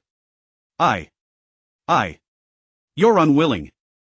No, I am willing. Her tone seemed to carry a hint of disappointment, or perhaps regret. I need absolute obedience, you must follow every command. Absolute obedience. She hesitated. Yes, absolute obedience. Whatever I tell you to do, you do it. That. She looked troubled, then after a moment of thought replied, as long as it doesn't violate my moral bottom line, I would even die for you. But moral bottom line. That's a very flexible term. Whenever you don't want to obey my orders, you can use that as an excuse to refuse. No, I won't. Just don't ask me to do anything too extreme. I won't deliberately defy your commands. Then what if I commanded you to be my woman? I suddenly lifted her chin with a touch of dominance, forcing her to meet my eyes. She was stunned, unable to speak for a long time. See? Your moral bottom line is very flexible. Don't you already have YXIN? She asked again. Yes, I didn't deny it. But what if? I want to be a bit more greedy. She pursed her lips, tears welling up in her eyes, looking deeply disappointed. If you want me to make it up to you this way, then I can accept it. Her voice trembled and tears even fell. I felt a slight regret but not disappointment since I had deliberately proposed such an extreme condition to test her limits. As it turned out, she was still grateful, at least not heartless. It wasn't in vain that I had taken such a great risk to save her. Knowing her bottom line, I could work on lowering it gradually and increasing her acceptance of me. There was no rush. So I let go of her and said softly, "Then pretend I never said anything." With that I jumped off a tie, directly hopping on one leg to the corner and sitting down. I opened my hand and a bone dagger formed in my palm, slowly taking shape. Sui Ching also jumped down, hesitating whether to approach, but still asked with concern, "Are you okay?" "I wish I were okay," I replied. She didn't know what to say for a moment, so she asked, "Do you want me to help you with your wounds? Do you have any medicine?" "No." "Then lend me your gun." "Ha!" She was taken aback. "What good will a gun do?" "Put it in my mouth." You want to kill yourself?" She was startled. Sideways I replied a bit irritably. "Oh." She suddenly understood and shoved the non-critical gunstock into my mouth. I bit down on the stock, broke off the fully formed bone dagger, then lifted my frozen right leg and slammed it against the ground. With a bang, the right leg snapped at the fracture, scattering ice shards everywhere. "Ah!" Sui Ching was startled, a pained expression flashing across her face, tears glistening in her eyes. I didn't actually feel pain as it was numb from the cold, but I still clenched my teeth, biting the stock so hard it creaked. With trembling hands I gripped the bone dagger and trimmed off the fragmented flesh at the edges. Frozen meat cuts easily like shaved ice, no rebound. But even so, operating on myself for the first time was mentally overwhelming. I was terrified of suddenly hitting a sensitive spot, unsure if I could bear it. "How about I help you?" Sui Ching spoke, her voice trembling. "Can you see clearly?" I released the stock and said, "Even if you could, I don't want anyone else touching me. It reminds me of Liu cutting me open." "I'm sorry." She felt even more guilty, covering her face with her hands as tears streamed down. "Enough, stop crying. Go keep watch and see if any enemies are chasing us." Okay." She nodded, picked up the gun, wiped her tears and moved to the window to begin her watch. I scraped off the broken bone fragments from the severed leg to prevent them from hindering flesh growth and to avoid deformity after recovery. Then I controlled the flesh growth on my broken hand, meticulously squeezing out the sand that had been embedded inside. I also expelled the bullets lodged in my back by manipulating the flesh so they wouldn't impede muscle movement. After finishing, I was drenched in sweat because some spots were extremely painful. Even the edges frozen by ice had a piercing, bone-chilling ache. By then the ice was starting to fall off, so I peeled off all the remaining chunks, then breathed warm air onto my leg, rubbed it, and increased the temperature to help it thaw. As the temperature rose, the pain intensified, but fortunately tender new flesh had begun to grow at the wound. It wasn't as excruciating as when it was first severed, and I could barely endure it. Just then Sui Ching ran back, crouched in front of me, and whispered, "There are more and more soldiers outside now. They're releasing drones, deliberately luring out the flying zombies to clear them. I think they'll soon be able to search freely with drones." I looked around. "Is there any place nearby with a lot of food?" "No. This is the edge of the city. It's hard to find a decent supermarket. Mostly factories, maybe there's a cafeteria, but we'd have to search carefully." I thought for a moment. "Let's hide for now. We also need to remove the bullets from a tie." So I called a tie over and had it open a space door in a concealed corner, entering its space. "Sui Ching." Liu spotted Sui Ching and ran over joyfully. But when she tried to embrace her, Sui Ching coldly stepped aside. "Sui Ching." She was momentarily stunned. But Sui Ching said coldly, "We're not friends anymore." "Sui Ching. I'm sorry." She spoke with a full apology. Sui Ching turned her head away, pursed her lips, and tears glistened in her eyes again. "First remove the bullets from a tie," I said. Liu looked helplessly at Sui Ching, then after a while turned to extract the bullets from a tie. "Uncle, why did you let a tie get hurt again?" Yun Shuno hugged a tie's furry face on the verge of tears from distress. "Why don't you check what parts I've lost this time?" Yun Shuno looked at my leg, then asked with a mix of guilt and concern, "Are you okay?" I just rolled my eyes at her, leaned on Sui Ching's support, and walked to the side to sit down and rest. "Where is Xin?" I asked. A major reason I saved Sui Ching was for Xin, since we didn't know where she had hidden her. I placed her in one of my secret bases. "There's enough food there for at least a week," Sui Ching replied. "Where is that secret base?" "It's in Linyuan City, near my old residence." "The exact location is a bit hard to describe. Do you have a map?" Our phones had been confiscated, so I pulled out Liu's phone. Sui Ching was slightly startled. She seemed to recognize Liu's phone, but she still operated it and pointed out a location for me. Is it safe enough? I asked. As long as you don't open the door carelessly, ordinary zombies shouldn't be able to get in. What about people? It's very hidden. Lock it from the inside. I was still worried. I'm afraid she won't be able to hold on by herself. Is it cramped in there? There are games and books. It should be fine for a short time. But we still need to find her as soon as possible in case she can't resist coming out on her own. She nodded. The bullets in a tie were quickly removed. I rested while waiting for its wounds to heal a bit, occasionally checking the phone to see how much time was left until dawn. It was now 3:30 a.m. I planned to go out at 4:00 when the night was still thick, which would be favorable for my movements. The biggest problem here was the lack of food. If they got hungry, there would be nothing to eat. The oxygen issue wasn't a big deal. I could open a small door for ventilation. With half an hour to spare, I started playing with Liu's phone, browsing through it. Her photo album was full of selfies. They were all quite beautiful given her outstanding figure and face.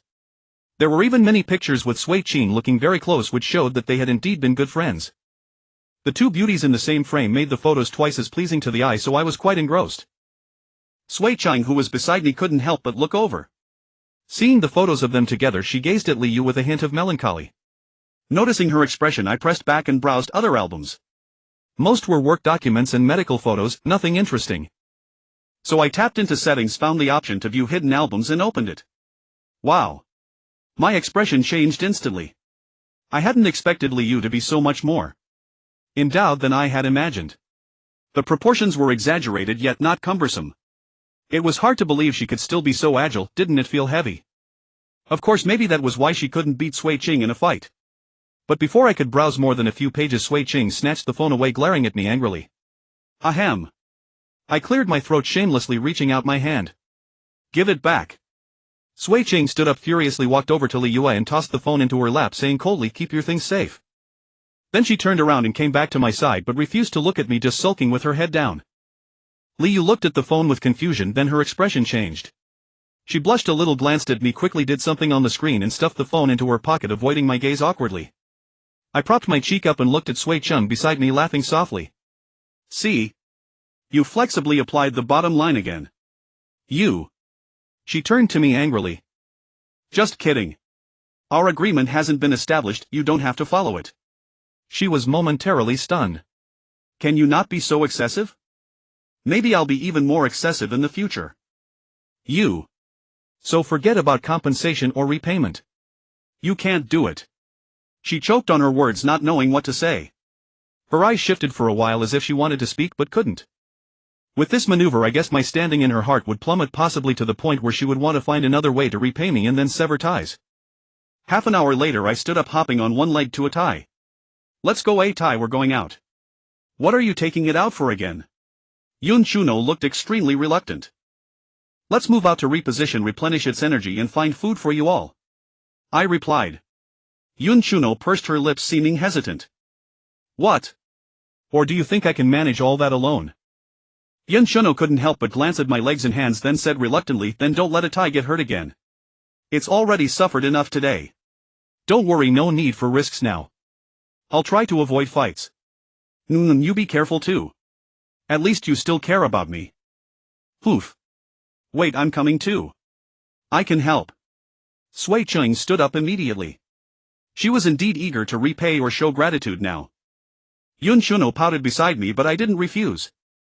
I mounted a tie first, then pulled Sui Qing up in front. First I had a tie open a small hole to observe, then we ventured out to check if there were any drones outside. No drones spotted and no soldiers downstairs either. So I instructed a tie to go upstairs and feast on zombies first.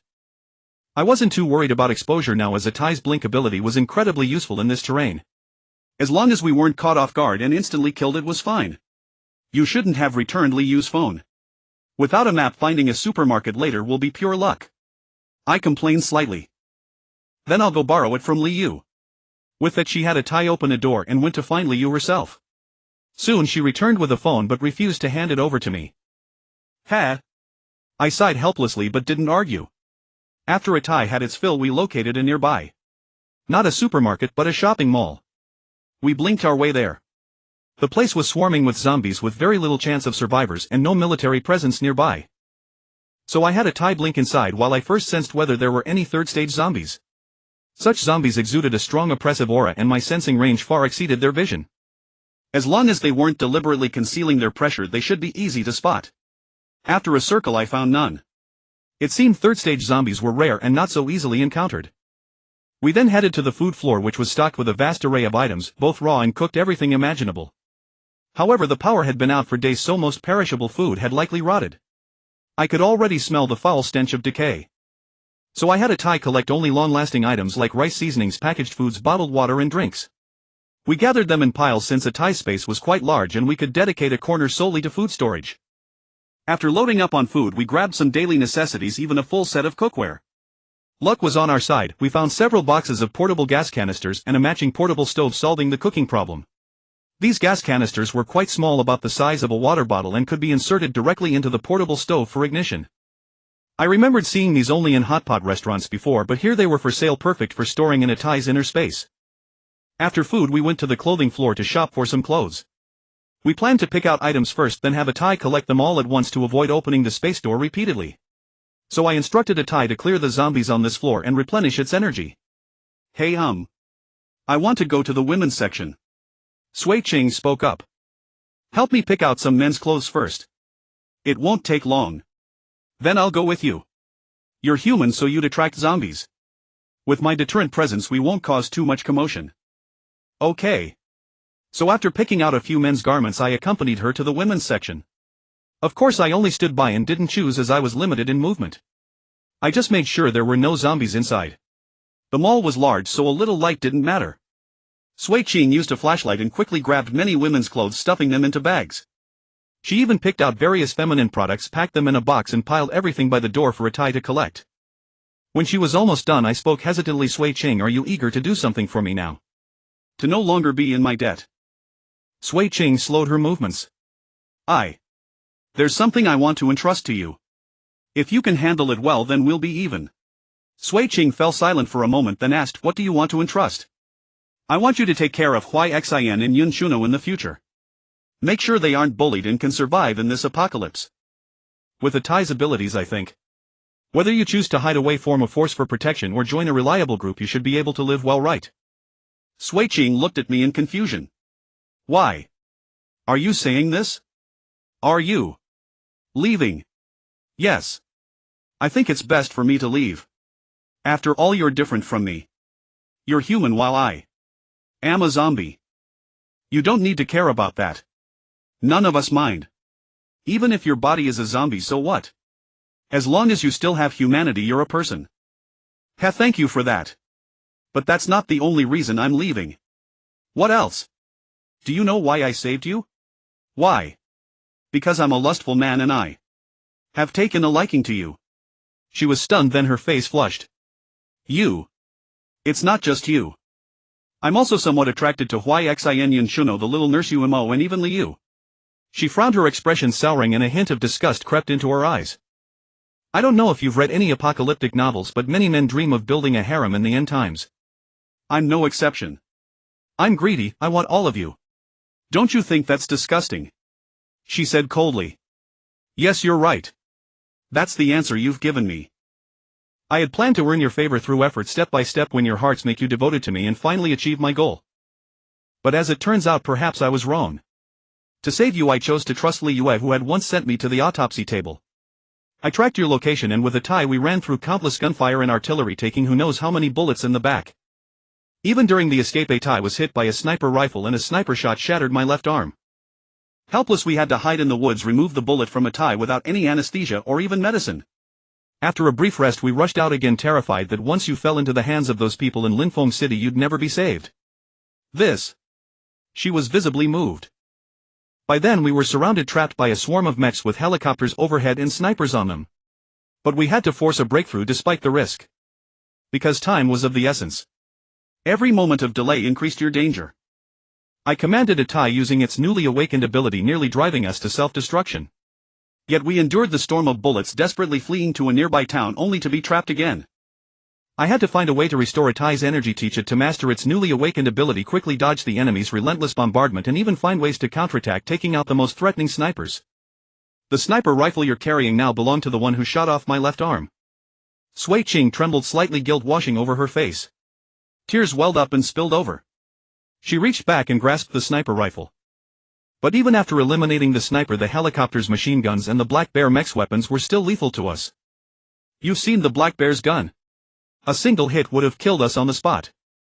At that moment I saw the Black Bear open fire on us. But luckily Atai's ability blocked that shot just in time, allowing us to narrowly escape the encirclement. You think that's how we caught up to you? No, that wasn't it. What did you encounter next? She asked with a sob concern in her voice. You know Lee, you planted a tracker on you, right? That was removed midway by them. Did. Exactly. They used that tracker to set up an ambush. There was even someone in the car impersonating you. If I hadn't been trying to locate you and accidentally uncovered their trick, I would have fallen right into their trap. She opened her mouth slightly, looking at me with deep emotion, tears streaming continuously. But even after seeing through it, they had wasted a lot of time. So Atai and I chased at top speed, managing to intercept you just before the handover. You know the rest. To save you, Atai was shot again and my right leg was shattered by a bullet. I nearly dropped you. If I hadn't thought of using ice to numb the pain, I would have been too agonized to think, let alone have the courage to cut off my own broken limb. You. Sui Ching was choked with sobs, at a loss for words. If I hadn't laid it all out, you would never know how much effort and sacrifice I have put into this process, would you? You only saw a glimpse, but you have no idea of the difficulties I encountered and the risks I took in this process. When I was holding you, if the enemy sniper had aimed at my head instead of my foot, do you think I would still have the chance to open my eyes? Bai Yao. She looked at me with a heart full of affection and emotion, reaching out as if to stroke my cheek but never actually touching it. But after all I've done, what have I gained? You just now showed an expression of disgust and revulsion towards me, didn't you?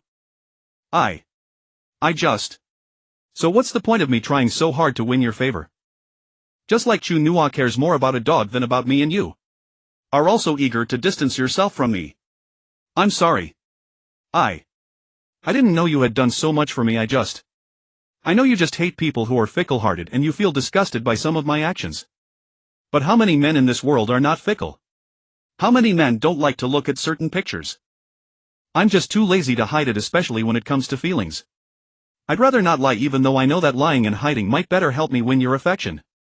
But I don't want you to feel deceived. Because I want you to have absolute trust in me, especially in matters of the heart. She opened her mouth slightly, staring at me in shock. But as it turns out, I was naive. What man openly admits to being fickle? What man openly says he's lustful? Isn't that just inviting disgust, attracting hatred, and making things harder? It's already good enough that you don't curse me out and spit on me. How can I expect to have it all? Isn't that wishful thinking? You know, when a person's efforts get no positive feedback, he will keep reflecting on himself, denying himself, and eventually push himself to another extreme. And right now that's exactly what I am. I want to say goodbye to the old me, no longer willing to make such great efforts and sacrifices for anyone, no longer wanting to please anyone, no longer casually giving away my feelings, no longer making myself look like a pathetic simp. In the end, the only one I've wronged is myself. No, you're not. Don't think like that. You're not a simp. You're not. Please don't think that way. She couldn't help but directly hug me, crying in my arms. But I am exactly the kind of fickle person you despise, aren't I? You are all good girls, so while I still have a little conscience and don't want to harm you, I'd better leave you. I want to pursue the life I desire, and I can't treat myself unfairly anymore. Even if I can't find true love, it doesn't matter. Anyway, I've long stopped expecting that rare thing called true love. Although I'll try to give myself a little hope, maybe. It's more liberating not to have it. Please don't say that, okay? Don't think that way. I was wrong, all right. Don't leave, don't become that kind of person. But this thought in my mind is growing stronger and stronger. Once certain thoughts emerge, they become impossible to suppress and linger on.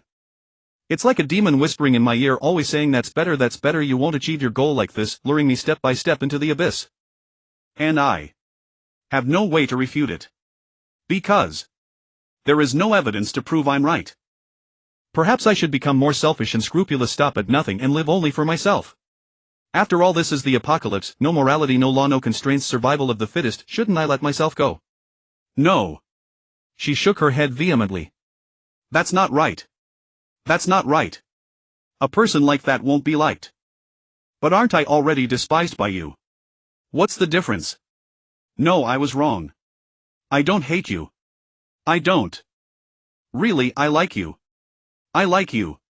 Please don't leave, I was wrong. I really like you. Hey, don't joke around. I gave a bitter smile. You're just moved temporarily. Such words of comfort are meaningless.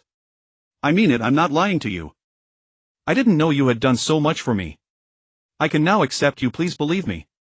That's just acceptance. Saying like is still too early. Please give me a little time, okay? Feelings need to be cultivated, we've only known each other for a few days. Still trying to trick me into continuing to sacrifice for you. No. You don't need to give anything more. It's I who should repay you. Please don't leave, okay? She looked at me with a pleading gaze. I lowered my head and looked deeply into her eyes. Can I really trust you? I have never deceived you. Please. Believe me. She didn't avert her gaze but looked deeply back at me. Then are you willing to be my woman? She hesitated slightly, then as if making up her mind. Shoo. No need to answer. I interrupted her.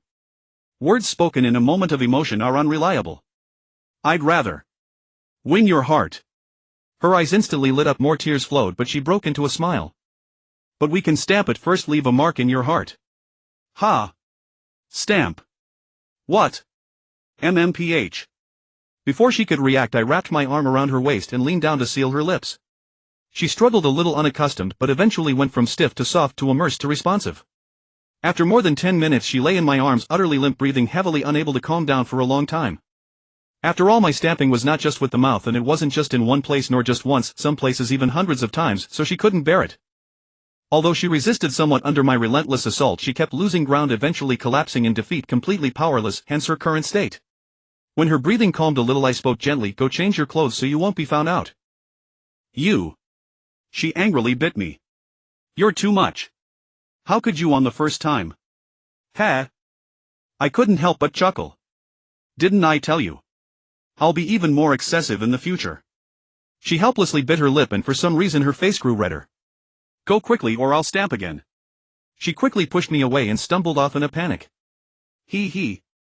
I watched her retreating figure, smiled to myself and shook my head. Noticing her sniper rifle left on the messy table, I reached out to grab it but found my hand was wet. I wiped it on a nearby piece of clothing, then picked up the rifle and used it as a walking stick as I walked out. When I found her, she was staring blankly at a pile of clothes. I walked over and asked, "What's wrong?" She replied sheepishly, "Forgot to bring a flashlight, can't see clearly." I had forgotten the flashlight too. Then I'll pick for you. Do you know my size? I've measured it myself, so it should be fine. She blushed and reached out to pinch my waist. I didn't indulge her, I grabbed her behind and she immediately withdrew her hand to protect herself. You. Casually pinching a man's waist is not a good habit. From now on, if you pinch me once, I'll reciprocate once. She looked at me with a mix of indignation, then crossed her arms and let out a faint humph as if annoyed. Ha! I chuckled softly, then carefully selected clothes for her, big, small, inner, outer, everything. Here, go put them on. I stuffed all the clothes into her arms. She blushed slightly, turned and walked into the adjacent changing room, locking the door. I observed her progress through sound and my zombie vision. When she was halfway through, I quickly grabbed a set of clothes and knocked on the door. What's wrong? She asked. I think this set is better. Come change into this. Not necessary, is it? I prefer it. All right. She opened the door a crack and reached out her hand. I handed the clothes to her, and the moment she took them I suddenly pushed the door open with a slow but forceful motion. Ah. Why you? She was flustered, but she wasn't as strong as me and she only had one hand free, so I easily squeezed in. Stamp again. No. Can't. Don't. MMPH. MMM. Half an hour later we wrote a tie back into the inner space. At this time the inner space was neatly arranged with many items presumably placed by Yun Chu Nua and the others. Sui Ching was sitting sideways, leaning against my chest, eyes closed, looking very tired. Sui Ching. What's wrong with her? Li Yu walked over with some concern and asked. Oh, it's nothing. She just went through a battle, just too tired. Atai immediately turned his head in confusion as if to say battle. How come I didn't know? Battle. Then why did she change clothes? Is she injured? Li Yu asked. Just soiled her clothes, that's all. We were going to pick clothes for you all anyway, so she changed on the side. Li Yu frowned slightly, sensing something amiss. At that moment Sui Ching's eyelids fluttered and a faint blush appeared on her face. She was clearly still awake but didn't dare open her eyes. Luckily she was facing away from Liu, so this small change went unnoticed. Yunshu Nua on the other hand wore a displeased expression, pouting and said somewhat irritably, "Get down quickly, stop clinging to a tie." I had to ask Liu to help carry Sui Qing down, and then I managed to dismount from a tie. During the day everyone rested as they had been busy all night and were very tired. When night fell I once again took a tie out and did some shopping in the mall, picking up items that we had discussed were necessary but lacking. These included beds, a generator, phones, chargers, and power banks. Additionally, there were oxygen tanks requested by Liu, since we couldn't guarantee that a tie could open a space portal at any time. So we needed to store oxygen tanks in the space for emergency use. Oxygen tanks were easiest to find in a hospital, so I made another trip there, letting Liu out. Besides getting oxygen tanks, we also collected a lot of medicine and medical tools. I didn't know much about those, so I had to leave it to Liu, and Umo came out to help as well. After this batch of supplies was gathered, I immediately felt that a tie's inner space was a bit small. After all, it was only a 10 by 10 area. To save space we only managed to fit 3 beds placed tightly together, turning them into one oversized bed. The mall didn't have the bunk beds found in student dormitories, only luxurious spring mattresses. So these 3 beds were all large and comfortable, easily sleeping 6 people and even 10 if squeezed together. We also got a portable toilet and brought some boards and tools, letting them build a makeshift bathroom when they had time. Of course this was only an emergency toilet, not for regular use, as in such a small space it could stink everyone out. But it was necessary. After confirming that all the supplies we wanted were collected, I mounted a tie again and secretly headed to Linyuan City. After all, Xin was there and I had to go pick her up. This time the journey went smoothly with no dangers encountered. Since we were entering the city from the wilderness, we didn't run into any soldiers. However, when we got near Sui Qing's residence I noticed someone was watching the place from a nearby high-rise building. If not for my night vision and vigilance I might not have spotted him. Fortunately my destination wasn't Sui Qing's residence itself, I was just checking the relative position. Sui Qing's residence was a villa on the outskirts of the city near the wilderness, with uneven slopes behind it, dense trees and rugged mountain paths. I took a detour up the mountain and arrived at a small wooden cabin leaning against the hill. Checking the map I had a tie release Sui Qing to see if this was the place. "This is it." Sui Qing confirmed. Then she walked over, pulled out a key from a small crevice, unlocked the door and let us in, closing the door behind us. We went to the side of the cabin that faced the mountain. There was a wall covered entirely with ceramic tiles with thin and deep gaps between them. It seemed there was a hidden door behind. A row of hooks was attached to the tiles, looking normal. But Sui Qing picked up a magnet from a nearby table, and below the hook she pressed the magnet against the wall, ear to the wall, sliding it back and forth. After a moment she pushed hard and a door swung open. Good heavens, it was a magnetic combination lock. Such an ingenious design. Suddenly a light came on inside. Xin had heard the noise and turned on a desk lamp. "Bai Yao," she cried, rushing over excitedly and throwing herself into my arms, sobbing. "I thought I'd never see you again. I thought I'd never see you again." Boo-hoo. It seemed she had been quite frightened during this time. After all, Sui Qing had gone to rescue us yesterday and now a day and a half had passed. If I had to wait in such a place for a day and a half I would probably be panicked too, not knowing if Sui Qing's mission had succeeded or failed. And if she hadn't come back for so long, it most likely meant failure. So in effect she had been left here alone. I could understand how she felt, and that was one of the reasons I came as early as possible. I was afraid she might break down from the mental torment. As it turned out, I came back in time. At least she was still sane. "It's okay. It's okay." I patted her back and comforted her softly. She suddenly noticed my missing limbs and asked in shock and concern, "What happened to you?" "Your hand. Your foot. It's nothing, not a fatal injury."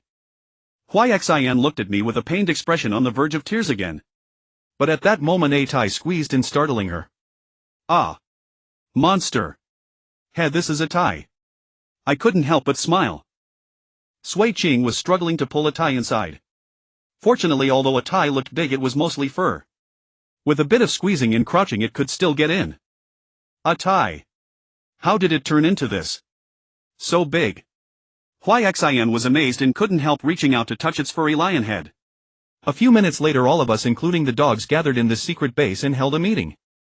The reason for this meeting is to discuss what we should do next. Based on the information we've gathered, it's safe to say that this zombie outbreak is a doomsday crisis. In the Tingyun Empire things are relatively okay. Most major cities have strong military forces that barely hold back the zombies, creating safe zones. We haven't felt the full impact of the apocalypse yet. But the surrounding small nations and even some distant large countries are said to be in complete chaos. Systems have collapsed, laws have vanished, and it's become a true lawless world. Our own situation isn't much better. Especially me, you all know I'm a zombie yet I retain human consciousness. I can't easily fit in with either zombies or humans, so I must find a way to survive. We've come together for various reasons. Now everyone probably needs a place to go. So I want to take this opportunity to form an organization to help us live better in this apocalypse. So I want to ask who's willing to join my organization. Raise your hand. Huixian immediately raised her hand and Sui Ching did too. Atai also raised its hand, but seeing that Yun Chu Nua didn't, it sheepishly lowered its paw. It seemed it still listened to Chu Nua more. I looked at Li Yu. Li Yu spoke up. I want to ask first, who's the boss? Of course it's me. If you want to be the boss, go start your own organization. I said. Li Yu hesitated slightly. Sui Ching, are you really sure about following him? Yes, I will serve him from now on, Sui Ching replied. Fine then. General Qin won't trust me anymore anyway. Wherever you go I'll go too, said Li Yue, raising her hand as well. So I looked at UMO. What about you? I haven't decided yet, UMO said hesitantly. Li Yu interjected, UMO, without my protection, even if you go back to General Qin, how can you withstand the harassment from those suitors? In this apocalypse, a young girl like you without a strong backer will only end up as someone's plaything. Or have you set your sights on some young master and plan to go to him? No. It's just that I have no skills. What can I do if I join? Just do your job. I'll be the doctor, you'll be the nurse, continue assisting me. I believe our boss here will need such a function, right? Indeed I do, I admitted. After all, having a doctor in the team was important. Otherwise I wouldn't have recruited Li Yu despite not fully trusting her. Alright, I'll join you, Mo said, raising her hand. Finally only Yun Chu Nuo remained. She was a crucial figure. If she didn't join, it meant Atai wouldn't join either and we would lose most of our strength. Also Atai's very convenient spatial ability would no longer be available to us. Chu Nuo, do you have any concerns? I asked. Nothing really. I just don't like you. I want to be the boss. She crossed her arms and said with a bit of a pout. I was speechless.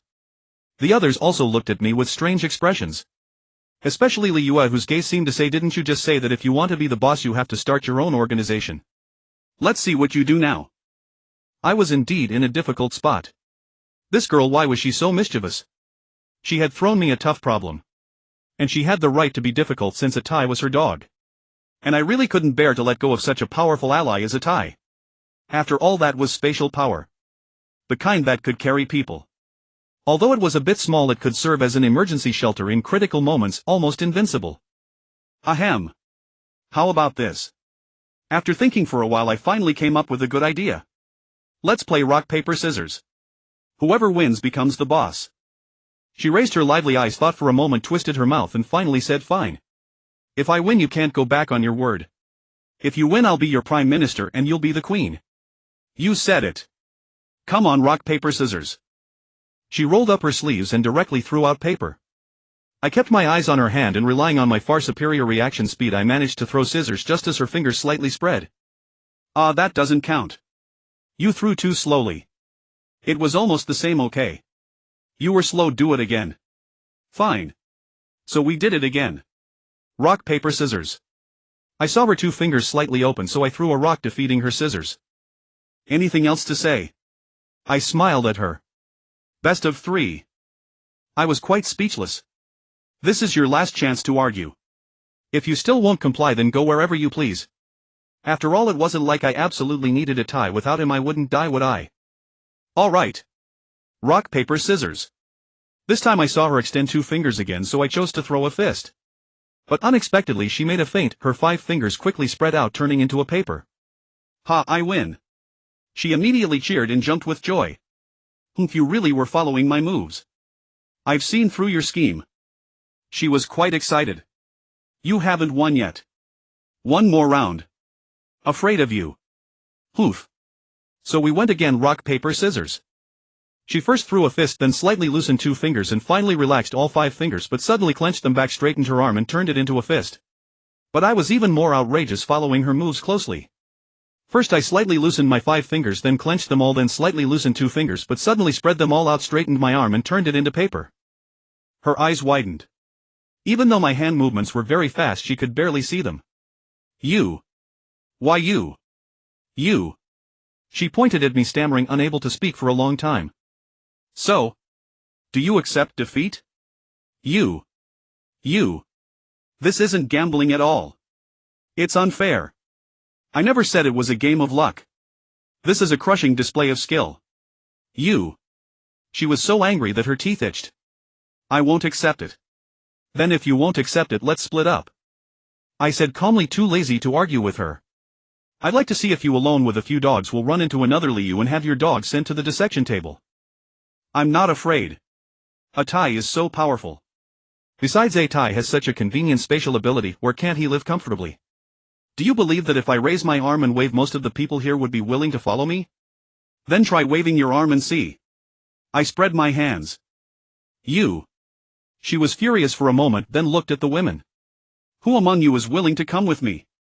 Raise your hand. There was a moment of silence. No one raised a hand. Yun Chuanhua felt a bit embarrassed, so she began to call names. Uemo, you were kidnapped by him. He must have ill intentions toward you. Would you like to come with me? I will definitely protect you. Besides, we are both girls. I certainly won't have any bad intentions toward you. Aren't you afraid that the two of you will attract a bunch of perverts with your looks? I couldn't help interjecting. We can protect ourselves. Hidden arrows are hard to defend against. You. Don't speak. I'm asking you, Uemo, not you. Uemo, what do you think? I think. He's right.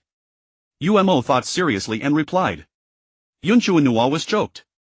You. Don't you see that he's the only man here? His intentions are obvious. Aren't you afraid he'll trick you into bed? Uemo blushed, slightly shrinking behind Liu. But I'm more afraid of being caught by bad people. That way. There might be more than one man. I told you I'll protect you. You. You're not reassuring. Yun Chuanhua pursed her lips, not knowing how to refute. So she looked at Liu. Liu, you once sent him to the dissection table. He definitely won't trust you. It's better for you to follow him then. Then do you dare to trust me? If you're willing to let me study a time, maybe I'll consider it. Liu said, resting her cheek on her hand and smiling at her. She immediately swallowed and hesitated. You. Forget it. Sui Qing. He saved my life and I owe him. From now on I will be loyal to him. Sui Qing interrupted before she could finish. But he hugs and holds you, clearly with ill intentions. I know. Sui Qing's face turned red. She knew it all too well, she had already experienced it. You. She was speechless. Then what about Xin? I'm his woman. Xin said ambiguously. Hasn't he touched you yet? Xin was a bit embarrassed. Meanwhile, Sui Qing suddenly raised her eyes and looked at me with a hint of surprise. Well. Bai Yao also saved my life.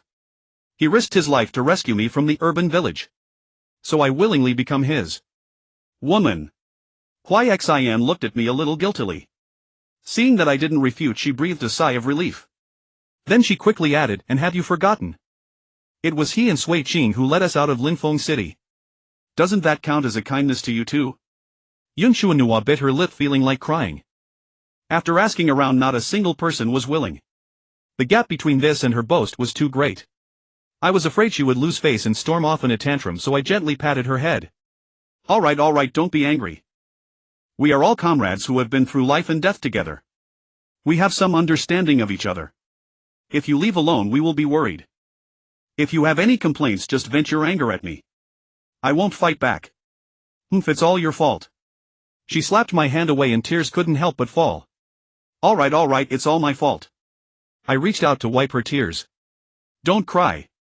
Uncle is the bad guy, the worst of the worst. Poof. She turned her head reluctantly but didn't slap my hand away again. How about this? You can challenge me for the position of leader anytime. As long as you can get more than 2/3 of the people here to follow you, I'll give you the position of leader. Times change. You just don't have enough ability now. Once you grow stronger, maybe you will have it. Have confidence in yourself. That's what you said. She pouted a little, but her expression finally improved. Of course. All right then. You can be the leader for now, but I won't give up. Keep it up. Oof. Finally this little girl was coaxed. Then I looked at Atai and extended my hand. Atai, welcome to the team. Woof. Atai also extended his paw and shook my hand. The scene of a man and a dog shaking hands felt a bit iconic. Ruis Ruila Weichi Ruia, welcome to the team. Although I couldn't tell which was which, they looked too alike, at least I remembered their names. Woof woof woof woof. I shook paws with each of them to welcome them. Then Liu raised a crucial question: what should we call our organization? I've already thought of it. Let's call it White Fur Coat. White Fur Coat. Why that name? Liu was puzzled. First, because my surname is Bai. Second, try saying these three characters quickly. Bai Pai Ao. Bai Pai Ao. Liu was still confused. The last character should be read in the second tone, not the third tone. Bai Pai Ao. Bai Pai Ao. Liu was still puzzled. Then Yunshuanua said with some exasperation, stinky uncle, he meant freeloading. Freeloading. Liu suddenly realized. As expected, Shuanua is smart. I praised lightly. Oof. Freeloading, getting something for nothing. He. Liu couldn't help but smile. For this I specially prepared a batch of white fur coats to serve as our team uniforms. Atai opened a spatial gate. Atai opened a spatial gate and I called Sui Ching to go inside and help me drag out a large box. Just when I was preparing clothes for you, I found a batch of very nice white fur coats, trench coat style. They should look great on you. As I spoke, I put on one with Sui Ching's help. How about it? Does it look good? This trench coat style white fur coat was like a long coat reaching to the calves. The surface was relatively smooth, slightly cinched at the waist, and the inside was all fur. It not only had a thick down collar but also a large hood. Most of the white fur coats I had seen before were ugly in design, but this one was surprisingly good looking. Wow! Yunshuanua's eyes lit up. She quickly ran over, picked one that suited her height and eagerly put it on.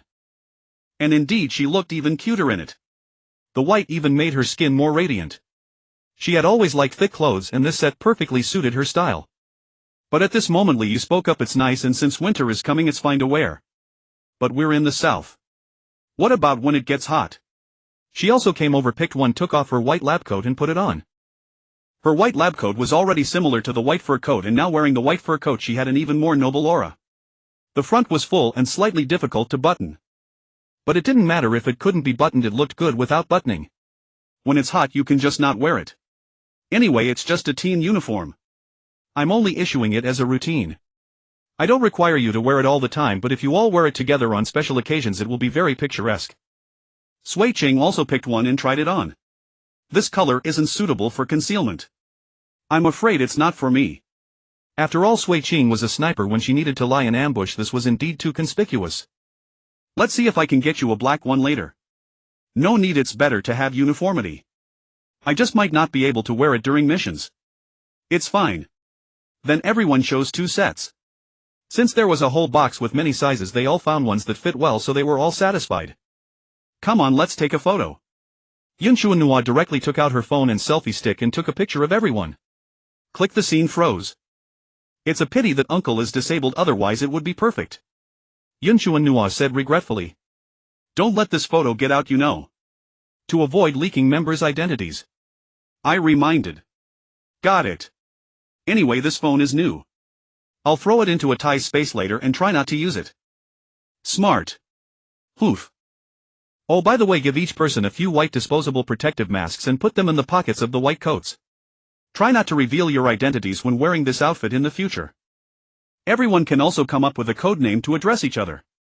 But there's no rush for that, you can take your time. There's no need to go that far yet. The most important thing now is to discuss our next plan. We must have a short-term goal to guide our actions. So what is our goal? Liu asked. We are currently relatively weak, so the main goal is growth.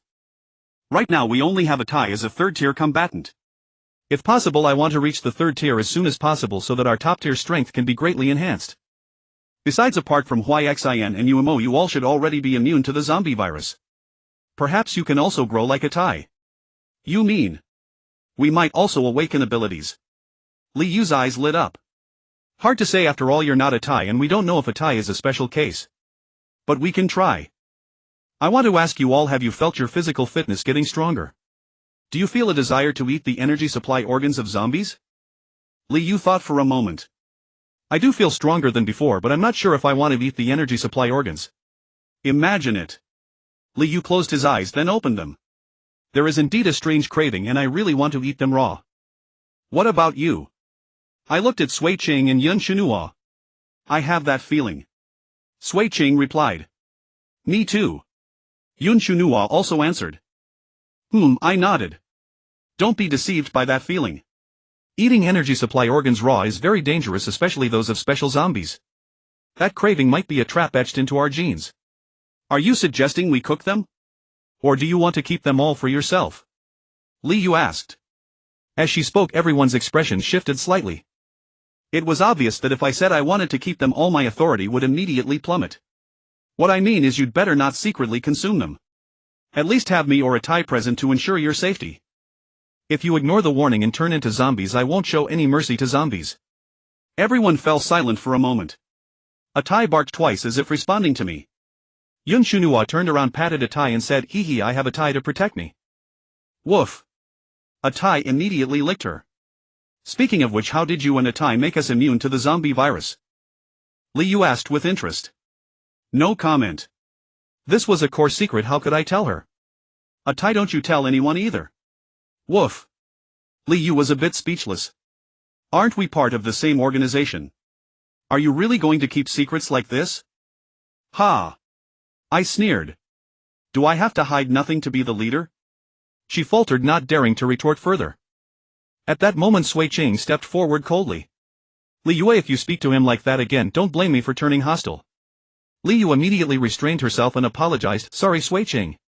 You should apologize to him. Yes, I'm sorry, boss. She bowed slightly to me. This is the only time, don't let it happen again. Seeing her humble attitude, I didn't want to pressure her too much. Yes, thank you, boss. Her speech habits carried a military tone, suggesting she was used to military life. That was actually good, such people are accustomed to following orders, saving me the trouble of training. So let's continue with the previous topic. Now the top priority for our organization is to enhance our own strength as much as possible. Does anyone disagree? No. Li Yu responded first. The others didn't speak, but neither did they object. I wanted to say that the higher priority should be to elevate me to the 3rd tier first, but I thought it wasn't appropriate to express that so directly lest they feel uncomfortable.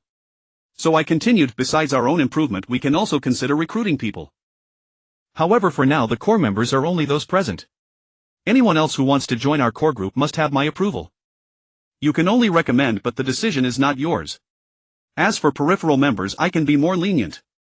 You have some autonomy in choosing them, but I must approve. Unless there are special circumstances, as long as they align with our development plan, I will likely approve. Uncle, you're not planning to only recruit beautiful women into the core group, are you? Yun Shunuo muttered. Shut up. Why did this girl always undermine me? Didn't she know when to keep her mouth shut? She snorted in slight dissatisfaction.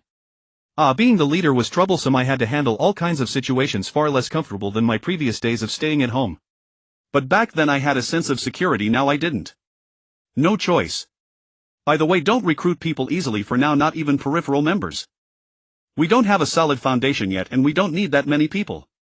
However, besides peripheral members, I plan to establish multiple subsidiary forces which can recruit widely. But those plans are too far off. We'll act when the time is right. What we need to do now is figure out our next step. Where should we choose as our development base to grow quickly? Should we choose a dangerous city like Linfeng or Linyuan where enemies and dangers are bound to grow fast? Or should we pick a safer place and develop slowly first? Everyone fell silent, none offering an opinion. I sighed inwardly. It seems we lack talent in this area. After all, none of those present were strategists, so it was difficult to come up with a perfect plan. However, Sui Ching took out Li Yu's phone, opened the map and said, right now we are hostile to the garrisons of both Linfeng City and Linyuan City. It's not suitable to confront them head-on in either place. Especially in Linyuan City, since General Qin hasn't openly rebelled. Opposing him might get us labeled as traitors. So I suggest we avoid these two cities as much as possible. But I was reluctant. Linfeng City is a huge city with a massive population and vast territory. For ordinary people it might be hell, but for us it's an enormous cake. Remember, we aren't the only ones growing, the zombies are evolving too. If a lord-level zombie emerges, it could be a catastrophic disaster for the entire country, even the world. Sui Ching pondered. If you really can't bear to give up Linfeng City, then I suggest we set up a base in a small town or village near Linfeng. After all, we still have some weaker members. If we take them all to Linfeng City, we might get wiped out. But if we leave them behind, we can't protect both ends. Would we have to leave a Tai to guard the base, wasting our strongest combat power? If only the two of us hunt zombies, our efficiency would be pitifully low. Sui Ching fell silent. So I propose a risky decision: return to Linfeng City to develop. To ensure safety, I'll have to ask you all to live in a Tai's space as much as possible, or at least stay near a Tai so we have no worries. But there are rebels in Linfeng City. Is that really a good idea? Li Yu hesitated. Fighting rebels is better than fighting General Qin, isn't it? At least the rebels don't have those flying bread weapons and we won't be labeled as traitors. Then we must try to avoid General Qin's side. Linyuan City is north of Linfeng. Let's go to the south of Linfeng so we won't be caught between two enemies. Sui Ching said. I nodded, then swiped the phone screen. Let me see. South of Linfeng City is Linyun City. Why do all three cities have the character Lin in their names? Sui Ching replied, because all three are coastal cities. Linfeng City is the most important city on the southeast coast, bar none. Aside from not being a political center, its economic strength is not inferior to the imperial capitals. It's consistently among the top 3 of the 10 great cities of the Tingyun Empire. No wonder. No wonder the surrounding major cities only besiege it without attacking. It's not just because they use the citizens as hostages. Their military strength is probably not as simple as we think. I suspect Linfeng City has secretly expanded its forces. The people who ambushed us in the park that day had uneven combat skills, and many behaved like thugs in military uniforms, not like proper soldiers. Uneven. But they seemed pretty formidable to me. Then let's choose the south of Linfeng City as our starting point. That way we can avoid General Qin's sphere of influence as much as possible, and if we encounter danger we might retreat to Linyun City. Sui Ching nodded. I looked at Li Yu. I have no problem. Li Yu answered. I looked at Yun Chunhua. You must ensure a Tai's safety. Of course. Since you'll be staying in a Tai's inner space, even if something happens to me, I won't let anything happen to a Tai. And try not to get yourself into trouble either. Don't take too many risks. Okay. The others basically didn't object, as they had no strong opinions. A Tai seemed excited. The other huskies either listened to a Tai or to Yun Chunhua. So the decision was unanimous. Thus, before the sky had fully lightened, we secured our secret base. The 5 women and 4 dogs entered a Tai's inner space, and I rode a Tai toward Linfeng City, our destination being the southern part of the city. The outer perimeter of Linfeng City no longer had visible sentry posts, unlike before when numerous temporary outposts surrounded the city with at least 1 or 2 in sight at any given moment. Presumably the majority of the populace had been brought under control, so they no longer cared. Yet I remained uncertain whether there were hidden sentries, but I did not dwell on it, so long as I could enter the city smoothly. When the time came, I would simply have a Tai continuously flash step, and no matter whether they were visible or concealed sentries, none would be able to locate me. To be honest, Linfeng City was truly immense. Even at a Tai speed, circling the city from north to south took 4 or 5 hours. It must be noted that at full speed a Tai could outpace even a helicopter. Of course, this time a Tai was not at full speed. By the time we reached our destination, the sky was already faintly bright, so I hastened to find a suitable location to temporarily settle down. Fortunately, I had taken Li Yu's phone, which had a map to consult. It was a pity that the hidden album required a password and could not be unlocked. My primary targets remain large supermarkets, shopping malls, or commercial centers, places abundant in supplies, diverse in variety, and usually equipped with sizable basements, thus covering all needs for food, clothing, shelter, and defense. However, after inspecting several, I found that they were already occupied either by survivors or within military secured zones. It seemed I was not the only one who coveted such locations. Others were no fools. I did not wish to rashly intrude into the sight of those people, for a Tai was too conspicuous and I was still in a disabled state which might invite malicious intent. Thus I chose the most prominent high-rise in the vicinity. Or rather the high-rise next to it as a stronghold. That way I would not be the most obvious target, and the surrounding skyscrapers were teeming with zombies, convenient for hunting. Such tall buildings generally had basements or at least underground parking garages, which usually boasted high bulletproof ratings, and some might even possess nuclear-proof shelters. If I could find such a basement, it would be an absolute haven of safety. Once the door was closed, it would be virtually impregnable. Even if the enemy resorted to poison gas, it would be futile, because basements or shelters of that caliber had been designed with various countermeasures and possessed corresponding systems to repel them. Independent power generation equipment and air purification and circulation systems were the bare minimum, and the food stored inside could sustain a group of people for half a year or more. However, such basements were generally rare and required special permits for construction, often used for clandestine military purposes. I did not expect to find one. A relatively secure underground parking garage would suffice. My luck was not that good, and indeed no such basement was found. Nonetheless, this underground garage was large and sturdy, likely capable of withstanding air raids. It was a pity that I lacked the means to remodel it, or it could have become an excellent refuge. There were many zombies inside, but I did not clear them out as I had no intention of staying here. After all, who would choose to live in an underground garage? There were rooms upstairs, were there not? So I withdrew from the underground garage and arrived at the lobby. This building appeared to be the headquarters of some company. At the reception desk the words Jin Yang Film were written. Could it be that there were actually mecha girls here? I circled around to the back of the lobby, and sure enough there were mecha girls. The rear area was a spacious filming set filled with machinery, props, cameras and green screens. Some of the zombies here were girls clad in mechanical armor, exuding a certain mecha girl vibe. Unfortunately, to highlight the girls' figures and faces, the armor lacked sufficient protection on the head, chest, waist, arms and thighs. That was precisely why they had turned into zombies. Some had not even had the chance to transform, as they had already lost their heads. Atai, last time to replenish your energy I didn't need a single energy organ, I gave them all to you. Even though you caught them, I was the one who found most of them. Your energy level is now quite abundant, so this time the energy organ should be mine. That way I can recover from my injuries faster and advance to the 3rd tier sooner to fight alongside you. Then I'll find even more delicious food for you. Woof. Atai's expression seemed quite willing. It appeared he had agreed. Then this time we'll only target the special complete zombies. This entire building is ours, not a single one will escape. Come, let's close the doors. So we rushed over to shut all the exits, sealing them off, and only then began the hunt. With my zombie sense, the special complete zombies could not evade my sight. They feared Atai's overwhelming pressure but lacked the intelligence to open the doors themselves. Thus Atai slaughtered them wholesale, kindly picking out the energy organs for me while consuming only the rest. After clearing one floor we proceeded to the second. We prioritized eliminating the special complete zombies near the stairwell to prevent them from fleeing downward. And so it was once again hunting time. Thus we hunted floor by floor, ascending. Aside from a very few special complete zombies that chose to jump out of the building or fly away, we cleared nearly all the floors. Unfortunately, after sweeping the entire building we only found a little over 30 special complete zombies, far fewer than expected. I had assumed that areas with many zombies would have a correspondingly high number of special complete ones, but reality proved otherwise. The first 3 floors had a relatively high concentration of special complete zombies, but the higher we went the fewer they became. In the top floors it was even difficult to find a single one. I surmised that when the fire rain fell only a limited number of meteors struck the building.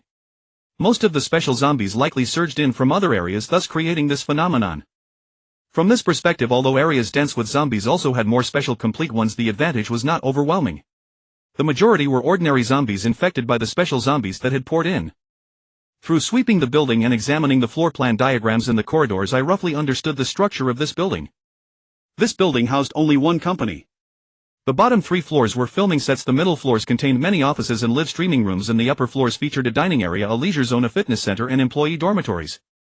The employee dormitories occupied 4 entire floors, with 2 floors of standard dormitories on the 18th and 19th floors, each accommodating 4 people. The 20th floor was the dining area, while the 21st and 22nd floors were premium dormitories, single rooms spacious with a living room, study bedroom, guest room, kitchen, bathroom and toilet, essentially luxury suites. These rooms required either a card, a key or a password to enter, with multiple unlocking methods. But Atai and I did not need any of that, we simply flash-stepped inside. We chose a room that appeared unoccupied, released Yunshuanua and the others, and temporarily set up our base here. Although the room seemed uninhabited, all the furnishings were complete and brand new with no odor, ready for immediate occupancy. Wow, finally out. The place you picked isn't bad at all, uncle. Yunshuanua raised her fists, basking in the sunlight, looking quite cheerful. I was suffocating in Atai's space. I want to take a shower, I haven't bathed in days. I want to wash up too, Sui Chung chimed in. Let's check if there's water first. Yunshuanua immediately dashed into the bathroom and turned on the tap. Great, there's still water. But no electricity. How do we get hot water? Liu said, doesn't Atai have a generator? We can take it out to generate power. But I stopped her. Don't bring out the generator. Although it's very quiet, it still makes some noticeable noise. Let's just boil the water inside Atai's space instead. Oh, by the way, Atai, when you open the door for our people in the future, try to keep it close to the wall to avoid accidentally cutting someone if they hit the edge. Woof. I walked over to draw the curtains and warned, from now on don't open the curtains casually. Don't turn on the lights at night and avoid producing too much smoke when cooking. Don't forget we have enemies, this place isn't completely safe. Also, I'm sorry to ask you all to stay together temporarily so that in an emergency Atai can evacuate you all as quickly as possible. Oof, what a hassle. Yun Chuanhua grumbled slightly. It can't be helped. We're too weak right now. I'll advance to the 3rd tier as soon as possible and then I'll do my utmost to build a safe zone for you all. That's a promise. I want a beautiful, comfortable big house and I want to live alone with only my dogs. Fine, but don't hesitate when I need to borrow Atai. Without his help I can't move fast. Just don't let Atai get into danger. I'll try. You must. Fine, I'll try my best. She pouted, somewhat dissatisfied, and shoved me. You get out. We're all girls here. Go find somewhere else to stay. Hey, don't treat a disabled person like this. Your hands and feet are almost fully grown. How are you still disabled? I looked at my newly regenerated limbs, they were indeed nearly complete though still lacking strength. The effect of eating energy organs was evident. Before entering the building my limbs were like those of a newborn baby, but now they were only a little smaller than my original ones. Not fully healed yet. Bring me my crutch. Yun Chuanhua immediately went to Atai's space and retrieved a crutch I had taken from the hospital. Here, take it and get lost. Really, even the dogs can stay but I can't. I'm so wronged. Atai and the others are female. Are you? Rue C and Rue La are female too. Yes, they're quadruplet sisters. I was utterly speechless. Why do you always give such masculine names? A dog's name just needs to be cute, what does gender matter? Get lost, don't disturb our bath. I didn't see where it was cute. Fine, shaking my head I opened the door, grabbed my crutch and walked out. Since I had already cleared out the special complete zombies I figured there shouldn't be any safety issues, after all I had a fair amount of confidence in my combat prowess. Strolling around here was like window shopping, the surrounding zombies didn't dare attack me. Even first-rank zombies would step back slightly when they saw me. I tried to suppress my aura but that kind of thing was somewhat elusive. After half a day of effort I barely began to grasp it, it seemed related to emotions, perhaps a certain temperament or some kind of perception. So I focused on experiencing it, slipping into a meditative state, trying to seize that feeling and control it. Finally, after nearly half an hour of effort I managed to grasp a small trick. I could now pass by a first-rank zombie without it reacting to me at all. Of course I could also do the reverse. When very close to a first-rank zombie I could suddenly release my full aura. The zombie would be startled, scramble away as fast as it could, and I couldn't help but almost burst out laughing. So I got carried away with the fun, deliberately approaching first-rank zombies and releasing my aura, sending them fleeing in panic. While honing my skill I also found some amusement. I was having a great time. I even tried approaching second-rank zombies. At first I failed repeatedly, they would sense me and flee. But as my technique improved I could get closer and closer. I also discovered that if I imitated the movements of a first-rank zombie and sneaked up from behind, their vigilance dropped significantly. They would only occasionally make unfriendly sounds, a kind of warning. And when they turned around they might even attack me. But at that moment I would just release my aura and they would be stunned, immediately withdraw and bolt away, not even caring if they slipped on the floor. Ha ha ha. This was so much fun. Too bad these second-rank zombies were all ordinary. I wondered if it would work on special ones. Of course I wouldn't dare try this with a special second-rank zombie. If it really attacked me, given my injured state, I'd be at a disadvantage. However, this could become a means of assassination for me. Since I could get this close, launching a first strike should be no problem. The only thing to consider was how to kill in one blow, otherwise I'd only gain the advantage of striking first with the risk of being counterattacked. While practicing my technique I walked downstairs, hoping to find some preserved food in the dining area. Usually the food at such big companies was delicious and fresh, rarely with long shelf lives. The dining area was on the 20th floor, wasn't that number a bit? Not that it was unlucky, but since it was a place for eating and it sounded like starved to death, wasn't that a bit off? Or could it be interpreted as starving come eat? Someone. Hearing a noise I quickly ducked out of sight. I didn't expect someone to be here, whether they came from outside or were originally in this building. The former was unlikely because we were on the 20th floor. If they were from inside, that meant I hadn't swept the floors thoroughly enough. Some doors were locked so I didn't check them, and some rooms were larger than my zombie detection range. It was normal to miss a few. In the apocalypse neighbors could be more dangerous than zombies, so I decided to observe first. I crept over and saw that many zombies in the dining area were in a frenzy, all rushing toward one restaurant. This dining area was usually operated by multiple restaurants. Apart from the shared dining tables, each restaurant had its own storefront with ordering and pickup counters facing the corridor for convenience, but they also had their own kitchens. At that moment the zombies were surging toward the kitchen of one restaurant. The door was half open and the zombies were pushing hard to get in while someone inside was desperately trying to push it shut. The closest zombie reached inside and the person inside seemed to grab a knife, slashing wildly while pushing with their hand to keep the door from jamming, finally managing to close it. I noticed the hand that had been pushing was a mecha hand, likely the person inside was wearing a mecha suit. Otherwise they probably couldn't match a zombie's strength. The mecha's color didn't look like military standard, it was bright pink and white, probably from this company. From the voice of the person inside it sounded like a woman. Was I about to meet a living mecha girl? I was kind of looking forward to it, wondering what type she'd be. Cute. Cool. Mature. Or seductive. Or a contrast archetype with a childlike face. And from the voice she seemed the mature type, but without seeing her, who knew? What if she was a dinosaur? Although many posters in the building were quite nice, who could guarantee that the person in the mecha was a girl? What if it was just an employee? So I watched patiently. The mecha girl moved like the wind, quickly packing food into something. Seeing her efficient movements I was a bit disappointed. She probably wasn't a mecha girl after all. After all, those performers were supposed to be cute and flirty, right? Such crisp, decisive movements likely meant she was a tomboy. Sure enough, not long after, the woman suddenly opened the door, kicked the blocking zombies away and charged out. When I saw her face I was stunned. It was completely different from the tomboy image I had imagined. She was indeed fierce, agile, and even knew martial arts.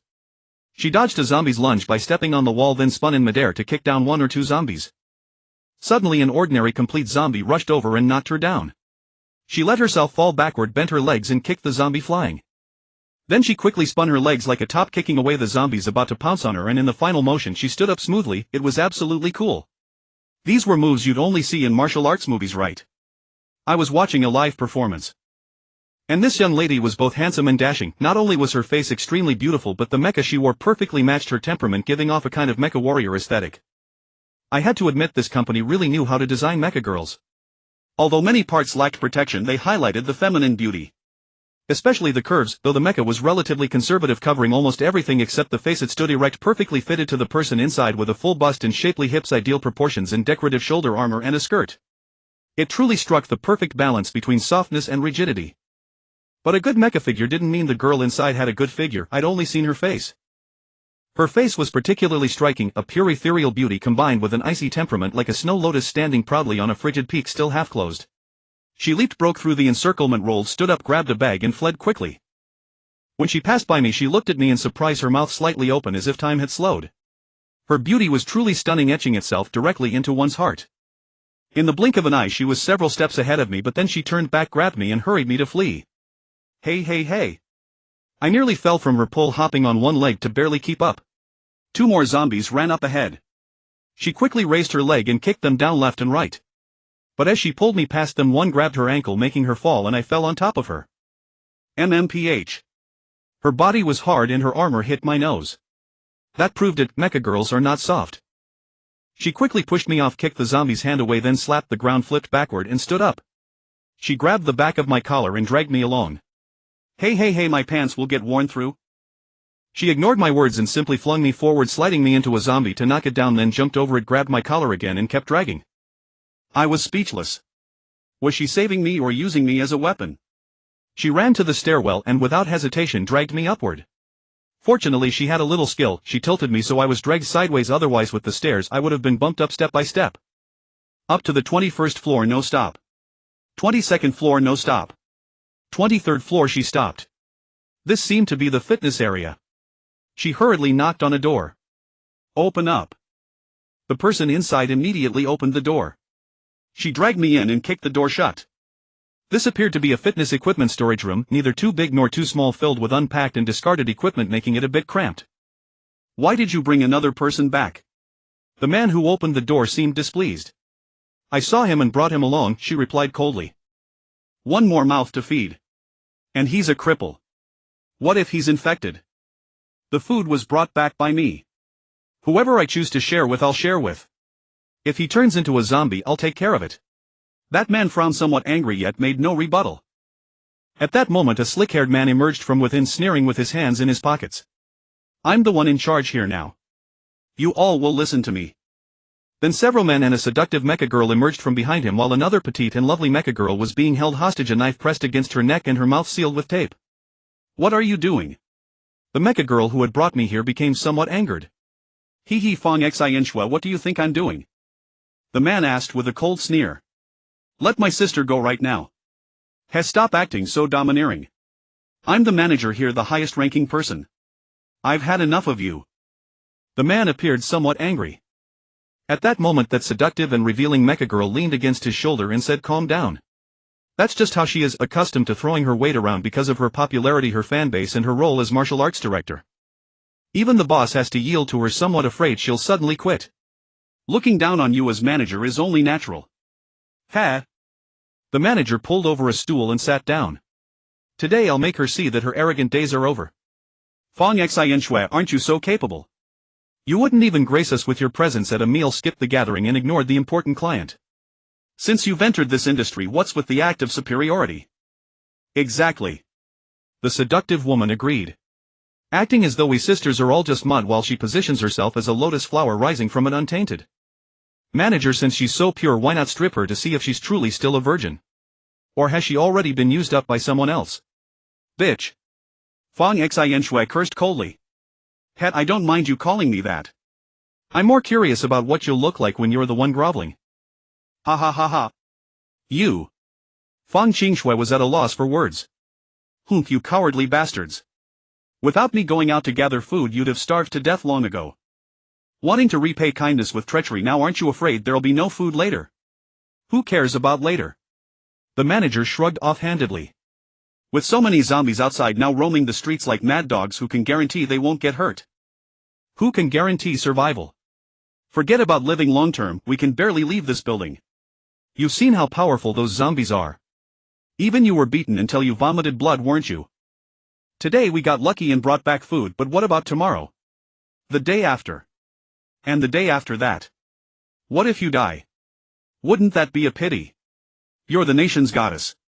The Mecha Valkyrie Fong Xinshua, far ahead in popularity. If you turned into a zombie, wouldn't that be every man's greatest regret?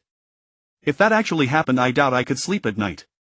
After all, I'd have the chance to be under the same roof with her. Such a God-given opportunity without worrying about consequences, how delightful. And as long as I hold your sister hostage, would you dare disobey me? Dare refuse to find food for me? Dare not submit? Unless you don't care about your sister, in which case even wearing mecha armor I have plenty of ways to humiliate her. The manager grew increasingly wild as he spoke, his greed plainly visible in his eyes, as if he wanted to devour Fong Xinshua. Truly disgusting.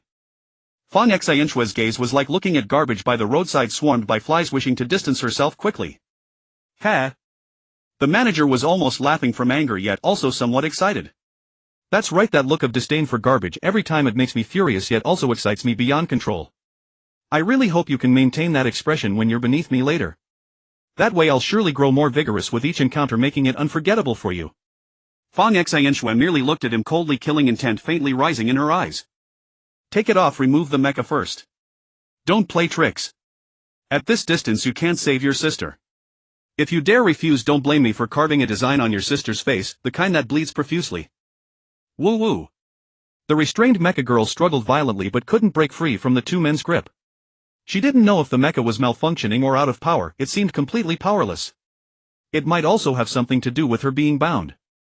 3, 2, 1.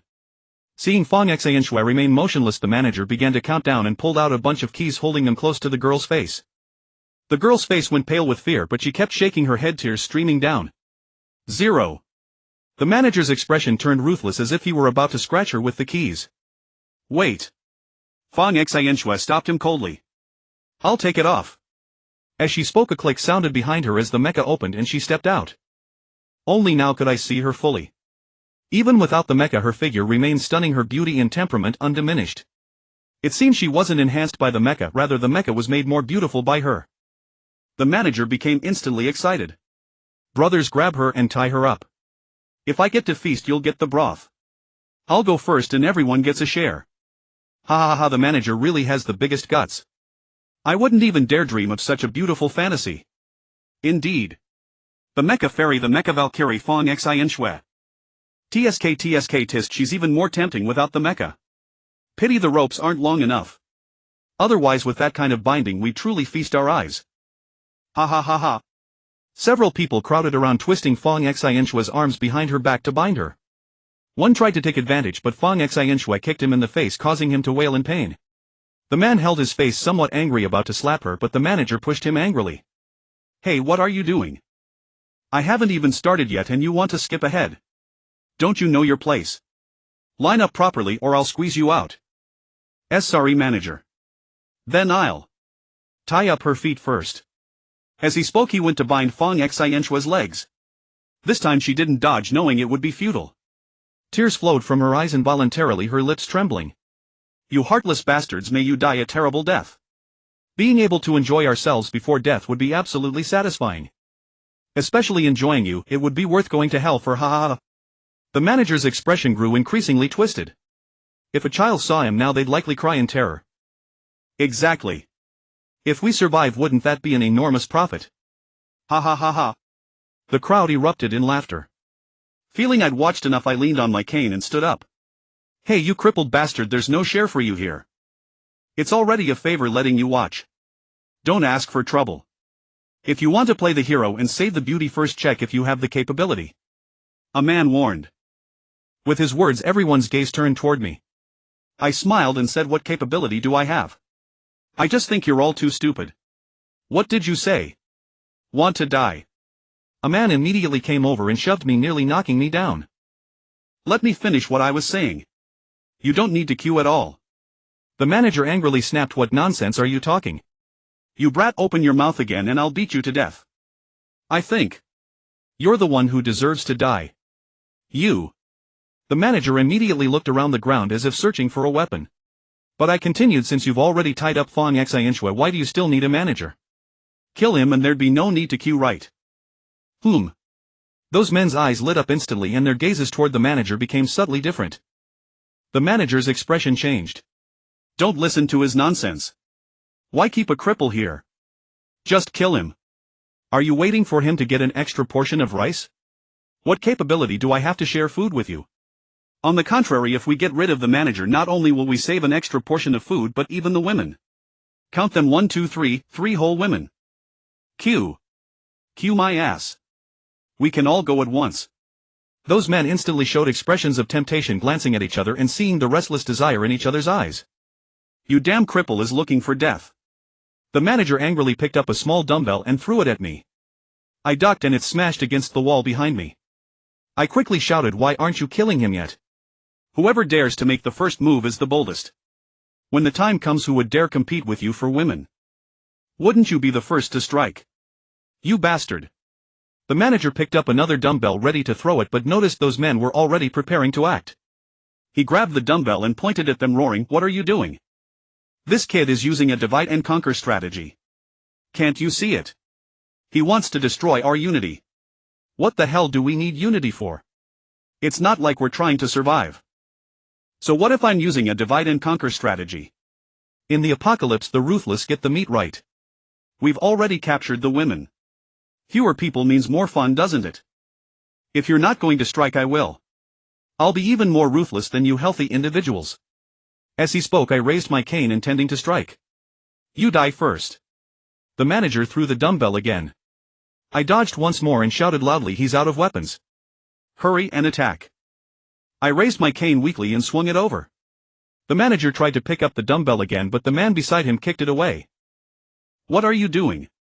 The manager roared. And at that moment I struck him on the head with my cane, causing him to wail in pain and clutch his head. Just as he was about to turn around and hit me, the man who had kicked the dumbbell away punched him, directly knocking him to the ground. Seeing someone make the first move, the other men could no longer wait and rushed forward, beating and kicking. I had been pushed to the periphery but I still shouted, is there a knife? Or a dumbbell would do. You can't kill anyone like this. The man who had a knife to the young girl's neck was growing restless. I walked up to him on my crutch. Brother, what are you hesitating for? Can they run away? You're the only one with a knife. If you don't be the boss, who will? This. He was very conflicted. If you don't dare give me the knife. I'm definitely braver than you. Get lost, he shouted angrily, then instructed the other hostage taker, keep an eye on this cripple. Don't let him pull any tricks. I'll be back soon. With that he walked into the crowd with the knife. Ah! Ah! The manager kept screaming, don't. Ah! Don't listen to that cripple. I can skip the line. Ah! But by then no one was listening to him anymore. After all, since they had started they had to finish it thoroughly to avoid his revenge later. So someone picked up a dumbbell and slammed it down hard.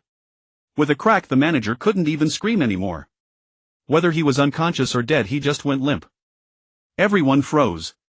The air was deathly silent. Is he dead? Someone asked. Someone crouched down to check his breath. No movement. Another person kicked him, no response. Everyone looked at each other, all somewhat stunned. Suddenly I shouted, kill.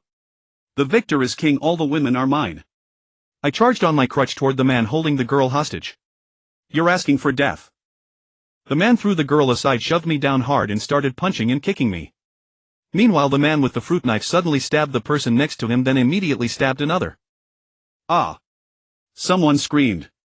The scene immediately descended into chaos as everyone attacked each other. The man with the fruit knife, being the biggest threat, was ganged up on and quickly brought down. Someone tried to grab his knife, but he held on tightly, stabbing wildly. Someone immediately picked up a dumbbell and smashed it hard, making him go limp. Someone else snatched the knife and continued stabbing. Ah! The seductive woman was terrified, hiding in a corner, trembling. Meanwhile I was rolling around with that man, but he had actually been strangled to death by my claw. However, blocked by the equipment, the others could only see our feet. If one looked closely, the abnormality would be noticeable, but they weren't paying attention here, only hearing my screams. But that cute mecha girl was staring blankly over here, her eyes frozen. This expression made her look even more adorable. After a few minutes of fighting, things gradually calmed down. A burly man stood up holding the fruit knife, shouting excitedly, ha ha ha, I am the ultimate victor. All the women are mine. All mine. At that moment I pushed the man off me, stood up with my crutch, a bit of blood on my face. No, I'm still alive. The man glared at me fiercely, then die too. With that he charged at me, the fruit knife raised high. I suddenly smiled slightly, then raised my crutch and thrust, piercing straight through his throat. Ah! Cough! Cough! He was full of disbelief, his finger trembling as he pointed at me, then he collapsed. Then I finished him off with another thrust, aiming at the hardest part of the human body, and pierced through just the same. The women present were all stunned, looking at me in disbelief. I pulled out my crutch, leaned on it, and went to finish off each one. Suddenly a man stood up swinging a dumbbell at me. I thrust again, hitting his wrist, causing him to howl in pain. The dumbbell fell aside without much force. Then another thrust to finish him off. Fang Xingxue's eyes were wide with a mix of shock and a hint of fear. Finally, after I finished, I walked up to her and looked at her quietly.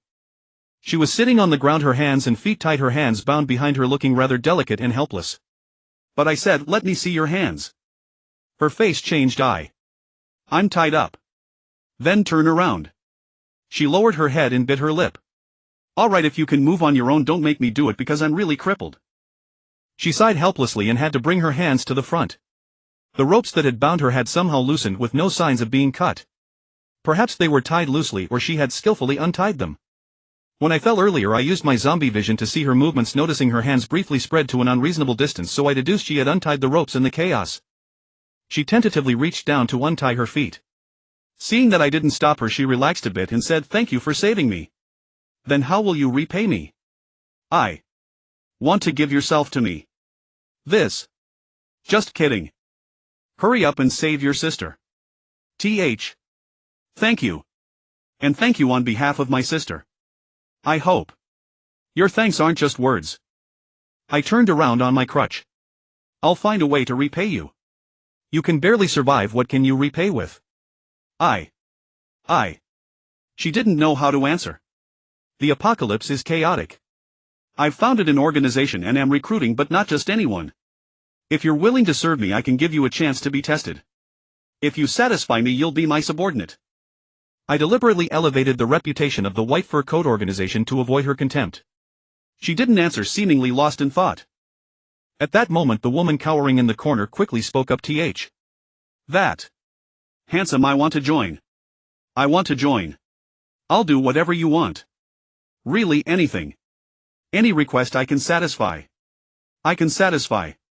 She struck a pose she thought was seductive and even winked at me. Hasn't anyone told you you're disgusting? I said coldly, looking at her. Her face changed but she dared not retort.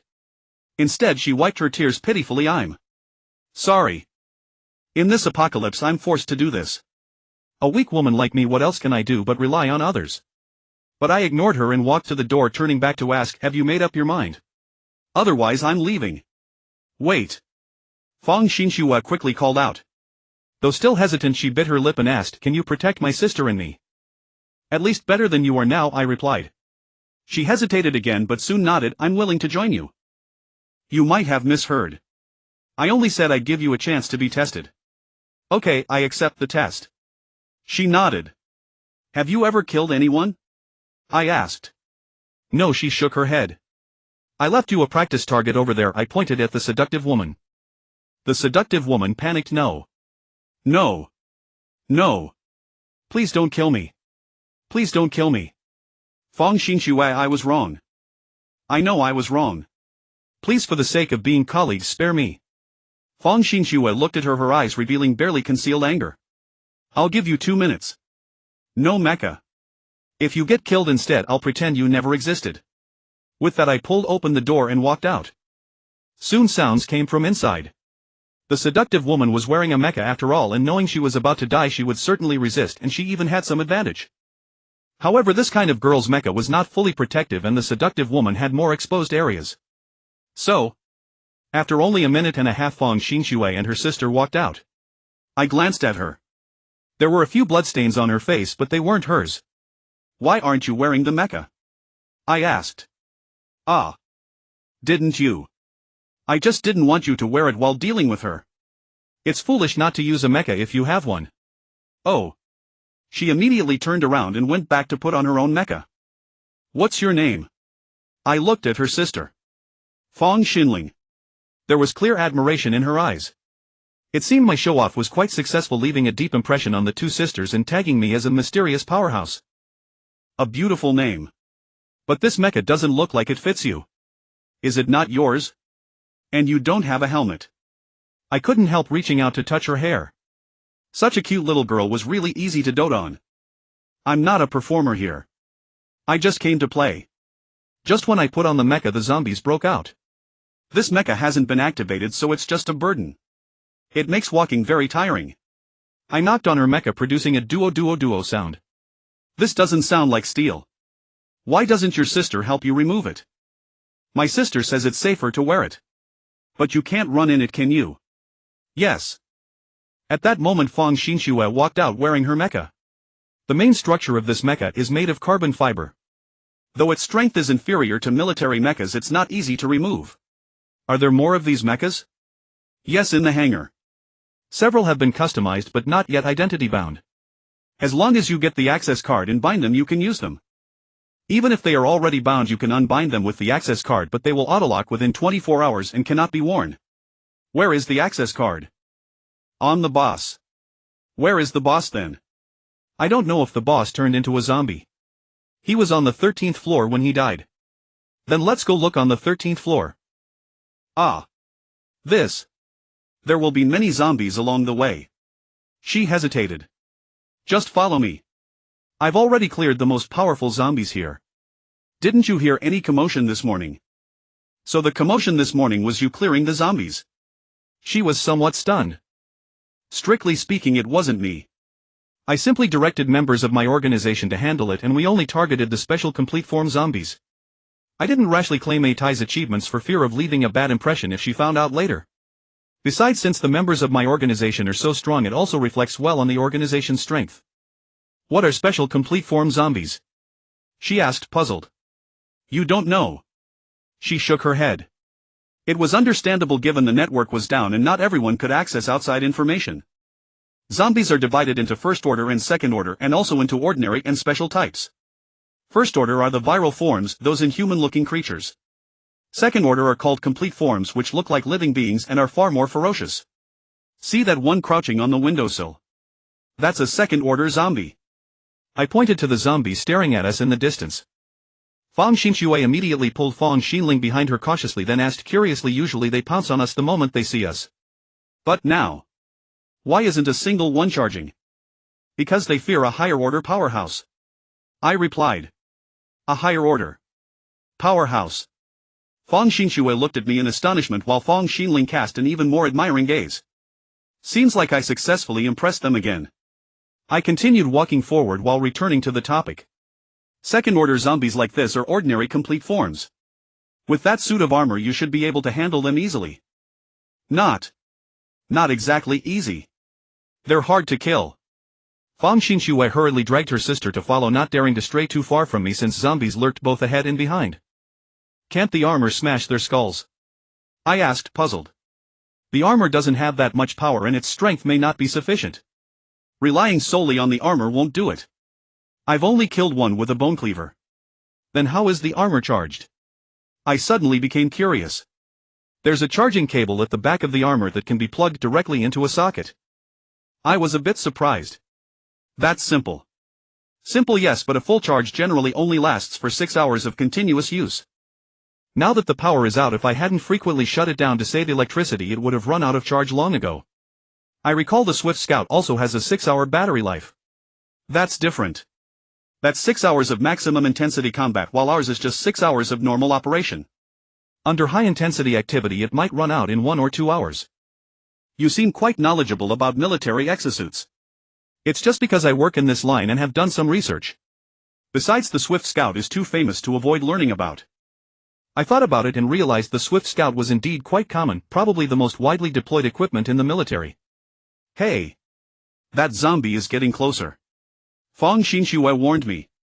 I looked up and realized we had unknowingly arrived beside the second-order zombie. I raised my crutch, pointed it casually and said lightly, "Scram."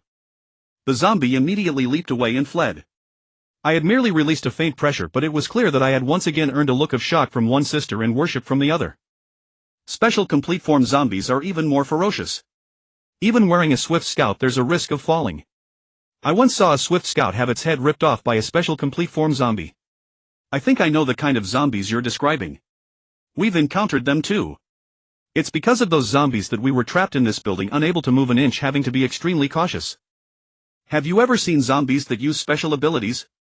I wanted to ask about the existence of third-order zombies in the area. Special abilities. Superpowers. Yes.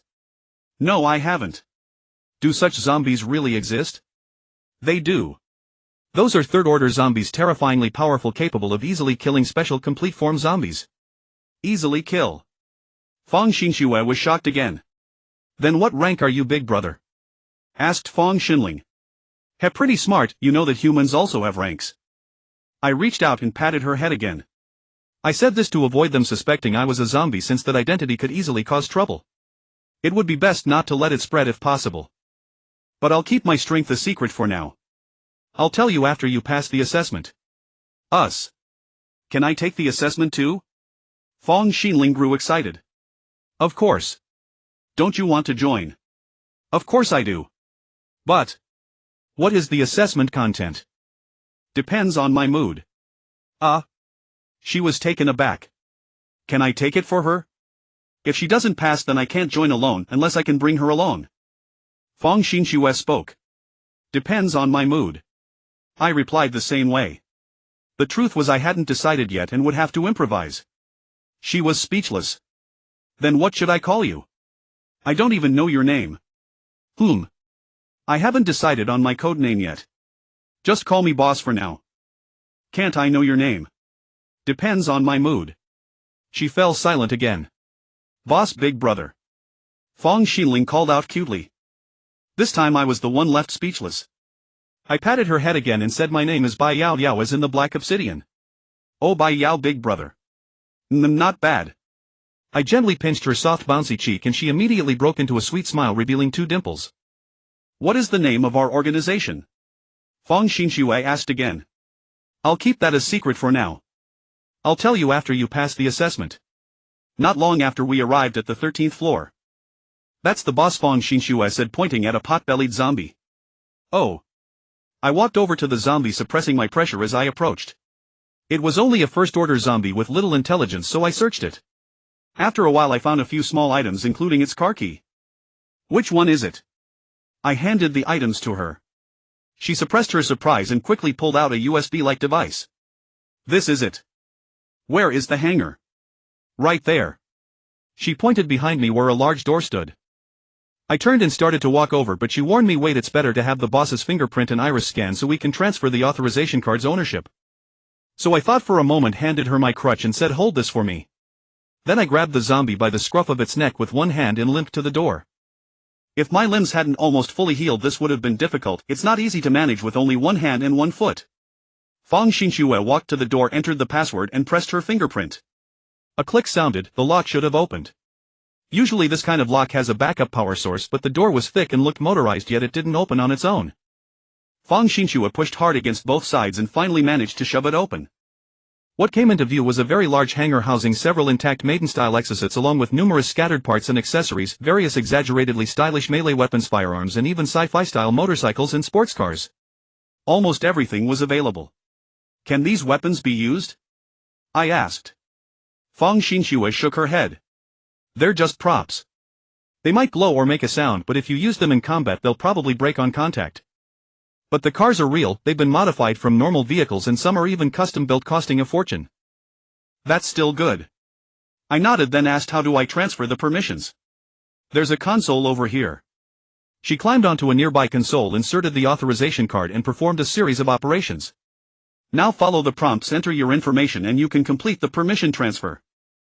I walked over to the console, scanned the boss's fingerprints and iris, and since Fang Xinxue had already entered the original password, I only needed to set a new password and register my own fingerprints and iris. As soon as the transfer was complete, a prompt popped up on the screen: backup power below 10. Please recharge or enable power saving mode. I enabled power saving mode, then asked curiously, how did you know the password? I was both the martial arts coach for those performers and the exosuit instructor. The boss often let me use the authorization card. Oh. So the boss trusted you quite a bit. I suppose. It seemed she wasn't exactly grateful. Let's bind a suit for your sister first. This one fits her body type, but it needs to be activated and bound with the authorization card. The card has to be inserted here, you can try. This one is loose and baggy, are you sure it's suitable for her? I asked doubtfully. She's quite developed. This wasn't custom made for her, so. My eyes widened. Quite developed. Was she really a loli with a big chest? Fang Xinling's face flushed under my gaze and Fang Xinxue pulled her slightly behind her, blocking my view. Ahem. I restrained myself a bit, then followed her instructions, performed the operations, and finally had Fang Xinling enter her own information, completing the activation and binding. Phew, great, finally feeling comfortable. Fang Xinling, who had been looking loose and awkward, now appeared relaxed and light. She hopped around in a circle, clearly excited. Why didn't you hide here back then? This place seems pretty safe, I asked. We had just received our mecha and were trying them on outside the door. The boss thought highly of my sister and kept trying to convince us to let her become a mecha girl. Seeing that my sister was also interested, I let her try it on. But at that time we didn't understand. For the mecha's safety, the boss closed the hangar. By the time the zombies rushed in, we couldn't open it in time, so. It seems this was fate. This boss was unlucky. Then let's go retrieve those mecha. I saw many zombies still wearing undamaged mecha. With a bit of cleaning they should be usable. I said. Fang Xinxue nodded. But this mecha of mine has low power. I need to change the battery. Okay. I'll come too. Fang Xinling volunteered. Her mecha was almost fully charged. So after Fang Xinxue changed the battery, we closed the hangar and were about to go downstairs when I noticed that there were several more places that looked like hangars on this floor. Are those also hangars? I asked. Fang Xinxue replied, some are, but they are all bound to identities. The others are actually costume props. The boss originally started with mecha costume props and hasn't abandoned them even now. After all, many actors design mecha don't actually conform to the functional structure of mecha, they just wear the corresponding prop costumes. Later, due to the popularity of mecha girls, the boss became wealthier, but competitors also grew. To improve competitiveness, he began to find ways to purchase real mecha.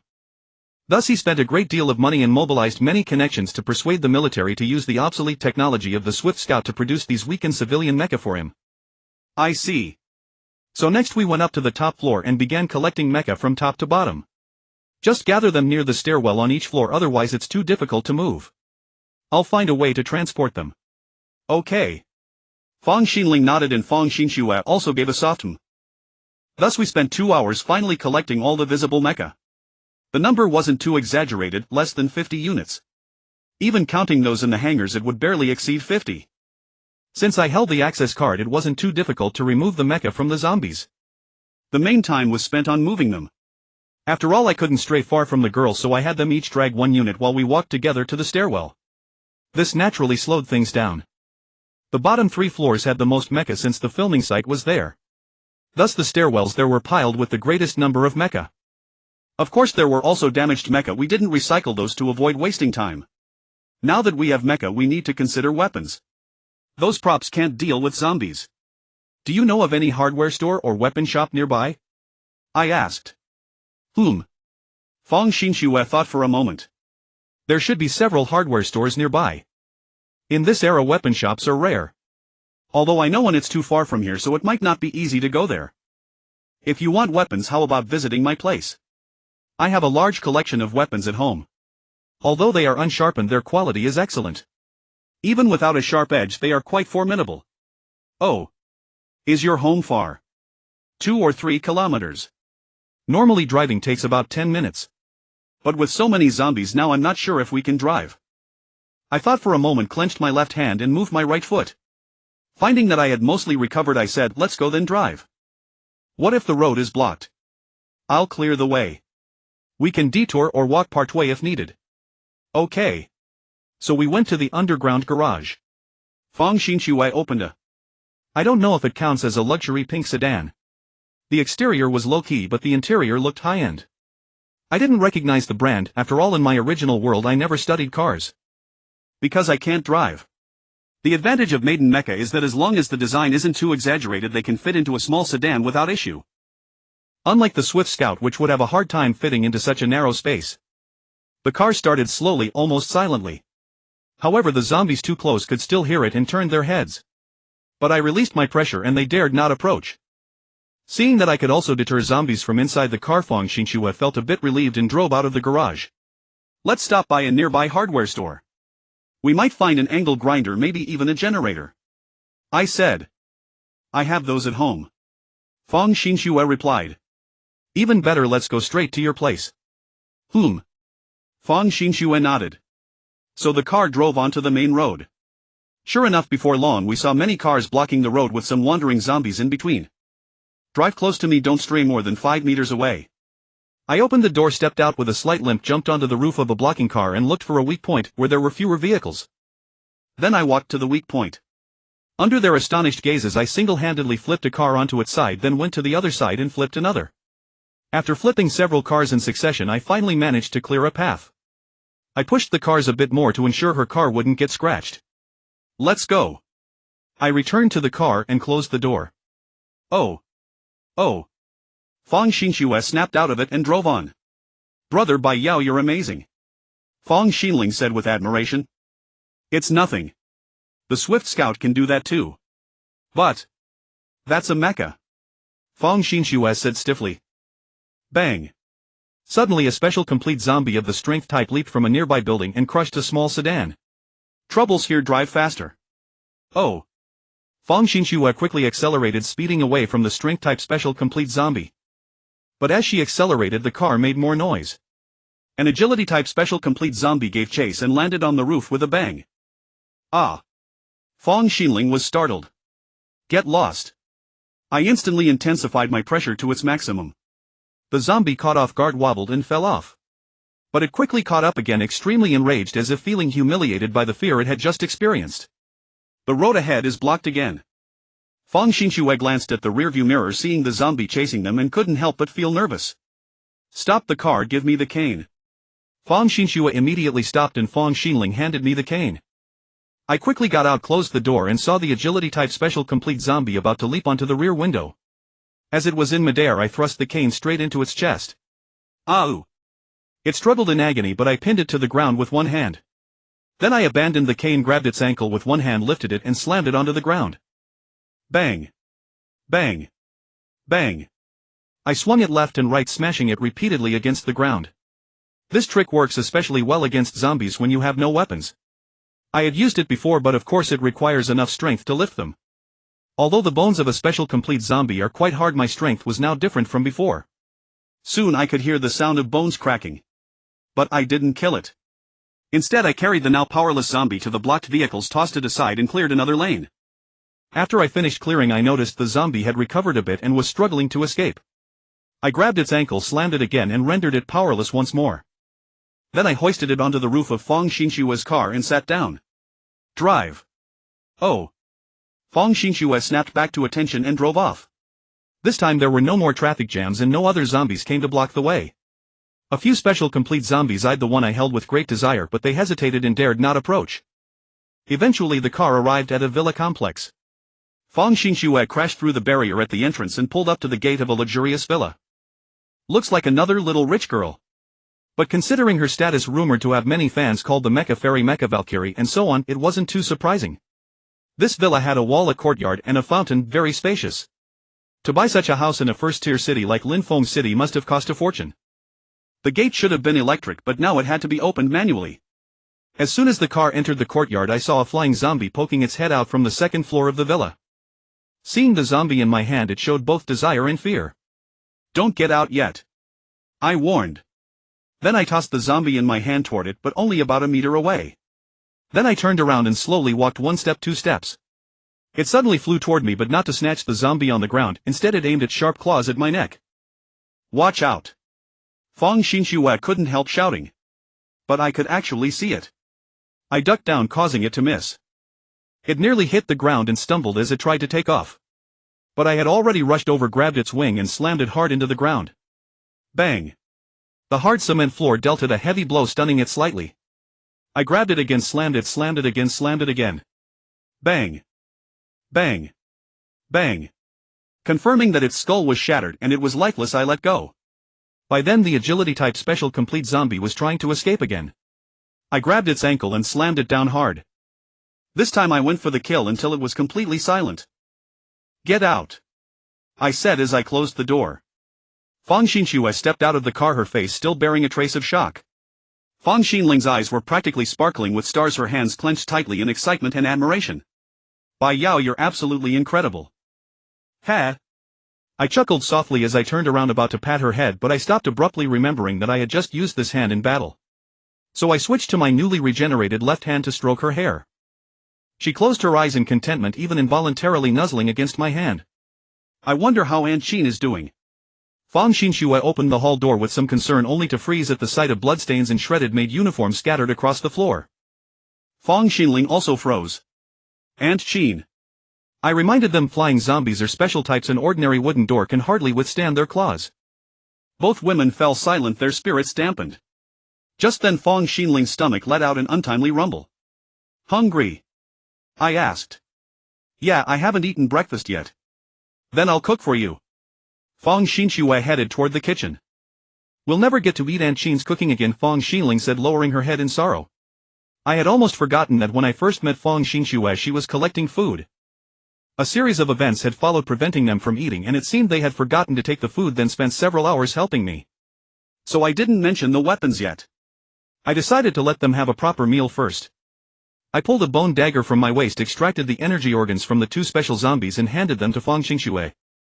Make it into sashimi with some dipping sauce. Don't cook it, and don't you two eat it recklessly, it's infectious. She looked up, her expression incredulous. You're going to eat it? Yes. You. Aren't you afraid of infection? I'm immune. Make sure it doesn't mix with your food, or I can't guarantee you won't turn into a zombie. While she was preparing the food, I roughly sensed the house for any zombies and checked the courtyard. Then I returned to the hall, sat on the sofa, closed my eyes and sank my consciousness into the mental space to eliminate the undigested remnants of will. The zombie consciousness I had absorbed this morning was quite extensive and powerful. If I hadn't been digesting them while eating, I might not have been able to withstand them. What remained now were just a few lazy remnants that needed tidying up, a mere finishing touch. Feng Xinling didn't stay idle either. She fetched a broom to sweep the room, then mopped the floor several times, meticulously cleaning away the bloodstains. When I opened my eyes, I saw Feng Xinling struggling to drag the zombie corpse, trying to throw it into the trash bin. I walked over to help, tossing it far away. I couldn't tell how far it flew, but I heard some zombies stirred and soon the sounds of scavenging echoed. I warned her, after a high-level zombie dies it attracts other zombies intensely. Don't leave this thing in the house. Oh. Feng Xinling nodded, then quickly turned to retrieve the flying zombie she had already dumped in the trash. I went over, grabbed it and threw it far away again, soon hearing the sounds of zombies fighting over it. Bai Yao, how did you become so powerful? Fong Xinling asked. Want to know? Yes. She nodded. After you pass the assessment I'll teach you. Really? Of course, it's a basic benefit. That's great. I will definitely work hard to pass. Then keep up the good work. Good girl. I couldn't help patting her head again. Oh, by the way, where's your family? Don't you live with them? We don't have any family, just a master. Our master lives in seclusion and doesn't stay with us. A master. Then your master must be very powerful, right? Of course, our master is a reclusive expert. Is your master okay? We don't know. The signal in the mountains is poor. After the zombie outbreak we couldn't reach our master. Your master should be fine. I hope so. Just then Fong Xinshua's voice came from inside. Xinling, time to eat. Oh, okay. Bai Yao, come too. My sister's cooking is amazing. All right. So Fong Xinling and I went inside. Fong Xinshua had already removed her mechanical suit while cooking, so she instructed, take off your suit and wash your hands quickly. Okay. Fong Xinling happily ran to the inner room. It smells wonderful. I couldn't help praising the table laden with inviting fragrant dishes. Thank you. The vegetables and meat aren't very fresh anymore. I hope you don't mind. In the apocalypse I don't expect much. I'm just surprised you can cook. You had a maid, didn't you? When I was training with my master I was the one who cooked. Later when my career got busy I hired a maid. I see. So, what exactly do you train in? Martial arts. Cultivating the mind. Or immortal cultivation? I asked half-jokingly. Well, you might laugh, but our master is indeed obsessed with seeking immortality. To be honest, I don't really believe in immortals. Many ancient immortal texts describe things vividly, but when we practice them nothing comes of it except for the benefit of cultivating the mind and body. But flying through the sky or escaping into the earth? Not a hint of it. Our master once said that Xinling has a strong spiritual root and I also have decent talent, so he took us as disciples. But even after Xinling grew up she couldn't produce a trace of immortal qi. Instead she practiced wrongly and stunted her growth. She can never grow taller now. Xinling is already an adult.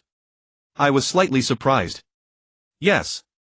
She may look like a little girl, but that's because she's been spoiled and she's spent years in seclusion with little life experience, so she seems naive.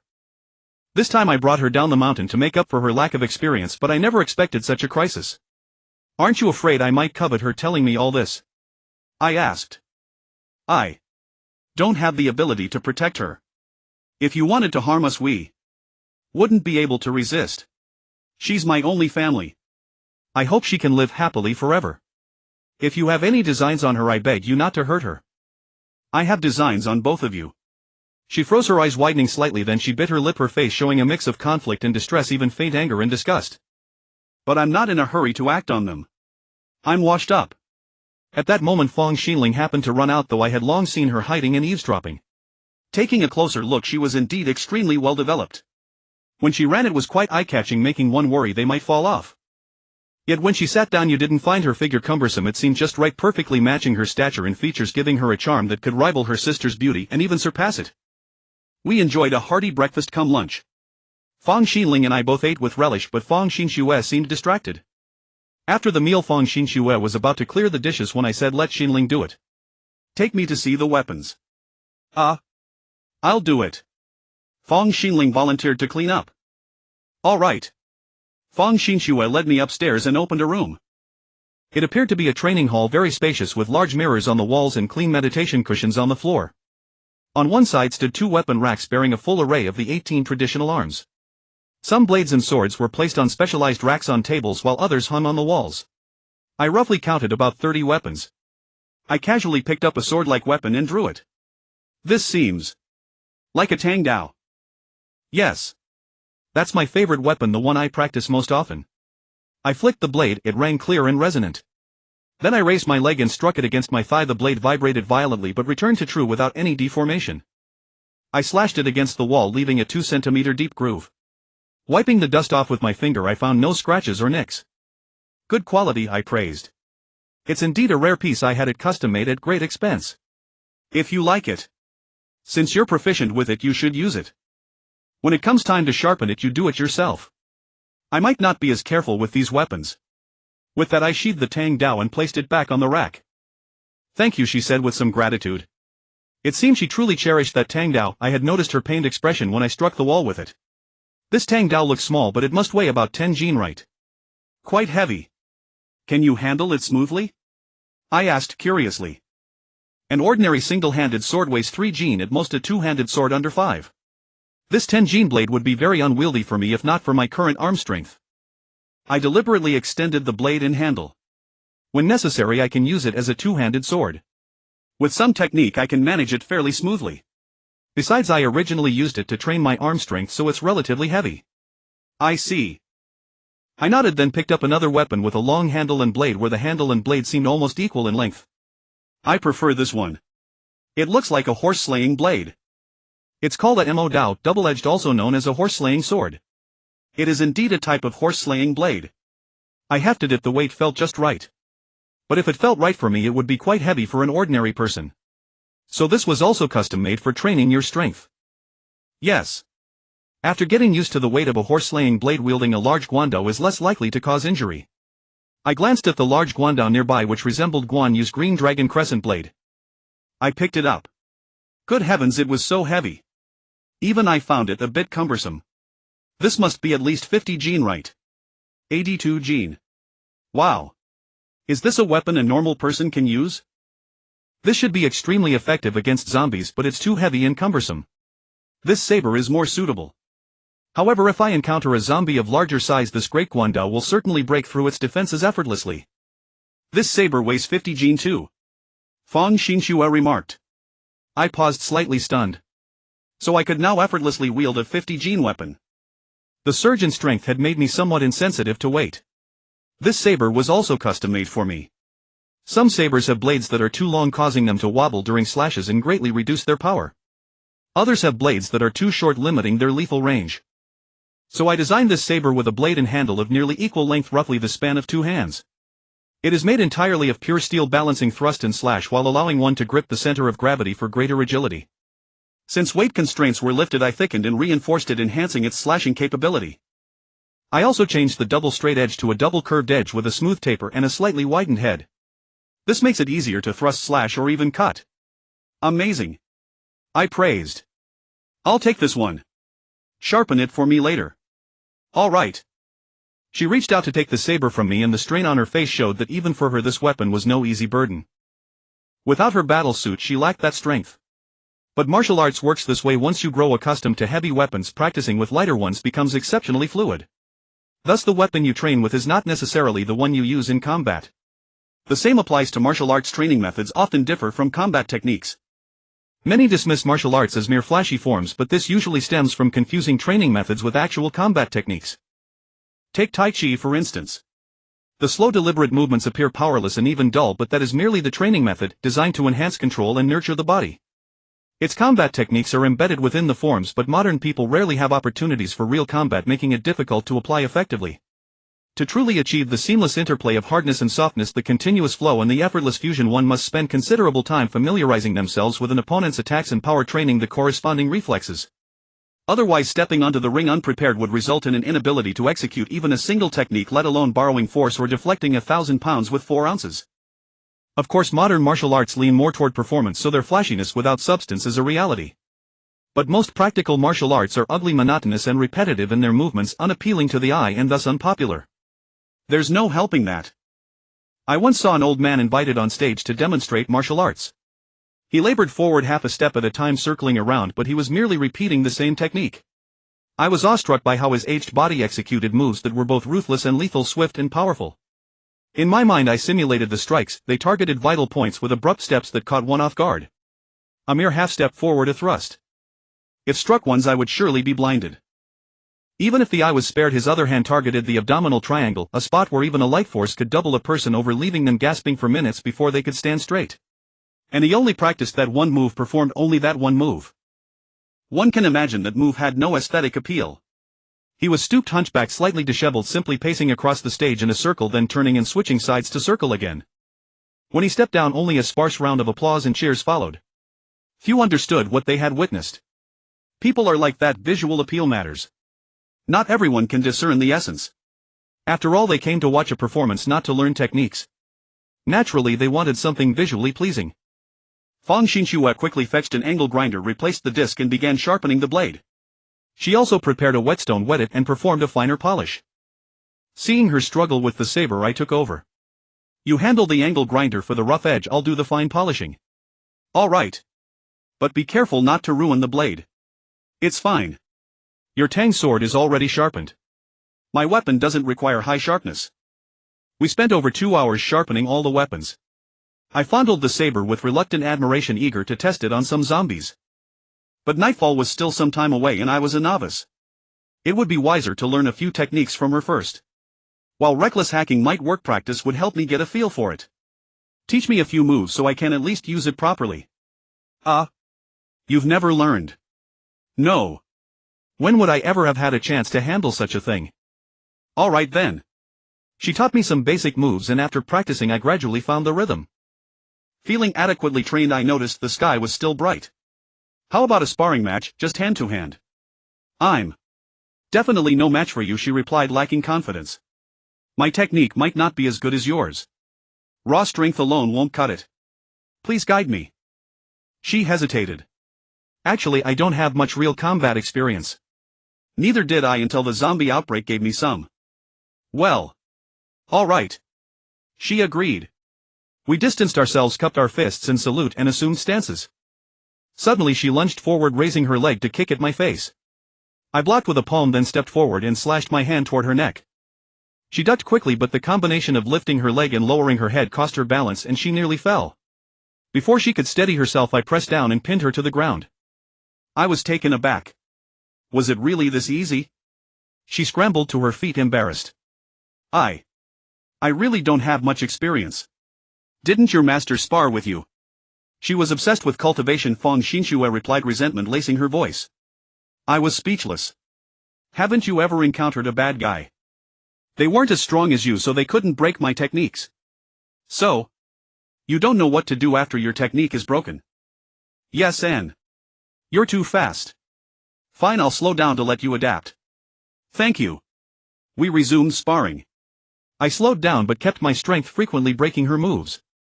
Yet I didn't press the attack, so she made no major mistakes. Gradually she entered a rhythm, becoming more engaged and fluid, her techniques growing more flamboyant. But there were too many openings and her movements were too slow. I had to fight the urge to strike, deciding to let her get used to it first. Her every move was rigid and by the book. Though she executed them smoothly with proper force, they lacked variation. She always had to complete one move fully before starting the next. This made it incredibly easy to predict her attack trajectory from the very start. Blocking or dodging was effortless. It was a world of difference from fighting zombies. No tactics needed, just counter each move. I had thought she was quite formidable given her fancy techniques and the fact that she had defeated the seductive woman in battle armor. But now, was I just too strong? Thinking about it, my body had undergone extensive reinforcement, enhanced reflexes, speed, strength and even vision, allowing me to see faster movements. Even an agile special-type zombie was no match for me, let alone her. But it also came down to her lack of real combat experience. Her techniques were too flashy with too many superfluous movements and openings. Against someone slower and weaker, her moves were difficult to counter. But the moment her opponent matched her speed, those openings became glaring. Still, she was just a performer playing a battle-armored girl. Had I set my expectations too high? For someone with little real combat experience, she was already quite impressive. Most of the time she only needed to perform, that was sufficient. Even 3 or 5 thugs would find it hard to lay a hand on her. That was good enough. Yet I couldn't help feeling disappointed. I had hoped to learn from a master, but now it seemed the roles might be reversed. Her techniques had never been tested in real combat. Learning directly from her might lead me astray. Your skills disappoint me, I said. I began to attack, pressuring her space. As expected, she grew flustered, her moves losing fluidity and mistakes multiplied. I seized the moment, grabbing her left hand, spinning her around and pulling her into my embrace, using her own arm to bind her right hand. She gasped in alarm. I looked at her from inches away, forcing her to lean back slightly. If you think you can pass the assessment with this level of skill, you're dreaming. I don't want the assessment. Can I withdraw? She turned her head away, refusing to meet my eyes. Oh. Why? I was mildly surprised. Are you afraid I'll take both sisters to bed? Please. Let us go, okay? If you treat my sister wholeheartedly, I will serve you faithfully, risk my life for you, and repay your kindness by any means. But. She trailed off, her voice trembling. Do you think you and your sister are the only women by my side? She was momentarily stunned. Let me tell you, the other women in my organization are all my designated consorts. Do you think that if I take your sister I would be devoted to her alone? You. Her eyes widened in disbelief mingled with fear, panic, disgust, and anger. How naive. You think leaving me gives you the power to protect your sister? What gives you that confidence? Is it because you've escaped the dense zombie areas? Or is it these weapons? You think holding these can fight off zombies? She remained silent, offering no reply. And even if you fend off the zombies, can you fend off humans? You're not oblivious to your own appearance, are you? In peacetime it would be your golden ticket to wealth and status beyond ordinary reach. But in times of chaos beauty itself is a sin. Not to mention you have a sister no less beautiful than you. Can you guarantee you can keep her by your side every moment? Can you guarantee you have enough strength to defy others' covetousness? Can you guarantee you can evade every carefully laid trap? Have you forgotten what happened this morning? Guess what would have happened if I hadn't stepped in to save you? Do you remember the men there? Even though you're physically fit from martial arts training, can you really withstand the abuse of so many men? Even if you endure, they would threaten you with your sister, forcing you to go out and gather food for them only to come back and be abused again. You must understand, trapped in that cramped space they'd have endless boredom. So you'd have no chance to rest, suffering torment unceasingly. Even after exhaustion you might be forced to go out for food. After all, they'd get hungry. Feng Xinshue's expression turned grim. And if you die out there, have you thought about what would happen to your sister? Would they still spare your sister just to make you comply? No, they would only make your sister follow your fate. Even if they couldn't threaten her to gather food, or even if she committed suicide, they might still defile the corpse or even eat it if hungry to avoid the stench. You men are disgusting. Feng Xinshue's lips trembled with rage. Yes, you're right. But what can you do about it? This is human nature. Human nature can only be curbed by powerful punishment. That's the meaning of order. Relying solely on self-discipline rarely brings about true goodness, because the evil of even a few can easily shatter it, making people afraid to believe in it. Especially those with power have the ability to cross moral boundaries. And for women, men are often the ones with power, so what right do you have to demand they abide by morality? Tears glistened in her eyes, her anger palpable.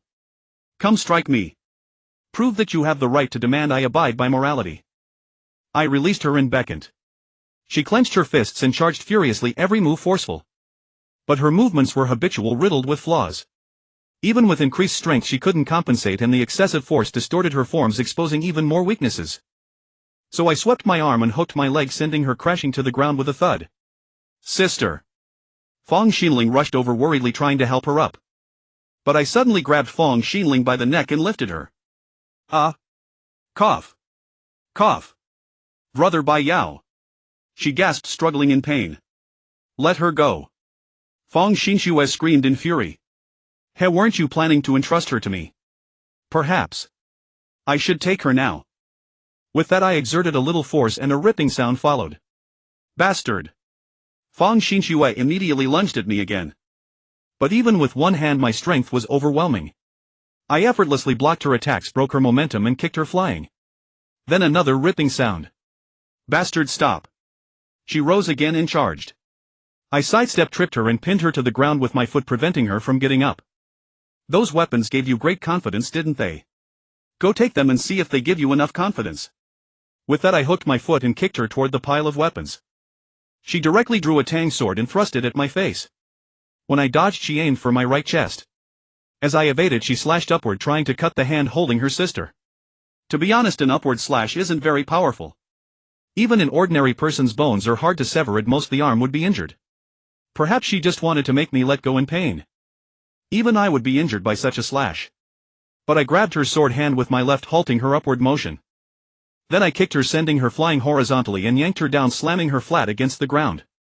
Boom! She curled up in pain, her strength sapped, and I snatched the tang sword away. The next moment the cold blade pressed against her neck, freezing her. How's that? My combat ability isn't even comparable to a Swift Scout's, let alone having used ranged weapons yet. If someone else had a gun, would you still have the confidence to protect yourself and your sister? She stood dazed, unresponsive, her eyes vacant and despondent. I tossed the Tang sword aside, hoisted her onto my left shoulder and her sister onto my right. Then I walked to a bedroom, kicked open the door and entered with them. Ah. What? What are you doing? She finally snapped out of it, panic rising. What do you think? No. No. Don't. Don't. Ah. The room was filled with ripping sounds along with struggles and resistance. Before long the two sisters huddled in the blankets, tears in their eyes, clutching the covers tightly, sobbing softly. And the floor was littered with shreds. I leaned over the blanket, brushing her hair aside, and said, "You see, I have the power to do as I please with you. Even if you wanted to kill yourself, I could threaten you with your sister, making you afraid to die. But you should be thankful that I disdain such means to possess you. And you must understand, the next person you meet may not be me." With that I stood up, straightened my slightly rumpled clothes, and said calmly, "You have 2 minutes. Get dressed and come tell me your decision. If you still refuse the assessment, I will graciously grant your wish." Then I walked out, returned to the training room, pulled up a chair and waited. Soon she came over with her sister, both wearing fresh clothes. "Well, have you decided? If you want to refuse, just say so quickly. I should be heading back soon. Consider these weapons compensation for saving your lives. You have no way to repay me more." "I accept the assessment," she said, her voice low. "I accept too," Fong Xinling added. "Good, then attack me again. I won't accept such a dispirited subordinate. Your current eyes disappoint me. What's wrong? Where's that anger from just now?" I beckoned provocatively. Her fury reignited and she charged at me again. As I blocked and dodged, I spoke calmly, "Your moves have too many useless redundant actions. I understand you seek grace in form, but simple sharp movements can be beautiful too. You must change your combat habits. Don't finish every move completely before launching the next. Learn to interlace attacks. The more you can weave in a short time, the more overwhelmed your opponent will be. And your technique should be flexible, maintaining variable states mid-move so your opponent can't predict your attack trajectory. Otherwise every attack you make can be countered in advance." Under my guidance she tried to change, but ingrained habits made her awkward. Her moves became chaotic, her balance faltered, and she stumbled repeatedly, unable to handle my attacks. "Don't lose heart. Temporary confusion is normal, everything is hard at first. Once you change your habits, optimize your forms and train your reflexes, you'll feel at ease." Hearing this she gritted her teeth and persisted. "Stay angry. Don't be grateful to me just because I'm showing mercy now. You must understand, I still covet you sisters. I want to add you to my harem to vie for favor with my other women.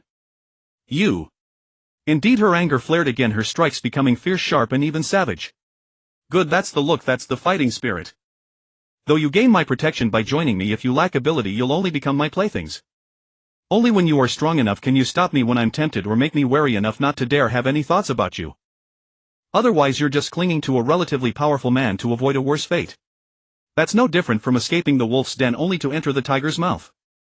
As I spoke I seized her again and pinned her against the wall, immobilizing her.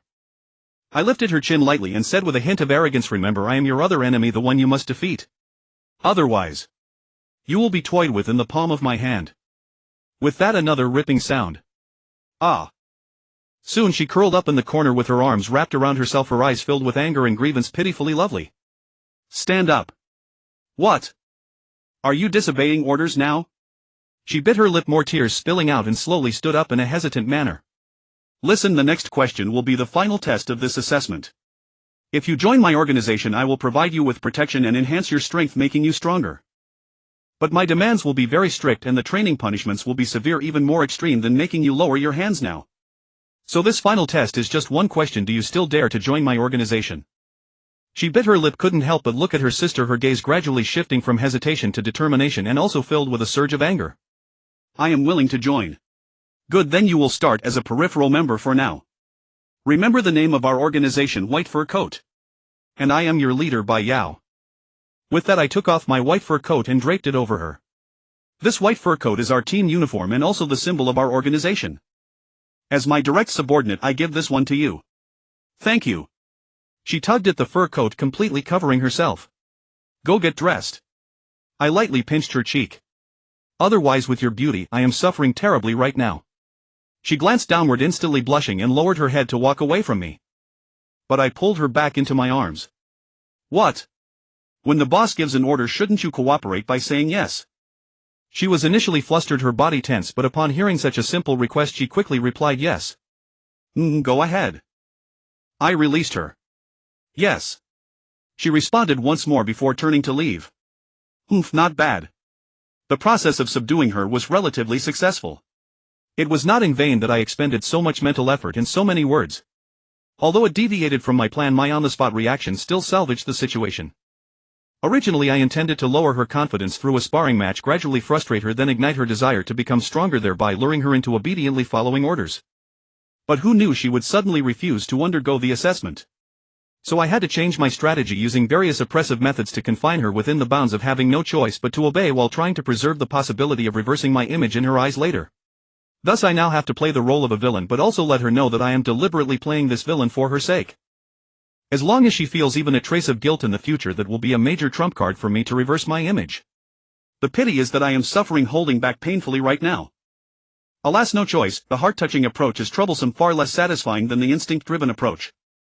But I don't have much strength now, nor do I have absolute means to control others, and I don't really like such methods anyway. So let it be troublesome, treat it as a challenge, which is also quite interesting. Like now, although my body is strained, my heart feels great. That's a sense of accomplishment. Moreover, the instinct-driven approach has too many drawbacks, easily accumulating negative karma. Without absolute power, one is likely to suffer backlash. In novels it might be enjoyable, but in reality it's easy to end badly. So the heart-touching approach is more prudent. However, it also has its drawbacks. After all, sometimes effort does not guarantee reward. In reality, has its surprises. People can never be sure of 100% success. Once one puts in tremendous effort without sufficient gain, a person can also be driven mad. Brother Bai Yao, what about my assessment? Fong Xinling asked. Why is this girl looking forward to my assessment? Didn't she see how her sister ended up? You don't need an assessment, you're exempted directly. You look down on me, don't you? I also know martial arts, I'm no worse than my sister. No, I don't look down on you. I couldn't help but pat her head. It's just that the weaker you are, the easier it is for me to control your sister, so dare you not try hard. She immediately pouted, looking very dissatisfied. But this only made her cuter, and I couldn't resist pinching her chubby cheeks. The texture was delightful. At that moment the phone in my pocket suddenly vibrated, emitting a faint sound. I took out my phone and saw that the incoming call was from Emma. This phone belonged to Li Yu. The phones of Mi Yin, Chuno, Sui Chang and Xin had all been confiscated, so currently only Emma's phone could contact Li Yu. As for new phones, of course there were, since we had collected many phones, even SIM cards. But unfortunately they were unusable. Damn it, nowadays SIM cards are not plug and play, they require real name registration and online activation. A whole set of procedures, extremely troublesome, and worse, we had no internet access nor permissions to log in. So the collected phones were utterly useless except for opening offline apps. They didn't even have games that could be played without internet, just scrap metal. Hello. I answered the call. Uncle, where have you been? You've been gone so long and didn't even send a message. The food left for you has been fed to the dogs. Are you coming back for dinner tonight? It was clearly Yun Chuno's voice. Oh. You actually remembered to save me some food. Didn't you all kick me out? It's just that you can't live with us. Does that mean we can't eat together? If you want it that way, fine, I won't save any for you from now on. I'm sorry, I really should have sent a message. I'm out handling some business, I'll be back soon and I'll bring you a surprise. Don't end up bringing a woman back, that would be enough. Definitely not just one woman, you'll know when the time comes. There's a share for you. Then come back early. Oh, and remember to cook 2 extra portions. Are you bringing men? No women. Didn't you say you wouldn't bring women? I only said I wouldn't bring one woman. With a beep she hung up directly. I shook my head with a smile, put away my phone and turned to find Fong Xinling looking up at me. So I patted her head and asked, what's wrong? Is there something on your mind? Brother Bai Yao, is that your girlfriend? She asked. Not yet. She immediately pouted in dissatisfaction, which made me pinch her cheeks twice again. I glanced at the sky, it was almost dusk.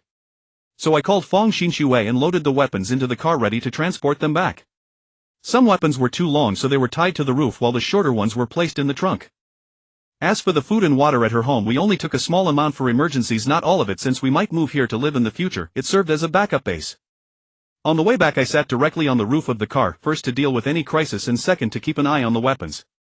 I kept holding the long saber in my hand, both for crisis response and to improve my feel for it. Holding a weapon for a long time naturally makes one more familiar with it. Just like when I practiced table tennis and badminton before, I would hold the racket whenever I had a chance, even trying some tricks occasionally.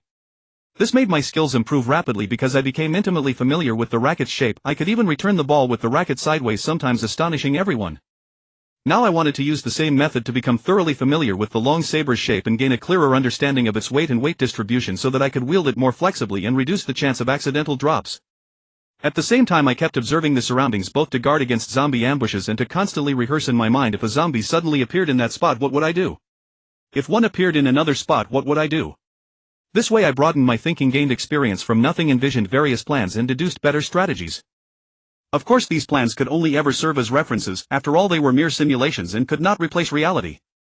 Reality is complex and diverse, accidents can happen at any moment. So it's best not to envision perfect plans, instead think about what to do if an accident occurs at this step or at that step. Only then can you deduce a plan with the greatest fault tolerance, which will be more stable. At that moment a special complete form zombie suddenly leaped from a nearby building. Judging by its physique, it was likely a strength type. The noise of it crashing through the window was so loud that it immediately caught my attention. I grinned and quickly ran to near its landing point, estimated its exact landing spot, then thrust the long saber upside down into the concrete ground, crouching and steadying it with my hand. Roar! Upon landing it was directly impaled by the long saber. The sharp blade pierced through its body, protruding a large section from its back. Luckily I dodged quickly, or else I might have been crushed by it. It struggled madly to get up, trying with all its might to pull out the long saber, but the saber was too long to be removed in one go. It tried to continue pulling, but by then I had rushed over, grabbed the handle and thrust again with force. Roar! It screamed again and swung a powerful slap toward me. I quickly ducked down while pressing hard with both hands, intending to slice open its chest and abdomen, splitting its lower body in two. But it was hard to exert force that way. When the blade reached the pelvis it got stuck and was difficult to cut further. Helplessly I slashed sideways, cutting through one side of its waist. It immediately lost its balance.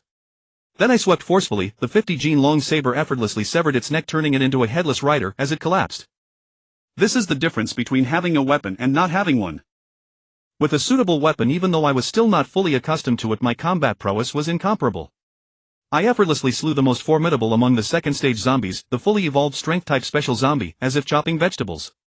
But I was still not entirely satisfied with my tactics. Next time I'll cut off its head before it lands. It nearly snatched my weapon. If it had fully pulled out the weapon and used it against me, I would have been in grave danger. So although the tactic just now was amusing, it was somewhat beyond my expectations. Although I managed to impale it as planned, its landing impact was too great. Afraid of being crushed, I had no choice but to abandon the blade. Originally I intended to slice its belly open after the thrust, but the plan was too perfect, so I had to adapt on the fly. Judging by the shape of this Modeo, it was probably designed in ancient times to counter cavalry charges. As long as it was planted obliquely on the ground, any charging cavalry would be instantly disemboweled, sending both man and horse tumbling. But it faced the same problem: the sheer momentum of the cavalry could still crash into the wielder. Thus Modeo soldiers likely had to coordinate with shields to withstand the first wave of cavalry charges, otherwise the front row would suffer massive casualties. Once the cavalry slowed down, the Modeo, whether used for thrusting or slashing, inflicted devastating damage on them, making it a fairly effective counter to cavalry. However, the Modeo required a large amount of iron. In ancient times it was both a heavy weapon and an expensive one. Although not every soldier's Modeo was as heavy as the one in my hand, it was still difficult to equip in large numbers. It would be good enough to form a dedicated Modeo squad. Equipping the entire army was basically impossible because it was too costly, and even spending money might not secure enough iron, given that ancient times lacked the advanced industrial system of today. Now this heavy weapon, designed to counter cavalry, was being used by me against zombies. As I had anticipated, the effect was excellent. Its shape and properties naturally suited this kind of battlefield. Especially this one, personally designed by Feng Xinshu, which was not only thicker and heavier but also more conducive to thrusting, slashing and even cutting. So it was quite handy. Moreover, its appearance was quite imposing and majestic. The more I looked at it, the more I liked it, and I simply couldn't put it down. With a sizz, I once again plunged the Modeo into the zombie's body, extracted its energy supply organ, then jumped back onto the roof of the car and continued our return. Along the way many zombies were visibly agitated by the energy supply organ in my hand, but I was eager to lure out more second-stage zombies. However, considering the safety of Fang Xinshu and the others, I did not suppress my aura lest the first-stage zombies also surge forward. This car might not be able to withstand them. Thus the first-stage zombies dared not approach and the second-stage ones were also wary. Not a single one came over, allowing us to return smoothly to Jinyang Film.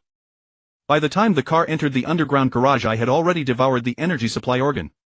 Since they couldn't see it, it was better to finish early to avoid frightening them. Knock. Knock. Knock. I knocked on the door of the room where Yun Shuno and the others were. I'm back. Someone came to the peephole and looked. Judging by the figure, it was either Yun Shuno or Umo.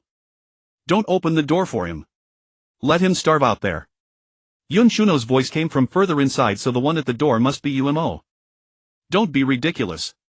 I'd starve less outside. Umo, open the door. I brought a lot of things. Umo, don't open it. I'm the boss. Open the door. Umo stood frozen, hesitant. Click, the door opened. It was Sui Qing who opened it. You're the one who cares about me. I smiled and walked in, but Sui Qing's expression was unpleasant. She turned and walked away. I was momentarily stunned, but I still brought the weapons in first, one pile in each hand, very heavy. Why are you carrying so many weapons? Is this the surprise you mentioned? Yun Shuno asked with some irritation. Of course not. Both of you come in. I called out to Fang Xinshu and her sister, and they finally walked in. Yun Shuno was about to scold me, but when she saw Fang Xinshu she was stunned. You, are you the Valkyrie of Mecha Fang Xinshu? Yun Shuno was visibly excited and quickly ran over. Yes, you. Hello, I'm Fang Xinshu and this is my sister Fang Xinling. Wow, it's really you. Yun Shuno was so excited she almost jumped. My mecha goddess, I finally see you again and so close. Quick, give me an autograph. Wait, let me find a pen. Where's my pen? Who has a pen? Who has a pen? Yun Shuno was so thrilled she ran around the room. Fang Xinshu was momentarily taken aback but then broke into a smile. Ah, I want one too. Xin also got excited, quickly got up from the side room, put on her slippers and joined Yun Shuno in searching for a pen. Liu silently took a pen from her pocket, handed it to Fang Xinshu and smiled while pulling on her white lab coat, indicating. Fang Xinshu immediately understood and signed her lab coat. Umo, also silently holding back a laugh, handed over her nurse uniform and quickly got an autograph. Wow. You too. Yun Shuno noticed their actions, rushed over, pointed at them, trembling with anger. You had a pen but didn't tell me. I'm so mad. Goddess Xinshu, sign one for me quickly. Sign on the collar. Okay. She pulled her collar over and Fang Xinshu quickly signed it. At that moment Xin also ran over. I want one too. Sign on my sleeve please. Okay. Fang Xinshu signed for her as requested. Quick, take a photo. Yun Shuno hurriedly pulled out her phone and selfie stick. Fang Xinshu was a bit helpless but smiled and took some photos with them. She even had Yun Shuno pull Fang Xinling into pictures. It took a while before they calmed down a bit. It seems Fang Xinshu is quite famous. Perhaps I'm the only one here who didn't recognize her. I had Atai temporarily put away the weapons. Seeing Sui Cheng standing gloomily by the window, I was about to go talk to her, but Yun Shuno suddenly patted my shoulder. Uncle, not bad. You even managed to bring back Goddess Xinshu. This surprise is good. For the sake of Goddess Xinshu, I forgive you. I was full of question marks. What do I need your forgiveness for? But I didn't dwell on it. This isn't the surprise I wanted to give you. The real surprise is yet to come. Ah. Really? A bigger surprise than Goddess Xinshu. Yun Shuno's eyes lit up. I don't know if it's bigger, but I guess you'll like it. Then what are we waiting for? Show me. Let's go, we'll go down together. So I called everyone including the dogs and we went downstairs. Passing through the stairwell, Yun Shuno noticed something was off. Wow, why are there so many mecha girls? Where are we? Why are there mecha? Fang Xinshu replied, this building is our company's headquarters. Ah. I've been living in Jinyang Film all along. Yun Shuno finally realized. Then the surprise you mentioned, uncle, is it mecha? And mecha girls? I didn't answer, just smiled and directed Atai to put away the mecha. Tell me, is it mecha? Yun Shuno tugged at me impatiently. You'll know when we get there. So we all went to the 13th floor and opened the hangar door. Wow. It's really Mecha. Mecha girls. So cool. Yun Shuno was ecstatic, spreading her arms and running toward the mecha as if wanting to hug them. Pick one and see if it fits. If none here suit you, you can also check the other hangar next door, but those can only be activated tomorrow, so you can only try them on. These mecha may not have great performance, but their defense is decent. They should be able to handle ordinary zombies. Atai released the weapons so they can choose theirs too. With these mecha and weapons, you'll all have the strength to fight first stage zombies and even put up a fight against second stage ordinary ones. Atai released the weapons and his magical methods amazed Fong Xinshu and Fong Xinling. Sister, that dog is amazing. And it's so big. I want to pet it. Woof. Atai wagged his tail and ran over. Fong Xinshu tensed up, wanting to protect her sister, but Atai only licked, making Fong Xinling giggle as she reached out to touch his fluffy lion head. Seeing Atai showed no aggression, Fong Xinshu relaxed and also reached out to touch him, a smile spreading across her face. Liu crouched down to examine the weapons. These are all good quality weapons. Firearms are consumables requiring continuous industrial support. Given our current conditions, cold weapons are indeed the best choice. This Modeo is mine. Feel free to choose the rest. I picked up the Modeo and set it aside. Fong Xinshu kept her Tangdao with her, so she didn't need to pick one out. These are all real. Umo was surprised. She also browsed. They feel so heavy. Do I have to use them too? Just pick them for now. We'll see if you use them later, I said. Okay, she replied, then continued browsing. I glanced around and saw Sui Cheng standing alone in front of a mecha, motionless, not looking like she was choosing. So I walked over and, noticing she seemed to be in a low mood, gently asked, "What's wrong?" "Nothing." She turned her head slightly, avoiding my gaze. I walked behind her and directly embraced her. Ah. She panicked instantly. What? What are you doing? So many people are here. You. I hadn't expected her to be so shy that she blushed nervously. This made me smile involuntarily, and I said gently, "I don't want to hide my love for you. But if you're shy, I can accommodate you, provided that you feel better, otherwise I can't rest easy." I'm fine, her tone softened. You've written your troubles all over your face, how could I not see it? Can you tell me? Although I can guess, I'm afraid I'll guess wrong and make things worse. She hesitated and lowered her head. Remember what I told you. I don't like lying in matters of the heart. At least in this regard, I want to earn your absolute trust. I don't ask you to confess everything to me, but please give me a little honesty, okay? Random speculation is a major taboo in relationships. The worst fear is that both parties misread each other's thoughts, leading to ever-growing conflicts and drifting apart. So I hope that if something bothers you, you'll tell me directly. Even if it means arguing with me or hitting me, don't bottle it up. She bit her lip slightly, tears welling in her eyes. She only uttered 3 words before she felt too distressed to continue. Continue. I encouraged her gently. I just feel you bring back more and more women, so afraid that I'll forget you in a corner and neglect you. She nodded, tears falling. Since you're feeling wronged, don't hold it in even more. I gently wiped away her tears. I'll restrain myself a bit from now on, not bring people back casually and spend more time with you, okay? She nodded, smiling through tears, then struggled slightly. Alright, let me go. I'm not as thick-skinned as you, they're all watching. She spoke very softly, as if afraid of being overheard, but the space was so small that everyone probably heard. Through my zombie vision, I saw most people glancing over from time to time, and even the sound of their conversations had quieted down. Let me help you pick out a mecha and weapon. I'll definitely find the most suitable set for you. I don't need it. This low-performance civilian mecha is completely unnecessary given my current physical condition, and it would even affect my feel. I thought for a moment. After all, she used a sniper rifle, so this kind of mecha really wasn't suitable. Then let me pick a dagger for you. A gun might run out of bullets, having a melee weapon for self-defense is better than nothing. You pick one. Let me go quickly, I need to stand guard. She struggled again, and this time I let her go. Blushing, she hurriedly ran off, not daring to look at anyone else. Ha! I chuckled and walked over to the pile of weapons, intending to pick a fine dagger for her. When did you two? Liu began to ask. Guess. The night before last. How far have you gone? Not telling you. She was somewhat displeased. I remember she told me she doesn't like philandering men. Did you use some despicable means? She really doesn't. So you forced her. Do I look like I'm forcing her? I deliberated among several daggers, picking one with a reasonable design that was easy to carry and wouldn't easily injure the hand. After comparing again, I confirmed it was the most satisfactory and then walked out. Approaching Sui Ching, I handed her the dagger and asked, "See if you like it." She took it, glanced at it, flipped the sheath, then drew the dagger and praised, "Good taste. As long as you like it." I stepped forward and pulled her into my arms. She leaned back in panic, instinctively glancing at the hangar door. Seeing that no one had come out, she relaxed a little.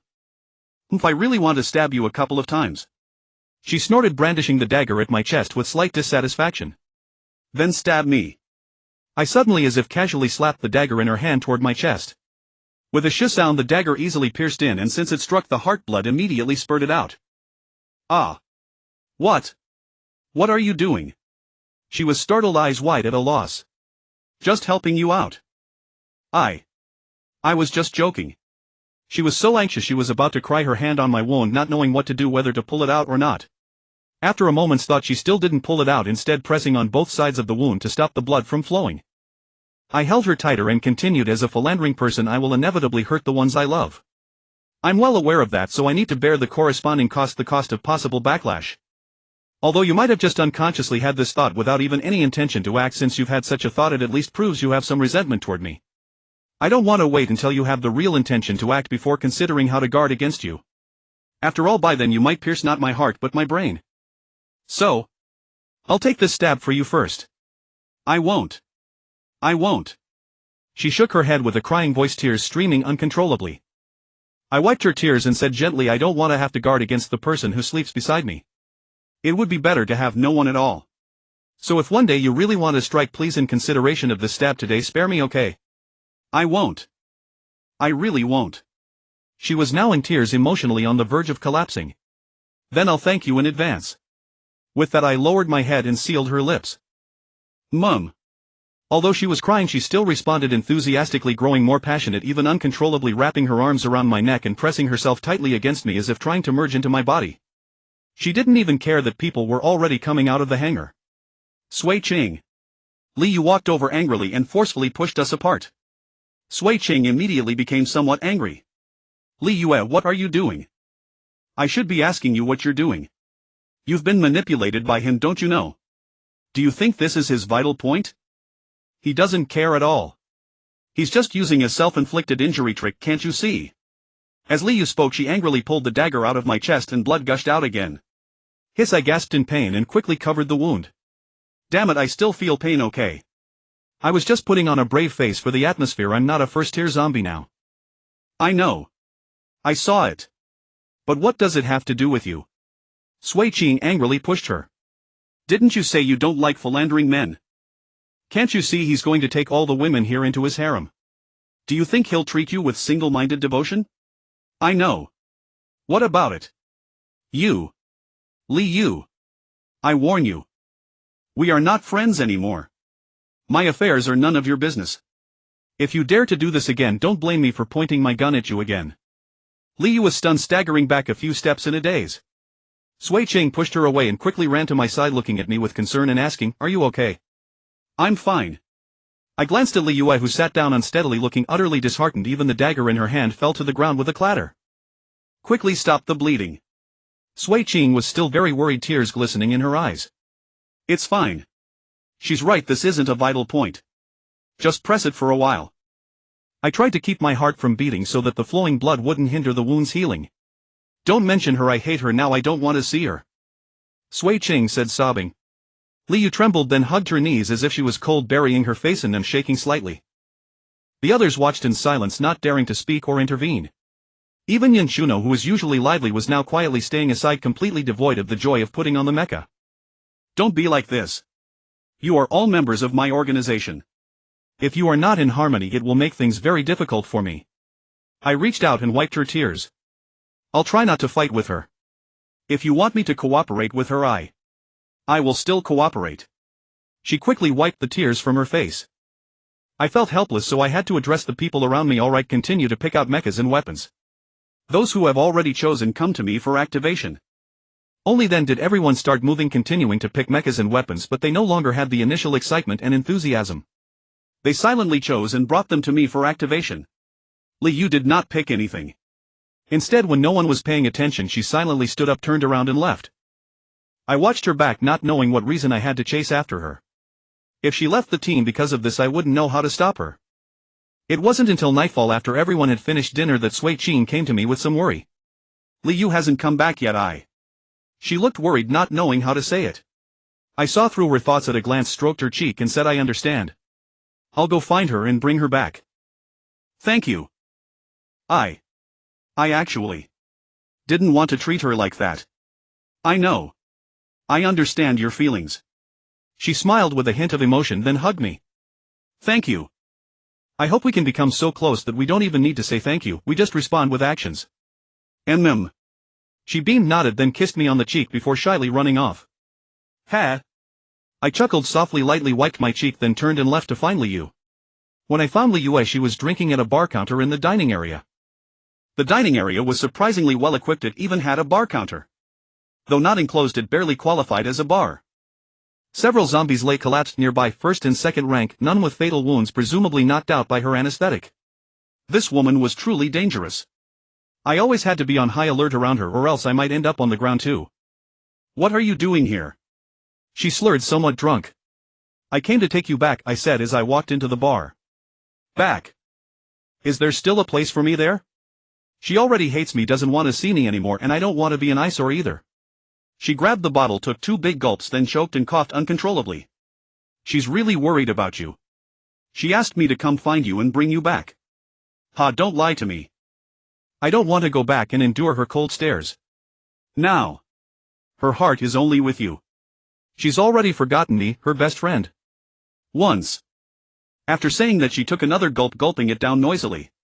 If you were once her best friend, don't you know her well enough? She's harsh with her words, but deep down she cares about you. If she hadn't asked me to come, what reason would I have to call you back? Besides, who caused the rift between you two?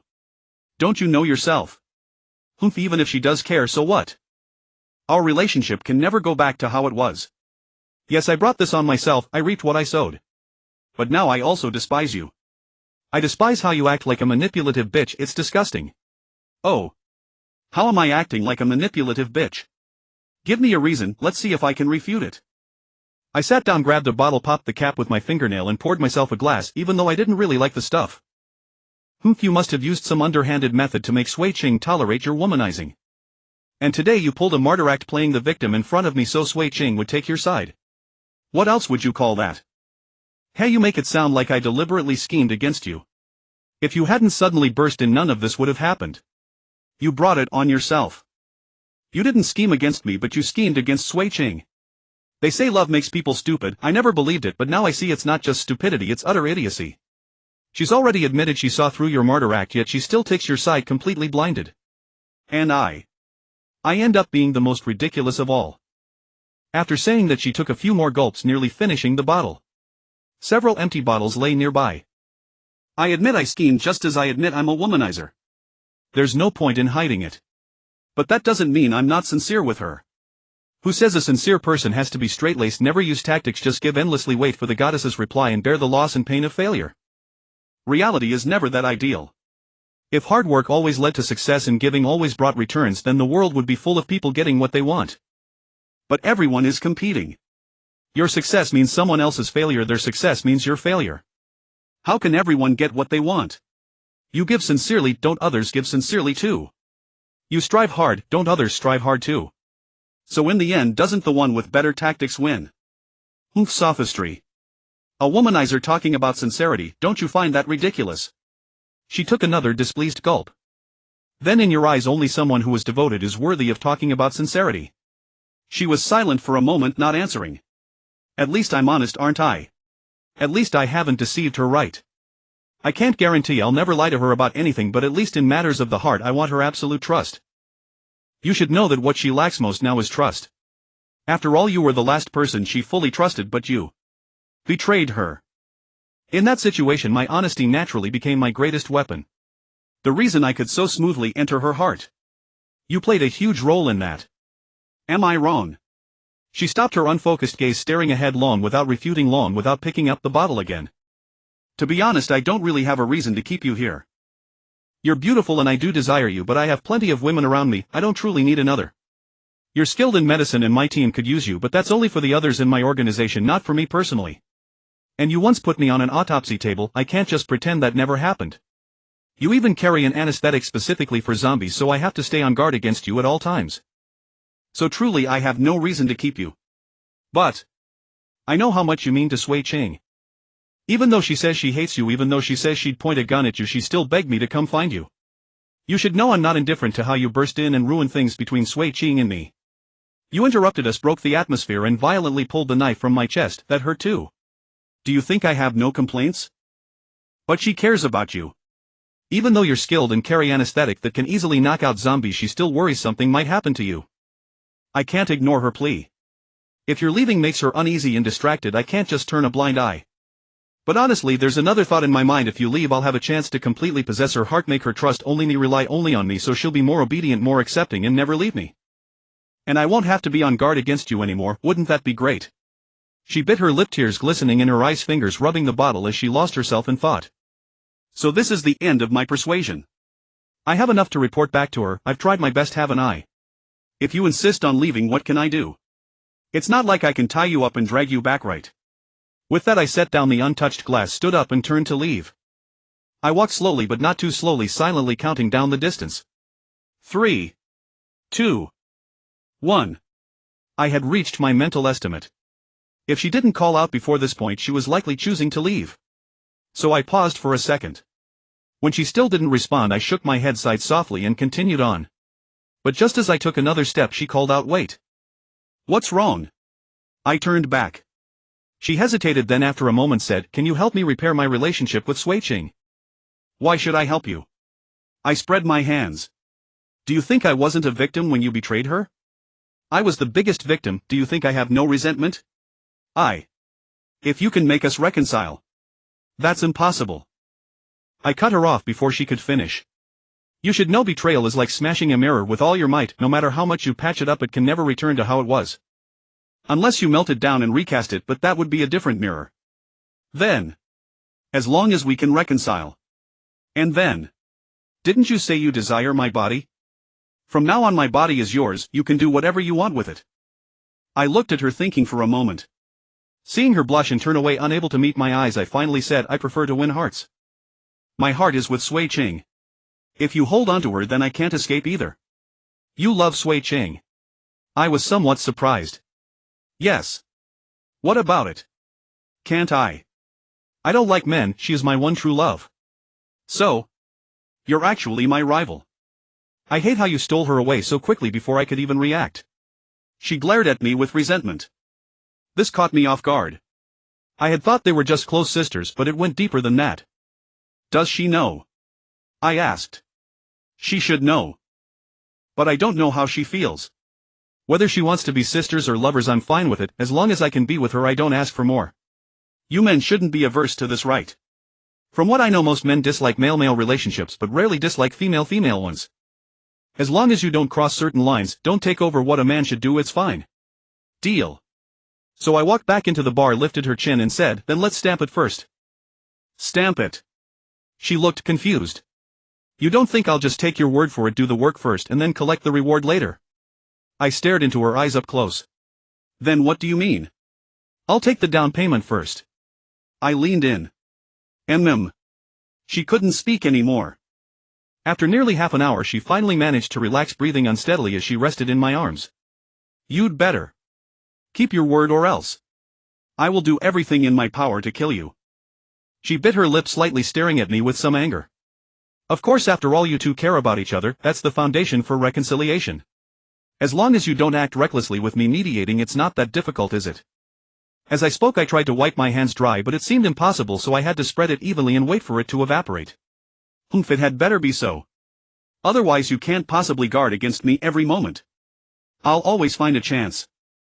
She gritted her teeth slightly and grabbed my hand, but only restricted its movement. My fingers could still move.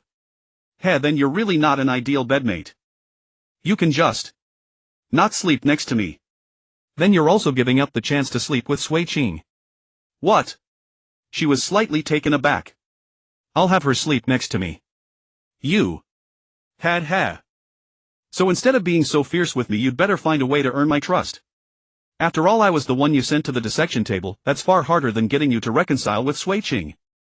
I don't want to earn your trust. She turned her head away displeased. Are you sure? If I didn't trust you, do you think I would let you approach Sui Qing freely? Remember, we're rivals in love. Who knows if you'll cause trouble? Alright, no more talking. Let's continue. Still. She suddenly panicked but couldn't speak anymore. Considering she hadn't eaten yet, I fed her the delicacies I had been saving for days, and that took 1 or 2 hours since cooking still required some time. Seeing that she seemed dissatisfied, I still pressed her head and fed her. Be good, eat. Mum. Her mouth was stuffed full and she frowned but still swallowed with a gulp. Don't waste it. Clean it up. She helplessly continued cleaning up the leftovers. Since the amount was too little, I feared she wouldn't be full, so I fed her a few more times to ensure she wouldn't go hungry. During this time, Sui Qing called using Yumo's phone. Hello. I answered the phone, and seeing Liu look up, I pressed her down, signaling her to focus on eating and not stop. Why have you been gone so long? Haven't you found Liu yet? Sui Qing asked with concern. Oh, I found her. I'm comforting her now. Liu looked up discontentedly, but I pressed her down again. Oh, good to hear you found her. Can you persuade her to stay? Don't let her go out in the middle of the night. If really necessary, I'll go myself and persuade her to come back. No need, I've already convinced her. She just needs some time to calm down. We'll be back soon. Just be nicer to her, then don't hurt her again. She has already bowed to me and apologized with a very good and sincere attitude, even kowtowing repeatedly. As I said this, I gave Liu a meaningful look. She couldn't help rolling her eyes at me, but then her attitude improved a lot. Without me having to press her, she started eating actively and quickly at that. So I continued, so could you also soften your stance then? Give her a chance to apologize. Okay. Then come back quickly and be careful. With that we hung up. Faster. I patted Liu's head to encourage her, then leaned back in relief, waiting for her to finish eating. Another hour later, I carried Liu back and knocked on the door. With a click, the door opened. Sui Qing saw her being held by me and immediately asked with concern what's wrong with her. Did something happen? No, she's just drunk. I had already prepared an excuse since she did reek of alcohol and was half drunk. Oh, that's good. Sui Qing couldn't help but sigh in relief. At that moment I noticed Liu's face slightly flushed, a smile curling at the corners of her mouth, clearly another person pretending to sleep, afraid to open her eyes. I wondered if she was smiling because of the sneaky situation or because of Sui Qing's concern, or both. Here, I'll leave her to you. Shu Nuo won't let me sleep here, so I won't come in. I made an excuse and handed Liu to Sui Qing. Sui Qing hesitated slightly, but seeing that Liu wasn't awake, she didn't refuse and took her in her arms. At that moment I noticed Liu's smile almost couldn't hold, but she quickly restrained it, appearing perfectly normal. Where will you sleep tonight?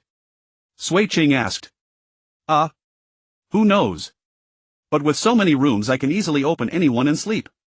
It's not a big deal for me. Oh right, Atai, give me that blade of mine.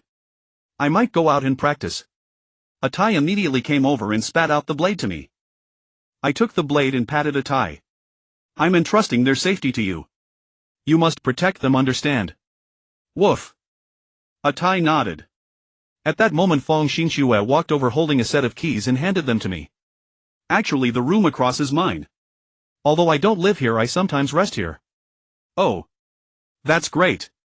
I reached out and took the keys. Then when the zombie outbreak happened, why didn't you hide in your own room? At first we did hide there, but later we found that the wooden door couldn't stop the more powerful zombies, so.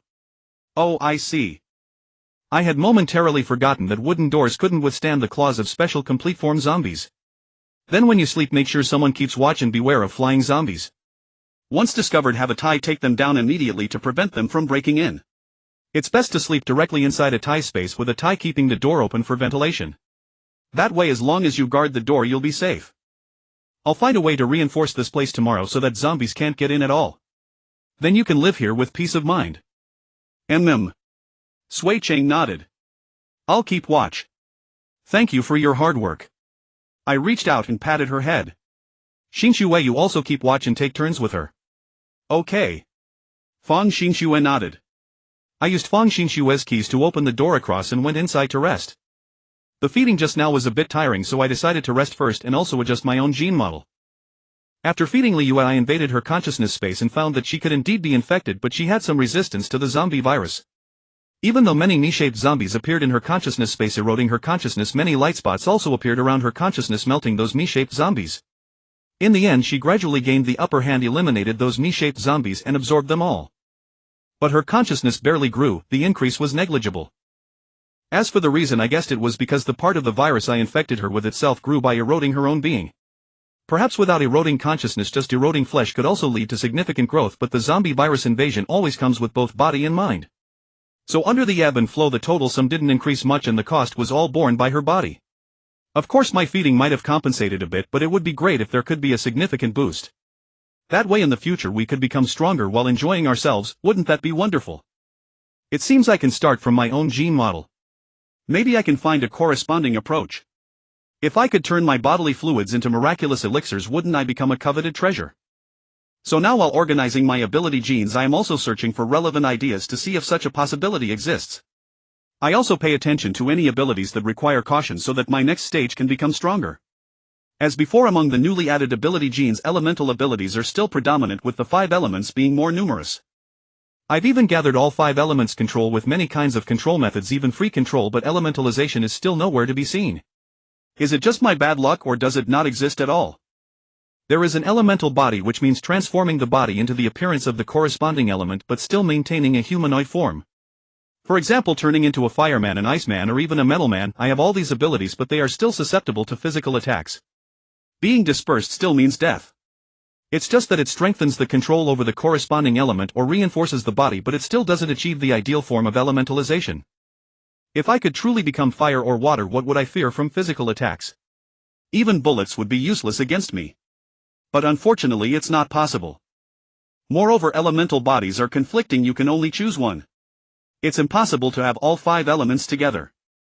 However, elemental control can encompass all 5 elements, but that would consume 5 ability slots, directly occupying a large part of the body structure. Later, trying to fit in more abilities becomes rather difficult. Therefore it's best to choose 1 or 2. What I'm more interested in is metal control, one of the metal element abilities. In this technological backdrop, this ability is definitely useful. It can easily control metal, deform it and shape it as desired, though it requires a high level of mental strength. The effect of this ability can be compared to Magneto, but it's more direct than magnetism. It directly controls metal. If I had this ability, then planes, cannons, mechas, bullets and the like would all be nothing but clouds before me. But at this moment I saw another ability that caught my attention, called melt flow solidification. This ability was exceptionally unique, making it difficult to classify as it transcended the 5 elements and did not belong to the monster, clone or psychic categories. It might loosely be considered psychic, yet its effect bore some resemblance to metal manipulation. Its specific function was to rapidly convert solids or liquids into liquids or solids upon contact, thereby altering their shape. The purer the object contacted, the better the effect. The more impurities in the mixture, the worse the result. The higher the spiritual intensity, the more potent the ability. This was the general effect of melt and solidify. It was not limited to metal manipulation. Even water could instantly turn into ice, and any solid could be rapidly liquefied, while liquids could be solidified just as quickly. The only drawback was that it required contact. Metal manipulation, on the other hand, could function within the range of spiritual extension.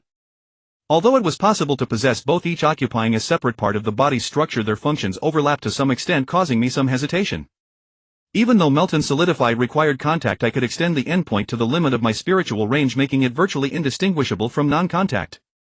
Metal manipulation could also control the movement of solid metal, whereas melt and solidify was somewhat slower at manipulating solid deformation. To speed it up, I would have to liquefy it, though with flexible application partial liquefaction was feasible.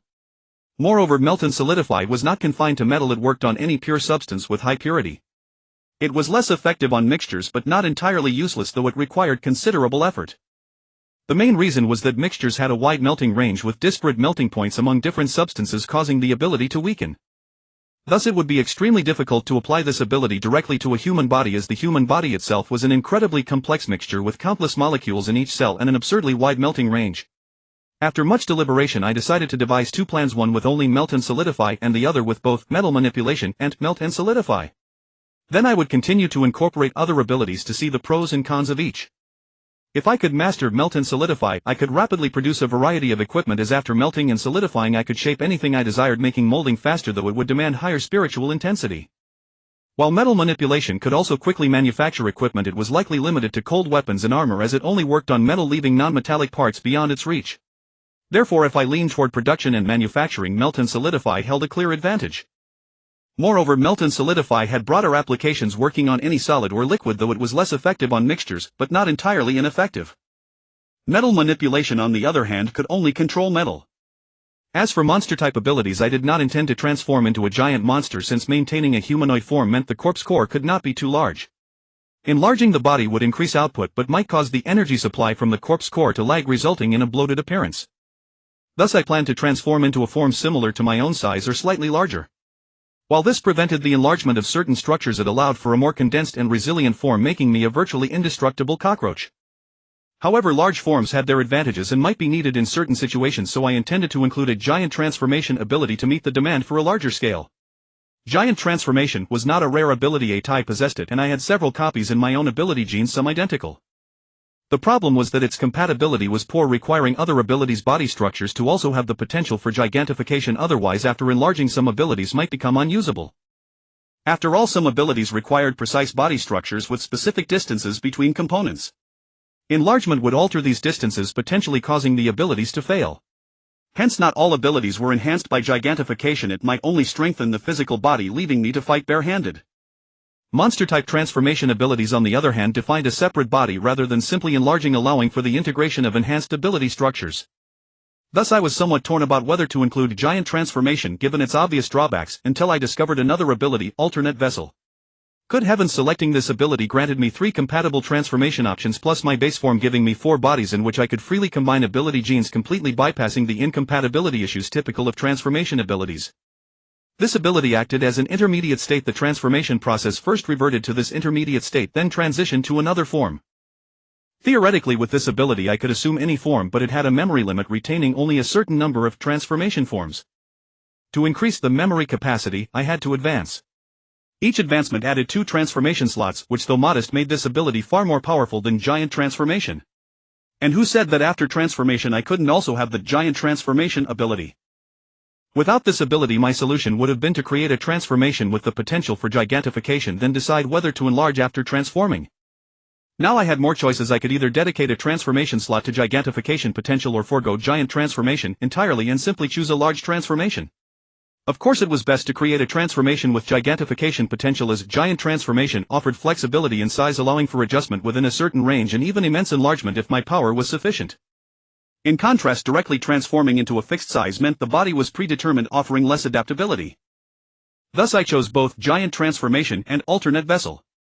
If only I could shrink it, while being able to only enlarge, not shrink, left something to be desired. But I searched through all my ability genes and found no ability for shrinking, let alone one that allowed both enlargement and shrinking.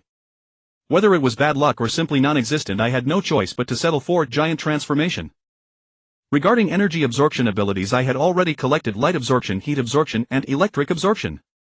Although these 3 abilities conflicted somewhat, they were compatible and could be used passively or actively.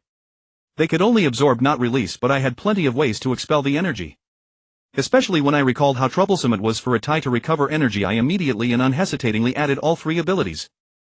With alternate vessel, I no longer needed to cram too many abilities into my base form. As long as my base body survived, I could use plenty of abilities in transformed states. Let's first look at the abilities I was considering. For the base body I included 2 special abilities, melt and solidify, and alternate vessel 2. 3 energy absorptions, light absorption, heat absorption, and electric absorption 3. 3 clone abilities, soul fracture and possession, subentity parasitism, and shadow guardian. Clearly, to become an indestructible cockroach I still lacked body strengthening abilities. Moreover, abilities were often inseparable from the spirit, so I also needed spirit strengthening abilities. Of course, sometimes I had to flee when outmatched, so escape abilities were necessary. So I began searching through my ability genes. Body strengthening abilities were plentiful. Transformation types generally counted, as did giant transformation, but I couldn't choose those. Elemental abilities usually involved armor-like coverage such as rock armor or gold armor, which coated the body's surface to increase hardness. But this required a casting process, not a passive effect. I also saw Earth Dragon Golden Scales, which were very majestic and offered high defense, but they would ruin my appearance, so I discarded them, though I could consider using them in transformed forms. However, while I rejected Earth Dragon Golden Scales, I highly valued another ability, Earth Dragon Golden Bones.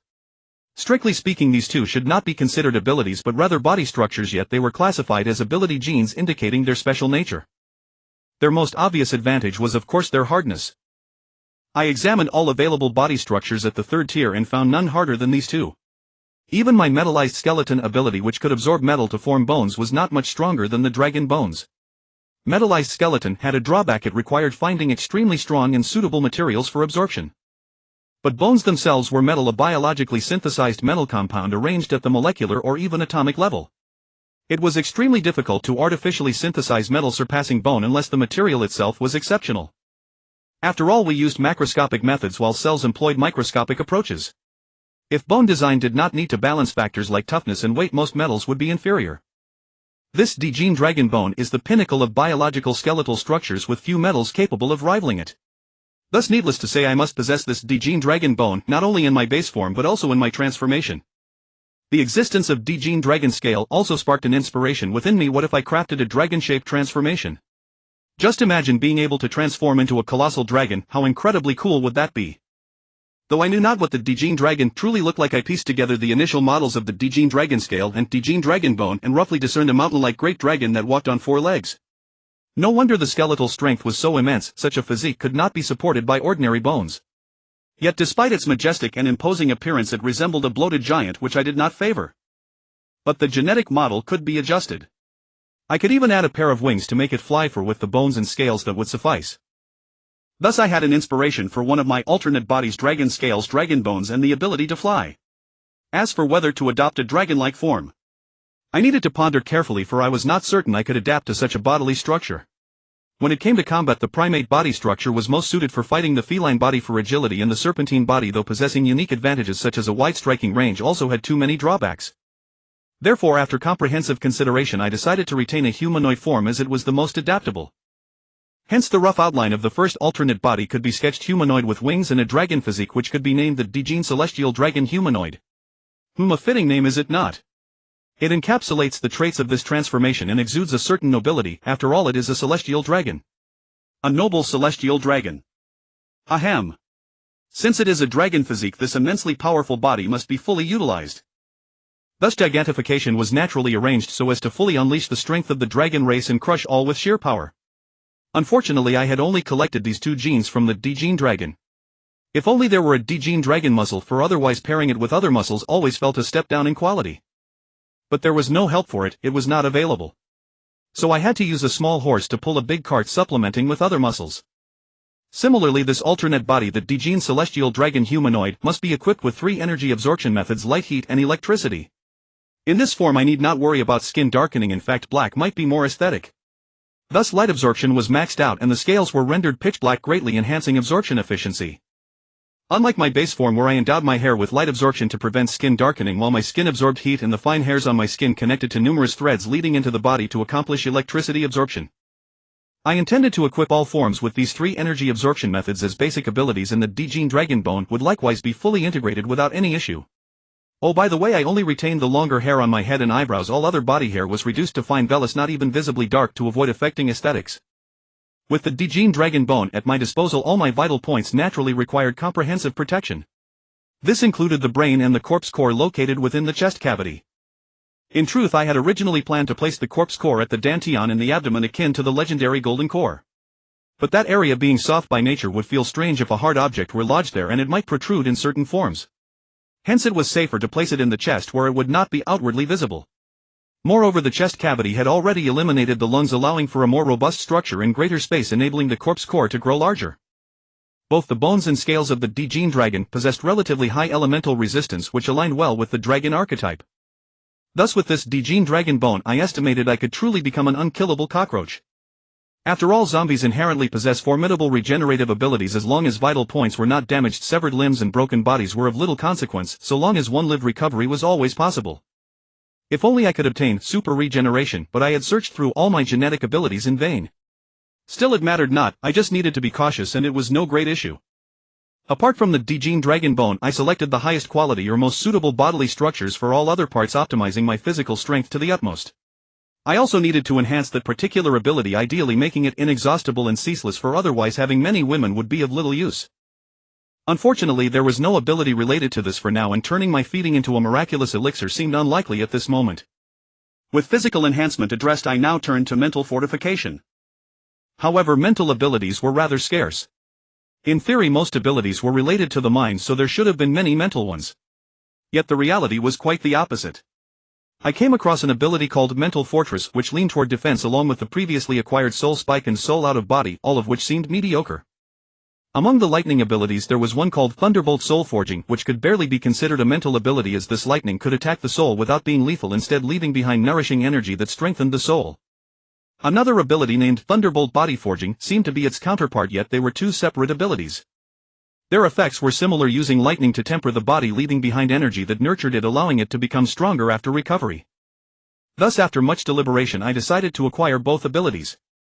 After all, they were enhancement type abilities, the more the better. Moreover, a brilliant idea struck me: these two abilities could be applied not only to oneself but also to those with whom one came into contact.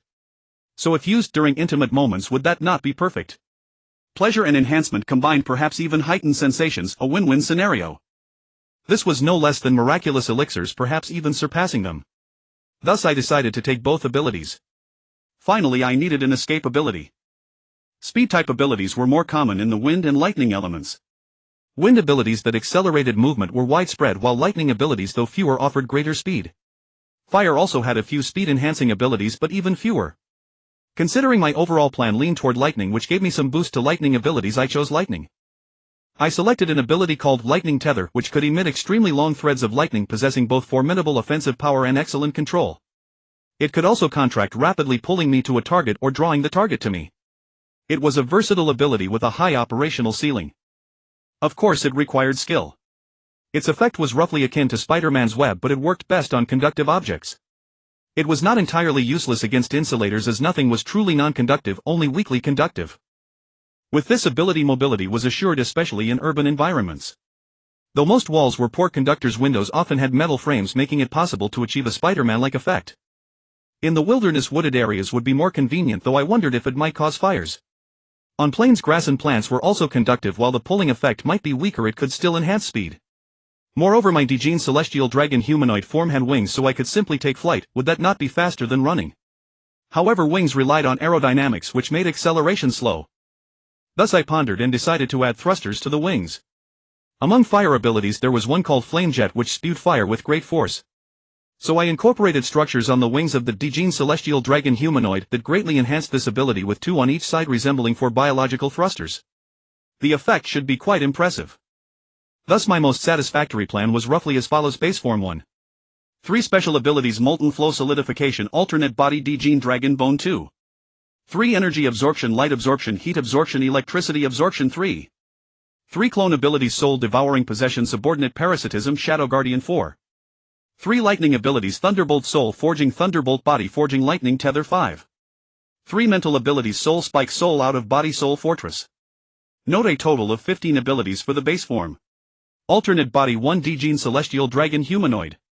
Dijin Dragon Scale, Dijin Dragon Bone Giganification 3 Energy Absorption, Light, Heat, Electricity, Flame Jet, etc. Not yet perfected, considering compatibility with some of the base form's abilities. Alternate Body 2 None yet. Alternate Body 3 None yet. The alternate body ability could be adjusted at any time, so I was not in a hurry. Though there were only 3 slots, I could always delete an unsatisfactory one and fill in a new plan or continuously optimize. This was the most formidable aspect of the ability. Moreover, this ability did not conflict much with other transformation abilities. If I wished, I could even exploit a bug and transform infinitely. Now I could advance at any moment. Although the body I had chosen and the configuration of abilities were relatively high tier, my body still indicated that it had ample energy and could advance. It seemed I had consumed rather too many energy organs these past few days. Or perhaps it was because the body I designed was too small and the corpse core was also tiny. After all, it was only humanoid, so it couldn't be very large. However, I was still not entirely satisfied with my design for the main body. Although it was quite comprehensive, most of the abilities were mediocre and utterly lacking in power.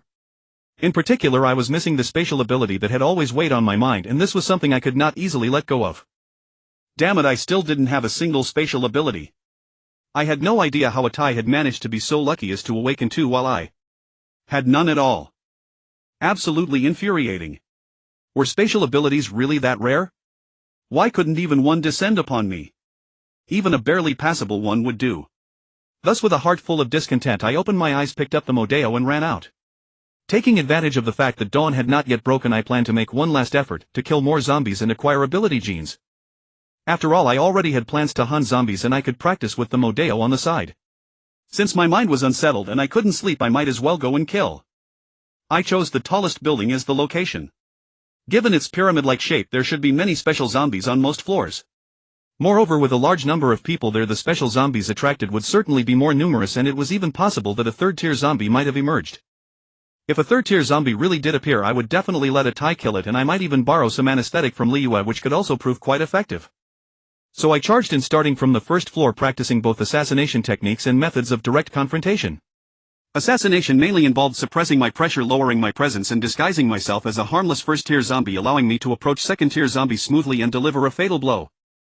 Of course, this technique worked best when their backs were turned, since second-tier zombies still had some brains. As for those that weren't turned away, I had no choice but to confront them head-on. With the Modeo in hand, truth be told, killing these zombies was like slicing melons and cutting vegetables. If it weren't for the sake of practicing techniques, I might have killed them even faster. Especially the strength type and balance type special zombies, they could hardly last a few moves against me because their speed was too slow to evade my attacks.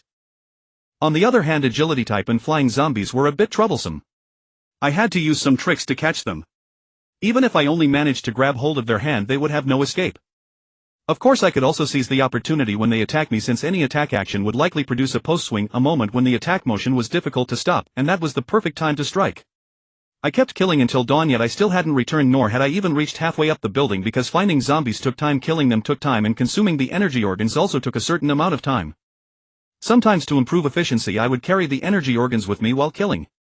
This saved the time of searching for zombies and also attracted those special complete form zombies, preventing them from escaping. As I grew more familiar with the Modeo in my hand, my killing efficiency increased. Moreover, because I consumed more and more energy organs, I felt as though my body had an inexhaustible supply of energy, and my strength grew ever more formidable. However, the downside was that I found it increasingly difficult to suppress the urge to advance. So now I almost completely suppressed my pressure, allowing even first-tier zombies to dare to charge at me so that I could kill them, consume the excess energy, and at the same time train my crowd combat skills, going rampage among the zombies. Mowing the grass was truly satisfying. Especially sweeping off several heads at once, that was even more satisfying. I even learned to slightly adjust the height during the sweeping motion to ensure that I struck the necks, allowing me to kill more zombies in a single blow and greatly increasing efficiency. However, I tried to preserve the first-tier special zombies. Their pressure, or rather their aura, was slightly stronger than that of ordinary ones, making them hard to distinguish. But as I became more proficient in controlling pressure, I gradually learned to identify them. In this way, I killed the ordinary first-tier zombies, and the special zombies would devour them without being too picky. If they ate enough, they might have a chance to advance to second tier. Then when the time came, I would return to harvest them, gaining even more special genes. I hoped they could complete their advancement before I came down the building, otherwise I would have to come back another time. I took a moment to call Sui Ching and the others to prevent them from worrying about me, and also told them that they could organize training on their own in the Jinyang Film Studio building and learn how to kill zombies. There were no special complete form zombies left there, so they should have no trouble handling the situation. Even if new special complete form zombies appeared with Sui Ching and a Tai around, it should be fine. I told them to stay together as much as possible and look out for each other. As for me, I killed from early morning until almost afternoon before finally clearing the entire building. I harvested about 70 energy organs. Adding the original cellular bodies and energy organs I had consumed before, I now had a total of 235 ability genes, though many were duplicates. I didn't have time to examine exactly which genes I had obtained. The urgent matter now was to quickly eliminate the zombie consciousnesses that had not yet been digested in my consciousness space. The consciousnesses of over 70 special complete form zombies were indeed a bit overwhelming for me to suppress. So I quickly returned to the Jinyang Film Studio, not having time to say much to the others, and went straight to my room to begin secluded cultivation. Familiar with the process, I eliminated all those zombie consciousnesses using the most energy-efficient methods possible to maximize the growth of my own consciousness. Over 70 of them nearly doubled the strength of my consciousness. In fact, I felt that using the term consciousness was no longer appropriate, because I gradually realized that spirit might be a more fitting description. Previously, due to insufficient understanding, I had named it consciousness space and naively regarded the self inside as merely my consciousness. But consciousness should not be something that grows. After all, it merely represents an eye that allows me to recognize that I am myself. I really couldn't figure out how consciousness could increase whereas spirit might indeed become stronger.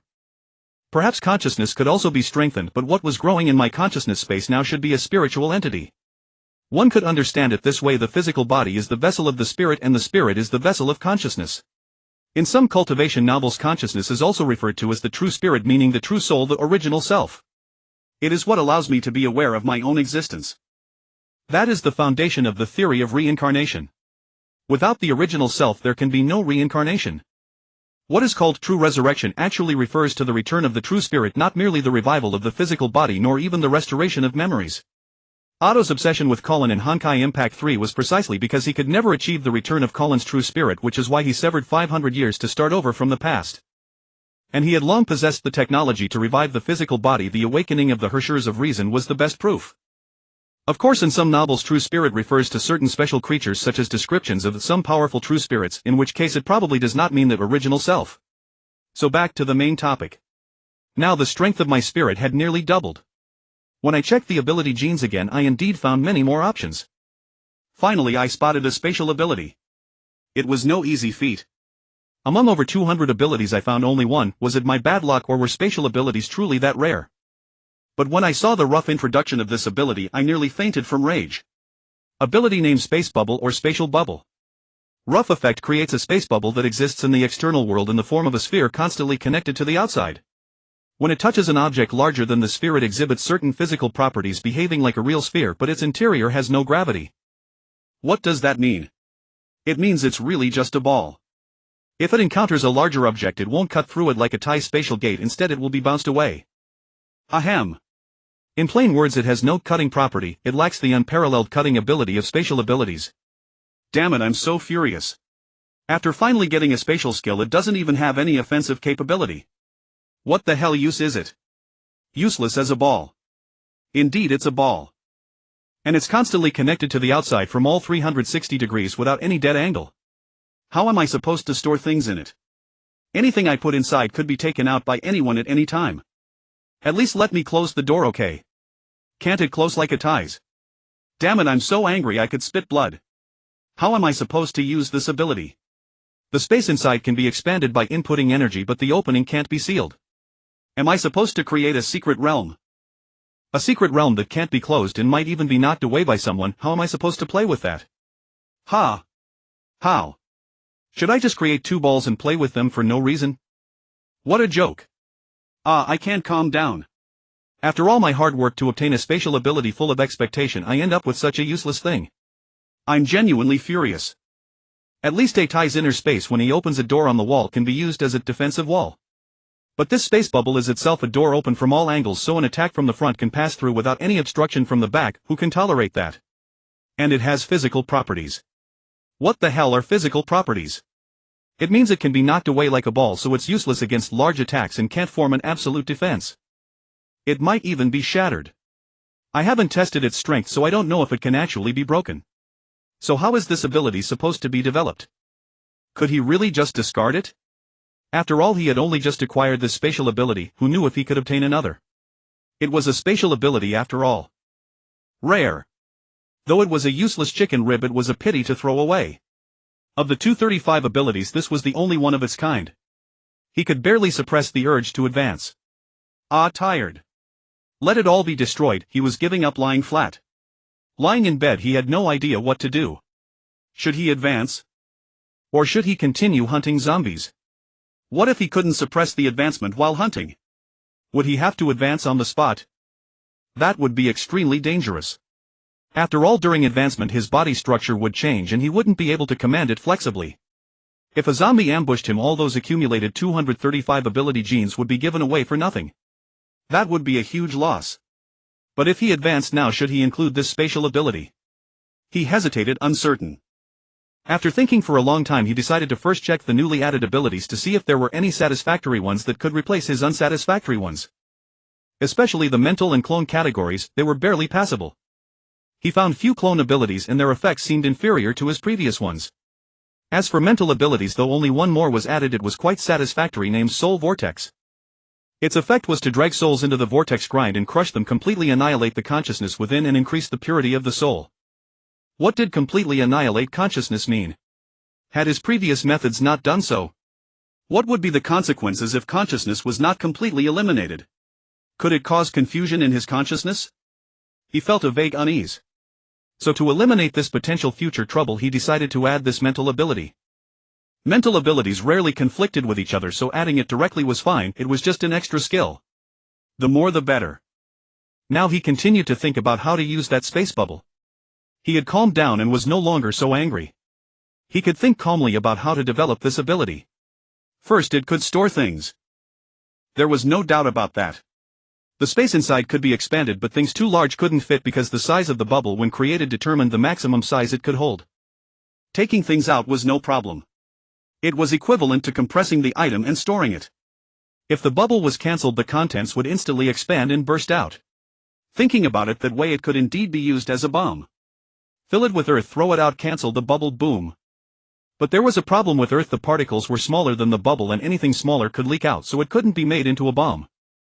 What could be stuffed in small and come out large? He racked his brains but couldn't think of an ideal thing. Noodles. Water. Thread. None would work. Maybe he should think differently. Why not wrap the bubble in something that prevented leaking, leave a small opening, stuff it full, seal the opening, and then throw it out, cancelling the bubble? That would make a bomb. He was a genius. No, wait, he was a fool. How could he be limited by the ability's own characteristics? If its own power was insufficient, he could attach something to assist it.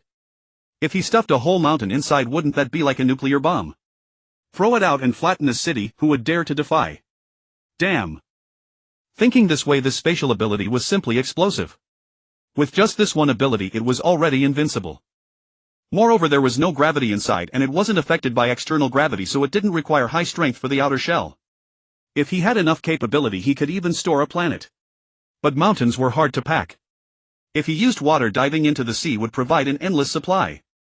Fill it up, add a shell, and a nuclear bomb was ready. Throw it out and it would cause a flood. Damn, this was incredibly powerful. This was a god-level ability. Just this one use already made him covet it, and he hadn't even developed other applications yet. So he had to have this ability. No matter what. No wonder spatial abilities were so rare, they were heaven-defying. Although it could only exist in the form of a sphere and might not be suitable for use as a storage ring, he could use it as a storage warehouse. As long as the opening was large enough, when created, storing large items would be easy. If it wasn't secure enough, he could build a safety box around it. A 360-degree seamless safe with a sphere inside, definitely usable as a warehouse. And it could be a mobile warehouse pushed around or even loaded onto a vehicle for flexible movement. If a war required massive supplies and thousands of trucks couldn't carry them all, one truck of his would suffice. That would make it a strategic ability. Hey, thinking this way, he felt much better. There were no useless abilities, only poorly developed ones. As long as one's thinking was open, every ability had immense value.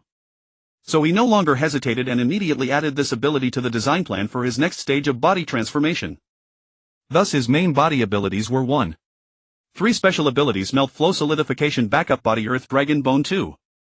3 energy absorptions: light absorption, heat absorption, electric absorption. 3.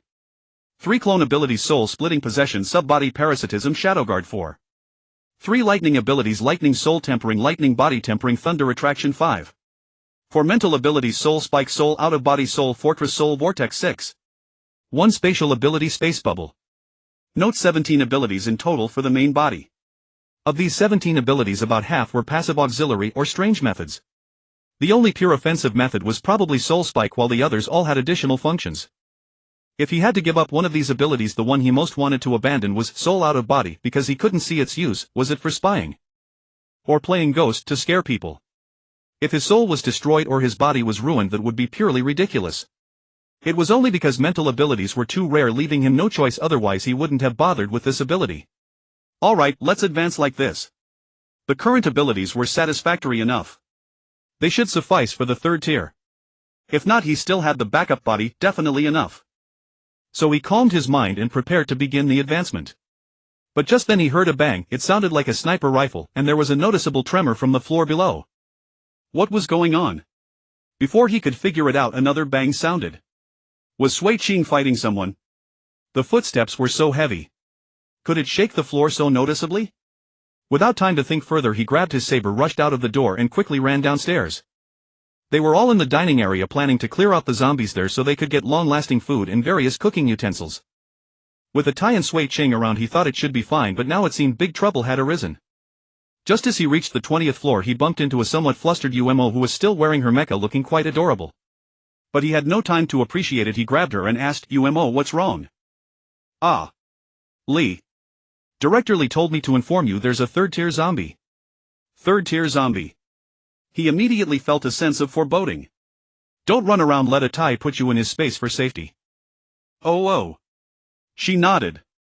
He rushed to where they were fighting and took a look. Good heavens, the face slider. Wasn't this guy supposed to be in the northern district? How did he get to the south? One of the reasons he had come south was to avoid him. Roar. The face slider noticed him and immediately roared furiously, "Why didn't you save me? Damn, how long had it been and you still remember?" Was it a conditioned reflex? As soon as it saw him, it ignored Atai and charged straight at him. He quickly ran to the side. There were many shops here and its massive body made it hard to catch him if he weaved around. Atai quickly absorbed them all. He shouted. The most important thing now was the safety of Sui Ching and the others, otherwise even with Atai they couldn't deal with it without worry. Atai understood and immediately rushed over, swallowing each woman one by one. "Wait, I want to stay." Sui Ching was reluctant to leave. But he directly roared, "Absorb her." Atai immediately swallowed her down. When it was Li Yu's turn, she quickly pulled out a syringe and tossed it to him, saying, "Try to avoid its scales and see if this works." Seeing that she had thrown an anesthetic, he reached out to catch it, but at that moment the face slider extended its tail, released lightning and electrocuted him, causing him to scream in pain and fall to the ground. By then Atai had already swallowed Li Yu. Seeing him fall, Atai instantly flashed and rammed into the face slider. However, it was also electrocuted and convulsed, but it endured the pain, picked him up and retreated from the face slider's attack range. "Have you absorbed everyone?" he asked. It couldn't answer with him in its mouth, so it simply rushed to Umo, dropped him and swallowed her in one gulp. The recent code conversion is severe. To give us more motivation and faster updates, please take a moment to exit reading mode. Thank you. Quick block with the space seam. At that moment Facebreak Brother had already thundered forward.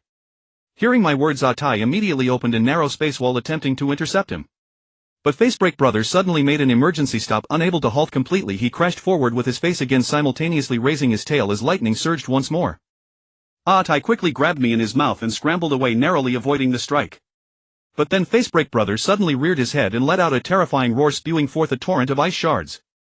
Atai instantly transformed the space seam into a solid wall, blocking all the ice blades mere inches away. Once Facebreak Brother finished unleashing his ice shards, Atai immediately retracted the space wall and retaliated with his own frost breath, sending a barrage of ice shards flying toward him. Facebreak Brother had nowhere to dodge. They were all trapped in the narrow passage with no room to evade. He was forced to retreat hastily, his body pierced by numerous ice fragments. However, his scaled armor provided thick protection, so he wasn't seriously harmed. Only then did I notice Atai was injured. A massive claw wound marred his side, likely inflicted by Facebreak Brother's attack. "Atai, are you okay?" "Wang." Atai responded, though it was unclear whether he meant he was fine or injured. "Atai, we need to find a way to sever his tail. If we don't, we can't get close. Or you could just cut off his neck directly." Wang. Meanwhile, Facebreak Brother was pacing cautiously outside the passage, scanning for an opportunity to strike. "Atai, I need to grab that tranquilizer, it might actually work." Wang. I mounted Atai and he bolted forward instantly. Facebreak Brother immediately retaliated with a blast of freezing ice. Dodge. Atai flashed, instantly reappearing behind Facebreak Brother.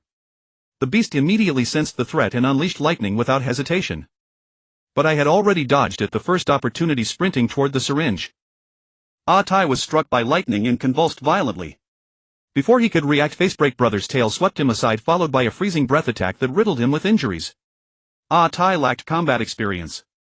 Facebreak Brother had likely fought his way to this point, advancing to the third stage faster than Atai and possessing far greater familiarity with his abilities. Moreover, Facebreak Brother probably shared my zombie vision, rendering Atai's ambush tactics useless.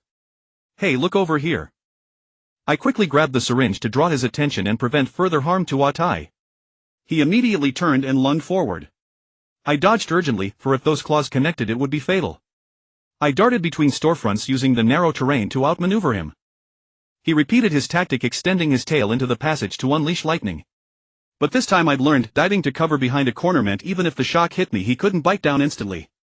He wasn't stupid either. Despite the awkward stance hampering quick movement, he sustained the continuous electrification, smashing through walls to advance. Sensing his approach and feeling how the halberd in my hand drew the lightning, I summoned every ounce of strength to release it and toss it aside. The halberd successfully diverted the lightning away from my body, easing the pain momentarily. I quickly rose and sprinted away. Facebreak Brother panicked, withdrawing his lightning and charging wildly. Tai sealed the passage with a space seam immediately. Tai flashed forward and opened a spatial barrier behind me. Facebreak Brother halted instantly, then unleashed another torrent of freezing breath. Tai couldn't evade, so he counter-spewed. Neither yielded, both got hit in the face with ice and frost. They quickly shut their eyes and mouths to avoid having debris driven into them. Seizing the opportunity, I darted forward, ducking under the spatial barrier to close in. But Facebreak Brother immediately unleashed lightning again, paralyzing me and preventing any attack. Tai urgently spat a massive stream of freezing liquid onto Facebreak Brother, partially encasing him in ice. But the beast showed no fear, simply straining until the ice shattered. His razor-sharp branch-like tail immediately lashed toward me. Crap, I was paralyzed and couldn't dodge. My body was impaled in an instant, lifted into the air while being continuously electrocuted. Roar! Tai roared furiously, retracting the spatial barrier and charging forward recklessly. But as soon as it entered the lightning range, it was struck and convulsed violently. Facebreak Brother also spat a mouthful of freezing liquid, instantly encasing its feet and causing it to crash down hard. It seemed to have broken its leg, and I heard the sickening crunch of bone. At that moment I desperately wanted to toss the tranquilizer into his mouth, but my body was locked rigid from the electric shocks, my hand unable to open. The excruciating pain sapped all my strength. He. Facebreak Brother grinned in a disturbingly human manner, then stopped the electric shock and shoved me toward his gaping maw. I desperately pressed against his jaws, but my strength was far too weak to stop them from closing. I screamed again as searing pain erupted through my waist. Now I regretted my recklessness. I shouldn't have risked so much to kill him when I could have simply grown stronger first. Once I reached the third stage, taking him down would have been trivial. I should have fled with Tai instead of underestimating the threat, assuming his third stage status and spatial abilities would be enough to handle Facebreak Brother. But reality offered no second chances. I was already in grave danger. I'd vastly overestimated our capabilities. Roar! Through my zombie vision I watched Tai transform, rapidly growing monstrous in size. But I had no time to focus on it. Facebreak Brother had opened his jaws, using his tongue to push me aside in preparation to crush me with his teeth. I urgently braced myself against the inner wall of his teeth, preventing them from snapping shut on me. He continued shifting and shaking but couldn't quite reach me. Tai had grown enormous. I estimated he was bursting through the ceiling, but ironically the floor gave way first as I felt us plummeting downward. Boom! We hit hard, likely the next floor. Gritting through the agony of impact, I forced myself to stay conscious, bracing against Facebreak Brother's jaws to prevent being crushed. Growing impatient, he curled his tongue and pulled me deeper into his throat. The opportunity had finally arrived. With one hand I tore off the syringe cap and drove it deep into the base of his tongue, injecting the tranquilizer. His tongue quivered slightly, but he seemed unfazed, continuing his swallowing motion to drag me down. Damn, was it ineffective. The enlarged Tai slammed a massive paw into Facebreak Brother, sending him flying. I tumbled along with him, dazed from the impact. Crap, Tai, ease up. I'm hurt too. Tai pressed the attack, charging ferociously. Facebreak Brother tried to dodge, but Tai teleported and struck him again. Tai seized his tail and began slamming it against the ground, swinging it recklessly while ignoring the lightning crackling along it. What the hell, Tai? Do you want me dead? Tai! Bite his tail off immediately. I shouted desperately to stop the reckless attacks. Hearing my voice, Tai paused briefly before shifting tactics. He pinned Facebreak Brother down and attempted to bite through his tail. But Facebreak Brother unleashed lightning frantically, causing Tai to convulse and lose his grip. Yet Tai held on, possibly paralyzed from the electric shock, unable to release. The dog and beast locked in stalemate, neither gaining an advantage. Soon I noticed Facebreak Brother's body weakening. His tongue went limp and unresponsive. His jaws, once snarling open, slowly closed with diminishing force, plunging my vision into darkness. But I wasn't relying on sight to read the battlefield, so the darkness mattered little. As his body grew weaker, the lightning faded rapidly. Seizing the moment, Tai pressed down on the tail and snapped it clean through. The clean cross-section suggested it was severed by Tai's spatial seam. The minimal temperature change was so subtle I almost missed it even while focusing. Then Tai seized his neck, preparing to slam him down while positioning a spatial seam to decapitate him. Hey, Tai, stop. I screamed urgently, but it was too late. The spatial seam sliced cleanly through Facebreak Brothers' head, separated from his body, and I was bisected at the waist. At last I understood the true cutting power of a spatial seam, absolutely effortless. Tai paused as if only now hearing my voice. He shrank back to normal size, extended a claw and dragged me backward out of the path. I pointed at Tai, trembling with a mixture of anger and pain, speechless. "Wang." Tai looked back with an apologetic expression, like a child who'd done something wrong. He hastily licked my wound, only to aggravate it further. Had he forgotten his saliva was harmful to zombies? "Stop, don't lick it. It hurts more." I nearly wept from the pain. How could I end up with such an unreliable teammate? We'd worked well together before. What happened to our coordination? "Hurry and extract his core, feed it to me. I need to evolve or I'll die." I quickly directed him to prevent further mistakes. He grabbed Facebreak Brothers' head and used the spatial seam to slice it. "Be careful, don't chop it to pieces," I warned him once more. But when it took it out, I saw a corpse core larger than a palm. I swallowed my saliva and said, "Better cut it into smaller pieces, just don't cut the core in the center of the crystal." So Tai cut it again, finally cutting out the central core and feeding it to me. Seeing Tai also looking tempted, I reminded it, "You should eat some crystal cores too, they should help you recover quickly." Woof, it asked with concern. "I'm fine, my energy is enough to advance." Hearing this, it finally ate the debris on the ground with relief, devouring the crystal cores completely.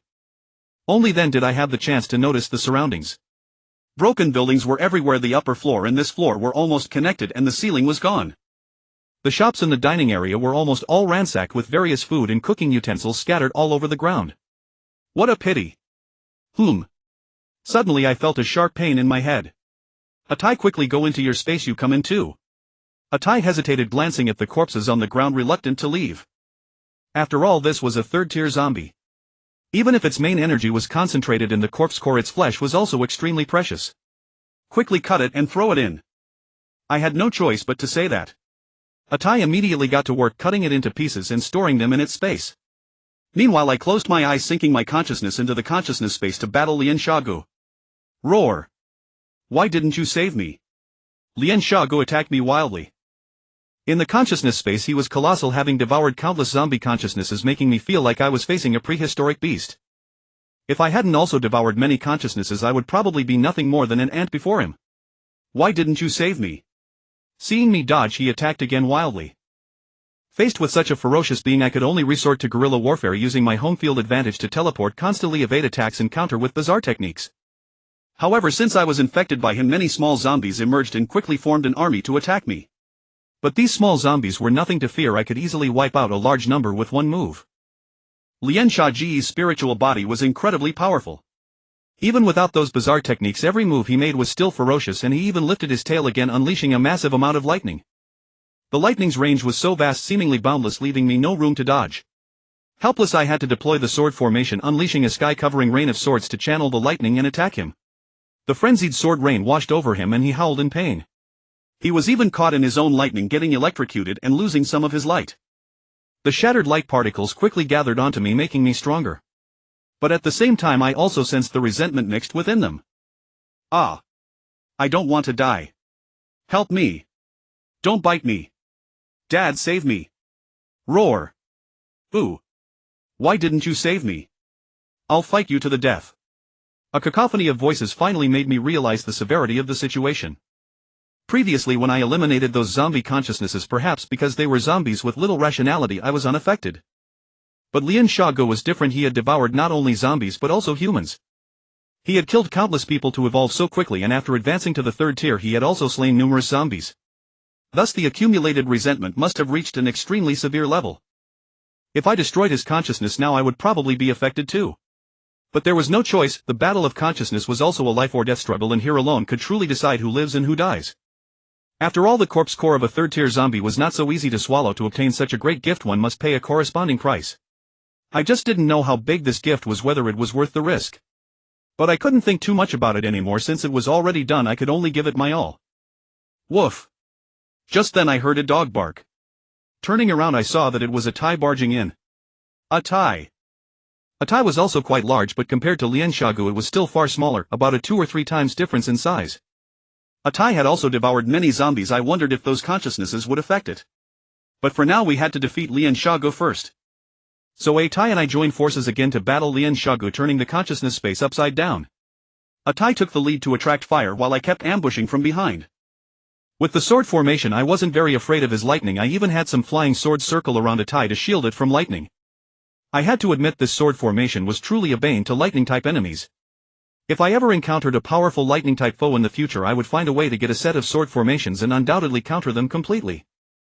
Of course this required flying swords, otherwise it wouldn't be lightning avoidance but lightning attraction. After all, Lian Shagu was just a zombie without much intelligence. I had thought perhaps his consciousness might truly be the original Lian Shagu, which would have made me cautious.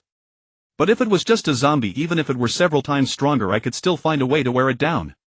I just didn't know if zombies would become smarter as they evolved to higher tiers, or if they could directly choose a high intelligence body at the third tier, which could lead to high intelligence zombies. I had seen body structures specialized for brainpower and I had chosen one. If a zombie also chose this evolutionary direction, then the zombies I encountered in the future might not be like beasts. This Lian Shagu had advanced too hastily. Although fast advancement had its advantages, when he reached the third tier I hadn't even seen a third tier zombie and he could slaughter second tier zombies as easily as taking something from his pocket. This might allow him to accumulate a large number of ability genes for his next stage and also let him gather energy faster to reach the fourth tier. However, his obviously makeshift abilities severely held him back, making his techniques somewhat lacking. If he could smoothly advance to the fourth tier, that would be fine, then he could reach the top in one step at the fastest speed and there would be no weakness of having too few abilities.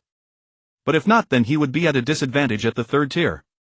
Just like Atai, besides its spatial ability, the other two abilities were also somewhat makeshift. Atai should be naturally strong in the spiritual aspect. It should awaken a spiritual type ability to more effectively leverage its own strengths. But I didn't know if it couldn't choose, didn't want to choose, or simply had no choice. After all, I didn't know whether non-zombie creatures could freely combine genes, because Atai, Sui Ching and other humans and dogs had not changed form, they still looked like humans or dogs. Then certain abilities requiring special body structures might not be awakened in them. That was their limitation. Of course, Atai was a very special exception. Currently there was no evidence that Sui Ching and the others could awaken abilities, so we had to wait and see. After a long fight we finally wore Lian Shagu down to about our size. But this Lian Shagu had no martial ethics. Seeing no hope of victory, his entire body suddenly burst into intense light. Oh no, is he going to self-destruct? Startled, I quickly pushed Atai out, immediately constructed multiple defenses and used countless giant needles to stab Lian Shagu, trying to see if I could puncture him. But clearly I was overthinking. With a loud boom my vision was filled with white light, leaving only endless roaring. Boom. Hum. After an unknown amount of time, when I awoke, I saw that my consciousness space had cracked with fissures everywhere. Even in the air were countless cracks. The air was filled with many light particles drifting throughout the space. I felt extremely weak. I wanted to absorb those particles to strengthen myself, but found I couldn't do it no matter how I tried. I couldn't even sit up, so weak that I could barely raise my hand. I never expected it to be so dangerous. I'll never recklessly devour again. I don't even know if I can recover. I wanted to wake up and see the situation outside, but I couldn't wake up. It seemed I was trapped in the consciousness space. Was I going to become a vegetable? This won't do. I've prepared so many women and haven't even gotten them yet. If I become a vegetable, wouldn't it benefit others? And without my protection, could they really protect themselves? Without me, could they truly stay united?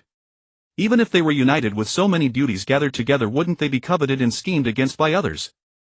I came to this world alone. Perhaps I don't have deep feelings for the other women, but with Sui Ching we have already reached a certain stage. There is a foundation of feelings. How can I let go? Even if not out of selfish possessiveness, I don't want her to suffer even a bit of harm. So what can I do now? I can hardly move. What can I do? Alright, maybe I can try to advance. Perhaps after advancing things will be better.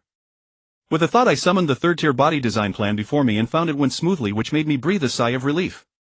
Although the image was a bit flickering, it should be fine. Right. I checked how many abilities Lian Shagu had brought me. I wouldn't have known if I hadn't checked. I was shocked. Holy crap, he had actually added 375 abilities. Although there were duplicates, isn't that still too terrifying? Just how many zombies did that face-breaking brother devour? If all of them were special complete zombies, would that still be insufficient to evolve to the fourth stage?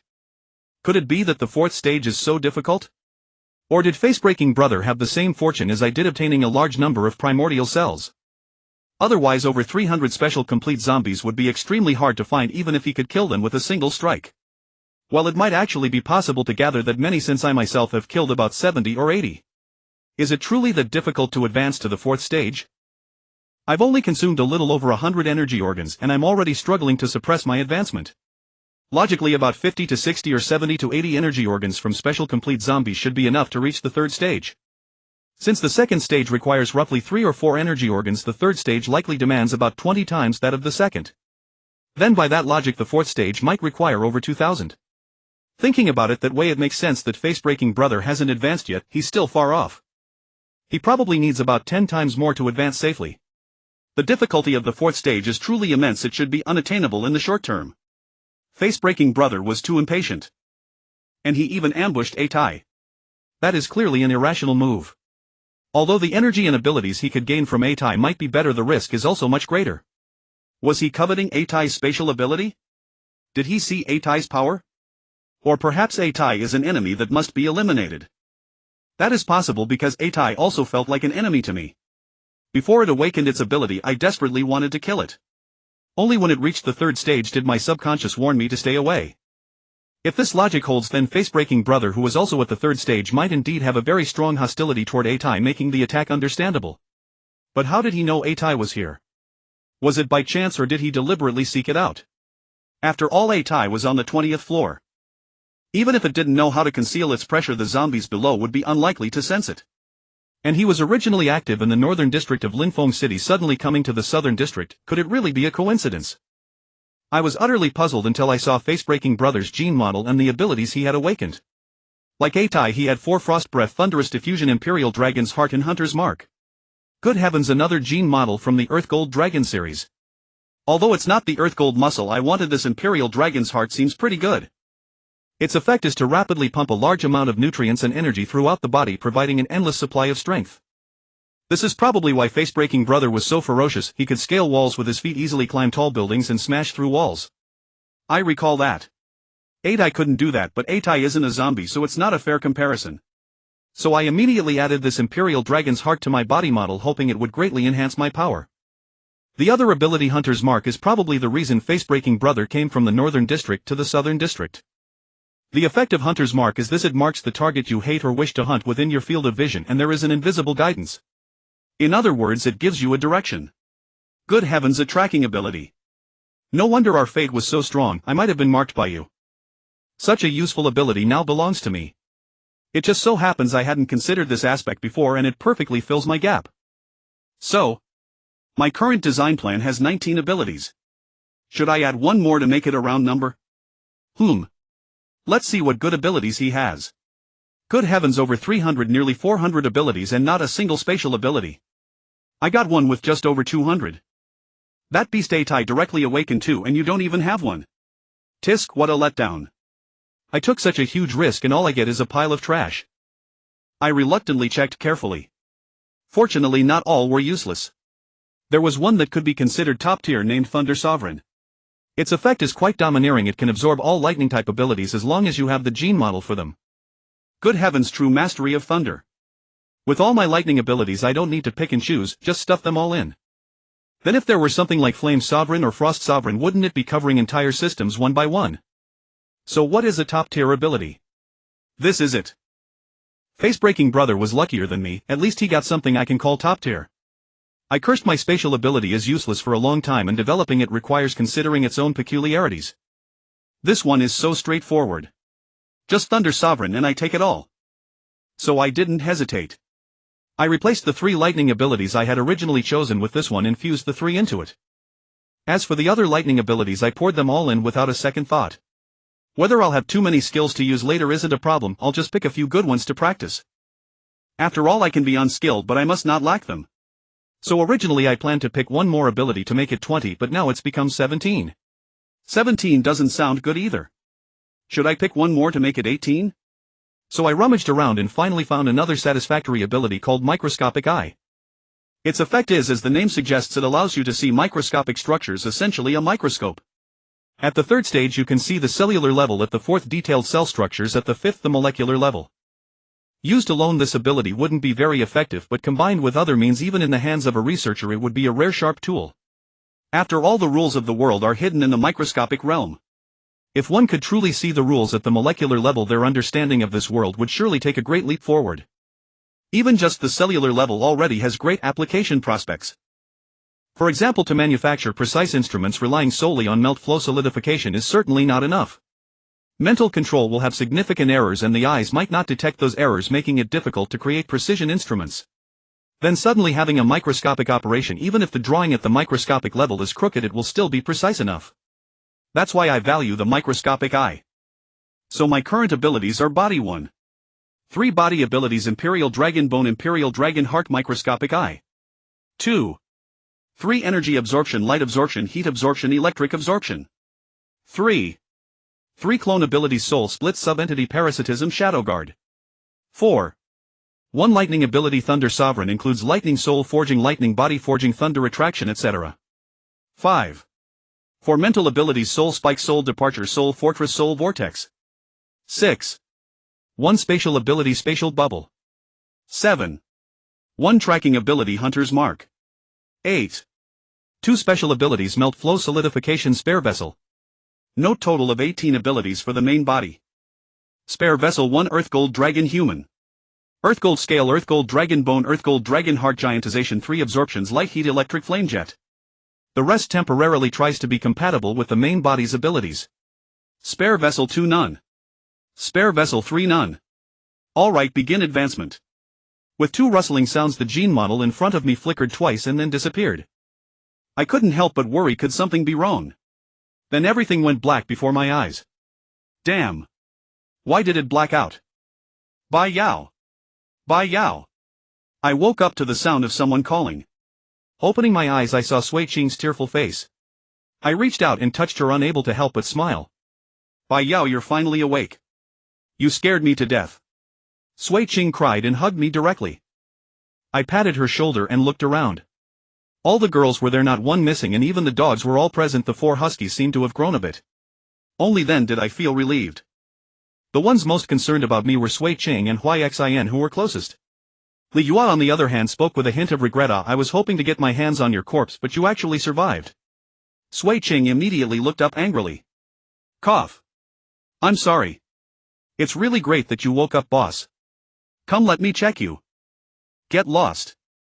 Sui Qing pushed her hand away irritably. I glanced at her speechlessly. Hasn't she learned her lesson yet? Always teasing me in front of Sui Qing like that, what good does it do? Doesn't she know it only makes Sui Qing angrier? Yun Shunhua was pleased to see me awake, but when she noticed my gaze on her, she pouted unhappily. She turned away with her arms crossed. So? Is she happy or not? Schrodinger's happiness. Did she not want me to wake up, or did she? Her attitude is even worse than Atai's. Atai also looked very concerned, even sticking out its tongue to lick me, but halfway through I glared at it and it pulled back. Brother Bai Yao. Fang Xinling also came over with tearful eyes. I couldn't help but pat her head, then gently pinched her cheek. Alright, I'm fine. I said. Fang Xinxue, however, seemed indifferent to my well-being. Her expression remained calm. Yuamo, on the other hand, appeared to let out a sigh of relief, though her true stance remained ambiguous. Where are we? I asked, sensing that this place was far from the Machine Girl studio. My home, Fang Xinxue replied. No wonder, the interior decoration did bear a resemblance to her house. How did we end up here? Sui Qing answered, your fight was too intense and attracted the attention of rebel scouts. I felt it wasn't safe, so I ordered everyone to relocate. Fang Xinxue suggested her home, so here we are. Well done, I said, reaching out to stroke her cheek. It's my duty, she replied with a smile, then asked, did you advance to the 3rd stage? I quickly checked myself, clenching my fists and sensing an immense surge of power. I sank my consciousness into the mental space and found it had fully recovered. My spiritual entity was unprecedentedly strong and the space itself felt more stable than before. Soul Vortex. With a mere thought I activated the Soul Vortex and I saw myself transform into an ocean, spinning rapidly into a massive whirlpool. So this is the Soul Vortex. My spiritual power does feel purer and my control seems much stronger. This Soul Vortex could be used as a passive skill, perpetually spinning to refine the soul's purity without any issue. However, as the purity increased, its effectiveness would gradually diminish. It was nearly impossible to reach absolute purity, but one could approach it infinitely. Next, I wanted to examine my body. As soon as the thought arose, my spirit directly permeated my physical form, allowing me to see its internal structure. Is this the legendary internal vision? I don't recall having this ability. Is it a side effect of the spiritual enhancement? Or is it an automatic ability granted by the third stage? I was puzzled but unable to find an answer. I decided to set the question aside for now. Observing my body, I found that it was exactly as I had designed: a skeleton of earth golden dragon and 2 hearts, one on each side. There was also the corpse core, almost completely enveloped by the bones at the center of my chest. It was about the size of a fist, but compared to Lian Shaji's, it was far inferior. But there was no helping it. Lian Shago was naturally larger and mine was limited by my body size. After all, I insisted on maintaining a humanoid form. This would undoubtedly become a weakness unless I could find a way to enlarge it. Wait. Enlarge it. The corpse core was not incapable of growth, it was merely constrained by the body's size. If I could provide it with a larger space, wouldn't it be able to grow bigger? And I happen to have such a space. Didn't I possess an ability called Space Bubble? Couldn't it serve as a container for the corpse core? It was constantly connected to the outside world. Small objects could be inserted while larger ones would collide, and there was no gravity inside. Wasn't this the perfect corpse core container? If I placed the core there, could I allow it to grow indefinitely? Heavens, I was astonished by my own idea. If it could be realized, I would no longer be limited by body size. My energy reserves would reach an utterly terrifying level. Then when it came to transformations, would I ever fear insufficient energy? I could outlast anyone else's reserves. Why hadn't I thought of this application for the space bubble before? Perhaps I could even incorporate the space bubble into my design from the start, thus obtaining a large corpse core directly. But without the ability, it might not be possible to integrate the bubble into the blueprint. Moreover, if the corpse core grew too large, my advancement might not have enough energy. But since the core could grow gradually, it wasn't a major issue. Thus I attempted to generate a space bubble inside my body, but it failed, blocked. Left with no choice, I controlled the bone ball protecting the corpse core to slowly deform, expanding it to one side to create a cavity where I could form a space bubble. This time it worked. However, the problem of how to insert the corpse core remained. The core was connected to numerous energy channels, especially the 2 hearts on either side. If I directly removed the corpse core, I couldn't guarantee my survival, so I dared not attempt it. But without removing it, it was difficult to squeeze it in. So I tried to control the growth of the flesh, protruding the corpse core outward and inserting it into the space bubble. It went smoothly. Then I gradually shifted the flesh to re-envelop the core. This bypassed the space bubble's collision mechanism, allowing the core to enter while remaining surrounded by flesh with all energy conduits intact, and it slowly filled the entire bubble. Afterward, I infused energy into the space bubble and its internal space expanded while the external size remained unchanged. Relieved, I stopped planning to let the corpse core grow before expanding it further. Finally, I made the bone ball slowly reshape and return to its original position. Now my chest housed a space bubble and within it my corpse core. Perfect. This spatial ability truly was impressive. Ah, how delightful. I just wondered if it would affect my transformation. But transformations generally had little to do with the corpse core, it only provided energy and genetic guidance without participating in the deformation itself. It should be fine. Once I matured. Ah, the future was bright, so bright. Ha ha ha. Bai Yao. Bai Yao. Sui Qing's voice brought me back to reality. Ha. I snapped out of my daze. What's wrong? She looked a bit displeased. What were you thinking about grinning like that? You even drooled. Ah, really? I wiped my mouth and found nothing. Seeing her cover her mouth with a chuckle, I realized I had been tricked. I stroked her face helplessly. You've learned to deceive me now. That deserves punishment. Humph, you wiped your mouth anyway, which means you suspected you might have drooled. You definitely weren't thinking about anything good. Sui Qing's voice was tinged with a coquettish tone which made Liu shudder beside her. She hugged her arms and said, "When did you become so mushy?" Sui Qing shot her a cold glare. "Alright, I'll shut up," Liu said, immediately covering her mouth. "I was just examining my body and found that I had successfully advanced to the 3rd stage, even exceeding my expectations," I explained. "Really?" "Of course. What abilities did you awaken?" "That's a secret for now." "Don't be upset," I said, stroking her cheek. "There might still be traitors among us with ill intentions. As the leader, how can I easily reveal my trump cards?" As I spoke, I deliberately pointed at Li Yue, implying she was the traitor. Sui Qing immediately turned to Li Yu. "Then you get out." Li Yu's face darkened and she stood up in anger, letting out a humph before turning to leave. I quickly grabbed her hand to stop her. "Alright, I was joking." "That's not funny," she said, turning back with a furious expression. "You were teasing me earlier too, weren't you?" "You. Let's call it even." Sui Qing, apologize. "Oh right. No need, you don't have to apologize. It's my fault. Though she said it was her fault, her face still showed lingering resentment as she turned away. I've told you haven't earned my trust yet. If you continue with this attitude, I won't help you and Sui Ching reconcile further. She bit her lip, hesitated, then softly said, I'm sorry. Sit down. We're all on the same side. It's not just you, I wouldn't reveal all my secrets to anyone here. As the leader, I need some privacy, especially concerning matters of life and death. I don't want to deceive you, so I choose to withhold. But I'll disclose some of my abilities when necessary so you'll know how to coordinate during battles. Everyone fell silent. Liu obediently sat down without further protest, though she still avoided looking my way. Sui Chang leaned against my chest and said softly, I respect your decision. That's good, I said, gently stroking her hair, careful not to apply too much pressure. But you must respect me too, okay? Suddenly her expression turned stern. Next time you let a tie devour me without my consent, I'll never forgive you. I'm sorry, I was just afraid of losing you, I said, not making any promises as I might do it again. But I'm afraid of losing you too. Tears welled in her eyes. I want to live and die with you, not be trapped in a sealed space, helpless, not knowing if you're alive or dead. I was moved and wiped her tears away. Then you'll have to work hard. Grow strong enough that I can feel at ease, and I won't do that anymore. Otherwise, if I lose you because I couldn't protect you, what would I do? She couldn't refute and finally said, fine, but if I achieve what you ask and you don't? She was momentarily at a loss for words after I rapidly thinking. So I quickly interrupted her, all right. Keep it up. I believe that day will come. She nodded with tears, then sniffled and quickly wiped her tears dry. She had really changed so much before me, taking on a bit of a girlish demeanor. Was this the power of love? As for me, I probably couldn't take reckless risks anymore because I already had someone to care about. But love, I never really believed in eternity.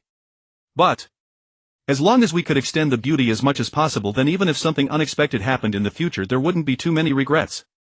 At least we loved once, didn't we? Oh right, how many days have I slept? I changed the subject. 3 days. Sui Ching replied. That long? You must have worked hard. Have you learned about any changes outside? Tell me about it. The information we could gather on our own is limited, but I did talk to my uncle on the phone. He said General Qin is adamant about labeling me as a fugitive from justice, and you all are accomplices. He has put us on the wanted list. That's not surprising. But have you learned about the current situation in Linfeng City? Is Prince Shinnan really going to make a move on it? My uncle is just a researcher, he doesn't know about this. He only said that recently a large number of troops have been deployed to the coastal areas, not to surround Linfeng City but to gather at Linyuan City. Oh. Linyuan City. Could it be that Prince Shinnan suspects General Qin has already betrayed? I think not, Liu interjected. What do you think? I looked at her. When I was still under General Qin, I heard that after the zombie outbreak he frequently requested troops from Prince Shinnan to help defend Linyuan City. Why? I was puzzled. Can't the garrison at Linyuan City hold it? Don't you know why Linyuan City is called Linyuan City? What do you mean? I was even more confused. Sui Ching replied, Linyuan City is called thus because along its coast lies a bottomless abyss named the Linhai Abyss. No one knows exactly how deep that abyss is, even the most advanced submersibles have never reached its deepest point. Estimates suggest it might extend below the Earth's crust at least 50,000 meters deep, and its interior is extremely vast, teeming with countless creatures. Legend even says there might be sea monsters larger than whales, though no one knows if it's true. Liu spoke up, that's not a legend. General Qin has concrete data, but it's not disclosed to the public. There are indeed monsters within the abyss so large that our underwater detectors cannot capture their full appearance. The murky water hinders light propagation, so the data obtained is extremely limited. However, other detection methods indicate that those creatures are indeed larger than whales and extremely ferocious. Should these abyssal creatures become zombified and escape the abyss, at the very least the waters near Linyuan City would become impassable. Moreover, no one can guarantee that the zombies in the sea won't come ashore. If they land, Linyuan City might not survive. I see. I nodded involuntarily. But these are too far from us. What we urgently need now is to get information about Linfeng City, otherwise our development will suffer. I'm sorry. Sui Ching said apologetically, after all, we are just humans. The city is full of zombies, we can't move an inch. And to ensure your safety, Atai has been by your side all these days, so we only secured the immediate area and didn't obtain more useful information. It's fine, I said, stroking her cheek. Now that I'm awake, I'll find a way to solve our intelligence problem. Sui Cheng nodded. Please let me participate, my abilities are quite suitable. Alright, but we need to clarify our next goals first. Since I've already reached the 3rd tier, our high-end combat power is sufficient to both defend and go on expeditions. So next we need to improve your strength. Whether you are combatants or non-combatants, I demand that you have basic combat capability to ensure your own safety. At the very least, you must be able to protect yourselves when facing a special complete zombie. That's the minimum requirement. If you can't meet it, frankly, you'll be nothing but a waste in my eyes, or even a plaything. Although I won't abandon you, you should be clear about what status you will have. At that time you will not only be toyed with at will but also live a life like a servant, attending to others' daily needs and being driven around. That is the price of not striving. So I'll lay out the hard truth now. You'd better think it over carefully. But Umo spoke up and everyone looked at her. What if most people can't meet the requirements? Everyone then turned to me, eager for my answer. Then it would be my fault. So I haven't set a time limit yet. Instead, I'll take the time when most people meet the requirement as the deadline. If anyone still lags behind, then it won't be my fault. Then, what is most? Umo asked again. If the time is short, then 4/5 is the majority. If the time is long, then 2/3 is the majority. Then, what is long? Umo pressed. She really lacked confidence in herself. Let's take 1 month as the boundary. I replied. Oh. Umo finally stopped asking, but she fidgeted nervously with her hands. Don't worry. Most of you already show signs of physical enhancement. Even if you don't awaken an ability by using your wits and some extra means, you are not entirely defenseless against a 2nd-tier zombie. Even if you achieve the goal using those girl mechas, I'll consider passing you on a case-by-case basis. But it's best not to rely on them since you can't wear them all the time. Oh right, have Umo and Huixin acquired the immunity to the zombie virus? Not yet.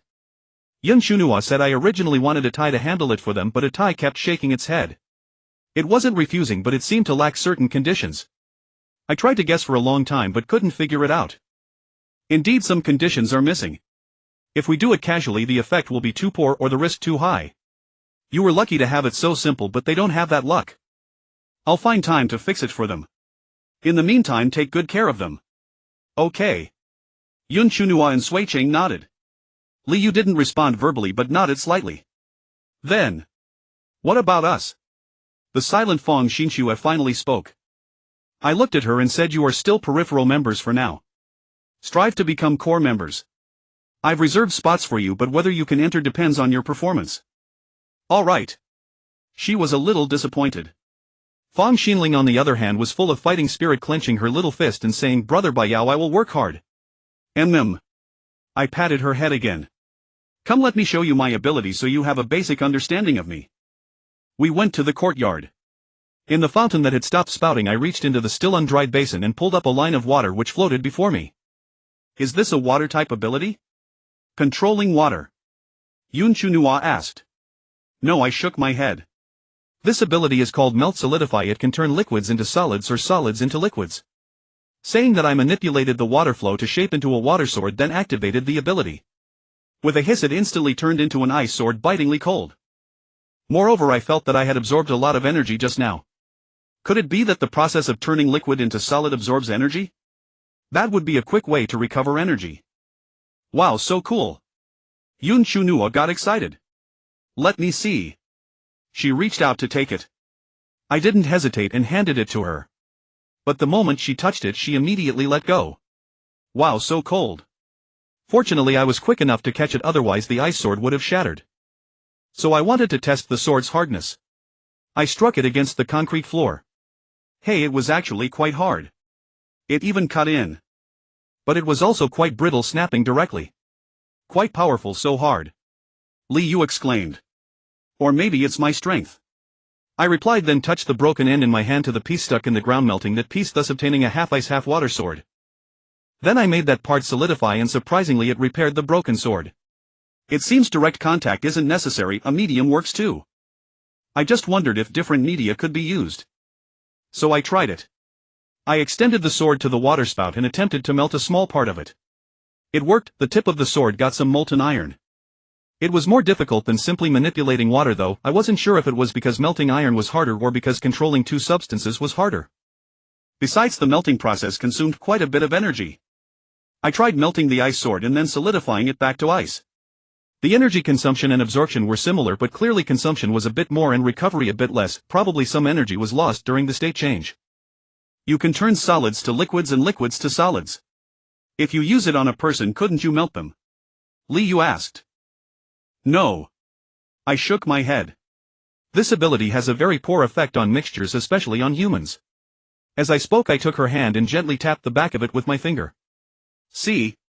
This is the effect on a human body. She raised her hand to look at it.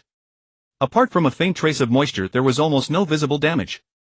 If I hadn't told her that I had activated the ability, she might have thought I had simply gotten water on her. So what's the use of this ability? Asked Liu. Making things.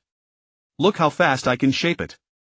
I casually transformed the ice sword into various forms, a blade, a spear, a staff, a club, and even shaped it into a human figure. Imagine if I could get good enough steel, I could rapidly manufacture all kinds of weapons. Indeed. But modern equipment pursues high technology. While cold weapons in the hands of someone with great combat power are effective against zombies, they ultimately have their shortcomings. Can you make high-tech equipment? Asked Sui-Ching. No. I shook my head.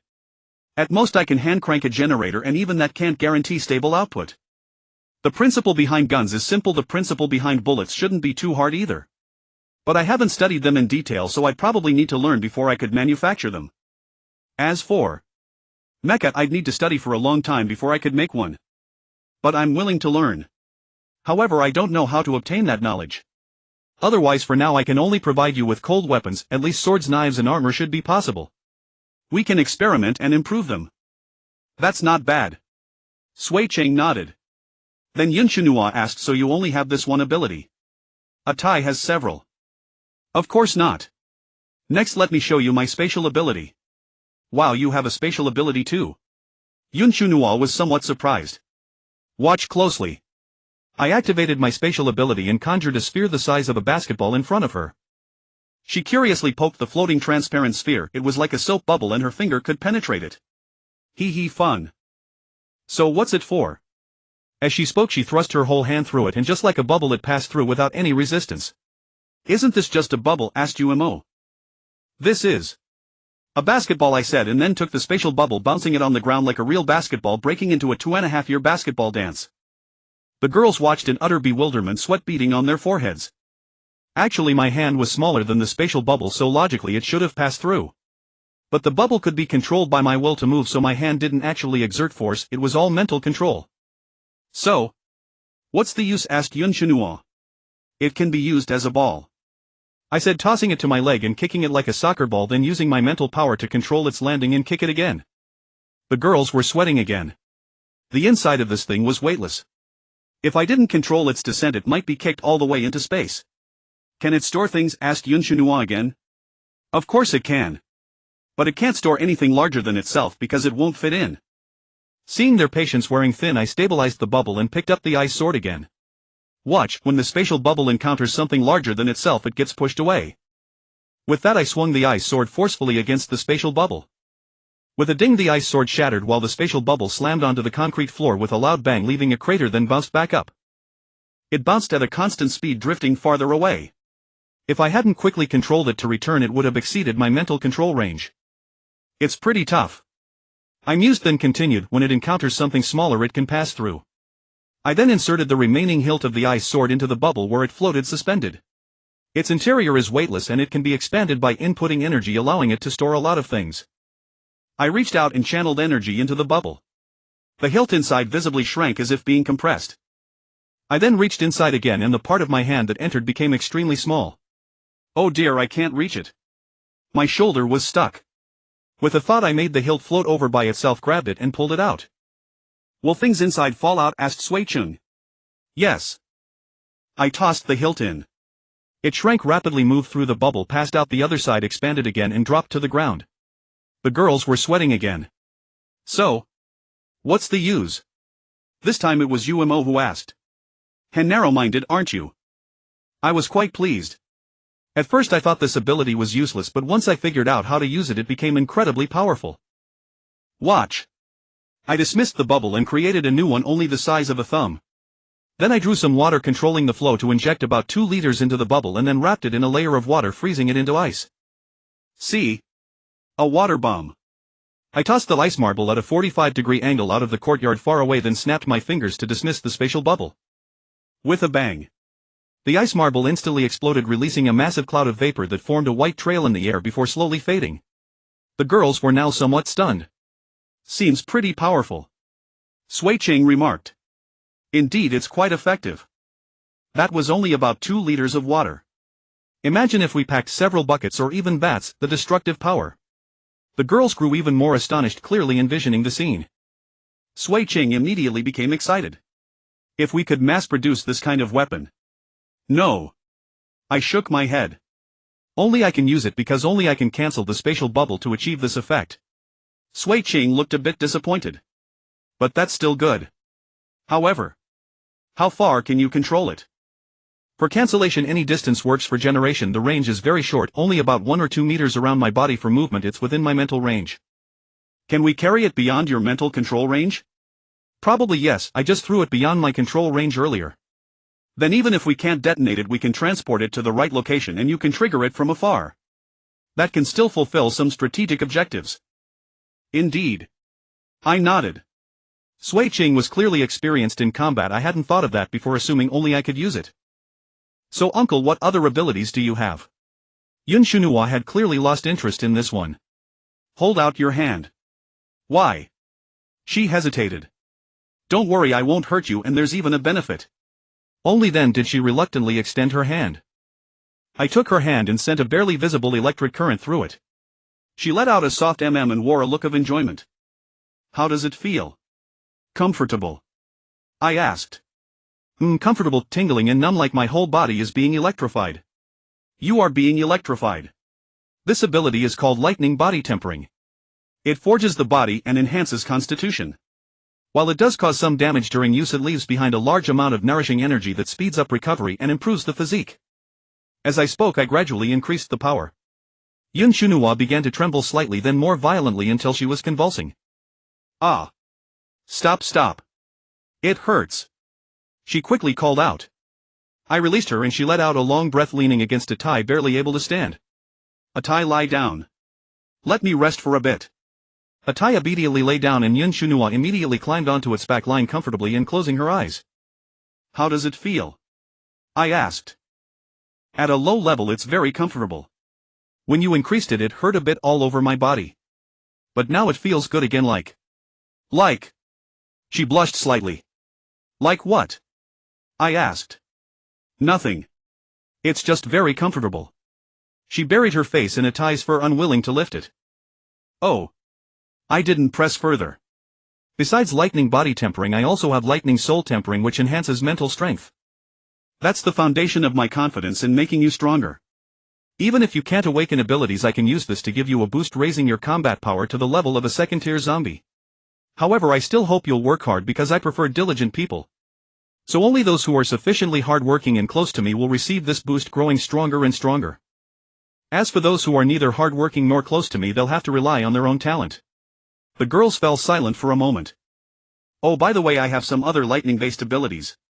You'll learn about them later. For now. Atai, let's go inside and open your spatial gate. Woof. Atai carried Yun Shunhua inside and opened its spatial gate. I led the girls and then generated a spatial bubble larger than a person, enlarging it slightly. Space within space, it works. I smiled. Atai, open a spatial gate somewhere else and see if this bubble is still here. Woof. Thus everyone and the dogs went out, allowing Atai to go upstairs, distancing themselves more than 10 meters from the original location, and then he opened a new space gate. They entered again.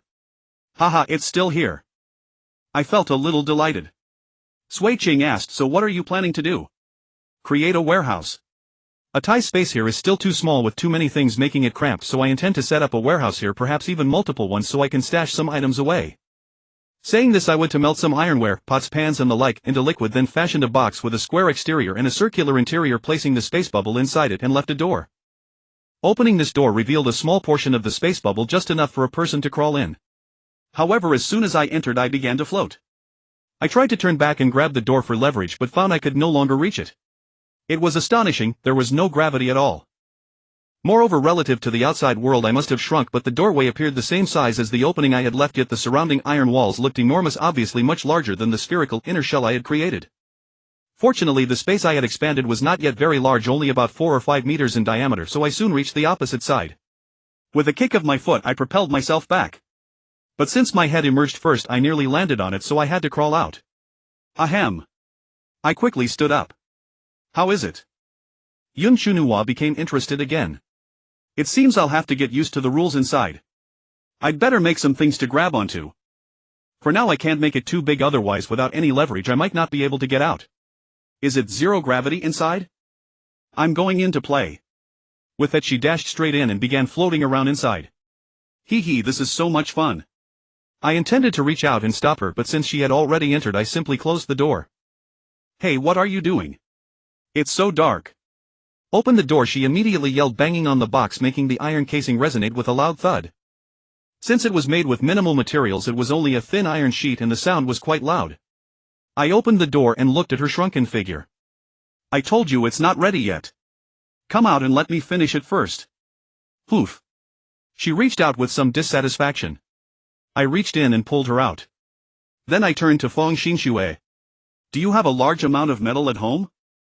There are some discarded weapons in the warehouse. If you want, take me there quickly. Okay. So I melted those discarded weapons into a molten stream and set up an iron pipe framework inside the space bubble, connecting it to the inner shell, ensuring that I could grab onto something from any position. Then this place won't be able to store large items. Sui Ching remarked. Indeed, it's like that for now. And it can't store fluids, as cleaning would be troublesome. It would be best to get a vacuum cleaner or an air purifier, otherwise floating particles would also be difficult to manage. For me, retrieving items is simple, I can move them with mental control, but for you. In short, this is a warehouse with quite a few drawbacks. But it does solve the problem of limited capacity here. Right. So we'll make do with it for now. Once I gather enough materials, I'll find a way to optimize the warehouse's structure, dividing it into compartments which should hold a lot more. The inconvenience of this warehouse exceeded my expectations.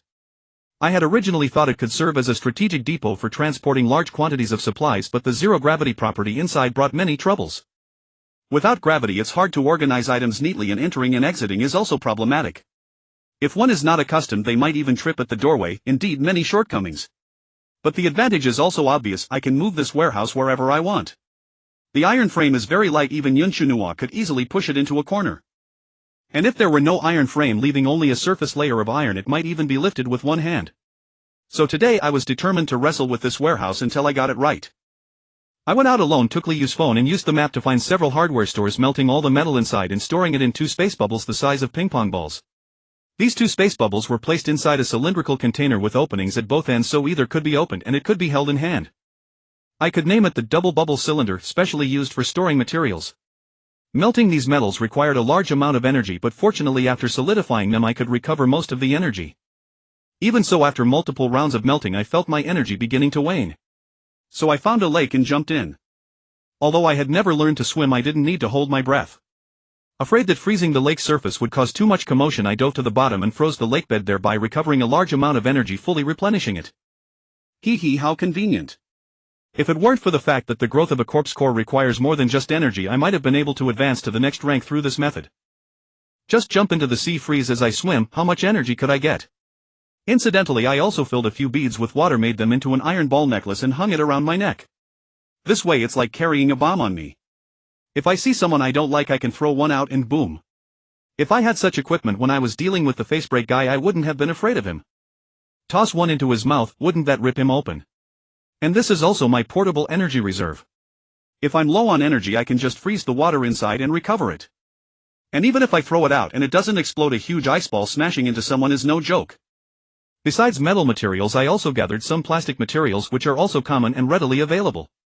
I stored them all in the double bubble cylinders, labeling the material names on top, and put them along with the metal materials into a backpack I carried. See? This ability is quite useful. Collecting materials is this simple. Of course, my melt and solidify ability played a huge role. Without the melt and solidify ability, this spatial ability would be rather inconvenient, making it troublesome to store things. But with the cooperation of melt and solidify, this ability can be considered a top tier one, quite powerful. Unfortunately, I'm not near the sea now. Although Linfeng City is coastal, it's still a bit of a distance from here. If I have time, I could drop a space bubble into the sea and see if I can create the nuclear bomb I've been anticipating. However, that would require a very large internal space which is difficult to nurture in a short time, and it needs a lot of energy. I'll think about it when I have free time. The metal from the hardware stores was still too little. I checked for nearby steel mills, the closest one wasn't far, so I decided to head over and take a look. But then it occurred to me, don't building interiors also contain a lot of metal? Every ceiling and pillar should have plenty of metal. So I punched through a ceiling, grabbed the steel wires inside and activated my ability. Sure enough, though it was strenuous, the wires were all connected and were melted by my ability, and I pulled them out. Wow, the amount was considerable. But then I suddenly stomped down hard, and with a boom the entire ceiling collapsed. It became a dangerous building. It seems I can't do this often, or I might end up burying myself. Although a skyscraper must contain a high amount of steel, unless I can extract all the steel inside in one go, doing it floor by floor could easily cause accidents. Whether extracting from top to bottom or bottom to top, it's not safe enough. Moreover, collapsing a building that large would make too much noise, might even kill other people, and even if it killed a special complete zombie, that would be a pity. So I headed to the steel mill instead to see if I could harvest enough steel. After some trouble I didn't return until the next morning because the night was better for sneaking around, collecting materials. By then my backpack was stuffed with numerous double bubble cylinders, each containing a large amount of materials, all clearly labeled. Common metals like iron, copper, aluminum, various types of plastic, lake water, purified water, and finished beverages I collected from a beverage factory. I had gathered several double bubbles of each. Collecting those beverages was quite laborious since unscrewing bottle caps took time and the unsealed ones had already gone bad, so there was no choice. Moreover, they were mixtures, so although they didn't need solidification, mental control was somewhat strenuous, leaving me quite tired. If I hadn't used a mild thunderbolt soul tempering to add lightning into my soul vortex, continuously leaving behind energy that nourishes and strengthens the soul, I probably wouldn't have been able to hold on. As a result, I've now made thunderbolt soul tempering a permanent fixture in my consciousness space, and mixing it with the soul vortex creates quite a spectacular effect. A vortex combined with lightning looks very cool. Also, thunderbolt body tempering is now constant, though both are at a mild level, so the tempering effect on body or soul is limited, but at least there's progress. And the nourishing energy left behind is simply too beneficial. It allows me to improve while also enhancing my recovery, greatly boosting my endurance. Otherwise I would have returned before dark yesterday and wouldn't have lasted that long. Even though energy can be recovered with water, mental strength cannot. After I came back I didn't stop at all, since I had gone out precisely because I was determined to perfect that warehouse, and now I naturally had to continue improving it. First, set up a grid-shaped framework inside, ensuring there are enough points for leverage. These grids are roughly the same size as the space bubble of this warehouse, each slightly larger than a person. This way the grids can form passageways, and with iron sheets added they become box after box. Arrange these boxes in rows and columns, creating ample storage space while ensuring the passageways are interconnected in all directions. The general framework is like this. As for what to put inside the iron boxes, that's up to Yun Shu Nor and the others. By adding smaller boxes, compartments and drawers inside, it should be able to accommodate even more miscellaneous items. Although this repetitive structure is not very aesthetically pleasing, it can be infinitely replicated to adapt to the ever-expanding space. Currently this space has a diameter of about 20 meters, much larger than a TIE's 10 by 10 by 10, so it should barely suffice. Additionally, the iron boxes outside the space bubble need to be reinforced. Although it will increase weight somewhat to prevent damage from things inside, it's better to make them sturdy and solid. This way it won't easily topple. Well, this first generation trial warehouse is complete. For now we'll use it as is, later we'll see if there are any improvements to make. Moving. The women were somewhat surprised. Yes, moving. After resting for half a day I'm now full of energy.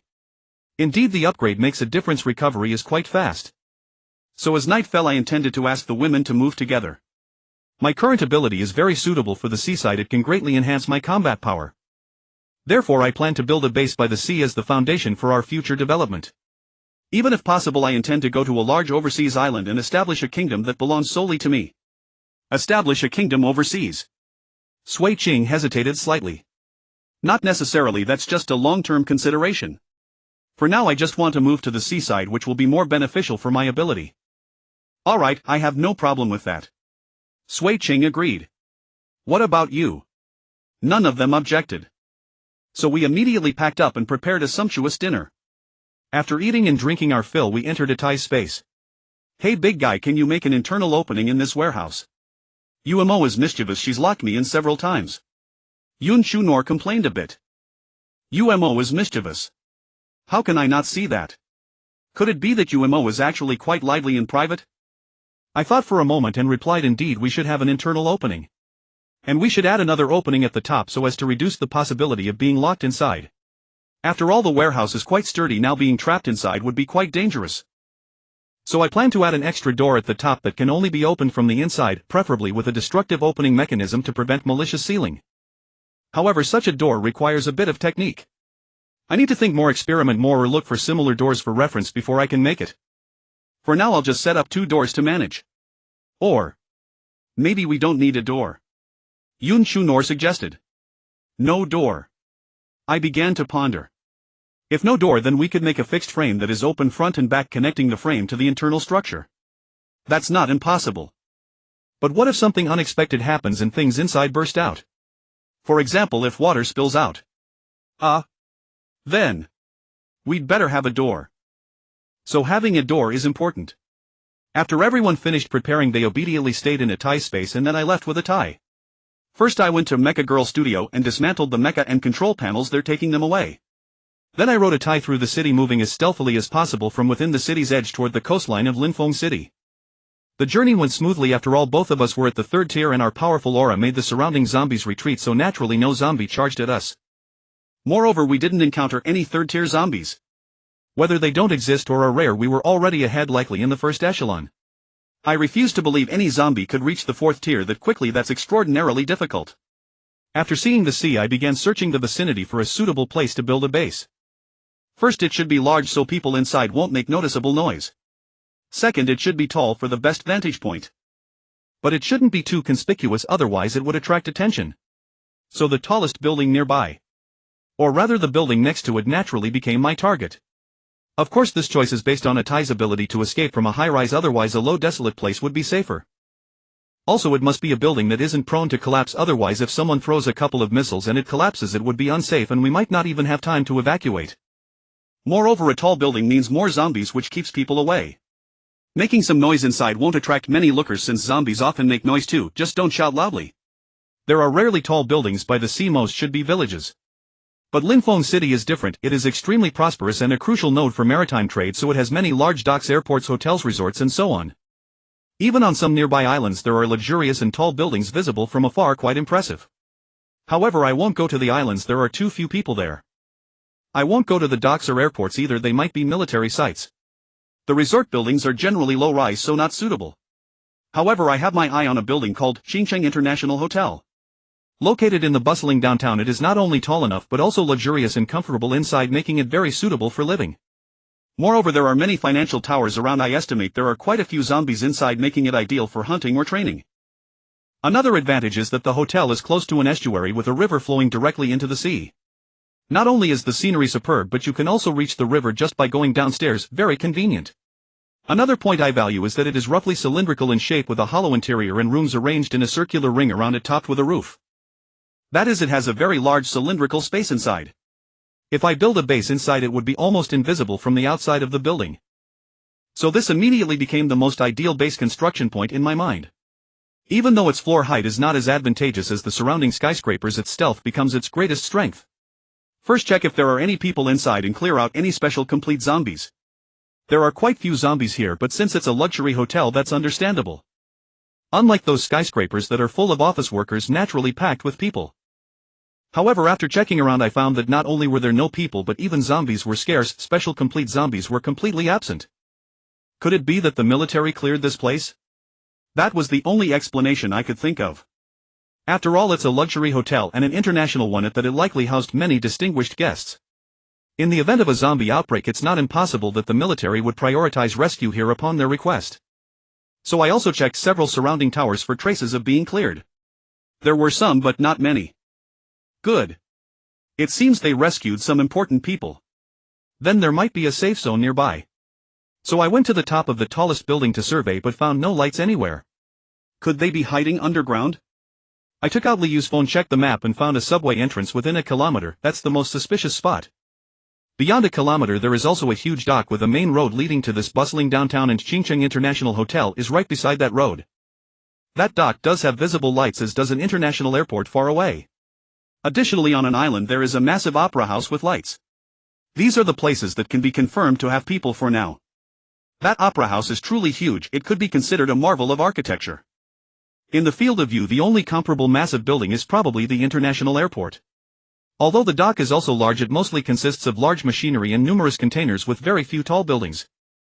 After roughly confirming the surrounding situation, I thought it over and decided to choose Qingqing International Hotel as the base.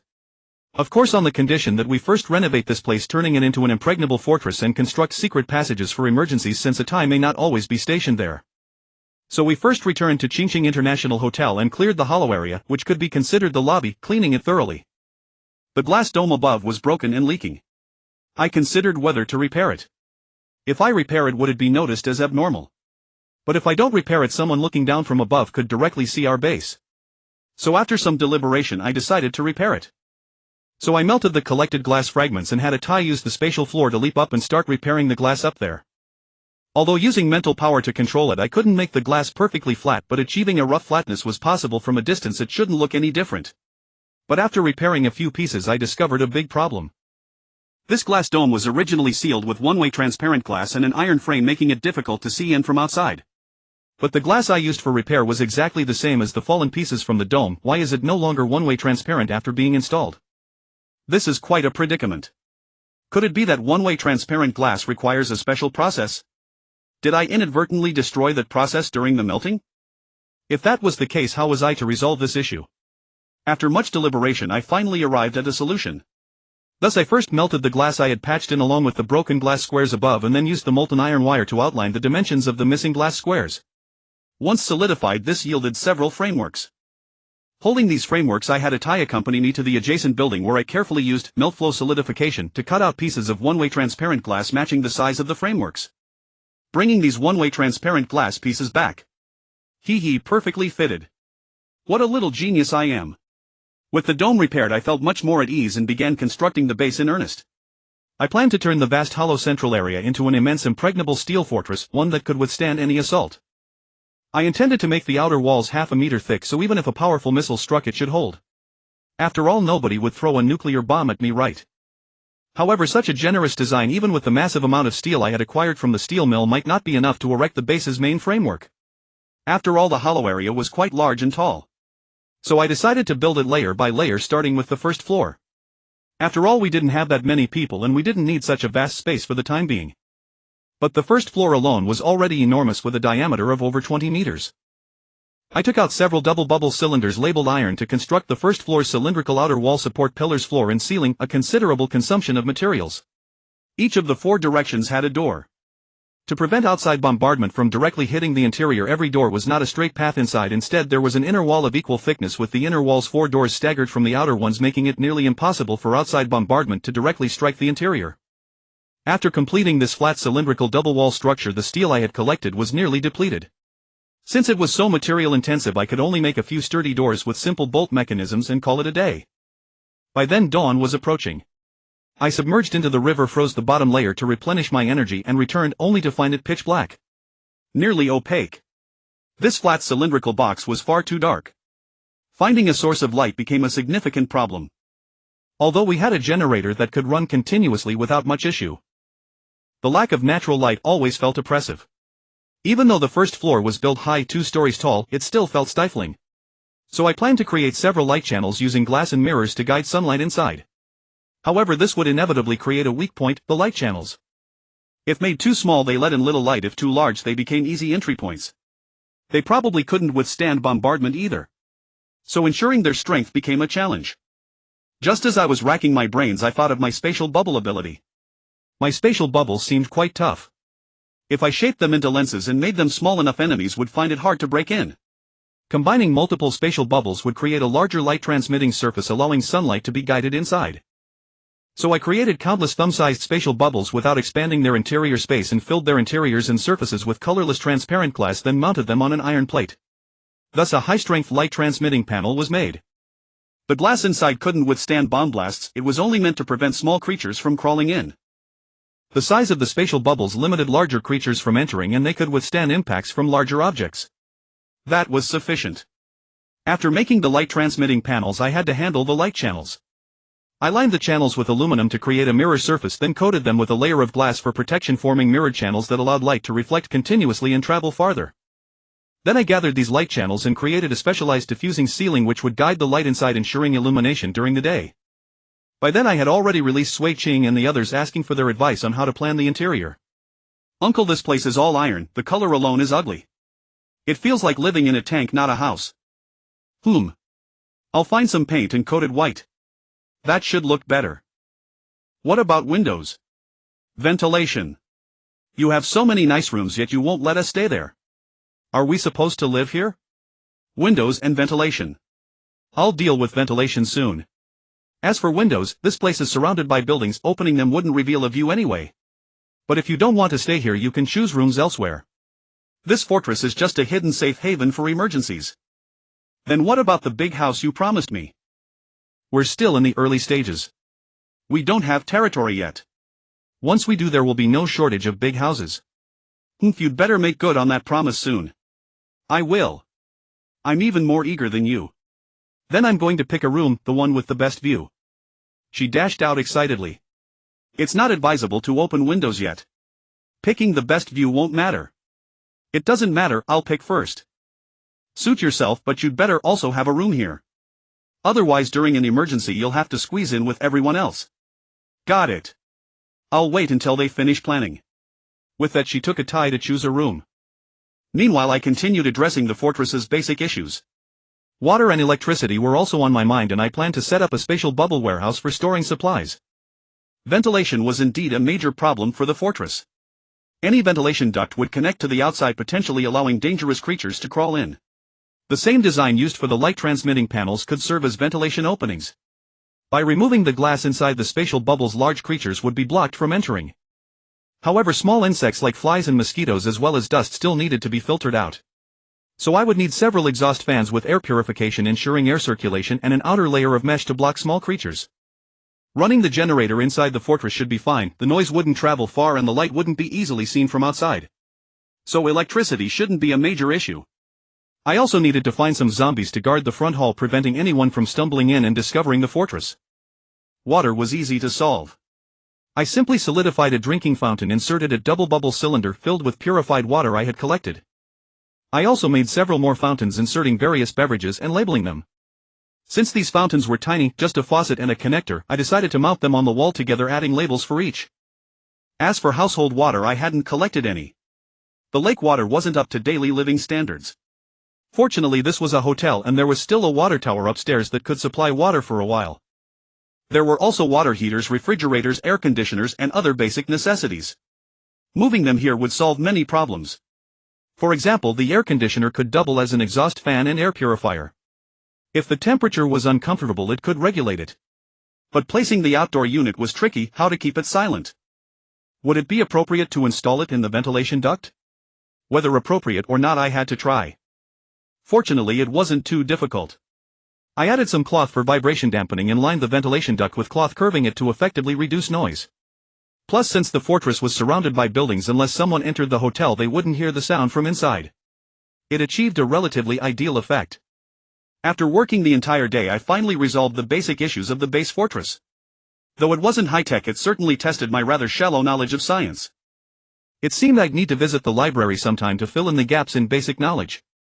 Otherwise, creating high-tech equipment in the future would be nearly impossible. Now it was dark and I needed to go out to find materials. The most urgent need was iron. I also took a piece of paper listing all the urgently needed items, including the paint Yun Shuno had mentioned. First I checked if there was a steel mill nearby. No, there wasn't. So I just find any factory, the machinery always contains steel. After confirming no one was around, I dismantled everything. I stripped several factories, ensuring the first floor of the fortress would no longer lack iron. Whether to build a second floor could wait. Then I went to a renovation company and found some decorating materials, including wall paint. Unfortunately, my ability was too ineffective on wood, otherwise I would have brought back some wooden boards.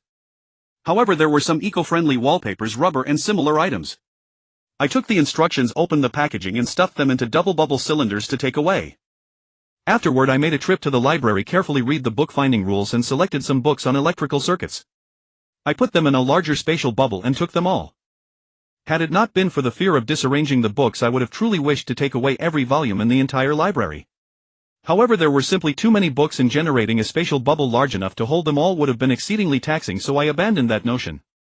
There were ebooks here, and if I could take the server itself, that would work too.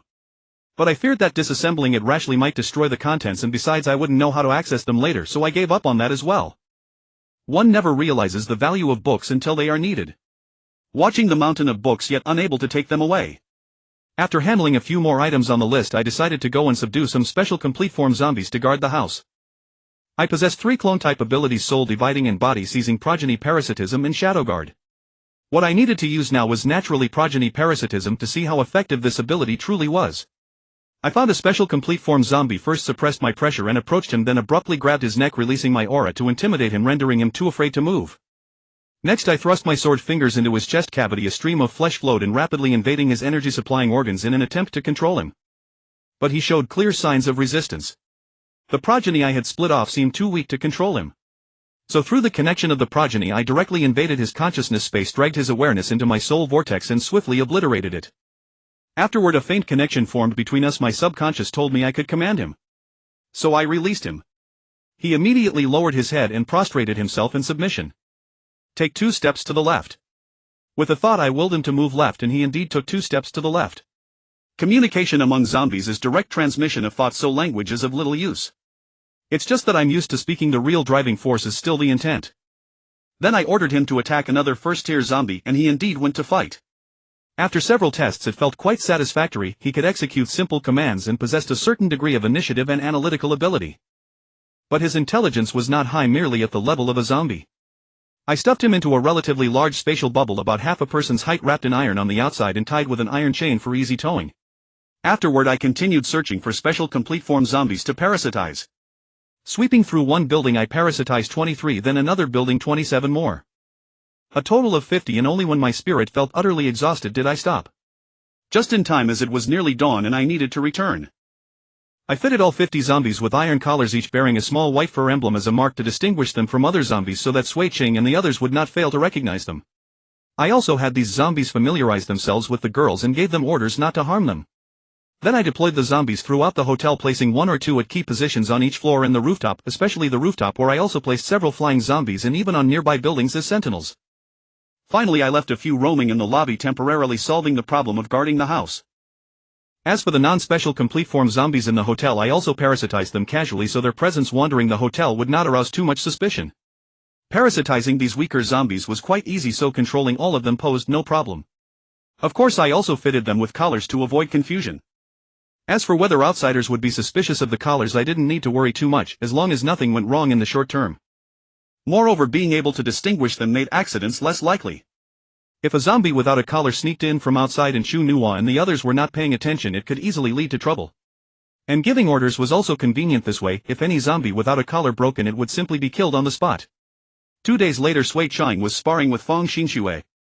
Both women were adept in physical combat, but one was a brawler and the other a martial artist. Fong Xinxue was clearly at a disadvantage, as her techniques still lacked real combat experience, far less crisp and fierce than Sui Ching's. However, her physique was unexpectedly excellent. She had the upper hand in strength and was quite resilient, stubbornly enduring Sui Ching's relentless assault. This was the 2nd floor of the fortress, which I had converted into a spacious training room. I had also constructed secret passages branching into 3 routes leading to 3 locations, 1 to the underwater and the other 2 to the adjacent buildings I had already taken control of. In the past 2 days I had controlled 250 special complete form zombies plus the previous 50, making a total of 300, bringing the entire vicinity under my dominion. Once any slight disturbance occurred, these progenies would relay information to each other, eventually transmitting it to me, keeping me informed of all movements in this area. The range within which these progenies could transmit information was the same as their zombie sensory range. The range for transmitting information to me was also my zombie sensory range, currently about 100 meters.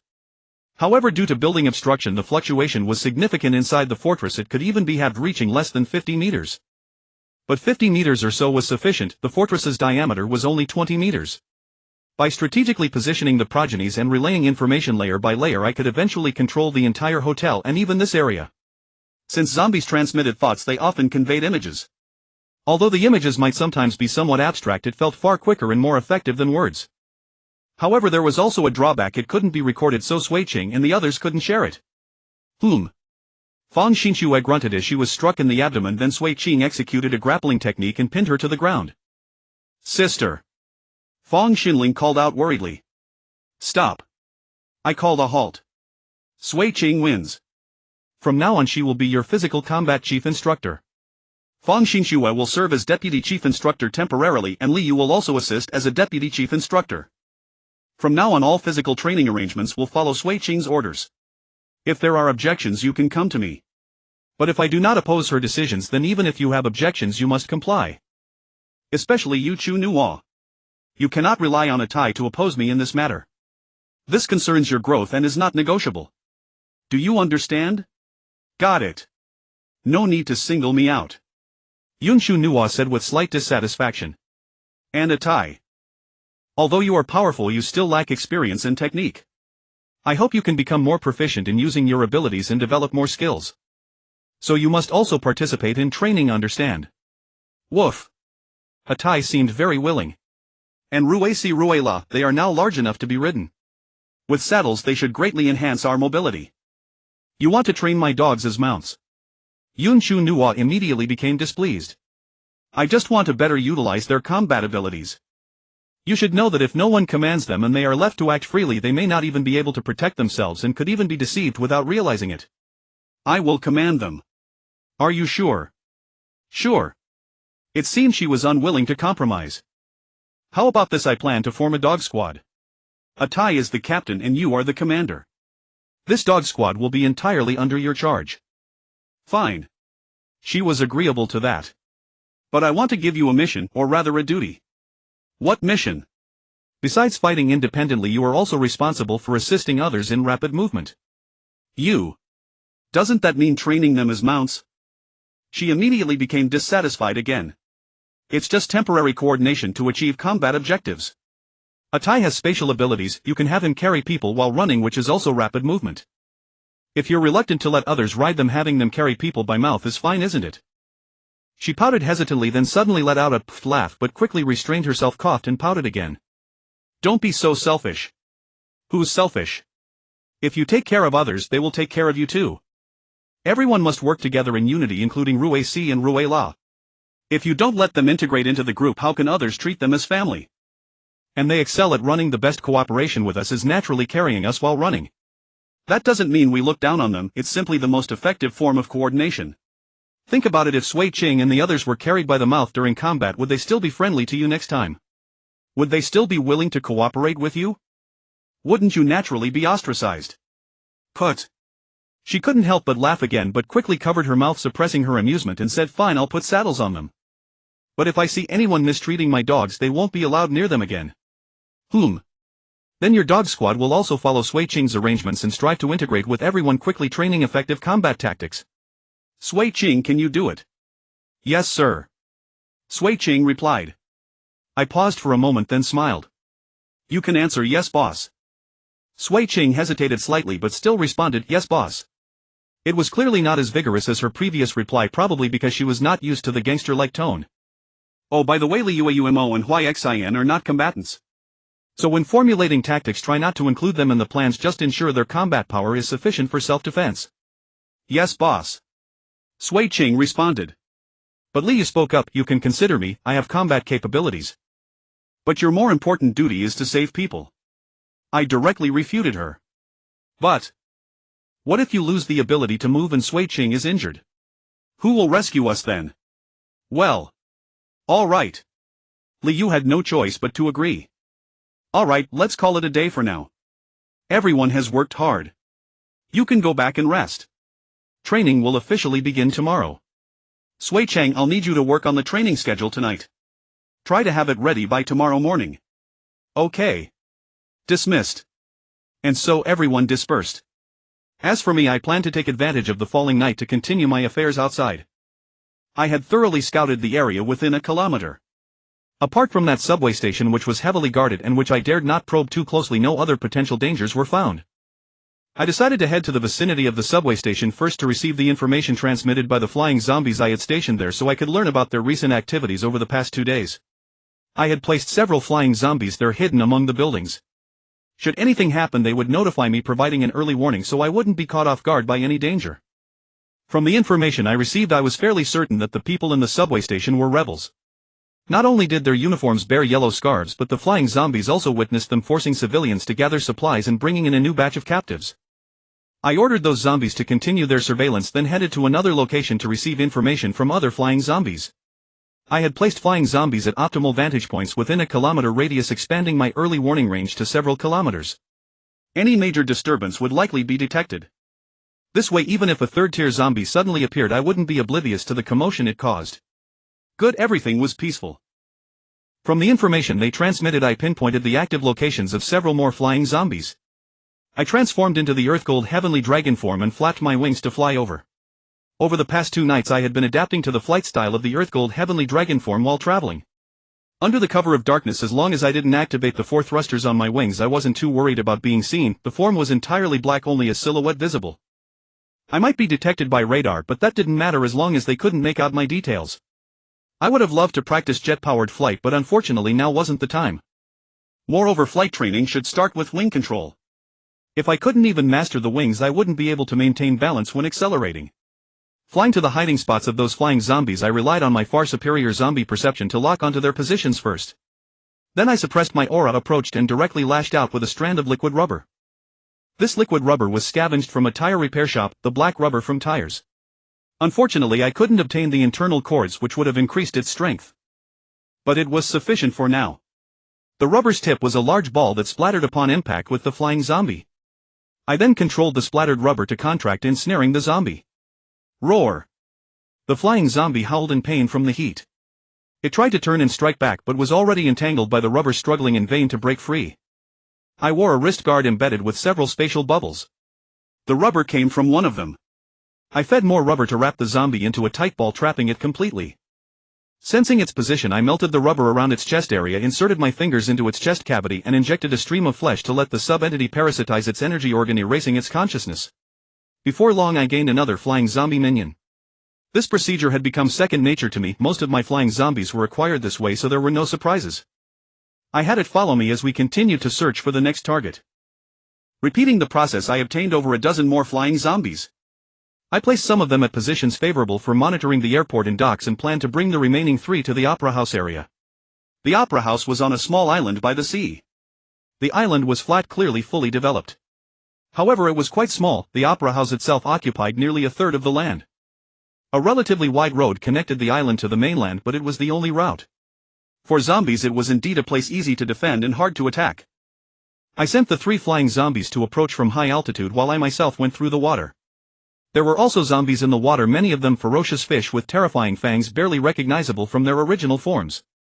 But this was still shallow sea, and I didn't see any particularly massive zombies, not even shark-sized ones. It was a bit disappointing. However, there were humanoid zombies in the water, likely drifters or those who had fallen in. They flailed about clumsily, looking rather comical. Human bodies are not suited for swimming, and zombies even less so. Some zombies, too tattered, had sunk to the bottom, walking on the seabed, an eerie sight. Flapping my wings underwater, I could still move. Aside from greater resistance, it felt much like flying. In fact, my body barely sank, allowing me to leverage more force, making it easier to control than flying. It seemed I should consider shaping the Earth-Gold Heavenly Dragon form to be more hydrodynamic, making both flying and swimming easier. Soon I approached the island where the Opera House stood. I didn't surface directly because my zombie vision saw people on guard. From their posture, they seemed to be holding guns. With my current defense, bullets shouldn't be a problem. But I intended to practice stealth, infiltration, and making noise would be counterproductive. The flying zombies were hovering 100 meters up, conveniently transmitting their visual feed to me. With a soft pop, I lost one field of vision. A flying zombie had been shot down. From a muzzle flash, I vaguely spotted a sniper. I quickly ordered the remaining 2 flying zombies to fly erratically and at high speed to prevent the sniper from locking on. It was clearly a military force here. Armored vehicles, tanks, and even mechs patrolled the ground. However, their uniforms didn't bear yellow scars, so I couldn't be sure if they were rebels. Moreover, the small island was equipped with anti-aircraft guns. I wondered if there was a complete air defense system. In any case, zombies would have a tough time breaking in. Temporary mesh walls surrounded the island, sentries stood guard in watchtowers, and patrol squads moved around regularly. The defense was quite tight. Clearly this place had been turned into a military base, possibly even a shelter. I didn't see any civilians though. The Opera House was huge. If there were civilians, they could easily be hidden inside. That was normal. Thus it was even harder to determine whether this was a rebel base or a garrison. If they were rebels, why weren't they wearing yellow scarves? trying to disguise themselves as the regular army. And if it was the regular army, they were too close to the rebels and so blatantly exposed. Weren't they afraid the rebels would launch missiles at them? Even with air defense systems, a saturation attack would be unstoppable. They could even use rockets. Blind fire would hit this place, it was too conspicuous. Or was there an underground bunker that could withstand missile strikes? This island was not simple. So I didn't set foot on the island rashly.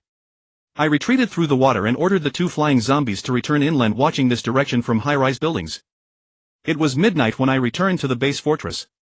Most of the women and dogs had already gone to sleep, but I saw that Sui Qing was still awake, seemingly busy with something. I walked over and knocked on the door. "Who is it?" "It's me." With a click the door opened. "What's the matter? Is there something you need?" Sui Qing asked. "Why are the lights still on in the middle of the night? Aren't you sleeping?" "I'll sleep soon, just finishing up tomorrow's plan." "How much have you done?" I stepped in and took a look. "More than half." "Give me another half hour and I should be done." I picked up the draft, several pages densely written with discarded drafts as well. She was clearly putting in a lot of effort. I put it down, pulled her into my arms and said gently, "Go to sleep first. It's just an initial plan, no need to be so detailed. We can refine it as we go. But I want to do it better. To be honest, I've never trained anyone before, so I'm a bit nervous. But I'm afraid of disappointing you." I held her tighter, swaying gently like coaxing a child. "Just do your best. I'll help you. I'll review your draft anyway and add my own ideas. I'll finish the rest of the plan. You go and rest, make sure you're energetic tomorrow. If you're not in good shape, it'll be easier for problems to arise." "I'm fine. My physique is good now, it won't affect me much. Be good and go to sleep." No arguments. I looked at her firmly. "You. Like this?" She was both amused and annoyed, unsure whether to refuse. "You're not being obedient, so I'll help you sleep." With that I lowered my head and sealed her lips. "Mum." Caught off guard, she responded slightly before struggling. Don't. If you do this, I'll be even more tired tomorrow." "Don't worry," I said. "I possess techniques for soul forging and body tempering. I'll ensure you're brimming with energy tomorrow." As I spoke, I released a faint electric current, causing her to grow even weaker, letting out soft groans. This lightning body tempering was truly effective. From gentle to intense, synchronized with the ebb and flow of emotions, the effects it produced were simply sublime.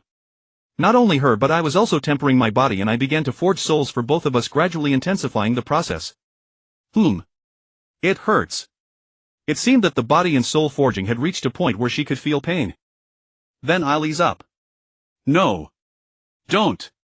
You can. Go harder." "Oh. All right." So I increased the intensity, and the more my emotions surged, the more I intensified it, until the pain made her cry out involuntarily. Ah. Let me wash you up." "Wash early, sleep early." "Don't." She bit her lip, refusing verbally but offering no resistance at all as I led her inside.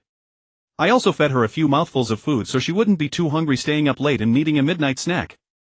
After seeing her fall into a deep sleep, I walked over to the table, carefully read her plan, then revised and refined it, adding my suggestions and ideas, and set some goals for her. After finishing, I organized it once more, polishing the details but without being too restrictive, giving her a certain degree of freedom.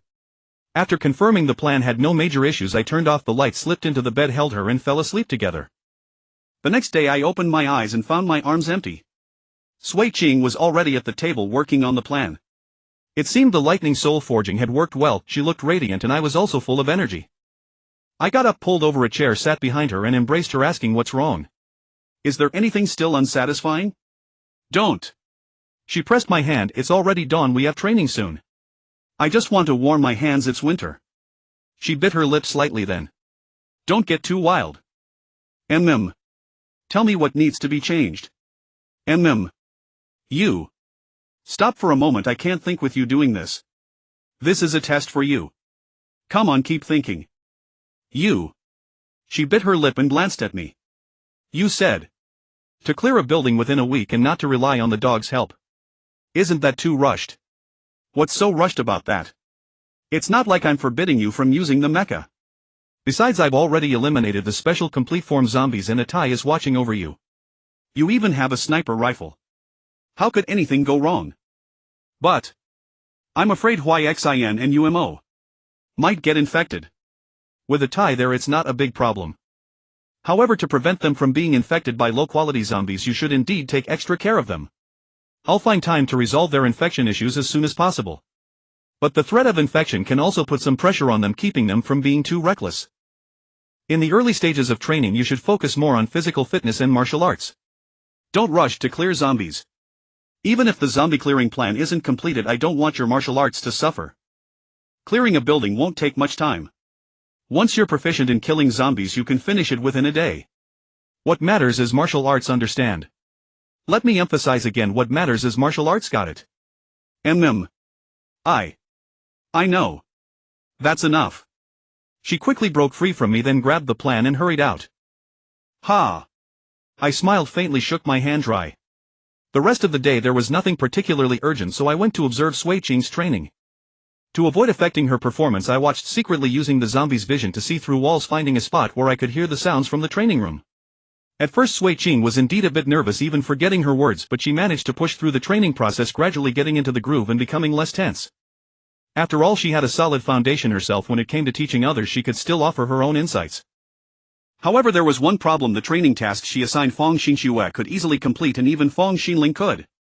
Even when she specifically increased the training load several times for the two, they still completed it with ease. When she tried to increase further, Fong Xinxue was immediately dissatisfied. My physical fitness has already reached a limit. This kind of training is meaningless to me. Unless I want to become as burly as a man, I won't accept your continued increase. I want to hone my techniques and learn methods to break through my physical limits. Intensifying training just helps you reach that limit faster. Do you think the human body can become infinitely strong? It seems you don't understand the human body. Your training method lacks a theoretical foundation. You're just copying others' methods. I guess your general theory is to train hard, rest well, eat and drink well, use massage and other means to relieve muscle pain, and maybe even use fascia knives to prevent muscle adhesion, right? You have no idea how the various organs of the human body are coordinated, how their functions affect the body, what burden intense exercise places on them. You just think that exercising makes you stronger, right? Sui Qing was left speechless, lowering her head. Sorry, your training method doesn't suit me. With this time I'd rather spar with you. Sui Qing pursed her lips. Then, at this moment I stepped out and spoke. For ordinary people, training equals strength. That's indeed the simplest approach. Human genes have a certain selectivity, they self-regulate based on the environment, and the bodies need strengthening certain functions to make the body more adaptable. And training is precisely about strengthening the demand for movement, causing the body to adjust in a direction that supports more activity. You're right. Simply through training, the human body does have limits because the foundation supporting the body's strength remains unchanged. If the foundation hasn't changed, the upper limit naturally hasn't changed either. But you can't dismiss Sui Qing's training method because of that, since for most people they haven't yet surpassed the scope of this method. Moreover, her method doesn't require mastering too profound theories, so it's more universal and easier to promote. Fong Xinxue's words had severely damaged Sui Qing's authority. I had to step in and salvage the situation, otherwise the subsequent training would be impossible and no one would be convinced. But it certainly doesn't suit me, does it? Fong Xinxue said. Indeed. Didn't you say you would train me personally? Now you're giving this task to someone else. Do you think I'll waste your time, or that I'm not worthy of your personal training? I pondered for a moment. Fine, given your special circumstances, I'll train you personally. As for the others, don't overthink it. Just start training first. Sui Qing, continue. Oh, okay. Sui Qing nodded, a bit dejected. Wait, there's also my sister. Fong Xinxue spoke. Fine. Xinling, you come out too. Okay. Fong Xinling also ran over. How do you plan to train me? Fong Xinxue asked. My foundational knowledge of human body may not be as profound as yours, and even my martial arts theory might not match yours. But my strength is definitely above yours, and your techniques lack real-world optimization. So, isn't the approach very simple? So it's real combat. Exactly. I also want to learn something from you. If you see any possibility to optimize my techniques, you can tell me. All right. She nodded. Then let's begin. I made a pleased gesture and used melt flow solidification to form a layer of rubber gloves on my hands to prevent infecting her if I injured her. After a slight fist and palm salute, she charged straight at me, her techniques noticeably more aggressive than before. Not bad, some improvement. I parried easily. Unfortunately, I've improved even more. Gradually I increased my force and countered, forcing her to retreat step by step. However, the training room, though spacious, had its limits. She gradually found nowhere to retreat and was cornered. She tried to dodge aside to find more open space, but I was quicker, constantly blocking her path. With no choice, she used the wall for leverage and swept a kick, hoping to force me back. But I ducked low, dodging her kick, and she immediately ended up with her back to me. Panicking, she quickly pushed off the wall again, trying to ram me with her back. But I simply sidestepped, dodging her charge, and hooked my arm around her neck, causing her to fall to the ground. She tried to get up, but my hand was already gripping the back of her neck, preventing her from rising. She suddenly arched backward, lifting one foot like a scorpion, raising its tail, aiming to kick me. But unfortunately her movements were still too slow in my eyes. I simply stepped on her lower back, and no matter how flexible her waist, she couldn't lift it. Your techniques still expose too many weaknesses. Even without me deliberately speeding up, you're riddled with openings. I told you, if I'm not satisfied with your training, there will be consequences. And today, aside from unsatisfactory training, you also talked back to Sui Ching, overstepping your bounds. That also displeases me greatly. So accept your punishment. With that, the rubber gloves on my hands vanished and a torrent of lightning burst forth, enveloping her. Ah! She cried out in pain, convulsing from the electricity. Sister! Fong Xinling ran over, worried. Stand back. I glared at her, making her dare not approach, then continued to increase the electric power so that her screams could be heard clearly by everyone present. Sui Ching and the others halted their training, their gazes turning toward the scene as expressions of shock and pity flickered across their faces. Sui Ching especially spoke with a hint of concern. "Bai Yao, don't do this. Call me boss." I emphasized my current identity also to remind her of hers. "Boss, please let her off." She quickly corrected herself. "I want her to understand that the rules I set are not a joke, and the positions I appoint are not mere formalities. Private jokes are tolerable, but openly defying your superior in a formal setting, where does that leave my authority?" The women remained silent. I spoke these words for their benefit as well, lest they take things lightly. But what she said made a lot of sense. Sui Chang spoke again. "Even if it made sense, she could have said it privately. I gave her the position of deputy head trainer to assist you, not to undermine you in front of everyone. Since she fails to grasp that, she deserves punishment." This. Sui Ching was momentarily at a loss for words. After a long pause, she said then, "Let me be punished alongside her, okay? She is after all my subordinate. This is my failure. No need. This is both a punishment and a reward for her. She did wrong, but I still appreciate her efforts. Isn't she looking for a way to break through her physical limits? This is that method. I just turned up the power of the lightning body tempering. If she can endure the longer she persists, the greater the gain. Fong Xinxue, can you keep going? Should I let go now?" I can." Fong Xinxue gritted her teeth. Sui Chang didn't know what else to say, so she stopped pleading. "Then do you admit your mistake?" Didn't you say? You are my direct superior. How could I be considered insubordinate? But I temporarily placed you under Sui Ching's training, so she is your temporary superior. So? Fine. I admit my mistake. Apologize to her. I'm sorry. Sui Ching quickly waved her hands. No need, no need. Bye. Boss, please stop. Even if it's lightning body tempering, too intense a session can damage the body. There must be a gradual process, otherwise. All right. I released her and she immediately collapsed to the ground, gasping heavily. Xinling, take her back to rest. I instructed. Fong Xinling hurriedly responded with a no and directly picked up Fong Xinxue, carrying her away. All right, you all continue training. Okay. Sui Ching nodded. Then they resumed training, this time with much more seriousness. No one dared to disobey. After watching for a while, I retreated to the background and continued observing through the zombie vision. Seeing that Sui Ching had the situation under control, I felt relieved. Then I picked up a book on electrical circuit basics to fill in my knowledge gaps and continued planning how to improve the base and develop my own abilities. After all, I had an ability called Thunder Overlord. Oh no, it was called Thunder Sovereign. Although abilities often seem illogical, it's merely that some aspects exceed our understanding. Studying the fundamentals of electricity in depth would greatly benefit my ability. For instance, concepts like conductors and insulators help me better distinguish which materials are conductive, which are not, and under what conditions non-conductive materials can become conductive. These insights are highly useful. Moreover, there's the tricky concept of capacitance, which can store and release electricity momentarily, offering countless wonderful applications. After lunch Sui Ching approached me. Bye. Boss No need to call me boss in private. What's the matter? I pulled her into my arms. How did I perform terribly today? She asked, sounding dejected. Not at all. I'm quite satisfied. Fang Xingxue was just an accident. But after what happened this morning I don't know how to get along with her anymore. Is that what's troubling you? That's simple. Do you have a solution? She asked, looking up. I gently pinched her cheek. Since she claims her method is better, why not go and ask her for advice?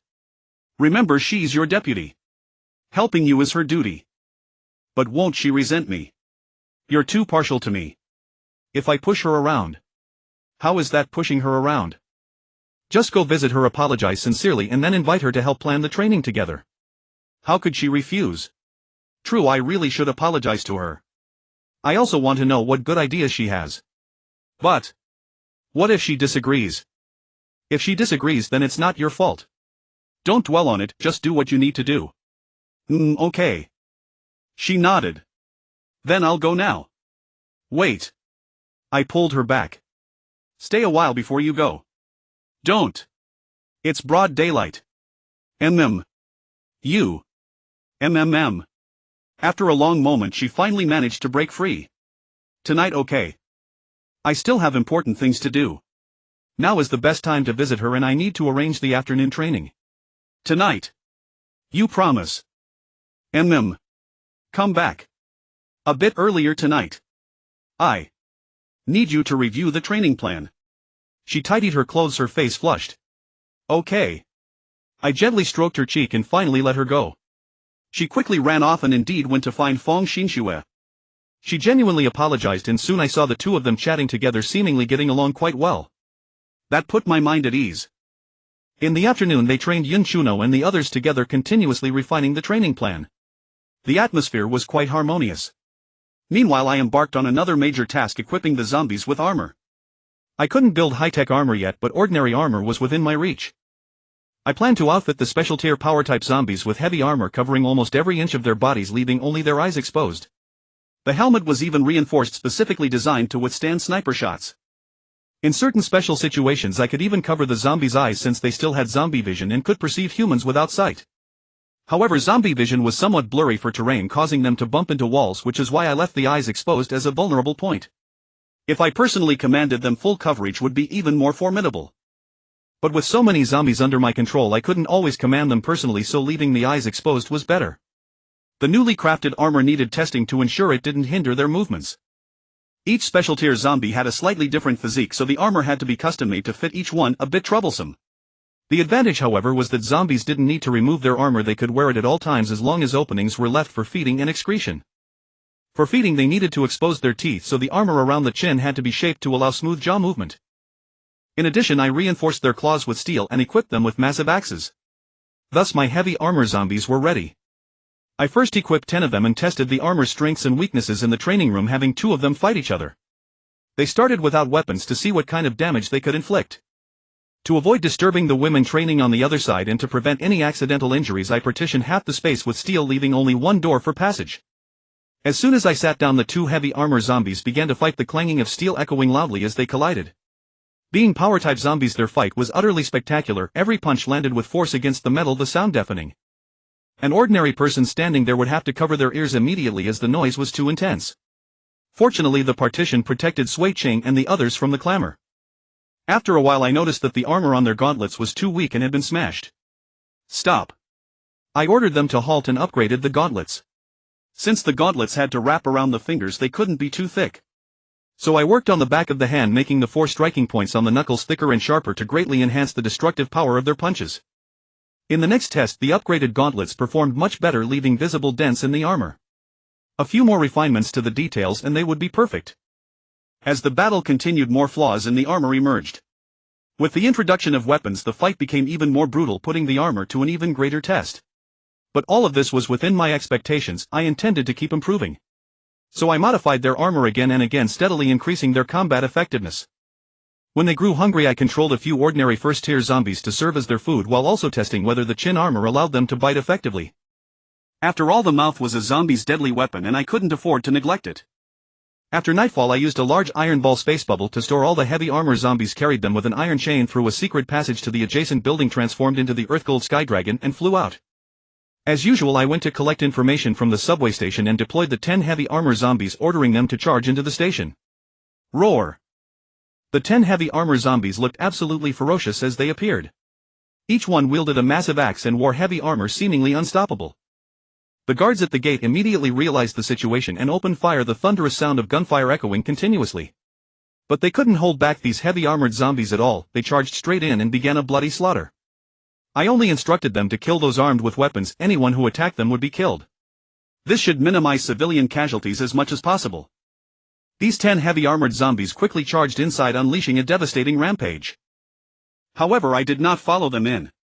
Instead, I directed those flying zombies to act as information relay stations, conveying my orders and reporting the battle situation from the front line back to me. This was the final test for the heavy armored zombies, assessing their ability to withstand heavy weapons. Ordinary bullets striking the heavy armored zombies merely produced a clinking sound. Only when a stray bullet happened to hit an eye would the zombie let out a pain scream. However, ordinary bullets struggled to penetrate the skulls of fully evolved special zombies, so an eye injury was not fatal. With a swift whistle, a portable rocket-propelled grenade streaked toward the ground, detonating in a violent explosion that tore a heavy armored zombie apart, stripping it of its combat capability. I never expected the rocket launcher's firepower to be so devastating, able to literally dismantle a heavy armored zombie. After all, these armored zombies armed with giant axes had already proven capable of damaging tanks. Some of the tanks inside hadn't even managed to start before the heavy armored zombies swung their axes, bending the barrels and shattering the track chains on the wheels. This showed just how fearsome they were. Yet one rocket could still tear them apart, proving that thermal weapons remain quite formidable. Some heavy armored zombies were inadvertently struck by tank shells, but tank targeting was relatively slow. I ordered the tanks to be eliminated first, and soon they had no opportunity to fire. With a bang, a sniper targeted a heavy armored zombie and fired, but the impact only knocked it down, leaving a particularly deep bullet dent on its helmet. But that heavy armored zombie quickly got back up and charged frantically toward the sniper. The sniper took off running while numerous soldiers beside him provided covering fire, yet the heavy armored zombie hurled an axe that sliced the sniper in half. At this point I sensed these heavy armored zombies had ventured too far ahead, and other rebel forces had emerged from different exits of the subway station, clearly intending to attack from both front and rear. So I immediately ordered a retreat, instructing them to carry away the energy-supplying organs of fallen comrades whenever possible, and if they couldn't be carried, to directly order the subunits to self-destruct and destroy the energy organs. In the end, I recovered 6 heavily wounded heavy armored zombies and made a swift escape. Those rebels dared not pursue too deeply, as it was nighttime and the enormous commotion had already attracted quite a few wild zombies to serve as my rear guard. They couldn't even catch a glimpse of my shadow before I slipped away using the Iron Sphere spatial bubble. Along the way I gathered monitoring information from other locations, visited several factories to collect a substantial amount of steel, then quietly returned to the Chiching International Hotel to find Sui Ching. I raised my hand to knock but found the door ajar, so I pushed it open. "Why didn't you close the door?" Sui Ching's cheeks flushed slightly. "You're asking a question you already know the answer to. Aren't you afraid some bad person might break in? Zombies are guarding this place. How easily could a bad person get in?" "Then how do you know there isn't a bad person here?" I sat behind her and wrapped my arms around her. "They should be trustworthy, right?" she said uncertainly. "You can never be too careful with people. Someone might harbor resentment toward you and potentially develop ill intentions. Moreover, you must guard against not just people but also zombies. Don't assume the zombies I control are absolutely safe. You've experienced betrayal before. How can you be so lax? Then, should I guard against you too?" She turned her head to look at me and reached out to touch my face. "If it can heighten your vigilance, I don't mind." I also reached out and touched her face. "But I don't want to guard against you. I want you to become someone I can completely trust. But I can't guarantee I'll never lie to you. I just try my best emotionally. Also, not lying doesn't mean hiding nothing. Although I really want your absolute trust, but you'd better think about it." "Will you treat me well for life?" she asked. "Provided that your heart stays with me for life," I replied. "What if one day I grow old and lose my beauty or get disfigured or disabled? Will you still want me?" "Fool. If you became like that before we had an emotional foundation, perhaps I wouldn't want you. But once that foundation exists, even if you're left with only a head, I couldn't abandon you." She suddenly smiled, her eyes glistening with tears. "Kiss me." "Mm." I smiled faintly and lowered my head. "Mum. NN. Who?" after a long while. Wait. I'm not ready yet. She spoke to stop me. Still not planning to give yourself to me completely. Give me a little time, okay? Sai, I originally wanted you to be the first woman I bring to this world. Really? She seemed pleasantly surprised. So are you still hesitating? Give me a little more time, okay? Just a bit of time, wait until my period is over first. You're on your period. Yes. I thought it would come tomorrow, who knew tonight? Sai, the furthest distance in the world is this, simply more unbearable than watching the most delicious food right in front of you but unable to eat it. She couldn't help covering her mouth and laughing, then mischievously said, how about you help me grade the training plans? You actually still. I was utterly speechless. In this situation she still wanted me to grade plans. Please, she said coquettishly, then slid onto the desk. Hiss. I stiffened for a moment, then relaxed. She looked up at me with affectionate reproach. Hurry up and grade them, I need them tomorrow. Aren't you testing me? How can I focus on grading like this? Who was it that tested me this morning? Hurry up or I won't test you anymore. Alright. Helplessly I had no choice but to start grading.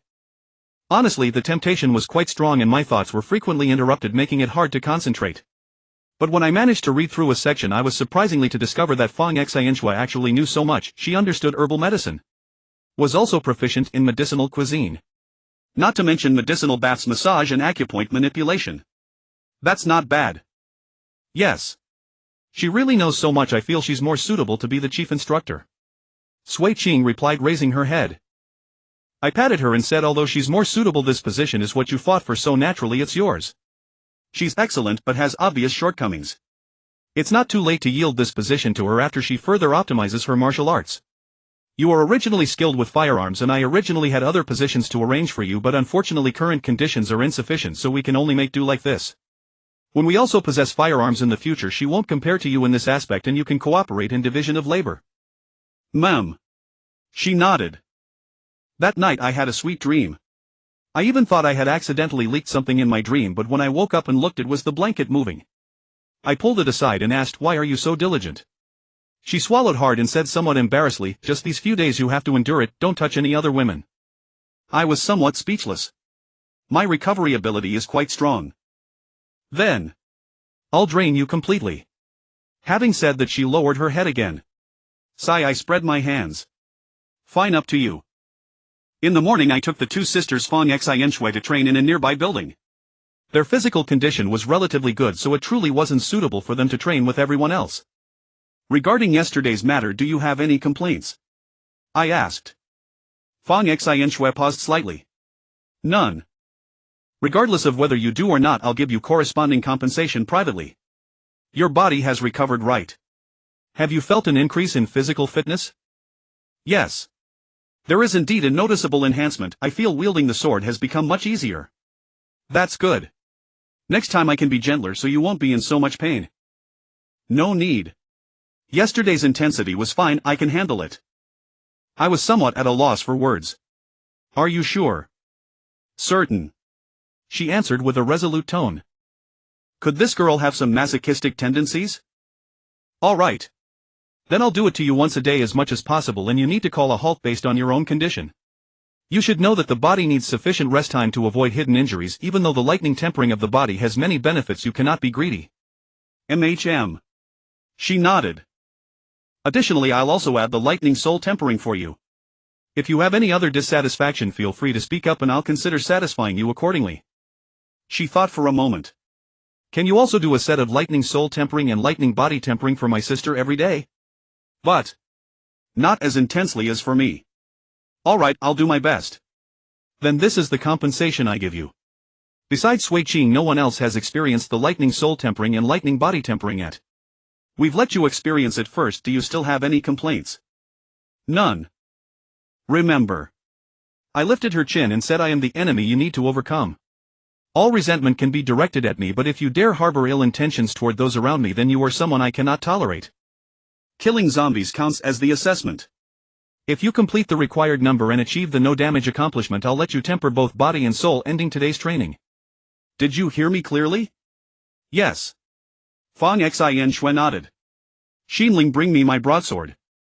Fong Xianling immediately brought the broadsword to me. We're using weapons today, come on. I pointed my broadsword at her. She also drew her tang sword and took position.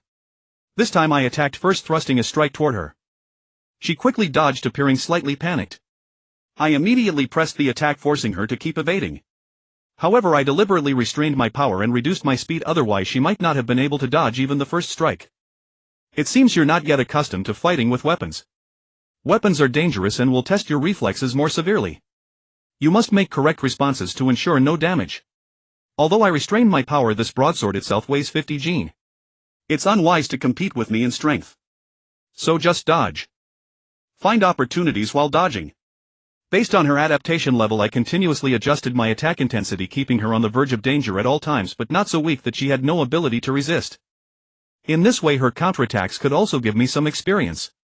After all, this was also my first time fighting with weapons against a person. There are some blocking techniques I still need to learn. To be honest, if not for my reaction ability far exceeding hers, I might have actually been hit by her counterattacks. But I cannot always rely on physical superiority to overwhelm her. Therefore I am also constantly optimizing techniques to improve my own strength. Therefore this is a win-win situation and I'm not wasting time either. Fighting with weapons indeed greatly increases one's sense of crisis. One cannot afford any slackness mentally. Therefore Fong Xianxue's progress was also quite obvious. Not only did her reaction speed become faster and faster, but her moves also became more concise. However, her physical endurance was ultimately limited. Even though I kept her in a position where she couldn't lose, she gradually grew exhausted and was defeated. Rest. After 2 rests and 3 sparring sessions, this way the newly adapted reflexes won't be lost. Then I let her rest again before going to kill the first-rate zombies. With her strength, dealing with first-rate zombies would naturally be simple. However, the recent training had also consumed a lot of physical energy, so achieving no damage would still be somewhat difficult. After all, she wasn't wearing mecha armor now. Brother Bai Yao, then what should I train? Fong Xianling finally couldn't help but ask. What kind of weapon do you like to use? I haven't used weapons yet. Then do you have any requirements for weapons? She tapped her lips and thought for a moment. I want that kind of simple, brainless, violent weapon. Ideally one that can solve the enemy in one hit. Simple, brainless, violent. The image immediately came to my mind. So I drew a large amount of liquid metal from the space bubble on my bracer, condensed it into a giant axe and handed it to her. How about this one? Ah. Using an axe. This is too not cute. She showed slight disdain. Then how about this one?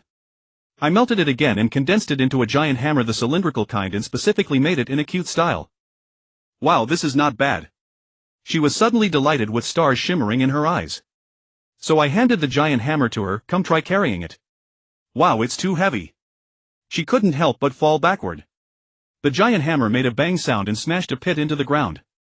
I embraced her waist and lifted her up. Then I'll make it hollow for you. When you have enough strength, I'll make it solid. Okay. So I modified the structure of the giant hammer, making the inside a hollow grid pattern, which reduced more than half the weight. When I handed it to her again, she indeed could barely lift it. Still too heavy. Will I turn into a muscular big guy if I use this? She was somewhat worried. Doesn't your sister have a method to maintain her figure? You should ask your sister to teach you. That's true too. Moreover, my thunder body tempering should not grow muscles. So, come here. I casually condensed plastic into a backrest chair, sat down and gestured for her to come over. She happily sat on my lap, lying horizontally across my embrace with slightly blushing cheeks. Mum. I placed one hand on her abdomen, activating thunder soul tempering and thunder body tempering. She couldn't help but let out a muffled groan, taking a while to slowly adapt. Can you accept this level? Yes, it's okay, very comfortable. Then let's quietly watch your sister perform. Having said that, I also enhanced the permanent thunder soul tempering and thunder body tempering on my body. Slight lightning emerged from my body surface, and in the consciousness space the soul vortex was also permeated with massive lightning. This is great, getting stronger while lying down. Fong Xianling was somewhat happy. I heard you used to often enter seclusion. Isn't that also getting stronger while sitting? That's different. Being alone in a secret room is boring to death. How can it compare to now? Hee hee.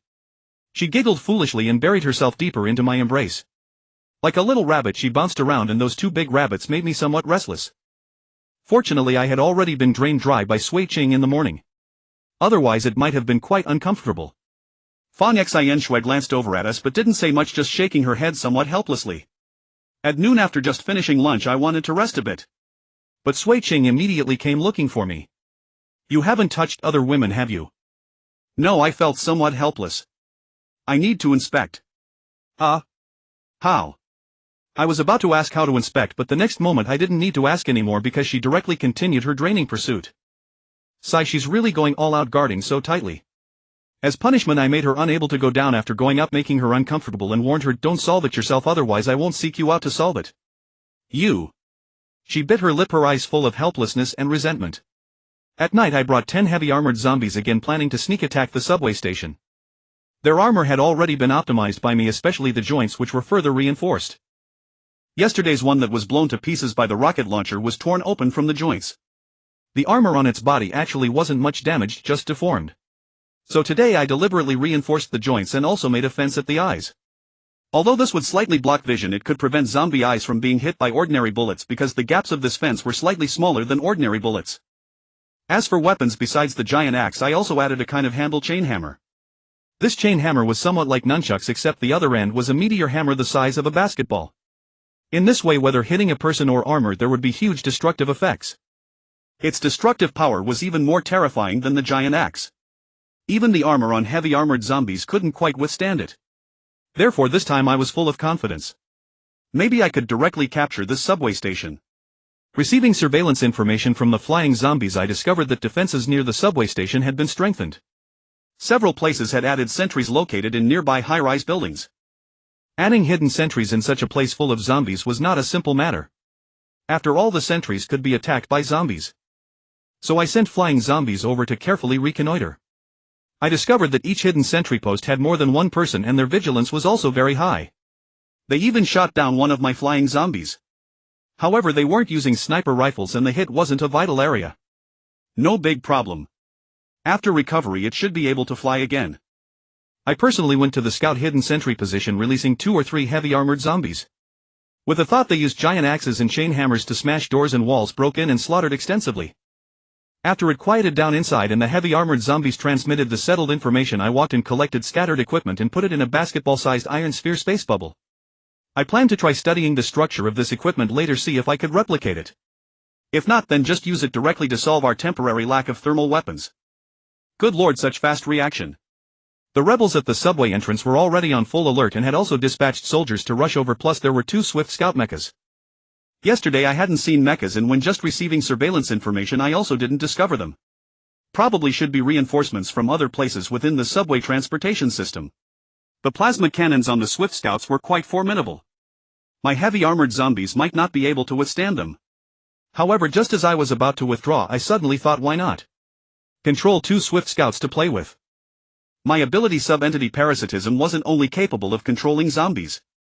It's just that I haven't controlled humans yet. If I could control several mechas back, wouldn't my strength be greatly enhanced? Thinking of this, my heart pounded with excitement. So I immediately released all the heavy armored zombies and had 2 flying zombies reconnoiter in the air at any time. And I used my zombie vision to see those rebels going upstairs from afar, then commanded the heavy armored zombies to set up an ambush, waiting for the right moment. Finally they came up. 2 mechas led the way and the soldiers behind seemed to be carrying rocket launchers. In terms of posture it was like something was shouldered, so I could only guess it was rockets. But is it really okay to release rockets in such a narrow place? Wouldn't they blow themselves up? They advanced cautiously, completely unaware that they had already stepped into my encirclement. I lay in ambush at the next intersection. Feeling the distance was about right, I suddenly threw a ball of liquid rubber toward the intersection. Sticking to the ground like a spiritual snake, it made a turn, split into 2 and rushed toward those 2 mechas. Those 2 mechas reacted very quickly, immediately firing. It seemed their night vision devices had discovered the liquid rubber emitting high temperature. Otherwise it was impossible to react so fast. However, bullets had little effect on this liquid rubber, it still swiftly entangled them.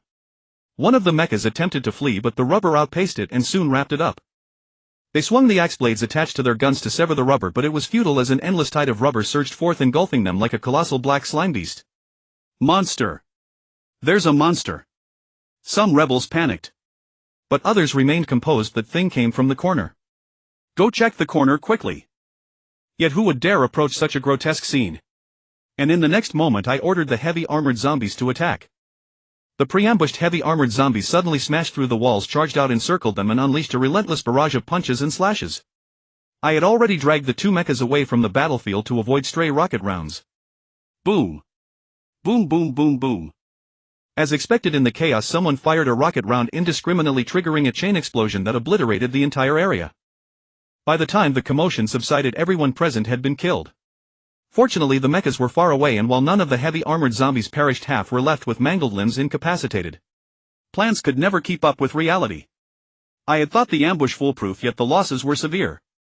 If not for capturing two mechas, the setback would have been enormous. I shot out more liquid rubber to retrieve the crippled heavy armored zombies, also collecting their severed limbs and shattered armor, feeding and melting them to salvage as much as possible. The two mechas were firmly secured by the rubber. Initially they tried to shoot and melt the rubber, but once I plugged the triggers with rubber they could no longer fire. I recalled that the Swift Scout's side chest armor had a simple structure with few circuits, so I melted a small hole there, inserted a finger into the driver's body and let the subbody parasitize. Soon the parasitism succeeded, proving easier than I had anticipated. However, they also became infected by my strain, and their transformation into zombies was swift. Within 2 minutes I sensed they had become kin. I repaired the small hole as best I could to avoid leaving a major weakness in the mecha. But full restoration was impossible, as the armor consisted of multiple layers of different materials, each with its own function. Once damaged, it was difficult to restore. This was expected, otherwise I wouldn't have made such a tiny hole knowing it couldn't be perfectly repaired. After gaining control, I didn't reveal myself recklessly, as the mecha's eyes were cameras and I couldn't risk being recorded. So I had first then removed the rubber and ordered them to descend, hoping they could infiltrate the subway station and coordinate from within. But before they even reached the stairs, the two subbodies relayed a message: abnormal driver vital signs detected. Swift Scout 301-304 respond. Your actions violate orders. Report the battlefield situation immediately. Swift Scout 301-304 respond. Your actions violate orders. Report the battlefield situation immediately. Beep. Beep. Warning: Mecha remotely taken over by command center. Drivers await orders and do not resist. Damn such tight security. They could even remotely seize control. In the next instant my zombie sight saw the two mechas turn and open fire on the heavy armored zombies. I quickly ordered the heavy armored zombies to restrain them, pin them down, and have the operators inside also interfere with the mecha's movements. But the operator's strength was far too weak compared to the mechas. They couldn't disrupt their actions at all. After the mechas were pinned, I received warnings from the two subbodies. Warning: Mecha self-destruct activated. 3, 2, 1. No. I immediately ordered the heavy armored zombies to scatter and fled myself. But it was too late. The mechas exploded with a thunderous roar, annihilating the vast area and blasting a massive hole through the entire building. Fuck. I flew out the window, somewhat disheveled, staring at the billowing smoke. Sensing the subbodies within, I found they were all dead. Not a single heavy armored zombie remained. I never expected mechas to be so troublesome. It seemed that without professional expertise, stealing one was fraught with difficulties. If only I knew where its antenna was, I could have torn it off and avoided all this. Or perhaps a signal jammer would have sufficed. But unfortunately I had none of those. Tonight I could only retreat. I dared not even salvage the wreckage, fearing that undamaged cameras might invite unnecessary trouble. After all, the heavy armored zombies were not technologically sophisticated. Losing them was no great loss. Thus I carried a large and a small ion ball, flew to a distance, collected surveillance data from several locations, gathered some materials, and then quietly returned to the base. Upon arrival I found Sui Ching in my room. Damn, you're not giving others any chance, are you? I haven't showered yet. It's fine together. What? Was this the Sui Ching I knew? Once again she drained me in the bathroom, yet I still left her unsatisfied. Seeing the resentment in her eyes, I quickly asked her for advice on mecha knowledge, specifically how to swiftly seize a Swift Scout or a Black Bear mecha. She replied, I don't know. These are classified and usually there are multiple remote control units. Even professionals find it hard to dismantle quickly. Then, ask your uncle. She hesitated but made the call. After a moment she shook her head regretfully. Uncle says he can't disclose it. Then there was no way. I remember we had a Black Bear mecha in the villa where you and Shu Nua hid earlier. Sui Ching reminded. I know. If nothing went wrong it should still be in the underground garage. But that mecha is also unusable. Unusable doesn't mean worthless. Haven't you been working on heavy armored zombies? The Black Bear's armor structure is highly instructive. My interest was piqued. I kissed her and praised, "You're so clever." She smiled. But her smile vanished soon after because I left. "You heartless man," she complained. Under the cover of night, assuming the form of a Dijin Tianlongren, I swiftly traversed the city, even resorting to jet propulsion to accelerate. I returned carrying an iron ball larger than a person, finally retrieving the black bear mecha. Fearing the mecha might contain tracking devices, I didn't bring it back to the base. Instead, I parasitized some special complete zombies, took control of a nearby building and stationed the mecha there under their watch. I removed its battery, meticulously sensed for any residual charge inside, and even used electricity absorption to drain all energy. Only then did I feel somewhat at ease to study the mecha. Without any power it couldn't possibly function. Even if it had a tracker or camera, it would be forced to shut down. Truly high-tech equipment was different. Every detail was the result of countless trials embodying the optimal solution. Its structure offered much worth referencing. Take the joints for example. Though they also housed power mechanisms, the precision of movable parts was impeccable and the mechanical structure was more rational, capable of bearing greater force and stronger impacts. Thus I delved into research with relentless enthusiasm, testing improvements on my heavy armored zombies. Soon I had preliminarily developed a superior armor set. Not only was it lighter, but it also offered enhanced durability. If merely imitating a fraction of its design yielded such results, what marvels would full production bring? Imagine zombies clad in mecha, wouldn't they be invincible? If I could field an army like that, how wonderful would that be? Even with just the current upgraded heavy armored zombie legion, I could likely obliterate any ground force with ease. Thus my foundation for survival was laid. If I could seize control of Linfeng City's subway transit system, even partially, I would be almost invincible. Oh, but I mustn't get too arrogant. I recalled a weapon called a bunker buster that could penetrate dozens of meters underground and explode. Would the subway system withstand that? However, the Tengyun Empire valued civilians. If I established shelters inside and publicly declared civilians were present, they would likely refrain from using such advanced weaponry. Much like the current rebels who made the Jinnan Wang hesitate for the same reason. Thus over the next few days, besides training Fang Xinxue and her sister and being drained by Sui Qing, I studied the Black Bear mecha, continuously testing and optimizing the heavy armored zombies' armor, iterating updates and equipping more of them. I also crafted armor for strength type, balance type, agility type and flying zombies. Though not as formidable as the heavy armor, it provided a certain degree of protection. Admittedly, though the Black Bear mecha was unusable, its value was immeasurable. The reference it provided was simply invaluable. That evening, after being drained by Sui Qing once more, I was about to embrace her and sleep. Suddenly a flying zombie came to deliver news of activity at the opera house. I promptly rose, intending to investigate. "Where are you going?" Sui Qing asked. "Something's happening at the opera house. I'm going to check it out to confirm the situation there. Then go early and return early. I should be ready by tomorrow. You can't keep me hanging, and you can't let other women take the lead otherwise. I'll hate you." She spoke with a hint of complaint. It seemed she had been quite pent up these days. Had it not been for the lightning body tempering and soul tempering that exhausted her, she probably wouldn't have been able to sleep. I pinched her cheek and said, "Then you can't take matters into your own hands either otherwise. Though I won't hate you, it will leave a rift in my heart and I'll be angry." "I know." She pouted helplessly. "I'm off. Get some rest early." Thus I slipped through the secret passage to another building, transformed into the Earth Gold Celestial Dragon form, and flew toward the vicinity of the opera house. This Earth Gold Celestial Dragon form had been refined multiple times. Its physique became more streamlined, more aerodynamic. I also referenced bird wings to optimize the wing structure and added 4 thrusters below the elbows and calves to further enhance speed. Moreover, the thrusters at the elbows also increased punching power, killing 2 birds with 1 stone. However, I usually didn't use the elbow thrusters unless I needed full-speed flight or enhanced attacks. Otherwise, the thrusters on my hands remained sealed to reduce air resistance. But now for stealth, I didn't even use the thrusters, I simply flew with my wings, which was still much faster and more practiced than a few days ago. Upon reaching the vicinity, I spotted a convoy on the bridge leading to the opera house, heading toward the inland area. The convoy had no lights on and was moving very slowly. Mechs cleared the way, but instead of using firearms, they wielded cold weapons to dispatch zombies and clear the path. The bridge was neither too long nor too short. At their current pace, it would take another 3 to 4 minutes to fully cross. Sending out a convoy in such secrecy, even in the dead of night. What are they up to? I wondered. Before the convoy had fully left the bridge, a flying zombie from another direction informed me that the military at the docks had mobilized. I knew there were troops at the docks, definitely rebels, and in large numbers. The docks also had a subway station inside. So I really had no idea how many rebels were hidden there, but I guessed it was a lot.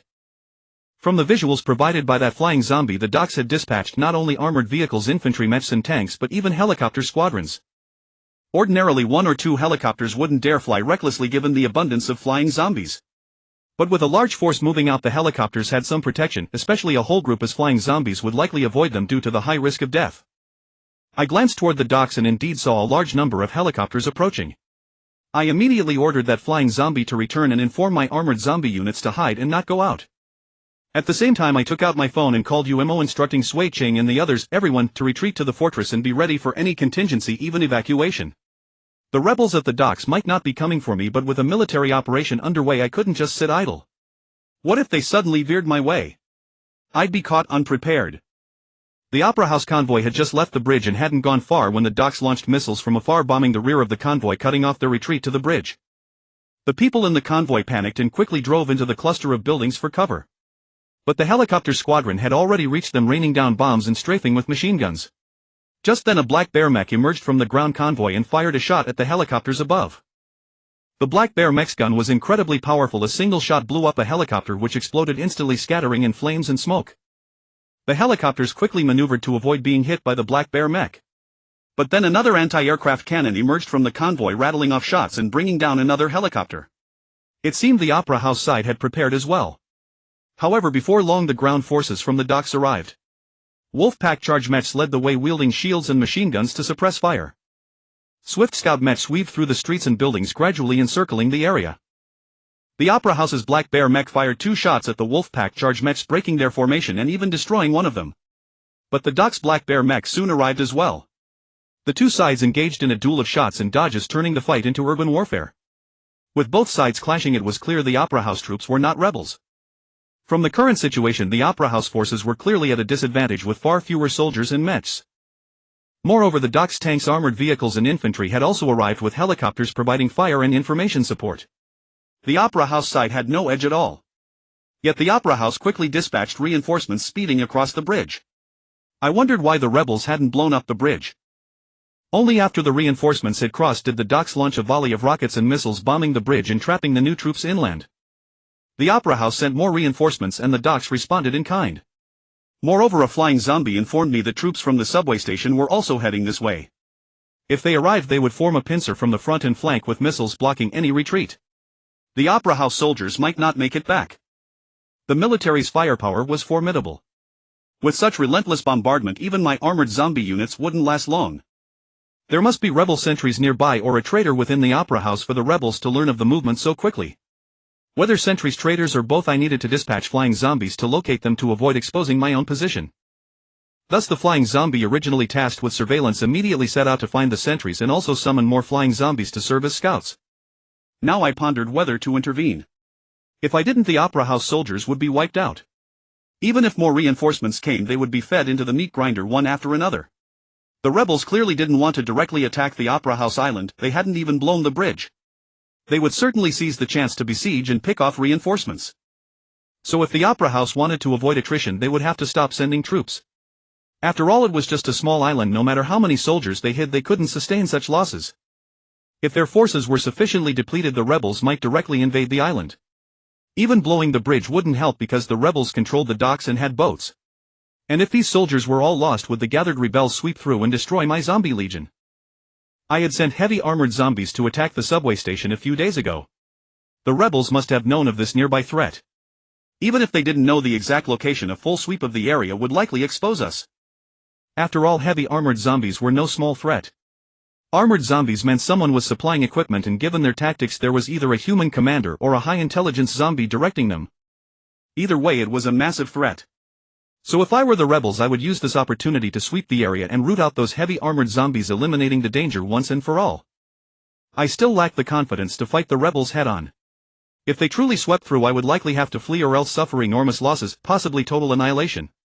After some thought, I immediately ordered the flying zombies to relay my command. The armored zombies were to take a detour and attack the subway station. As for me, I waited a moment until the subway station troops had passed, then soared into the air and plunged into the battlefield. My target was not the ground but the helicopters above. They were too engrossed in the fight to notice me until I was very close, and only then did they open fire. I quickly curved my flight path, activated the thrusters and closed in on a helicopter. I circled behind it, making it impossible for those inside to aim at me. Because I was so close, the other helicopter crews dared not fire recklessly. However, a sniper took a shot, bang, sending me tumbling backward, nearly losing my balance. I touched the mark on my face, marveling at the hardness of my earth gold dragon scales. It hadn't even been breached, only a faint indentation left, almost imperceptible. These earth gold dragon scales seemed even stronger than I had imagined. And this was an ability capable of growth. If I advanced, would they become indestructible? Had I already become so powerful? My excessive caution had blinded me. So I tested my strength, a single punch into the helicopter, and my fist went straight through its armor. The people in the helicopter were startled. Damn it, this monster is impervious to blades and bullets. Quick, take it down, or the helicopter will be torn apart. Someone inside immediately popped out, pushed the machine gun forward a bit, and then opened fire at me. With a da-da-da sound, the machine gun bullets struck my body, producing a ding-ding-ding-ding noise, sparks flying. The bullets ricocheted in all directions, and one bullet even rebounded, striking the gunner and sending him falling from the helicopter. I deliberately took the bullets, since even a sniper rifle couldn't harm me, so surely a machine gun wouldn't kill me, right?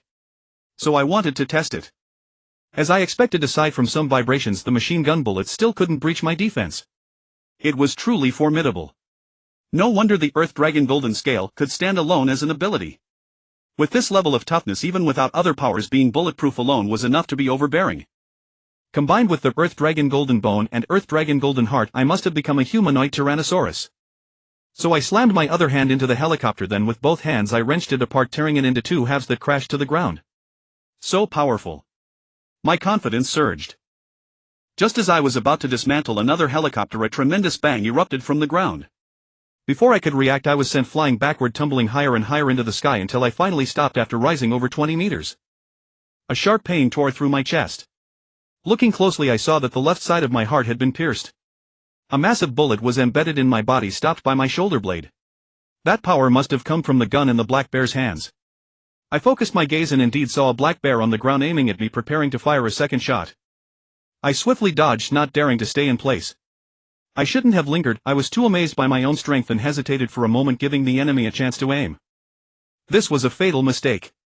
If that black bear had struck the center of my chest instead of my heart, I couldn't guarantee that my corpse core would have remained intact. Next time I must find a way to strengthen the defense of the corpse core. Although the center of the chest was better protected, even the layer of Earth Dragon Golden Scale and Earth Dragon Golden Bone had been pierced. If I get closer next time, who can guarantee the chest won't be perforated? I immediately extracted a large amount of liquid metal, quickly condensed it into a massive ship-cutting blade, flew to the helicopter and struck it with a single slash. With a boom, the helicopter was instantly cleaved in two and exploded. The other helicopters immediately scattered, trying to flee from me. The other combat units on the ground also converged fire on me. I quickly chased another helicopter and slashed again, severing its tail. It began spiraling downward, completely unable to maintain balance. Without stopping, I didn't want to give the ground forces any chance to aim. I pursued another helicopter and chopped off its rotor. I continued chasing, taking over 10 seconds to catch up to another one. After blowing it up, the remaining helicopters had already fled far away. Pursuing further would be too troublesome, so I didn't continue chasing the helicopters. Instead, I quickly descended to the ground, using the cover of buildings to rapidly approach the black bear mech that had wounded me earlier. Revenge waits for no day. With my zombie vision, even around corners I could spot the mech's position first. Other soldiers opened fire at me and a swift scout rushed over to bombard me, but I ignored them, dodging as best I could while keeping my feet moving, then dashed into a building. The black bear mech was very cautious, scanning for my location. Suddenly, with a boom, I burst through the wall, slamming into the black bear mech and sending it stumbling backward. The black bear mech tried to turn its gun toward me, but I forcefully twisted its body, making it face away, then shoved it against another wall, crashing into another building. Then I used melt solidification to melt it, grabbed its gun and pulled out the long string of massive bullets. I also flooded the mech with a surge of electricity, destroying its internal circuits, and shoved it away. As it slid forward, the armor on its body continuously melted into streams, which I specifically collected into an empty spatial bubble. The metal on the black bear armor must be very hard, so I stored it separately, not daring to mix it with other metals. When the black bear finally stopped sliding, the pilot had fallen from the cockpit, reduced to a charred corpse. All the electronic components were dead too. Even if there were cameras, they probably couldn't capture anything. This should help conceal my abilities as much as possible. I quickly flew away, accelerating in a curve to leave the battlefield. But the helicopters seemed unwilling to let me go, launching their mounted missiles that chased after me. I sensed danger and accelerated into a turn, but the missiles also turned their agility no less than mine. I should have practiced jet flight more. Now I couldn't make any highly evasive maneuvers. So I had to accelerate in a straight line. When the missiles also straightened out, I instantly used melt solidification to throw out an iron net blocking their path. With a boom, the first missile that hit exploded, and then the following missiles crashed into it one after another, producing a chain of explosions. What a close call. If I hadn't been wounded, I would have turned back and slaughtered them all. But for now, I controlled the contraction of my muscles and the growth of my flesh, slowly pushing out the bullet head the size of half a fist. Then I reached in and pulled it out. Hiss. That hurts. I had been somewhat careless. The combat results were far worse than I had imagined. Originally I wanted to take down all the helicopters, but I only managed to destroy a few in one mech. With my full defenses I still got injured. That shouldn't have happened. One of my Earth Dragon Golden Hearts had been shot through. If I didn't have two, I wouldn't have been able to maintain such powerful mobility. The stronger the body, the harder it is to recover. Even though my recovery ability had greatly increased after my advancement, the Earth Dragon Golden Scale and Earth Dragon Golden Heart probably wouldn't heal anytime soon. As for the other cheaper parts, they had barely recovered. Looking back at the battlefield, the reinforcements that had come from the subway station were already retreating. It seemed they had discovered the zombies attacking the station. Using melt solidification, I temporarily made an iron back frame, strapped the Black Bear's gun behind me, and stored the bullets in a fist-sized iron ball spatial bubble set into the frame and also carried on my back. This gun couldn't be fired. It was exclusive to the Black Bear and it auto-locked when released from the hand. However, the power of this kind of gun mainly came from the bullets, unlike the Swift Scout's plasma cannon, which relied on energy. So once I removed the control system inside the gun, it would still be usable. The rebels at the subway station had retreated, but the troops at the Opera House were still struggling to hold on. So I charged back into the battlefield, scared off the helicopters, and then, relying on ambushes again, took out the remaining two Black Bear mechs, collecting their guns and ammunition. Now, with no Black Bear mechs to restrain them, the Opera House forces began to display their might and the situation showed signs of turning around. I then took off again, casually taking down a helicopter, and flew toward the subway station. I had to reach the subway station before the retreating rebels returned, or the zombies they're caught off guard would suffer greatly. When I caught up to the rebels, I ambushed their Black Bear mech, ramming it into a building. When I emerged, I had already collected the mech's metal gun and bullets. I was clearly getting the hang of it. The rebels immediately went on alert, forced to halt their march. I took the opportunity to slip away and quickly flew to the subway station. By the time I arrived, the station was already occupied by a zombie legion. A large number of civilians were corralled together, crowded into makeshift tents separated by iron mesh walls, and looking quite filthy. Some people were even living directly in the train cars. This must have been the penning site the rebels prepared for them, saving me the trouble. There were many dead civilians along the way. According to the information from the subbodies, they were sacrificed when the rebels used them as human shields during the attack.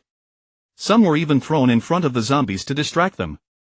However, those thrown in front of the zombies fared better, as I had only ordered attacks on armed individuals. Few died from that cause, most were accidentally crushed or trampled to death. I couldn't dwell on that. I quickly went to the train tunnel and used melt solidification to build a 1-meter-thick metal wall sealing off the passage. This way it would be nearly impossible for the rebels to attack through the tunnel. Then I immediately arranged for most of the zombies to ambush outside. Although the subway station was spacious and less vulnerable to bombing, I couldn't hole up there forever. Otherwise the enemy would find ways to deal with me.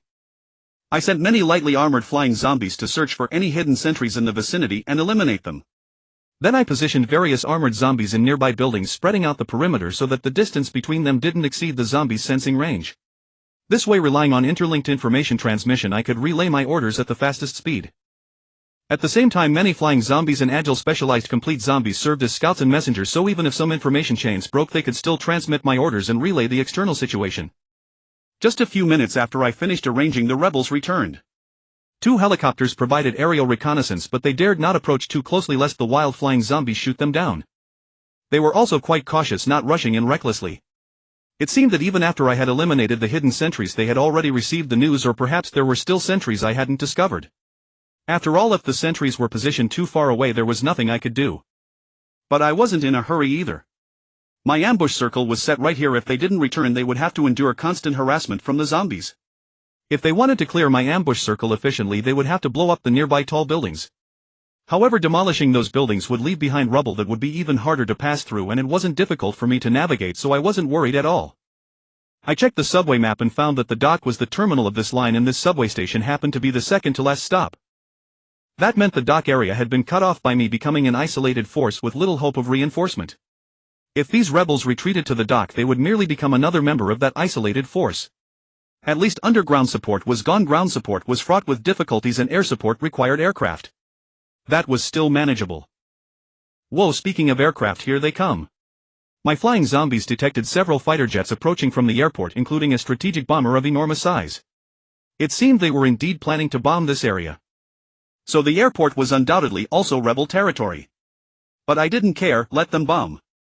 The subway station was hard to destroy, and if they blew up the skyscrapers, the resulting debris would create obstacles, making it even harder for them to return.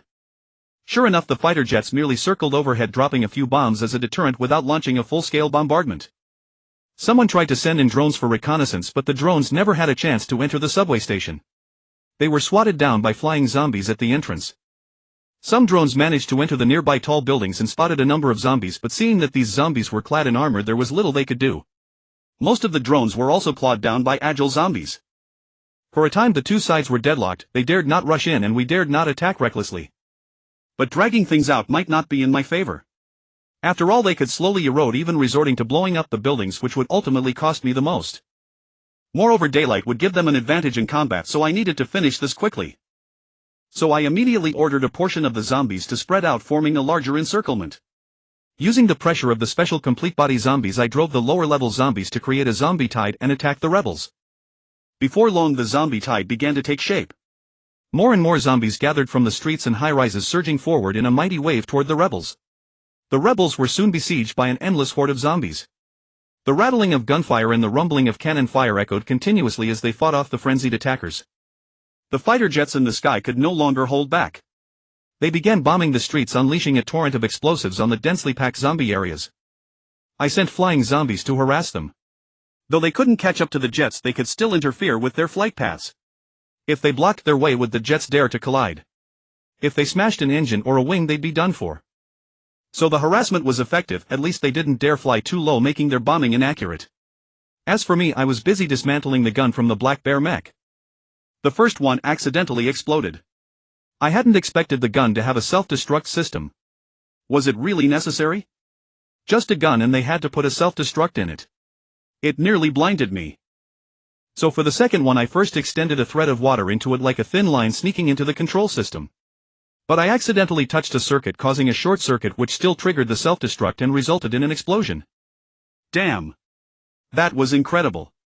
Fortunately, I was prepared this time, or my eyes might have been injured again. So I took out the third gun, extended the water thread inside again, carefully avoided the circuits, found the explosive pack, then turned the front of the water thread into an ice arrowhead, spinning it to drill open the explosive pack, soaking all the explosives inside. Then I cut the circuits inside and completely dismantled the gun. This time there was no explosion. Ha, trying to stump me? No way. I removed the control system entirely. I didn't know if there was a tracker inside, but I destroyed it all anyway. Then I reassembled the gun. Some parts were missing, so I had to fabricate them myself to complete the structure. The gun's structure was actually quite simple. If I weren't worried about not having enough good materials to make the gun myself and possibly not achieving the required precision, I wouldn't have bothered dismantling it. I could have just built one that could fire those bullets. But given the power of those bullets, an ordinary gun barrel might not withstand it. So it was simpler to just remove the control system. I loaded a bullet and tested it. With a deafening boom, the powerful recoil pushed me back 2 steps and the bullet blasted a large hole in the wall about 50 centimeters deep, with circular cracks radiating outward. The destructive force was truly terrifying. I was immensely satisfied. With this gun, wouldn't I be like a humanoid black bear? And I could fly. What chance did the planes in the sky stand? So I immediately charged out of the subway station, chasing after the helicopters in the air. The 2 helicopters tried to flee when they saw me, but it was too late. I loaded the gun, and with a boom, the powerful recoil sent me tumbling backward. My first shot missed. I was off target. But it didn't matter. I quickly adjusted my posture, activated jet propulsion to chase after them, and fired a shot at close range. Boom! The helicopter exploded into a fireball and crashed down. Then I immediately pursued the other one. It launched a missile at me, but this time I flew straight toward it. Just before impact, I suddenly flapped my wings hard, changing my trajectory, causing the missile to miss. The missile made a wide arc and chased after me. But by then I had already closed in on the helicopter, waiting for the missile to arrive. "Hello there," I greeted. No. The rebels inside panicked, but then a boom rang out as they were hit by their own missile reduced to a pile of debris. At that moment a fighter jet flew over and fired 2 missiles at me. I once again charged head-on, planning to repeat the same trick. But this time when I got close to the missiles they exploded prematurely, without hitting anything, and both detonated at once. With a deafening boom the 2 missiles blasted me, shattering some of my wings and causing me to fall unsteadily. My eyes were also blinded by the explosion. Damn, I was careless. I didn't expect they could remote detonate. I gritted my teeth. Another missile whizzed toward me. I quickly flapped my wings, but the damaged wings made it hard to maintain balance. Just as the missile was about to hit me again, I activated my jet thruster, rapidly shifting my position to barely dodge the missile. But the missile still exploded near me, sending me tumbling and feeling as if my internal organs were shaken. Indeed, my Earth Dragon Golden Scales and Earth Dragon Golden Bones were extremely tough, but my internal organs were not so resilient. After being blasted several times I felt a sweet taste in my throat and actually spat blood. Damn. I quickly gave up flying, letting myself fall while summoning nearby flying zombies to catch me. Several flying zombies flew over, immediately caught me and carried me through the air. Then another 3 missiles came. It seemed they intended to take me out while I was down. I quickly deployed a liquid metal net to intercept them. Using the zombies' vision to gauge their position and distance, I solidified the net at about 30 meters, catching all 3 missiles. Boom boom. 2 of the missiles, being too close, set each other off and detonated. But the third one broke through the torn net and hit me directly. With a boom it scattered me and the flying zombies apart. The flying zombies were killed instantly and I crashed onto the top of a building, smashing into a daze and barely able to move. My back was torn and bloody, with large patches of scales shattered. Taking a direct hit from a missile at close range was too much. Even the Earth Dragon Golden Scales couldn't withstand it. Several more missiles were launched, really forcing me to use other means. I raised my finger slightly and shot a bolt of lightning. Even though I was in a poor state and couldn't aim well, just firing blindly in that direction caused the lightning to automatically strike any conductive objects. Sure enough, the lightning hit the missile at 30 meters and a chain of lightning spread to the other missiles. With a series of booms all 3 missiles exploded. 3 shockwaves rippled over me. For an ordinary person such shockwaves might be fatal, but for me their power was negligible. The fighter jets, unwilling to give up, continued firing missiles and strafing me with machine gun fire, trying to riddle me with bullets. I quickly rolled over since the scales on my back were shattered and could not withstand further attacks. This position also made it easier to raise my hand and shoot lightning, blowing up the incoming missiles one by one. I ignored the bullets from the machine guns, just covering my eyes slightly. I heard a clattering sound as the bullets merely shook my body without penetrating my defense. I needed time to recover. Once I did, I would definitely shoot down a few of these planes. I admit my posture earlier was wrong. When I recover, I'll use the correct posture. Feeling my internal organs recover and my vision return, I immediately stood up and began sprinting between the high-rises, crashing through buildings to hide. The fighter jets lost sight of me and could only circle nearby, trying to pinpoint my location. Using the armored zombies nearby to provide me with sight, I saw the bomber releasing its payload toward my building. It seemed they were resorting to blind bombing. The bomber didn't drop one bomb at a time, but a cluster, triggering a massive explosion that ravaged the building, causing half of it to collapse onto the ground, crushing countless zombies in the process. Yet before the bombs struck the building, I had already launched myself into the air, my thrusters at maximum power, ascending at top speed to close in on the bomber. The bomber, having just released its bombs, was at its lowest altitude, and before it could gain height I had already closed the distance. But it was still flying high, so there was some distance left. I aimed my gun at the bomber and fired with a thunderous boom. The bomber seemed enormous in my sights, so targeting its nose made it almost impossible to miss. Sure enough, the half-fist-sized bullet struck the bomber's fuselage, and whether it hit the internal bombs or something else, it triggered a colossal explosion, blossoming into a spectacular firework in the sky. A secondary explosion followed, scattering countless bombs in midair, expanding the firework even further. As for me, the powerful recoil of the gun sent me hurtling toward the ground. I flapped my wings violently several times to barely stabilize and then hid.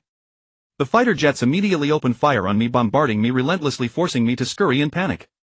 But I was elated. I had just taken down a big one, and the injuries I sustained felt well worth it. The fighter jets were far too fast. Taking them down was no easy task. After I destroyed the bomber, they became even more cautious, maintaining high altitude and speed, making it extremely difficult to find the right moment to strike. Although my gun packed immense power and had a high muzzle velocity, my marksmanship was poor and my predictions might be off, so I refrained from acting rashly. Seizing an opportunity, I slipped into the subway station and decided to stay put for a while to heal. Just as I thought I could have a moment of peace, a zombie relayed an image of a missile speeding into the subway station and making a sharp turn. The next moment I saw the missile swerve and circle around to lock onto me and streak toward me. A remote-controlled missile. I immediately unleashed a bolt of lightning, detonating it. The blast still shattered some glass, sending civilians screaming in terror. Surely they wouldn't have any more tricks. They wouldn't use a bunker buster, would they? Even if they had one, they wouldn't actually drop it here, right? After all, there were so many civilians. But just as I thought that a flying zombie relayed an image of a single fighter jet taking off from the airport, flying at high altitude and speed, carrying only one missile, an enormous one. No way. They wouldn't actually. The fighter jet closed in rapidly and without hesitation released the missile. After dropping a few meters to adjust its trajectory, it ignited with a blinding flame and plunged straight down. I dashed out, thinking I absolutely could not let that missile hit the ground. Given its massive size, the destruction would be unimaginable. And if it was indeed a bunker buster, even the 1,000+ civilians in the subway station would not survive. After all, the explosive power of a bomb inside a confined space is far greater than in an open area. The energy reverberates and amplifies, often multiplying the destructive force several times or even dozens of times, truly terrifying. That was the true terror of bunker busters. They didn't need a massive payload to generate devastating power. I dashed directly beneath the missile, took off rapidly, and conjured a space bubble 2 meters in diameter, infusing it with metal to form a spherical structure inside. Then I hurled the space bubble upward straight toward the missile while simultaneously accelerating sideways, firing a few lightning orbs to try to hit it and unleashing the longest thunder-tethered lightning chain I could muster. But even with all my might, the lightning chain only reached about 50 meters, far short of the missile, so I had to maintain it for a while, waiting for the missile to enter attack range. 3 layers of defense. The lightning orbs arrived first but missed. The space bubble filled with metal came second, but the missile suddenly veered to avoid it. I instantly cancelled the space bubble and the iron ball inside expanded to a diameter of 5 or 6 meters, causing the two to collide. With a loud clang, there was no explosion, the missile was merely knocked off course. But it quickly corrected its trajectory and continued diving toward the subway station. In the end, my lightning chain struck it. Yet it didn't explode. Damn, did it have electromagnetic shielding? Fortunately, my thunder tether ability allowed me to use the lightning chain as a rope. I took off with all my strength, my thrusters blazing at full power. But the missile's thrust was far stronger than mine, and it was already descending. I could only slow it down, not stop its descent. So I changed tactics, yanking it sideways to alter its trajectory, steering it toward the rebel forces. The missile kept correcting its course, trying to continue toward the subway station, but its correction force was weaker than mine, and I dragged it toward the rebels. Seeing me dragging the missile toward them, the rebels were terrified out of their wits, scattering in all directions. They could no longer effectively resist the zombies, and the encirclement was broken. With a deafening roar, the missile I dragged struck the ground, impaling a tank and instantly destroying it. But the missile didn't explode, it merely continued boring into the concrete, nearly burying itself completely. So it was indeed a bunker buster. Even with much of its kinetic energy drained, it still possessed formidable penetration. But why didn't it detonate? Was it a dud? Had my lightning damaged the igniter? Or was it remotely controlled? Could the explosion be cancelled if the target was missed? Whatever the case, I dared not approach this massive missile. It was nothing like the small ones that had attacked me earlier. Even 50 meters away, it could still inflict lethal damage. I shot a stream of water at the missile's casing, trying to drill a hole with an ice arrow, but the shell was extremely hard and the drilling was ineffective. So I carefully melted the casing, forming a small hole while cooling it with water, gradually melting deeper. But I misjudged the depth, and suddenly a massive explosion erupted. The shockwave radiated violently, sweeping everything in its path like a force of nature, even shattering tanks into fragments. I dropped to the ground, but before I could do anything else, I was blown away, tumbling uncontrollably through the air.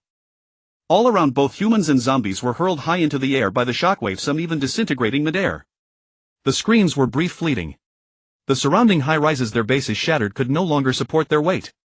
They seemed to fall slowly, but carried the force of a thunderbolt, crashing into the ground with billowing smoke and violent tremors, making it hard to see. I flew out of the smoke in a sorry state, looking back with a sense of relief. Good thing I kept my distance, otherwise even if I hadn't been killed by the blast, I would have been buried alive. The rebels were utterly crippled by that missile. Aside from a few tanks and armored vehicles that could barely move, even the mechs were immobilized, let alone the soldiers. Fortunately, I hadn't been in a hurry to send my armored zombies to attack them. I had only driven ordinary zombies into a siege. Otherwise my zombie army would have suffered heavy losses. Seeing the fighter jets still circling above, I didn't order the armored zombies to close in and eliminate the remaining rebels. Instead, I handled it myself, melting the locks on the tank hatches, lifting them and parasitizing the rebels inside. I couldn't believe they'd installed remote controls on the tanks too. If I couldn't parasitize the mech, surely the tanks were fair game. After the parasitization, I asked the subjects, does this tank have any remote control tracking or self-destruct devices? Reporting, Master. It has a tracking device, nothing else, one of the rebels replied. As expected, ordinary tanks weren't fitted with remote systems, too much trouble. Where is the tracking device? I asked. We don't know, the rebels shook their heads. They weren't specialists, just drivers. No matter, I could find the tracking device later. For now I wasn't worried about being tracked. I'd parked the tanks in the subway station and the rebels already knew the exact location. I went on to parasitize the remaining tanks and armored vehicles, then drove them all into the subway. The fighter jets in the sky gradually sensed something amiss and launched missiles at me. But with me around, those ordinary missiles never stood a chance. I detonated them with my lightning chain from dozens of meters away, rendering them ineffective.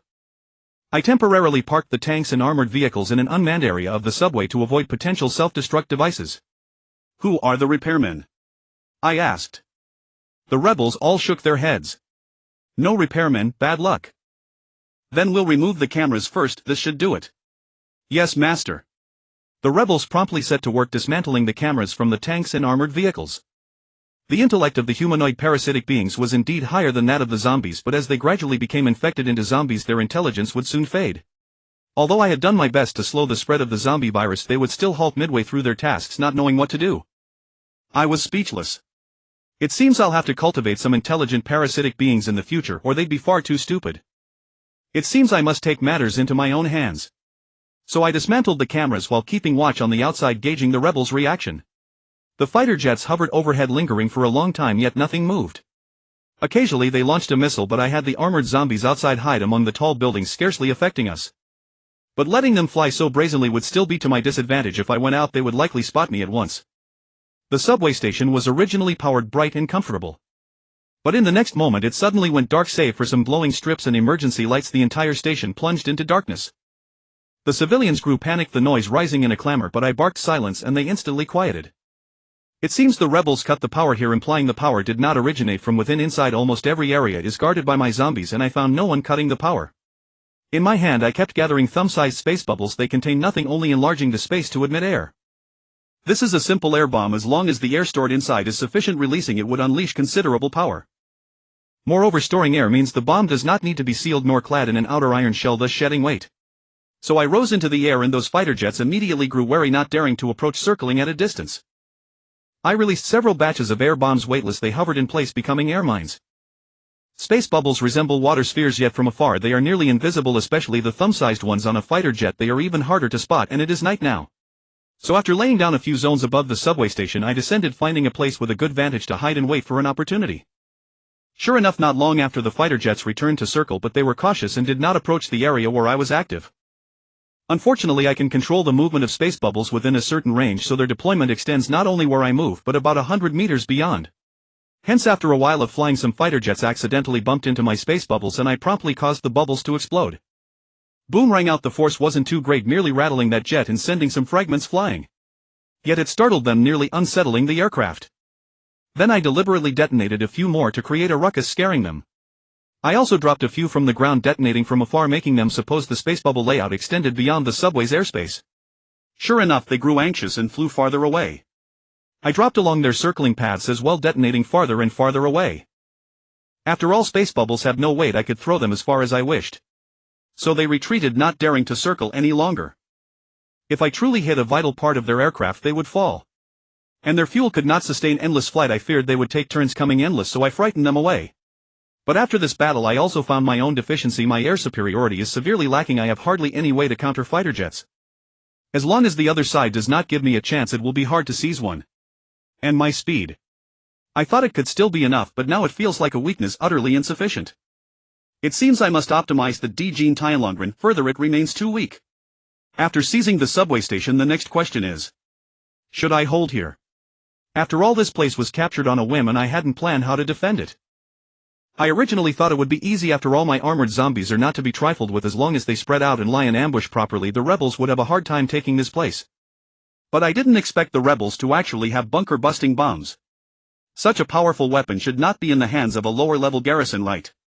Putting them in the hands of the garrison, perhaps that configuration is too formidable. I cannot be here all the time, nor can I constantly be on guard. If a bunker-busting bomb really hits the civilians here, could all be wiped out. The rebels do not care about the lives of a portion of civilians. They have enough people as long as not all die. From the moment they dropped that bunker buster without hesitation you can see it. And with so many civilians I have saved, should I abandon them? Let them live or die on their own. To be honest, if I hadn't saved them it wouldn't matter to me. But saving them and not caring for their fate feels a bit wrong indeed. What a dilemma. So since I have already fought, why not strike even more thoroughly? If I also take down the airport and the port, would that be safer? Probably not. Then this side would be under my influence. Perhaps the rebels would become more reckless, bombing on a large scale, and I would similarly have no way to avoid. To make the rebels think twice, either mingle with them or seize important hostages, only then will they dare not to strike. By the way, is the opera house where they captured important hostages, so the rebels dare not bomb haphazardly. Otherwise, how does that island and the opera house defend themselves? I considered it and had the zombies bring the officers here. There were still a small number of officers left alive. After all, it was late at night, and even amid war a few were captured in women's beds. I invoked melted flow solidified to craft myself a throne with a dark oppressive vibe. The officers were brought here kneeling before me, trembling, begging for mercy. Some even had their pants damp, clearly frightened. Zombies are already formidable, a legion of armored zombies, who wouldn't fear?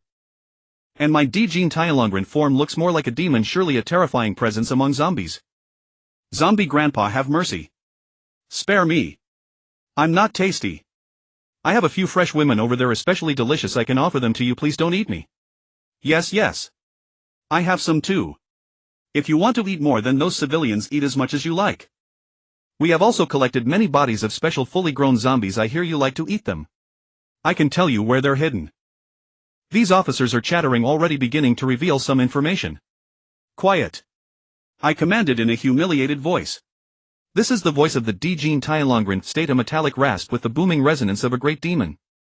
Sure enough, they immediately quieted, though a glimmer of hope appeared in their eyes. One officer asked cautiously this zombie. Master. Can you speak? I answered slowly. Yes. Then master, what would you have us do? Speak freely. Yes. Even if it costs us our lives, we will do whatever you require. The others eagerly spoke up. Yes indeed. Even bowing and scraping, working as slaves, we will do it for you. They all shouted in unison.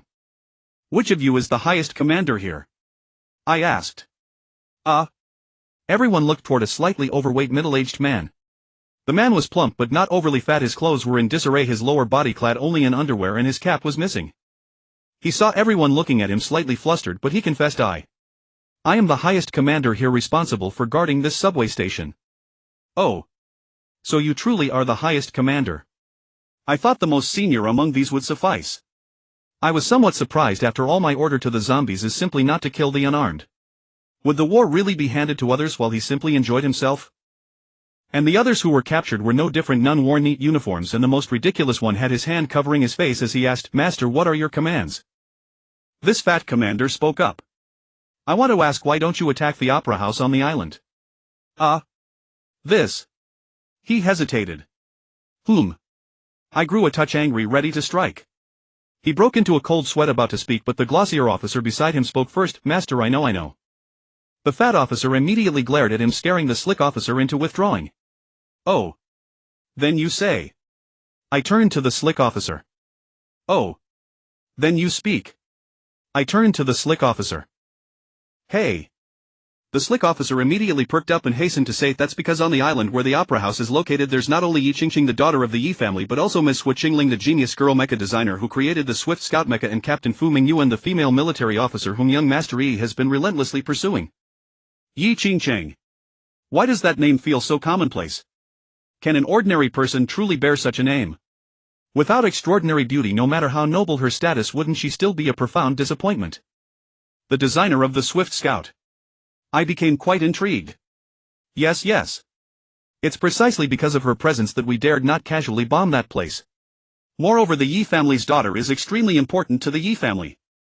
If we could secure the Yi family's support through Yi Qingqing, then we wouldn't have to worry about financial issues. Who is young Master Yi? I asked. Young Master Yi is none other than Yi Shilong, the grandson of our city lord of Linfeng City. Originally he only wanted to pursue Captain Fu Mingyuan.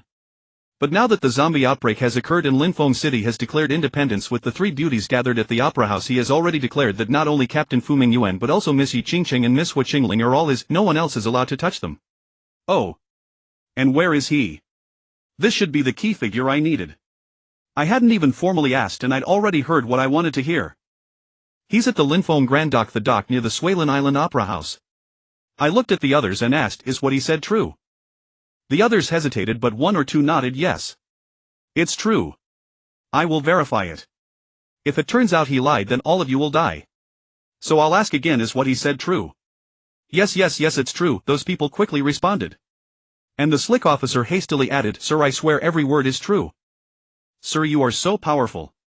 I plan to follow you from now on. Please believe in my sincerity, sir. I will verify your sincerity. I hope you have more value than just this. Yes. Thank you, sir. Thank you, sir. I will definitely demonstrate greater value. The slick officer quickly bowed in gratitude. Then come with me. Escort the others away and keep them under strict guard. The surrounding zombies said nothing, escorting the others away and locking them up.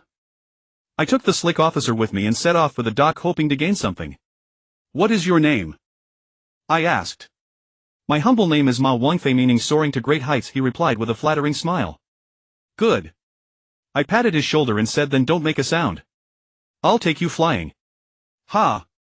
He was startled, but before he could react I lifted him into the air, scaring him so much that he almost screamed and his hat flew off.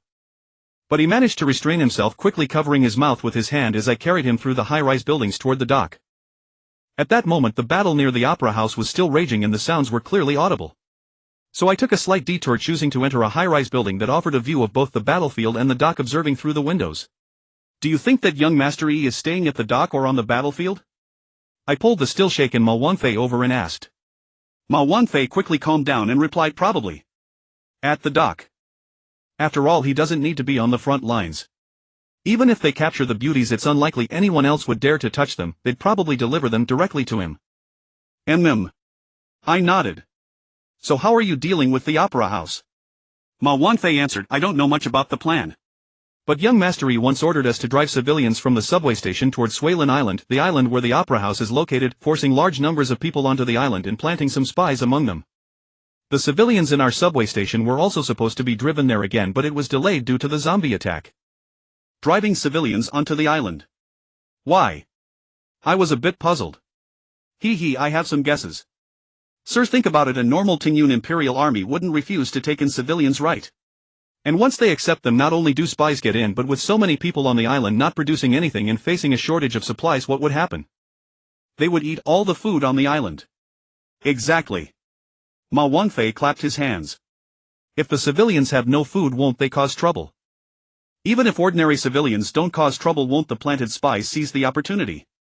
And once internal chaos erupts and the people are incited to rebel, how long can the opera house hold out? I see. I think the reason the opera house risked sending out a convoy tonight was also due to internal pressure. They had to go out to find food, or else it would be hard to maintain public morale. What a vicious scheme. I sighed. And it's an open scheme, they have no choice but to accept it. Even if they don't accept, the supplies on that island won't last long. Every time you destroy the team sent out to find supplies, it will eventually be over. However, young Master Yi's plan just accelerated the timeline to avoid any complications.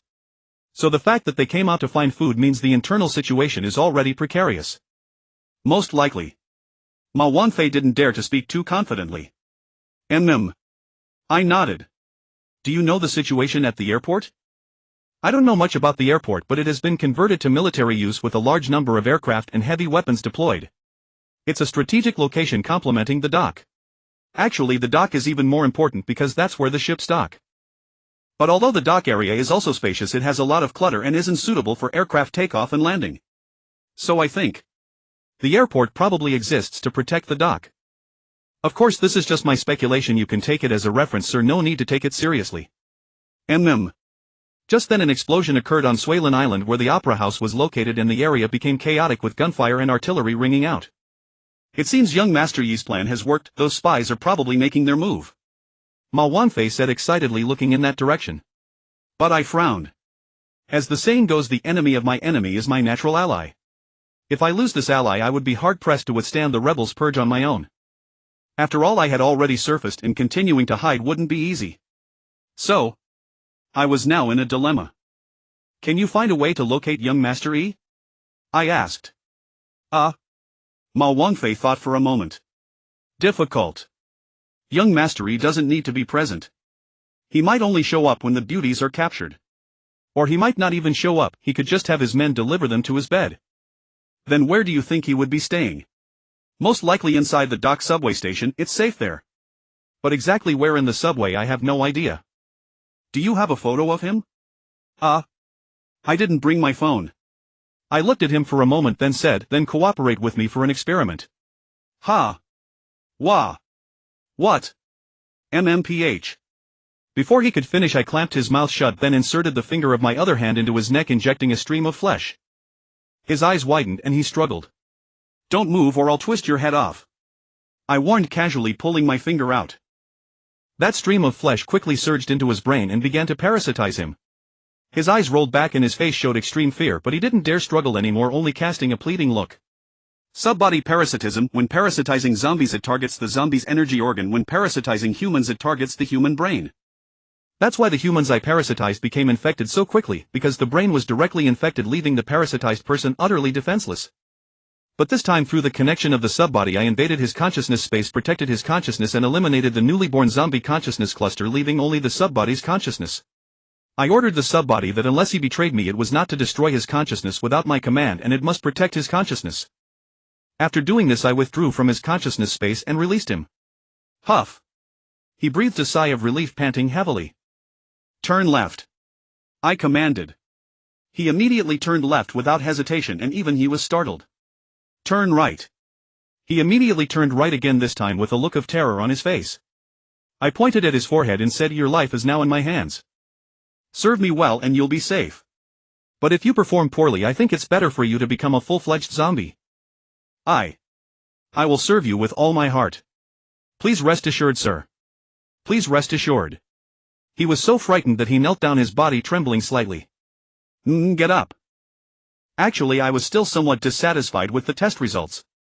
I wanted a subbody with human intelligence not to use the subbody as a poison while also granting the target immunity to zombie virus infection.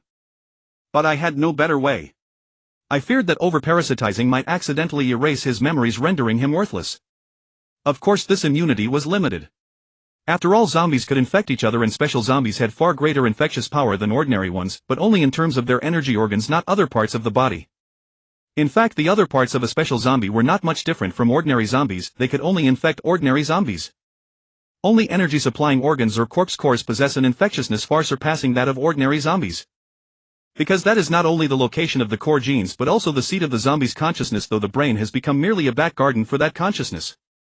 Thus the true weakness of special zombies lies in their energy-supplying organs or corpse cores. A zombie whose energy-supplying organ or corpse core has been removed may not necessarily die, for the brain can serve as another dwelling for consciousness. However, such a zombie loses the support of special genes. Even if it retains the body of a special zombie, it can no longer heal according to genetic instructions when injured and may eventually degenerate into an ordinary zombie. Individuals like Sui Ching Liuai and Yun Shunua gained immune constitutions by relying on the original cells of special zombies. Hence their immunity to the zombie virus is exceptionally strong, and even the energy-supplying organs of special zombies find it difficult to infect them. Only on the spiritual level are they hard-pressed to overcome special zombies. But someone like Ma Wangfei, if he were to casually devour an energy-supplying organ raw, would likely become a host for another special zombie's rebirth through borrowed body, with virtually no hope of escape. Stay here, don't run off. I summoned a flying zombie to watch over Ma Wangfei, partly to protect him, then secretly flew downstairs, made a wide detour, slipped into the sea and swam toward Suilin Island. By the time I reached Suilin Island, warships had been dispatched from the dock. They did not anchor, but many speedboats ferried some rebel soldiers onto the island, engaging in fierce combat with the Opera House troops. I cannot appear now in my Dijin Tianlong form because that would be equivalent to telling the rebels that I have left the subway station. If they then launch another bunker-busting missile, the subway station will be lost.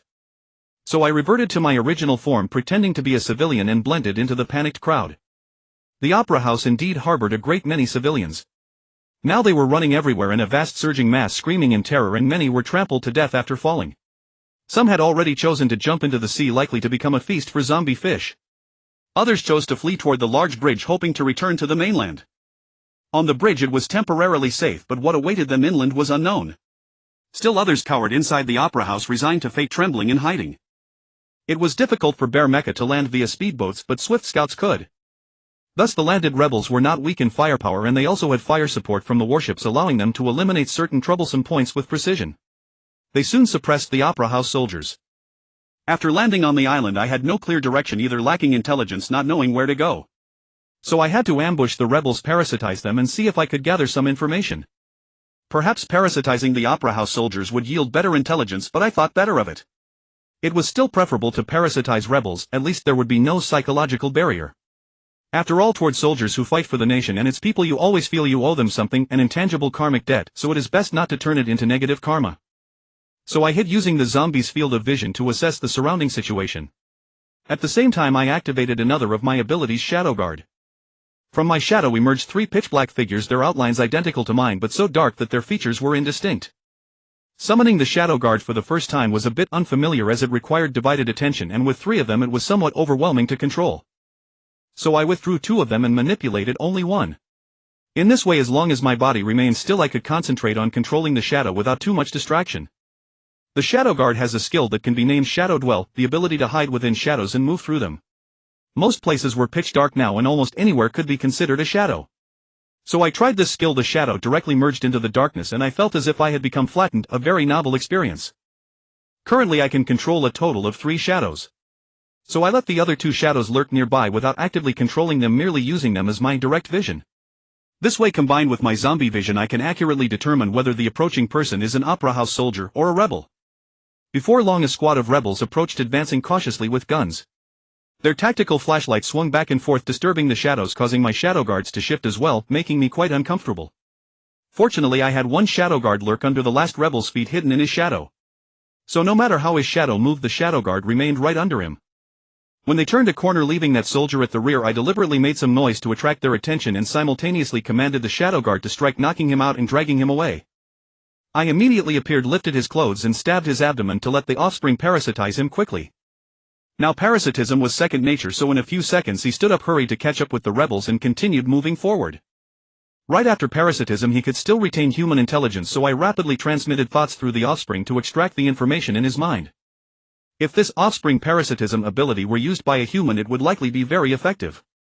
But since I am a zombie I inherently possess infectious traits and infection is almost inevitable. Consequently I cannot keep the parasitized human intact, they remain human only for a short time. So during this brief window I had to extract as much intelligence as possible. Unfortunately this rebel knew little, he merely followed orders, charging along with the leader. He was not informed of the specific plan, only told that if they encountered Yiqingqing, Huaqingling or Fuming Yuan they must capture them alive and show no disrespect on pain of immediate execution. Thus the most valuable information I obtained from this soldier's mind was the appearance of these 3 women. They were indeed beautiful, 3 rare beauties. Yiqingqing lived up to her name, Qingqing City Toppling. Even when I mentally stripped away her makeup and attire, her bone structure was quite perfect. Of course this was only a judgment based on photos and videos in that soldier's memory, not the real people, so the actual appearance remained debatable. Since this soldier knew little there was nothing I could do but continue parasitizing others. This time I tried to target those of higher rank. But I didn't know much about military ranks, so I couldn't tell which was higher. I simply aimed for the ones leading the group. However, leaders were usually accompanied by several people, making it hard to parasitize silently. Moreover, some wore cameras, if anything went wrong it would be immediately detected. So it was truly difficult to act. Modern combat methods are really hard to exploit, unlike ancient times where commanders could hardly see the soldier's first-person perspective. At best they could see the big picture, and often even that came from reports rather than direct observation. If someone falsified intelligence the commander would be deceived. Perhaps a different approach. I couldn't help but look at the warship. If these soldiers knew so little, what if I directly parasitized the commander on the warship? It seemed even more difficult. How could I break through layers of defense to approach the commander up there? By charging straight in? Certainly not. After thinking for a while I abandoned that idea and continued parasitizing other rebels. Since these people were not easy to isolate, I would simply force them into isolation by fighting. I casually stripped the equipment off a fallen soldier and put it on myself. Now I became a soldier myself. I didn't even need to expose myself, relying on the zombies' field of vision. I extended the submachine gun and fired blindly, still hitting several rebels instantly.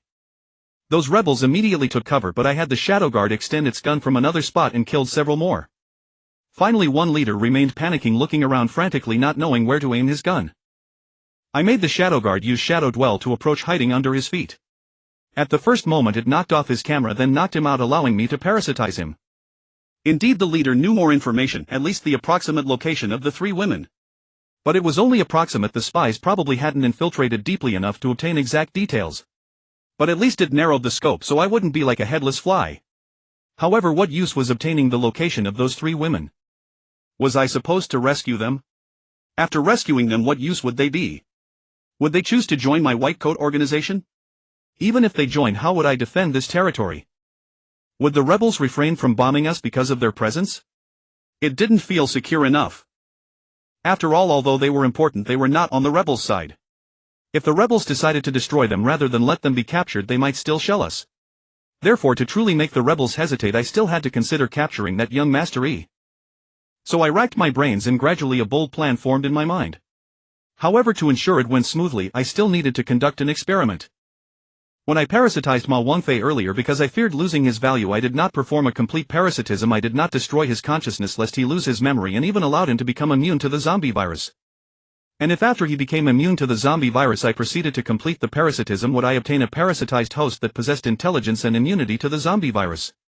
So I immediately caught 2 more rebels, parasitized them while protecting their consciousness without completing the parasitism, and eliminated the zombie consciousness clusters that emerged, allowing them to gain immunity to the zombie virus.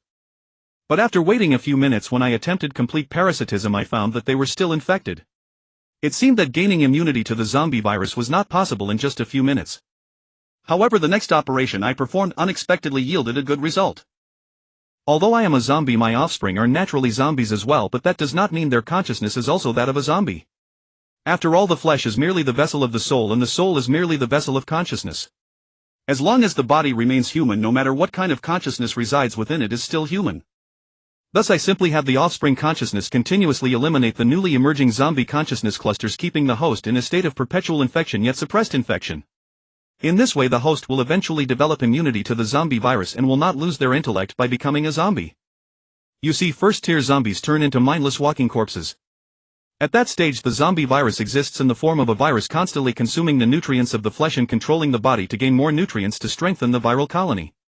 Eventually, the viral consciousness clusters annihilate and devour each other, merging into a single entity to become a second-tier zombie.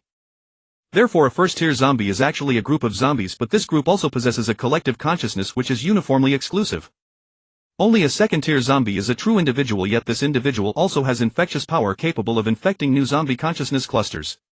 So if I have my offspring consciousness continuously eliminate the newly emerging consciousness clusters until the host gains immunity to the zombie virus, then theoretically I should be able to obtain a parasitic host that possesses intelligence and immunity to the zombie virus. Of course, this is only theoretical and requires time to verify. But the current state is sufficient for now as long as I can maintain rationality. If only I had gained this ability as a human instead of a zombie, it wouldn't be so troublesome.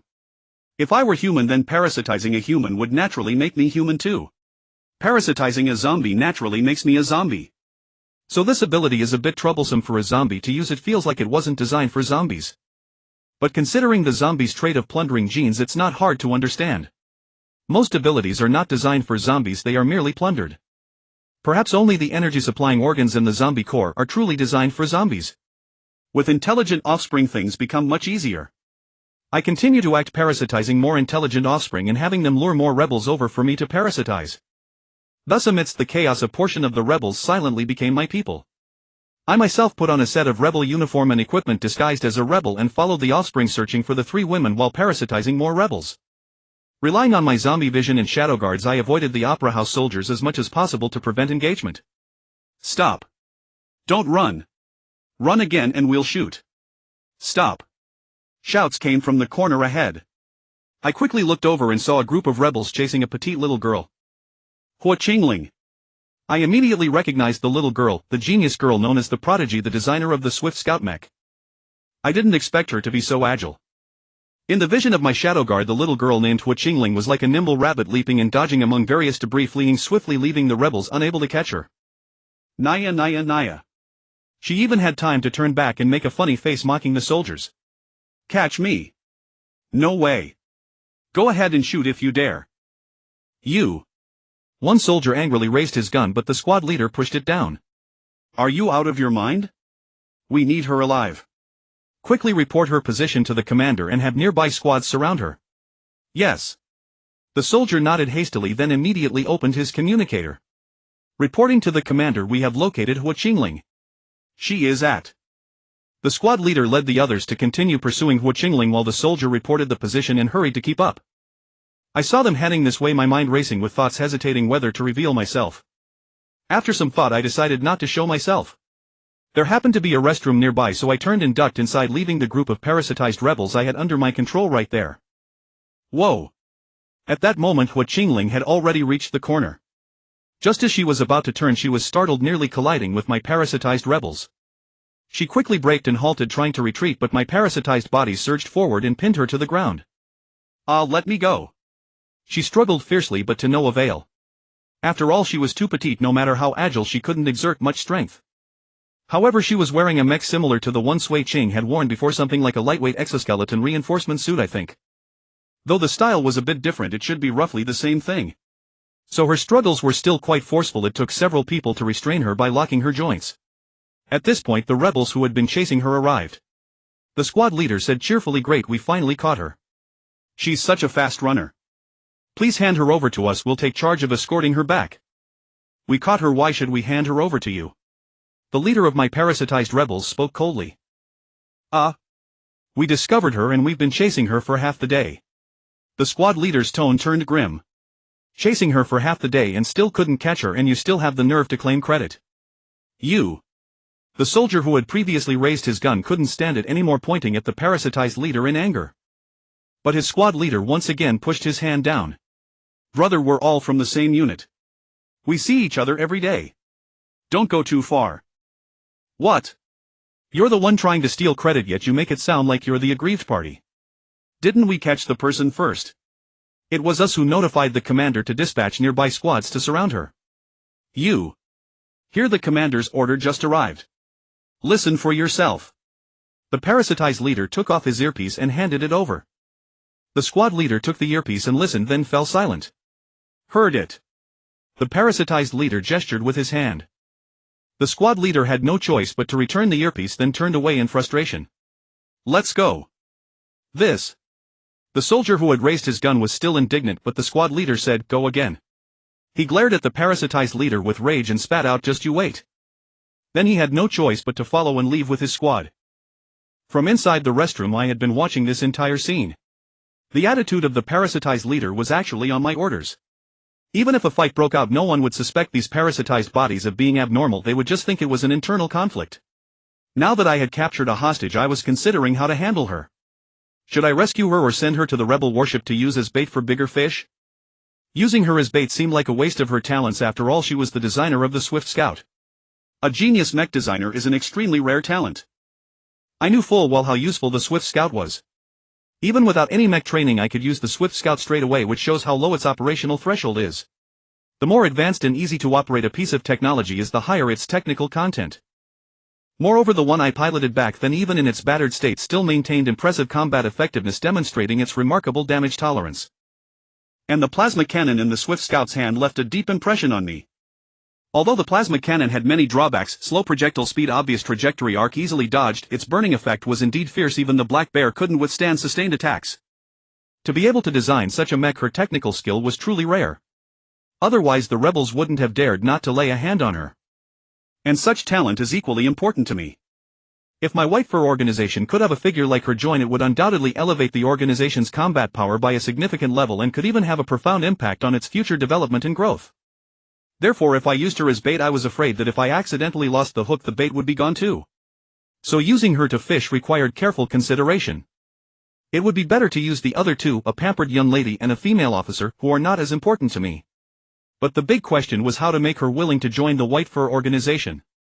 After all, talents like hers are welcome anywhere, and she might not think highly of my small white fur organization. Moreover, according to intelligence from my parasitized body, she was an important figure in the Tingyun Empire's military, and the Tingyun Empire might not be willing to let her go. Keeping her here would likely bring many troubles. Before I could figure it out, Hu Qingling, while being escorted, suddenly kicked her own heel, seemingly triggering a hidden button. In my zombie vision, her mech instantly became very bright. Then she suddenly broke free from the parasitized rebels' grip, flung two of them in front of her, slammed their heads together with force, and crack, a crisp sound, a good headbutt. The other parasitized bodies immediately reacted and tried to recapture her. But she had already leaped onto the wall, used it to spring out of the encirclement, and even kicked down a parasitized rebel in the process. You think mere grunts like you can catch me? Dream on. If I hadn't noticed you just now you wouldn't have even touched me. After escaping the encirclement she didn't flee in a hurry but turned back to continue taunting. The parasitized leader immediately ordered catch her. The entire squad surged forward and charged. Instead of retreating she advanced charged at them suddenly sidestepped to dodge a parasitized rebel's lunge tripped him then leaped onto the wall kicked off and punched the parasitized leader in the face. The parasitized leader was sent staggering back several steps. Hua Qingling landed lightly and said you're not even worth my effort. The parasitic team leader attempted to dodge but due to unfamiliarity with his body he failed to evade and took a direct blow which cracked his teeth and knocked him unconscious on the spot. Good heavens he fell asleep instantly. It seems that Hua Qingling's lightweight exoskeleton reinforcement suit is a remarkable piece of equipment enhancing her strength to such an extraordinary degree. Moreover the reinforcement suit provided protection and reinforcement to key striking areas such as the fists, arms and lower legs allowing her to exert full force in every punch and kick without fear of direct confrontation. These parasitic rebels were not true zombies after all and this was their weakness, they could be knocked unconscious, an almost impossible occurrence for a first-stage zombie. I had assumed that Hua Qingling being a technological talent and researcher would be a delicate and frail woman but I never expected her to possess such excellent athleticism. Even if her ferocity was due to the reinforcement suit her martial skills were indeed outstanding, seemingly not inferior to Sui Qing's. Although these parasitic rebels were tall and sturdy they were all newly parasitized and unfamiliar with their bodies so they could only resort to brutish primitive tactics. Hua Qingling's assessment was you rebels are a motley crew, it's a sheer disgrace that I was captured by a bunch of rookies like you. Thus in no time at all she had taken down the entire squad of parasitic rebels. They lay moaning on the ground unable to rise, more than half were unconscious and 2 or 3 were already dead. Good heavens she was that fierce. Although this was partly because the parasitic rebels hadn't fired their guns and because of her reinforcement suit it still caught me completely off guard. Oomph, in the presence of a genius like me you are all trash. Hua Qingling clapped her hands then wiped her nose with her thumb and strutted away triumphantly hopping and skipping as she intended to leave. But after just a couple of steps she hurriedly ran back in panic for 2 swift scout mechas had blocked the path ahead. Yet as she ran back she discovered that 2 more swift scout mechas had appeared behind her completely sealing off the corridor. This is it. Her expression turned grim. Surrender! All 4 swift scout mechas aimed their guns at her. Don't shoot. She crouched down timidly covering her ears with both hands feigning surrender but secretly activated a device on her ear. A virtual screen appeared before her left eye resembling a half-frame glasses. Observing through my shadow guard I saw her eyes darting rapidly across the screen while a minuscule cursor on the display moved in sync with her gaze. Her hands appeared motionless but in reality she was quickly tapping the device on her ear. Good heavens, could this be a microcomputer? Could the ear device actually be a mouse? The 4 mechas approached step by step, their guns always trained on her. When they drew near, one mecha was about to capture her but she looked up with a grinning face. Hi. With a snap of her fingers she tapped the ear device again with her left hand, pressing a confirm button on the virtual screen. Instantly all 4 mechas froze simultaneously. Using mechas I designed to fight against me. Do you not know who wrote the AI for the Swift Scouts? How naive. Hua Qingling stood up triumphantly, clapped her hands and placed them on her hips. Oops, I've said too much. But it doesn't matter, signal jamming is activated and you're all locked in your coffins. Now initiate identity verification and see who I am. The 4 mechas simultaneously emitted mechanical voices. Identity verification initiated. Verified. Then they all saluted. Respected creator Miss Hua Qingling, the Swift Scouts are at your service. Excellent. Shut down the circulation system and evacuate the internal air of the mechas. Also, eliminate these witnesses for me. She pointed at the still living parasitic rebels on the ground. I sensed danger, although these rebels were not especially valuable. Reparasitizing them would be somewhat troublesome. So I instructed my shadow guard to create a disturbance at a corner some distance away and shout, hurry, she's over there. Block all the exits. Damn it. Hua Qingling grew anxious, then lowered her voice and quickly ordered, kill them, pretend I escape that way and pursue in that direction. No need to reply, execute orders. With that she spotted a nearby restroom and dashed in without hesitation. The 4 mechas immediately carried out the order, gunning down the parasitic rebels on the ground, then shouted. She went that way after her. Thus the 4 mechas chased in one direction, their footsteps thumping away into the distance. Good heavens, were the Swift Scouts that intelligent? Could they execute such complex commands? Ah, what a pity, my parasitized bodies were still eliminated. But it's fine, I have more than just this squad. Though it feels somewhat insufficient, it's acceptable. After rushing into the restroom, Hua Qingling suddenly noticed the men's room. Oh, whatever. She found a random stall, pulled the door open, backed in and closed it, then let out a sigh of relief. She patted her chest lightly and muttered, "Phew, great. Now with the mechas my chances of escape have skyrocketed. But I need to get those mechas to circle back quickly or I'll lose the signal." She mumbled while opening a screen on her left arm, another microcomputer complete with a keyboard. Good heavens, the gadgets on her were truly multifunctional. "It's too dark, I need to activate night vision." As she operated the device and groped backward, she tripped over something and sat down unsteadily. Ah. Phew, at least it's a sitting toilet. If I had fallen into a pit, that would have been hilarious, my genius reputation would be ruined. But why does this feel like a sofa? So soft. No wait, what's this hard thing? She froze, then sensing something amiss reached down to pinch the cushion. She slowly turned her head, shining the screen on her arm toward it. "Hello there," I greeted her. She was startled and instinctively tried to scream, but I had already wrapped my arm around her waist and covered her mouth. "Quiet," I said softly. "You really need to break that habit of muttering to yourself. If there were rebels hiding here, you'd have been discovered long ago." "Mum." She struggled fiercely, trying to break free from my grip, but even with the power of her reinforcement suit she couldn't compare to a third-stage zombie like me. Yet feeling the strength of her suit firsthand, I couldn't help but marvel inwardly. Such a lightweight mecha possessed powers surpassing a first-stage zombie, roughly reaching the level of an agility-type second-stage zombie. Though it fell short of a strength-type second-stage zombie, it was still incredibly formidable for a human. "If you keep struggling, I won't let you speak." She immediately went still, ceasing her struggles. She looked up at me, her chest heaving, anger flickering in her eyes. I cautiously released her mouth. When I realized she wasn't going to scream, I let go completely. She was indeed quite beautiful. Her current angry, slightly pouting expression only made her look more charming, stirring an almost irresistible urge to kiss her. "Who are you?" she asked. "Whom? I haven't figured out how to introduce myself yet." "Your unexpected intrusion has completely disrupted my plans," I said with a hint of helplessness. "You're not a rebel or a deserter?" she asked, puzzled. "Neither," I shook my head. "A civilian." "Whom?" "I suppose so." She looked at me with annoyance. "Let me go." I released her and she immediately stood up, turned to face me, and directly raised her foot, aiming a stomp between my legs. "Hey!" I was startled and quickly stood up to avoid it. The toilet was half crushed by her foot. "What are you doing? You bastard, you poked me." She kicked wildly without restraint. I quickly pressed down with both hands to block her foot. "You were the one who sat down, all right. Then you shouldn't have gotten hard," she continued, attacking furiously, punching and kicking without pause. I defended while replying, "Don't you have any confidence in your own beauty?" How could I not react? What do I care about confidence? You were right behind me, why didn't you say something and warn me? You were hiding and I was hiding too, all right. You barged in without looking. Then why didn't you lock the door? If you had locked it, I would have known someone was inside. I wasn't actually using the restroom, why would I lock the door? You. She sputtered and stopped, her finger trembling as she pointed at me, then abruptly dropped her hand and crossed her arms. I don't care, it's all your fault. Fine, my fault, I replied indifferently. Apologize. All right, I'm sorry. You're not sincere.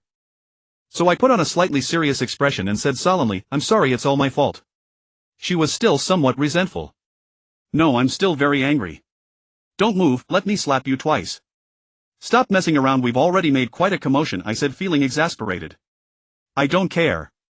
Even if I'm discovered today, I'm going to hit you. With that, she directly slapped me. I raised my hand to block and seized her wrist. Her other hand immediately swung at me and I caught that one too. She raised her knee and thrust it forcefully toward me. Good heavens, aiming for the same spot again.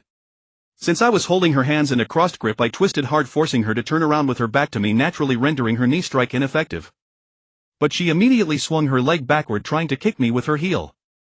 I held her tightly against me, causing her heel to strike the toilet, chipping off another small piece, evidence of her genuine force. No, she was using her feet. You. Let go of me, she struggled again. Stop fighting first, then we'll talk. She grew furious and stomped down. I quickly withdrew my foot to evade her stomp. She aimed for the other foot, so I simply sat down on the half-shattered toilet, pulling her back onto my lap. Because she was rather short, her feet naturally left the ground, making it impossible for her to stomp. You. She tried to kick backward with her heel again, but I spread my legs and then closed them, trapping both her legs between mine, thus immobilizing her hands and feet. You. Let me go. She struggled with all her might, flailing her limbs, but the confined space rendered her efforts useless. First you. MMPH. I tried to calm her down, but she suddenly threw her head back, striking my nose. Damn, that hurt. Her skull was as hard as iron. With the power of her mech suit and a direct hit to my nose, even as a third-stage zombie, I couldn't pretend it was nothing. Seeing her about to strike again, I quickly turned my head, pressing my cheek against hers. You. She tried to tilt her head to hit me, but I matched her movement, keeping her head tilted and preventing her from straightening. You. Bastard. Let me go. She struggled once more, but this time she was truly pinned, unable to mount any effective attack. Don't move. If you keep moving, I'll... She froze instantly, not daring to stir, but her voice was venomous. I will kill you. If that's how you feel, then I'll have to take it further. You. What are you going to do? What do you think? You wouldn't dare. If you so much as touch me, you'll be sentenced to death. You already said you'd kill me. What's the difference between that and the death penalty? Maybe after I do what I intend to, no one will ever know what I did to you. Then I'll just frame the rebels easy as pie. Remember, I'm wearing rebel uniforms right now. You. If you dare, I'll scream. Whether rebels or our soldiers come, they'll save me. Don't you believe it? Do you know who I am? Do you know how important I am to them? The moment I call out, you're dead. Can't I just knock you out first? You. So. 3, 2, 1. I gripped both her wrists in one hand and raised my other hand as if to strike her unconscious. Wait. Wait, I was joking. I was joking, she said, flustered. I don't see any joke in that. I was just angry. Really just angry. I was wrong. I was wrong. I'm sorry, okay, she began to plead. Really? Really? Then how can I trust you? This. She hesitated, then asked, what can I do to make you believe me? How should I know? Find a reason to convince me yourself, or else. I raised my hand again, feigning a knockout strike. Wait, let me think. She began to ponder. But after a moment she grew uneasy, bit her lip, and said with a slightly quivering breath, could you move your head away? My neck is crooked, it's hard to think. No. You brought this on yourself. That headbutt really hurt. I refused outright. But your breath. I looked at her delicate slender neck, straining my night vision. It had already turned slightly red. Then I glanced at her face. Sure enough, it was flushed. She also shifted slightly, as if uncomfortable, adjusting to a more comfortable position, which also made me more comfortable. Ah well. Her body seemed quite honest. Seeing her slightly flustered, I felt no rush. I merely said, keep thinking. Then I quietly resumed controlling my clones and shadow guards. In silence the mind wanders. Sure enough, before long her breathing became noticeably heavier, her body softened, and her restless movements grew more pronounced. She bit her lip more frequently, as if in pain and frustration, and stole glances at me. Seeing that I wasn't looking, she stared more intently, a complex expression of anger and something else on her face. Little did she know, to prevent any tricks, I had a shadow guard positioned in front of us, providing me with a frontal view. I caught every subtle movement she made. Enjoying the view. I suddenly turned to her. Ah. She startled and quickly looked away. I could feel her heart pounding, and the blush on her face deepened. In the dark you can't see clearly anyway. Who was looking at you? She denied immediately. Enough, I don't have time to waste with you. I need to rescue people. With that I suddenly stood up and released her. She quickly scrambled out of my embrace, stretched her limbs, and patted the back of her clothes as if she had sat on a dirty chair. Who are you going to rescue? She asked, curious but evasive. I also patted my chest as if straightening my clothes, and replied, I'm a lecher. I heard there are 3 great beauties here. I plan to take them all, make them my mountain fortress wives. You really are a pervert. What era is this? Mountain fortress wives. Who can you afford to provoke? Touch any one of them and the armies of the Tingyun Empire will hunt you down. Now that the zombie outbreak has brought the apocalypse. Even Linfeng City has rebelled. Why couldn't a mountain fortress appear? They at least have an army. What about you? Me. I suppose I have a legion by now. Just lacking equipment, still using cold weapons. What use are cold weapons? They'll be wiped out in minutes. Really? Didn't we just defeat a squad of rebels? You're full of it. She didn't believe me at all. Sigh, the truth is hard to believe. I shrugged helplessly. If it was just a small squad. A sneak attack could do it. We did use a sneak attack, but if that squad had over a dozen armored vehicles, tanks, helicopters, mechs and over 100 accompanying infantry, our achievement would be nothing to boast about. Really? She was surprised but still skeptical. I looked at her and smiled. Of course I'm joking. She was utterly speechless. Move aside. I tapped her shoulder with the back of my hand. What? She immediately grew annoyed again. I need to leave. She pursed her lips and stepped aside grudgingly. I opened the door and was about to step out. Though my back was to her through the shadow guard, I saw her clenching her fists and making threatening gestures behind me, her fist nearly touching the back of my head. I turned around and she instantly dropped her hands, her expression shifting to innocent, as if nothing had happened. Is there anything else? She smiled sweetly. Your name is Hua Qingling, right? I asked. No. I'm not Hua Qingling. You've mistaken me. She shook her head quickly. Then what is your name? I'm. Just make one up quickly. Wah. What do you mean make up? I'm. Your name is Ling Qinghui, isn't it? I smiled at her. She glared at me, her cute little lips pouting again, making her even more adorable. You're on my rescue list, one of the 3 great beauties. But you don't seem to need my help and you have a terrible temper. Well. I'll cross you off and go save the other 2. I turned and walked out. Hey, what do you mean? Who has a bad temper? She grabbed my arm, ready to argue. I looked back, pointing at her hand. See? This aggressive, does that seem like a good temper? You. She pointed at me furiously, then restrained herself, withdrew her hand and crossed her arms. It's only because you made me angry. I'm usually very good-natured. Really? Of course. I don't believe you. Believe what you like. I don't like it. She stared at me, her eyes practically blazing with fury. Do you know where the other 2 are? I asked. Not telling you. She turned her head away angrily. I touched my earpiece, pretending to receive information, then smiled. No need to tell me, I already know. With that I turned and continued out of the restroom. You have accomplices. She followed. Obviously. I'm the mountain fortress chief, how could I not have some underlings? I replied while walking. How many of you have infiltrated? She pressed. Why should I tell you? I stopped and turned to face her. Why are you following me? Trying to be a spy.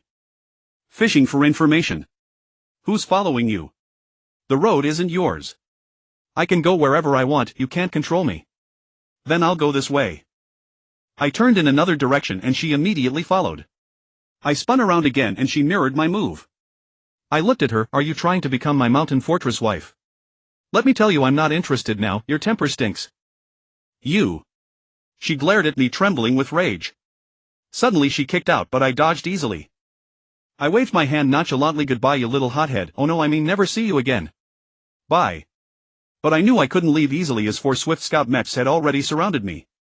I waved my hand, departing gracefully. Goodbye, little girl with a bad temper. Oh, I mean never see you again. Bye. Yet I knew I couldn't simply walk away, for 4 swift scout mechs had already encircled me. Seeing the 4 mechas already encircling her in a 2 front 2 rear formation, Hua Qingling revealed a demonic little smile. Beat him up. She immediately gave the order and the 4 swift scout mechas charged over. Though they didn't fire their guns, their steel fists came howling in. I quickly dodged the first punch, grabbed its arm and performed a shoulder throw, sending the 2 mechas behind me crashing to the ground with a thunderous boom. The last mecha threw a punch at me and I met it with my own fist. The collision exploded with a resounding bang, a truly jarring impact. Hua Qingling's eyes went wide, her mouth slightly agape, nearly forming an O shape. A man standing toe-to-toe with a mecha, what a breathtaking sight. What kind of physical strength was required to achieve that? Flesh clashing against steel, didn't it hurt? To be honest, it hurt. Although I had the Earth Dragon Golden Bone in my base form, I didn't have the Earth Dragon Golden Scales. I had chosen the most formidable physique from my genes, but to maintain keen tactile sensitivity and a sense of danger I hadn't dulled my pain perception. So this fist-to-fist clash felt like punching a wall. Back when I was human, no skin was torn, but it hurt enough to make me tremble slightly. Seeing that its fist had no effect, the mecha swung its gun-wielding arm horizontally. I dared not take that axe-like blade head on. It could easily slice through even the skulls of special complete body zombies. My bones might hold, but my flesh likely wouldn't. So I stepped forward half a pace, blocked its arm with my palm and instinctively aimed a punch at its abdomen. But recalling its hard shell, I changed from a fist to an open palm, lifted its stomach, grabbed its arm and performed another shoulder throw. No, this was more of an over-the-head throw. I lifted it higher all the way above my head and slammed it forcefully into the 3 mechas that were just getting up. With a crash, the 4 mechas tumbled into a heap, sparks flying as they struggled to correct their posture and stand, but it would take them another second or two. By then I had already set my sights on Ho Qingling. She jolted, realizing I was staring at her, and immediately turned to flee in fear. I dashed diagonally, executing a half-moon spinning instant step, and in mid-spin I pushed off the corridor wall to accelerate, appearing before her in an instant face-to-face. She nearly collided with me, desperately trying to break, but her hands pressed against my chest before she could stop. She tried to retreat, but I had already wrapped an arm around her waist. She could only brace herself against me, trembling slightly as she spoke. Big brother, I was wrong. I was wrong. With a sharp smack, my palm landed on her rear. She cried out in pain, covered her backside, and hopped about on the verge of tears. Big brother. Truly, I was wrong. Her voice quivered and tears brimmed in her eyes. But another smack echoed, this time on the other side. She cried out again, covering her rear with both hands, her eyes glistening with tears, looking pitifully endearing. Her mecha covered many vital points, but it was only a lightweight model. Most areas were unprotected, merely wrapped in highly flexible tight leather armor that resembled rubber, so the spanks still hurt plenty. The 4 mechas had now rushed over, raising their guns and shouting, "Let her go! Order the mechas to stand down!" I spoke in a tone that brooked no refusal. All right. All right.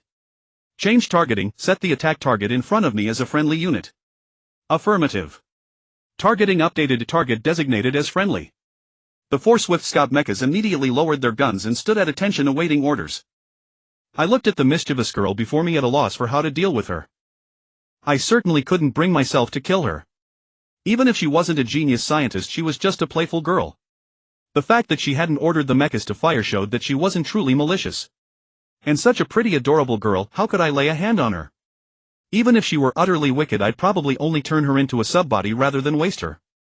But if I rescued her now, it would disrupt the next phase of the plan. Big brother, please spare me, okay? I really was wrong. She pleaded again, her voice trembling, soft and fragile, looking even more pitiful, making it impossible not to let most of my anger dissolve. I let out a resigned sigh through my nose, turned my head and looked at her again, feeling a bit frustrated with nowhere to vent. Big brother, MMPH. She tried to speak again, but I suddenly lowered my head, sealing her lips, and pulled her close until her feet barely touched the ground. She froze, her body instantly stiff, eyes wide, completely at a loss for how to react. But I didn't stop. I held her tighter, forcing her to lean back, her delicate body arching backward until it nearly formed a semicircle. Her breathing grew erratic and her heart began to pound violently, the thumping sound clear and audible. She showed no signs of resistance, only a hint of confusion. Her hands hovered hesitantly before she chose to wrap them around my waist and closed her eyes. I was slightly taken aback. I had expected her to struggle or even attack me like in the restroom, but instead she surrendered without a fight. She even seemed to cooperate. As time passed, her cooperation grew more pronounced, though clumsy. With a little guidance, she quickly grasped some techniques. I soothed her pain a bit, easing the sting. My earlier spanks had been a bit too harsh, so I softened my touch. But this only made her more tense, her breathing even more ragged, and she began to squirm slightly. At first her waist held firm, resisting the backward bend, but gradually it grew softer, arching beyond a semicircle, nearly forming a backward U shape. When she felt suffocated beyond endurance, I finally released her. She slumped limp in my arms, gasping for air, and I was even more uncertain how to handle her. She stared blankly, her expression complex, lost in thought. She made no move to leave my embrace. Once her breathing steadied, I said, "That's your punishment. If you're this mischievous again, it won't be so light." I released her, and seeing she was unsteady, I steadied her against the wall to prevent a fall. As I turned to leave, she immediately asked, "Where are you going?" "To rescue people, of course. You've already delayed me enough." I paused briefly, then prepared to go. "Aren't you going to rescue me first?" she suddenly said. After speaking, her face flushed even redder and she turned away, unable to meet my eyes. I was stunned for a moment, then chuckled lightly. "I'm off to capture a bride for my mountain stronghold." "You want to be that bride?" She lowered her head, then bit her lip. Something seemed to cross her mind and she began to tremble, tears spilling down her cheeks, looking utterly heartbroken. I shook my head with a sigh, then pulled her into my arms, lifting her up horizontally. "Let's save you first then." I had planned to use her to lure a bigger fish, but rescuing her now would inevitably impact that plan. Still, I had always valued her abilities. Even though the plan hadn't included a clear way to take her away, since things had unexpectedly developed to this point, I might as well accept the delay. After all, compared to her talent, the fishing plan might not be as important. I had seen her control 4 Swift Scouts with my own eyes, and it was clear she could control more. All of them might have backdoors she left. Even setting aside her other value, the ability to control Swift Scouts alone was crucial, let alone the fact that she was their designer. Besides, I had already kissed her. Though I needed to keep a bit of authority, I couldn't just leave her alone. I'd be worried. What if someone captured her? Wouldn't that be a huge loss? Could I really bear to see her taken to someone else's bed? So I immediately ordered my subbody to continue the plan remotely while I carried her, slipped into the darkness, and dove into the sea. Using my meltflow solidification ability to control liquids, I formed a water sphere, or rather an air bubble, creating a cavity for her to breathe. She was dumbfounded, her mouth slightly agape again, looking utterly adorable. She had been sobbing in my arms, and when we dove into the sea she was startled. After all, zombies lurked in the water and her mecha wasn't sealed, nor did she know if it was waterproof. But now she didn't need to worry about any of that. The air bubble solved breathing and waterproofing, and the zombies in the sea wouldn't even dare approach, actively fleeing far away. Beneath my feet a small patch of ice formed for me to stand on. In reality, a thin line of water touched the skin on my legs, both feet, so wherever I walked the water beneath would freeze and the ice would disappear when I moved away. This allowed me to walk on the seabed without being easily spotted from the shore, hidden in the darkness. I had come up with this idea on a whim, so I wasn't walking very fast as I was still unskilled. But gradually, as I found the rhythm, I moved more smoothly. It felt quite useful and my pace quickened. "Are you a Superman?" she suddenly asked. "Compared to you, I suppose so," I replied thus. "Are you a genetically enhanced human who has awakened supernatural abilities?" I was slightly stunned. "You described it quite accurately. Though not entirely. Then you are from the capital." What does the capital have to do with it? Isn't it that only the capital has genetically enhanced humans with awakened abilities? What? I was startled. "You are not from the capital." She was also a bit surprised. "Of course not. Then how did you awaken?" Hua Qingling asked curiously. "Bitten by a zombie," I replied. "You are actually a natural awakener," Hua Qingling exclaimed again. "Natural awakener?" "Yes. It is said that the probability of a natural awakener appearing is less than 1 in 100 million. Even in the early stages there are no signs, they merely become physically stronger than ordinary people, and they can also be immune to the zombie virus to a certain extent. Of course, this is only what the authorities have been able to count. The actual probability is probably higher, but it is still extremely rare. I never expected you to be one. No wonder you could defeat my mecha. I estimate that even an enhancer might not be able to defeat the Swift Scout, but for an awakener it's not surprising." She showed an expression of sudden realization. "Awakener and enhancer. What's the difference?" I asked. "An awakener is also an enhancer, but an enhancer is not necessarily an awakener. I've heard that an awakener is at least a third-tier enhancer. One must undergo first and second-tier enhancement to have a chance of becoming an awakener." Then, since you mentioned natural awakener, how do non-natural awakeners awaken? I asked curiously. It is said that the scientists in the capital used the zombie virus to develop a genetic enhancement potion that can give ordinary people a chance to be enhanced and become genetically enhanced humans. However, the capital has not disclosed the specific principles. They only say that the risk of failure is quite high, and after drinking the genetic enhancement potion there is a high probability of turning into a zombie. But if one successfully becomes an enhancer, they gain a certain immunity to the zombie virus and their physique is greatly enhanced. Even if they cannot become an awakener, it is still quite tempting. I see. So they haven't yet mastered a method to produce enhancers with 100 success. I couldn't help but breathe a sigh of relief. This is already quite good. You know, without enhancers ordinary people dare not be injured by zombies. Only mechas can charge back and forth in zombie hordes, but there is still the risk of being dismantled. And if one becomes an awakener, they can master supernatural abilities. That is a power many dream of. Do you also want to master supernatural abilities? I asked. Of course I do. Then work for me from now on. Can you make me an awakener? She was slightly stunned. Not yet certain, but I have a group of enhancers under me. What? Hua Qingling was shocked. A group of enhancers? How did you do that? He classified. If you pledge allegiance to me, you can at least become an enhancer. Really? Can you guarantee 100 that I will become an enhancer? Aren't you afraid I'll turn into a zombie? You're not trying to trick me into working for free, are you? She showed a somewhat skeptical look. You should know your own worth. If there's a risk, I wouldn't let you undergo enhancement. As for whether I'm tricking you, won't you find out by trying? Are you sure you have the strength to keep me? You should be clear, I am an important researcher of the Tingyun Empire with a lot of national secrets in my mind. The country has not wronged me, so I cannot betray the country. The authorities will not allow me to fall into the hands of other factions. Therefore, if you take me in, you might face a punitive expedition. My identity and background are far more serious than the consequences of this, so you don't need to worry about my courage. As for strength, it will develop. What background do you have? Secret. Hua Qingling began to think. I continued, you'd better not think about sneaking in to get enhancement and then consider escaping. Before you earn my trust, I will not enhance you. Even if I have to enhance you for your safety, I will not give you the highest level of enhancement. Highest level of enhancement. She was a bit surprised. Yes. In theory, the highest level of enhancement should be able to make one an awakener, but it hasn't been verified yet, so I can't guarantee. But what I can guarantee is that it will be stronger than ordinary enhancers. Of course, provided that the enhancer you mentioned is the same thing as what I mean, otherwise there may be differences due to different methods. What method do you use? No comment. Is that so? Then, can I first observe your faction for a while and then consider? I thought for a moment, then replied, that kind of statement is dangerous. If you come into contact with my secrets and then decide not to join, I might have to take action against you. But you also said that I have to earn your trust to get enhancement. That's like a probation period. Isn't it good to try each other out? I'm not running a company, there's no such thing as a probation period. You can only climb step by step, demonstrating your loyalty and value, and then you will receive corresponding benefits and important positions. She pouted with slight dissatisfaction. Moreover, you already know the secret that I can turn people into enhancers.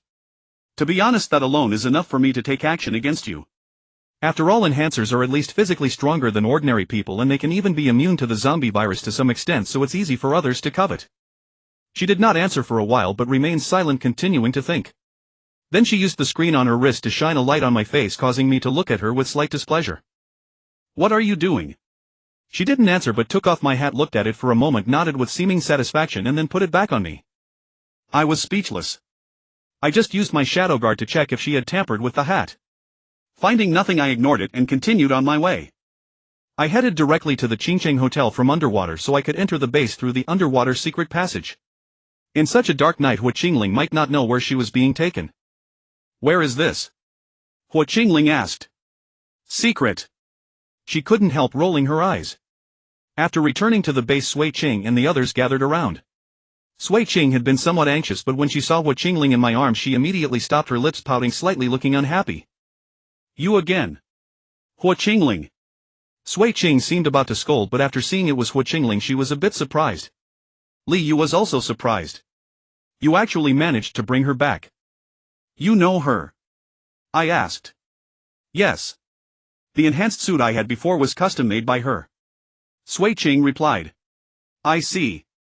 I nodded. I remember you. You're called Sui Qing, right? Your uncle Sui Zhang is the chief designer of the Assault Beast series Mecha, isn't he? Hua Qingling asked. That's right. Sui Qing nodded. Why did you bring her back? Didn't you promise me that you wouldn't bring women back casually anymore? She looked at me with a cold expression.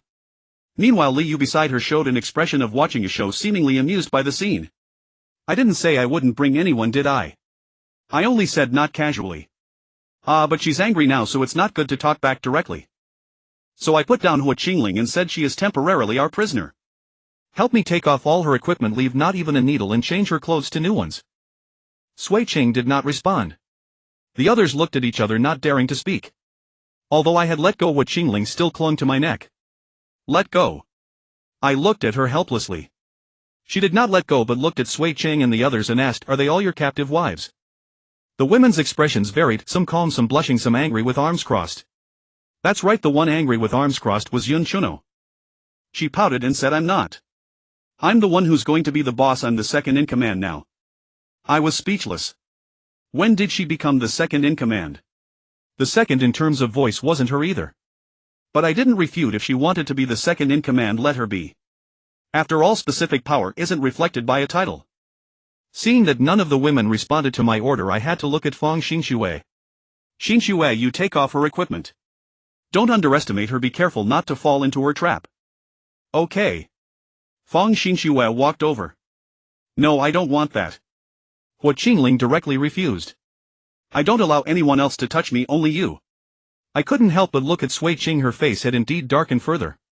This girl is deliberately causing trouble for me. Let go, I said with slight seriousness. No. You just kissed me, you have to take responsibility for me. She looked at me with some smugness. Now Sui Qing's expression became even darker while the others showed shocked expressions. Are you sure? I looked at her with some exasperation. Her expression changed, but she insisted stubbornly, I'm sure. Don't even think about letting others touch me. Fine. I directly pulled her hands away and reached out to take off her enhanced suit, startling her into retreating. Ah. You. You're going to do it here. What else? I pulled her back. No. Big brother, I was wrong, I really was wrong. Still dare to make trouble. No. Sui Qing, you come. I don't even know where the clasps are on this high-tech thing.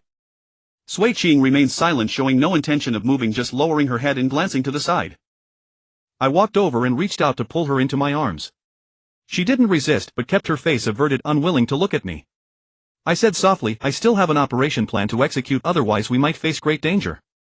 If you're angry, can you wait until I return to vent your temper? After saying this, I kissed her cheek, then released her.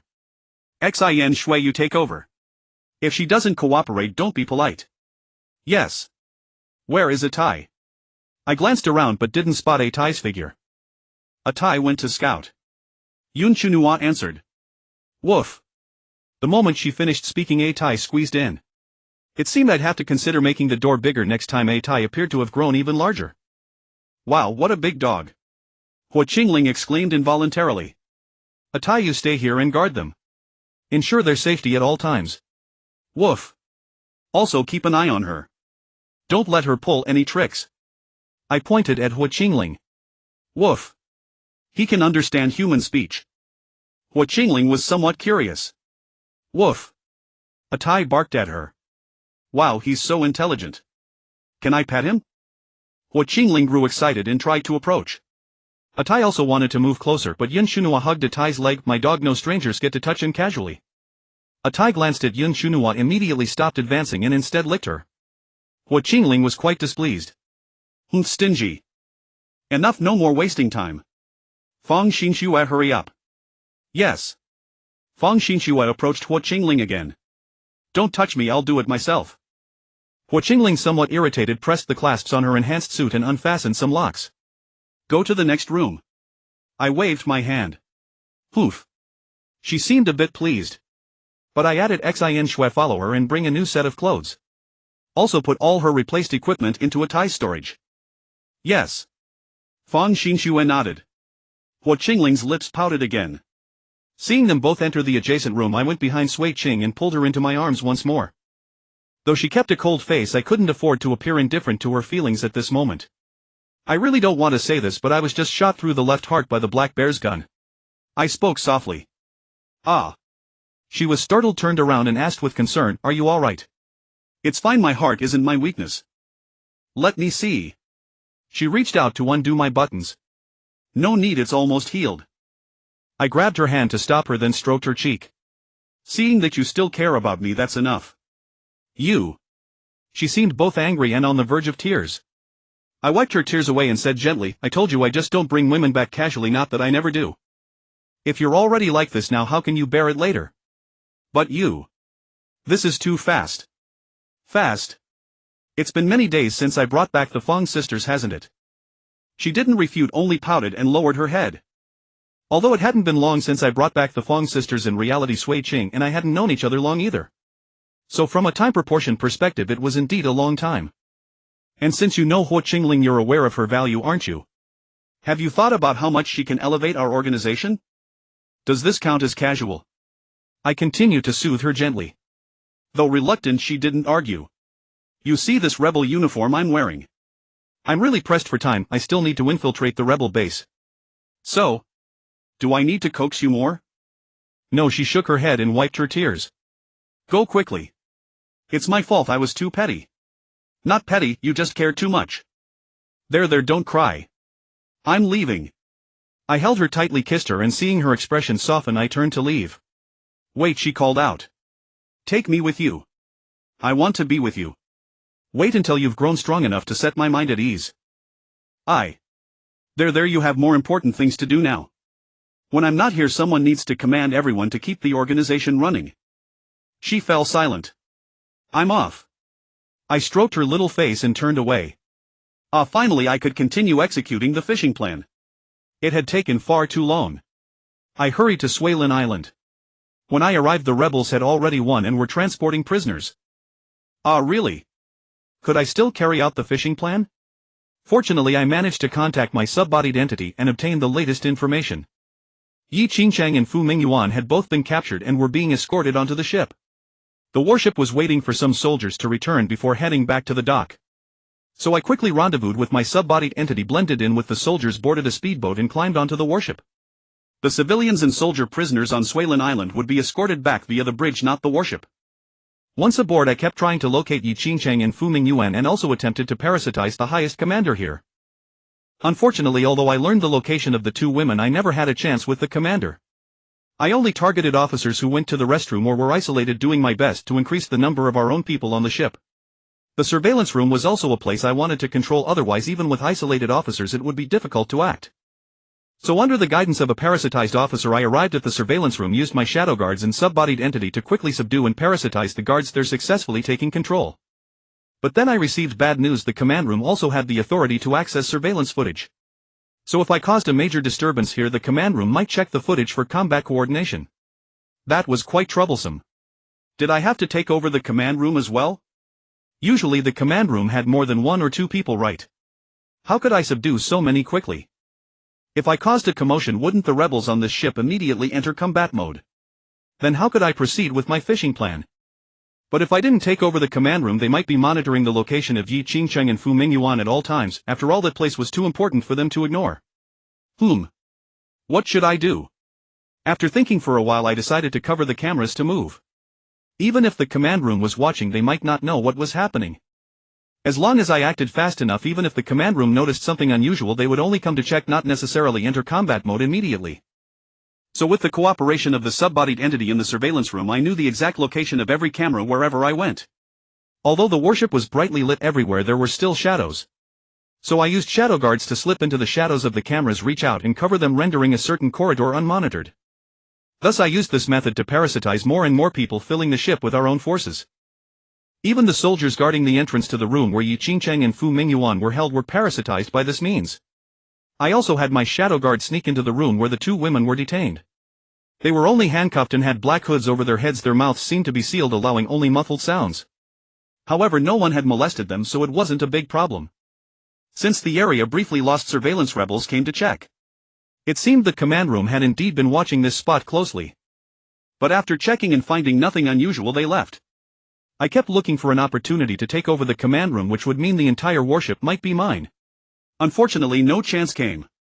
The journey was too short. The people in the command room didn't even need to use the restroom before the warship docked. It seemed I'd have to find another chance later. What a pity. But just as I was thinking that, the highest commander finally came out. He brought 2 officers and 4 rebels, intending to personally take Yi Qingcheng and Fu Mingyuan. This was my opportunity. When they reached the corridor I had secured, I immediately had my shadow guard cover the camera, then leaped out, hurling 2 masses of liquid rubber to quickly seal both ends of the corridor. Who's there? They instantly became alert and tried to fire. But I released a thunder diffusion, sending a massive arc of lightning surging through the corridor, shocking them into screaming and stiffening. Taking advantage of this, I quickly knocked them out and began parasitizing. A minute or 2 later, when they walked out, it was as if nothing had happened, except that one of the soldiers had been replaced by me. We continued toward the place where Yi Qingcheng and Fu Mingyuan were held. Take them away. The commander ordered, and we immediately escorted Yi Qingcheng and Fu Mingyuan to the dock. Young Master Yi has ordered that they be handed over to us. Please cooperate. The soldier who came to receive them presented a document. Hand over. I hadn't expected this turn of events. Had all my efforts on the warship been in vain? The commander took the document, confirmed it was correct, and secretly communicated with me to ask for instructions. I had no good solution, so I had the commander agree and secretly hid 2 shadow guards in the shadows of Yi Qingcheng and Fu Mingyuan. Though it was still dark with an hour or two until dawn, there were many guards and patrols around, making it awkward to attack the handover personnel in public. I could only hand the people over to them and then use the shadow guards' positions to lock onto them at all times. After returning to the warship with the commander, I swapped places with my original soldiers, then secretly slipped into the sea and re-infiltrated the pier. What puzzled me most was that they did not directly escort Yi Qingqing and the other woman to the subway beneath the pier. Instead, they deployed 5 helicopters for transportation and 2 fighter jets flew over from the airport direction for escort. Good heavens, was young Master Yi not at the pier? Was it Ma Wangfei who deceived me, or was the intelligence outdated? Regardless of which scenario was true, I had to follow them. Otherwise the shadow guards might vanish once they exceeded their remote control range. Although I kept a tight pursuit, the shadow guards ultimately disappeared because they ascended too high and I dared not take flight rashly, causing them to exceed the remote control limit. Having no choice, I continued the pursuit. Judging by their flight direction, the destination should be the airport, so I hurried to reach the airport on the ground. However, due to numerous obstacles on the ground, it was difficult to keep pace with the aircraft, so the planes ultimately arrived at the airport first. Fortunately, I was not too slow. I at least witnessed them escorting the 2 women into the airport. So taking advantage of the night cover, I quickly merged 2 shadow guards into their shadows, once more ready to lock onto their positions at any time. The interior of the airport was brightly lit, making unauthorized infiltration impossible. However, my remote control range exceeded 100 meters, so I directly transformed into my Earth-Gold Heavenly Dragon form and flew to the rooftop of the airport. This way, no matter how vast the airport complex, I could ensure the shadow guards remained within my remote control range at all times. The rooftop was not entirely unguarded, there were sentries and even covert observers, though the personnel were sparse. I was precisely in need of eyes. Utilizing zombie vision, I quietly ambushed them and turned them into my parasitic extensions. After dealing with those individuals, I felt my spirit growing strained. The subbody parasitism ability I had employed today seemed excessive and my head felt somewhat distended. As for my ability energy consumption, that posed little problem. I always carried liquid water in the spatial bubble on my wrist guard, which I could use with molten flow solidification to absorb energy. The greatest drawback of a subbody parasitism was the inability to guarantee absolute control. Because the subbody must be weaker than the original body, there existed the possibility of breaking free from control. This weaker referred specifically to mental strength. If a subbody ever surpassed me spiritually, it might break free from my control and even cause a backlash against me. Moreover, these subbodies possessed autonomous behavior capabilities. What they thought and did I could not necessarily monitor at all times, meaning subbodies that might betray me could indeed emerge. Especially intelligent subbodies, such beings would likely find it easier to discover ways to grow stronger or encounter fortunate opportunities, potentially allowing them to break free from my control. Fortunately, although this ability carried significant drawbacks, its advantages were equally substantial. As long as my mental power remained abundant, theoretically I could parasitize countless subbodies. After all, these subbodies only required simple commands to act and did not demand my constant personal manipulation, placing essentially no burden upon me. Furthermore, as long as they remained within my spiritual range, I could detect their mental strength and thereby assess whether any subbody might harbor rebellious intentions. Even if a subbody ventured beyond my spiritual range, I could still track their general position at any moment. Thus, even if a subbody attempted defection, as long as the connection was not severed, escape from my pursuit would be nearly impossible. Therefore, overall, this ability's advantages outweighed its disadvantages. It was quite a remarkable power. However, employing it excessively in a short span placed severe demands on my spirit. If I continued further and suffered mental exhaustion, I dared not guarantee that those subbodies would not break free from control. So for the sake of caution, I decided to minimize the use of subbody parasitism from now on. I concealed myself within a covert observation post, rested briefly, and under the mild effects of lightning soul tempering, worked to restore my spiritual power. At the same time, I directed more attention toward the shadow guards to observe developments there. The airport also possessed a metro station, though it was not connected to the one I controlled, it belonged to a different line. After the rebels escorted Yi Qingqing and the other woman into the airport, they transferred them to the subway station. Therefore, I remained stationed above the metro station, ensuring the shadow guards would not vanish. Fortunately, they did not depart by subway. Had they done so, I would have been forced to follow along the rail line, which would have been considerably troublesome. The military forces here were far stronger than those at the pier, for this space was larger and could accommodate more soldiers and combat vehicles. Numerous fighter jets were neatly parked across the expansive grounds. In fact, many passenger aircraft sat outside, though several bore signs of damage. I did not know whether they had been repaired or could take flight. Yi Qingqing and the other woman were soon led to a luxurious room and bound, each tied to her own bed.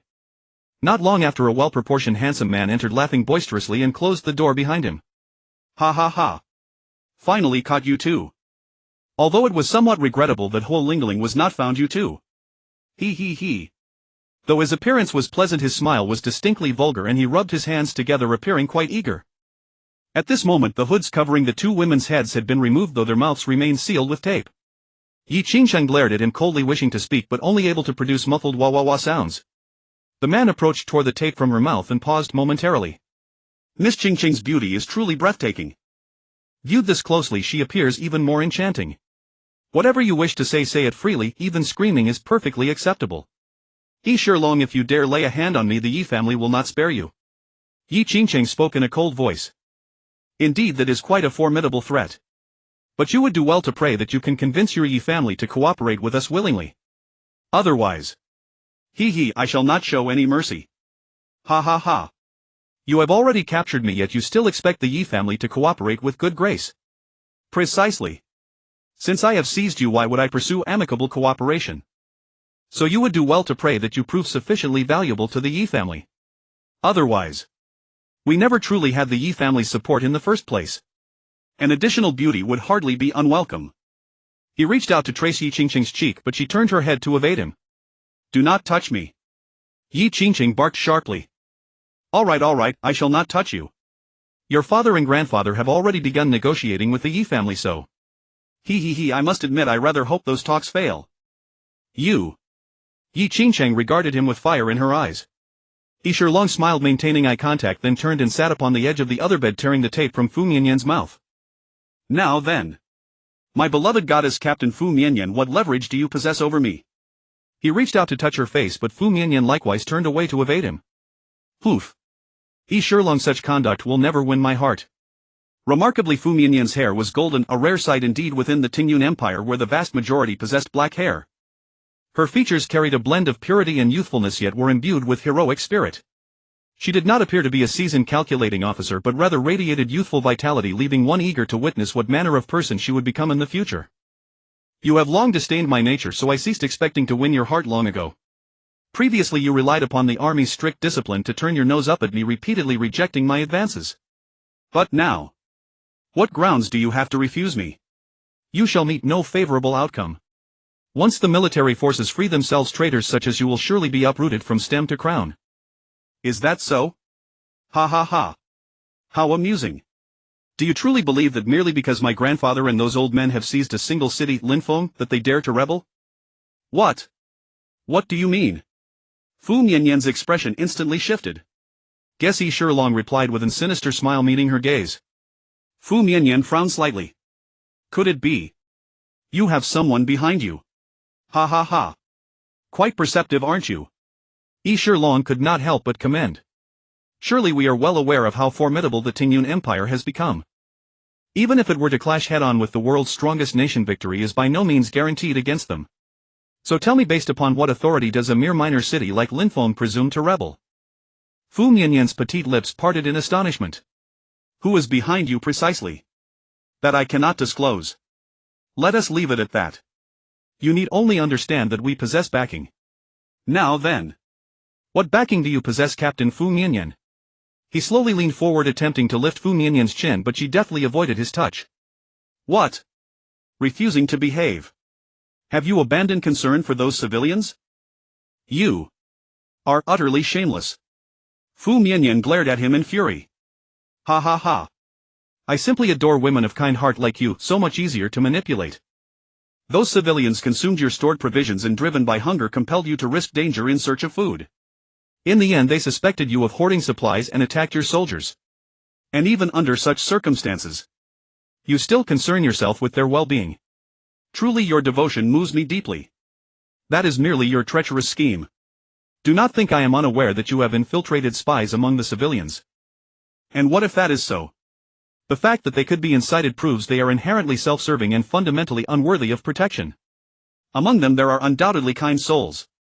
Do you truly believe I act for every single one of them?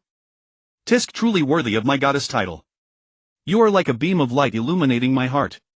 The recent serious transcoding issues have only strengthened our determination to update more rapidly. Please take a moment to exit reading mode with a flick of your finger. Thank you. Then why don't you turn back? You're like this. No, I must have you. Nothing is more important than having you. Because I cannot imagine how utterly heartbroken I would be if one day you ended up in someone else's bed. Yi Shilong's eyes grew increasingly manic. You. Fu Mingyuan was taken aback. Ha ha ha ha. If you want me to turn back, then just give yourself to me. I promise you will always be first in my heart, and I will try my best to listen to your words. Fu Mingyuan turned away, a deep sorrow in her eyes. If you release Yi Qingqing, release the civilians and soldiers, then I will. What are you thinking? Yi Shilong let out a mocking laugh. He stood up and said, not only will I not release her, I will let her enjoy a wonderful show. With it he took out a thin needle, removed the cap, squirted a drop, then aimed the needle at Yi Qingqing's neck and prepared to inject it. What are you doing? Yi Qingqing was panicked, struggling and trying to evade. Don't move. If I accidentally pricked that face of yours, I would be heartbroken too. Yi Qingqing dared not move but closed her eyes and warned Yi Shilong, if you dare harm me, I will never forgive you. He. Yi Shilong revealed a lewd grin. Though forcing you might bring serious consequences, if you beg me, that would be a different story. WH. What? What do you mean? Ah. Yi Qingqing's expression changed as the needle pierced her neck and the unknown liquid was injected, then withdrawn. What? What did you inject me with? Yi Qingqing asked anxiously. He, something good, something that will drive you wild. I won't touch you for now. First let you watch a spectacle and see how long you can endure. Rest assured, if you beg me, I will satisfy you, and greatly so. Ha ha ha ha ha ha ha ha ha ha. Yi Shilong laughed maniacally. You. Bastard. Even as a ghost I will never forgive you. Oh dear, if you become a female ghost I might not let you go either, because that would excite me even more. Ha ha ha ha ha. Alright, I need to set up the camera first. Believe me, my photography skills are excellent, I'm already well versed in this. This momentous occasion should be recorded properly, preferably capturing the moment you beg me, so it won't be me forcing you. Yi Shilong quickly set up the cameras, adjusting the angles. He set up not just one but several, even arranging lighting equipment, appearing quite professional. Yi Qingqing heard his words, her face turning ashen. Her lips trembled, tears streaming uncontrollably. She stuck out her tongue, hesitated for a moment, then steeled herself to bite down. But Yi Shilong reminded, biting your tongue to commit suicide most likely won't kill you, don't be fooled by those TV dramas. Even if it causes heavy bleeding, modern medicine can easily treat it. Yi Qingqing froze, then a look of even deeper despair appeared. With 2 claps Yi Shilong pressed the camera button and began recording. Not bad, great effect. He nodded, then approached Fu Mingyuan's bed. Yi Shilong, are you going to do this in front of Yi Qingqing? Fu Mingyuan was also panicked. Oh my goddess, you only just realized. I'm so considerate, giving you a companion for your first time, so even if it's unbearable you'll have someone to share the burden. You. Fu Mingyuan trembled with rage. Scumbag. Such a limited vocabulary for cursing my goddess. But that makes you even cuter. Rest assured I won't inject you with that stuff. I'll let you experience my skills firsthand, guaranteed to be no worse than the injection. Don't give me a chance or I'll tear you limb from limb. Fu Mingyuan threatened fiercely. Really? I can't wait. But I hope you won't be crawling in front of me begging for mercy. Though that would give me some satisfaction, a goddess would no longer be a goddess. Yi Shilong began unbuttoning his shirt. Fu Mingyuan tried to retreat, but her hands and feet were bound, leaving little room to move. As Yi Shilong was about to climb onto the bed, her eyes grew terrified, her lips trembling, tears streaming uncontrollably. Yi Shilong, I will never forgive you. That was likely her final struggle. Just as she was about to close her eyes in resignation, her eyes widened in shock, staring behind Yi Shilong. Not only her but Yi Qingqing also showed a shocked expression, looking behind Yi Shilong. What kind of expression is that? Shouldn't you resign yourself? I thought you'd act like a wooden dummy, letting me do as I please. Yi Shilong had one knee on the bed, oblivious to the dark figure behind him. It was the shadow guard of Dijin Tianlong in human form. How interesting. I had the shadow guard speak, placing a hand on Yi Shilong's shoulder. Yi Shilong stiffened, then turned around. You are. What the hell are you? He seemed about to say who are you, but upon seeing the shadow guard changed it to what the hell are you? Saves me the trouble. With the camera here your family will easily know who took you. You. Guards. Come. He tried to shout, but the shadow guard grabbed his neck and lifted him. He struggled violently, punching and kicking, but to no avail. The shadow guard remained still, choking him until his face turned red and he could barely breathe. Your grandfather is E something. City Lord E, right? The shadow guard turned to the camera. Greetings City Lord E. Let me formally introduce myself. I am the third-level zombie Dijin Tianlong, you may call me Tianlong Corpse King. The armored zombies that attacked you today are my subordinates. I hereby declare that the subway station I occupy within a radius of 1,000 meters including Swalen Island is now my territory. Oh, by the way, what's the name of that subway station I occupy? You should know, right? Tell me quickly. The shadow guard dropped the nearly suffocating Yishirlong, who coughed and clutched his throat, taking a while to recover. Guards. Come. He tried to call for help again, but the shadow guard slapped him across the ear, knocking him to the ground. That's not the answer I wanted to hear. The shadow guard reminded. You fucking. Oh, Yishirlong pointed at the shadow guard, about to curse, but the shadow guard kicked him between the legs, making him double over. Answer properly or next time it won't be so light. I'm not yet familiar with controlling my strength. If I accidentally break something I can't heal it. You. He pointed a trembling finger at the shadow guard, unable to speak. 3, 2, 1. The shadow guard began a countdown. I'll talk. Yishirlong quickly said, the station you occupy is called Dongbin Station. It means the eastern coast of Linfeng. He answered in detail, even explaining the meaning. Oh. Then Dongbin Station and Swalen Island are now my territory. City Lordy, I hope your planes and artillery won't keep bombarding this area. If your grandson ends up missing an arm or leg or even his fifth limb or loses his life, don't blame me. With that, the shadow guard kicked over the camera in front, then swung Yishirlong, knocking over all the other cameras. These two women are quite something, I'll take them, the shadow guard declared. You. How dare you? Yishirlong was furious. He pulled another needle from his pocket and stabbed at the shadow guard. But the shadow guard merely gave him a cold look, unconcerned by his attack. He probably thought he could actually pierce the shadow guard. But his hand passed right through, as if hitting a mass of black liquid, which quickly returned to its original form. Yishirlong froze, then said again, what the hell? Are you? The shadow guard didn't answer but knocked him unconscious with a palm strike, then capped the needle. Perhaps it would be useful later. Though I disdain using such things, they might be useful against enemies. You. What are you going to do? Yi Qingqing's eyes were already slightly glazed, her body limp, her face flushing. So it was Fu Mingyuan who spoke. Though my target was Yishirlong, I might as well take you two back as Mountain Fortress wives. Mountain Fortress wives. You. Of course, if you'd rather stay here I have no objections. I can pretend I didn't see you. Fu Mingyuan was left speechless. You. Aren't you a zombie? Why would you need Mountain Fortress wives? I can, the shadow guard replied with just 3 words. Fu Mingyuan didn't know what to say but turned to Yi Qingqing. Do you want to leave? Yi Qingqing hesitated. She still didn't finish, apparently uncertain whether to go with me. My shadow guard stood still, doing nothing, not continuing to persuade them. Because at that moment my true body had begun to move, charging into the airport, throwing out ice sphere spatial bubbles the size of glass marbles, triggering explosions in various places. The airport instantly descended into chaos as a swarm of soldiers encircled and opened fire on me. But I moved with lightning speed, utterly disregarding the bullets, and dashed straight to the fighter jets. I hurled iceball space bubbles into their engines, then cancelled the bubbles, triggering massive explosions that blossomed into icy flowers. Stop him. Get the fighters airborne. Some officers barked urgent orders, but it was already too late. Even when pilots had already opened the cockpits, I tossed iceball space bubbles into their seats, blowing the cockpits to smithereens and killing the pilots in the process.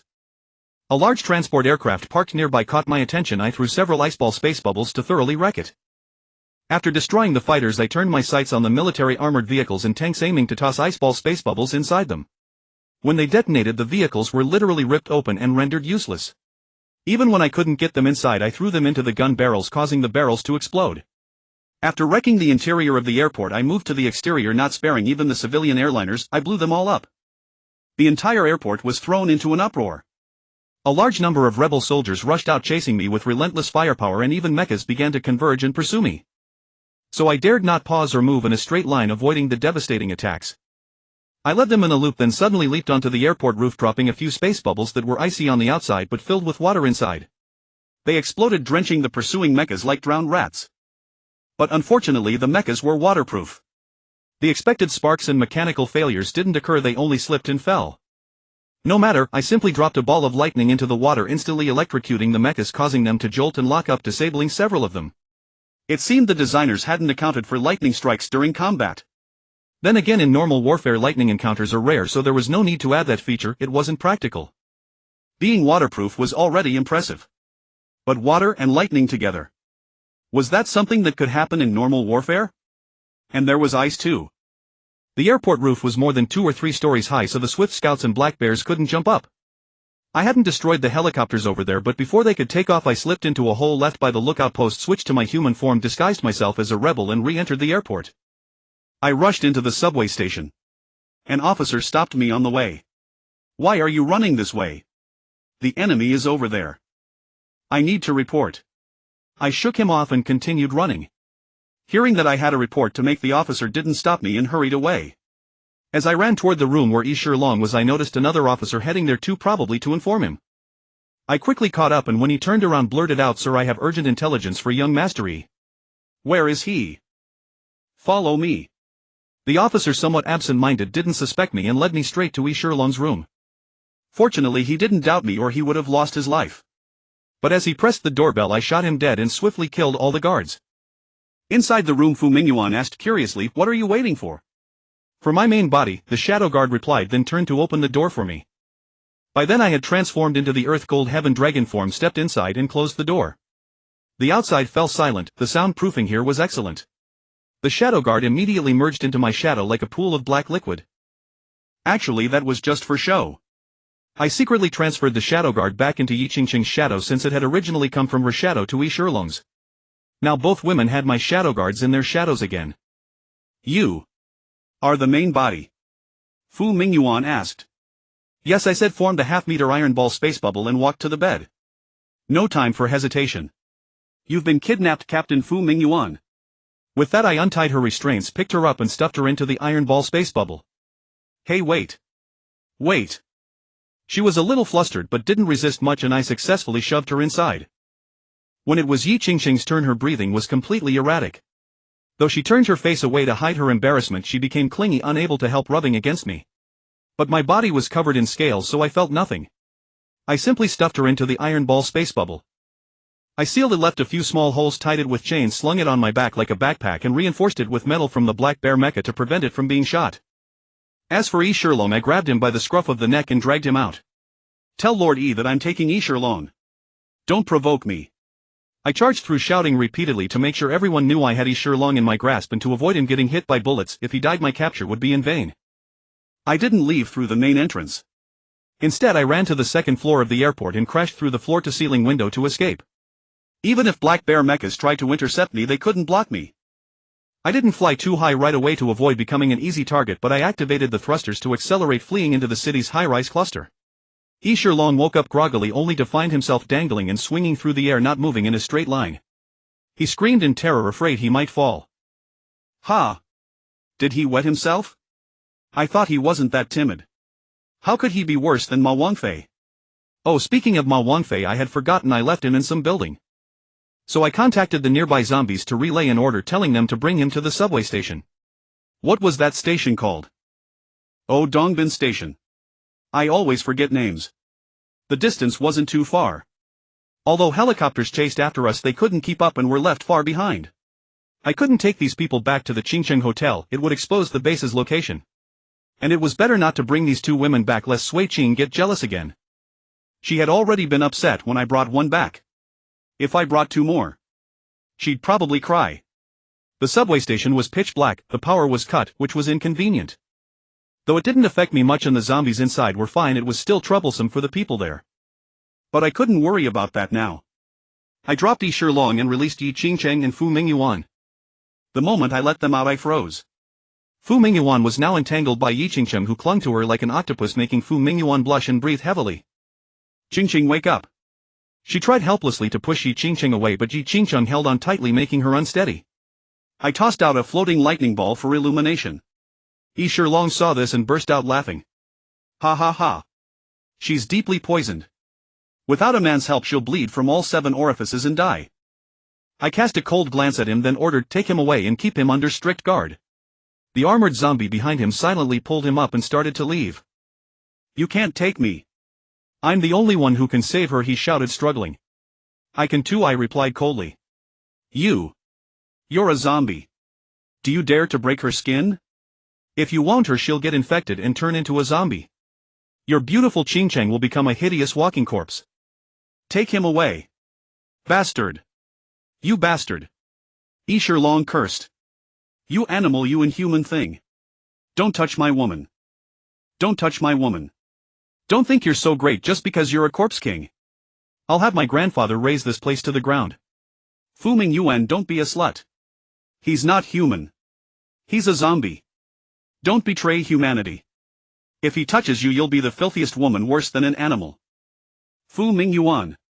You're not allowed to let him touch you. I warn you. If he does, I'll use the most vicious means to retaliate against you. Fu Mingyuan. Do you hear me? Do you? He raved like a madman, his shouts growing fainter but still relentless. I considered gagging him to stop the noise, but then I thought better of it. From another perspective, the sound was rather pleasing. After all, just 10 minutes ago he thought he had reached the pinnacle of his life. Now he had fallen hard, not only captured but also hearing that the woman he desired was about to be taken by a zombie as his bride. Such agony was probably unbearable for most people. And finding joy in another's misery was immensely satisfying. With that thought, his voice no longer seemed grating, it actually cheered me up. Ching-Ching, wake up, Fu Mingyuan said, pressing down Yi Ching-Ching's roaming hands. If this continued, she really couldn't stand steady. Hand her to me. I extended my hands. You. She hesitated. You're a zombie. Please don't touch her. Do you really want Isher Long to touch her? She was at a loss for what to do. Don't worry, there are plenty of ways to help her detoxify. Using my hands is perfectly fine. Ha! Hands! Hands! She was momentarily stunned. Come with me, let's take her to the room first. Saying this, I led the way ahead. However, seeing that she was tangled up and couldn't walk at all, I walked back. Give her to me. This time, without giving her a chance to protest, I pulled Yi Ching-Ching away from her. But probably because my body was covered in scales that were hard as armor, Yi Ching-Ching showed some distaste and kept struggling, wanting to return to Fu Mingyuan. Fu Mingyuan followed with some concern, but at the doorway she hesitated, unsure whether to come in. Come in, what are you standing there for? Ha! Do I need to go in too? She seemed a bit flustered. Nonsense. Look, is there any soft part on my body? I showed her my hand. Under the light of the blue lightning sphere, my palm reflected a dark gleam, clearly covered in scales too. I was already regretting having my entire body covered in scales in this form. I would need to adjust it next time. Although there were still a couple of softer areas I could expose, I doubted I would be able to resist temptation. I had promised Sui Ching that she would be the first woman I brought into this world. If I broke that promise to her, I wouldn't be able to forgive myself. But what can I do? I don't know how. I'll teach you. Ha! Before she could hesitate further, I pulled her inside. Over an hour later, dawn finally broke. A sliver of light seeped into the subway station, and after multiple reflections, even significantly attenuated, it was enough to brighten the room somewhat. I sat by the bedside, draping the blanket over the exhausted Yi Ching-Ching and Fu Mingyuan as they slept deeply, completely covering their delicate shoulders. They lay intertwined, the rising and falling blanket tracing perfect contours. Though their pure, breathtaking faces were partially concealed by disheveled hair, their tranquil, fragile posture made them all the more alluring. As for why two were lying down, that was because I suddenly remembered midway through that I could control bodily transformations to some extent, so I didn't need to redesign the structure of my backup body. So I let the scales on my hands recede and naturally joined them. Fu Mingyuan was still inexperienced, and Yi Ching-Ching had been entangling her relentlessly, making it hard to resist. So I took the opportunity to include her as well, and both ended up lying down, surrendering completely. Unfortunately, I was the one suffering. The tension was unbearable. I really wanted to find Sui Ching right now, surely she would be ready by now. But I still had matters to attend to, so I had to endure and finish what I needed to do first. Over the past hour or so I had been monitoring the outside through my subunits. I noticed there were many aircraft, mechas and soldiers attempting to investigate, but they were not indiscriminately bombing everything, which actually gave me some peace of mind. This proved they truly valued Isher Long and dared not make rash moves. It would be virtually impossible for a living person to sneak into the subway station. After all, the civilians inside the subway station were under centralized quarantine, only zombies could enter and exit. So their attempts to gather intelligence about what was happening inside were basically futile. Moreover, my armored zombies were no pushovers. They hunted down and consumed anyone they spotted, even taking down several drones. As long as the enemy did not resort to indiscriminate bombardment, even mechas entering would face the risk of destruction. So, who was afraid of whom? I dried my hands, took out my phone and snapped a photo of the two women, making sure to capture the scattered clothes strewn across the floor as well. This should really drive Sherlong mad, right? Even though I had not actually seen anything explicit, this scene spoke for itself. If I was going to see something through, I might as well see it to the end. Since that guy was already on the verge of madness from anger, I might as well push it even further and enjoy myself even more. Deriving pleasure from others' suffering, that was super satisfying. And if I could base my joy on their even greater agony, that would be infinitely more satisfying. So for the sake of my own super enjoyment, I decided to show Sherlong a glimpse out of sheer mercy. As expected, when I held the photo in front of Sherlong, he descended into even greater madness. He ranted and raved hysterically, spewing every vile curse he could muster, completely disregarding whether his throat would ache, unleashing his voice at maximum volume. It was not just his voice, he let out tears and snot in equal measure, genuinely weeping and sniffling uncontrollably. I savored listening to his tirade for over 10 minutes, occasionally instructing the nearby zombies to slap him until my ears themselves felt irritated. Only then did I reluctantly step out, wishing the spectacle had lasted longer. Ah, how exhilarating. No wonder so many villains seemed to revel in their enemies' suffering and despair. This truly was intoxicating. Was this some kind of pathology? Never mind that now, I should focus on the matter at hand. Wait. Before that, I should parasite Sherlong first, like I did with Ma Wangfei, keeping his consciousness intact. Though it was somewhat sparing him, at least I would not have to worry about him escaping. Moving on to business. First, I needed to check the train tunnel. That area had been sealed off by me with several 1-meter thick metal walls. If the rebels could not find a breakthrough from the front, they would likely try to get through here instead. So I came to inspect it, melting a small hole at the corner of the metal wall. I sent my shadow guards in fluid form to scout ahead and assess the situation on the other side. As expected, there were several rebels and mechas on the other side, huddled around some equipment and engaged in discussion. Taking advantage of their distraction, I threw several water-filled ice sphere space pods toward them. They detonated with a series of loud bangs, and screams erupted from their side instantly. Without pause, I unleashed a bolt of lightning that struck those mechas, leaving them paralyzed and smoking on the ground. My shadow guards darted forward, wrapping around each mecha to locate weak points, piercing through and eliminating the pilots inside, one by one, using the same method. Finally, I melted a larger opening, retrieved both the mechas and their equipment, then sealed the hole back up. I checked the other walls but found no sign of the rebels. They may have fled upon hearing the commotion, or perhaps they never attempted to breach from those points in the first place. Regardless, not finding them was a welcome development. I stationed a few zombies to guard the area, constantly scanning the opposite side with their enhanced vision. While the thickness of those walls would interfere with the zombie sightlines, they would still likely detect anyone attempting to breach them. Next, I summoned Ma Wangfei and reviewed his recent activities through his subunits. Once I confirmed there was no sign of betrayal, I gave him instructions: oversee these civilians for now, make sure none of them starve. Yes. He nodded eagerly. Also find a way to contact the rebels, ideally reach the D City Lord, and send him this video. But do not say a word or else. Got it, got it. My lips are sealed. Ma Wangfei agreed quickly. So I edited a short clip showing Sherlong in his crazed state, deliberately removing the audio and keeping only the visuals with a caption: if you dare send troops over again, the torture will be far worse than this. After handing the video to Ma Wangfei, he only glanced at it before breaking into a cold sweat, too afraid to look again. By the way, I asked, is there a generator here? Yes. Ma Wangfei nodded urgently. Then go connect the generator, it's too dark in here. Sir, I do not know how. Surely some of the civilians know how. Whoever helps you with it, just reward them with extra food. Yes, sir. After giving Ma Wangfei his instructions, I went outside to patrol again, taking out several aircraft and mechas. Once I was certain they would not dare send troops to scout anymore, I called it quits and retreated slightly from the subway station. Back at the base, I immediately sought out Sui Qing. The moment she opened the door, I pulled her into my arms. I'm back. Seeing my urgency, she could not help but smile. Is it safe? She asked. Should be for now. Where's everyone else? Still sleeping. Yeah. They did not sleep well last night, so I told them to rest. They have the day off. Then why are you not sleeping? I was waiting for you. She looked down, a faint blush on her cheeks. So that means it is okay. I gently tilted her chin up, studying her with a smile. She nodded softly, her voice barely audible, unable to meet my gaze. Perfect. I eagerly lifted her into my arms. Wait. I want to change into something nice and put on proper makeup. I glanced at her current outfit, tight and practical for combat, and said no need. Your clothes already show off your figure just fine. No way.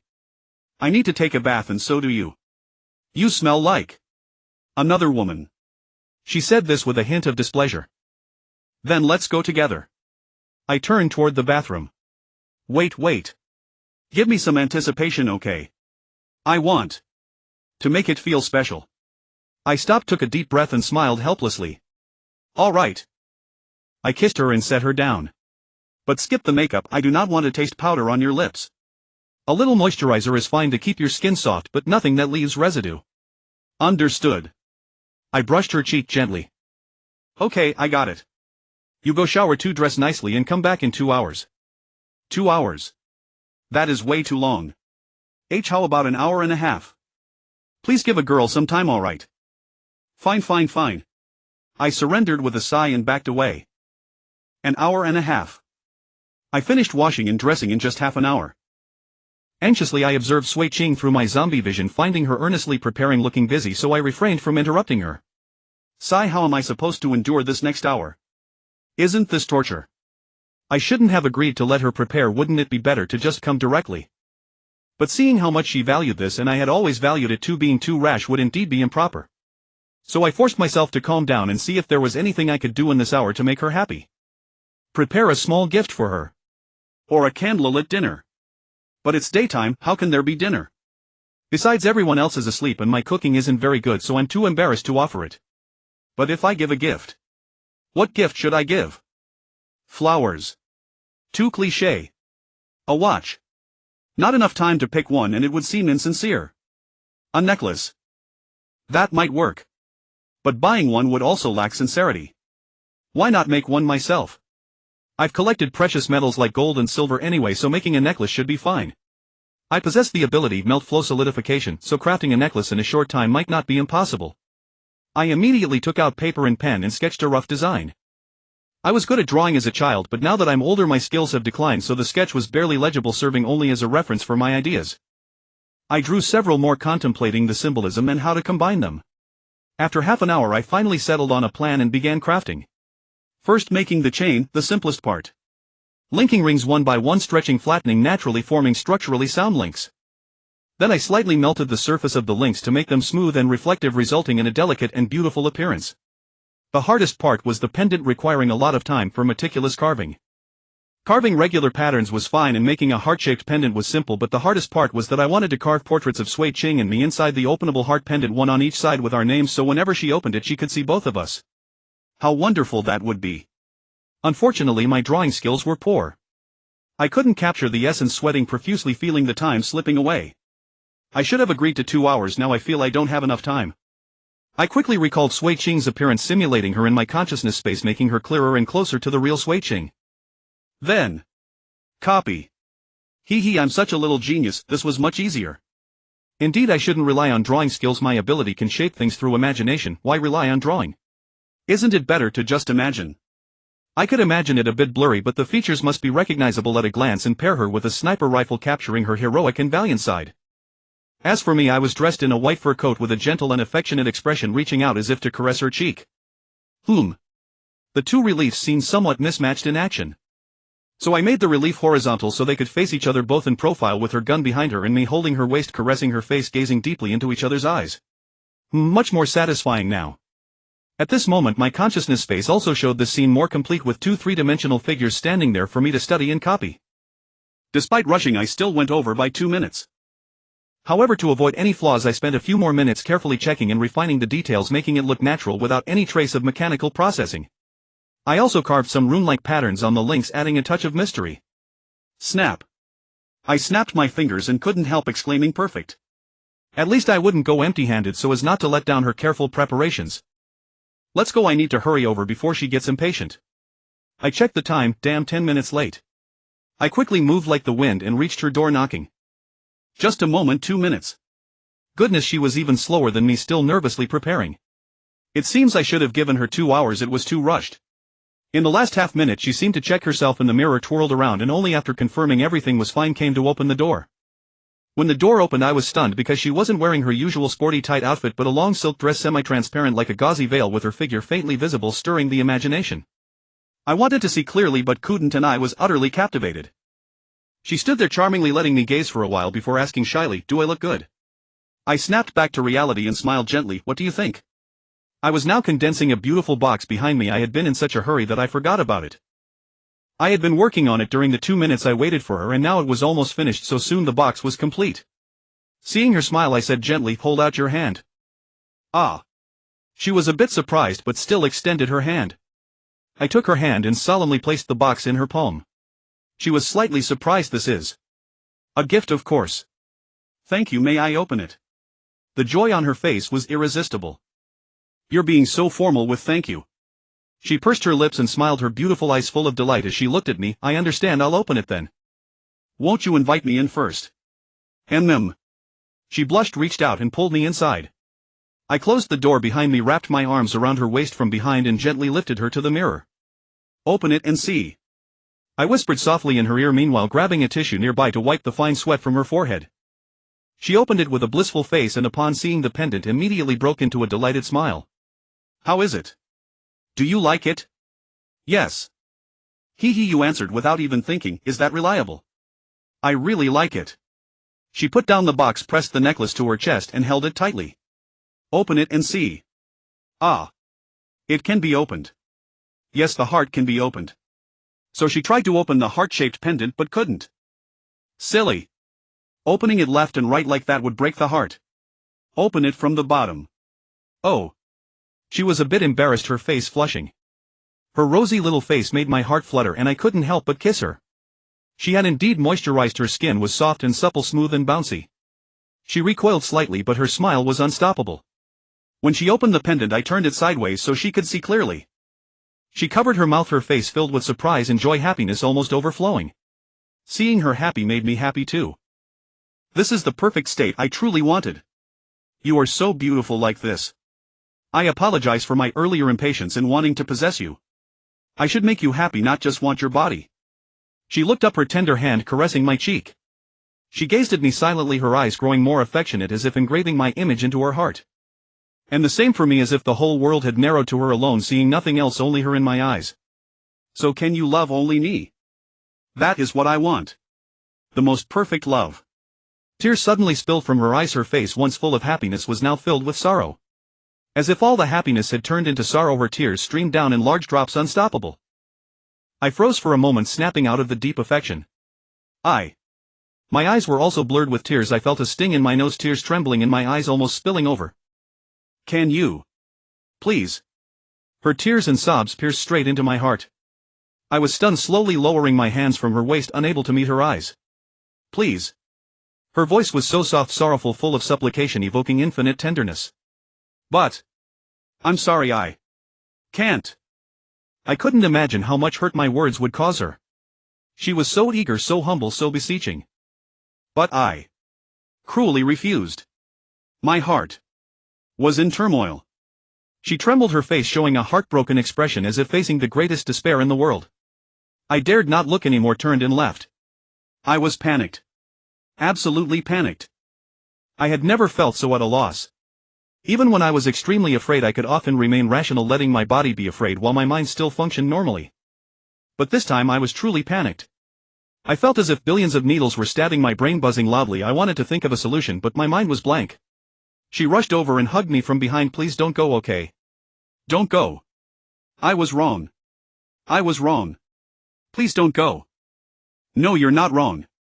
What fault do you have?" "It's my fault. It's my selfishness, greed, lust and fickleness." "What fault do you have?" "Your only fault might be needing me." "No, I was wrong. I truly was wrong. I shouldn't have asked for so much. I only need you to have me in your heart. Please don't go." "I was wrong. You can punish me however you want, just please don't go." "Ah." I sighed with a slight tremor gradually calming down. "I shouldn't have sought love. As Liu said, what right does a playboy like me have to speak of genuine devotion? Throughout my pursuit of you I employed numerous schemes, allowing you to sink deeper and deeper into the quagmire step by step. Although I always used my supposed genuine feelings for you as justification to ease my conscience, how could such inevitable harm ever truly allow for peace of mind? Therefore, as a man with a fickle heart, I should not have truly fallen in love. Women should be regarded as possessions to be controlled, not as emotional anchors. That is a privilege reserved for those capable of true love, and I lack the qualification. No, I was wrong. Please stop saying that I was truly at fault. Her embrace grew tighter, tears flowing more freely. But I can no longer bear to hurt you. I cannot endure making you suffer by my side for my own happiness. I cannot meet your ideal standard. I am not the perfect partner you envisioned. I'm a scumbag. I'm sorry, I'm a scumbag. There's no changing who I am at my core, no matter how much I want to for you. If you insist on a choice, then despite all my reluctance, longing and pain, I can only bless you to find new happiness. I was wrong, stop talking. I was wrong. I'm sorry, Bai Yao, I shouldn't have mentioned it, I'm sorry. She couldn't speak through her sobs, barely staying on her feet, nearly clinging to my back as her tears soaked through my clothes. Stop apologizing. I may not be able to let you go. After you leave, I might resort to every scheme, even ruthless tactics, to bring you back to my side. I'm so selfish, I can't stand the thought of any other man touching you. None of them. Otherwise I can't imagine how overwhelmed I'd be by rage and anguish. I won't leave. I won't leave you. I beg you, don't go. Having a place in your heart is enough, truly enough, it's perfect already. I shouldn't ask for more. I fell silent, my heart in turmoil. My rational side told me I should seize her now, otherwise I'll surely regret it later. But my heart asks, can you really bear to hurt her for life? Are you willing to let her live in suffering forever? A fickle-hearted person is like a cactus, anyone who embraces gets pierced all over. If you embrace for a lifetime, you'll pierce for a lifetime. Unless you pluck out all the thorns, you'll inevitably hurt the other person. So why do many people long for their partner's undivided devotion? Because only then can the most perfect love be achieved. While polygamy may better align with biological evolution, emotionally it can never achieve perfection. Yet I, greedy and selfish, want both and strive for perfection in all of it. Isn't that just asking for trouble? To balance both, perhaps only by finding equilibrium can it be done. Everyone gains and loses in life. I've sunk too deep, this shouldn't be happening. I've lost my bearings. I can't remain trapped in this quagmire of emotion, or I'll be swallowed whole and lose control of everything. If greedy, then show restraint. Perfection is unattainable, so I'll do my best to approximate it. At this moment I've calmed down, my thoughts becoming clear. I feel my demeanor has shifted, inexplicably grown more composed. But growing up always comes at a price. Whatever I've gained, I've surely also lost. I know I've forfeited the right to lose myself completely in love. I can never again be enslaved by love, I might instead become its master. And that transcendent emotional peak love offers I may never experience again. This is the price. I slowly turned around, my expression growing calm. You. Sui Ching looked up through teary eyes, somewhat dazed, seemingly sensing my change. I wrapped my arms around her waist, stroked her face and wiped her tears with my thumb. My eyes still held deep affection, but I knew I'd likely never again be able to see only her. That feeling of the entire world containing nothing but her was truly wonderful. But now perhaps I could only simulate it, imagine it, yet I'd never again lose myself in that effortless immersion. I spoke in a hoarse voice, think carefully and give me your most rational answer. This is a choice that will define your entire life, you may face lifelong suffering. I cannot guarantee that the happiness I provide will outweigh your pain, so please consider carefully. She stared blankly, offering no response. I still turned to leave without waiting for her answer. She embraced me once more. Don't go, take me, okay? You've already disrupted the perfect moment, now. I have no desire. I pulled her hands away and continued walking out. The door slammed shut, cutting off all sight between us and as if separating our hearts. I leaned against the door, calming myself for a long moment before attempting to return to my room. But there stood a delicate figure before me, causing me to pause in surprise. Had my vigilance dropped so low? Someone had nearly gotten right up in my face and I hadn't even noticed. If that had been an enemy, I might have lost my head by now. Of course this assumes the opponent could break through my defenses. Huaixin, are you looking for me or Sui Ching? I asked. Did you and Sui Ching have a fight? Huaixin asked. I suppose so. Were you looking for Sui Ching? No, I'm here for you. What do you need? Yumomo sent me to ask when you plan to develop an anti-zombie virus constitution for us. This is also what you wanted to ask, right? Yes. Sui Cheng, Liuai and Shu Nua have all progressed rapidly, but we're seriously holding everyone back. Is there some condition we're missing? Or is there a price we need to pay? I paused briefly before answering. Sorry, I've been deliberately postponing this. First, to ensure you wouldn't let your guard down against zombies. Second, it was due to my own selfish motives. So, there is a price to pay, isn't there? You. Come to my room. Let me take care of you first. Oh, all right. She appeared somewhat pleased and obediently followed me into my room. I closed the door and pulled her into my embrace. Ah. She seemed slightly nervous but didn't resist. Gazing at her face so close, the suppressed fires within me rose again, having been dampened by my earlier distress. Noticing her sweet fragrance, I glanced at her clothing, then studied her face more closely. Aren't you going to sleep? Why dress so beautifully? I. She immediately lowered her head with a guilty conscience. Speak. I said sternly. I noticed you've been paying less attention to me lately, so when I saw you come back I dressed up carefully to catch your eye. Is that really why? Her tone clearly lacked conviction. Really, she answered quietly.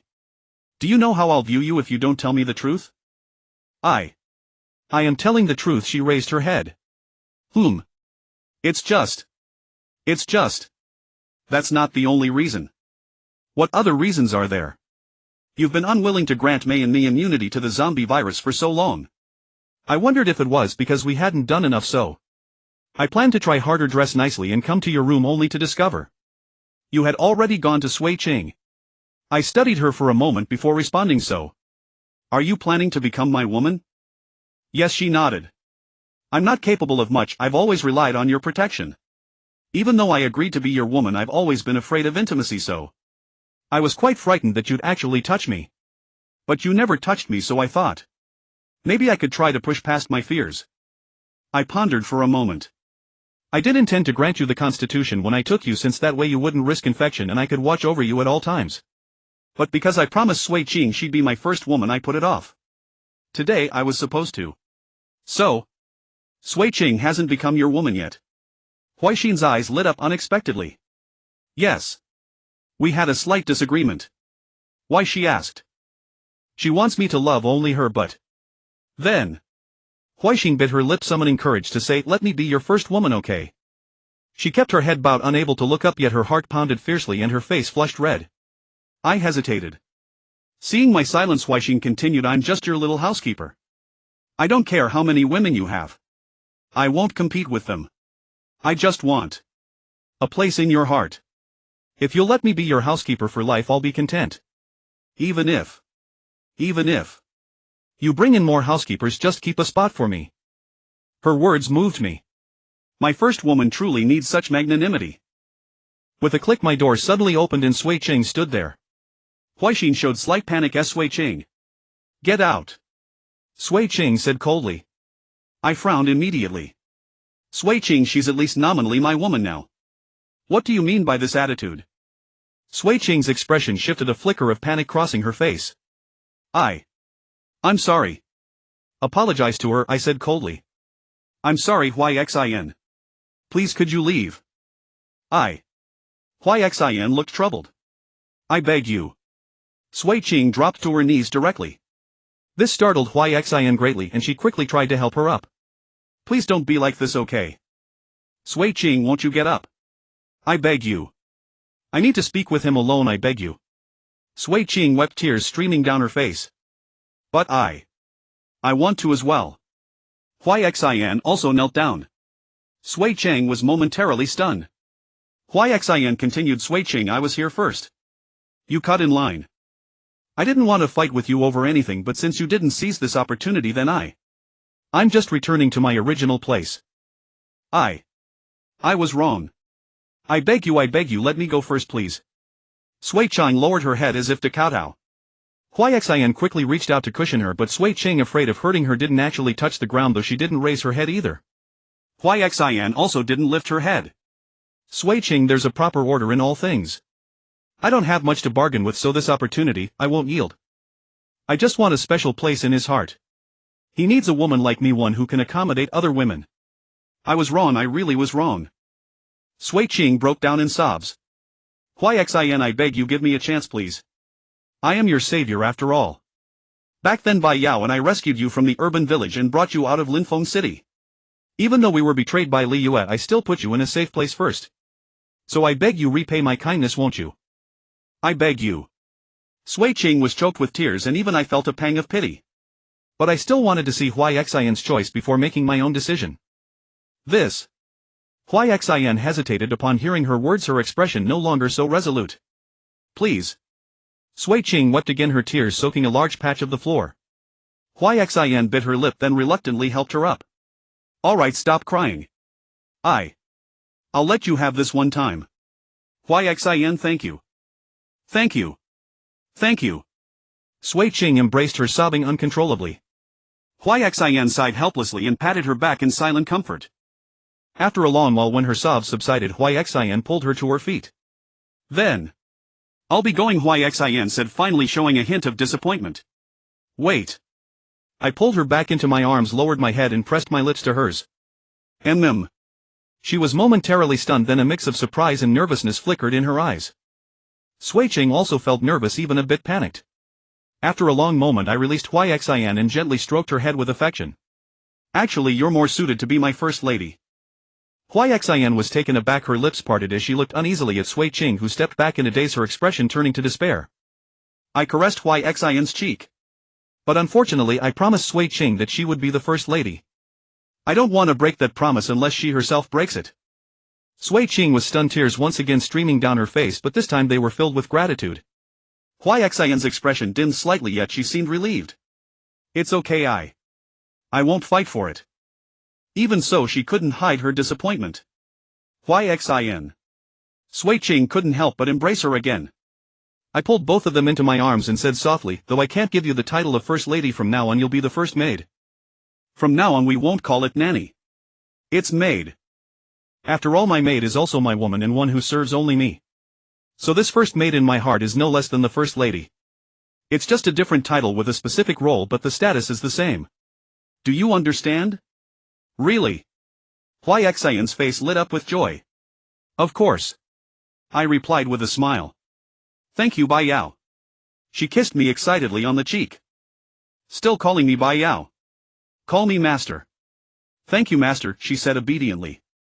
You can call me by my name if you like, I don't mind. But when you teach the other maids in the future, remember to address me as Master, understood? Got it. Thank you, Bai Yao. It seems she still preferred calling me Bai Yao. Sui Ching, what I just said applies to you too. My maid and my wife are on equal footing. No one can casually order them around except me, understood? I understand. Sui Ching also became more docile. It seemed this outcome pleased everyone. Then. What is my role? Hui Xian asked. As my maid, your only duty is to serve me well. I'll do my best. I couldn't help but kiss her affectionately again. Good girl. You can leave now. I want to prepare something more carefully for you before granting you immunity to the zombie virus. What I've prepared for you now no longer matches the place you hold in my heart. Okay. The smile on her face was now impossible to contain. Then go, I said, releasing her. She turned to leave. Oh, by the way, you might as well do some psychological groundwork with Umo so she won't be caught off guard. Okay. She nodded, then left with her hands behind her back, happily hopping a few times, utterly adorable. Then I closed the door and looked at Sui Ching. The smile on my face instantly faded, replaced by a calm, even slightly dark expression. Sui Ching lowered her head, looking uneasy and frightened. Have you really thought it through in such a short time? I asked. I haven't thought it through. My expression grew darker. Then go back. Come back when you have. I released her, but she clung to me tightly, refusing to let go. Even though I don't know if I'll regret it later, I feel that if I miss this chance I'll regret it for the rest of my life. So please don't make me think any longer. I want to be impulsive for once. I want to gamble that you are my happiness. She looked at me with tearful eyes full of pleading. My heart softened and I wanted to cherish her deeply, but I reminded her this is a lifelong choice. Are you sure you want to be so impulsive? I'm sure. Bai Yao, take me please, she answered firmly. Sigh. I let out a helpless breath through my nose and closed my eyes slightly. I beg you. I wiped away her tears and said softly, don't be so humble from now on. You are my woman, not my slave. But right now, even if I were your slave, I would be willing. I was moved. I stroked her cheek and said with a hint of regret, it's a pity. If only you could be as joyful as before, that would be the perfect state I desire. I'm sorry. It's all my fault. She felt guilty tears streaming down. Alright, stop crying and don't apologize for this anymore. I'll find a way to cheer you up first. No, I can't wait. I can't wait another second, not 1 minute. I beg you, Bai Yao. Don't worry, it'll be quick.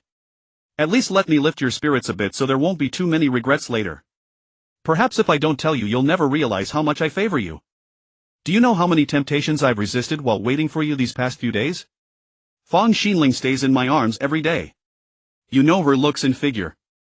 That girl has no guard against me at all and often even takes the initiative to get closer. To be honest, many times I could barely hold back. But every time I remembered my promise to you, I forced myself to endure, not even making the slightest move forward lest I lose control. Bai Yao. Her eyes were once again filled with gratitude and tenderness. Last night the women I rescued weren't just Hua Qingling. There was also some ambiguity with her, and among the other 2 women one was drugged, which even affected the other. You know, at that moment those 2 women were practically within my grasp. Their looks and bodies were top-notch and the temptation was utterly irresistible. But I didn't bring them back, partly to avoid exposing the base's location and partly to spare you more pain. That meant I could have easily hidden it from you, taken my satisfaction with them, and released all the pent-up tension from these days of waiting. But I thought since you were almost ready, how could I betray our pact just when you were about to fulfill it? I just had to hold on a little longer. So I used another method to neutralize the drug's effects and forcibly restrained myself. And that's why I was so eager to find you this morning. So that's it. I'm sorry, I blamed you for smelling of other women.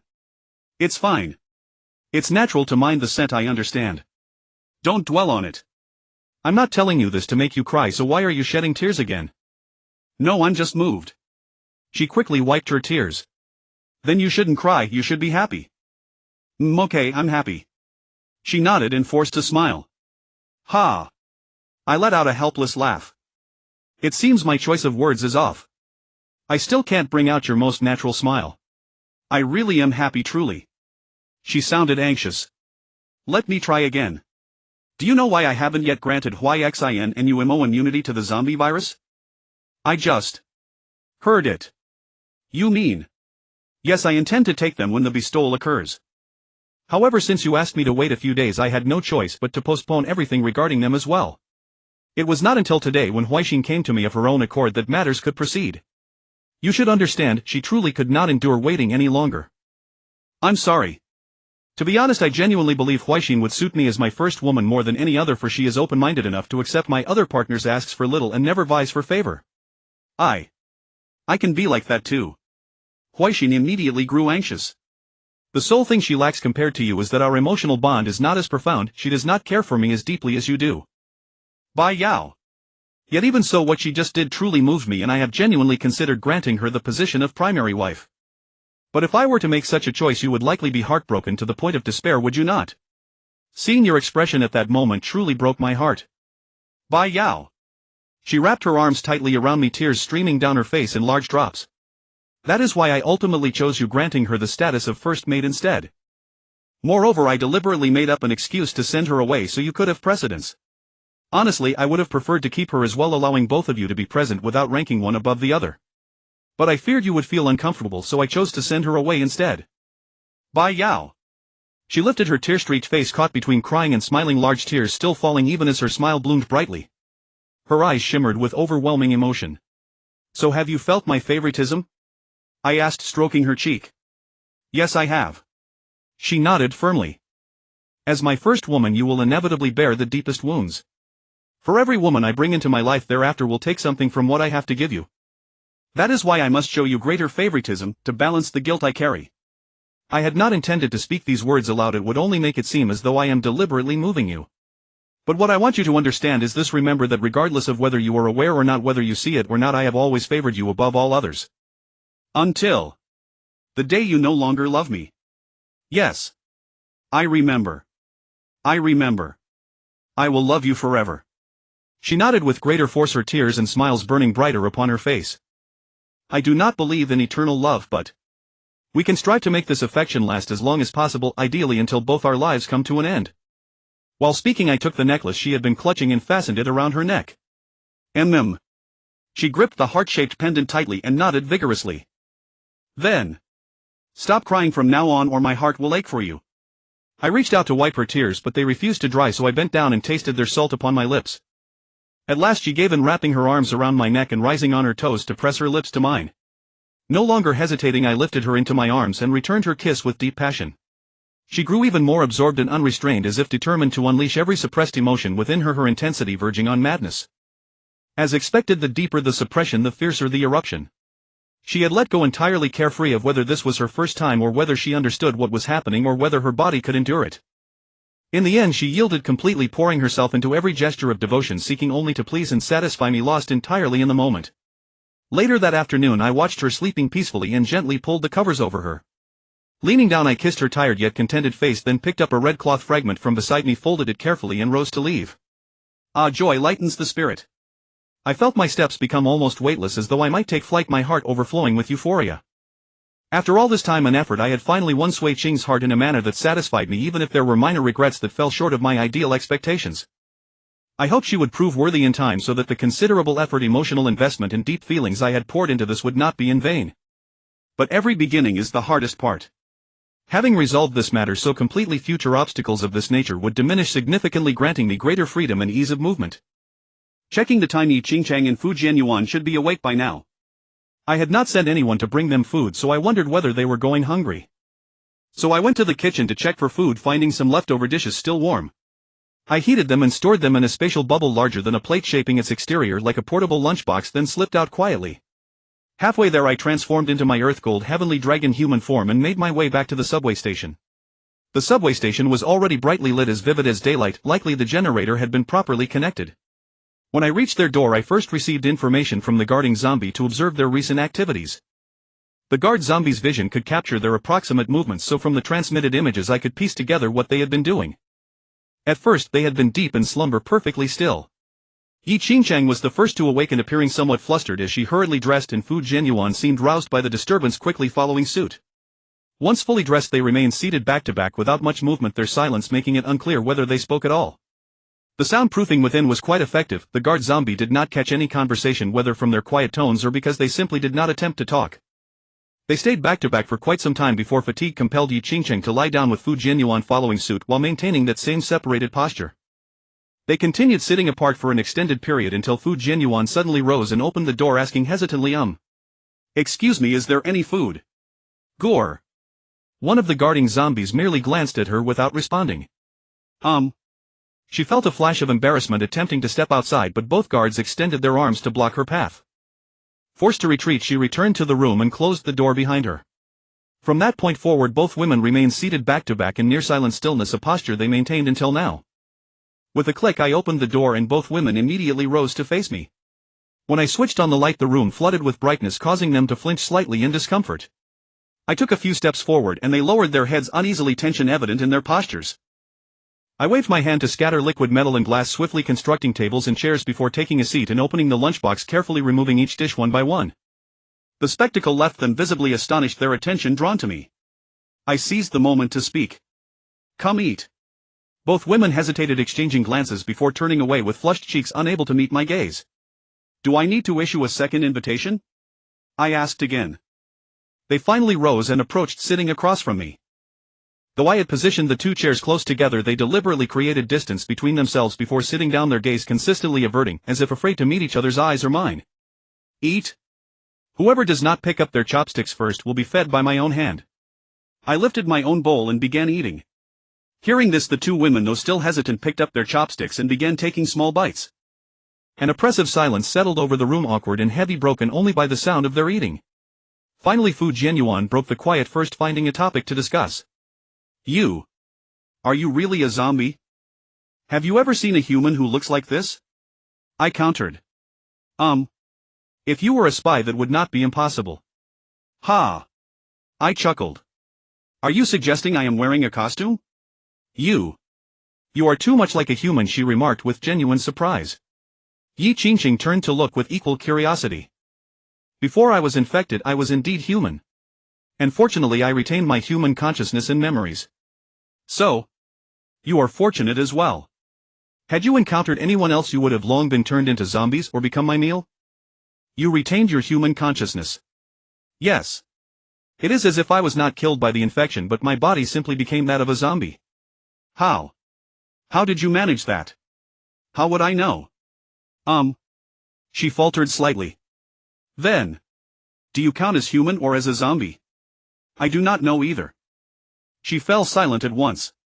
The room grew quiet once more. After a long while Yi Qingqing finally spoke up hesitantly. Thank you for saving us. Her voice was cool and clear yet not cold or distant. It was quite pleasant to hear, much like the plucking of a guzheng string carrying its own subtle charm. Yes, thank you for saving us otherwise. Fu Jianyuan quickly chimed in as well. No need for thanks. My actual target was Yi Shilong. But you did save us. Yi Qingqing's cool voice rang out once more. I set down my chopsticks and looked directly at her. You seem to have forgotten, I stated I would take you back to be my bandit chieftain's wife. So you have merely changed captors. Your circumstances may have improved slightly, but you are far from free. This. Yi Qingqing's cheeks flushed and worry crossed her expression. Fu Jianyuan showed a similar reaction. The encoding issue has been severe lately. Please exit reading mode to help us improve and update faster. Thank you. Thank you. Do not think that because I used that method to neutralize the poison last night I am incapable of acting. In truth, had I not promised another woman that she would be my first, the two of you would have already been defiled by me. The two women's faces flushed even deeper. They exchanged a somewhat awkward glance, then averted their eyes. You have two choices. First, obediently become my playthings. Then you need do nothing but dress up prettily, serve me well, and never worry about food or drink. Second, work for me and prove your worth. In that case I will grant you a measure of respect and not force you too much. What do you want us to do? Fu Mingyuan quickly asked. I looked at her. Since you were an officer you must have experience managing people, right? When I took this subway station I found many civilians here. I need someone to manage them for me. You want to keep humans like livestock? Fu Mingyuan said, slightly angered. The word keep is not appropriate. I do not need them as food. In fact, the zombies under my command do not regard humans as food. Only enemies or those who disobey may be fed to their jaws. So the correct way to put it is I provide them a sanctuary, but I do not intend to support them for free. They must engage in production and provide value to me, thereby earning the right to enjoy my protection. Do you understand? Oh then. Thank you. Although I have never managed civilians I think I can manage. Fu Mingyuan relaxed a little.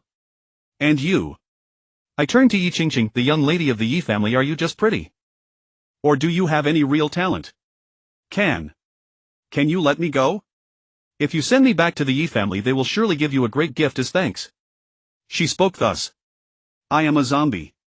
Traversing the human world is extremely risky for me and I cannot leave this place for now. I have no time to escort you back. Then let me contact my family to come pick me up. How can they come? This area is full of rebels and zombies. How can they return safely? Moreover, to be honest, I value your beauty more than the Yi family. So? She lowered her head. So? You choose to be a plaything? No. She shook her head. I studied economics and management. Though the environment has changed, I believe I can do it. Good. One in economics, one in military affairs, perfectly complementary. Then your roles will be adjusted slightly. Yi Qingqing will manage the civilians in production. Fu Mingyuan will select suitable people to form a military force, thereby strengthening the defense here and also organizing expeditions for supplies. I will assign each of you a squad of zombies as guards. They will protect your safety but may not understand your commands. So it is up to you to figure out how to utilize them. Do you understand my arrangements? Yes. The two women replied in unison.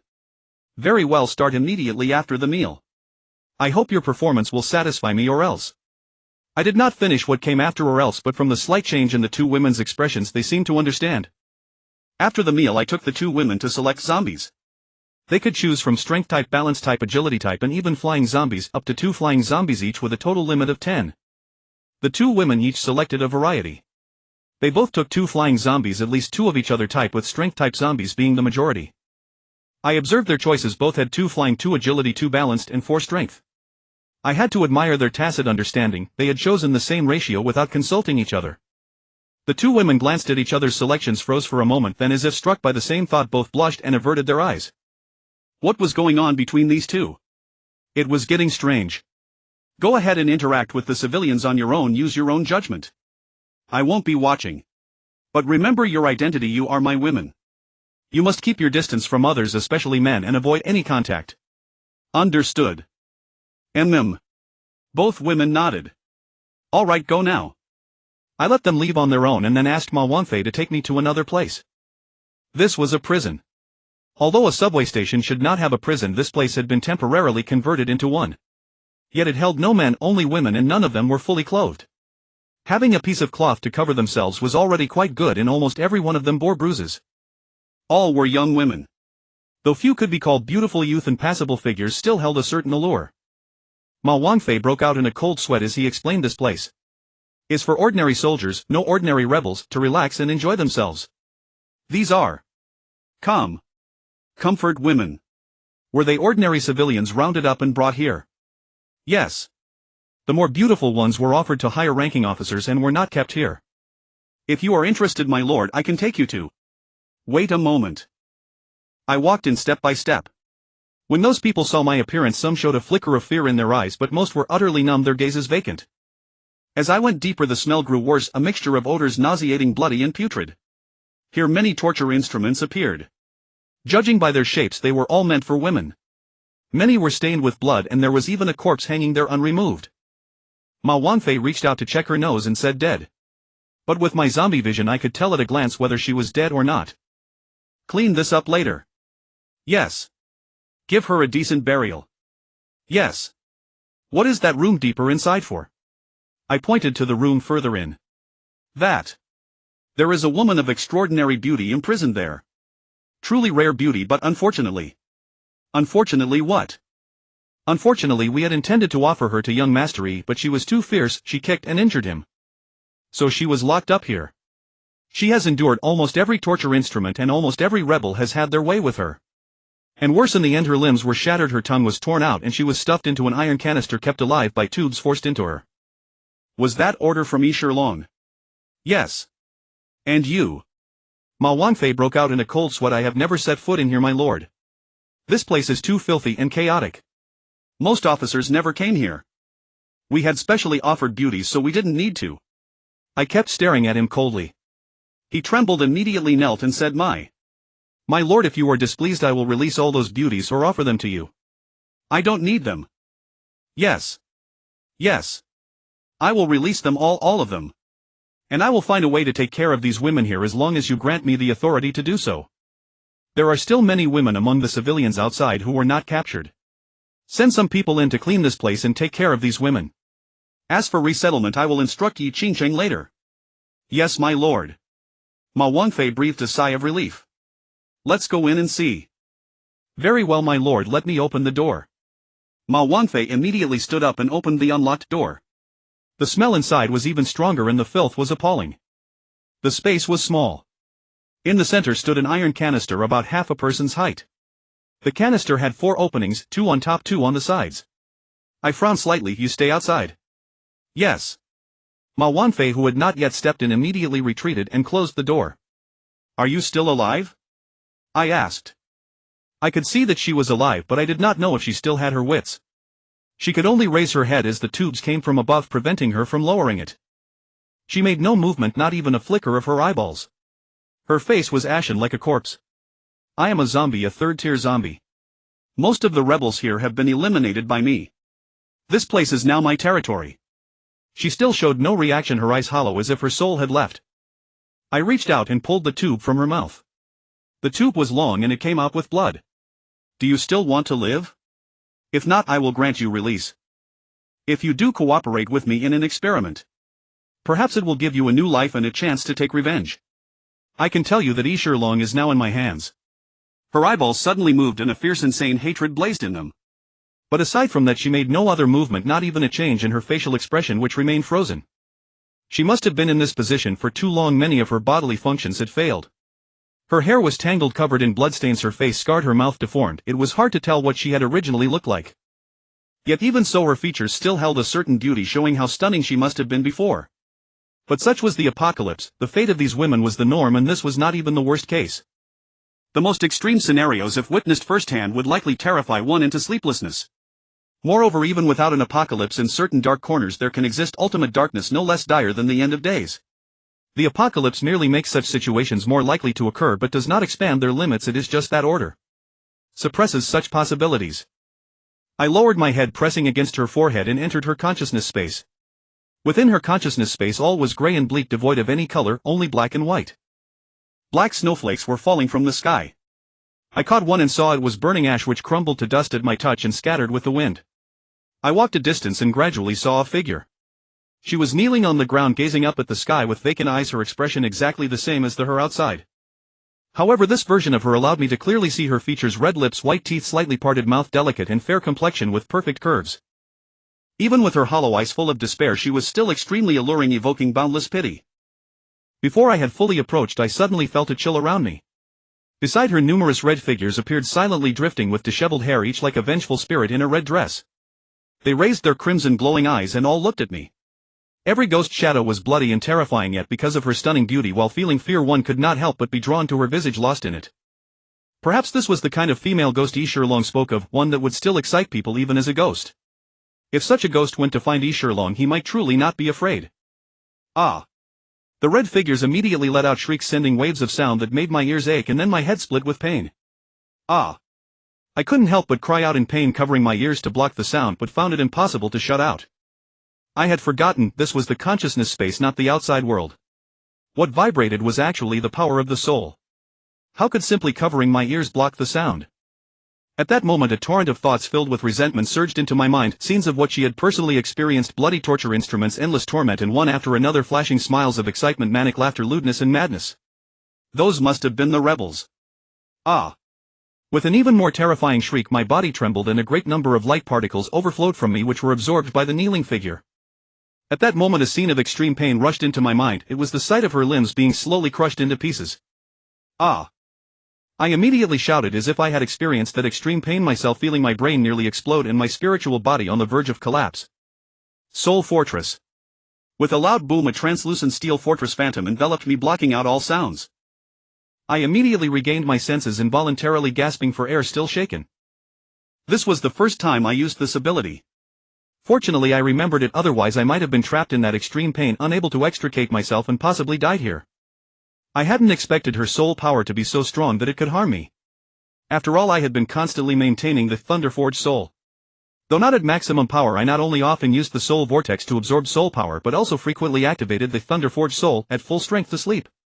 My spiritual power had long been incredibly strong. Even the consciousness of a second-tier zombie could not harm me in the slightest. Yet now I was injured by her soul power. How did she do it? I clearly felt that her soul power should not be strong at all. At least the one kneeling on the ground seemed very weak. Yet the red figures floating around inexplicably exuded a dangerous aura, and the spiritual intensity of each of these red figures was not weak. What was going on? Could this really be the legendary vengeful ghost? The deeper the resentment, the stronger. Ah! The red figures immediately shrieked again, growing nails over a dozen centimeters long, each gleaming with sharp light, and charged toward me. However, the soul fortress was indeed formidable. Their claws scratched against it with clinking sounds, but failed to break through. I frowned slightly, watching the increasing number of red figures outside gradually becoming overwhelming, sweeping in like a torrent. Although the shrieks could no longer shake my soul, they still made me restless and unable to calm my heart. I was about to strike, with lightning spreading over my left hand and a vortex rising from my right hand, ready to cleanse all these red figures. But in the next moment all the red figures retreated, flying back and crashing into the back of the kneeling girl like a large mass of red smoke sucked into a fan, merging into her body. The girl's originally white dress gradually turned red, becoming brighter and darker until crimson streams of smoke swirled around it, sometimes like flowing blood, appearing dark yet beautiful. Meanwhile the girl's originally vacant eyes became intensely crimson. Though not yet lively, they shifted slightly, as if with a hint of confusion. As all the red figures entered her body, she finally began to move. She stared blankly at her own body, then looked around and finally at me. I was still a bit stunned. This was the first time I had seen someone move in the consciousness space. The last time I saw something moving, it was a dog. Where is this? She asked softly, her voice like water droplets in an empty valley, soft and pleasant. Her expression was a bit dazed, still seemingly hollow, but her crimson eyes seemed extremely striking, adding a hint of strangeness to her dazed look. Or rather eerie. But if her previous appearance barely fell into the category of ordinary, then her current appearance was simply off the charts. Those crimson eyes really added so much, giving her unimaginable charm. This red made her already fair skin seem even whiter. And her crimson hollow yet dazed face combined with her stunning beauty was captivating no matter how you looked at it, as if your gaze was deeply pulled and unable to extricate yourself. Are you a demon? So after death I go to hell. She did not seem afraid of me. Instead she gave a bitter smile and then a tear slid from her eyes. Mr. Demon, may I ask which life of mine committed such a great sin that I am being punished like this in this life? Am I a great sinner? Her lips were smiling but her expression was sad with large teardrops falling down, yet her crimson eyes remained hollow. I did not answer, and for the moment I wasn't sure how to. Seeing no response, she raised her hand and looked at her own clothes. I don't remember liking such a deep red color. Is this the blood I stained from some sin in a past life? Did I once kill countless people? But in this life, I haven't even killed a chicken. Can you answer me, Mr. Demon? She looked at me again, and those hollow crimson eyes now made me feel a slight chill. This is not hell. This is the depths of your consciousness. Consciousness. Depths. Yes, you are not dead yet. I am not dead yet. She immediately wore a sorrowful expression, looking up at the sky. Then, I haven't been released. Then, Mr. Demon, have you come to kill me? I intend to grant you a new life. New life? Why a new life? Isn't death better? Why should I face this filthy world? This world is so ugly, so terrifying, so painful. Why should I have a new life?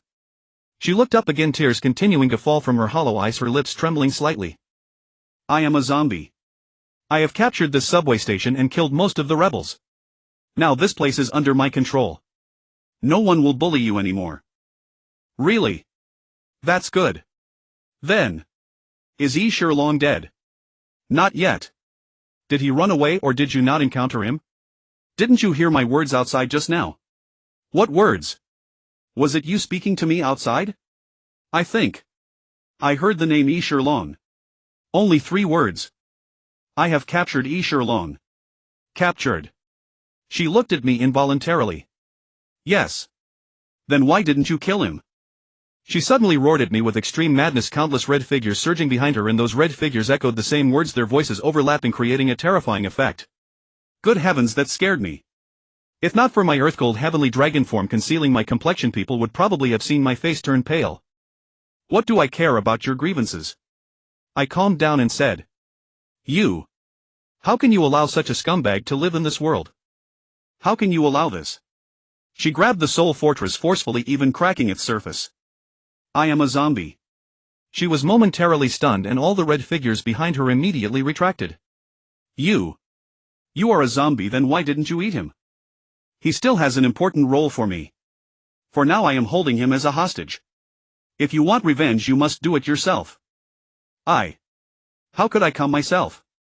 You've seen my miserable state, haven't you? How could I come myself? I don't even have limbs, how could I come myself? How could I come myself? She clutched the soul fortress in agony, sliding to her knees and sobbing uncontrollably, tears streaming down in large drops. If you have the courage, then cooperate with me in an experiment. If the experiment succeeds, you might obtain a new body and gain a new lease on life. Really? She couldn't help but lift her head. A glimmer of hope seemed to flicker in her hollow eyes, but they were so empty that it was impossible to tell. I have no absolute certainty, so this is an experiment. If it fails, you'll either remain limbless or become a zombie, your consciousness devoured by the zombie. And if it succeeds, you'll still become a zombie. But you'll still be you, though your body will be that of a zombie. A zombie. Her lips trembled slightly. Perhaps it's better than being human. Then do you agree? I'm afraid. She spoke trembling. Afraid of failure. No. I'm afraid to face this world. She choked with sobs, her fingers digging into the soul fortress so hard that they sank deep into it. Becoming a zombie will grant you power. With power you can change the world. Do you know how strong I am now? Ordinary bullets can't even penetrate my defense. I've even taken a few hits from missiles. If you had such immense power, how could you be bullied? How could you end up in such a state? Even if you wanted to cleanse the scum, you could easily do it. Like your enemy Yi Long, I captured him even under heavy protection. Can I become as strong as you? She looked up with a hint of anticipation. If the experiment succeeds, you'll have a chance. All right, I'll accept the experiment. She agreed without hesitation this time. I'm not giving you power for free. If the experiment succeeds, you'll have to serve me. If you only want to kill Yi Long and then end yourself, then saving you means nothing. In this apocalypse there are many like Yi Long and countless women are trapped in suffering. You are just one of them. If you only hate one Yi Long, you're not worth saving. If you hate this kind of person, you might spend your whole life killing and still not finish them. I need a sharp blade in my hand. I want you to bury your hatred, become my weapon, and strike down all foes for me. As a reward, I will support you in saving those suffering women and slaying those who create darkness. Really? She lifted her head. Are you really a zombie? She asked, puzzled. I was once human. Now I have someone I love. No wonder. She showed a look of understanding. All right, I agree. I agree to become your weapon, to be wielded by you. As long as you keep your promise. Then the deal is sealed. I enveloped her in the soul fortress, then withdrew from her consciousness space. Looking at her still open-mouthed, hollow-eyed appearance, I couldn't help but feel pity. Then I retracted the scales on my left hand, used my right fingernail to cut my left hand and let the blood drip into her throat, flowing down into her body. Then I inserted my finger into the back of her neck, implanting a parasitic body inside her to monitor the situation in her consciousness space. Because I was afraid she might suddenly turn into a zombie and bite me, I didn't dare to enter her consciousness space distracted. I'm still not familiar with how to send a part of my spirit into someone else's consciousness space, so it's better not to take the risk. But even if I took the risk, she probably couldn't break my defense right. Soon a large number of my-shaped zombies that looked exactly like me, were born in her consciousness space. After all, I'm a third-tier zombie with a strong infection ability, so in no time her consciousness space was densely packed with my images. Although these my-shaped zombies looked exactly like me, they were no stronger than my parasitic bodies. So I ordered the parasitic consciousness to guard the soul fortress and intimidate those my-shaped zombies, preventing them from attacking it. But I soon realized this step was somewhat redundant because I felt I could control those my-shaped zombies. After a quick test, they indeed obeyed me and stayed away from the soul fortress. Could it be? Because I'm a third-tier zombie, I can command the zombies I've infected. It seems third-tier zombies can command the zombies they infect, but only ordinary zombies. I had never used it, so I temporarily forgot about this. Roar. A zombie's roar right beside me startled me. I looked down and saw that the girl had already turned ferocious, with fangs protruding, struggling violently inside the iron can. Quiet. I commanded without using pressure. She indeed calmed down, but still couldn't help twitching a little. I carefully sensed her changes, gradually feeling that she was becoming a fellow zombie, with the mutual resonance between zombies emerging.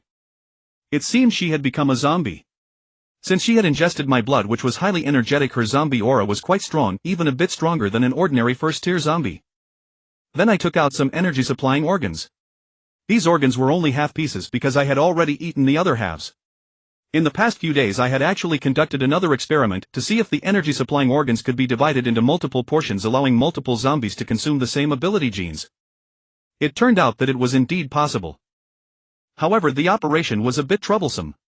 I had to first make the energy-supplying organ contain 2 or more consciousnesses, each occupying a certain territory, so that it could be cut into pieces with the same ability genes. And since I had the parasitic ability, this step wasn't too difficult, but cultivating one took some time. So in just these few days I hadn't prepared many cut-up energy-supplying organs. Creating cut-up energy-supplying organs had great benefits. The biggest was that even if I gave such organs to others, I wouldn't lose the ability gene myself. Moreover, I could know exactly what ability gene was in the organ, making it more convenient to choose. So the energy-supplying organs I now took out were all frozen in packages labeled with the ability name and a brief introduction. I picked out all the mental type abilities because I thought the girl in red had a strong spirit and would be more suited to mental abilities. Of course, I couldn't neglect other abilities lest she become too specialized and easy to target. But there was no rush. I didn't intend to feed her all the way to 3rd tier in one go. For her to gain a new body, 2nd tier was enough. Our time together was too short. I hadn't yet fully understood her heart. It was better to be cautious. So I only picked 3 mental type ability energy-supplying organs that might suit her, then put the rest away. The zombie, already impatient at the sight of the energy-supplying organs, kept struggling to get to them. But the iron can wasn't something a first-tier zombie could easily break out of, so she could only rattle it noisily without moving forward. I fed her these pieces of energy-supplying organs while constantly observing the changes in her consciousness space. I saw that special complete zombie consciousnesses began to appear and started eliminating the my-shaped zombies. Some special zombie consciousnesses even attacked my parasitic consciousness, but my parasitic consciousness had a relatively strong mental allocation, so it fought back and annihilated all the special complete zombie consciousnesses. However, although the special complete zombie consciousnesses were eliminated, I felt that I could no longer fully command those my-shaped zombies. They seemed to have undergone a qualitative change, gaining the potential to become special zombies, so they were able to shake off my commands. But there was still a faint connection between us, making them feel close to me as if I were family, and they still respected me. Next came the process of consciousness fusion. Numerous consciousnesses began to clash and merge with each other, gradually growing larger and larger. Afraid she might lack energy, I dripped some more blood into her mouth, ensuring she had enough energy. Then through the parasitic body I re-entered her consciousness space. She had been staring blankly at the outside, her expression unchanged until she saw me enter, and then it slightly rippled. "How is it now?" she asked. "Can you fight?" "Fight? Yes. Those zombies outside are your enemies. Go and kill them all." "Kill them all?" She hesitated. "Yes. If you want to gain the greatest benefit, you must kill them all. Although I could help you get through this, if you don't even dare to do this, how will you take revenge later?" "But I don't know how to fight." I was speechless for a moment. Think of Sherlong. As soon as I mentioned these 3 words, a large number of red-dressed female ghosts appeared behind her, and her eyes turned even bloodier, her face filled with anger. I quickly withdrew the soul fortress and released all those red-dressed female ghosts. Those female ghosts immediately shrieked, emitting an extremely piercing sound wave that shattered all the weak consciousnesses. They quickly charged through the stronger ones, annihilating them completely. Good heavens, she's even more efficient than I am. After these crimson-robed female specters completed their slaughter, they swiftly retreated back into her body, causing her spiritual energy to surge at a visible rate, already showing signs of surpassing the level of a second-stage zombie. Truly gifted. I withdrew the soul fortress I had hastily erected to shield myself, noticing her sobbing with tears streaming down. I asked, "Can you control those female ghosts?" "What?" She wiped her tears and turned to look at me. I said, "Are those female ghosts under your control?" "Actually, every one of them is me. Each of them is my most painful memory. I've peeled them all away, so I feel less pain." Her tears once again gushed uncontrollably in large drops. I was momentarily moved. I wiped her tears with a flick of my finger and said, "All right, you'll soon be reborn. Come on, try to see if you can master your body and advance to the next stage." I began patiently teaching her how to assemble the gene model, making subtle adjustments to achieve the desired form. At some point I discovered that I could also manipulate her gene model pattern to help assemble it. While I couldn't make the final decisions for her, guiding her became much simpler. After more than half an hour of manipulation, she finally settled on a plan and began her advancement. I withdrew from her consciousness space, continued monitoring through the subbodies, and used melt solidification to dissolve the iron, contrapting her, shaping it into an iron bed. Feeling that adding my blood would strengthen her bond with me, I continued dripping more blood into her mouth to ensure a smooth evolution. As for the newly born my-shaped zombies, I initially planned to have the subbodies handle them, but crimson-robed female specters automatically flew out from behind her and annihilated those zombie consciousnesses. Good heavens, fully automated monster slaying. Could this girl really level up on autopilot? Isn't that too absurd? Her body began to twist and writhe, with flesh rapidly growing and deforming. The decayed and broken limbs were quickly devoured, then regrew just as fast, visibly transforming into the designed shape. The second stage plan I chose for her was similar to my own, discarding the lungs and adopting a humanoid form with 2 hearts. She didn't actually want to choose a humanoid form because she couldn't bear to face her former appearance and wished to become like me. But I simply said, "Actually, my original form is also humanoid." She immediately had no objections, though she bit her lip slightly and shed tears. During the waiting period, I felt I should give her a sense of ceremony, a rebirth ritual. The function of ritual is to leave a mark in memory, a node that makes a certain process more profound. I couldn't erase her past memories. Even if her body was reborn and made whole, she might not truly feel reborn because the memories were already etched. They were her experiences, impossible to deny. So if reincarnation truly exists in this world, its greatest benefit lies here, allowing one to genuinely forget the previous life and start anew from the purest, most untainted stage. But unfortunately, I lack the power to truly rebirth someone. Therefore, if I could leave a node in her memory, it would prove extremely important. It would be like a nail driven into the timeline of her memory. Even if she still recalled those painful memories, she would also remember this nail which has split her life in two. However, the evolution process of a second-stage zombie was quite fast. Judging by her condition, it wouldn't be long before she completed the evolution. So in this short time, how could I create an environment to hold a rebirth ceremony for her? After some thought I decided to create a half-meter-high space bubble, build a platform to support it, encase it in an ice sphere and surround it with white light. This would make the interior appear sacred and pure. Then I wrapped her in a stream of water, lifted her, washing away the filth and grime, and sent her into the space bubble. I also entered the space bubble, filled half of it with water, and kept her immersed to complete the advancement. This half-water, half-empty space of pristine whiteness gave off a hint of sacredness. I then decorated the interior with ice-carved lotus flowers, symbolizing the idea of emerging unstained from the mud. On the water surface I created a large lotus platform to enhance the ritualistic feel. However, this platform was not made of ice, lest the cold freeze her feet and ruin the atmosphere. So the platform was crafted from a transparent rubber that looked like water placed on the surface, as if the water itself had taken the shape of a lotus. To prevent the platform from seeming too abrupt, I also made several small lotus flowers from the same transparent rubber floating on the water, creating a harmonious scene. There was no gravity here, so using the word floating might not be entirely accurate, but that's how it appeared. To maintain the shape of this space I had to constantly exert my mental energy, otherwise the water would attract itself and automatically contract into a sphere. Within the space bubble I could move objects at will with my thoughts, so a little extra mental effort was enough to keep everything in the desired state. Not long after she completed her advancement and opened her eyes. They were a pair of crimson irises, so dark they were almost black, and they looked profoundly hollow. I hadn't expected that after advancing her eyes would become like those in her consciousness space. Though more beautiful, they didn't match the design gene model plan. What could have caused this? I couldn't figure it out at once. She didn't need to breathe now, so she felt no suffocation. She simply stared blankly at the scene before her, reaching out a hand to explore, seemingly curious. Then she looked at her own body, saw it whole, and a pained expression crossed her face. Her body trembled slightly as if she were crying, but since she was immersed in water I couldn't tell if she shed tears. I controlled the water currents to wrap around her like a celestial dress, lifting her out and making her stand on the lotus platform facing me. I hold for you here a rebirth ceremony, granting you a new body, washing away filth, severing the past and welcoming a new life. I wish to establish the rebirth sanctum to save all suffering women in the world, giving them the chance to find redemption like you and start anew. Will you help me strengthen the rebirth sanctum, regard it as your mission and strive for it all your life? Rebirth sanctum. Do I truly count as being reborn? She raised her head in a daze. As long as you are willing. I am willing. Then are you willing to join? Willing. She nodded. Very well. Then you will be the first generation rebirth saintess, and I will be the rebirth Saint Lord. You may call me Saint Lord. Saint Lord. She bowed slightly, and there was a hint of ancient fairy maiden about her, especially with the flowing water dress and the hair ornament made of water currents. She truly resembled a water sprite, quite enchanting. By the way, what is your name? I suddenly remembered I hadn't asked her name yet. She paused for a moment, then bit her lip. Please, Saint Lord, grant me a new name.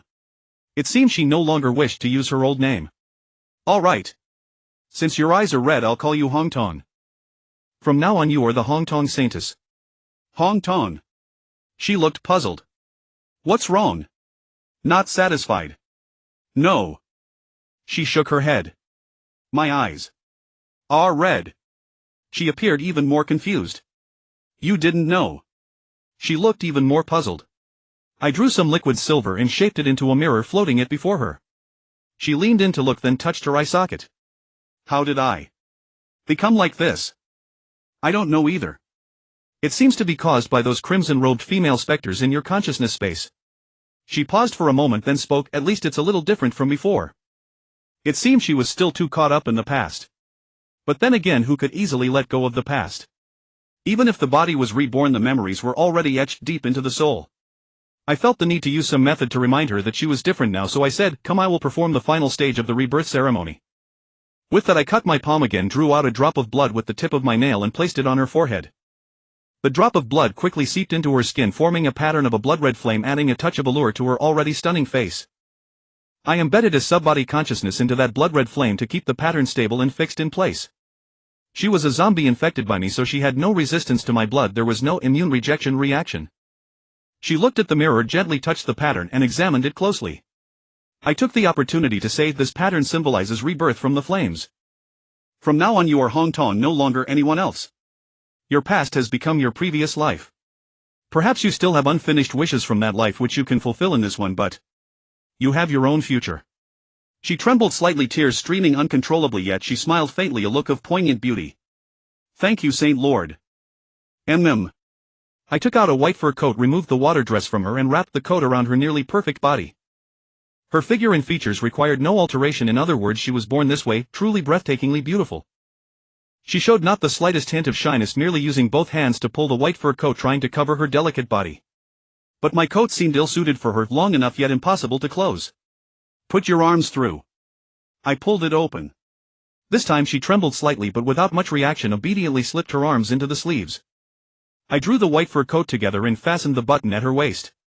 But buttoning it higher proved more difficult. Good heavens, am I too thin?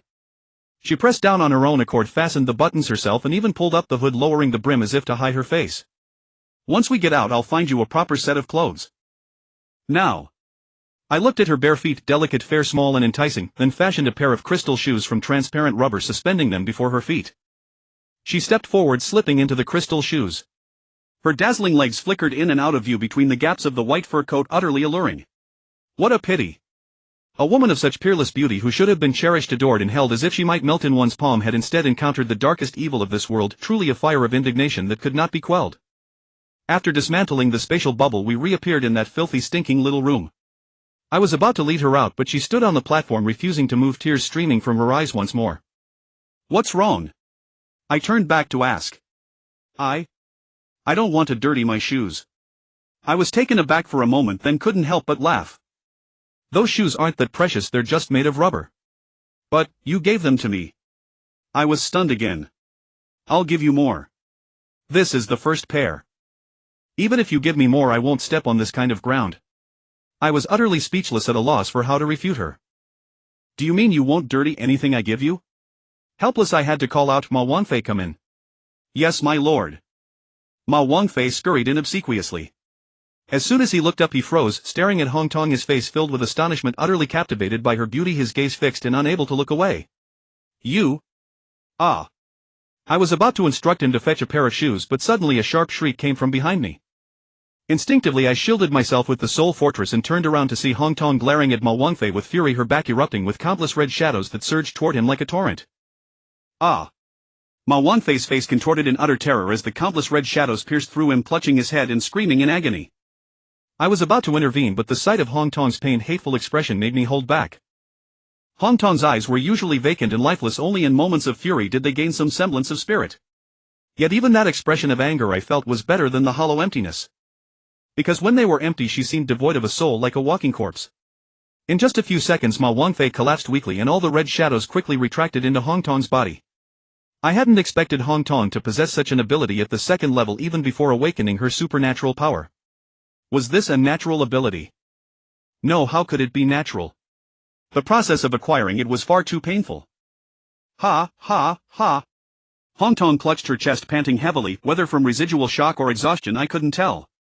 She didn't need to breathe, but perhaps because she had been human for so long I often found myself gasping from fatigue as well. Old habits die hard.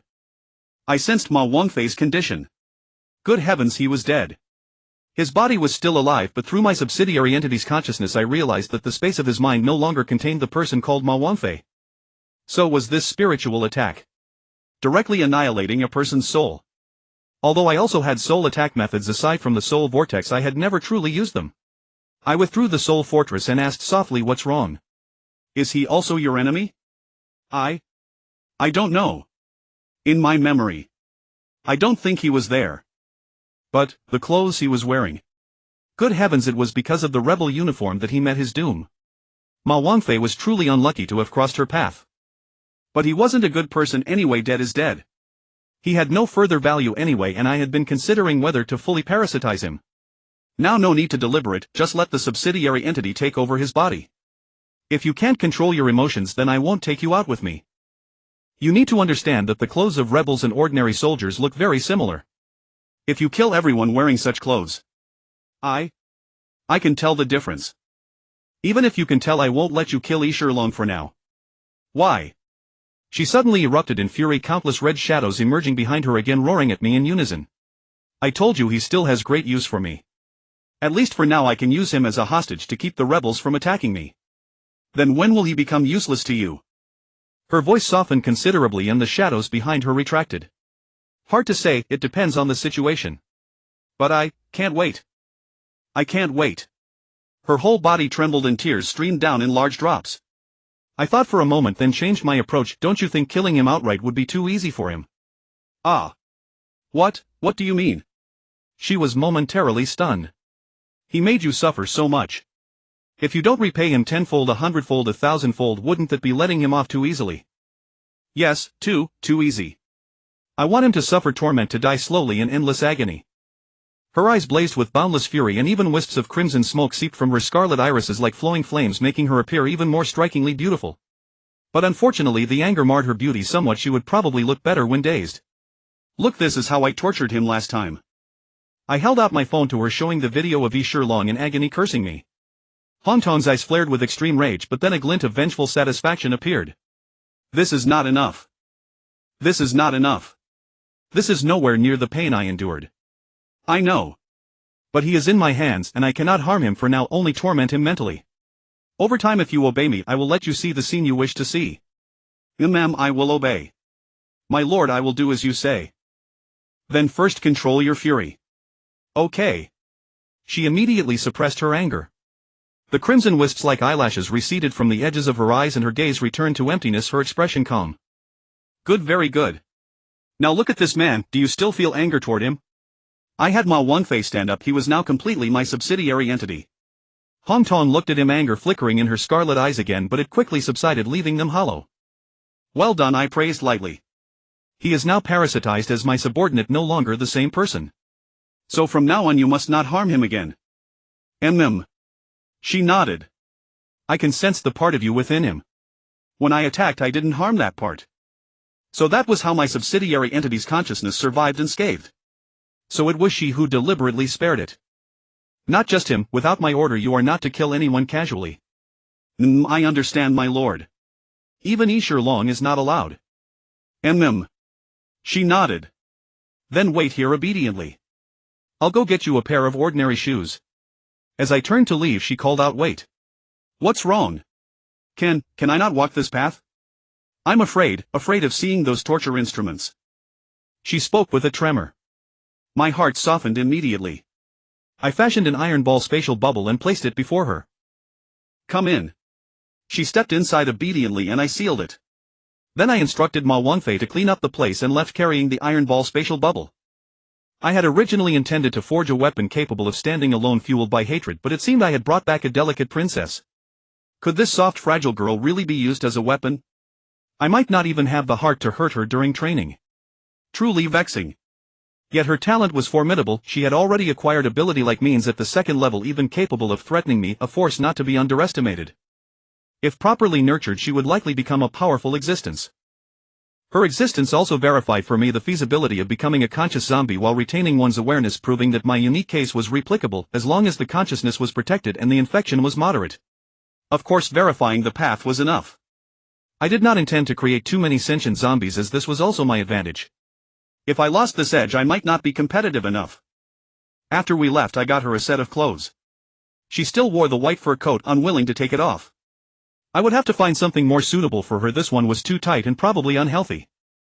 But just as I had the thought, she unfastened the top buttons, leaving only the ones at her waist fastened so as not to be overly constrained. I was slightly stunned, feeling a bit foolish. Just now, because she wasn't wearing anything underneath, she had to keep it buttoned, but now that she had clothing on, did it still matter whether it was buttoned or not? She could even unbutton all of them. How could I make such a low-level mistake? Was my mind addled? She kept her hat on and pulled the brim very low as if she wanted to completely hide her face.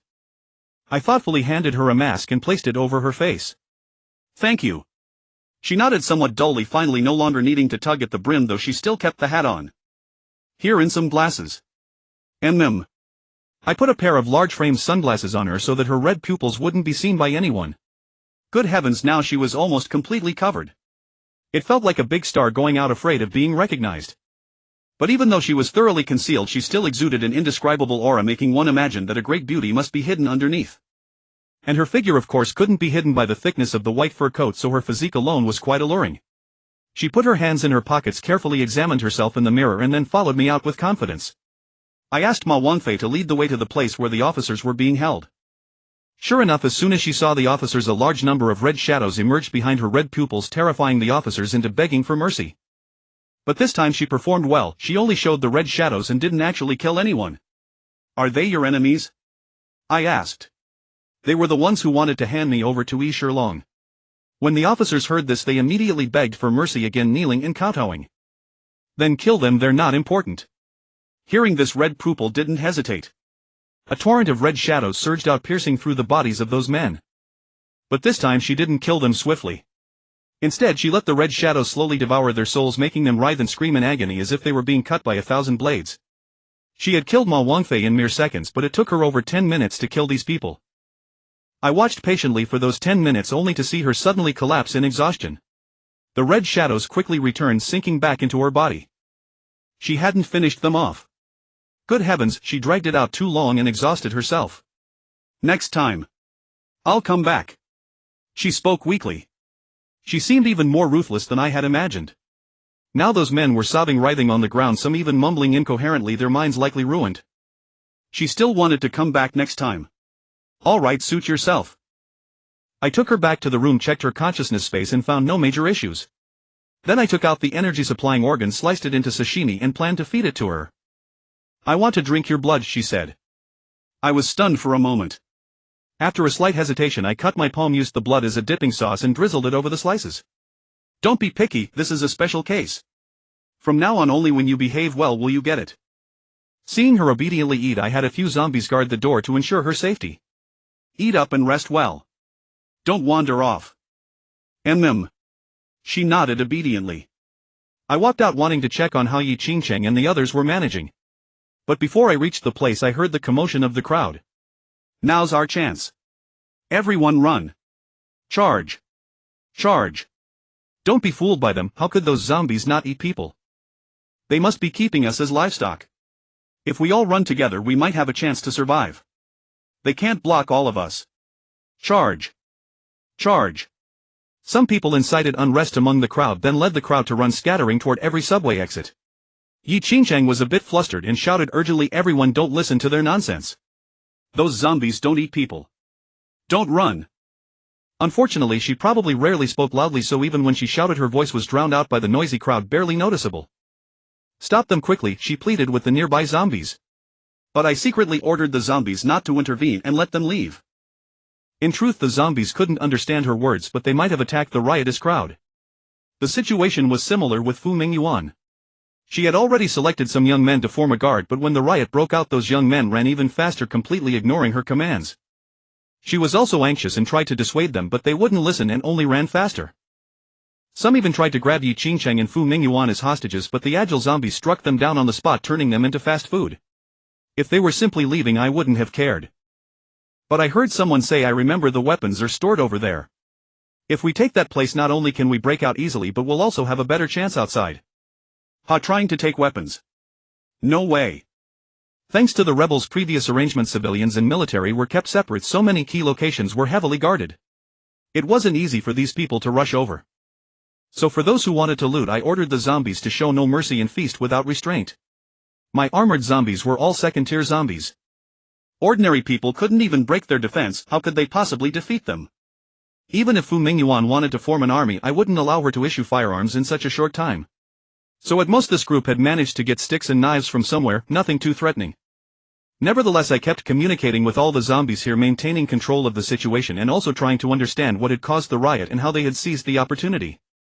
Through the mental transmissions of the zombies I roughly understood what Yi Qingcheng and Fu Mingyuan had been doing in that time. First they had made a rough census, understanding the number and structure of the crowd, and also surveyed the subway station's layout. They selected some willing helpers to assist them. Up to that point they had done fairly well. But as evening approached they planned to arrange accommodation for the day and handle work assignments tomorrow. The rebels had kept everyone locked up together, lacking management, so their living conditions were naturally filthy and chaotic. To make the place more comfortable they intended to have everyone clean up and tidy their quarters. So they released everyone, and that's when the crowd rioted and began to flee. Perhaps many among them had no intention of running, but once someone took the lead an atmosphere of flight took hold and many were mindlessly swept along, not knowing why they were running or what to do once outside.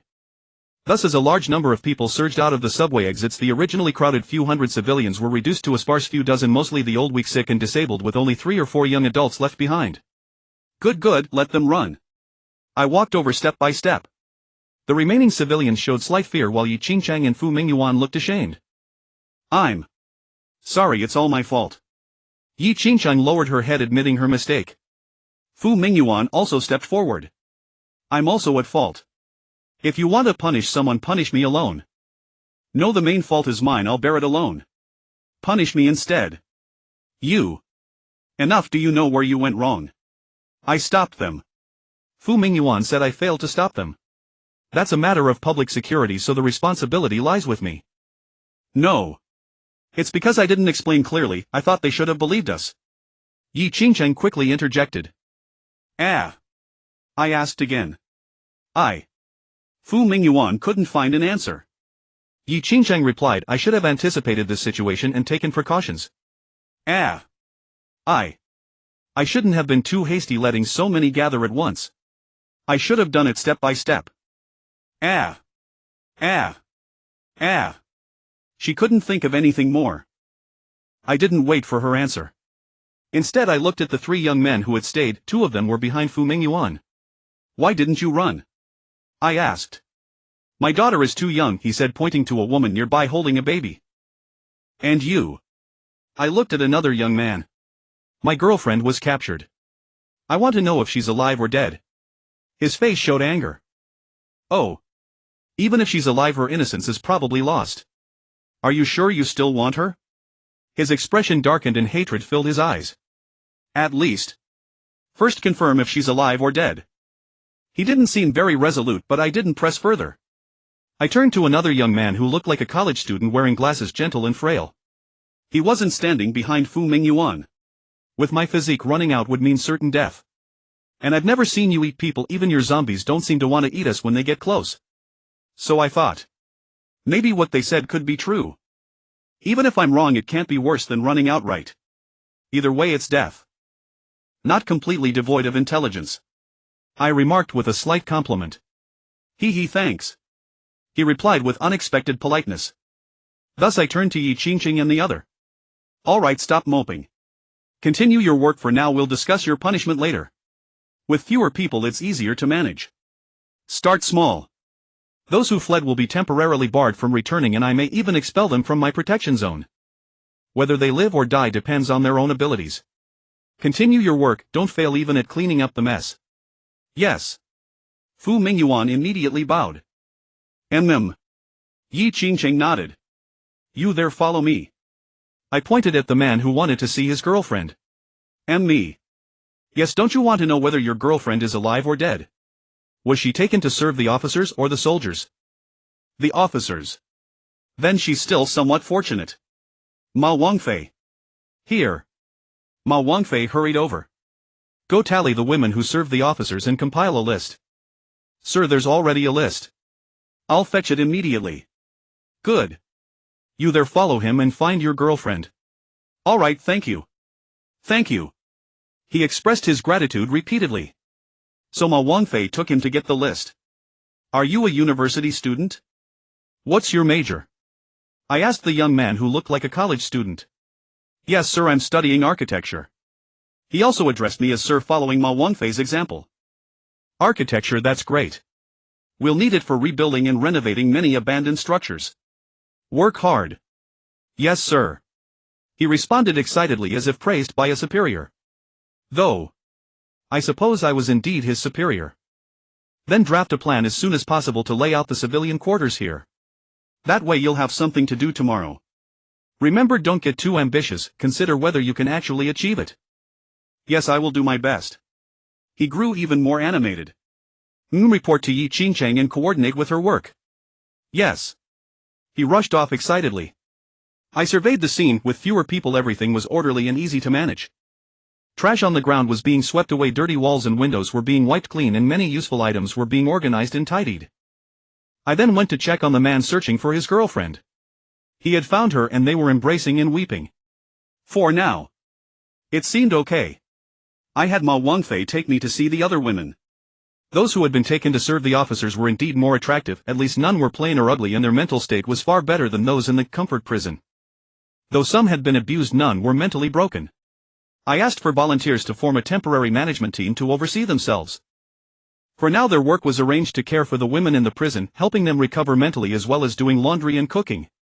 Of course at the moment simply cleaning them up and dressing them properly was an achievement. As for their mental state, we'd take it slowly. Everyone worked with great fervor and Yi Qingchang and Fu Mingyuan were especially busy, not even stopping after dinner. But by 9 in the evening they finally ended the day's work and told everyone to rest. So now they stood before me, heads bowed, both looking uneasy. "Have you both bathed?" I asked. I had instructed them to do so before coming.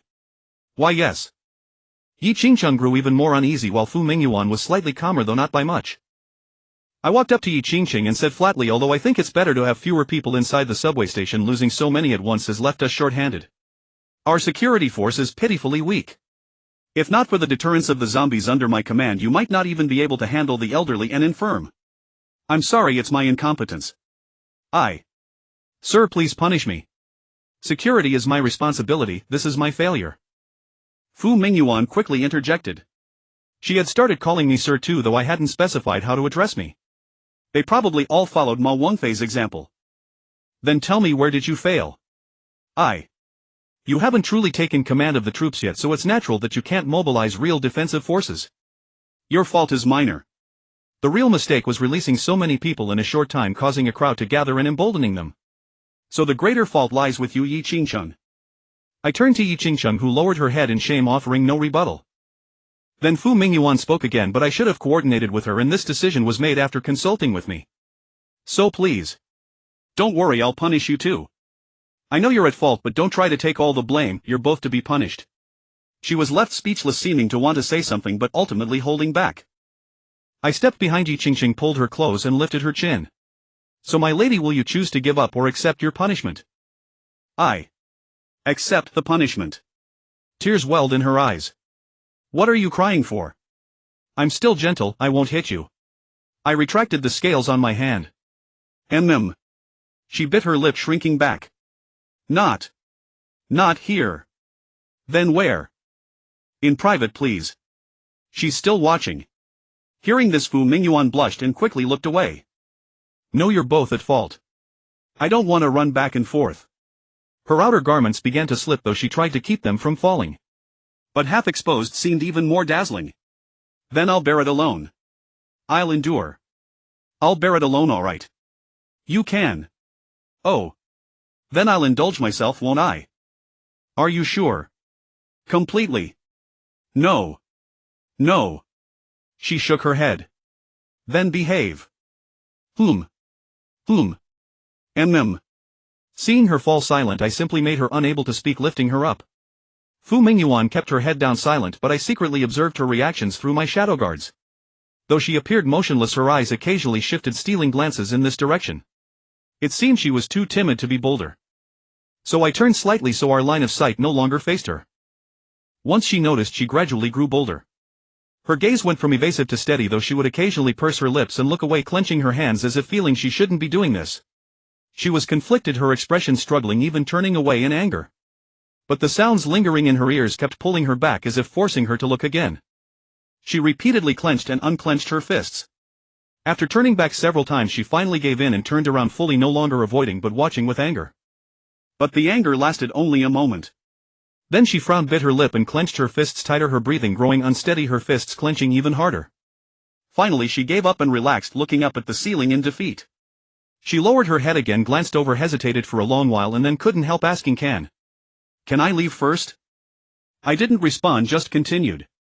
She had no choice but to stand there, trying to focus elsewhere, but the corners of her vision always drifted back here. "Ah!" Suddenly she gasped softly, covering her mouth as if she had seen something. Too explicit, omitted. Half an hour later Yi Qingchang had fallen asleep. Though I could tell she was pretending, I let it slide. It was time to switch partners. I walked step by step toward Fu Mingyuan, who was now crouching in the corner, not daring to look up. I pulled her up and turned her back to me. She trembled, quickly saying, "No. It's so late and you're dressed so formally. That's not good for resting. Let me fix that for you." "You?" Her face flushed crimson and her body temperature seemed to rise several degrees. "My lady, shall we go all the way?" "No." She refused outright. "What are you holding on to, my lady? Don't you want to stay by my side?" I am a soldier loyal to the nation. I will not pledge allegiance to whom? You. Yours. But you've been stranded on Swalen Island for so long and no one has come to rescue you. Doesn't that chill your heart? Don't tell me you never sent out distress signals. That's just the zombie outbreak. They were too preoccupied to help. Is that so? But the Jinnan king had already ordered the surrounding cities to isolate Linfeng City, yet he never made a move. Don't you find that strange? The rebels in Linfeng City held civilians hostage. How could they attack? True, but they never made any significant moves, not even probing. Does that seem normal? This. Even if they couldn't attack the rebels sending warships by sea to rescue you, wouldn't be too much, would it? The warships would be shot down. And the zombies in the sea are even more dangerous. Alright. Then do you remember what Yi Shilong said? Linfeng City is a major economic hub, but in terms of military strength, how could a mere Linfeng City dare to rebel? Relying solely on the zombie outbreak and taking civilians hostage. This. Even if they manage to survive by those means, once the Tingyun Empire has the time to blockade them, morale would collapse and they'd surrender, right? Then the leaders of the rebellion would have cut off their own future. So have you ever considered that although the Tingyun Empire is largely sound, there might already be sufficiently powerful internal forces plotting rebellion? You mean? I don't mean anything, it's just a guess. I merely want to remind you that whether you intend to remain loyal to the Tingyun Empire or not, you are still far too weak, unable to leave, nor strong enough to unravel the mysteries. So why not first develop steadily here, secure your foothold, and then make your decision? Isn't that precisely what I'm doing now? But I hope you will invest more earnestly and develop with genuine dedication. This is about building your own capital. And I will be your pillar of support. You must learn from this experience, let yourself grow, otherwise even if you uncover something you might not be a match for those people. Then, would you go to war with the Tingyun Empire? Who knows? After all, I am a zombie. Though I don't wish it, sometimes it's not about what I want. Then wouldn't I be caught in a difficult position, right? Yes. It seems you've already begun to care about me. No, I don't, she hastily denied. Before such a situation arises, I hope you will sincerely work for me. And if that situation truly comes to pass, I will respect your choice and will not demand you to oppose the Tingyun Empire. Really? Of course. After all, aren't you my wife? Not entirely yet.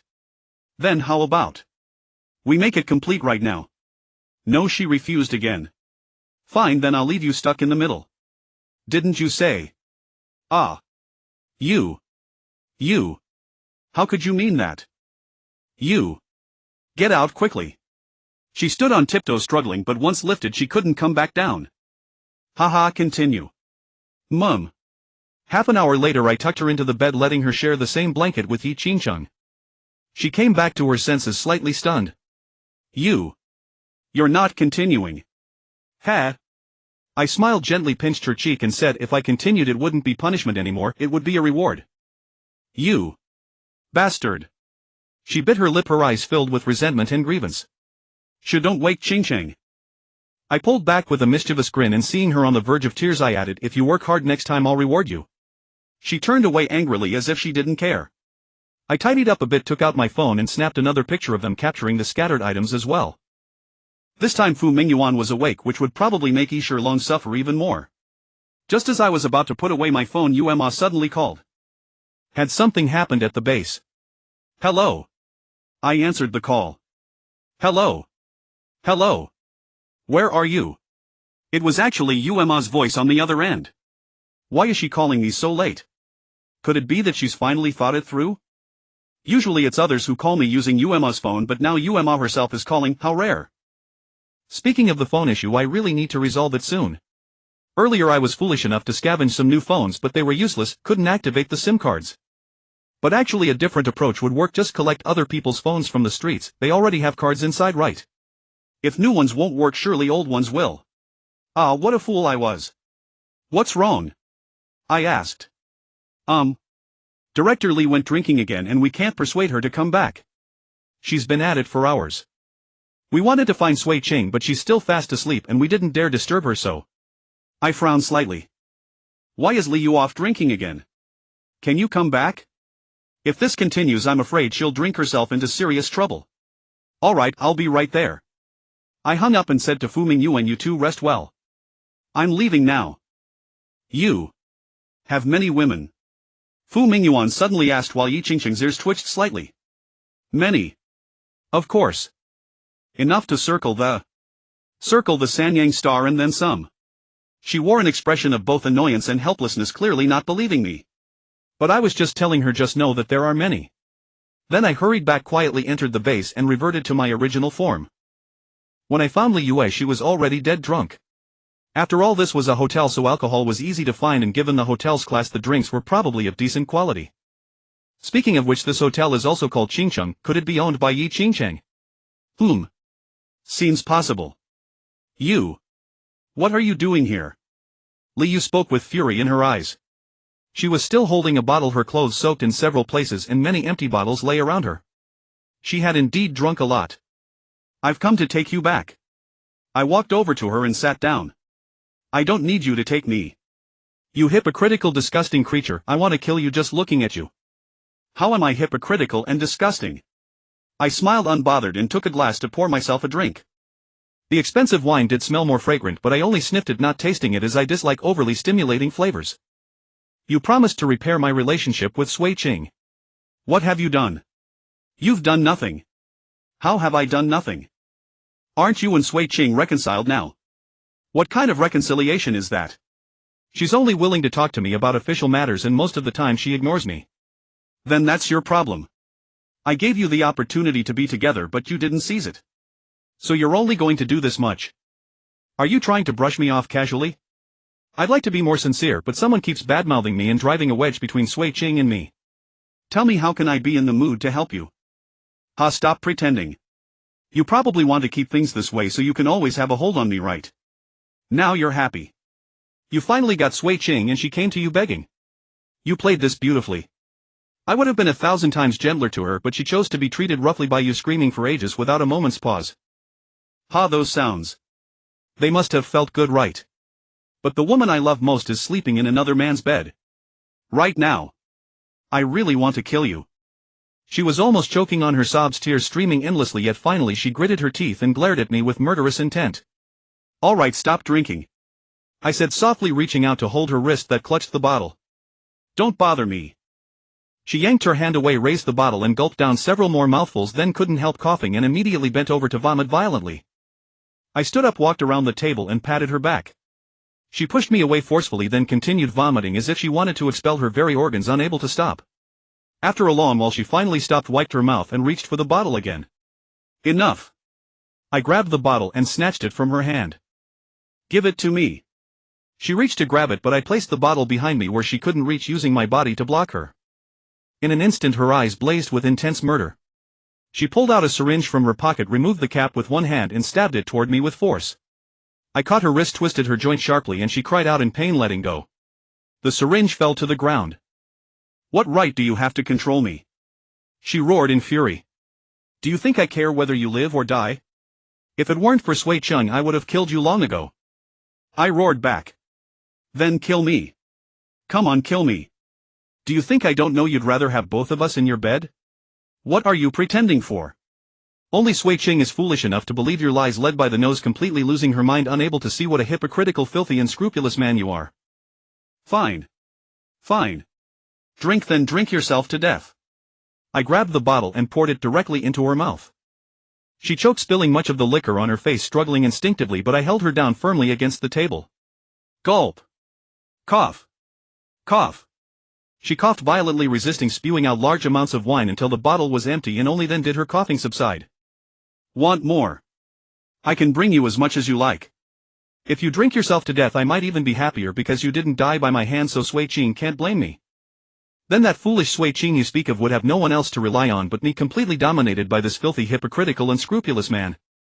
I could make her assume any position I want, manipulate her however I please, and she would have to obey obediently. Even if I roamed freely outside, she would have to endure solitude at home because she only has me. Only me. And you. You'd drink yourself to death. Beyond feeling a pang of guilt, what else could she do? Are your relations so good now? Good enough that she would weep her heart out for you? No, she wouldn't. At most she would cry bitterly and then over time gradually forget you. Even if she occasionally remembers, it would only be a regret. And you even betrayed her, so even if she feels regret she won't find it too regrettable, only sighing that fate is cruel. You're right, I do want to get both of you into bed. But I've also given you a chance to accompany her to protect her. Since you see me as hypocritical, filthy and unscrupulous, then shouldn't I be considered a dark abyss? You watched her fall into the abyss without reaching out, yet here you are wallowing in self-pity, drinking like a madman. What good does that do? Nothing changes, does it? Worse still, I've lost one enemy. Ha! She let out a cold sneer and turned her head away. Are you trying to coax me into being your woman again? Yes. But actually you already agreed to it last time. Once you and Sui Ching made up, your body would belong to me. So? Do you want to use the excuse of being drunk to renege on our deal? Her face twisted with hesitation. You didn't really make Sui Ching reconcile with me. So? What counts as true reconciliation is up to you to decide, is that it? I chuckled and released her. She still lay on the table, not getting up. Last time she said she never wanted to see you again. I made her willing to talk to you. Isn't that reconciliation? If I get you two back to being friends, are you going to say we need to return to how things were before? And if things go back to the way they were, will you say we need to cross certain boundaries? So how exactly do you define reconciliation? Playing word games is fun, isn't it? I'm not playing word games. At least it should reach the level of friendship. Is that so? Then how do you define friendship? Alright, I don't care how you define it anymore. No matter how you define it, you're drunk right now. When you wake up you can still deny all your promises by claiming you lost your senses. Don't use reverse psychology on me, I won't deny it. Do you really think I'm using reverse psychology? No, I simply don't care anymore. Since that time, have I ever sought you out? Have I ever cared about you? Have I asked you to fulfill your promise? No, right. So are you that important? Am I that desperate? Such a bad temper, such poor character, drinking whenever you're unhappy, and even worse when you're drunk, always pulling out a syringe to stab people. Ask yourself what's so desirable about you. Just because you're pretty. Isn't Chu Nuo pretty? Isn't Yu Mo pretty? Isn't Fong Xinxue pretty? Fong Xinling is pretty too. Which one of them is inferior to you? Some are even better. Do you think I'd be lacking if I didn't have you? Even the medical skill you're most proud of isn't irreplaceable. I've discovered many abilities, all have healing powers. As long as I or someone else awakens the corresponding ability, your medical skill becomes dispensable. So you should be grateful that you met a girl like Sui Ching. She may be naive, but the naive have naive luck, they earn more affection. I can always sense how important you are to her. Even if you betrayed her and broke her heart, if something happened to you she would still worry endlessly. But precisely because she cares about you, your betrayal haunts her, she can't let it go. Under my persuasion she gave you a chance to see how you'd behave. Even if she couldn't fully trust you again, she didn't want to keep giving you the cold shoulder. But what did you do? You kept badmouthing me in front of her, trying to ruin my image in her eyes. Did you think that would lower my standing with her? Look at how much trust you still have with her. The more you do that, the lower her opinion of you becomes. She thinks you haven't reformed at all. How could she give you a kind face? So do you know why I stopped putting in a good word for you?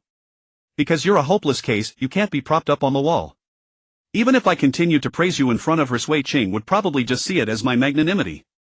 On the surface she might agree with me and act warm toward you, but in reality. She remained silent for a long time, her eyes downcast, lost in thought. Ha! I leaned down inches away and gently pinched her cheek. Don't push yourself to the margins like this, you'll end up walking out of the circle on your own. She trembled slightly, tears streaming from her eyes. I stood up and lifted her into my arms. All our past agreements are void. Think carefully about how you want to walk the road ahead from now on. She buried her face deep in my chest. Though she didn't sob aloud, her uncontrollable trembling and the rapidly dampening fabric of my clothes told me she was weeping bitterly. I carried her from the hotel all the way back to the base, then knocked on Yumo's door. With a click the door swung open.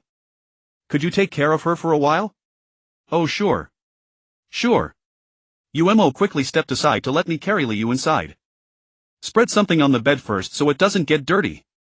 Yumo swiftly laid out a sheet, her movements practiced, she was a qualified nurse. I set Liu down and instructed Yumo help clean her up and sober her up if possible. I'll ask Fong Xinxue to prepare some herbal medicine for her tomorrow to help her recover. Alright. UMO nodded. Then I'll leave it to you. No problem.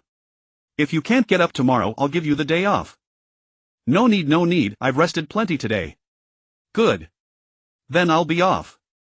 Take care. The girl was quite polite though a bit distant. But I didn't dwell on it. Right now my clothes were reeking of alcohol and the foul smell of vomit, so I wanted to hurry up and take a shower, maybe even get to cuddle Sui Ching while sleeping. Just as I was about to leave, Liu suddenly grabbed me. Can you have me? Her gaze wasn't on me but on the bedsheet. I was taken aback, and even UMO beside me looked surprised. Look at yourself, you're a mess of filth and stench. First get yourself cleaned up. When you sober up you might regret saying that. I pulled her hand away and walked out without looking back. Saying that in UMO's room. Was she kidding me? Did she expect me to just go for it? And with such a strong smell of alcohol and vomit, who'd have the appetite?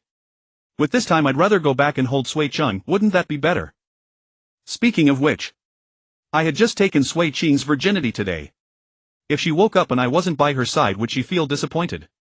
With that thought I quickened my pace back to the room, took a quick shower and thoroughly washed away every trace of the stench.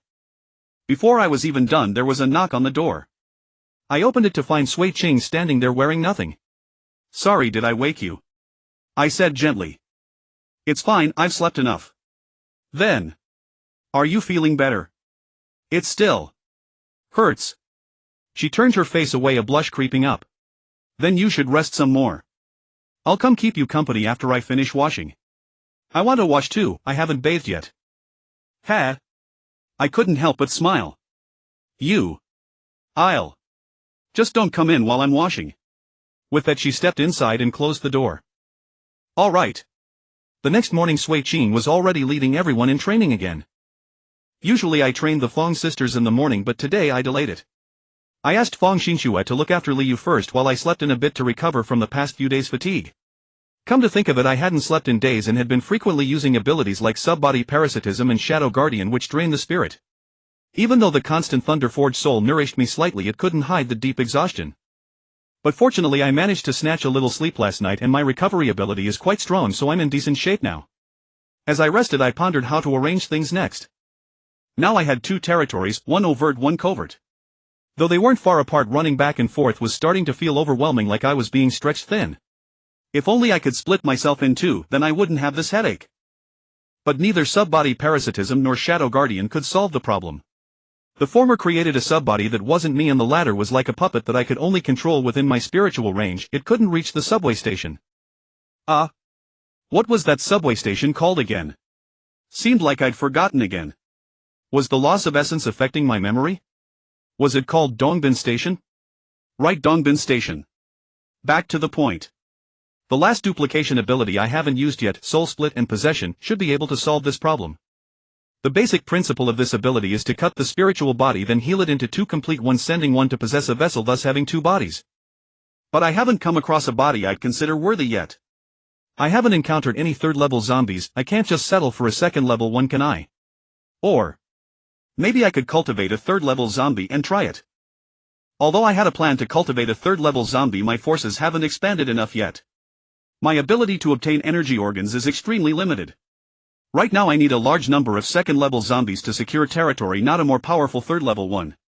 Besides, I could always have a Tai fill in if needed, so I haven't started the cultivation plan. I considered maybe possessing Yi Shilong and using his identity to infiltrate the rebels, finding a way to take them down from within. But this still couldn't solve the problem of being unable to split myself, nor could it resolve my urgent need. If only I could possess myself. I couldn't help but think such a thought.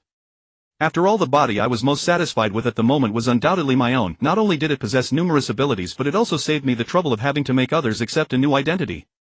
Yet just as I sighed, a flash of inspiration struck my mind. Possess myself. It seemed it wasn't entirely impossible after all. As long as I could grow another body, wouldn't I be able to possess it? But how could I grow a duplicate of myself? Relying on the zombie's ability to partially deform? No. That could only achieve a certain degree of growth, far from forming a complete physical body. As for my child parasite, perhaps through the advancement of the parasite I could obtain a body. But wasn't that exactly the plan I had, to cultivate a third-tier zombie? That plan was temporarily shelved, and what was cultivated wouldn't be my own body, which would inevitably feel awkward. What about possessing my shadow guard? That seemed like a novel idea. My shadow guard could only move within my spiritual range, but if I possessed it, wouldn't I be forever confined to that range? Where would I go then without freedom? But unfortunately the shadow guard wasn't a physical body, so it couldn't be considered possessing myself. So after much deliberation I could only think of one possibility that might work using my ability known as alternate body. Alternate body, I had only used one slot so far, which stored the Earth Gold Celestial Dragon form, leaving 2 slots available. I could delete and replace them at any time, but each time it was troublesome to set up the model. So the Earth Gold Celestial Dragon would likely remain a permanent fixture in the first slot. As for the remaining slots, if I constructed a special transformation that turned me into 2 people, would that give me 2 bodies? So I immersed my consciousness into the mental space, duplicated the design of my original form into the second transformation slot, then tried to duplicate it again to create 2 people, wondering if I could turn one into 2. However, it didn't work. The design didn't meet the rules, couldn't be stored, and couldn't be executed. So I could only become one person. But what if I let these 2 genetic models slightly touch only the middle fingers, fusing them into a single connected finger? Damn, it actually worked. This design was feasible, it allowed me to become one. No 2. I didn't know how to describe it, a conjoined twin, but only connected by the middle fingers, yet possessing 2 nearly complete bodies. So if I transformed into that and then cut the middle fingers apart, let them heal, and then possess one of them, wouldn't I successfully possess myself? So I withdrew from the mental space and was about to try it when I suddenly spotted a furtive figure in the zombie's field of vision moving stealthily forward. Who was this? Why so petite? Even smaller than Yun Shuno, but not matching Fong Xinling's well-developed figure. Perplexed, I stood up quietly, opened the door, and approached for a closer look. Oh, it was Hu Qingling. I had almost forgotten about this person. I had indeed captured her and brought her here, but being in such a rush at the time I hadn't paid her any attention. If not for seeing her now, I might have completely forgotten. She was wearing a small white dress, her fair calves, and a pair of white slippers, looking extremely cute. She was hunched over, looking behind her, and stealthily took a step forward. So I took the opportunity to stand before her, silently waiting for her to notice me. Unexpectedly, her attention was temporarily focused behind her. She took 2 steps without turning around until she bumped into me, giving her a start. Ah! When she saw it was me, she patted her chest in relief. Phew, you scared me to death. Don't you make any sound when you walk? What are you doing? I asked. Well. I'm inspecting. Oh no. Surveying. I want to see what your faction is really like. Do you need to sneak around to survey? Isn't it because you told me not to wander around? If I didn't sneak, how could I get out? And you're being argumentative. She lowered her head, pouting with displeasure. If you won't let me survey, then how am I supposed to consider? You can simply choose not to join, and I'll just throw you out to the zombies. Go back, stay put, and wait until I have time to take you out for a walk. Poof. She stomped back in great discontent, then suddenly turned back to see me following her. Angrier, she whipped her head around and stomped off. I followed her to the door and watched her enter. But she refused to close the door, just glaring at me angrily. What? Want to invite me in? She remained silent, still glaring.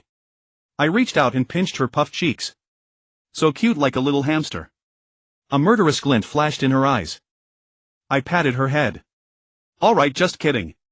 Stay put for now, and when I find time I'll take you out to have some fun. Even if you don't want to join, I won't force you. Really? Of course. How could I ever bear to hurt you? Poof. She slapped my hand away, her cheeks flushing slightly as if something crossed her mind. Then when will you be free? I'll try to make time for you within today. You said that. I don't want to stay in this boring room anymore, there's nothing to do. Then I'll have Chuno and the others come keep you company and bring you some fun stuff. Okay. Preferably a computer games and lots of tasty snacks. Fine. Then stay put, don't run off. She nodded with a hint of resignation. Just as I was about to close the door, a thought struck me, by the way. You're a prisoner after all. Even if Fong Xinsu and the others aren't watching you, the door should be locked. How did you get out? Well. That. Her eyes darted away. You still have some equipment on you. I narrowed my eyes. It's all taken off, really. I just used a wire hairpin to pick the lock. You learned lockpicking. I was surprised. No, the lock structure was just too simple. I had disassembled one before. Was this how a genius thought? Then are you sure you've taken off all your equipment? Really, if you don't believe me you can check. Alright, let me check. I pushed the door open and stepped inside. Ah. You really want to check? What else? But how are you going to check? She froze, eyes wide. Because I had already wrapped an arm around her waist and sealed her lips, a smooth fluid motion that lifted her off the ground, leaving her stiff and breathless. I hooked my foot and kicked the door shut with a bang, beginning a thorough inspection. Apart from being extremely tense, she didn't struggle much, only squirming instinctively with occasional faint resistance. I had to inspect her thoroughly without missing a single spot. Who knew where she might have hidden a high-tech device? Even if there were no high-tech gadgets, a hairpin in her hands could become a lockpick that was not to be underestimated. So I went over every inch many times, even certain critical areas countless times, ensuring no spot was overlooked. Half an hour later she lay limp and weak, eyes misty, gasping for breath. Ha! Ha! You bastard! Are you done checking? Quite honest. I wiped my hand on a small towel. She bit her lip hard, pushing my hand away. I told you I wasn't hiding anything, you obviously. What? You don't accept the result? Of course not. Since you don't agree with the inspection, let's do it again. Ah. No, I admit, Half an hour later she lay even more limp and dazed, her breathing heavier and longer with no sign of stopping. Do you accept the result this time? I wiped again. Ha! You son of a bitch. Looks like another inspection is needed. No. Can't take it anymore. After another half hour I asked again, do you accept this time? She gave no response, her eyes fully closed, mouth open, still breathing deeply and erratically. Asleep. Still no reply. Better to sleep, then she won't run off. I covered her with the blanket, hiding her small body and any traces. Then I left and closed the door, but kept a shadow guard inside to check if she was truly asleep. Sure enough, as soon as I closed the door she immediately opened her eyes and glanced toward the door. She tried to sit up but barely lifted her head before collapsing back in exhaustion. Her expression was a mix of frustration and embarrassment, then she pulled the blanket over her face and remained still for a long time. She had cost me quite a bit of time, so I only spared a little attention to watch her while I continued my plan to possess myself. I left the base, took a secret passage to a nearby building, found a secluded room and had zombies guard it before beginning my transformation. With a whoosh I instantly dissolved into a flow of flesh, reverted to an initial state and then rapidly expanded into the form I had designed. Content omitted as per cleaning rules. This was a conjoined twin, yet only connected by the middle fingers, essentially making them two individuals. These two individuals were identical, both taking on my original form, except one could open its eyes while the other required my control to do so. What a peculiar experience.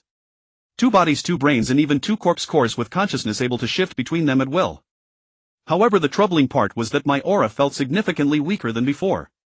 This transformation not only failed to strengthen me but actually made me weaker. I carefully sensed the change and realized that my corpse core had split into two, dividing the energy of the core in half. Not only did the total energy decrease, but even the energy intensity diminished. If I were to truly become two individuals, my strength would drop by more than half. Although the combined total energy was nearly the same as before, the drop in energy intensity weakened me far more than just a little. You see, the growth of a corpse core primarily manifests in two aspects: energy intensity and energy storage capacity. The core continuously accumulates energy storing substances to enhance these attributes. The deeper the color of the corpse core, the higher the concentration of energy storing substances, and thus the greater the energy intensity. The amount of these substances determines the maximum energy storage. This is why simply absorbing energy alone cannot promote the growth of the corpse core, because the energy storing substances remain unchanged, so the energy limit naturally stays the same. In fact, excessive energy consumption might even deplete the energy storing substances, leading to a reduced storage limit and a decline in strength. Now, because I desired two corpse cores, I designed the transformation form to have two, causing the core to be split, or rather duplicated, after the transformation. It felt as if both corpse cores were identical, presumably containing the same supernatural genes, but the energy storing substances were divided, resulting in this situation. Should I proceed with the self-possession plan? Although it might yield an additional third-tier zombie, each would be more than half as weak as before. Perhaps the physical strength wouldn't diminish much, but the growth of the corpse core would be severely delayed, undoubtedly increasing the difficulty of advancing to the fourth tier. After some thought, I decided to continue. After all, third-tier zombies were still scarce, and even with my diminished strength I wouldn't be easily controlled. Moreover, having another body meant having an extra asset for taking risks. I wouldn't have to fear death as much and could attempt even bolder ventures. Thus, after deliberation, I chose to proceed. I condensed an electric blade in my hand, severed the connection between the two bodies' middle fingers, and the other body immediately collapsed, which I supported and laid on the bed. I controlled the wound on the middle finger to heal, but even after healing it continued to slowly grow forward as if it were trying to form another person. Good heavens, perhaps the genes believed my complete form should be like that, urging me to continue growing back into that shape. But I ignored it for now and quickly activated the last clone ability, soul splitting and possession. Ah! I immediately screamed in agony, clutching my head and trembling violently. I felt as if my soul had turned into a large cell, suddenly constricted in the middle, squeezed tighter and tighter until it became thinner. The substances inside this cell flowed rapidly, undergoing a series of complex exchanges and duplications. No, it was spiritual exchange and replication, making the spiritual forms on both sides identical. Finally, the cell constricted into two balls and completely separated, forming two distinct souls. At the moment of the soul separation, I felt an excruciating pain so intense that I couldn't help but kneel, supporting myself with my hands on the ground, cold sweat streaming down, and then I collapsed completely. After a while I recovered, but I didn't get up immediately. Instead, I carefully sensed the changes in my soul. What an indescribable experience! Two souls. Two identical versions of me appeared in the consciousness space, yet bizarrely our consciousness was unified. How to describe it? Earlier we said the flesh is the vessel of the soul and the soul is the vessel of consciousness. And consciousness is the true self. So now my consciousness is straddling two boats. I don't know how it's possible, but it feels as if my consciousness has been stretched, inhabiting both souls, keeping them in perfect unity of awareness, as if thinking with the same mind without any need for communication. Because both are me. Wow, what an unexpected delight. I had worried that if the split-off self wasn't me, I might have to consider the possibility of being cuckolded by my own clone. But now no need to worry. Both are me. The primal consciousness is unified, the soul is split from my own, and the flesh is likewise. So aren't those two still me? It's just the same consciousness using two souls and bodies, as if I had been cut in half, but each half remains alive and continues to act. Thus it's merely freeing my flesh from the limitation of being a single entity. The two bodies are roughly like the difference between left hand and right hand. There is no issue of infidelity saving me from the most troubling problem. In fact, perhaps I could even. A bold idea popped into my mind. Ahem, let's complete the possession first, or the other body might die if I wait too long. So I immediately pressed my forehead against the other, touching the centers of the brows, and transferred a soul over. Before long the other body opened its eyes. Now the experience was even more novel. Two fields of vision, even two brains, allowing effortless dual-threaded thinking, no more worries about being unable to multitask. How bizarre. Controlling two bodies was simpler than controlling a shadow guard, because both bodies had independent brains and souls. But due to the unified consciousness, this dual-threaded experience took me a while to get used to. Even more amazing was that both bodies shared a single consciousness space, not two separate ones. Once immersed in the consciousness space, two versions of me appeared rather than each appearing in its own space. This truly signified that I was still me. Both were me. The two bodies faced each other, gazing at the nearly perfect physiques, feeling like looking at a full-length mirror while naked and even able to see behind freely, leaving no blind spots. The only annoyance was that the middle fingers of both bodies were still growing, as if each body felt incomplete and needed to grow the other half. So I quickly made one final attempt, cancel the transformation, and see if I could turn into two original forms. I first tried with one body, canceling the transformation. Sure enough, the next moment that body reverted to its original form and the middle finger stopped growing. Then I tried with the other body and it also reverted to its original form, with the middle finger returning to normal. Then I transformed both simultaneously and the middle fingers started growing again. Then I cancelled both transformations and both reverted to original forms. Perfect. This felt like exploiting a bug to duplicate myself, didn't it? Although it wasn't a perfect duplication, what thrilled me most was that both bodies retained identical supernatural genes and abilities, and each still had one alternate body slot. So I tried deleting the conjoined twin transformation from one body, and indeed it freed up two alternate body slots. Did this mean I had accidentally expanded the alternate body slots? Originally there were only 3, but now they became 6. Doubled directly. If I did this again in the future, couldn't I have as many as I wanted? What need would there be for transformation slots? I could experience every ability myself. But since this method drastically weakened my strength, I temporarily abandoned the idea and continued testing. I cancelled the conjoined twin transformation from both bodies and tried transforming into the Dijin Tianlongren form. It worked perfectly. The physical attributes of the Dijin Tianlongren were not weakened, so purely in terms of physical strength it was equivalent to doubling combat power. This compensated to some extent for the loss of strength, which was quite good. I tried sparring, but it felt like the left hand fighting the right, each knew the other's moves, so deciding who won or lost was merely a thought away. Thus using this method for training wouldn't be very effective. It could only be used to test immature techniques, refine them and optimize, but it would hardly bring significant combat crises or pressure. Every coin has two sides. Recently, aside from sparring with Fan Xinxue, I hadn't found any opponent to practice with. A tie. Well, I could consider it, but practicing with a dog felt strange. Now at least I had a sparring partner, didn't I? Even if it was like left hand versus right hand, at least the conceived techniques could be put into practice rather than relying solely on imagination, and I didn't have to worry about accidentally killing someone. So I had the two bodies spar with each other, and it was incredibly satisfying. Especially in the Dijin Tianlongren form, I didn't need to worry about injury because my physical strength alone couldn't break through the defense.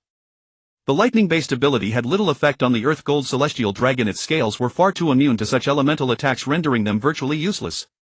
The Melt Solidify technique also proved ineffective against those scales, as they were composed of absolute biological bone, a highly complex polymer compound, so unless exposed for an extended period they would not sustain significant damage. Even with soul-based attacks, I had the Soul Fortress to defend against them. After carefully reviewing all my abilities, I realized I had no particularly effective means to counter myself. I had originally designed my genetic blueprint to be as resilient as a cockroach, but now even I couldn't find a good way to defeat myself. Wasn't that a bit ironic? What if my body were taken over by another soul? How would I defeat myself? Would two tank-type warriors just grind against each other until one was left with a sliver of health? My offensive methods were far too lacking. If only I could be like Atai, using space to cleave everything in too clean and decisive. This was also one of the reasons I avoided sparring with Atai. I couldn't train his most lethal techniques, and if we relied solely on physical combat I could easily overpower him, making it pointless. So it was better to let him train his spatial imagination on his own or leave it to Sui Qing and Chu Nuo. He could also gain real combat experience outside, his training with allies was not very effective. Perhaps in the future Atai could be the one to deal with me. He was indeed capable of killing me. I had been wary of him before, but now I was less afraid. After all, I had a backup body, so I didn't have to worry too much about a sudden betrayal and sneak attack, even though the probability was low. After practicing for over an hour, I felt I had gradually grown accustomed to having two bodies. So I had one transform into the Earth Gold Celestial Dragon and head to the subway station. The other remained in its original form at the base. From now on I could operate on two fronts. Upon arriving at the subway station, I found Yi Qingcheng already directing the civilians in an orderly manner. Though most were elderly, weak or disabled, they could still handle basic tasks. Their current work was simply to clean up the garbage in the station, plan living and working areas and organize daily necessities, nothing too difficult. Fu Mingyuan, on the other hand, looked a bit awkward. She had only 2 people under her command and had somehow found security uniforms, riot batons and shields, and was training them. I selected 20 balance-type zombies and walked over, saying to her, "These 20 zombies are for you to train. I'll give them simple commands to mimic your training movements. You can try to make them understand the commands during this process, maybe you'll be able to command them." "Okay." She nodded. She had been a bit embarrassed when she saw me, but now she felt a hint of surprise. "Remember to keep your distance and know your place," I reminded her lightly. She nodded, her face flushing slightly. With the addition of these 20 zombies, her side no longer looked so awkward. Now the 2 men were the ones feeling awkward, surrounded by zombies, armored zombies at that, which seemed to put quite a bit of pressure on them. I decided not to disturb Yi Qingcheng. The young man, who looked like a college student, seemed to have been given responsibility directing some people to mark out areas and gather materials for construction. I headed to the room where Red Pupil was. Just as I was about to knock, I found her already rushing to the door, but then she stopped as if waiting for me to knock. I had forgotten she was a zombie and probably had zombie vision. So I continued knocking, but I saw her hand already on the doorknob ready to open it, yet she hesitated for a moment before finally opening the door. Did she not know I also had zombie vision? What was she hesitating about? Deliberately stalling to make it seem like she had walked over slowly. Holy Lord! She flashed a faint smile, but it was so shallow combined with her hollow gaze that it was almost impossible to tell she was pleased. "Hungry?" I asked. "No. Your blood fills me. Tell the truth. A zombie's appetite is insatiable. Though I won't give you blood for now, I can still fill you up with energy organs." "A little. Then eat something first." "Holy Lord." Together, she asked. "Sure. I happen to have some energy organs to deal with as well." So we had breakfast together. I also processed some energy organs whose abilities were still unknown but had already been cultivated into multiple consciousnesses ready to be diced. These energy organs were still stored in my arm guard. However, the arm guard had been greatly improved, its design now perfectly matching the earth gold celestial dragon's form, appearing as if it were part of the dragon's body. But it was actually made of metal from the black bear mech, extremely sturdy. Its undulating surface was embedded with spatial bubbles of different sizes. The bottom material fused with the mech's metal, allowing the materials inside the bubbles to remain in contact with me so I could use melt solidify to extract them at any time. At the highest point of the undulations, the largest spatial bubble was embedded, about the size of an OK Gestures circle, roughly 3 to 4 centimeters in diameter. This was where the energy organs were stored. Although the opening was only 3 to 4 centimeters, the energy organs were not as hard as zombie cores. I could use mental force to stretch them thin and pull them out, making it barely possible. There was no help for it, the storage capacity of spatial bubbles was severely limited. If only I had an ability to shrink objects or a spatial gate that could open directly into the bubble carrying things would be much more convenient. The fact that Red Poople could possess such a powerful attack method at the second stage was quite impressive. So if she remained obedient, I would definitely invest in her training. There was no need to be stingy with energy organs, I was eager to see what she would become at the third stage. Later I'll take you to see Yi Shilong. With a whoosh, countless red apparitions emerged behind her, each wearing a ferocious expression. It seemed she was quite sensitive to those 3 words, reacting strongly. But she quickly retracted the red apparitions and continued eating the sashimi calmly, though she appeared somewhat distracted. The method you used against those officers yesterday, I'll allow you to use it on Yi Shilong. But don't overdo it or he'll lose his mind. If he goes mad, torturing him later won't be as fun. Thank you. After breakfast we headed to the place where Yi Shilong was held. Yi Shilong, look at this. I showed him the photo again. Ah. You bastard. You son of a bitch. Yi Shilong went on a furious rant for over 10 minutes, spewing a torrent of obscenities too vulgar to record. Most of them were insults targeting women reaching back 18 generations and even their ancient ancestors. Not only did he curse me, but he also dragged Yi Qingcheng and Fu Mingyuan into it, hurling the most vile insults, also sparing no ancestors. Whenever he cursed someone other than me, I had the nearby zombies slap him. But that still couldn't stop him. Even after his face was swollen like a pig's head, he kept ranting until his throat went hoarse and he could barely speak. When he finally quieted down a bit, Red Pupil, who had been standing by, could no longer restrain herself. She pulled off her hood and said angrily, Yi Shilong, do you still remember me? You. Yi Shilong was momentarily stunned. After a closer look he was slightly startled, then burst into maniacal laughter, pointing at Red Pupil. Ha ha ha ha, you. You're that. Ah. Before he could finish, the enraged Red Pupil released a torrent of red apparitions that lunged at him, biting and tearing. Ha ha ha ha ha. He clutched his head in pain while laughing wildly. So the Corpse King likes used goods like this. You should have said so earlier. I have plenty I can give you. Ha ha ha, slut. Slut. You're all sluts. Ah. Slut. His insults nearly made Red Pupil cry, tears streaming down her face. She intensified her attack, tormenting Yi Shilong until he screamed in agony. Seeing that Yi Shilong might be driven insane if this continued, I quickly stopped her. Enough. No. It's not enough. Tears gushed from her eyes as she released even more red apparitions, trying to engulf Yi Shilong completely.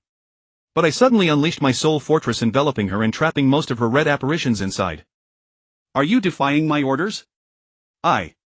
She trembled slightly. Remember what I said before. Take it slow. If you kill him now, aren't you just letting him off easy? She lowered her head, clenched her fists and bit her lip, halting all the red apparitions. Your behavior right now is quite disappointing. I'm sorry. She trembled as she spoke, tears streaming uncontrollably. Meanwhile, Yi Shilong had collapsed after she stopped. His breathing was heavy but steady, so he was probably fine. The more you suffer, the more he revels. If you can't steady your heart, then even though you're torturing him, he's also torturing you. You're letting him torment you even when he's completely powerless. Isn't that letting him off too easy? If you can't face him calmly, I won't bring you next time. No. I can do it. I can. I'm sorry, Holy Lord, I was wrong. I can do it. Please don't stop me from coming. She pleaded urgently. She quickly begged for forgiveness. Then go back and reflect on your mistakes. Think carefully about what you did wrong today. If there is no improvement next time, not only will you be forbidden from coming here, but I will also cease to value or promote you. I'm sorry. Holy Lord, she said on the verge of tears. Go back to your room, I said coldly. She lowered her head, pouting lips, trembling shoulders slightly shaking. Do I have to tell you to get out before you leave? My tone grew even colder. I'll go now. She dared not linger, quickly wiped her tears, and as she went out she put on her hat and mask, then wiped her tears again before putting on her glasses. This girl was truly hard to scold. If I raised my voice even slightly, my heart would soften. But I couldn't spoil her too much, or it might lead to a situation where she wouldn't obey orders. No matter how pitiful she was, I couldn't let her become spoiled and arrogant, or her tragic past might become a crutch she took for granted. I had originally planned to take her to find the captured women to form the initial team of the Rebirth Sanctuary, but now I would have to go alone. I went to check on their work and found that they were moving the women from the prison to a temporary shelter for care, separating the mentally disturbed from the normal ones and treating them differently. They were doing quite well. At the current pace they would need at least another day to finish the work, so I wasn't in a hurry to bring up the matter of forming the Rebirth Sanctuary. This way I could bring Hongtong along next time. So I just encouraged them, asked what supplies they needed, and had Ma Wangfei do his best to provide them, then went to attend to other matters. Today I had just split my soul, leaving it weakened, so it was not suitable to perform sub-body parasitism. I would wait for now. So I deployed half of the armored zombies, spreading them out in small groups to capture special complete form zombies for me, intending to take all such zombies in the vicinity under my control. My orders were to capture alive if possible, if not kill them, and bring back the energy organs. The armor they wore was their greatest advantage, and being in small groups, as long as they didn't encounter a zombie horde or a third-tier zombie, they were basically safe. Of course that was excluding humans. So in their active areas I deploy flying zombies to report back to me immediately in case of any abnormality, which should effectively prevent human ambushes. As for myself, I selected a room in the subway station, heavily guarded it, and built a space bubble prison inside. This space bubble was quite large, with a diameter of 3 meters, wrapped in a thick layer of metal on the outside, placed on a sturdy platform. The opening was fitted with several robust mechanical locks to ensure that once a zombie entered it couldn't escape. That's right, it was for imprisoning zombies. Since sub-body parasitism wasn't suitable for frequent use, I had to lock them up for now. Anyway, my molten flow solidification could use water to quickly restore energy, so making a space bubble large enough was quite easy. Inside I also used a large amount of metal to partition it into sturdy rooms, each with locks to restrain the zombies' movements, lest some disobedient ones frequently attack the rooms and possibly break free. As I was working, second-tier zombies were brought back and directly locked inside. I used molten flow solidification to bind them so tightly that even the lock joints were invisible, rendering them immobile. In this way, forget about destroying the prison, they could barely even move, let alone break out of a sturdy room. Of course ordinary locks were still necessary, as this wasn't a one-time prison, it might be used later and not necessarily by me. As for the energy organs brought back, I naturally carried them with me, stored in the space bubble on my wrist guard to prevent loss. In the afternoon, in a building near Qingcheng Hotel, I was training the Feng Xinxue sisters again. After days of practical calibration, Feng Xinxue's techniques had become increasingly concise and practical. Even when using slightly complex moves, she knew how to seize the timing to make the techniques effective without appearing sluggish. Meanwhile, Feng Xinling was swinging a large hammer, training basic attack moves. Although she seemed strange, she had already developed a decent form. It seemed the lightning body tempering effect was indeed good. As for my long-handled saber, through sparring with Feng Xinxue, I had become more and more proficient, and it felt increasingly natural to wield. Now this long-handled saber felt as light as nothing in my hand. I could play with it however I wanted, and it no longer provided much training effect.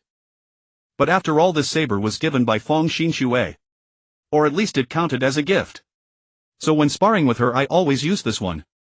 I usually didn't carry it on me, as it was inconvenient to carry.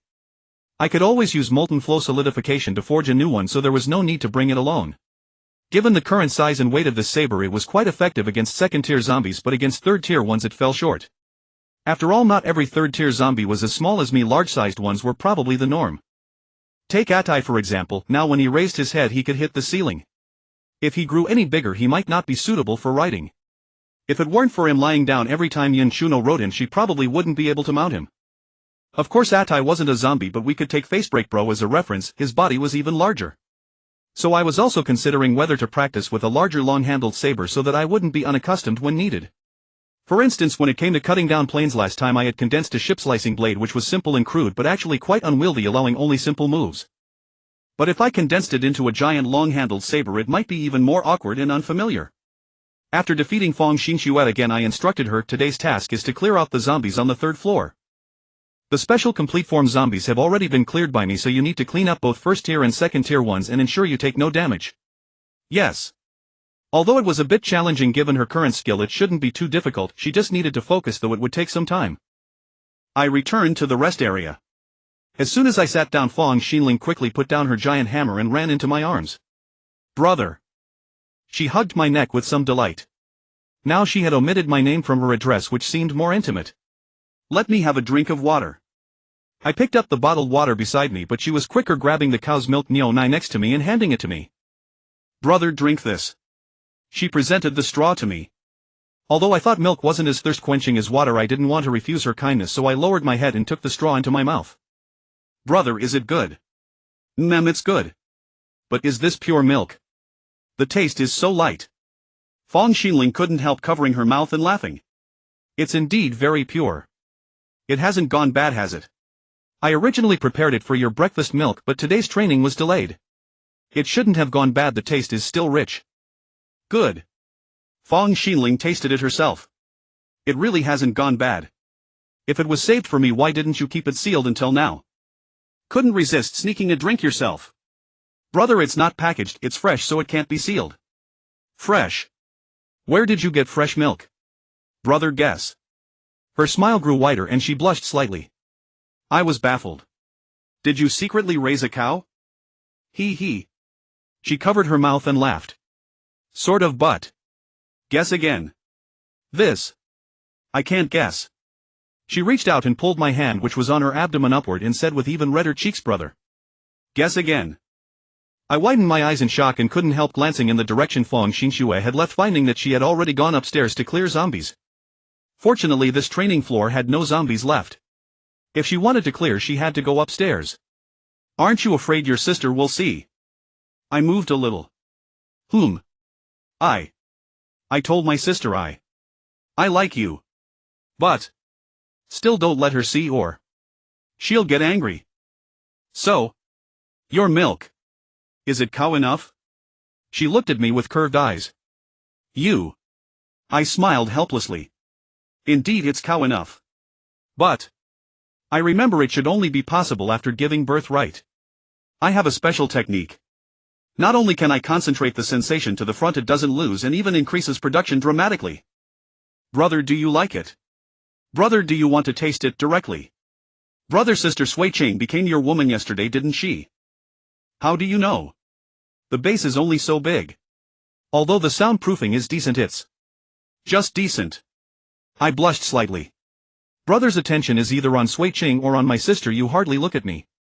You just quietly train your body and spirit. Is my charm insufficient?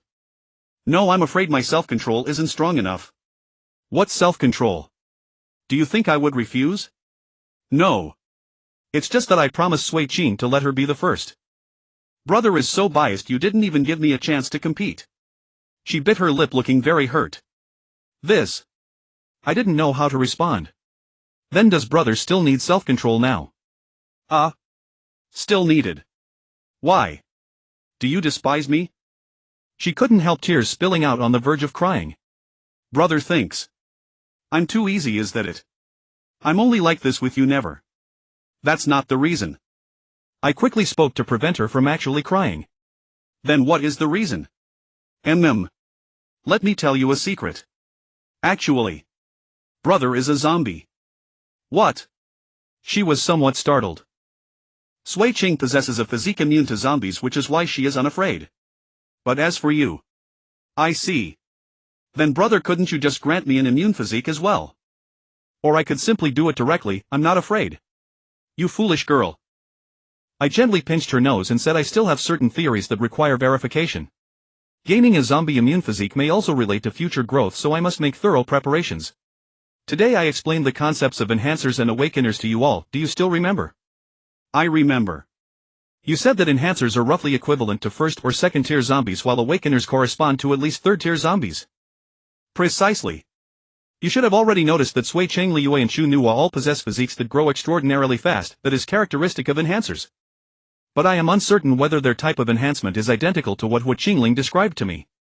Whether they can eventually awaken remains unknown, as do the factors that influence the manifestation of awakened abilities. Although I harbor certain conjectures and theories, they lack verification and my preparations remain inadequate. That is why. No wonder you never gave YXIN. Actually, when it comes to them, brother harbors a certain selfish motive. What's selfish motive? Brother wishes to have them. Oh, and what about me? What do you think? I pinched her nose again. Her face immediately lit up with a smile and she covered my hand with hers, saying, "Brother, would you like to learn my technique? You are already so. And you are not afraid of being a burden." At first there indeed was such an issue, but I have since optimized it away. It will only become more abundant, nothing more will accumulate. Where on earth did you learn such bizarre knowledge? Well, I have been cultivating in seclusion for years and grew rather bored. Master did not permit me to lose my virginity too early, so I explored the meridian channels on my own. I was at a loss for words. Should I compliment you as a genius or not? Brother, will you or will you not learn? I will. Then very well, let me teach you. Like this. Like this. This part is. It unexpectedly involved knowledge of the meridian channels, leaving me utterly bewildered. However, with her guiding my hand step by step, I could force myself to memorize it, though I would need to carefully consider the relative positions since not everyone is built like her. Brother. Hurry. Do not waste it. I quickly lowered my head and saw that she had also. Good heavens, she could actually reach it as well. After a long while she panted and asked, Brother, does it taste good? I merely smiled without responding, retrieved the previously half-empty bottle, held the straw against my lips and drank it all clean, even shaking it to check for any residue. She could not help but smile. Brother, I do not oppose your applying this technique externally, but from now on let me be responsible for all your breakfasts, all right? I guarantee ample supply. Very well, but could you also teach me the unoptimized version? No, that is my unique advantage. I would rather not. She refused outright. Fine. I did not press further. In any case, if such a need arose in the future, I could simply ask for her help. After the training was completed, I secretly made my way to Swalen Island, intending to visit the opera house. Although I had designated this area as my territory, there were indeed rebels still keeping watch, and even surviving civilians had taken shelter here. Whether they had been missed during the capture or had slipped in afterward, I could not say. I chose not to interfere, for I harbored no immediate plans for this place. It was merely an isolated island with little strategic value. If it ever became truly necessary, I would simply reclaim it under the identity of the Heavenly Dragon Corpse King. It would not be difficult at all. Thus I only sent my flying zombie servants to conduct a brief reconnaissance. They remained hidden beneath the sea the entire time, never surfacing. Afterwards I transformed into an earth gold Tianlong and quietly descended to the deeper parts of the ocean. I had long heard that zombies in the sea were far more ferocious, which is precisely why I had always avoided entering the water for fear of losing my life. But now that I possessed 2 lives, I no longer feared the ocean. My ability Meltflow Solidification could draw the greatest supplies from the sea, with energy reserves flowing almost endlessly, perfectly suited for such an environment. This is why I had long harbored ambitions for the ocean. Humanity had conquered the skies, the lands, and even the ocean surface, yet methods to penetrate the deep ocean remained exceedingly rare. Therefore, if I could develop within the ocean, I would naturally avoid most of humanity's technological advantages. Although the zombies in the sea might be stronger, I would still prefer to face zombies rather than humans. No matter how weak humans may appear, one must never underestimate them, for they might wield weapons of tremendous power. Even without weapons, their intrigues and deceptions are far harder to guard against. Zombies, however, lacking high intelligence, are merely a contest of strength. There are far fewer complications, making them considerably easier to deal with than humans. Moreover, although current zombies dominate in raw combat power at the lower tiers, they remain somewhat vulnerable against humanity's cutting-edge technology. Thus, expanding into the ocean floor would be an excellent choice for growing stronger. Even if a nuclear bomb were to fall, it would struggle to exert sufficient destructive power underwater. Furthermore, if I could establish a firm foothold beneath the sea, I would need not worry about some peerless monster suddenly emerging from the depths and shaking my overlord status. With so few third-tier zombies existing at present, I hardly exaggerate by calling myself an overlord, do I? To ensure I remain perpetually ahead, I must forge forward relentlessly, seizing every opportunity to develop. Neither humans nor zombies must be allowed to surpass me. Awakeners have already appeared in the capital. Other regions must also be producing third-tier zombies by now. My position is therefore becoming increasingly precarious. Although I had employed soul division possession that very morning, leaving my soul greatly weakened and my corpse core's growth directly halved, what is the best way to replenish a damaged soul?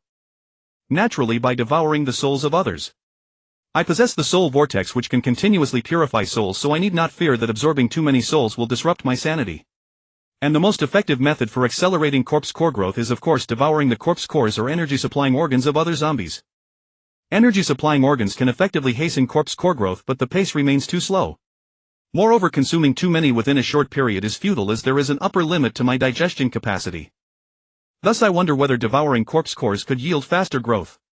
After all, energy-supplying organs are by nature of a lower quality tier. Would higher quality corpse cores not produce even better results?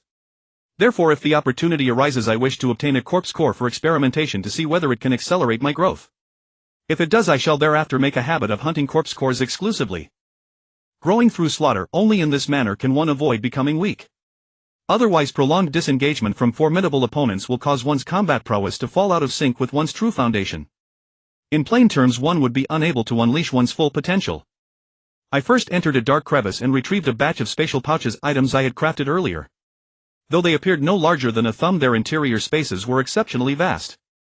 I had left them in concealed locations for seawater to gradually fill them. Upon my return to collect them, the pouches would naturally be brimming with ocean water.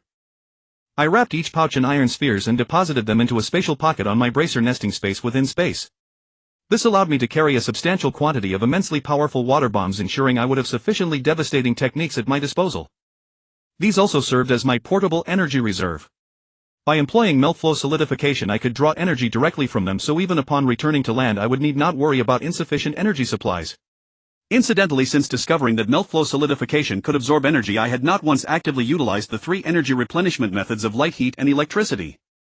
Could those 3 abilities be somewhat superfluous? Should I consider discarding them? After some thought, I decided to retain them. After all, each additional energy replenishment method represented another safety net.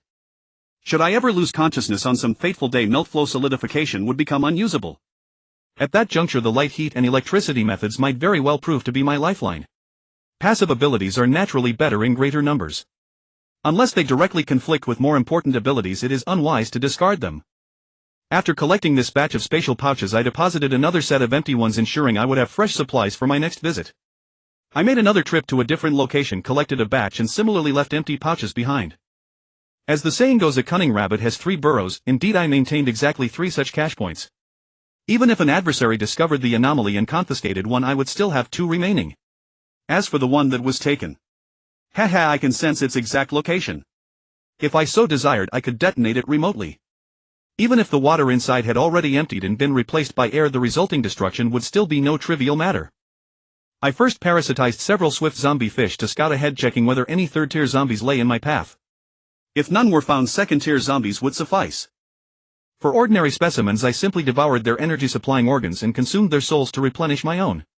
Since ordinary zombies could not augment my ability genes, I had no scruples about consuming them freely. For special variants, I preserved their energy-supplying organs intact and devoured only the majority of their souls, reserving them for future cultivation into block-shaped energy components, ensuring their ability genes would not go to waste. After all, I was not fighting alone. So many women depended on my care, and I had to consider their futures. After patrolling for roughly half an hour, the zombie fish ahead finally detected a 3rd-tier zombie. Its terrifying pressure caused them to tremble visibly. Judging from the aura alone, it was undoubtedly a 3rd-tier specimen. I did not reveal myself directly. Instead, I suppressed my own pressure and dispatched a Shadow Guardian to probe the situation cautiously. I intended to attempt an assassination strike first, for I was not at my peak currently. If the assassination succeeded, it would save me considerable effort. Recent heavy formatting issues have given us greater motivation to produce faster updates. Kindly tap to exit reading mode. Thank you. Moreover, assassination is a form of strength. Mastering such techniques greatly aids one's growth and might even allow one to hunt down far more powerful opponents. So I had the Shadow Guard creep over, using the shifting light and shadow of the seabed to conceal itself as it advanced. The Shadow Guard had a temperature, and the more it moved, the higher its temperature rose, so it could still be seen by the zombie's visual field. Thus I had to exploit the temperature changes caused by light variations to hide the Shadow Guard's faint thermal signature. I also possessed zombie vision, so I could make the Shadow Guard mimic the dynamic temperature fluctuations, making it like a small ripple in a wave, hard to distinguish through zombie vision alone. Of course, if observed with the naked eye, one might notice that strange shadow. But I had the Shadow Guard circle behind it, staying in its blind spot while I maintained visual contact through a parasitic zombie fish. Such an inconspicuous fish would not provoke hostility. This 3rd-order zombie was quite amusing. It had a shark head and body, 4 fins on its sides, and a pair of legs at the tail. Whether they were human legs was uncertain, but they looked somewhat similar. If you said it could walk on land, I would certainly believe it. After all, it had 2 legs. But could it stand steadily on shore? Its body proportions were far too unbalanced. This fish but not fish, human but not human form would be slow not only on land but even in the sea. Its swimming style consisted of all four fins paddling together while its two legs alternated flapping behind. Its speed might still surpass a human's, perhaps even exceed that of an ordinary fish given the physique of a third-order zombie. But such a body structure would never be advantageous in the sea. Eons of evolution had proven that a fish's body was more suited to the ocean. One couldn't expect every zombie to combine genes perfectly. Look at this abomination. What kind of creature was it? Perhaps it was formidable before reaching third order, but after advancing this bizarre body would cripple half its potential. At least physically it posed no great threat, the only question was what kind of ability it possessed. But before my shadow guard could approach, I saw it suddenly open its mouth and extend a long tongue which was lined with teeth, another mouth in fact covered with teeth, latching onto a zombie fish over 20 meters away, swiftly dragging it into its maw, chewing it into pulp and swallowing. Good heavens, it even had a frog-like hunting skill. It could drag prey several times its body length into its mouth. But what use was that for a third-order zombie? Brother, you're a third-order zombie. Could extending your tongue to bite pose a threat to peers? Aren't you afraid it might get torn off? Against a second-order zombie this trick might work. But for a third-order zombie, biting directly would be more effective. Just look at the survival status of frogs. They can only bully creatures much smaller than themselves, and the best they can do is swallow a snake, and even that's not guaranteed. However, this move gave me an idea. It seemed not picky about food. So I had a zombie fish come over, placed a thumb-sized iron ball space bubble into its mouth and made it swim around in front of the third-order zombie. Though the zombie fish was terrified of the third-order zombie, under my forced command it still approached. Sure enough, the third-order zombie unhesitatingly shot out its tongue, dragged it in and quickly chewed it up. I waited a moment for it to swallow. The mouth was close to the brain, but with many bones in the way I feared it might not cause enough damage. So the next second after it swallowed, I suddenly detonated the space bubble.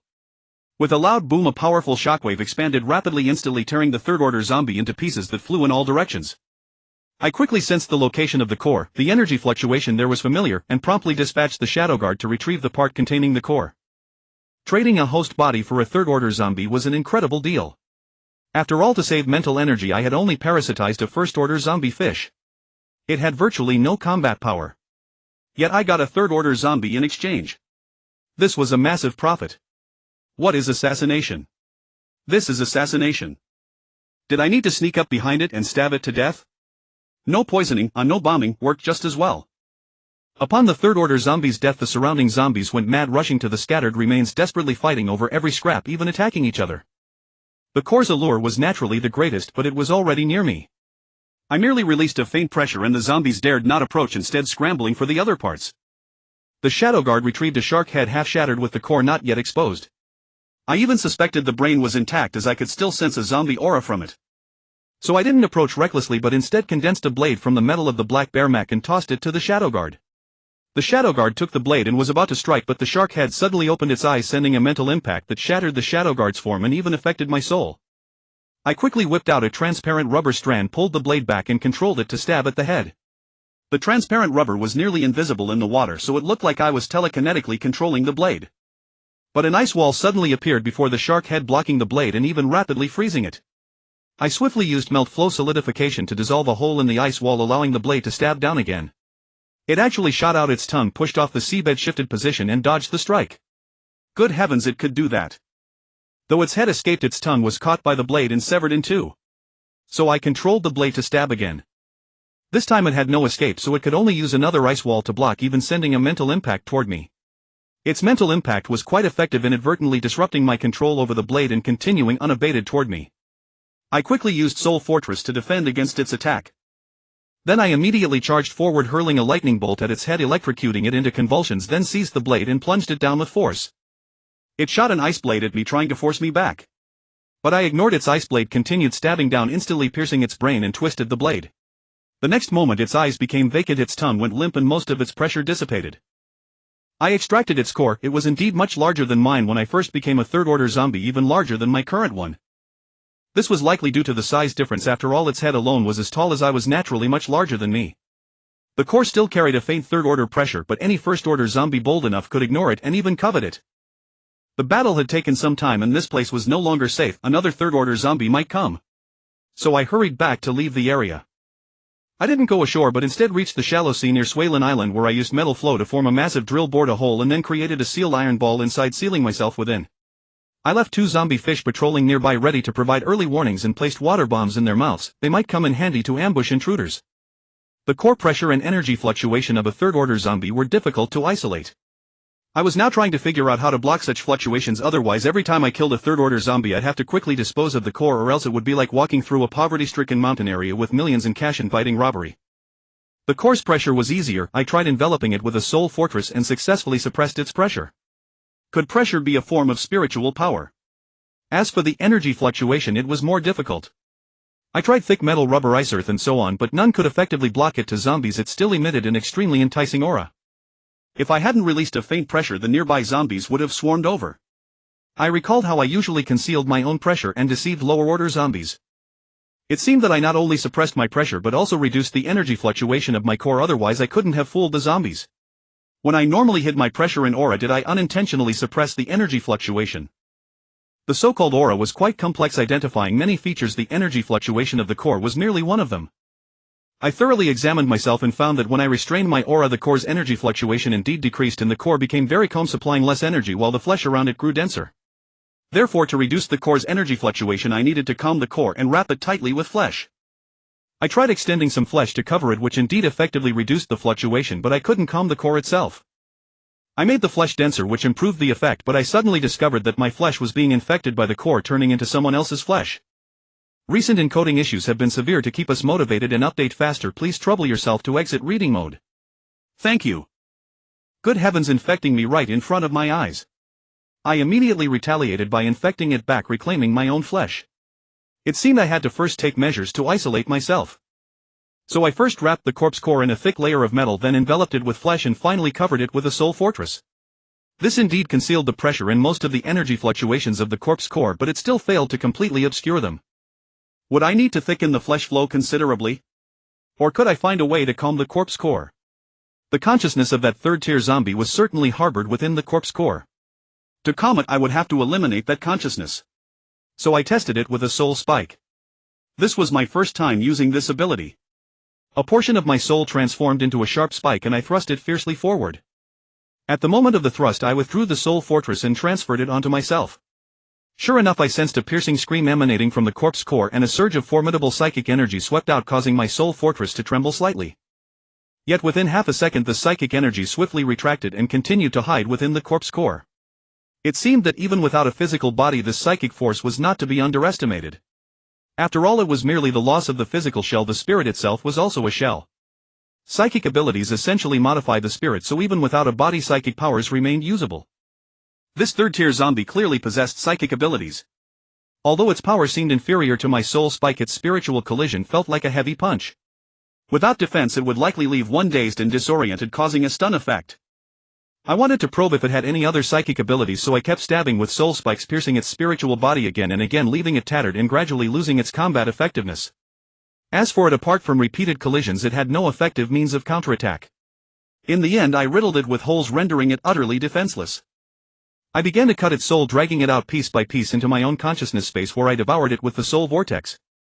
Indeed, my soul was instantly replenished by a massive surge, leaving me feeling invigorated as if injected with a stimulant. However, the digestion speed was somewhat slow. The soul vortex merely ground away bit by bit, and even with the addition of Thunder Spirit forging, the pace remained unsatisfactory. So I attempted to incorporate soul spikes into the soul vortex, not just one spike but a multitude of fine spikes moving in unison with the vortex. Hey, the effect was indeed much better. The soul vortex now had a shredding property, simultaneously grinding and piercing. Large chunks were quickly broken into smaller pieces, which were then more easily ground into powder for me to digest and convert into my own psychic energy. This was absolutely brilliant. I had initially thought the soul spike was a rather mediocre ability, but with this application I had improved the digestion speed of souls by more than a little.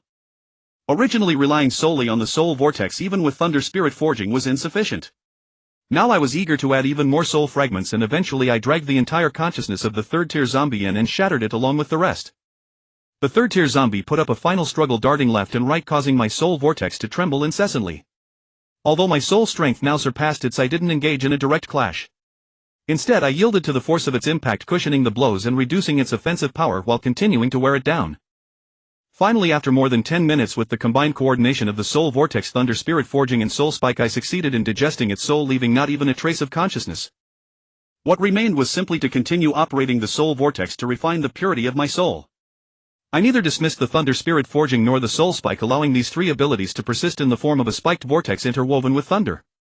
Since it was within my consciousness space, there was virtually no consumption, and due to the thunder spirit forging it would only grow stronger over time. I took another look at the corpse core and found that it had calmed down. However, I sensed that the corpse core was gradually losing its activity. So I immediately employed subbody parasitism, implanting a sliver of consciousness into it to see if I could maintain its vitality. If not, I would have to devour it at once. Fortunately, the subbody successfully parasitized the core and the corpse core continued to retain its activity. I commanded the subbody to calm the corpse core, then wrapped it in an iron sphere, covered it with a flesh ball and shrouded it with the soul fortress. Finally, I could no longer sense the presence of a corpse core there. This preservation method was quite troublesome. I wondered if I could find a more convenient means of preservation, otherwise maintaining the soul fortress constantly would consume a considerable amount of psychic energy. Moreover, the soul fortress itself emitted my spiritual pressure, which undoubtedly signaled to others that there is no silver here, but at the same time it also indicated that this was claimed property. Still, at least I had a preservation method now, so it wasn't a complete loss. I could explore other preservation techniques later. For now, I should first test the hardness of the corpse core to see if it could be made into section corpse cores, allowing the ability genes within to be reused. But after a series of tests I was quite dissatisfied.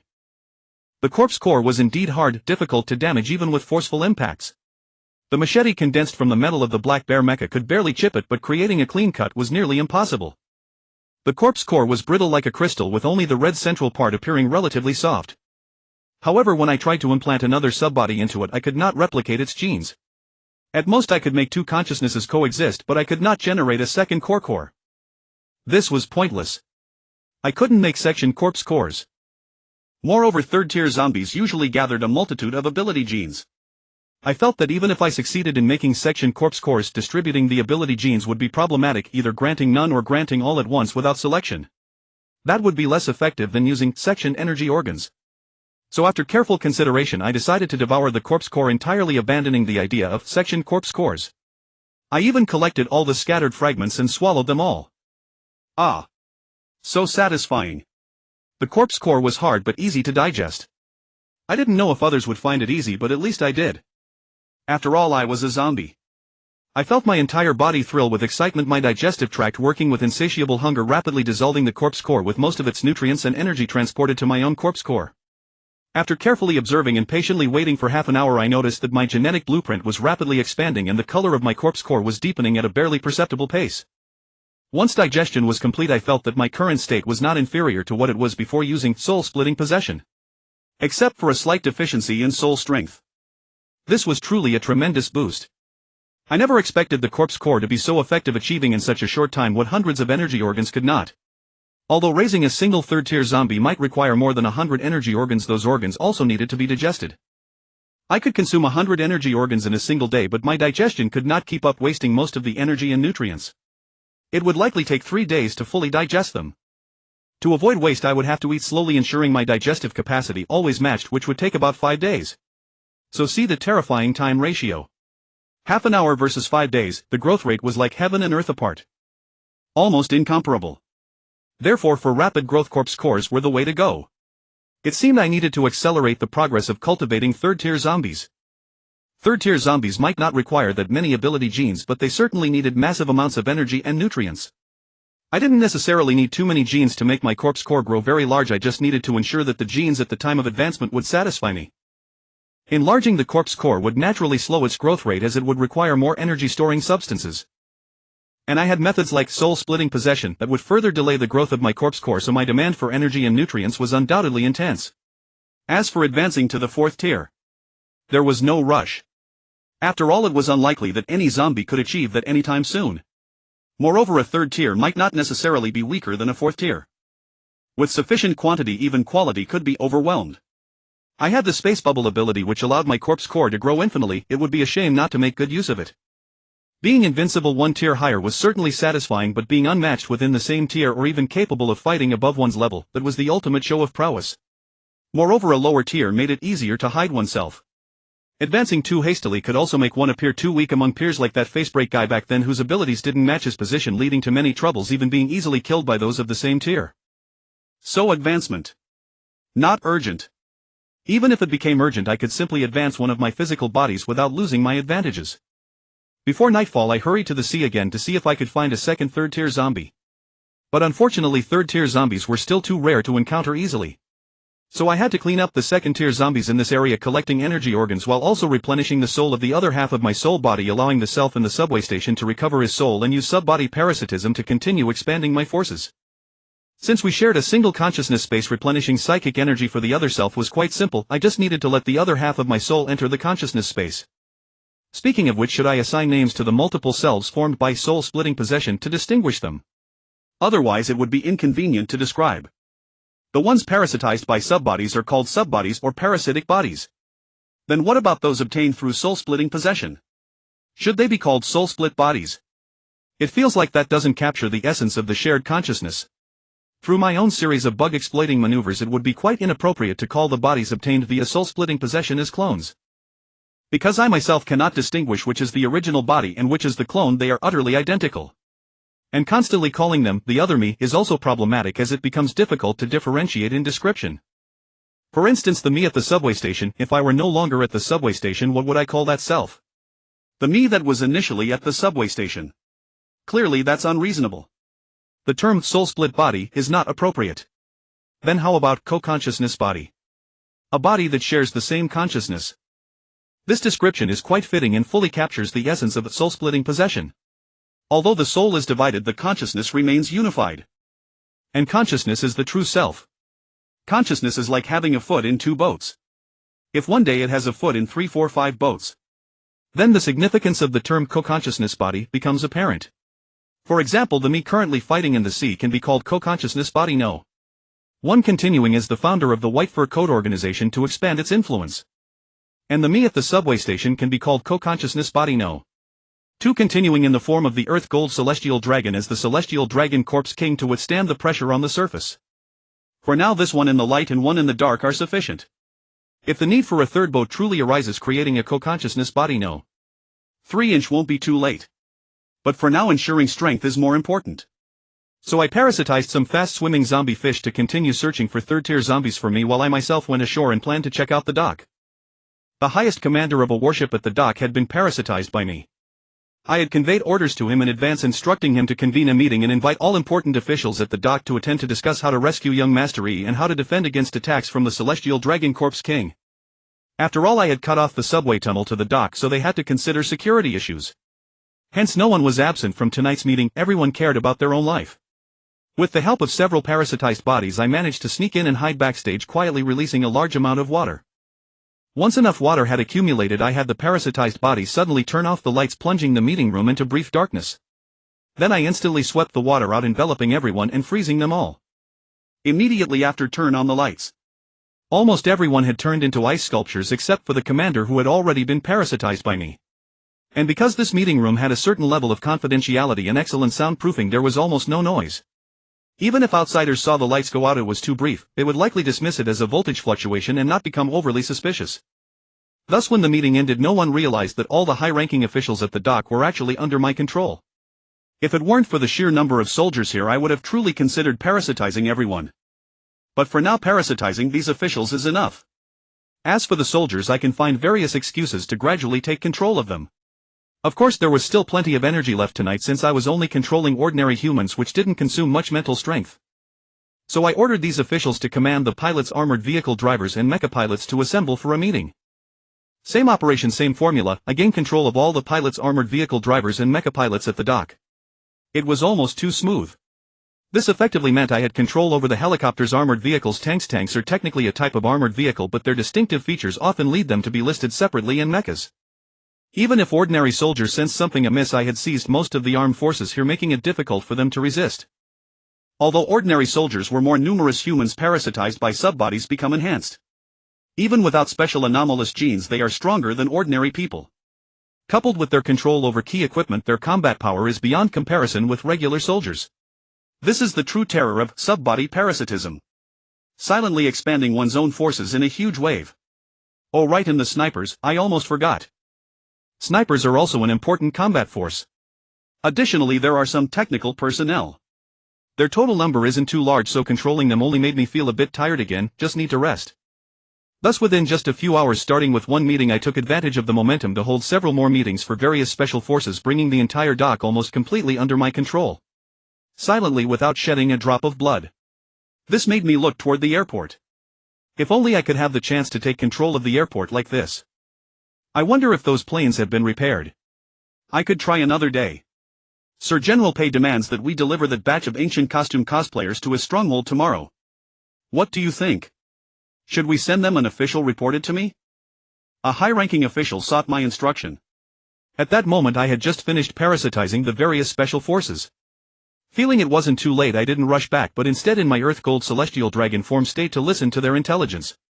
Ancient costume cosplayers. Yes, a group of beauties in ancient costumes, only 10 of them. They were selected from the entire southeastern region, each one meticulously chosen top-tier beauties. Originally invited to perform at the Suilin Island Opera House, they became trapped there after the zombie outbreak. Originally young Master Yi also wanted these beauties, but Yi Qingqing, Fu Mingyuan and Hua Qingling were more important to him. So, this group of cosplayers became the ones General Pei specifically demanded. What kind of person is this General Pei?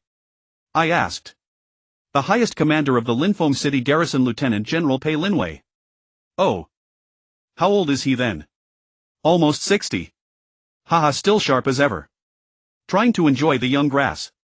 Bring these cosplayers to me for a look. Yes. So after a while 10 beauties dressed in ancient costumes walked in. Indeed, each was a heavenly beauty, the kind that could captivate anyone who laid eyes on them. However, upon closer inspection I noticed that they all wore heavy makeup and their figures varied greatly, some were excellent, some were poor, very uneven. At this moment I was using my original form to avoid frightening them and to prevent the news of the Celestial Dragon Corp's king being here from leaking out. However, I still covered my face with a mask to avoid trouble. All of you leave. I'll examine them. Yes, sir. I ordered the officials to leave, leaving only this group of cosplayers before me, trembling with fear. Then I examined each of them one by one. As for what I was checking, of course, whether they were intact and clean. After all, being in the cosplayer scene, it's hard to stay clean. Especially the more famous ones, the harder it is to remain pure. Of course, being not intact doesn't necessarily mean unclean, but I couldn't determine someone's cleanliness through inspection or questioning. So it was best to simply pick out the intact ones, at least they were likely clean. After going through them I was quite disappointed, only 2 remained intact. In fact, during the examination I used a water stream to remove their makeup. Half of them were unwatchable after makeup removal and half had some fake body parts. Only 4 of them could be considered truly stunning beauties. Fortunately, those 2 intact ones were among them and they appeared quite young and cute. Not bad, this probability was already quite good, like hitting the jackpot. In my heart I was actually prepared for not liking any of them. After all, many famous cosplayers only look good in photos, plenty of them are disappointing in person, nothing unusual. These cosplayers achieving such stunning beauty through makeup alone was rare, at least it wasn't digital beautification and they could hold their own. After the examination most of the women were blushing and some even wiped away tears. However, there were also those who winked and struck seductive poses. Good grief, they didn't even check if they still had makeup on, those seductive looks were truly disgusting. You come here. I pointed at the 2 intact ones just now. At that moment they were wiping tears and upon hearing my words they were so frightened that they knelt down directly. Sir, please spare us. Please. Please don't hurt me, I beg you. How do you know I'm not going to spare you? I asked. Ah. They both were stunned. Get up. Girls who know how to cherish themselves will be cherished by others. You are lucky, at least you seem worth cherishing for now. Come over here or you'll face a different fate. The 2 girls exchanged glances but didn't dare hesitate and quickly stood by my side. You, what talents do you have? I pointed at the other 2 stunning beauties. I can only dress up and look good. I don't have any skills. One of them answered. I was slightly speechless. Weren't you supposed to perform at a show? No talent is acceptable. We just need to show our faces, that's enough. No talent needed. Fine. Indeed, their faces were their greatest talent, no more was needed. And you? I asked the other. I can play the pipa but not very well. Then practice more. From now on the 2 of you, one playing one dancing, shall perform for me. Yes. Yes. The rest of you. Leave. Originally, if there were no comparison, they weren't ugly. There were plenty more attractive than Sui Qing. But originally they looked beautiful with makeup, after removing it I couldn't bear the sight. So no matter how good they seemed, I felt deeply disappointed. It really affected my mood. Sir, if you need. The one who had winked earlier tried to plead. But I said coldly, get out. She didn't dare to linger and quickly left. Summoning the high-ranking officials once more, I instructed, from now on the two on my left shall serve as my maids and be treated well, the two on the right shall be trained as dancers, find a female dance instructor to teach them and treat them well too. Yes, my lord. The officials quickly nodded. As for the matter of sending beauties tomorrow, find 4 more women to fill the slots. I will personally deliver them and go see General Pay myself. Yes. By the way, do you have a comfort prison here? Yes, my lord. Find a reason to suspend its operation and also stop all the services provided to you. Yes. All right, dismissed. Yes. After arranging for those 4 women, I hurried back to the base. As soon as I returned, I saw Hua Qingling running around wildly, even greeting me with a hey. I was taken aback. Get back here. Who allowed you to run around? The second in command, she turned back. The second in command. Yeah. She said if I stick with her she'll let me pet a tie. A dog sold you out. What else? At least she has a dog I can pet. What can you do? You. Me. She paused as if realizing something and looked at me with annoyance. I have nothing for you to pet, but I can do it the other way around. She kicked at me in irritation. Pervert. I dodged easily. Or we can skip the reversal. Go away. She turned and left her flip-flops going pitter-patter, looking quite cute. Hey, don't leave the base area. Whom you think I don't know this is the Qingsheng Hotel? I recognized it at a glance. Do you think I've never been here before? I casually dispatched a shadow guard to lurk in her shadow to prevent any sneaky moves. But after watching for a while I found she really was just going to pet the dog. And Chu Nuwa even allowed her to ride it. They were having a great time together. Seriously, isn't it just a dog? Is it that fun? Though I wanted to give it a rub too, it seemed. Watching them play was even more pleasing to the eye. Wow, not just one, even the 4 huskies joined in. 2 beautiful girls nestled among a pile of fluff. How could I not be envious? Not envious of the dogs, I'm envious of the people. Every one of Chu Nua's dogs was well developed with fluffy, well-groomed fur, bathed daily and kept spotless. And now those huskies had grown huge, almost human-sized, truly the best pillows ever. Even a tie could serve as a sofa, letting them lie on top. I couldn't imagine how comfortable that must be. After playing for a while they fell asleep on a tie's body with the 4 huskies acting as blankets. Really, weren't they afraid of being suffocated?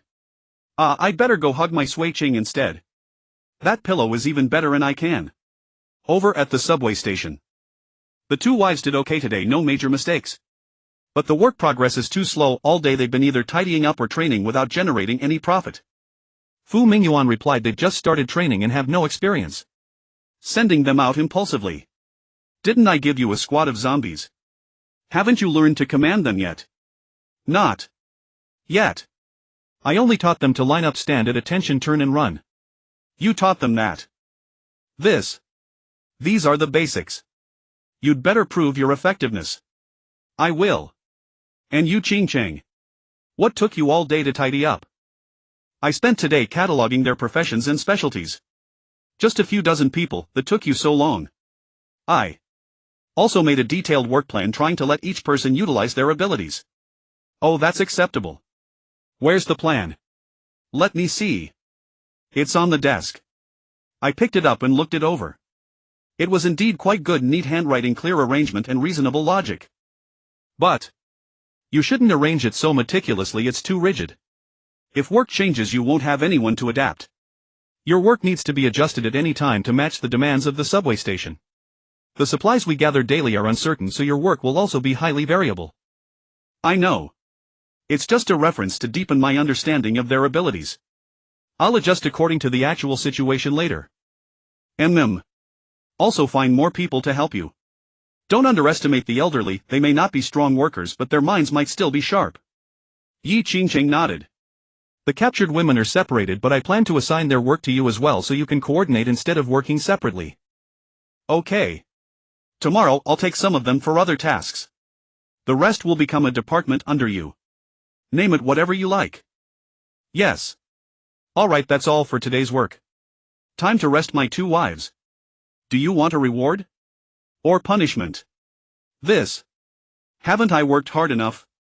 Why still? Yi Qingcheng looked like she was about to cry. So you want neither? Right. Then just wait aside or you can rest first. Fu Mingyuan, what about you?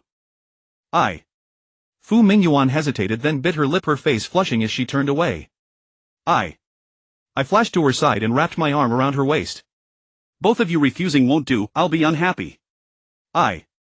Default as punishment because you didn't perform well today. Do you want to default? No.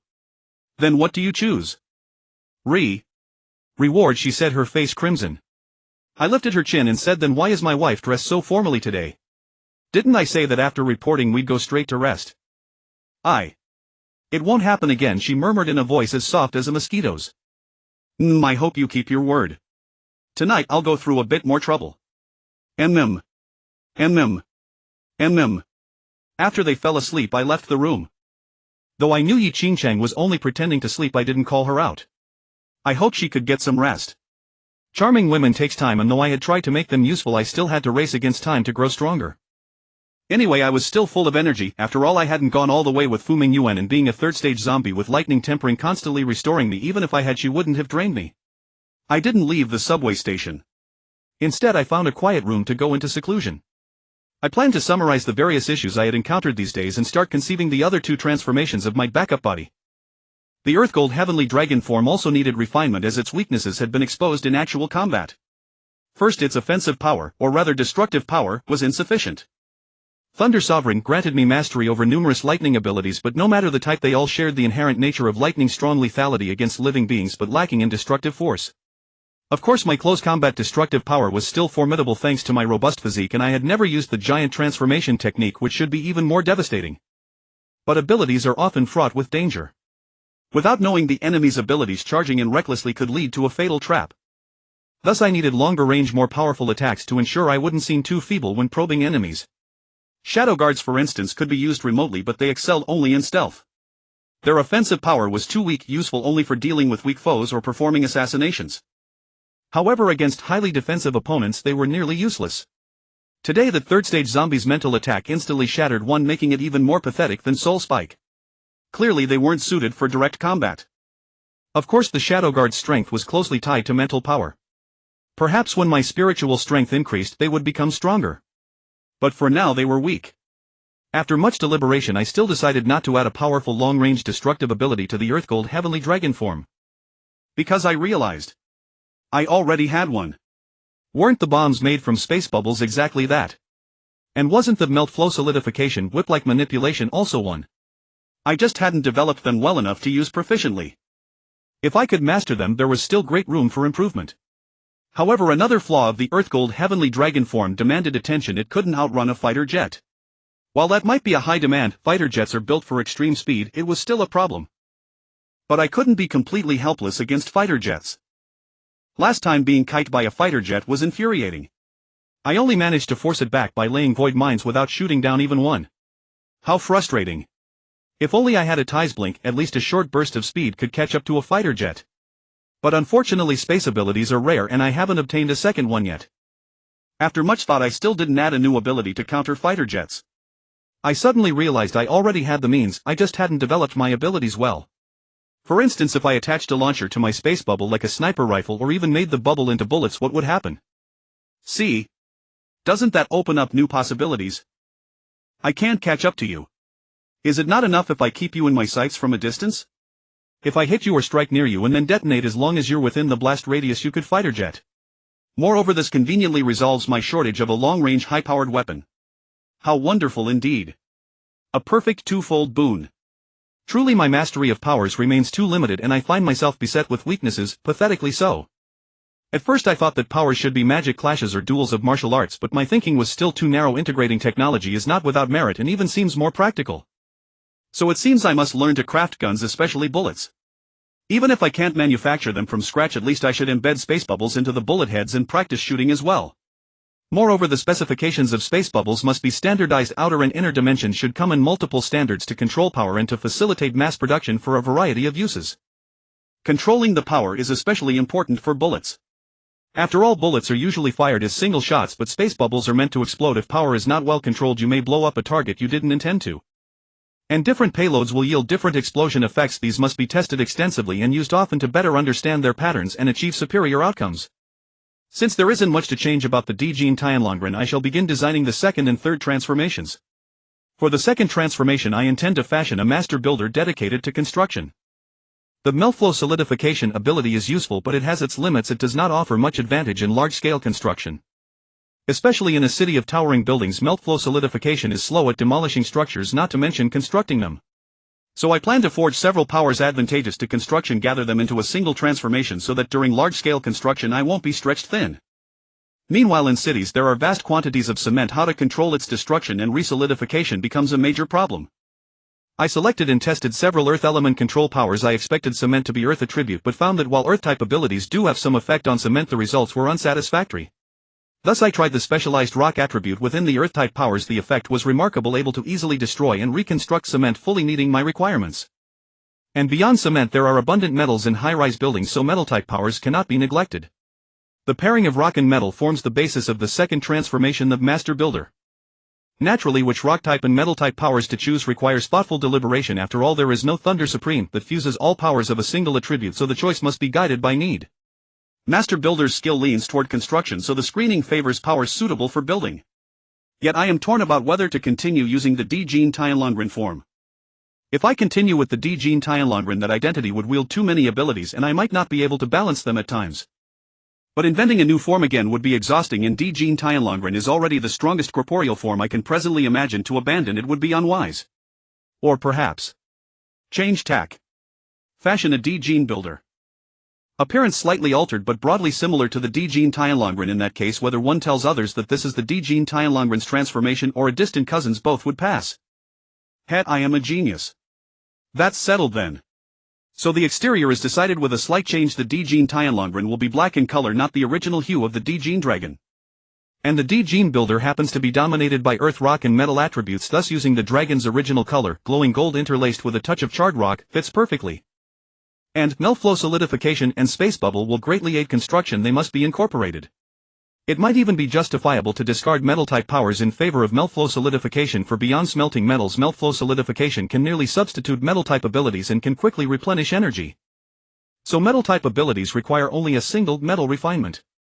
Yet when I surveyed all my powers for a better substitute, I discovered I actually possessed an ability called elemental extraction. Good heavens, with this metal-type powers are utterly obsolete. When did I obtain this ability? Could it have come from the corpse core of that tier 3 zombie? Otherwise I wouldn't recall it at all. After all, I often mark many abilities with the so-called segmented energy organs, so I would certainly have memory. With this ability, not only can the D-Gene Builder use it, the D-Gene Tianlongren would require it as well. Usually the D-Gene Tianlongren travels gathering materials with little good method for separating mixtures. Now with this power, where could one fail to extract pure substances? This elemental extraction can't yet extract atoms from molecules, but if the substance is already an element, it can be extracted, and molecular scale pure substances can be easily extracted. Even elements aligned with metal, wood, water, fire, earth, thunder, wind, light and darkness can be extracted. This is the true meaning of the elemental in its name, elemental extraction. This is truly extraordinary. This is nothing short of a god-tier ability. It seems tailor-made for meltflow solidification. Heaven help me, how did I not know I possessed such an outrageous power? This would have been usable by my true form before advancement. Alas, now it can only be used in the transformed state. It will only be usable by the true body upon advancing to the 4th stage. Moreover, elemental extraction not only made the metal-type powers obsolete but also trimmed some earth-rock powers, greatly saving my ability slots. And that last remaining earth-type power seems unnecessary to warrant a separate transformation. Now the D-Gene Tianlongren transformation and the D-Gene Builder transformation are nearly identical, save for one extra, Thunder Supreme. To carve out a separate transformation for a mere earth-type ability would be wasteful. It would be better to simply graft it onto the D-Gene Tianlongren. So after much thought, the D-Gene Builder plan ended up a dead end. It would be better to simply optimize the D-Gene Tianlongren. So I added the new power elemental extraction to the D-Gene Tianlongren and then appended 2 earth-type powers to test them out. Good heavens, elemental extraction can actually extract cement. My goodness. A single floor cement dissolved into powder, bricks likewise turned to powder, while the metals inside liquefied into fluids and flowed before me. That's utterly insane. It's even crazier than meltflow solidification. Then I can prune another earth-type power. The final earth-type power turns out to be a shaping ability, capable of shaping earth to the form I desire. So I search for an ability that could optimize it. Ultimately I truly found an ability named mold shaping. Its function is simple: forge a mold from energy place materials inside, compress and solidify, and finally sculpt the form you desire. Excellent. Mass production is secured. I had fretted over how to mass-produce gun bullets. This is precisely what I needed. With elemental extraction and mold shaping, what need remain for metal-type or earth-type powers? Adding these two suffices. So I had intended to craft a second and a third transformation for myself. Now it has instead become about enhancing the D-Gene Tianlongren with new abilities. Then my third transformation, no, now perhaps the second transformation. Do I still need to conceive it? I had planned to equip the third transformation with healing powers, something like a D-Gene healer.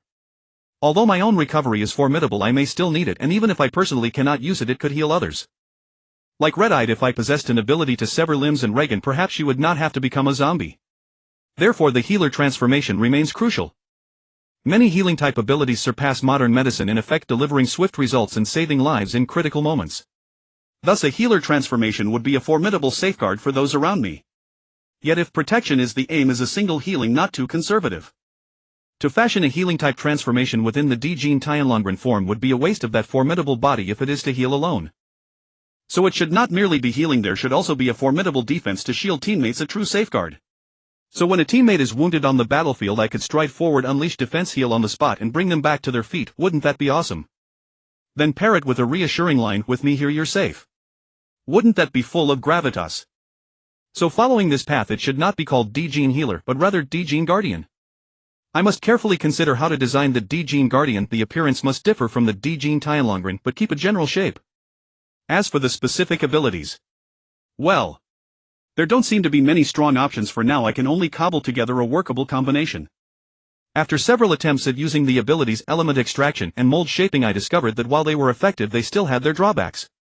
First, element extraction consumed a significant amount of energy when destroying terrain, as it separated all the components within. The more meticulous the separation, the greater the energy expenditure. Thus, to conserve energy, one should use it at the coarsest level of separation, which would yield better destructive effects. For instance, when digging a tunnel and aiming for rapid excavation, one need only separate soil from rock. Unfortunately, this ability is called extraction, so separation is mandatory. This is the minimal degree of separation. This yields the fastest tunneling speed. When demolishing a skyscraper, it is best not to pulverize cement and bricks into dust. Breaking them into chunks is sufficient to save a great deal of energy. Of course, if cement is needed, it must be reduced to powder. I even discovered the optimal demolition method, extracting only the cement. This would yield pure cement, while the bricks, gravel and rebar would become loose due to the absence of cement, yet the bricks remained intact and the rebar almost untouched. Then, using melt flow solidification, I would recover the rebar, leaving a pile of intact bricks along with a heap of miscellaneous indoor items. I then tried pouring cement into a brick-shaped mold created by mold shaping, activating the ability to compress it continuously while adding more raw material until it solidified into a solid block of cement. I tapped it. The hardness was passable, but it felt much looser than stone. Was it insufficiently compressed? So I compressed another block, this time adding more cement powder, resulting in a very heavy brick. Testing it again, it was indeed much harder. Striking the two bricks together, the looser one shattered while the latter only suffered minor damage. It seemed that the quality of the product from mold shaping was directly related to the degree of compression. I attempted to create a mold for a mo Dao, pouring in large amounts of metal from the black bear mech, compressing it repeatedly with all my might. I felt I had exerted every ounce of strength, but the mo Dao turned red and gradually became fluid. I immediately used melt flow solidification to drain its energy, cool it, and then continued compressing. Finally, I reached a point where I could no longer fit any more metal. I even used ice on the mold surface to cool it, yet compression was still impossible, so I stopped. I slowly released the energy mold's grip on the mo Dao, careful not to do it too quickly to avoid a sudden drop in pressure that might cause it to explode. Eventually, a mo Dao so heavy that even I found it cumbersome appeared in my hand. I let it hang vertically and its blade plunged halfway into the cement floor. Good heavens, a divine weapon. I took another piece of the same metal, forged it into an mo Dao, and struck them against each other. The newly forged blade was gouged deeply while the compressed one showed almost no damage. Keep in mind, this was metal from the black bear mech. Much tougher than ordinary metal multiple times over. And yet it was easily chipped, so would my compressed mo Dao be able to breach the black bear mech's defense? But even I found it somewhat strenuous to wield. It was no wonder it could break through the black bear mech's armor. What a pity, this mo Dao was too inconvenient to carry, otherwise it would absolutely dominate the battlefield. If I wanted to carry it forcibly, I would have to store it in a palm-sized spatial bubble, but then where to hang it would become a problem. Perhaps I could optimize the transformation again. combine a palm-sized spatial bubble with my body. But I already had a spatial bubble right in the center of my chest. Adding another one would leave no room and would greatly affect my appearance. What about carrying it on my back? Attach it behind me and bring it along. But that might affect my agility. Ah, such a dilemma. In the end it all came down to the inconvenience of spatial bubbles. If not for that I wouldn't have this trouble. No choice. Perhaps. Switch weapons. Switch to a weapon that is easier to carry. The Dao is still a heavy weapon among cold arms, too large. But if I choose a smaller one, what weapon should I use? The compression technique of mold shaping was best suited for creating heavy weapons, small and heavy. I ran through countless weapons in my mind, dismissing them one by one. Finally I thought a chain weapon might be better. A chain with a pointed head. I had some recollection of such a weapon, but I forgot its name. Never mind, I'll name it myself. Let's call it Long Chain Dart. Or simply Chain Dart. I remember I once loved a game called Castlevania, right? The protagonist used a chain weapon with a sharp tip capable of extending a very long chain covering a vast attack range. However, that weapon was actually a cross. The cross served as a hilt held in hand and the chain was thrown out, retracting back into the cross. That cross was cool, but for me it was impractical. Besides, having such a long chain stored in such a small cross hilt seemed unrealistic. Therefore I didn't need a hilt, just the chain and the dart head. The tail could also have a small pointed hammer, but it couldn't be too large. After meticulously tinkering for over an hour, a 3-meter-long long chain dart appeared in my hands. It was weighty, not much lighter than the Dao. As for the tail hammer, I added a bit of my own design during the process, creating a 4-way locking buckle. It resembled the buckle on a dog leash, but with a hook on each of the 4 directions, and the tail remained pointed. This allowed it to easily snap into the buckle from any direction, forming a closed loop. Since every link of the chain was integrally formed using the mold, it was seamless and unlikely to break under tension. Moreover, its strength was considerable, making it a divine weapon. And because it was slender, it could be easily stored in the largest spatial bubble on my wrist guard, making it very convenient to carry. Of course I didn't discard the Dao either. After all, I was still most skilled with it. Even if it was inconvenient to carry, I could still bring it along if I prepared in advance. I had also practiced with chain weapons. Though my technique was not profound, I could handle it decently. So I practiced a bit. With my current strength combined with the already astonishing weight of the chain dart, breaking through walls was effortless. But its destructive power was far inferior to the Dao, almost incomparable. However, the chain dart had one advantage: after I activated the mental control of melt flow solidification, it became incredibly flexible, like a long snake capable of long-range attacks. That was much better than the Dao, since with such a heavy Dao I doubted I could control it flexibly even if I threw it with rubber. But this chain dart was only 3 meters long. For long-range attacks, a mere 3 meters was far too short. Perhaps I could extend it or prepare an ultra-long backup chain. If I needed long-range attacks, I could attach the backup chain. Wouldn't that solve the problem? I'm a genius. Oh right, what was I originally trying to do? Ah yes, testing the practicality of element extraction and mold shaping in construction. So far, in terms of construction speed, it seemed inferior to the combination of earth and metal abilities, and it consumed more energy. But in terms of construction strength, it far surpassed the other two, so it still had significant advantages. Therefore I decided to incorporate element extraction and mold shaping into the transformation of Dijin Tianlongren, granting it the ability of a builder. After all, I had always felt this subway station wasn't safe enough, so stronger structures would better suit my needs.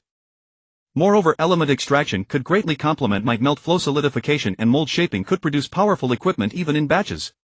The combination of these 3 abilities could greatly enhance my strength, and I felt there was still vast room for development, so I was very much looking forward to it. And mold shaping could store data like alternate body, but with a storage capacity far exceeding that of alternate body, with no specific limit, as long as I could store the corresponding data in my mind. Thus batch manufacturing was extremely simple: duplicate the same mold data and fill it with materials. I could even store the material data together with the mold data, naming, categorizing and managing them very conveniently. The next morning when I returned to the subway station, I found Yi Qingcheng and Fu Mingyuan already up and working. But Yi Qingcheng looked utterly exhausted, occasionally yawning and then forcing herself to stay alert. "What's wrong? Didn't sleep well last night?" I asked. "And no. Nothing." Her face flushed as she turned away. I lifted her chin, looked into her eyes and said, "From now on, sleep well and don't let it affect your work. Otherwise, if your performance is poor, you won't have the right to refuse." "Understood." "Good." I let her go and headed to the room where Hong Tong was having breakfast together. "Have you reflected properly?" I asked. "Yes. And do you know where you went wrong? Yes. Then tell me. I shouldn't have disobeyed you. Mum. I had to agree with her, so I asked again, what else? I shouldn't have been provoked by Sherlong. I should have remained calmer and more ruthless. Mum. And what else? Theirs. She looked as though she didn't know how to answer. That's enough. You just need to be obedient from now on. I didn't press further. Mum. I will be good, Sacred Lord. Good. Now eat quickly, I'll take you to establish the rebirth sanctuary shortly. Yes. Alright, you're not to see Sherlong these next couple of days. Why? A flicker of agitation crossed her features. Don't you realize how severely you struck yesterday? Recovery won't happen in a day or two. Oh.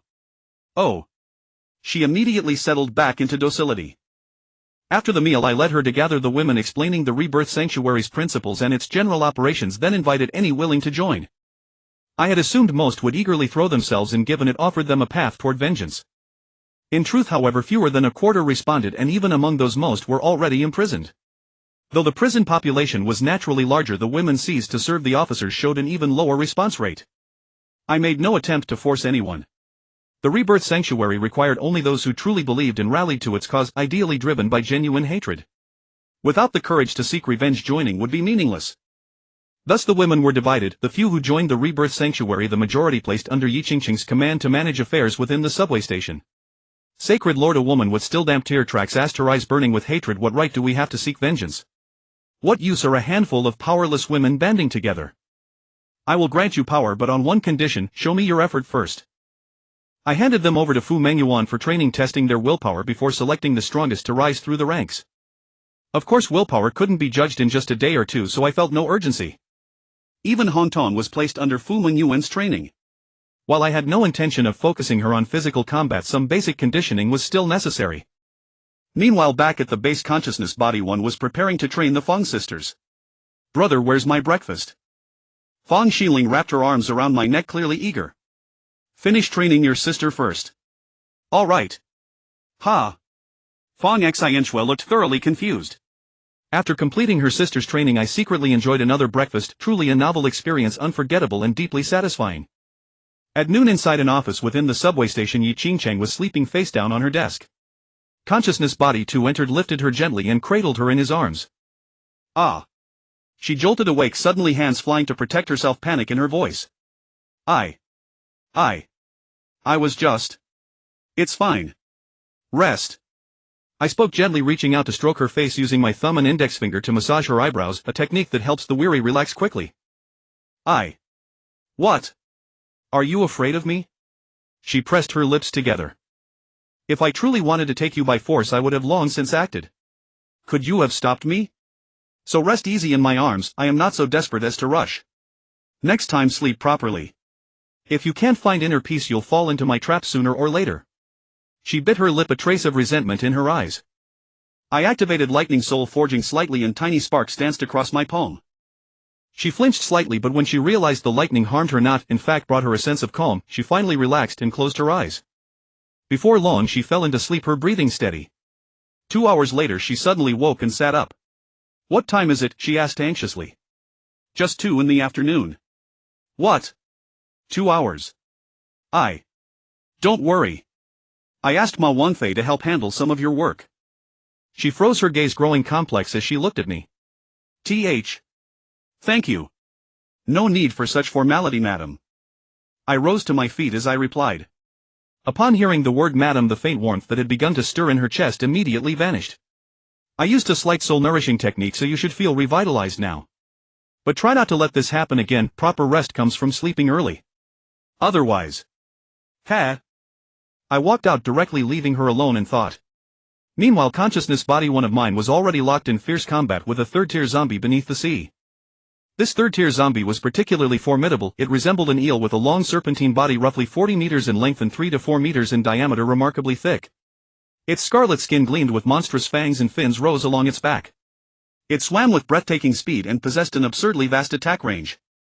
To hone my skills, I transformed into the earth gold heavenly dragon form, wielding a massive Mo Dao freshly forged. When its thick elongated tail struck, I had no time to dodge and instead became the blade itself meeting its attack head-on. With a thunderous crash I was sent flying, but the razor-sharp Mo carved a massive wound into its flesh. It shrieked in agony and unleashed a torrent of lightning that devastated the surrounding waters, electrocuting countless zombies too slow to escape. I felt no fear at all. Even as the Mo drew in the lightning, my scaled armor's resistance to electrical attacks was near impenetrable. I activated Thunder Tether, sending a strand of lightning like a rope to grapple its head, pulling myself forward at great speed. It lashed out with its tail again, trying to swipe me away. I engaged my thrusters, accelerating instantly to dodge the blow and close the distance. A jet of black breath erupted from its maw. Unsure of what ability this was, my instinct was to evade. But its reach was so enormous and I was too close. I was struck by the breath.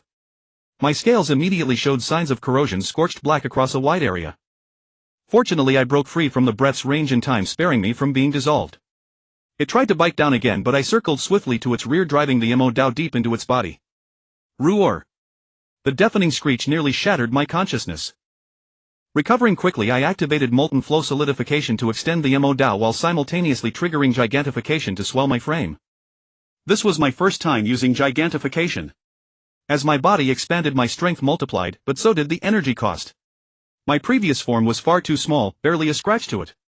Now standing roughly 10 meters tall, I fired my thrusters at full power, driving the Mo deeper still. Roar! Its tail whipped around, instantly attempting to crush me. I extended the Mo's tip into a cap-like shape, letting its tail strike down and drive the blade even deeper. As expected, its strength far exceeded mine. The blade sank in dramatically. It writhed in agony, trying to shake me off while its long tail coiled around, attempting to ensnare me. I dared not let this serpent-like creature wrap around me, for a being of its form that was undoubtedly its deadliest technique. I had no choice but to dodge, but as I did, I wrapped a stream of metal around its body and solidified it, binding the Mo firmly in place so it could not be removed. Seeing me pull away, it opened its maw and unleashed a jet of water that chased after me relentlessly, as if refusing to cease until it struck its mark. Great heavens, are you the Dragon King of Waters? I closed the distance rapidly, ensuring my flight speed outpaced its turning ability. It retracted the water column and its eyes flared crimson. Countless scarlet orbs materialized around it, homing in on me. What manner of ability was this? Regardless, I must not let it strike me. Though each orb tracked me, I countered with electric spheres, destroying them one by one. Then I deployed an electrical net behind me as a barrier and hurled a spatial bubble at close range. The spatial bubble contained compressed metal that expanded instantly upon release, generating a shockwave that dazed it. The shockwave also caused it to shift slightly, preventing a direct hit from the iron sphere. The sphere had been aimed at the Mo, but its deviation knocked the blade askew. Though not deeply embedded, the tilted Mo carved a massive gash across its body, drawing forth another piercing shriek. Exploiting its cry of pain, I tossed another ice-filled spatial bubble into its maw. It detonated instantly, tearing its jaws apart and staining the surrounding waters crimson. It charged at me frantically. I hastily froze the water before me to block, but it shattered on impact. I dodged aside while continuing to encase its head entirely in ice. It thrashed desperately, slamming into the seabed in an attempt to shatter the ice. But the soft ocean floor offered no leverage. I enlarged myself further, raised the metal sphere with both hands and smashed it down onto its tail. It howled in pain once more and immediately recoiled its tail, attempting to flee.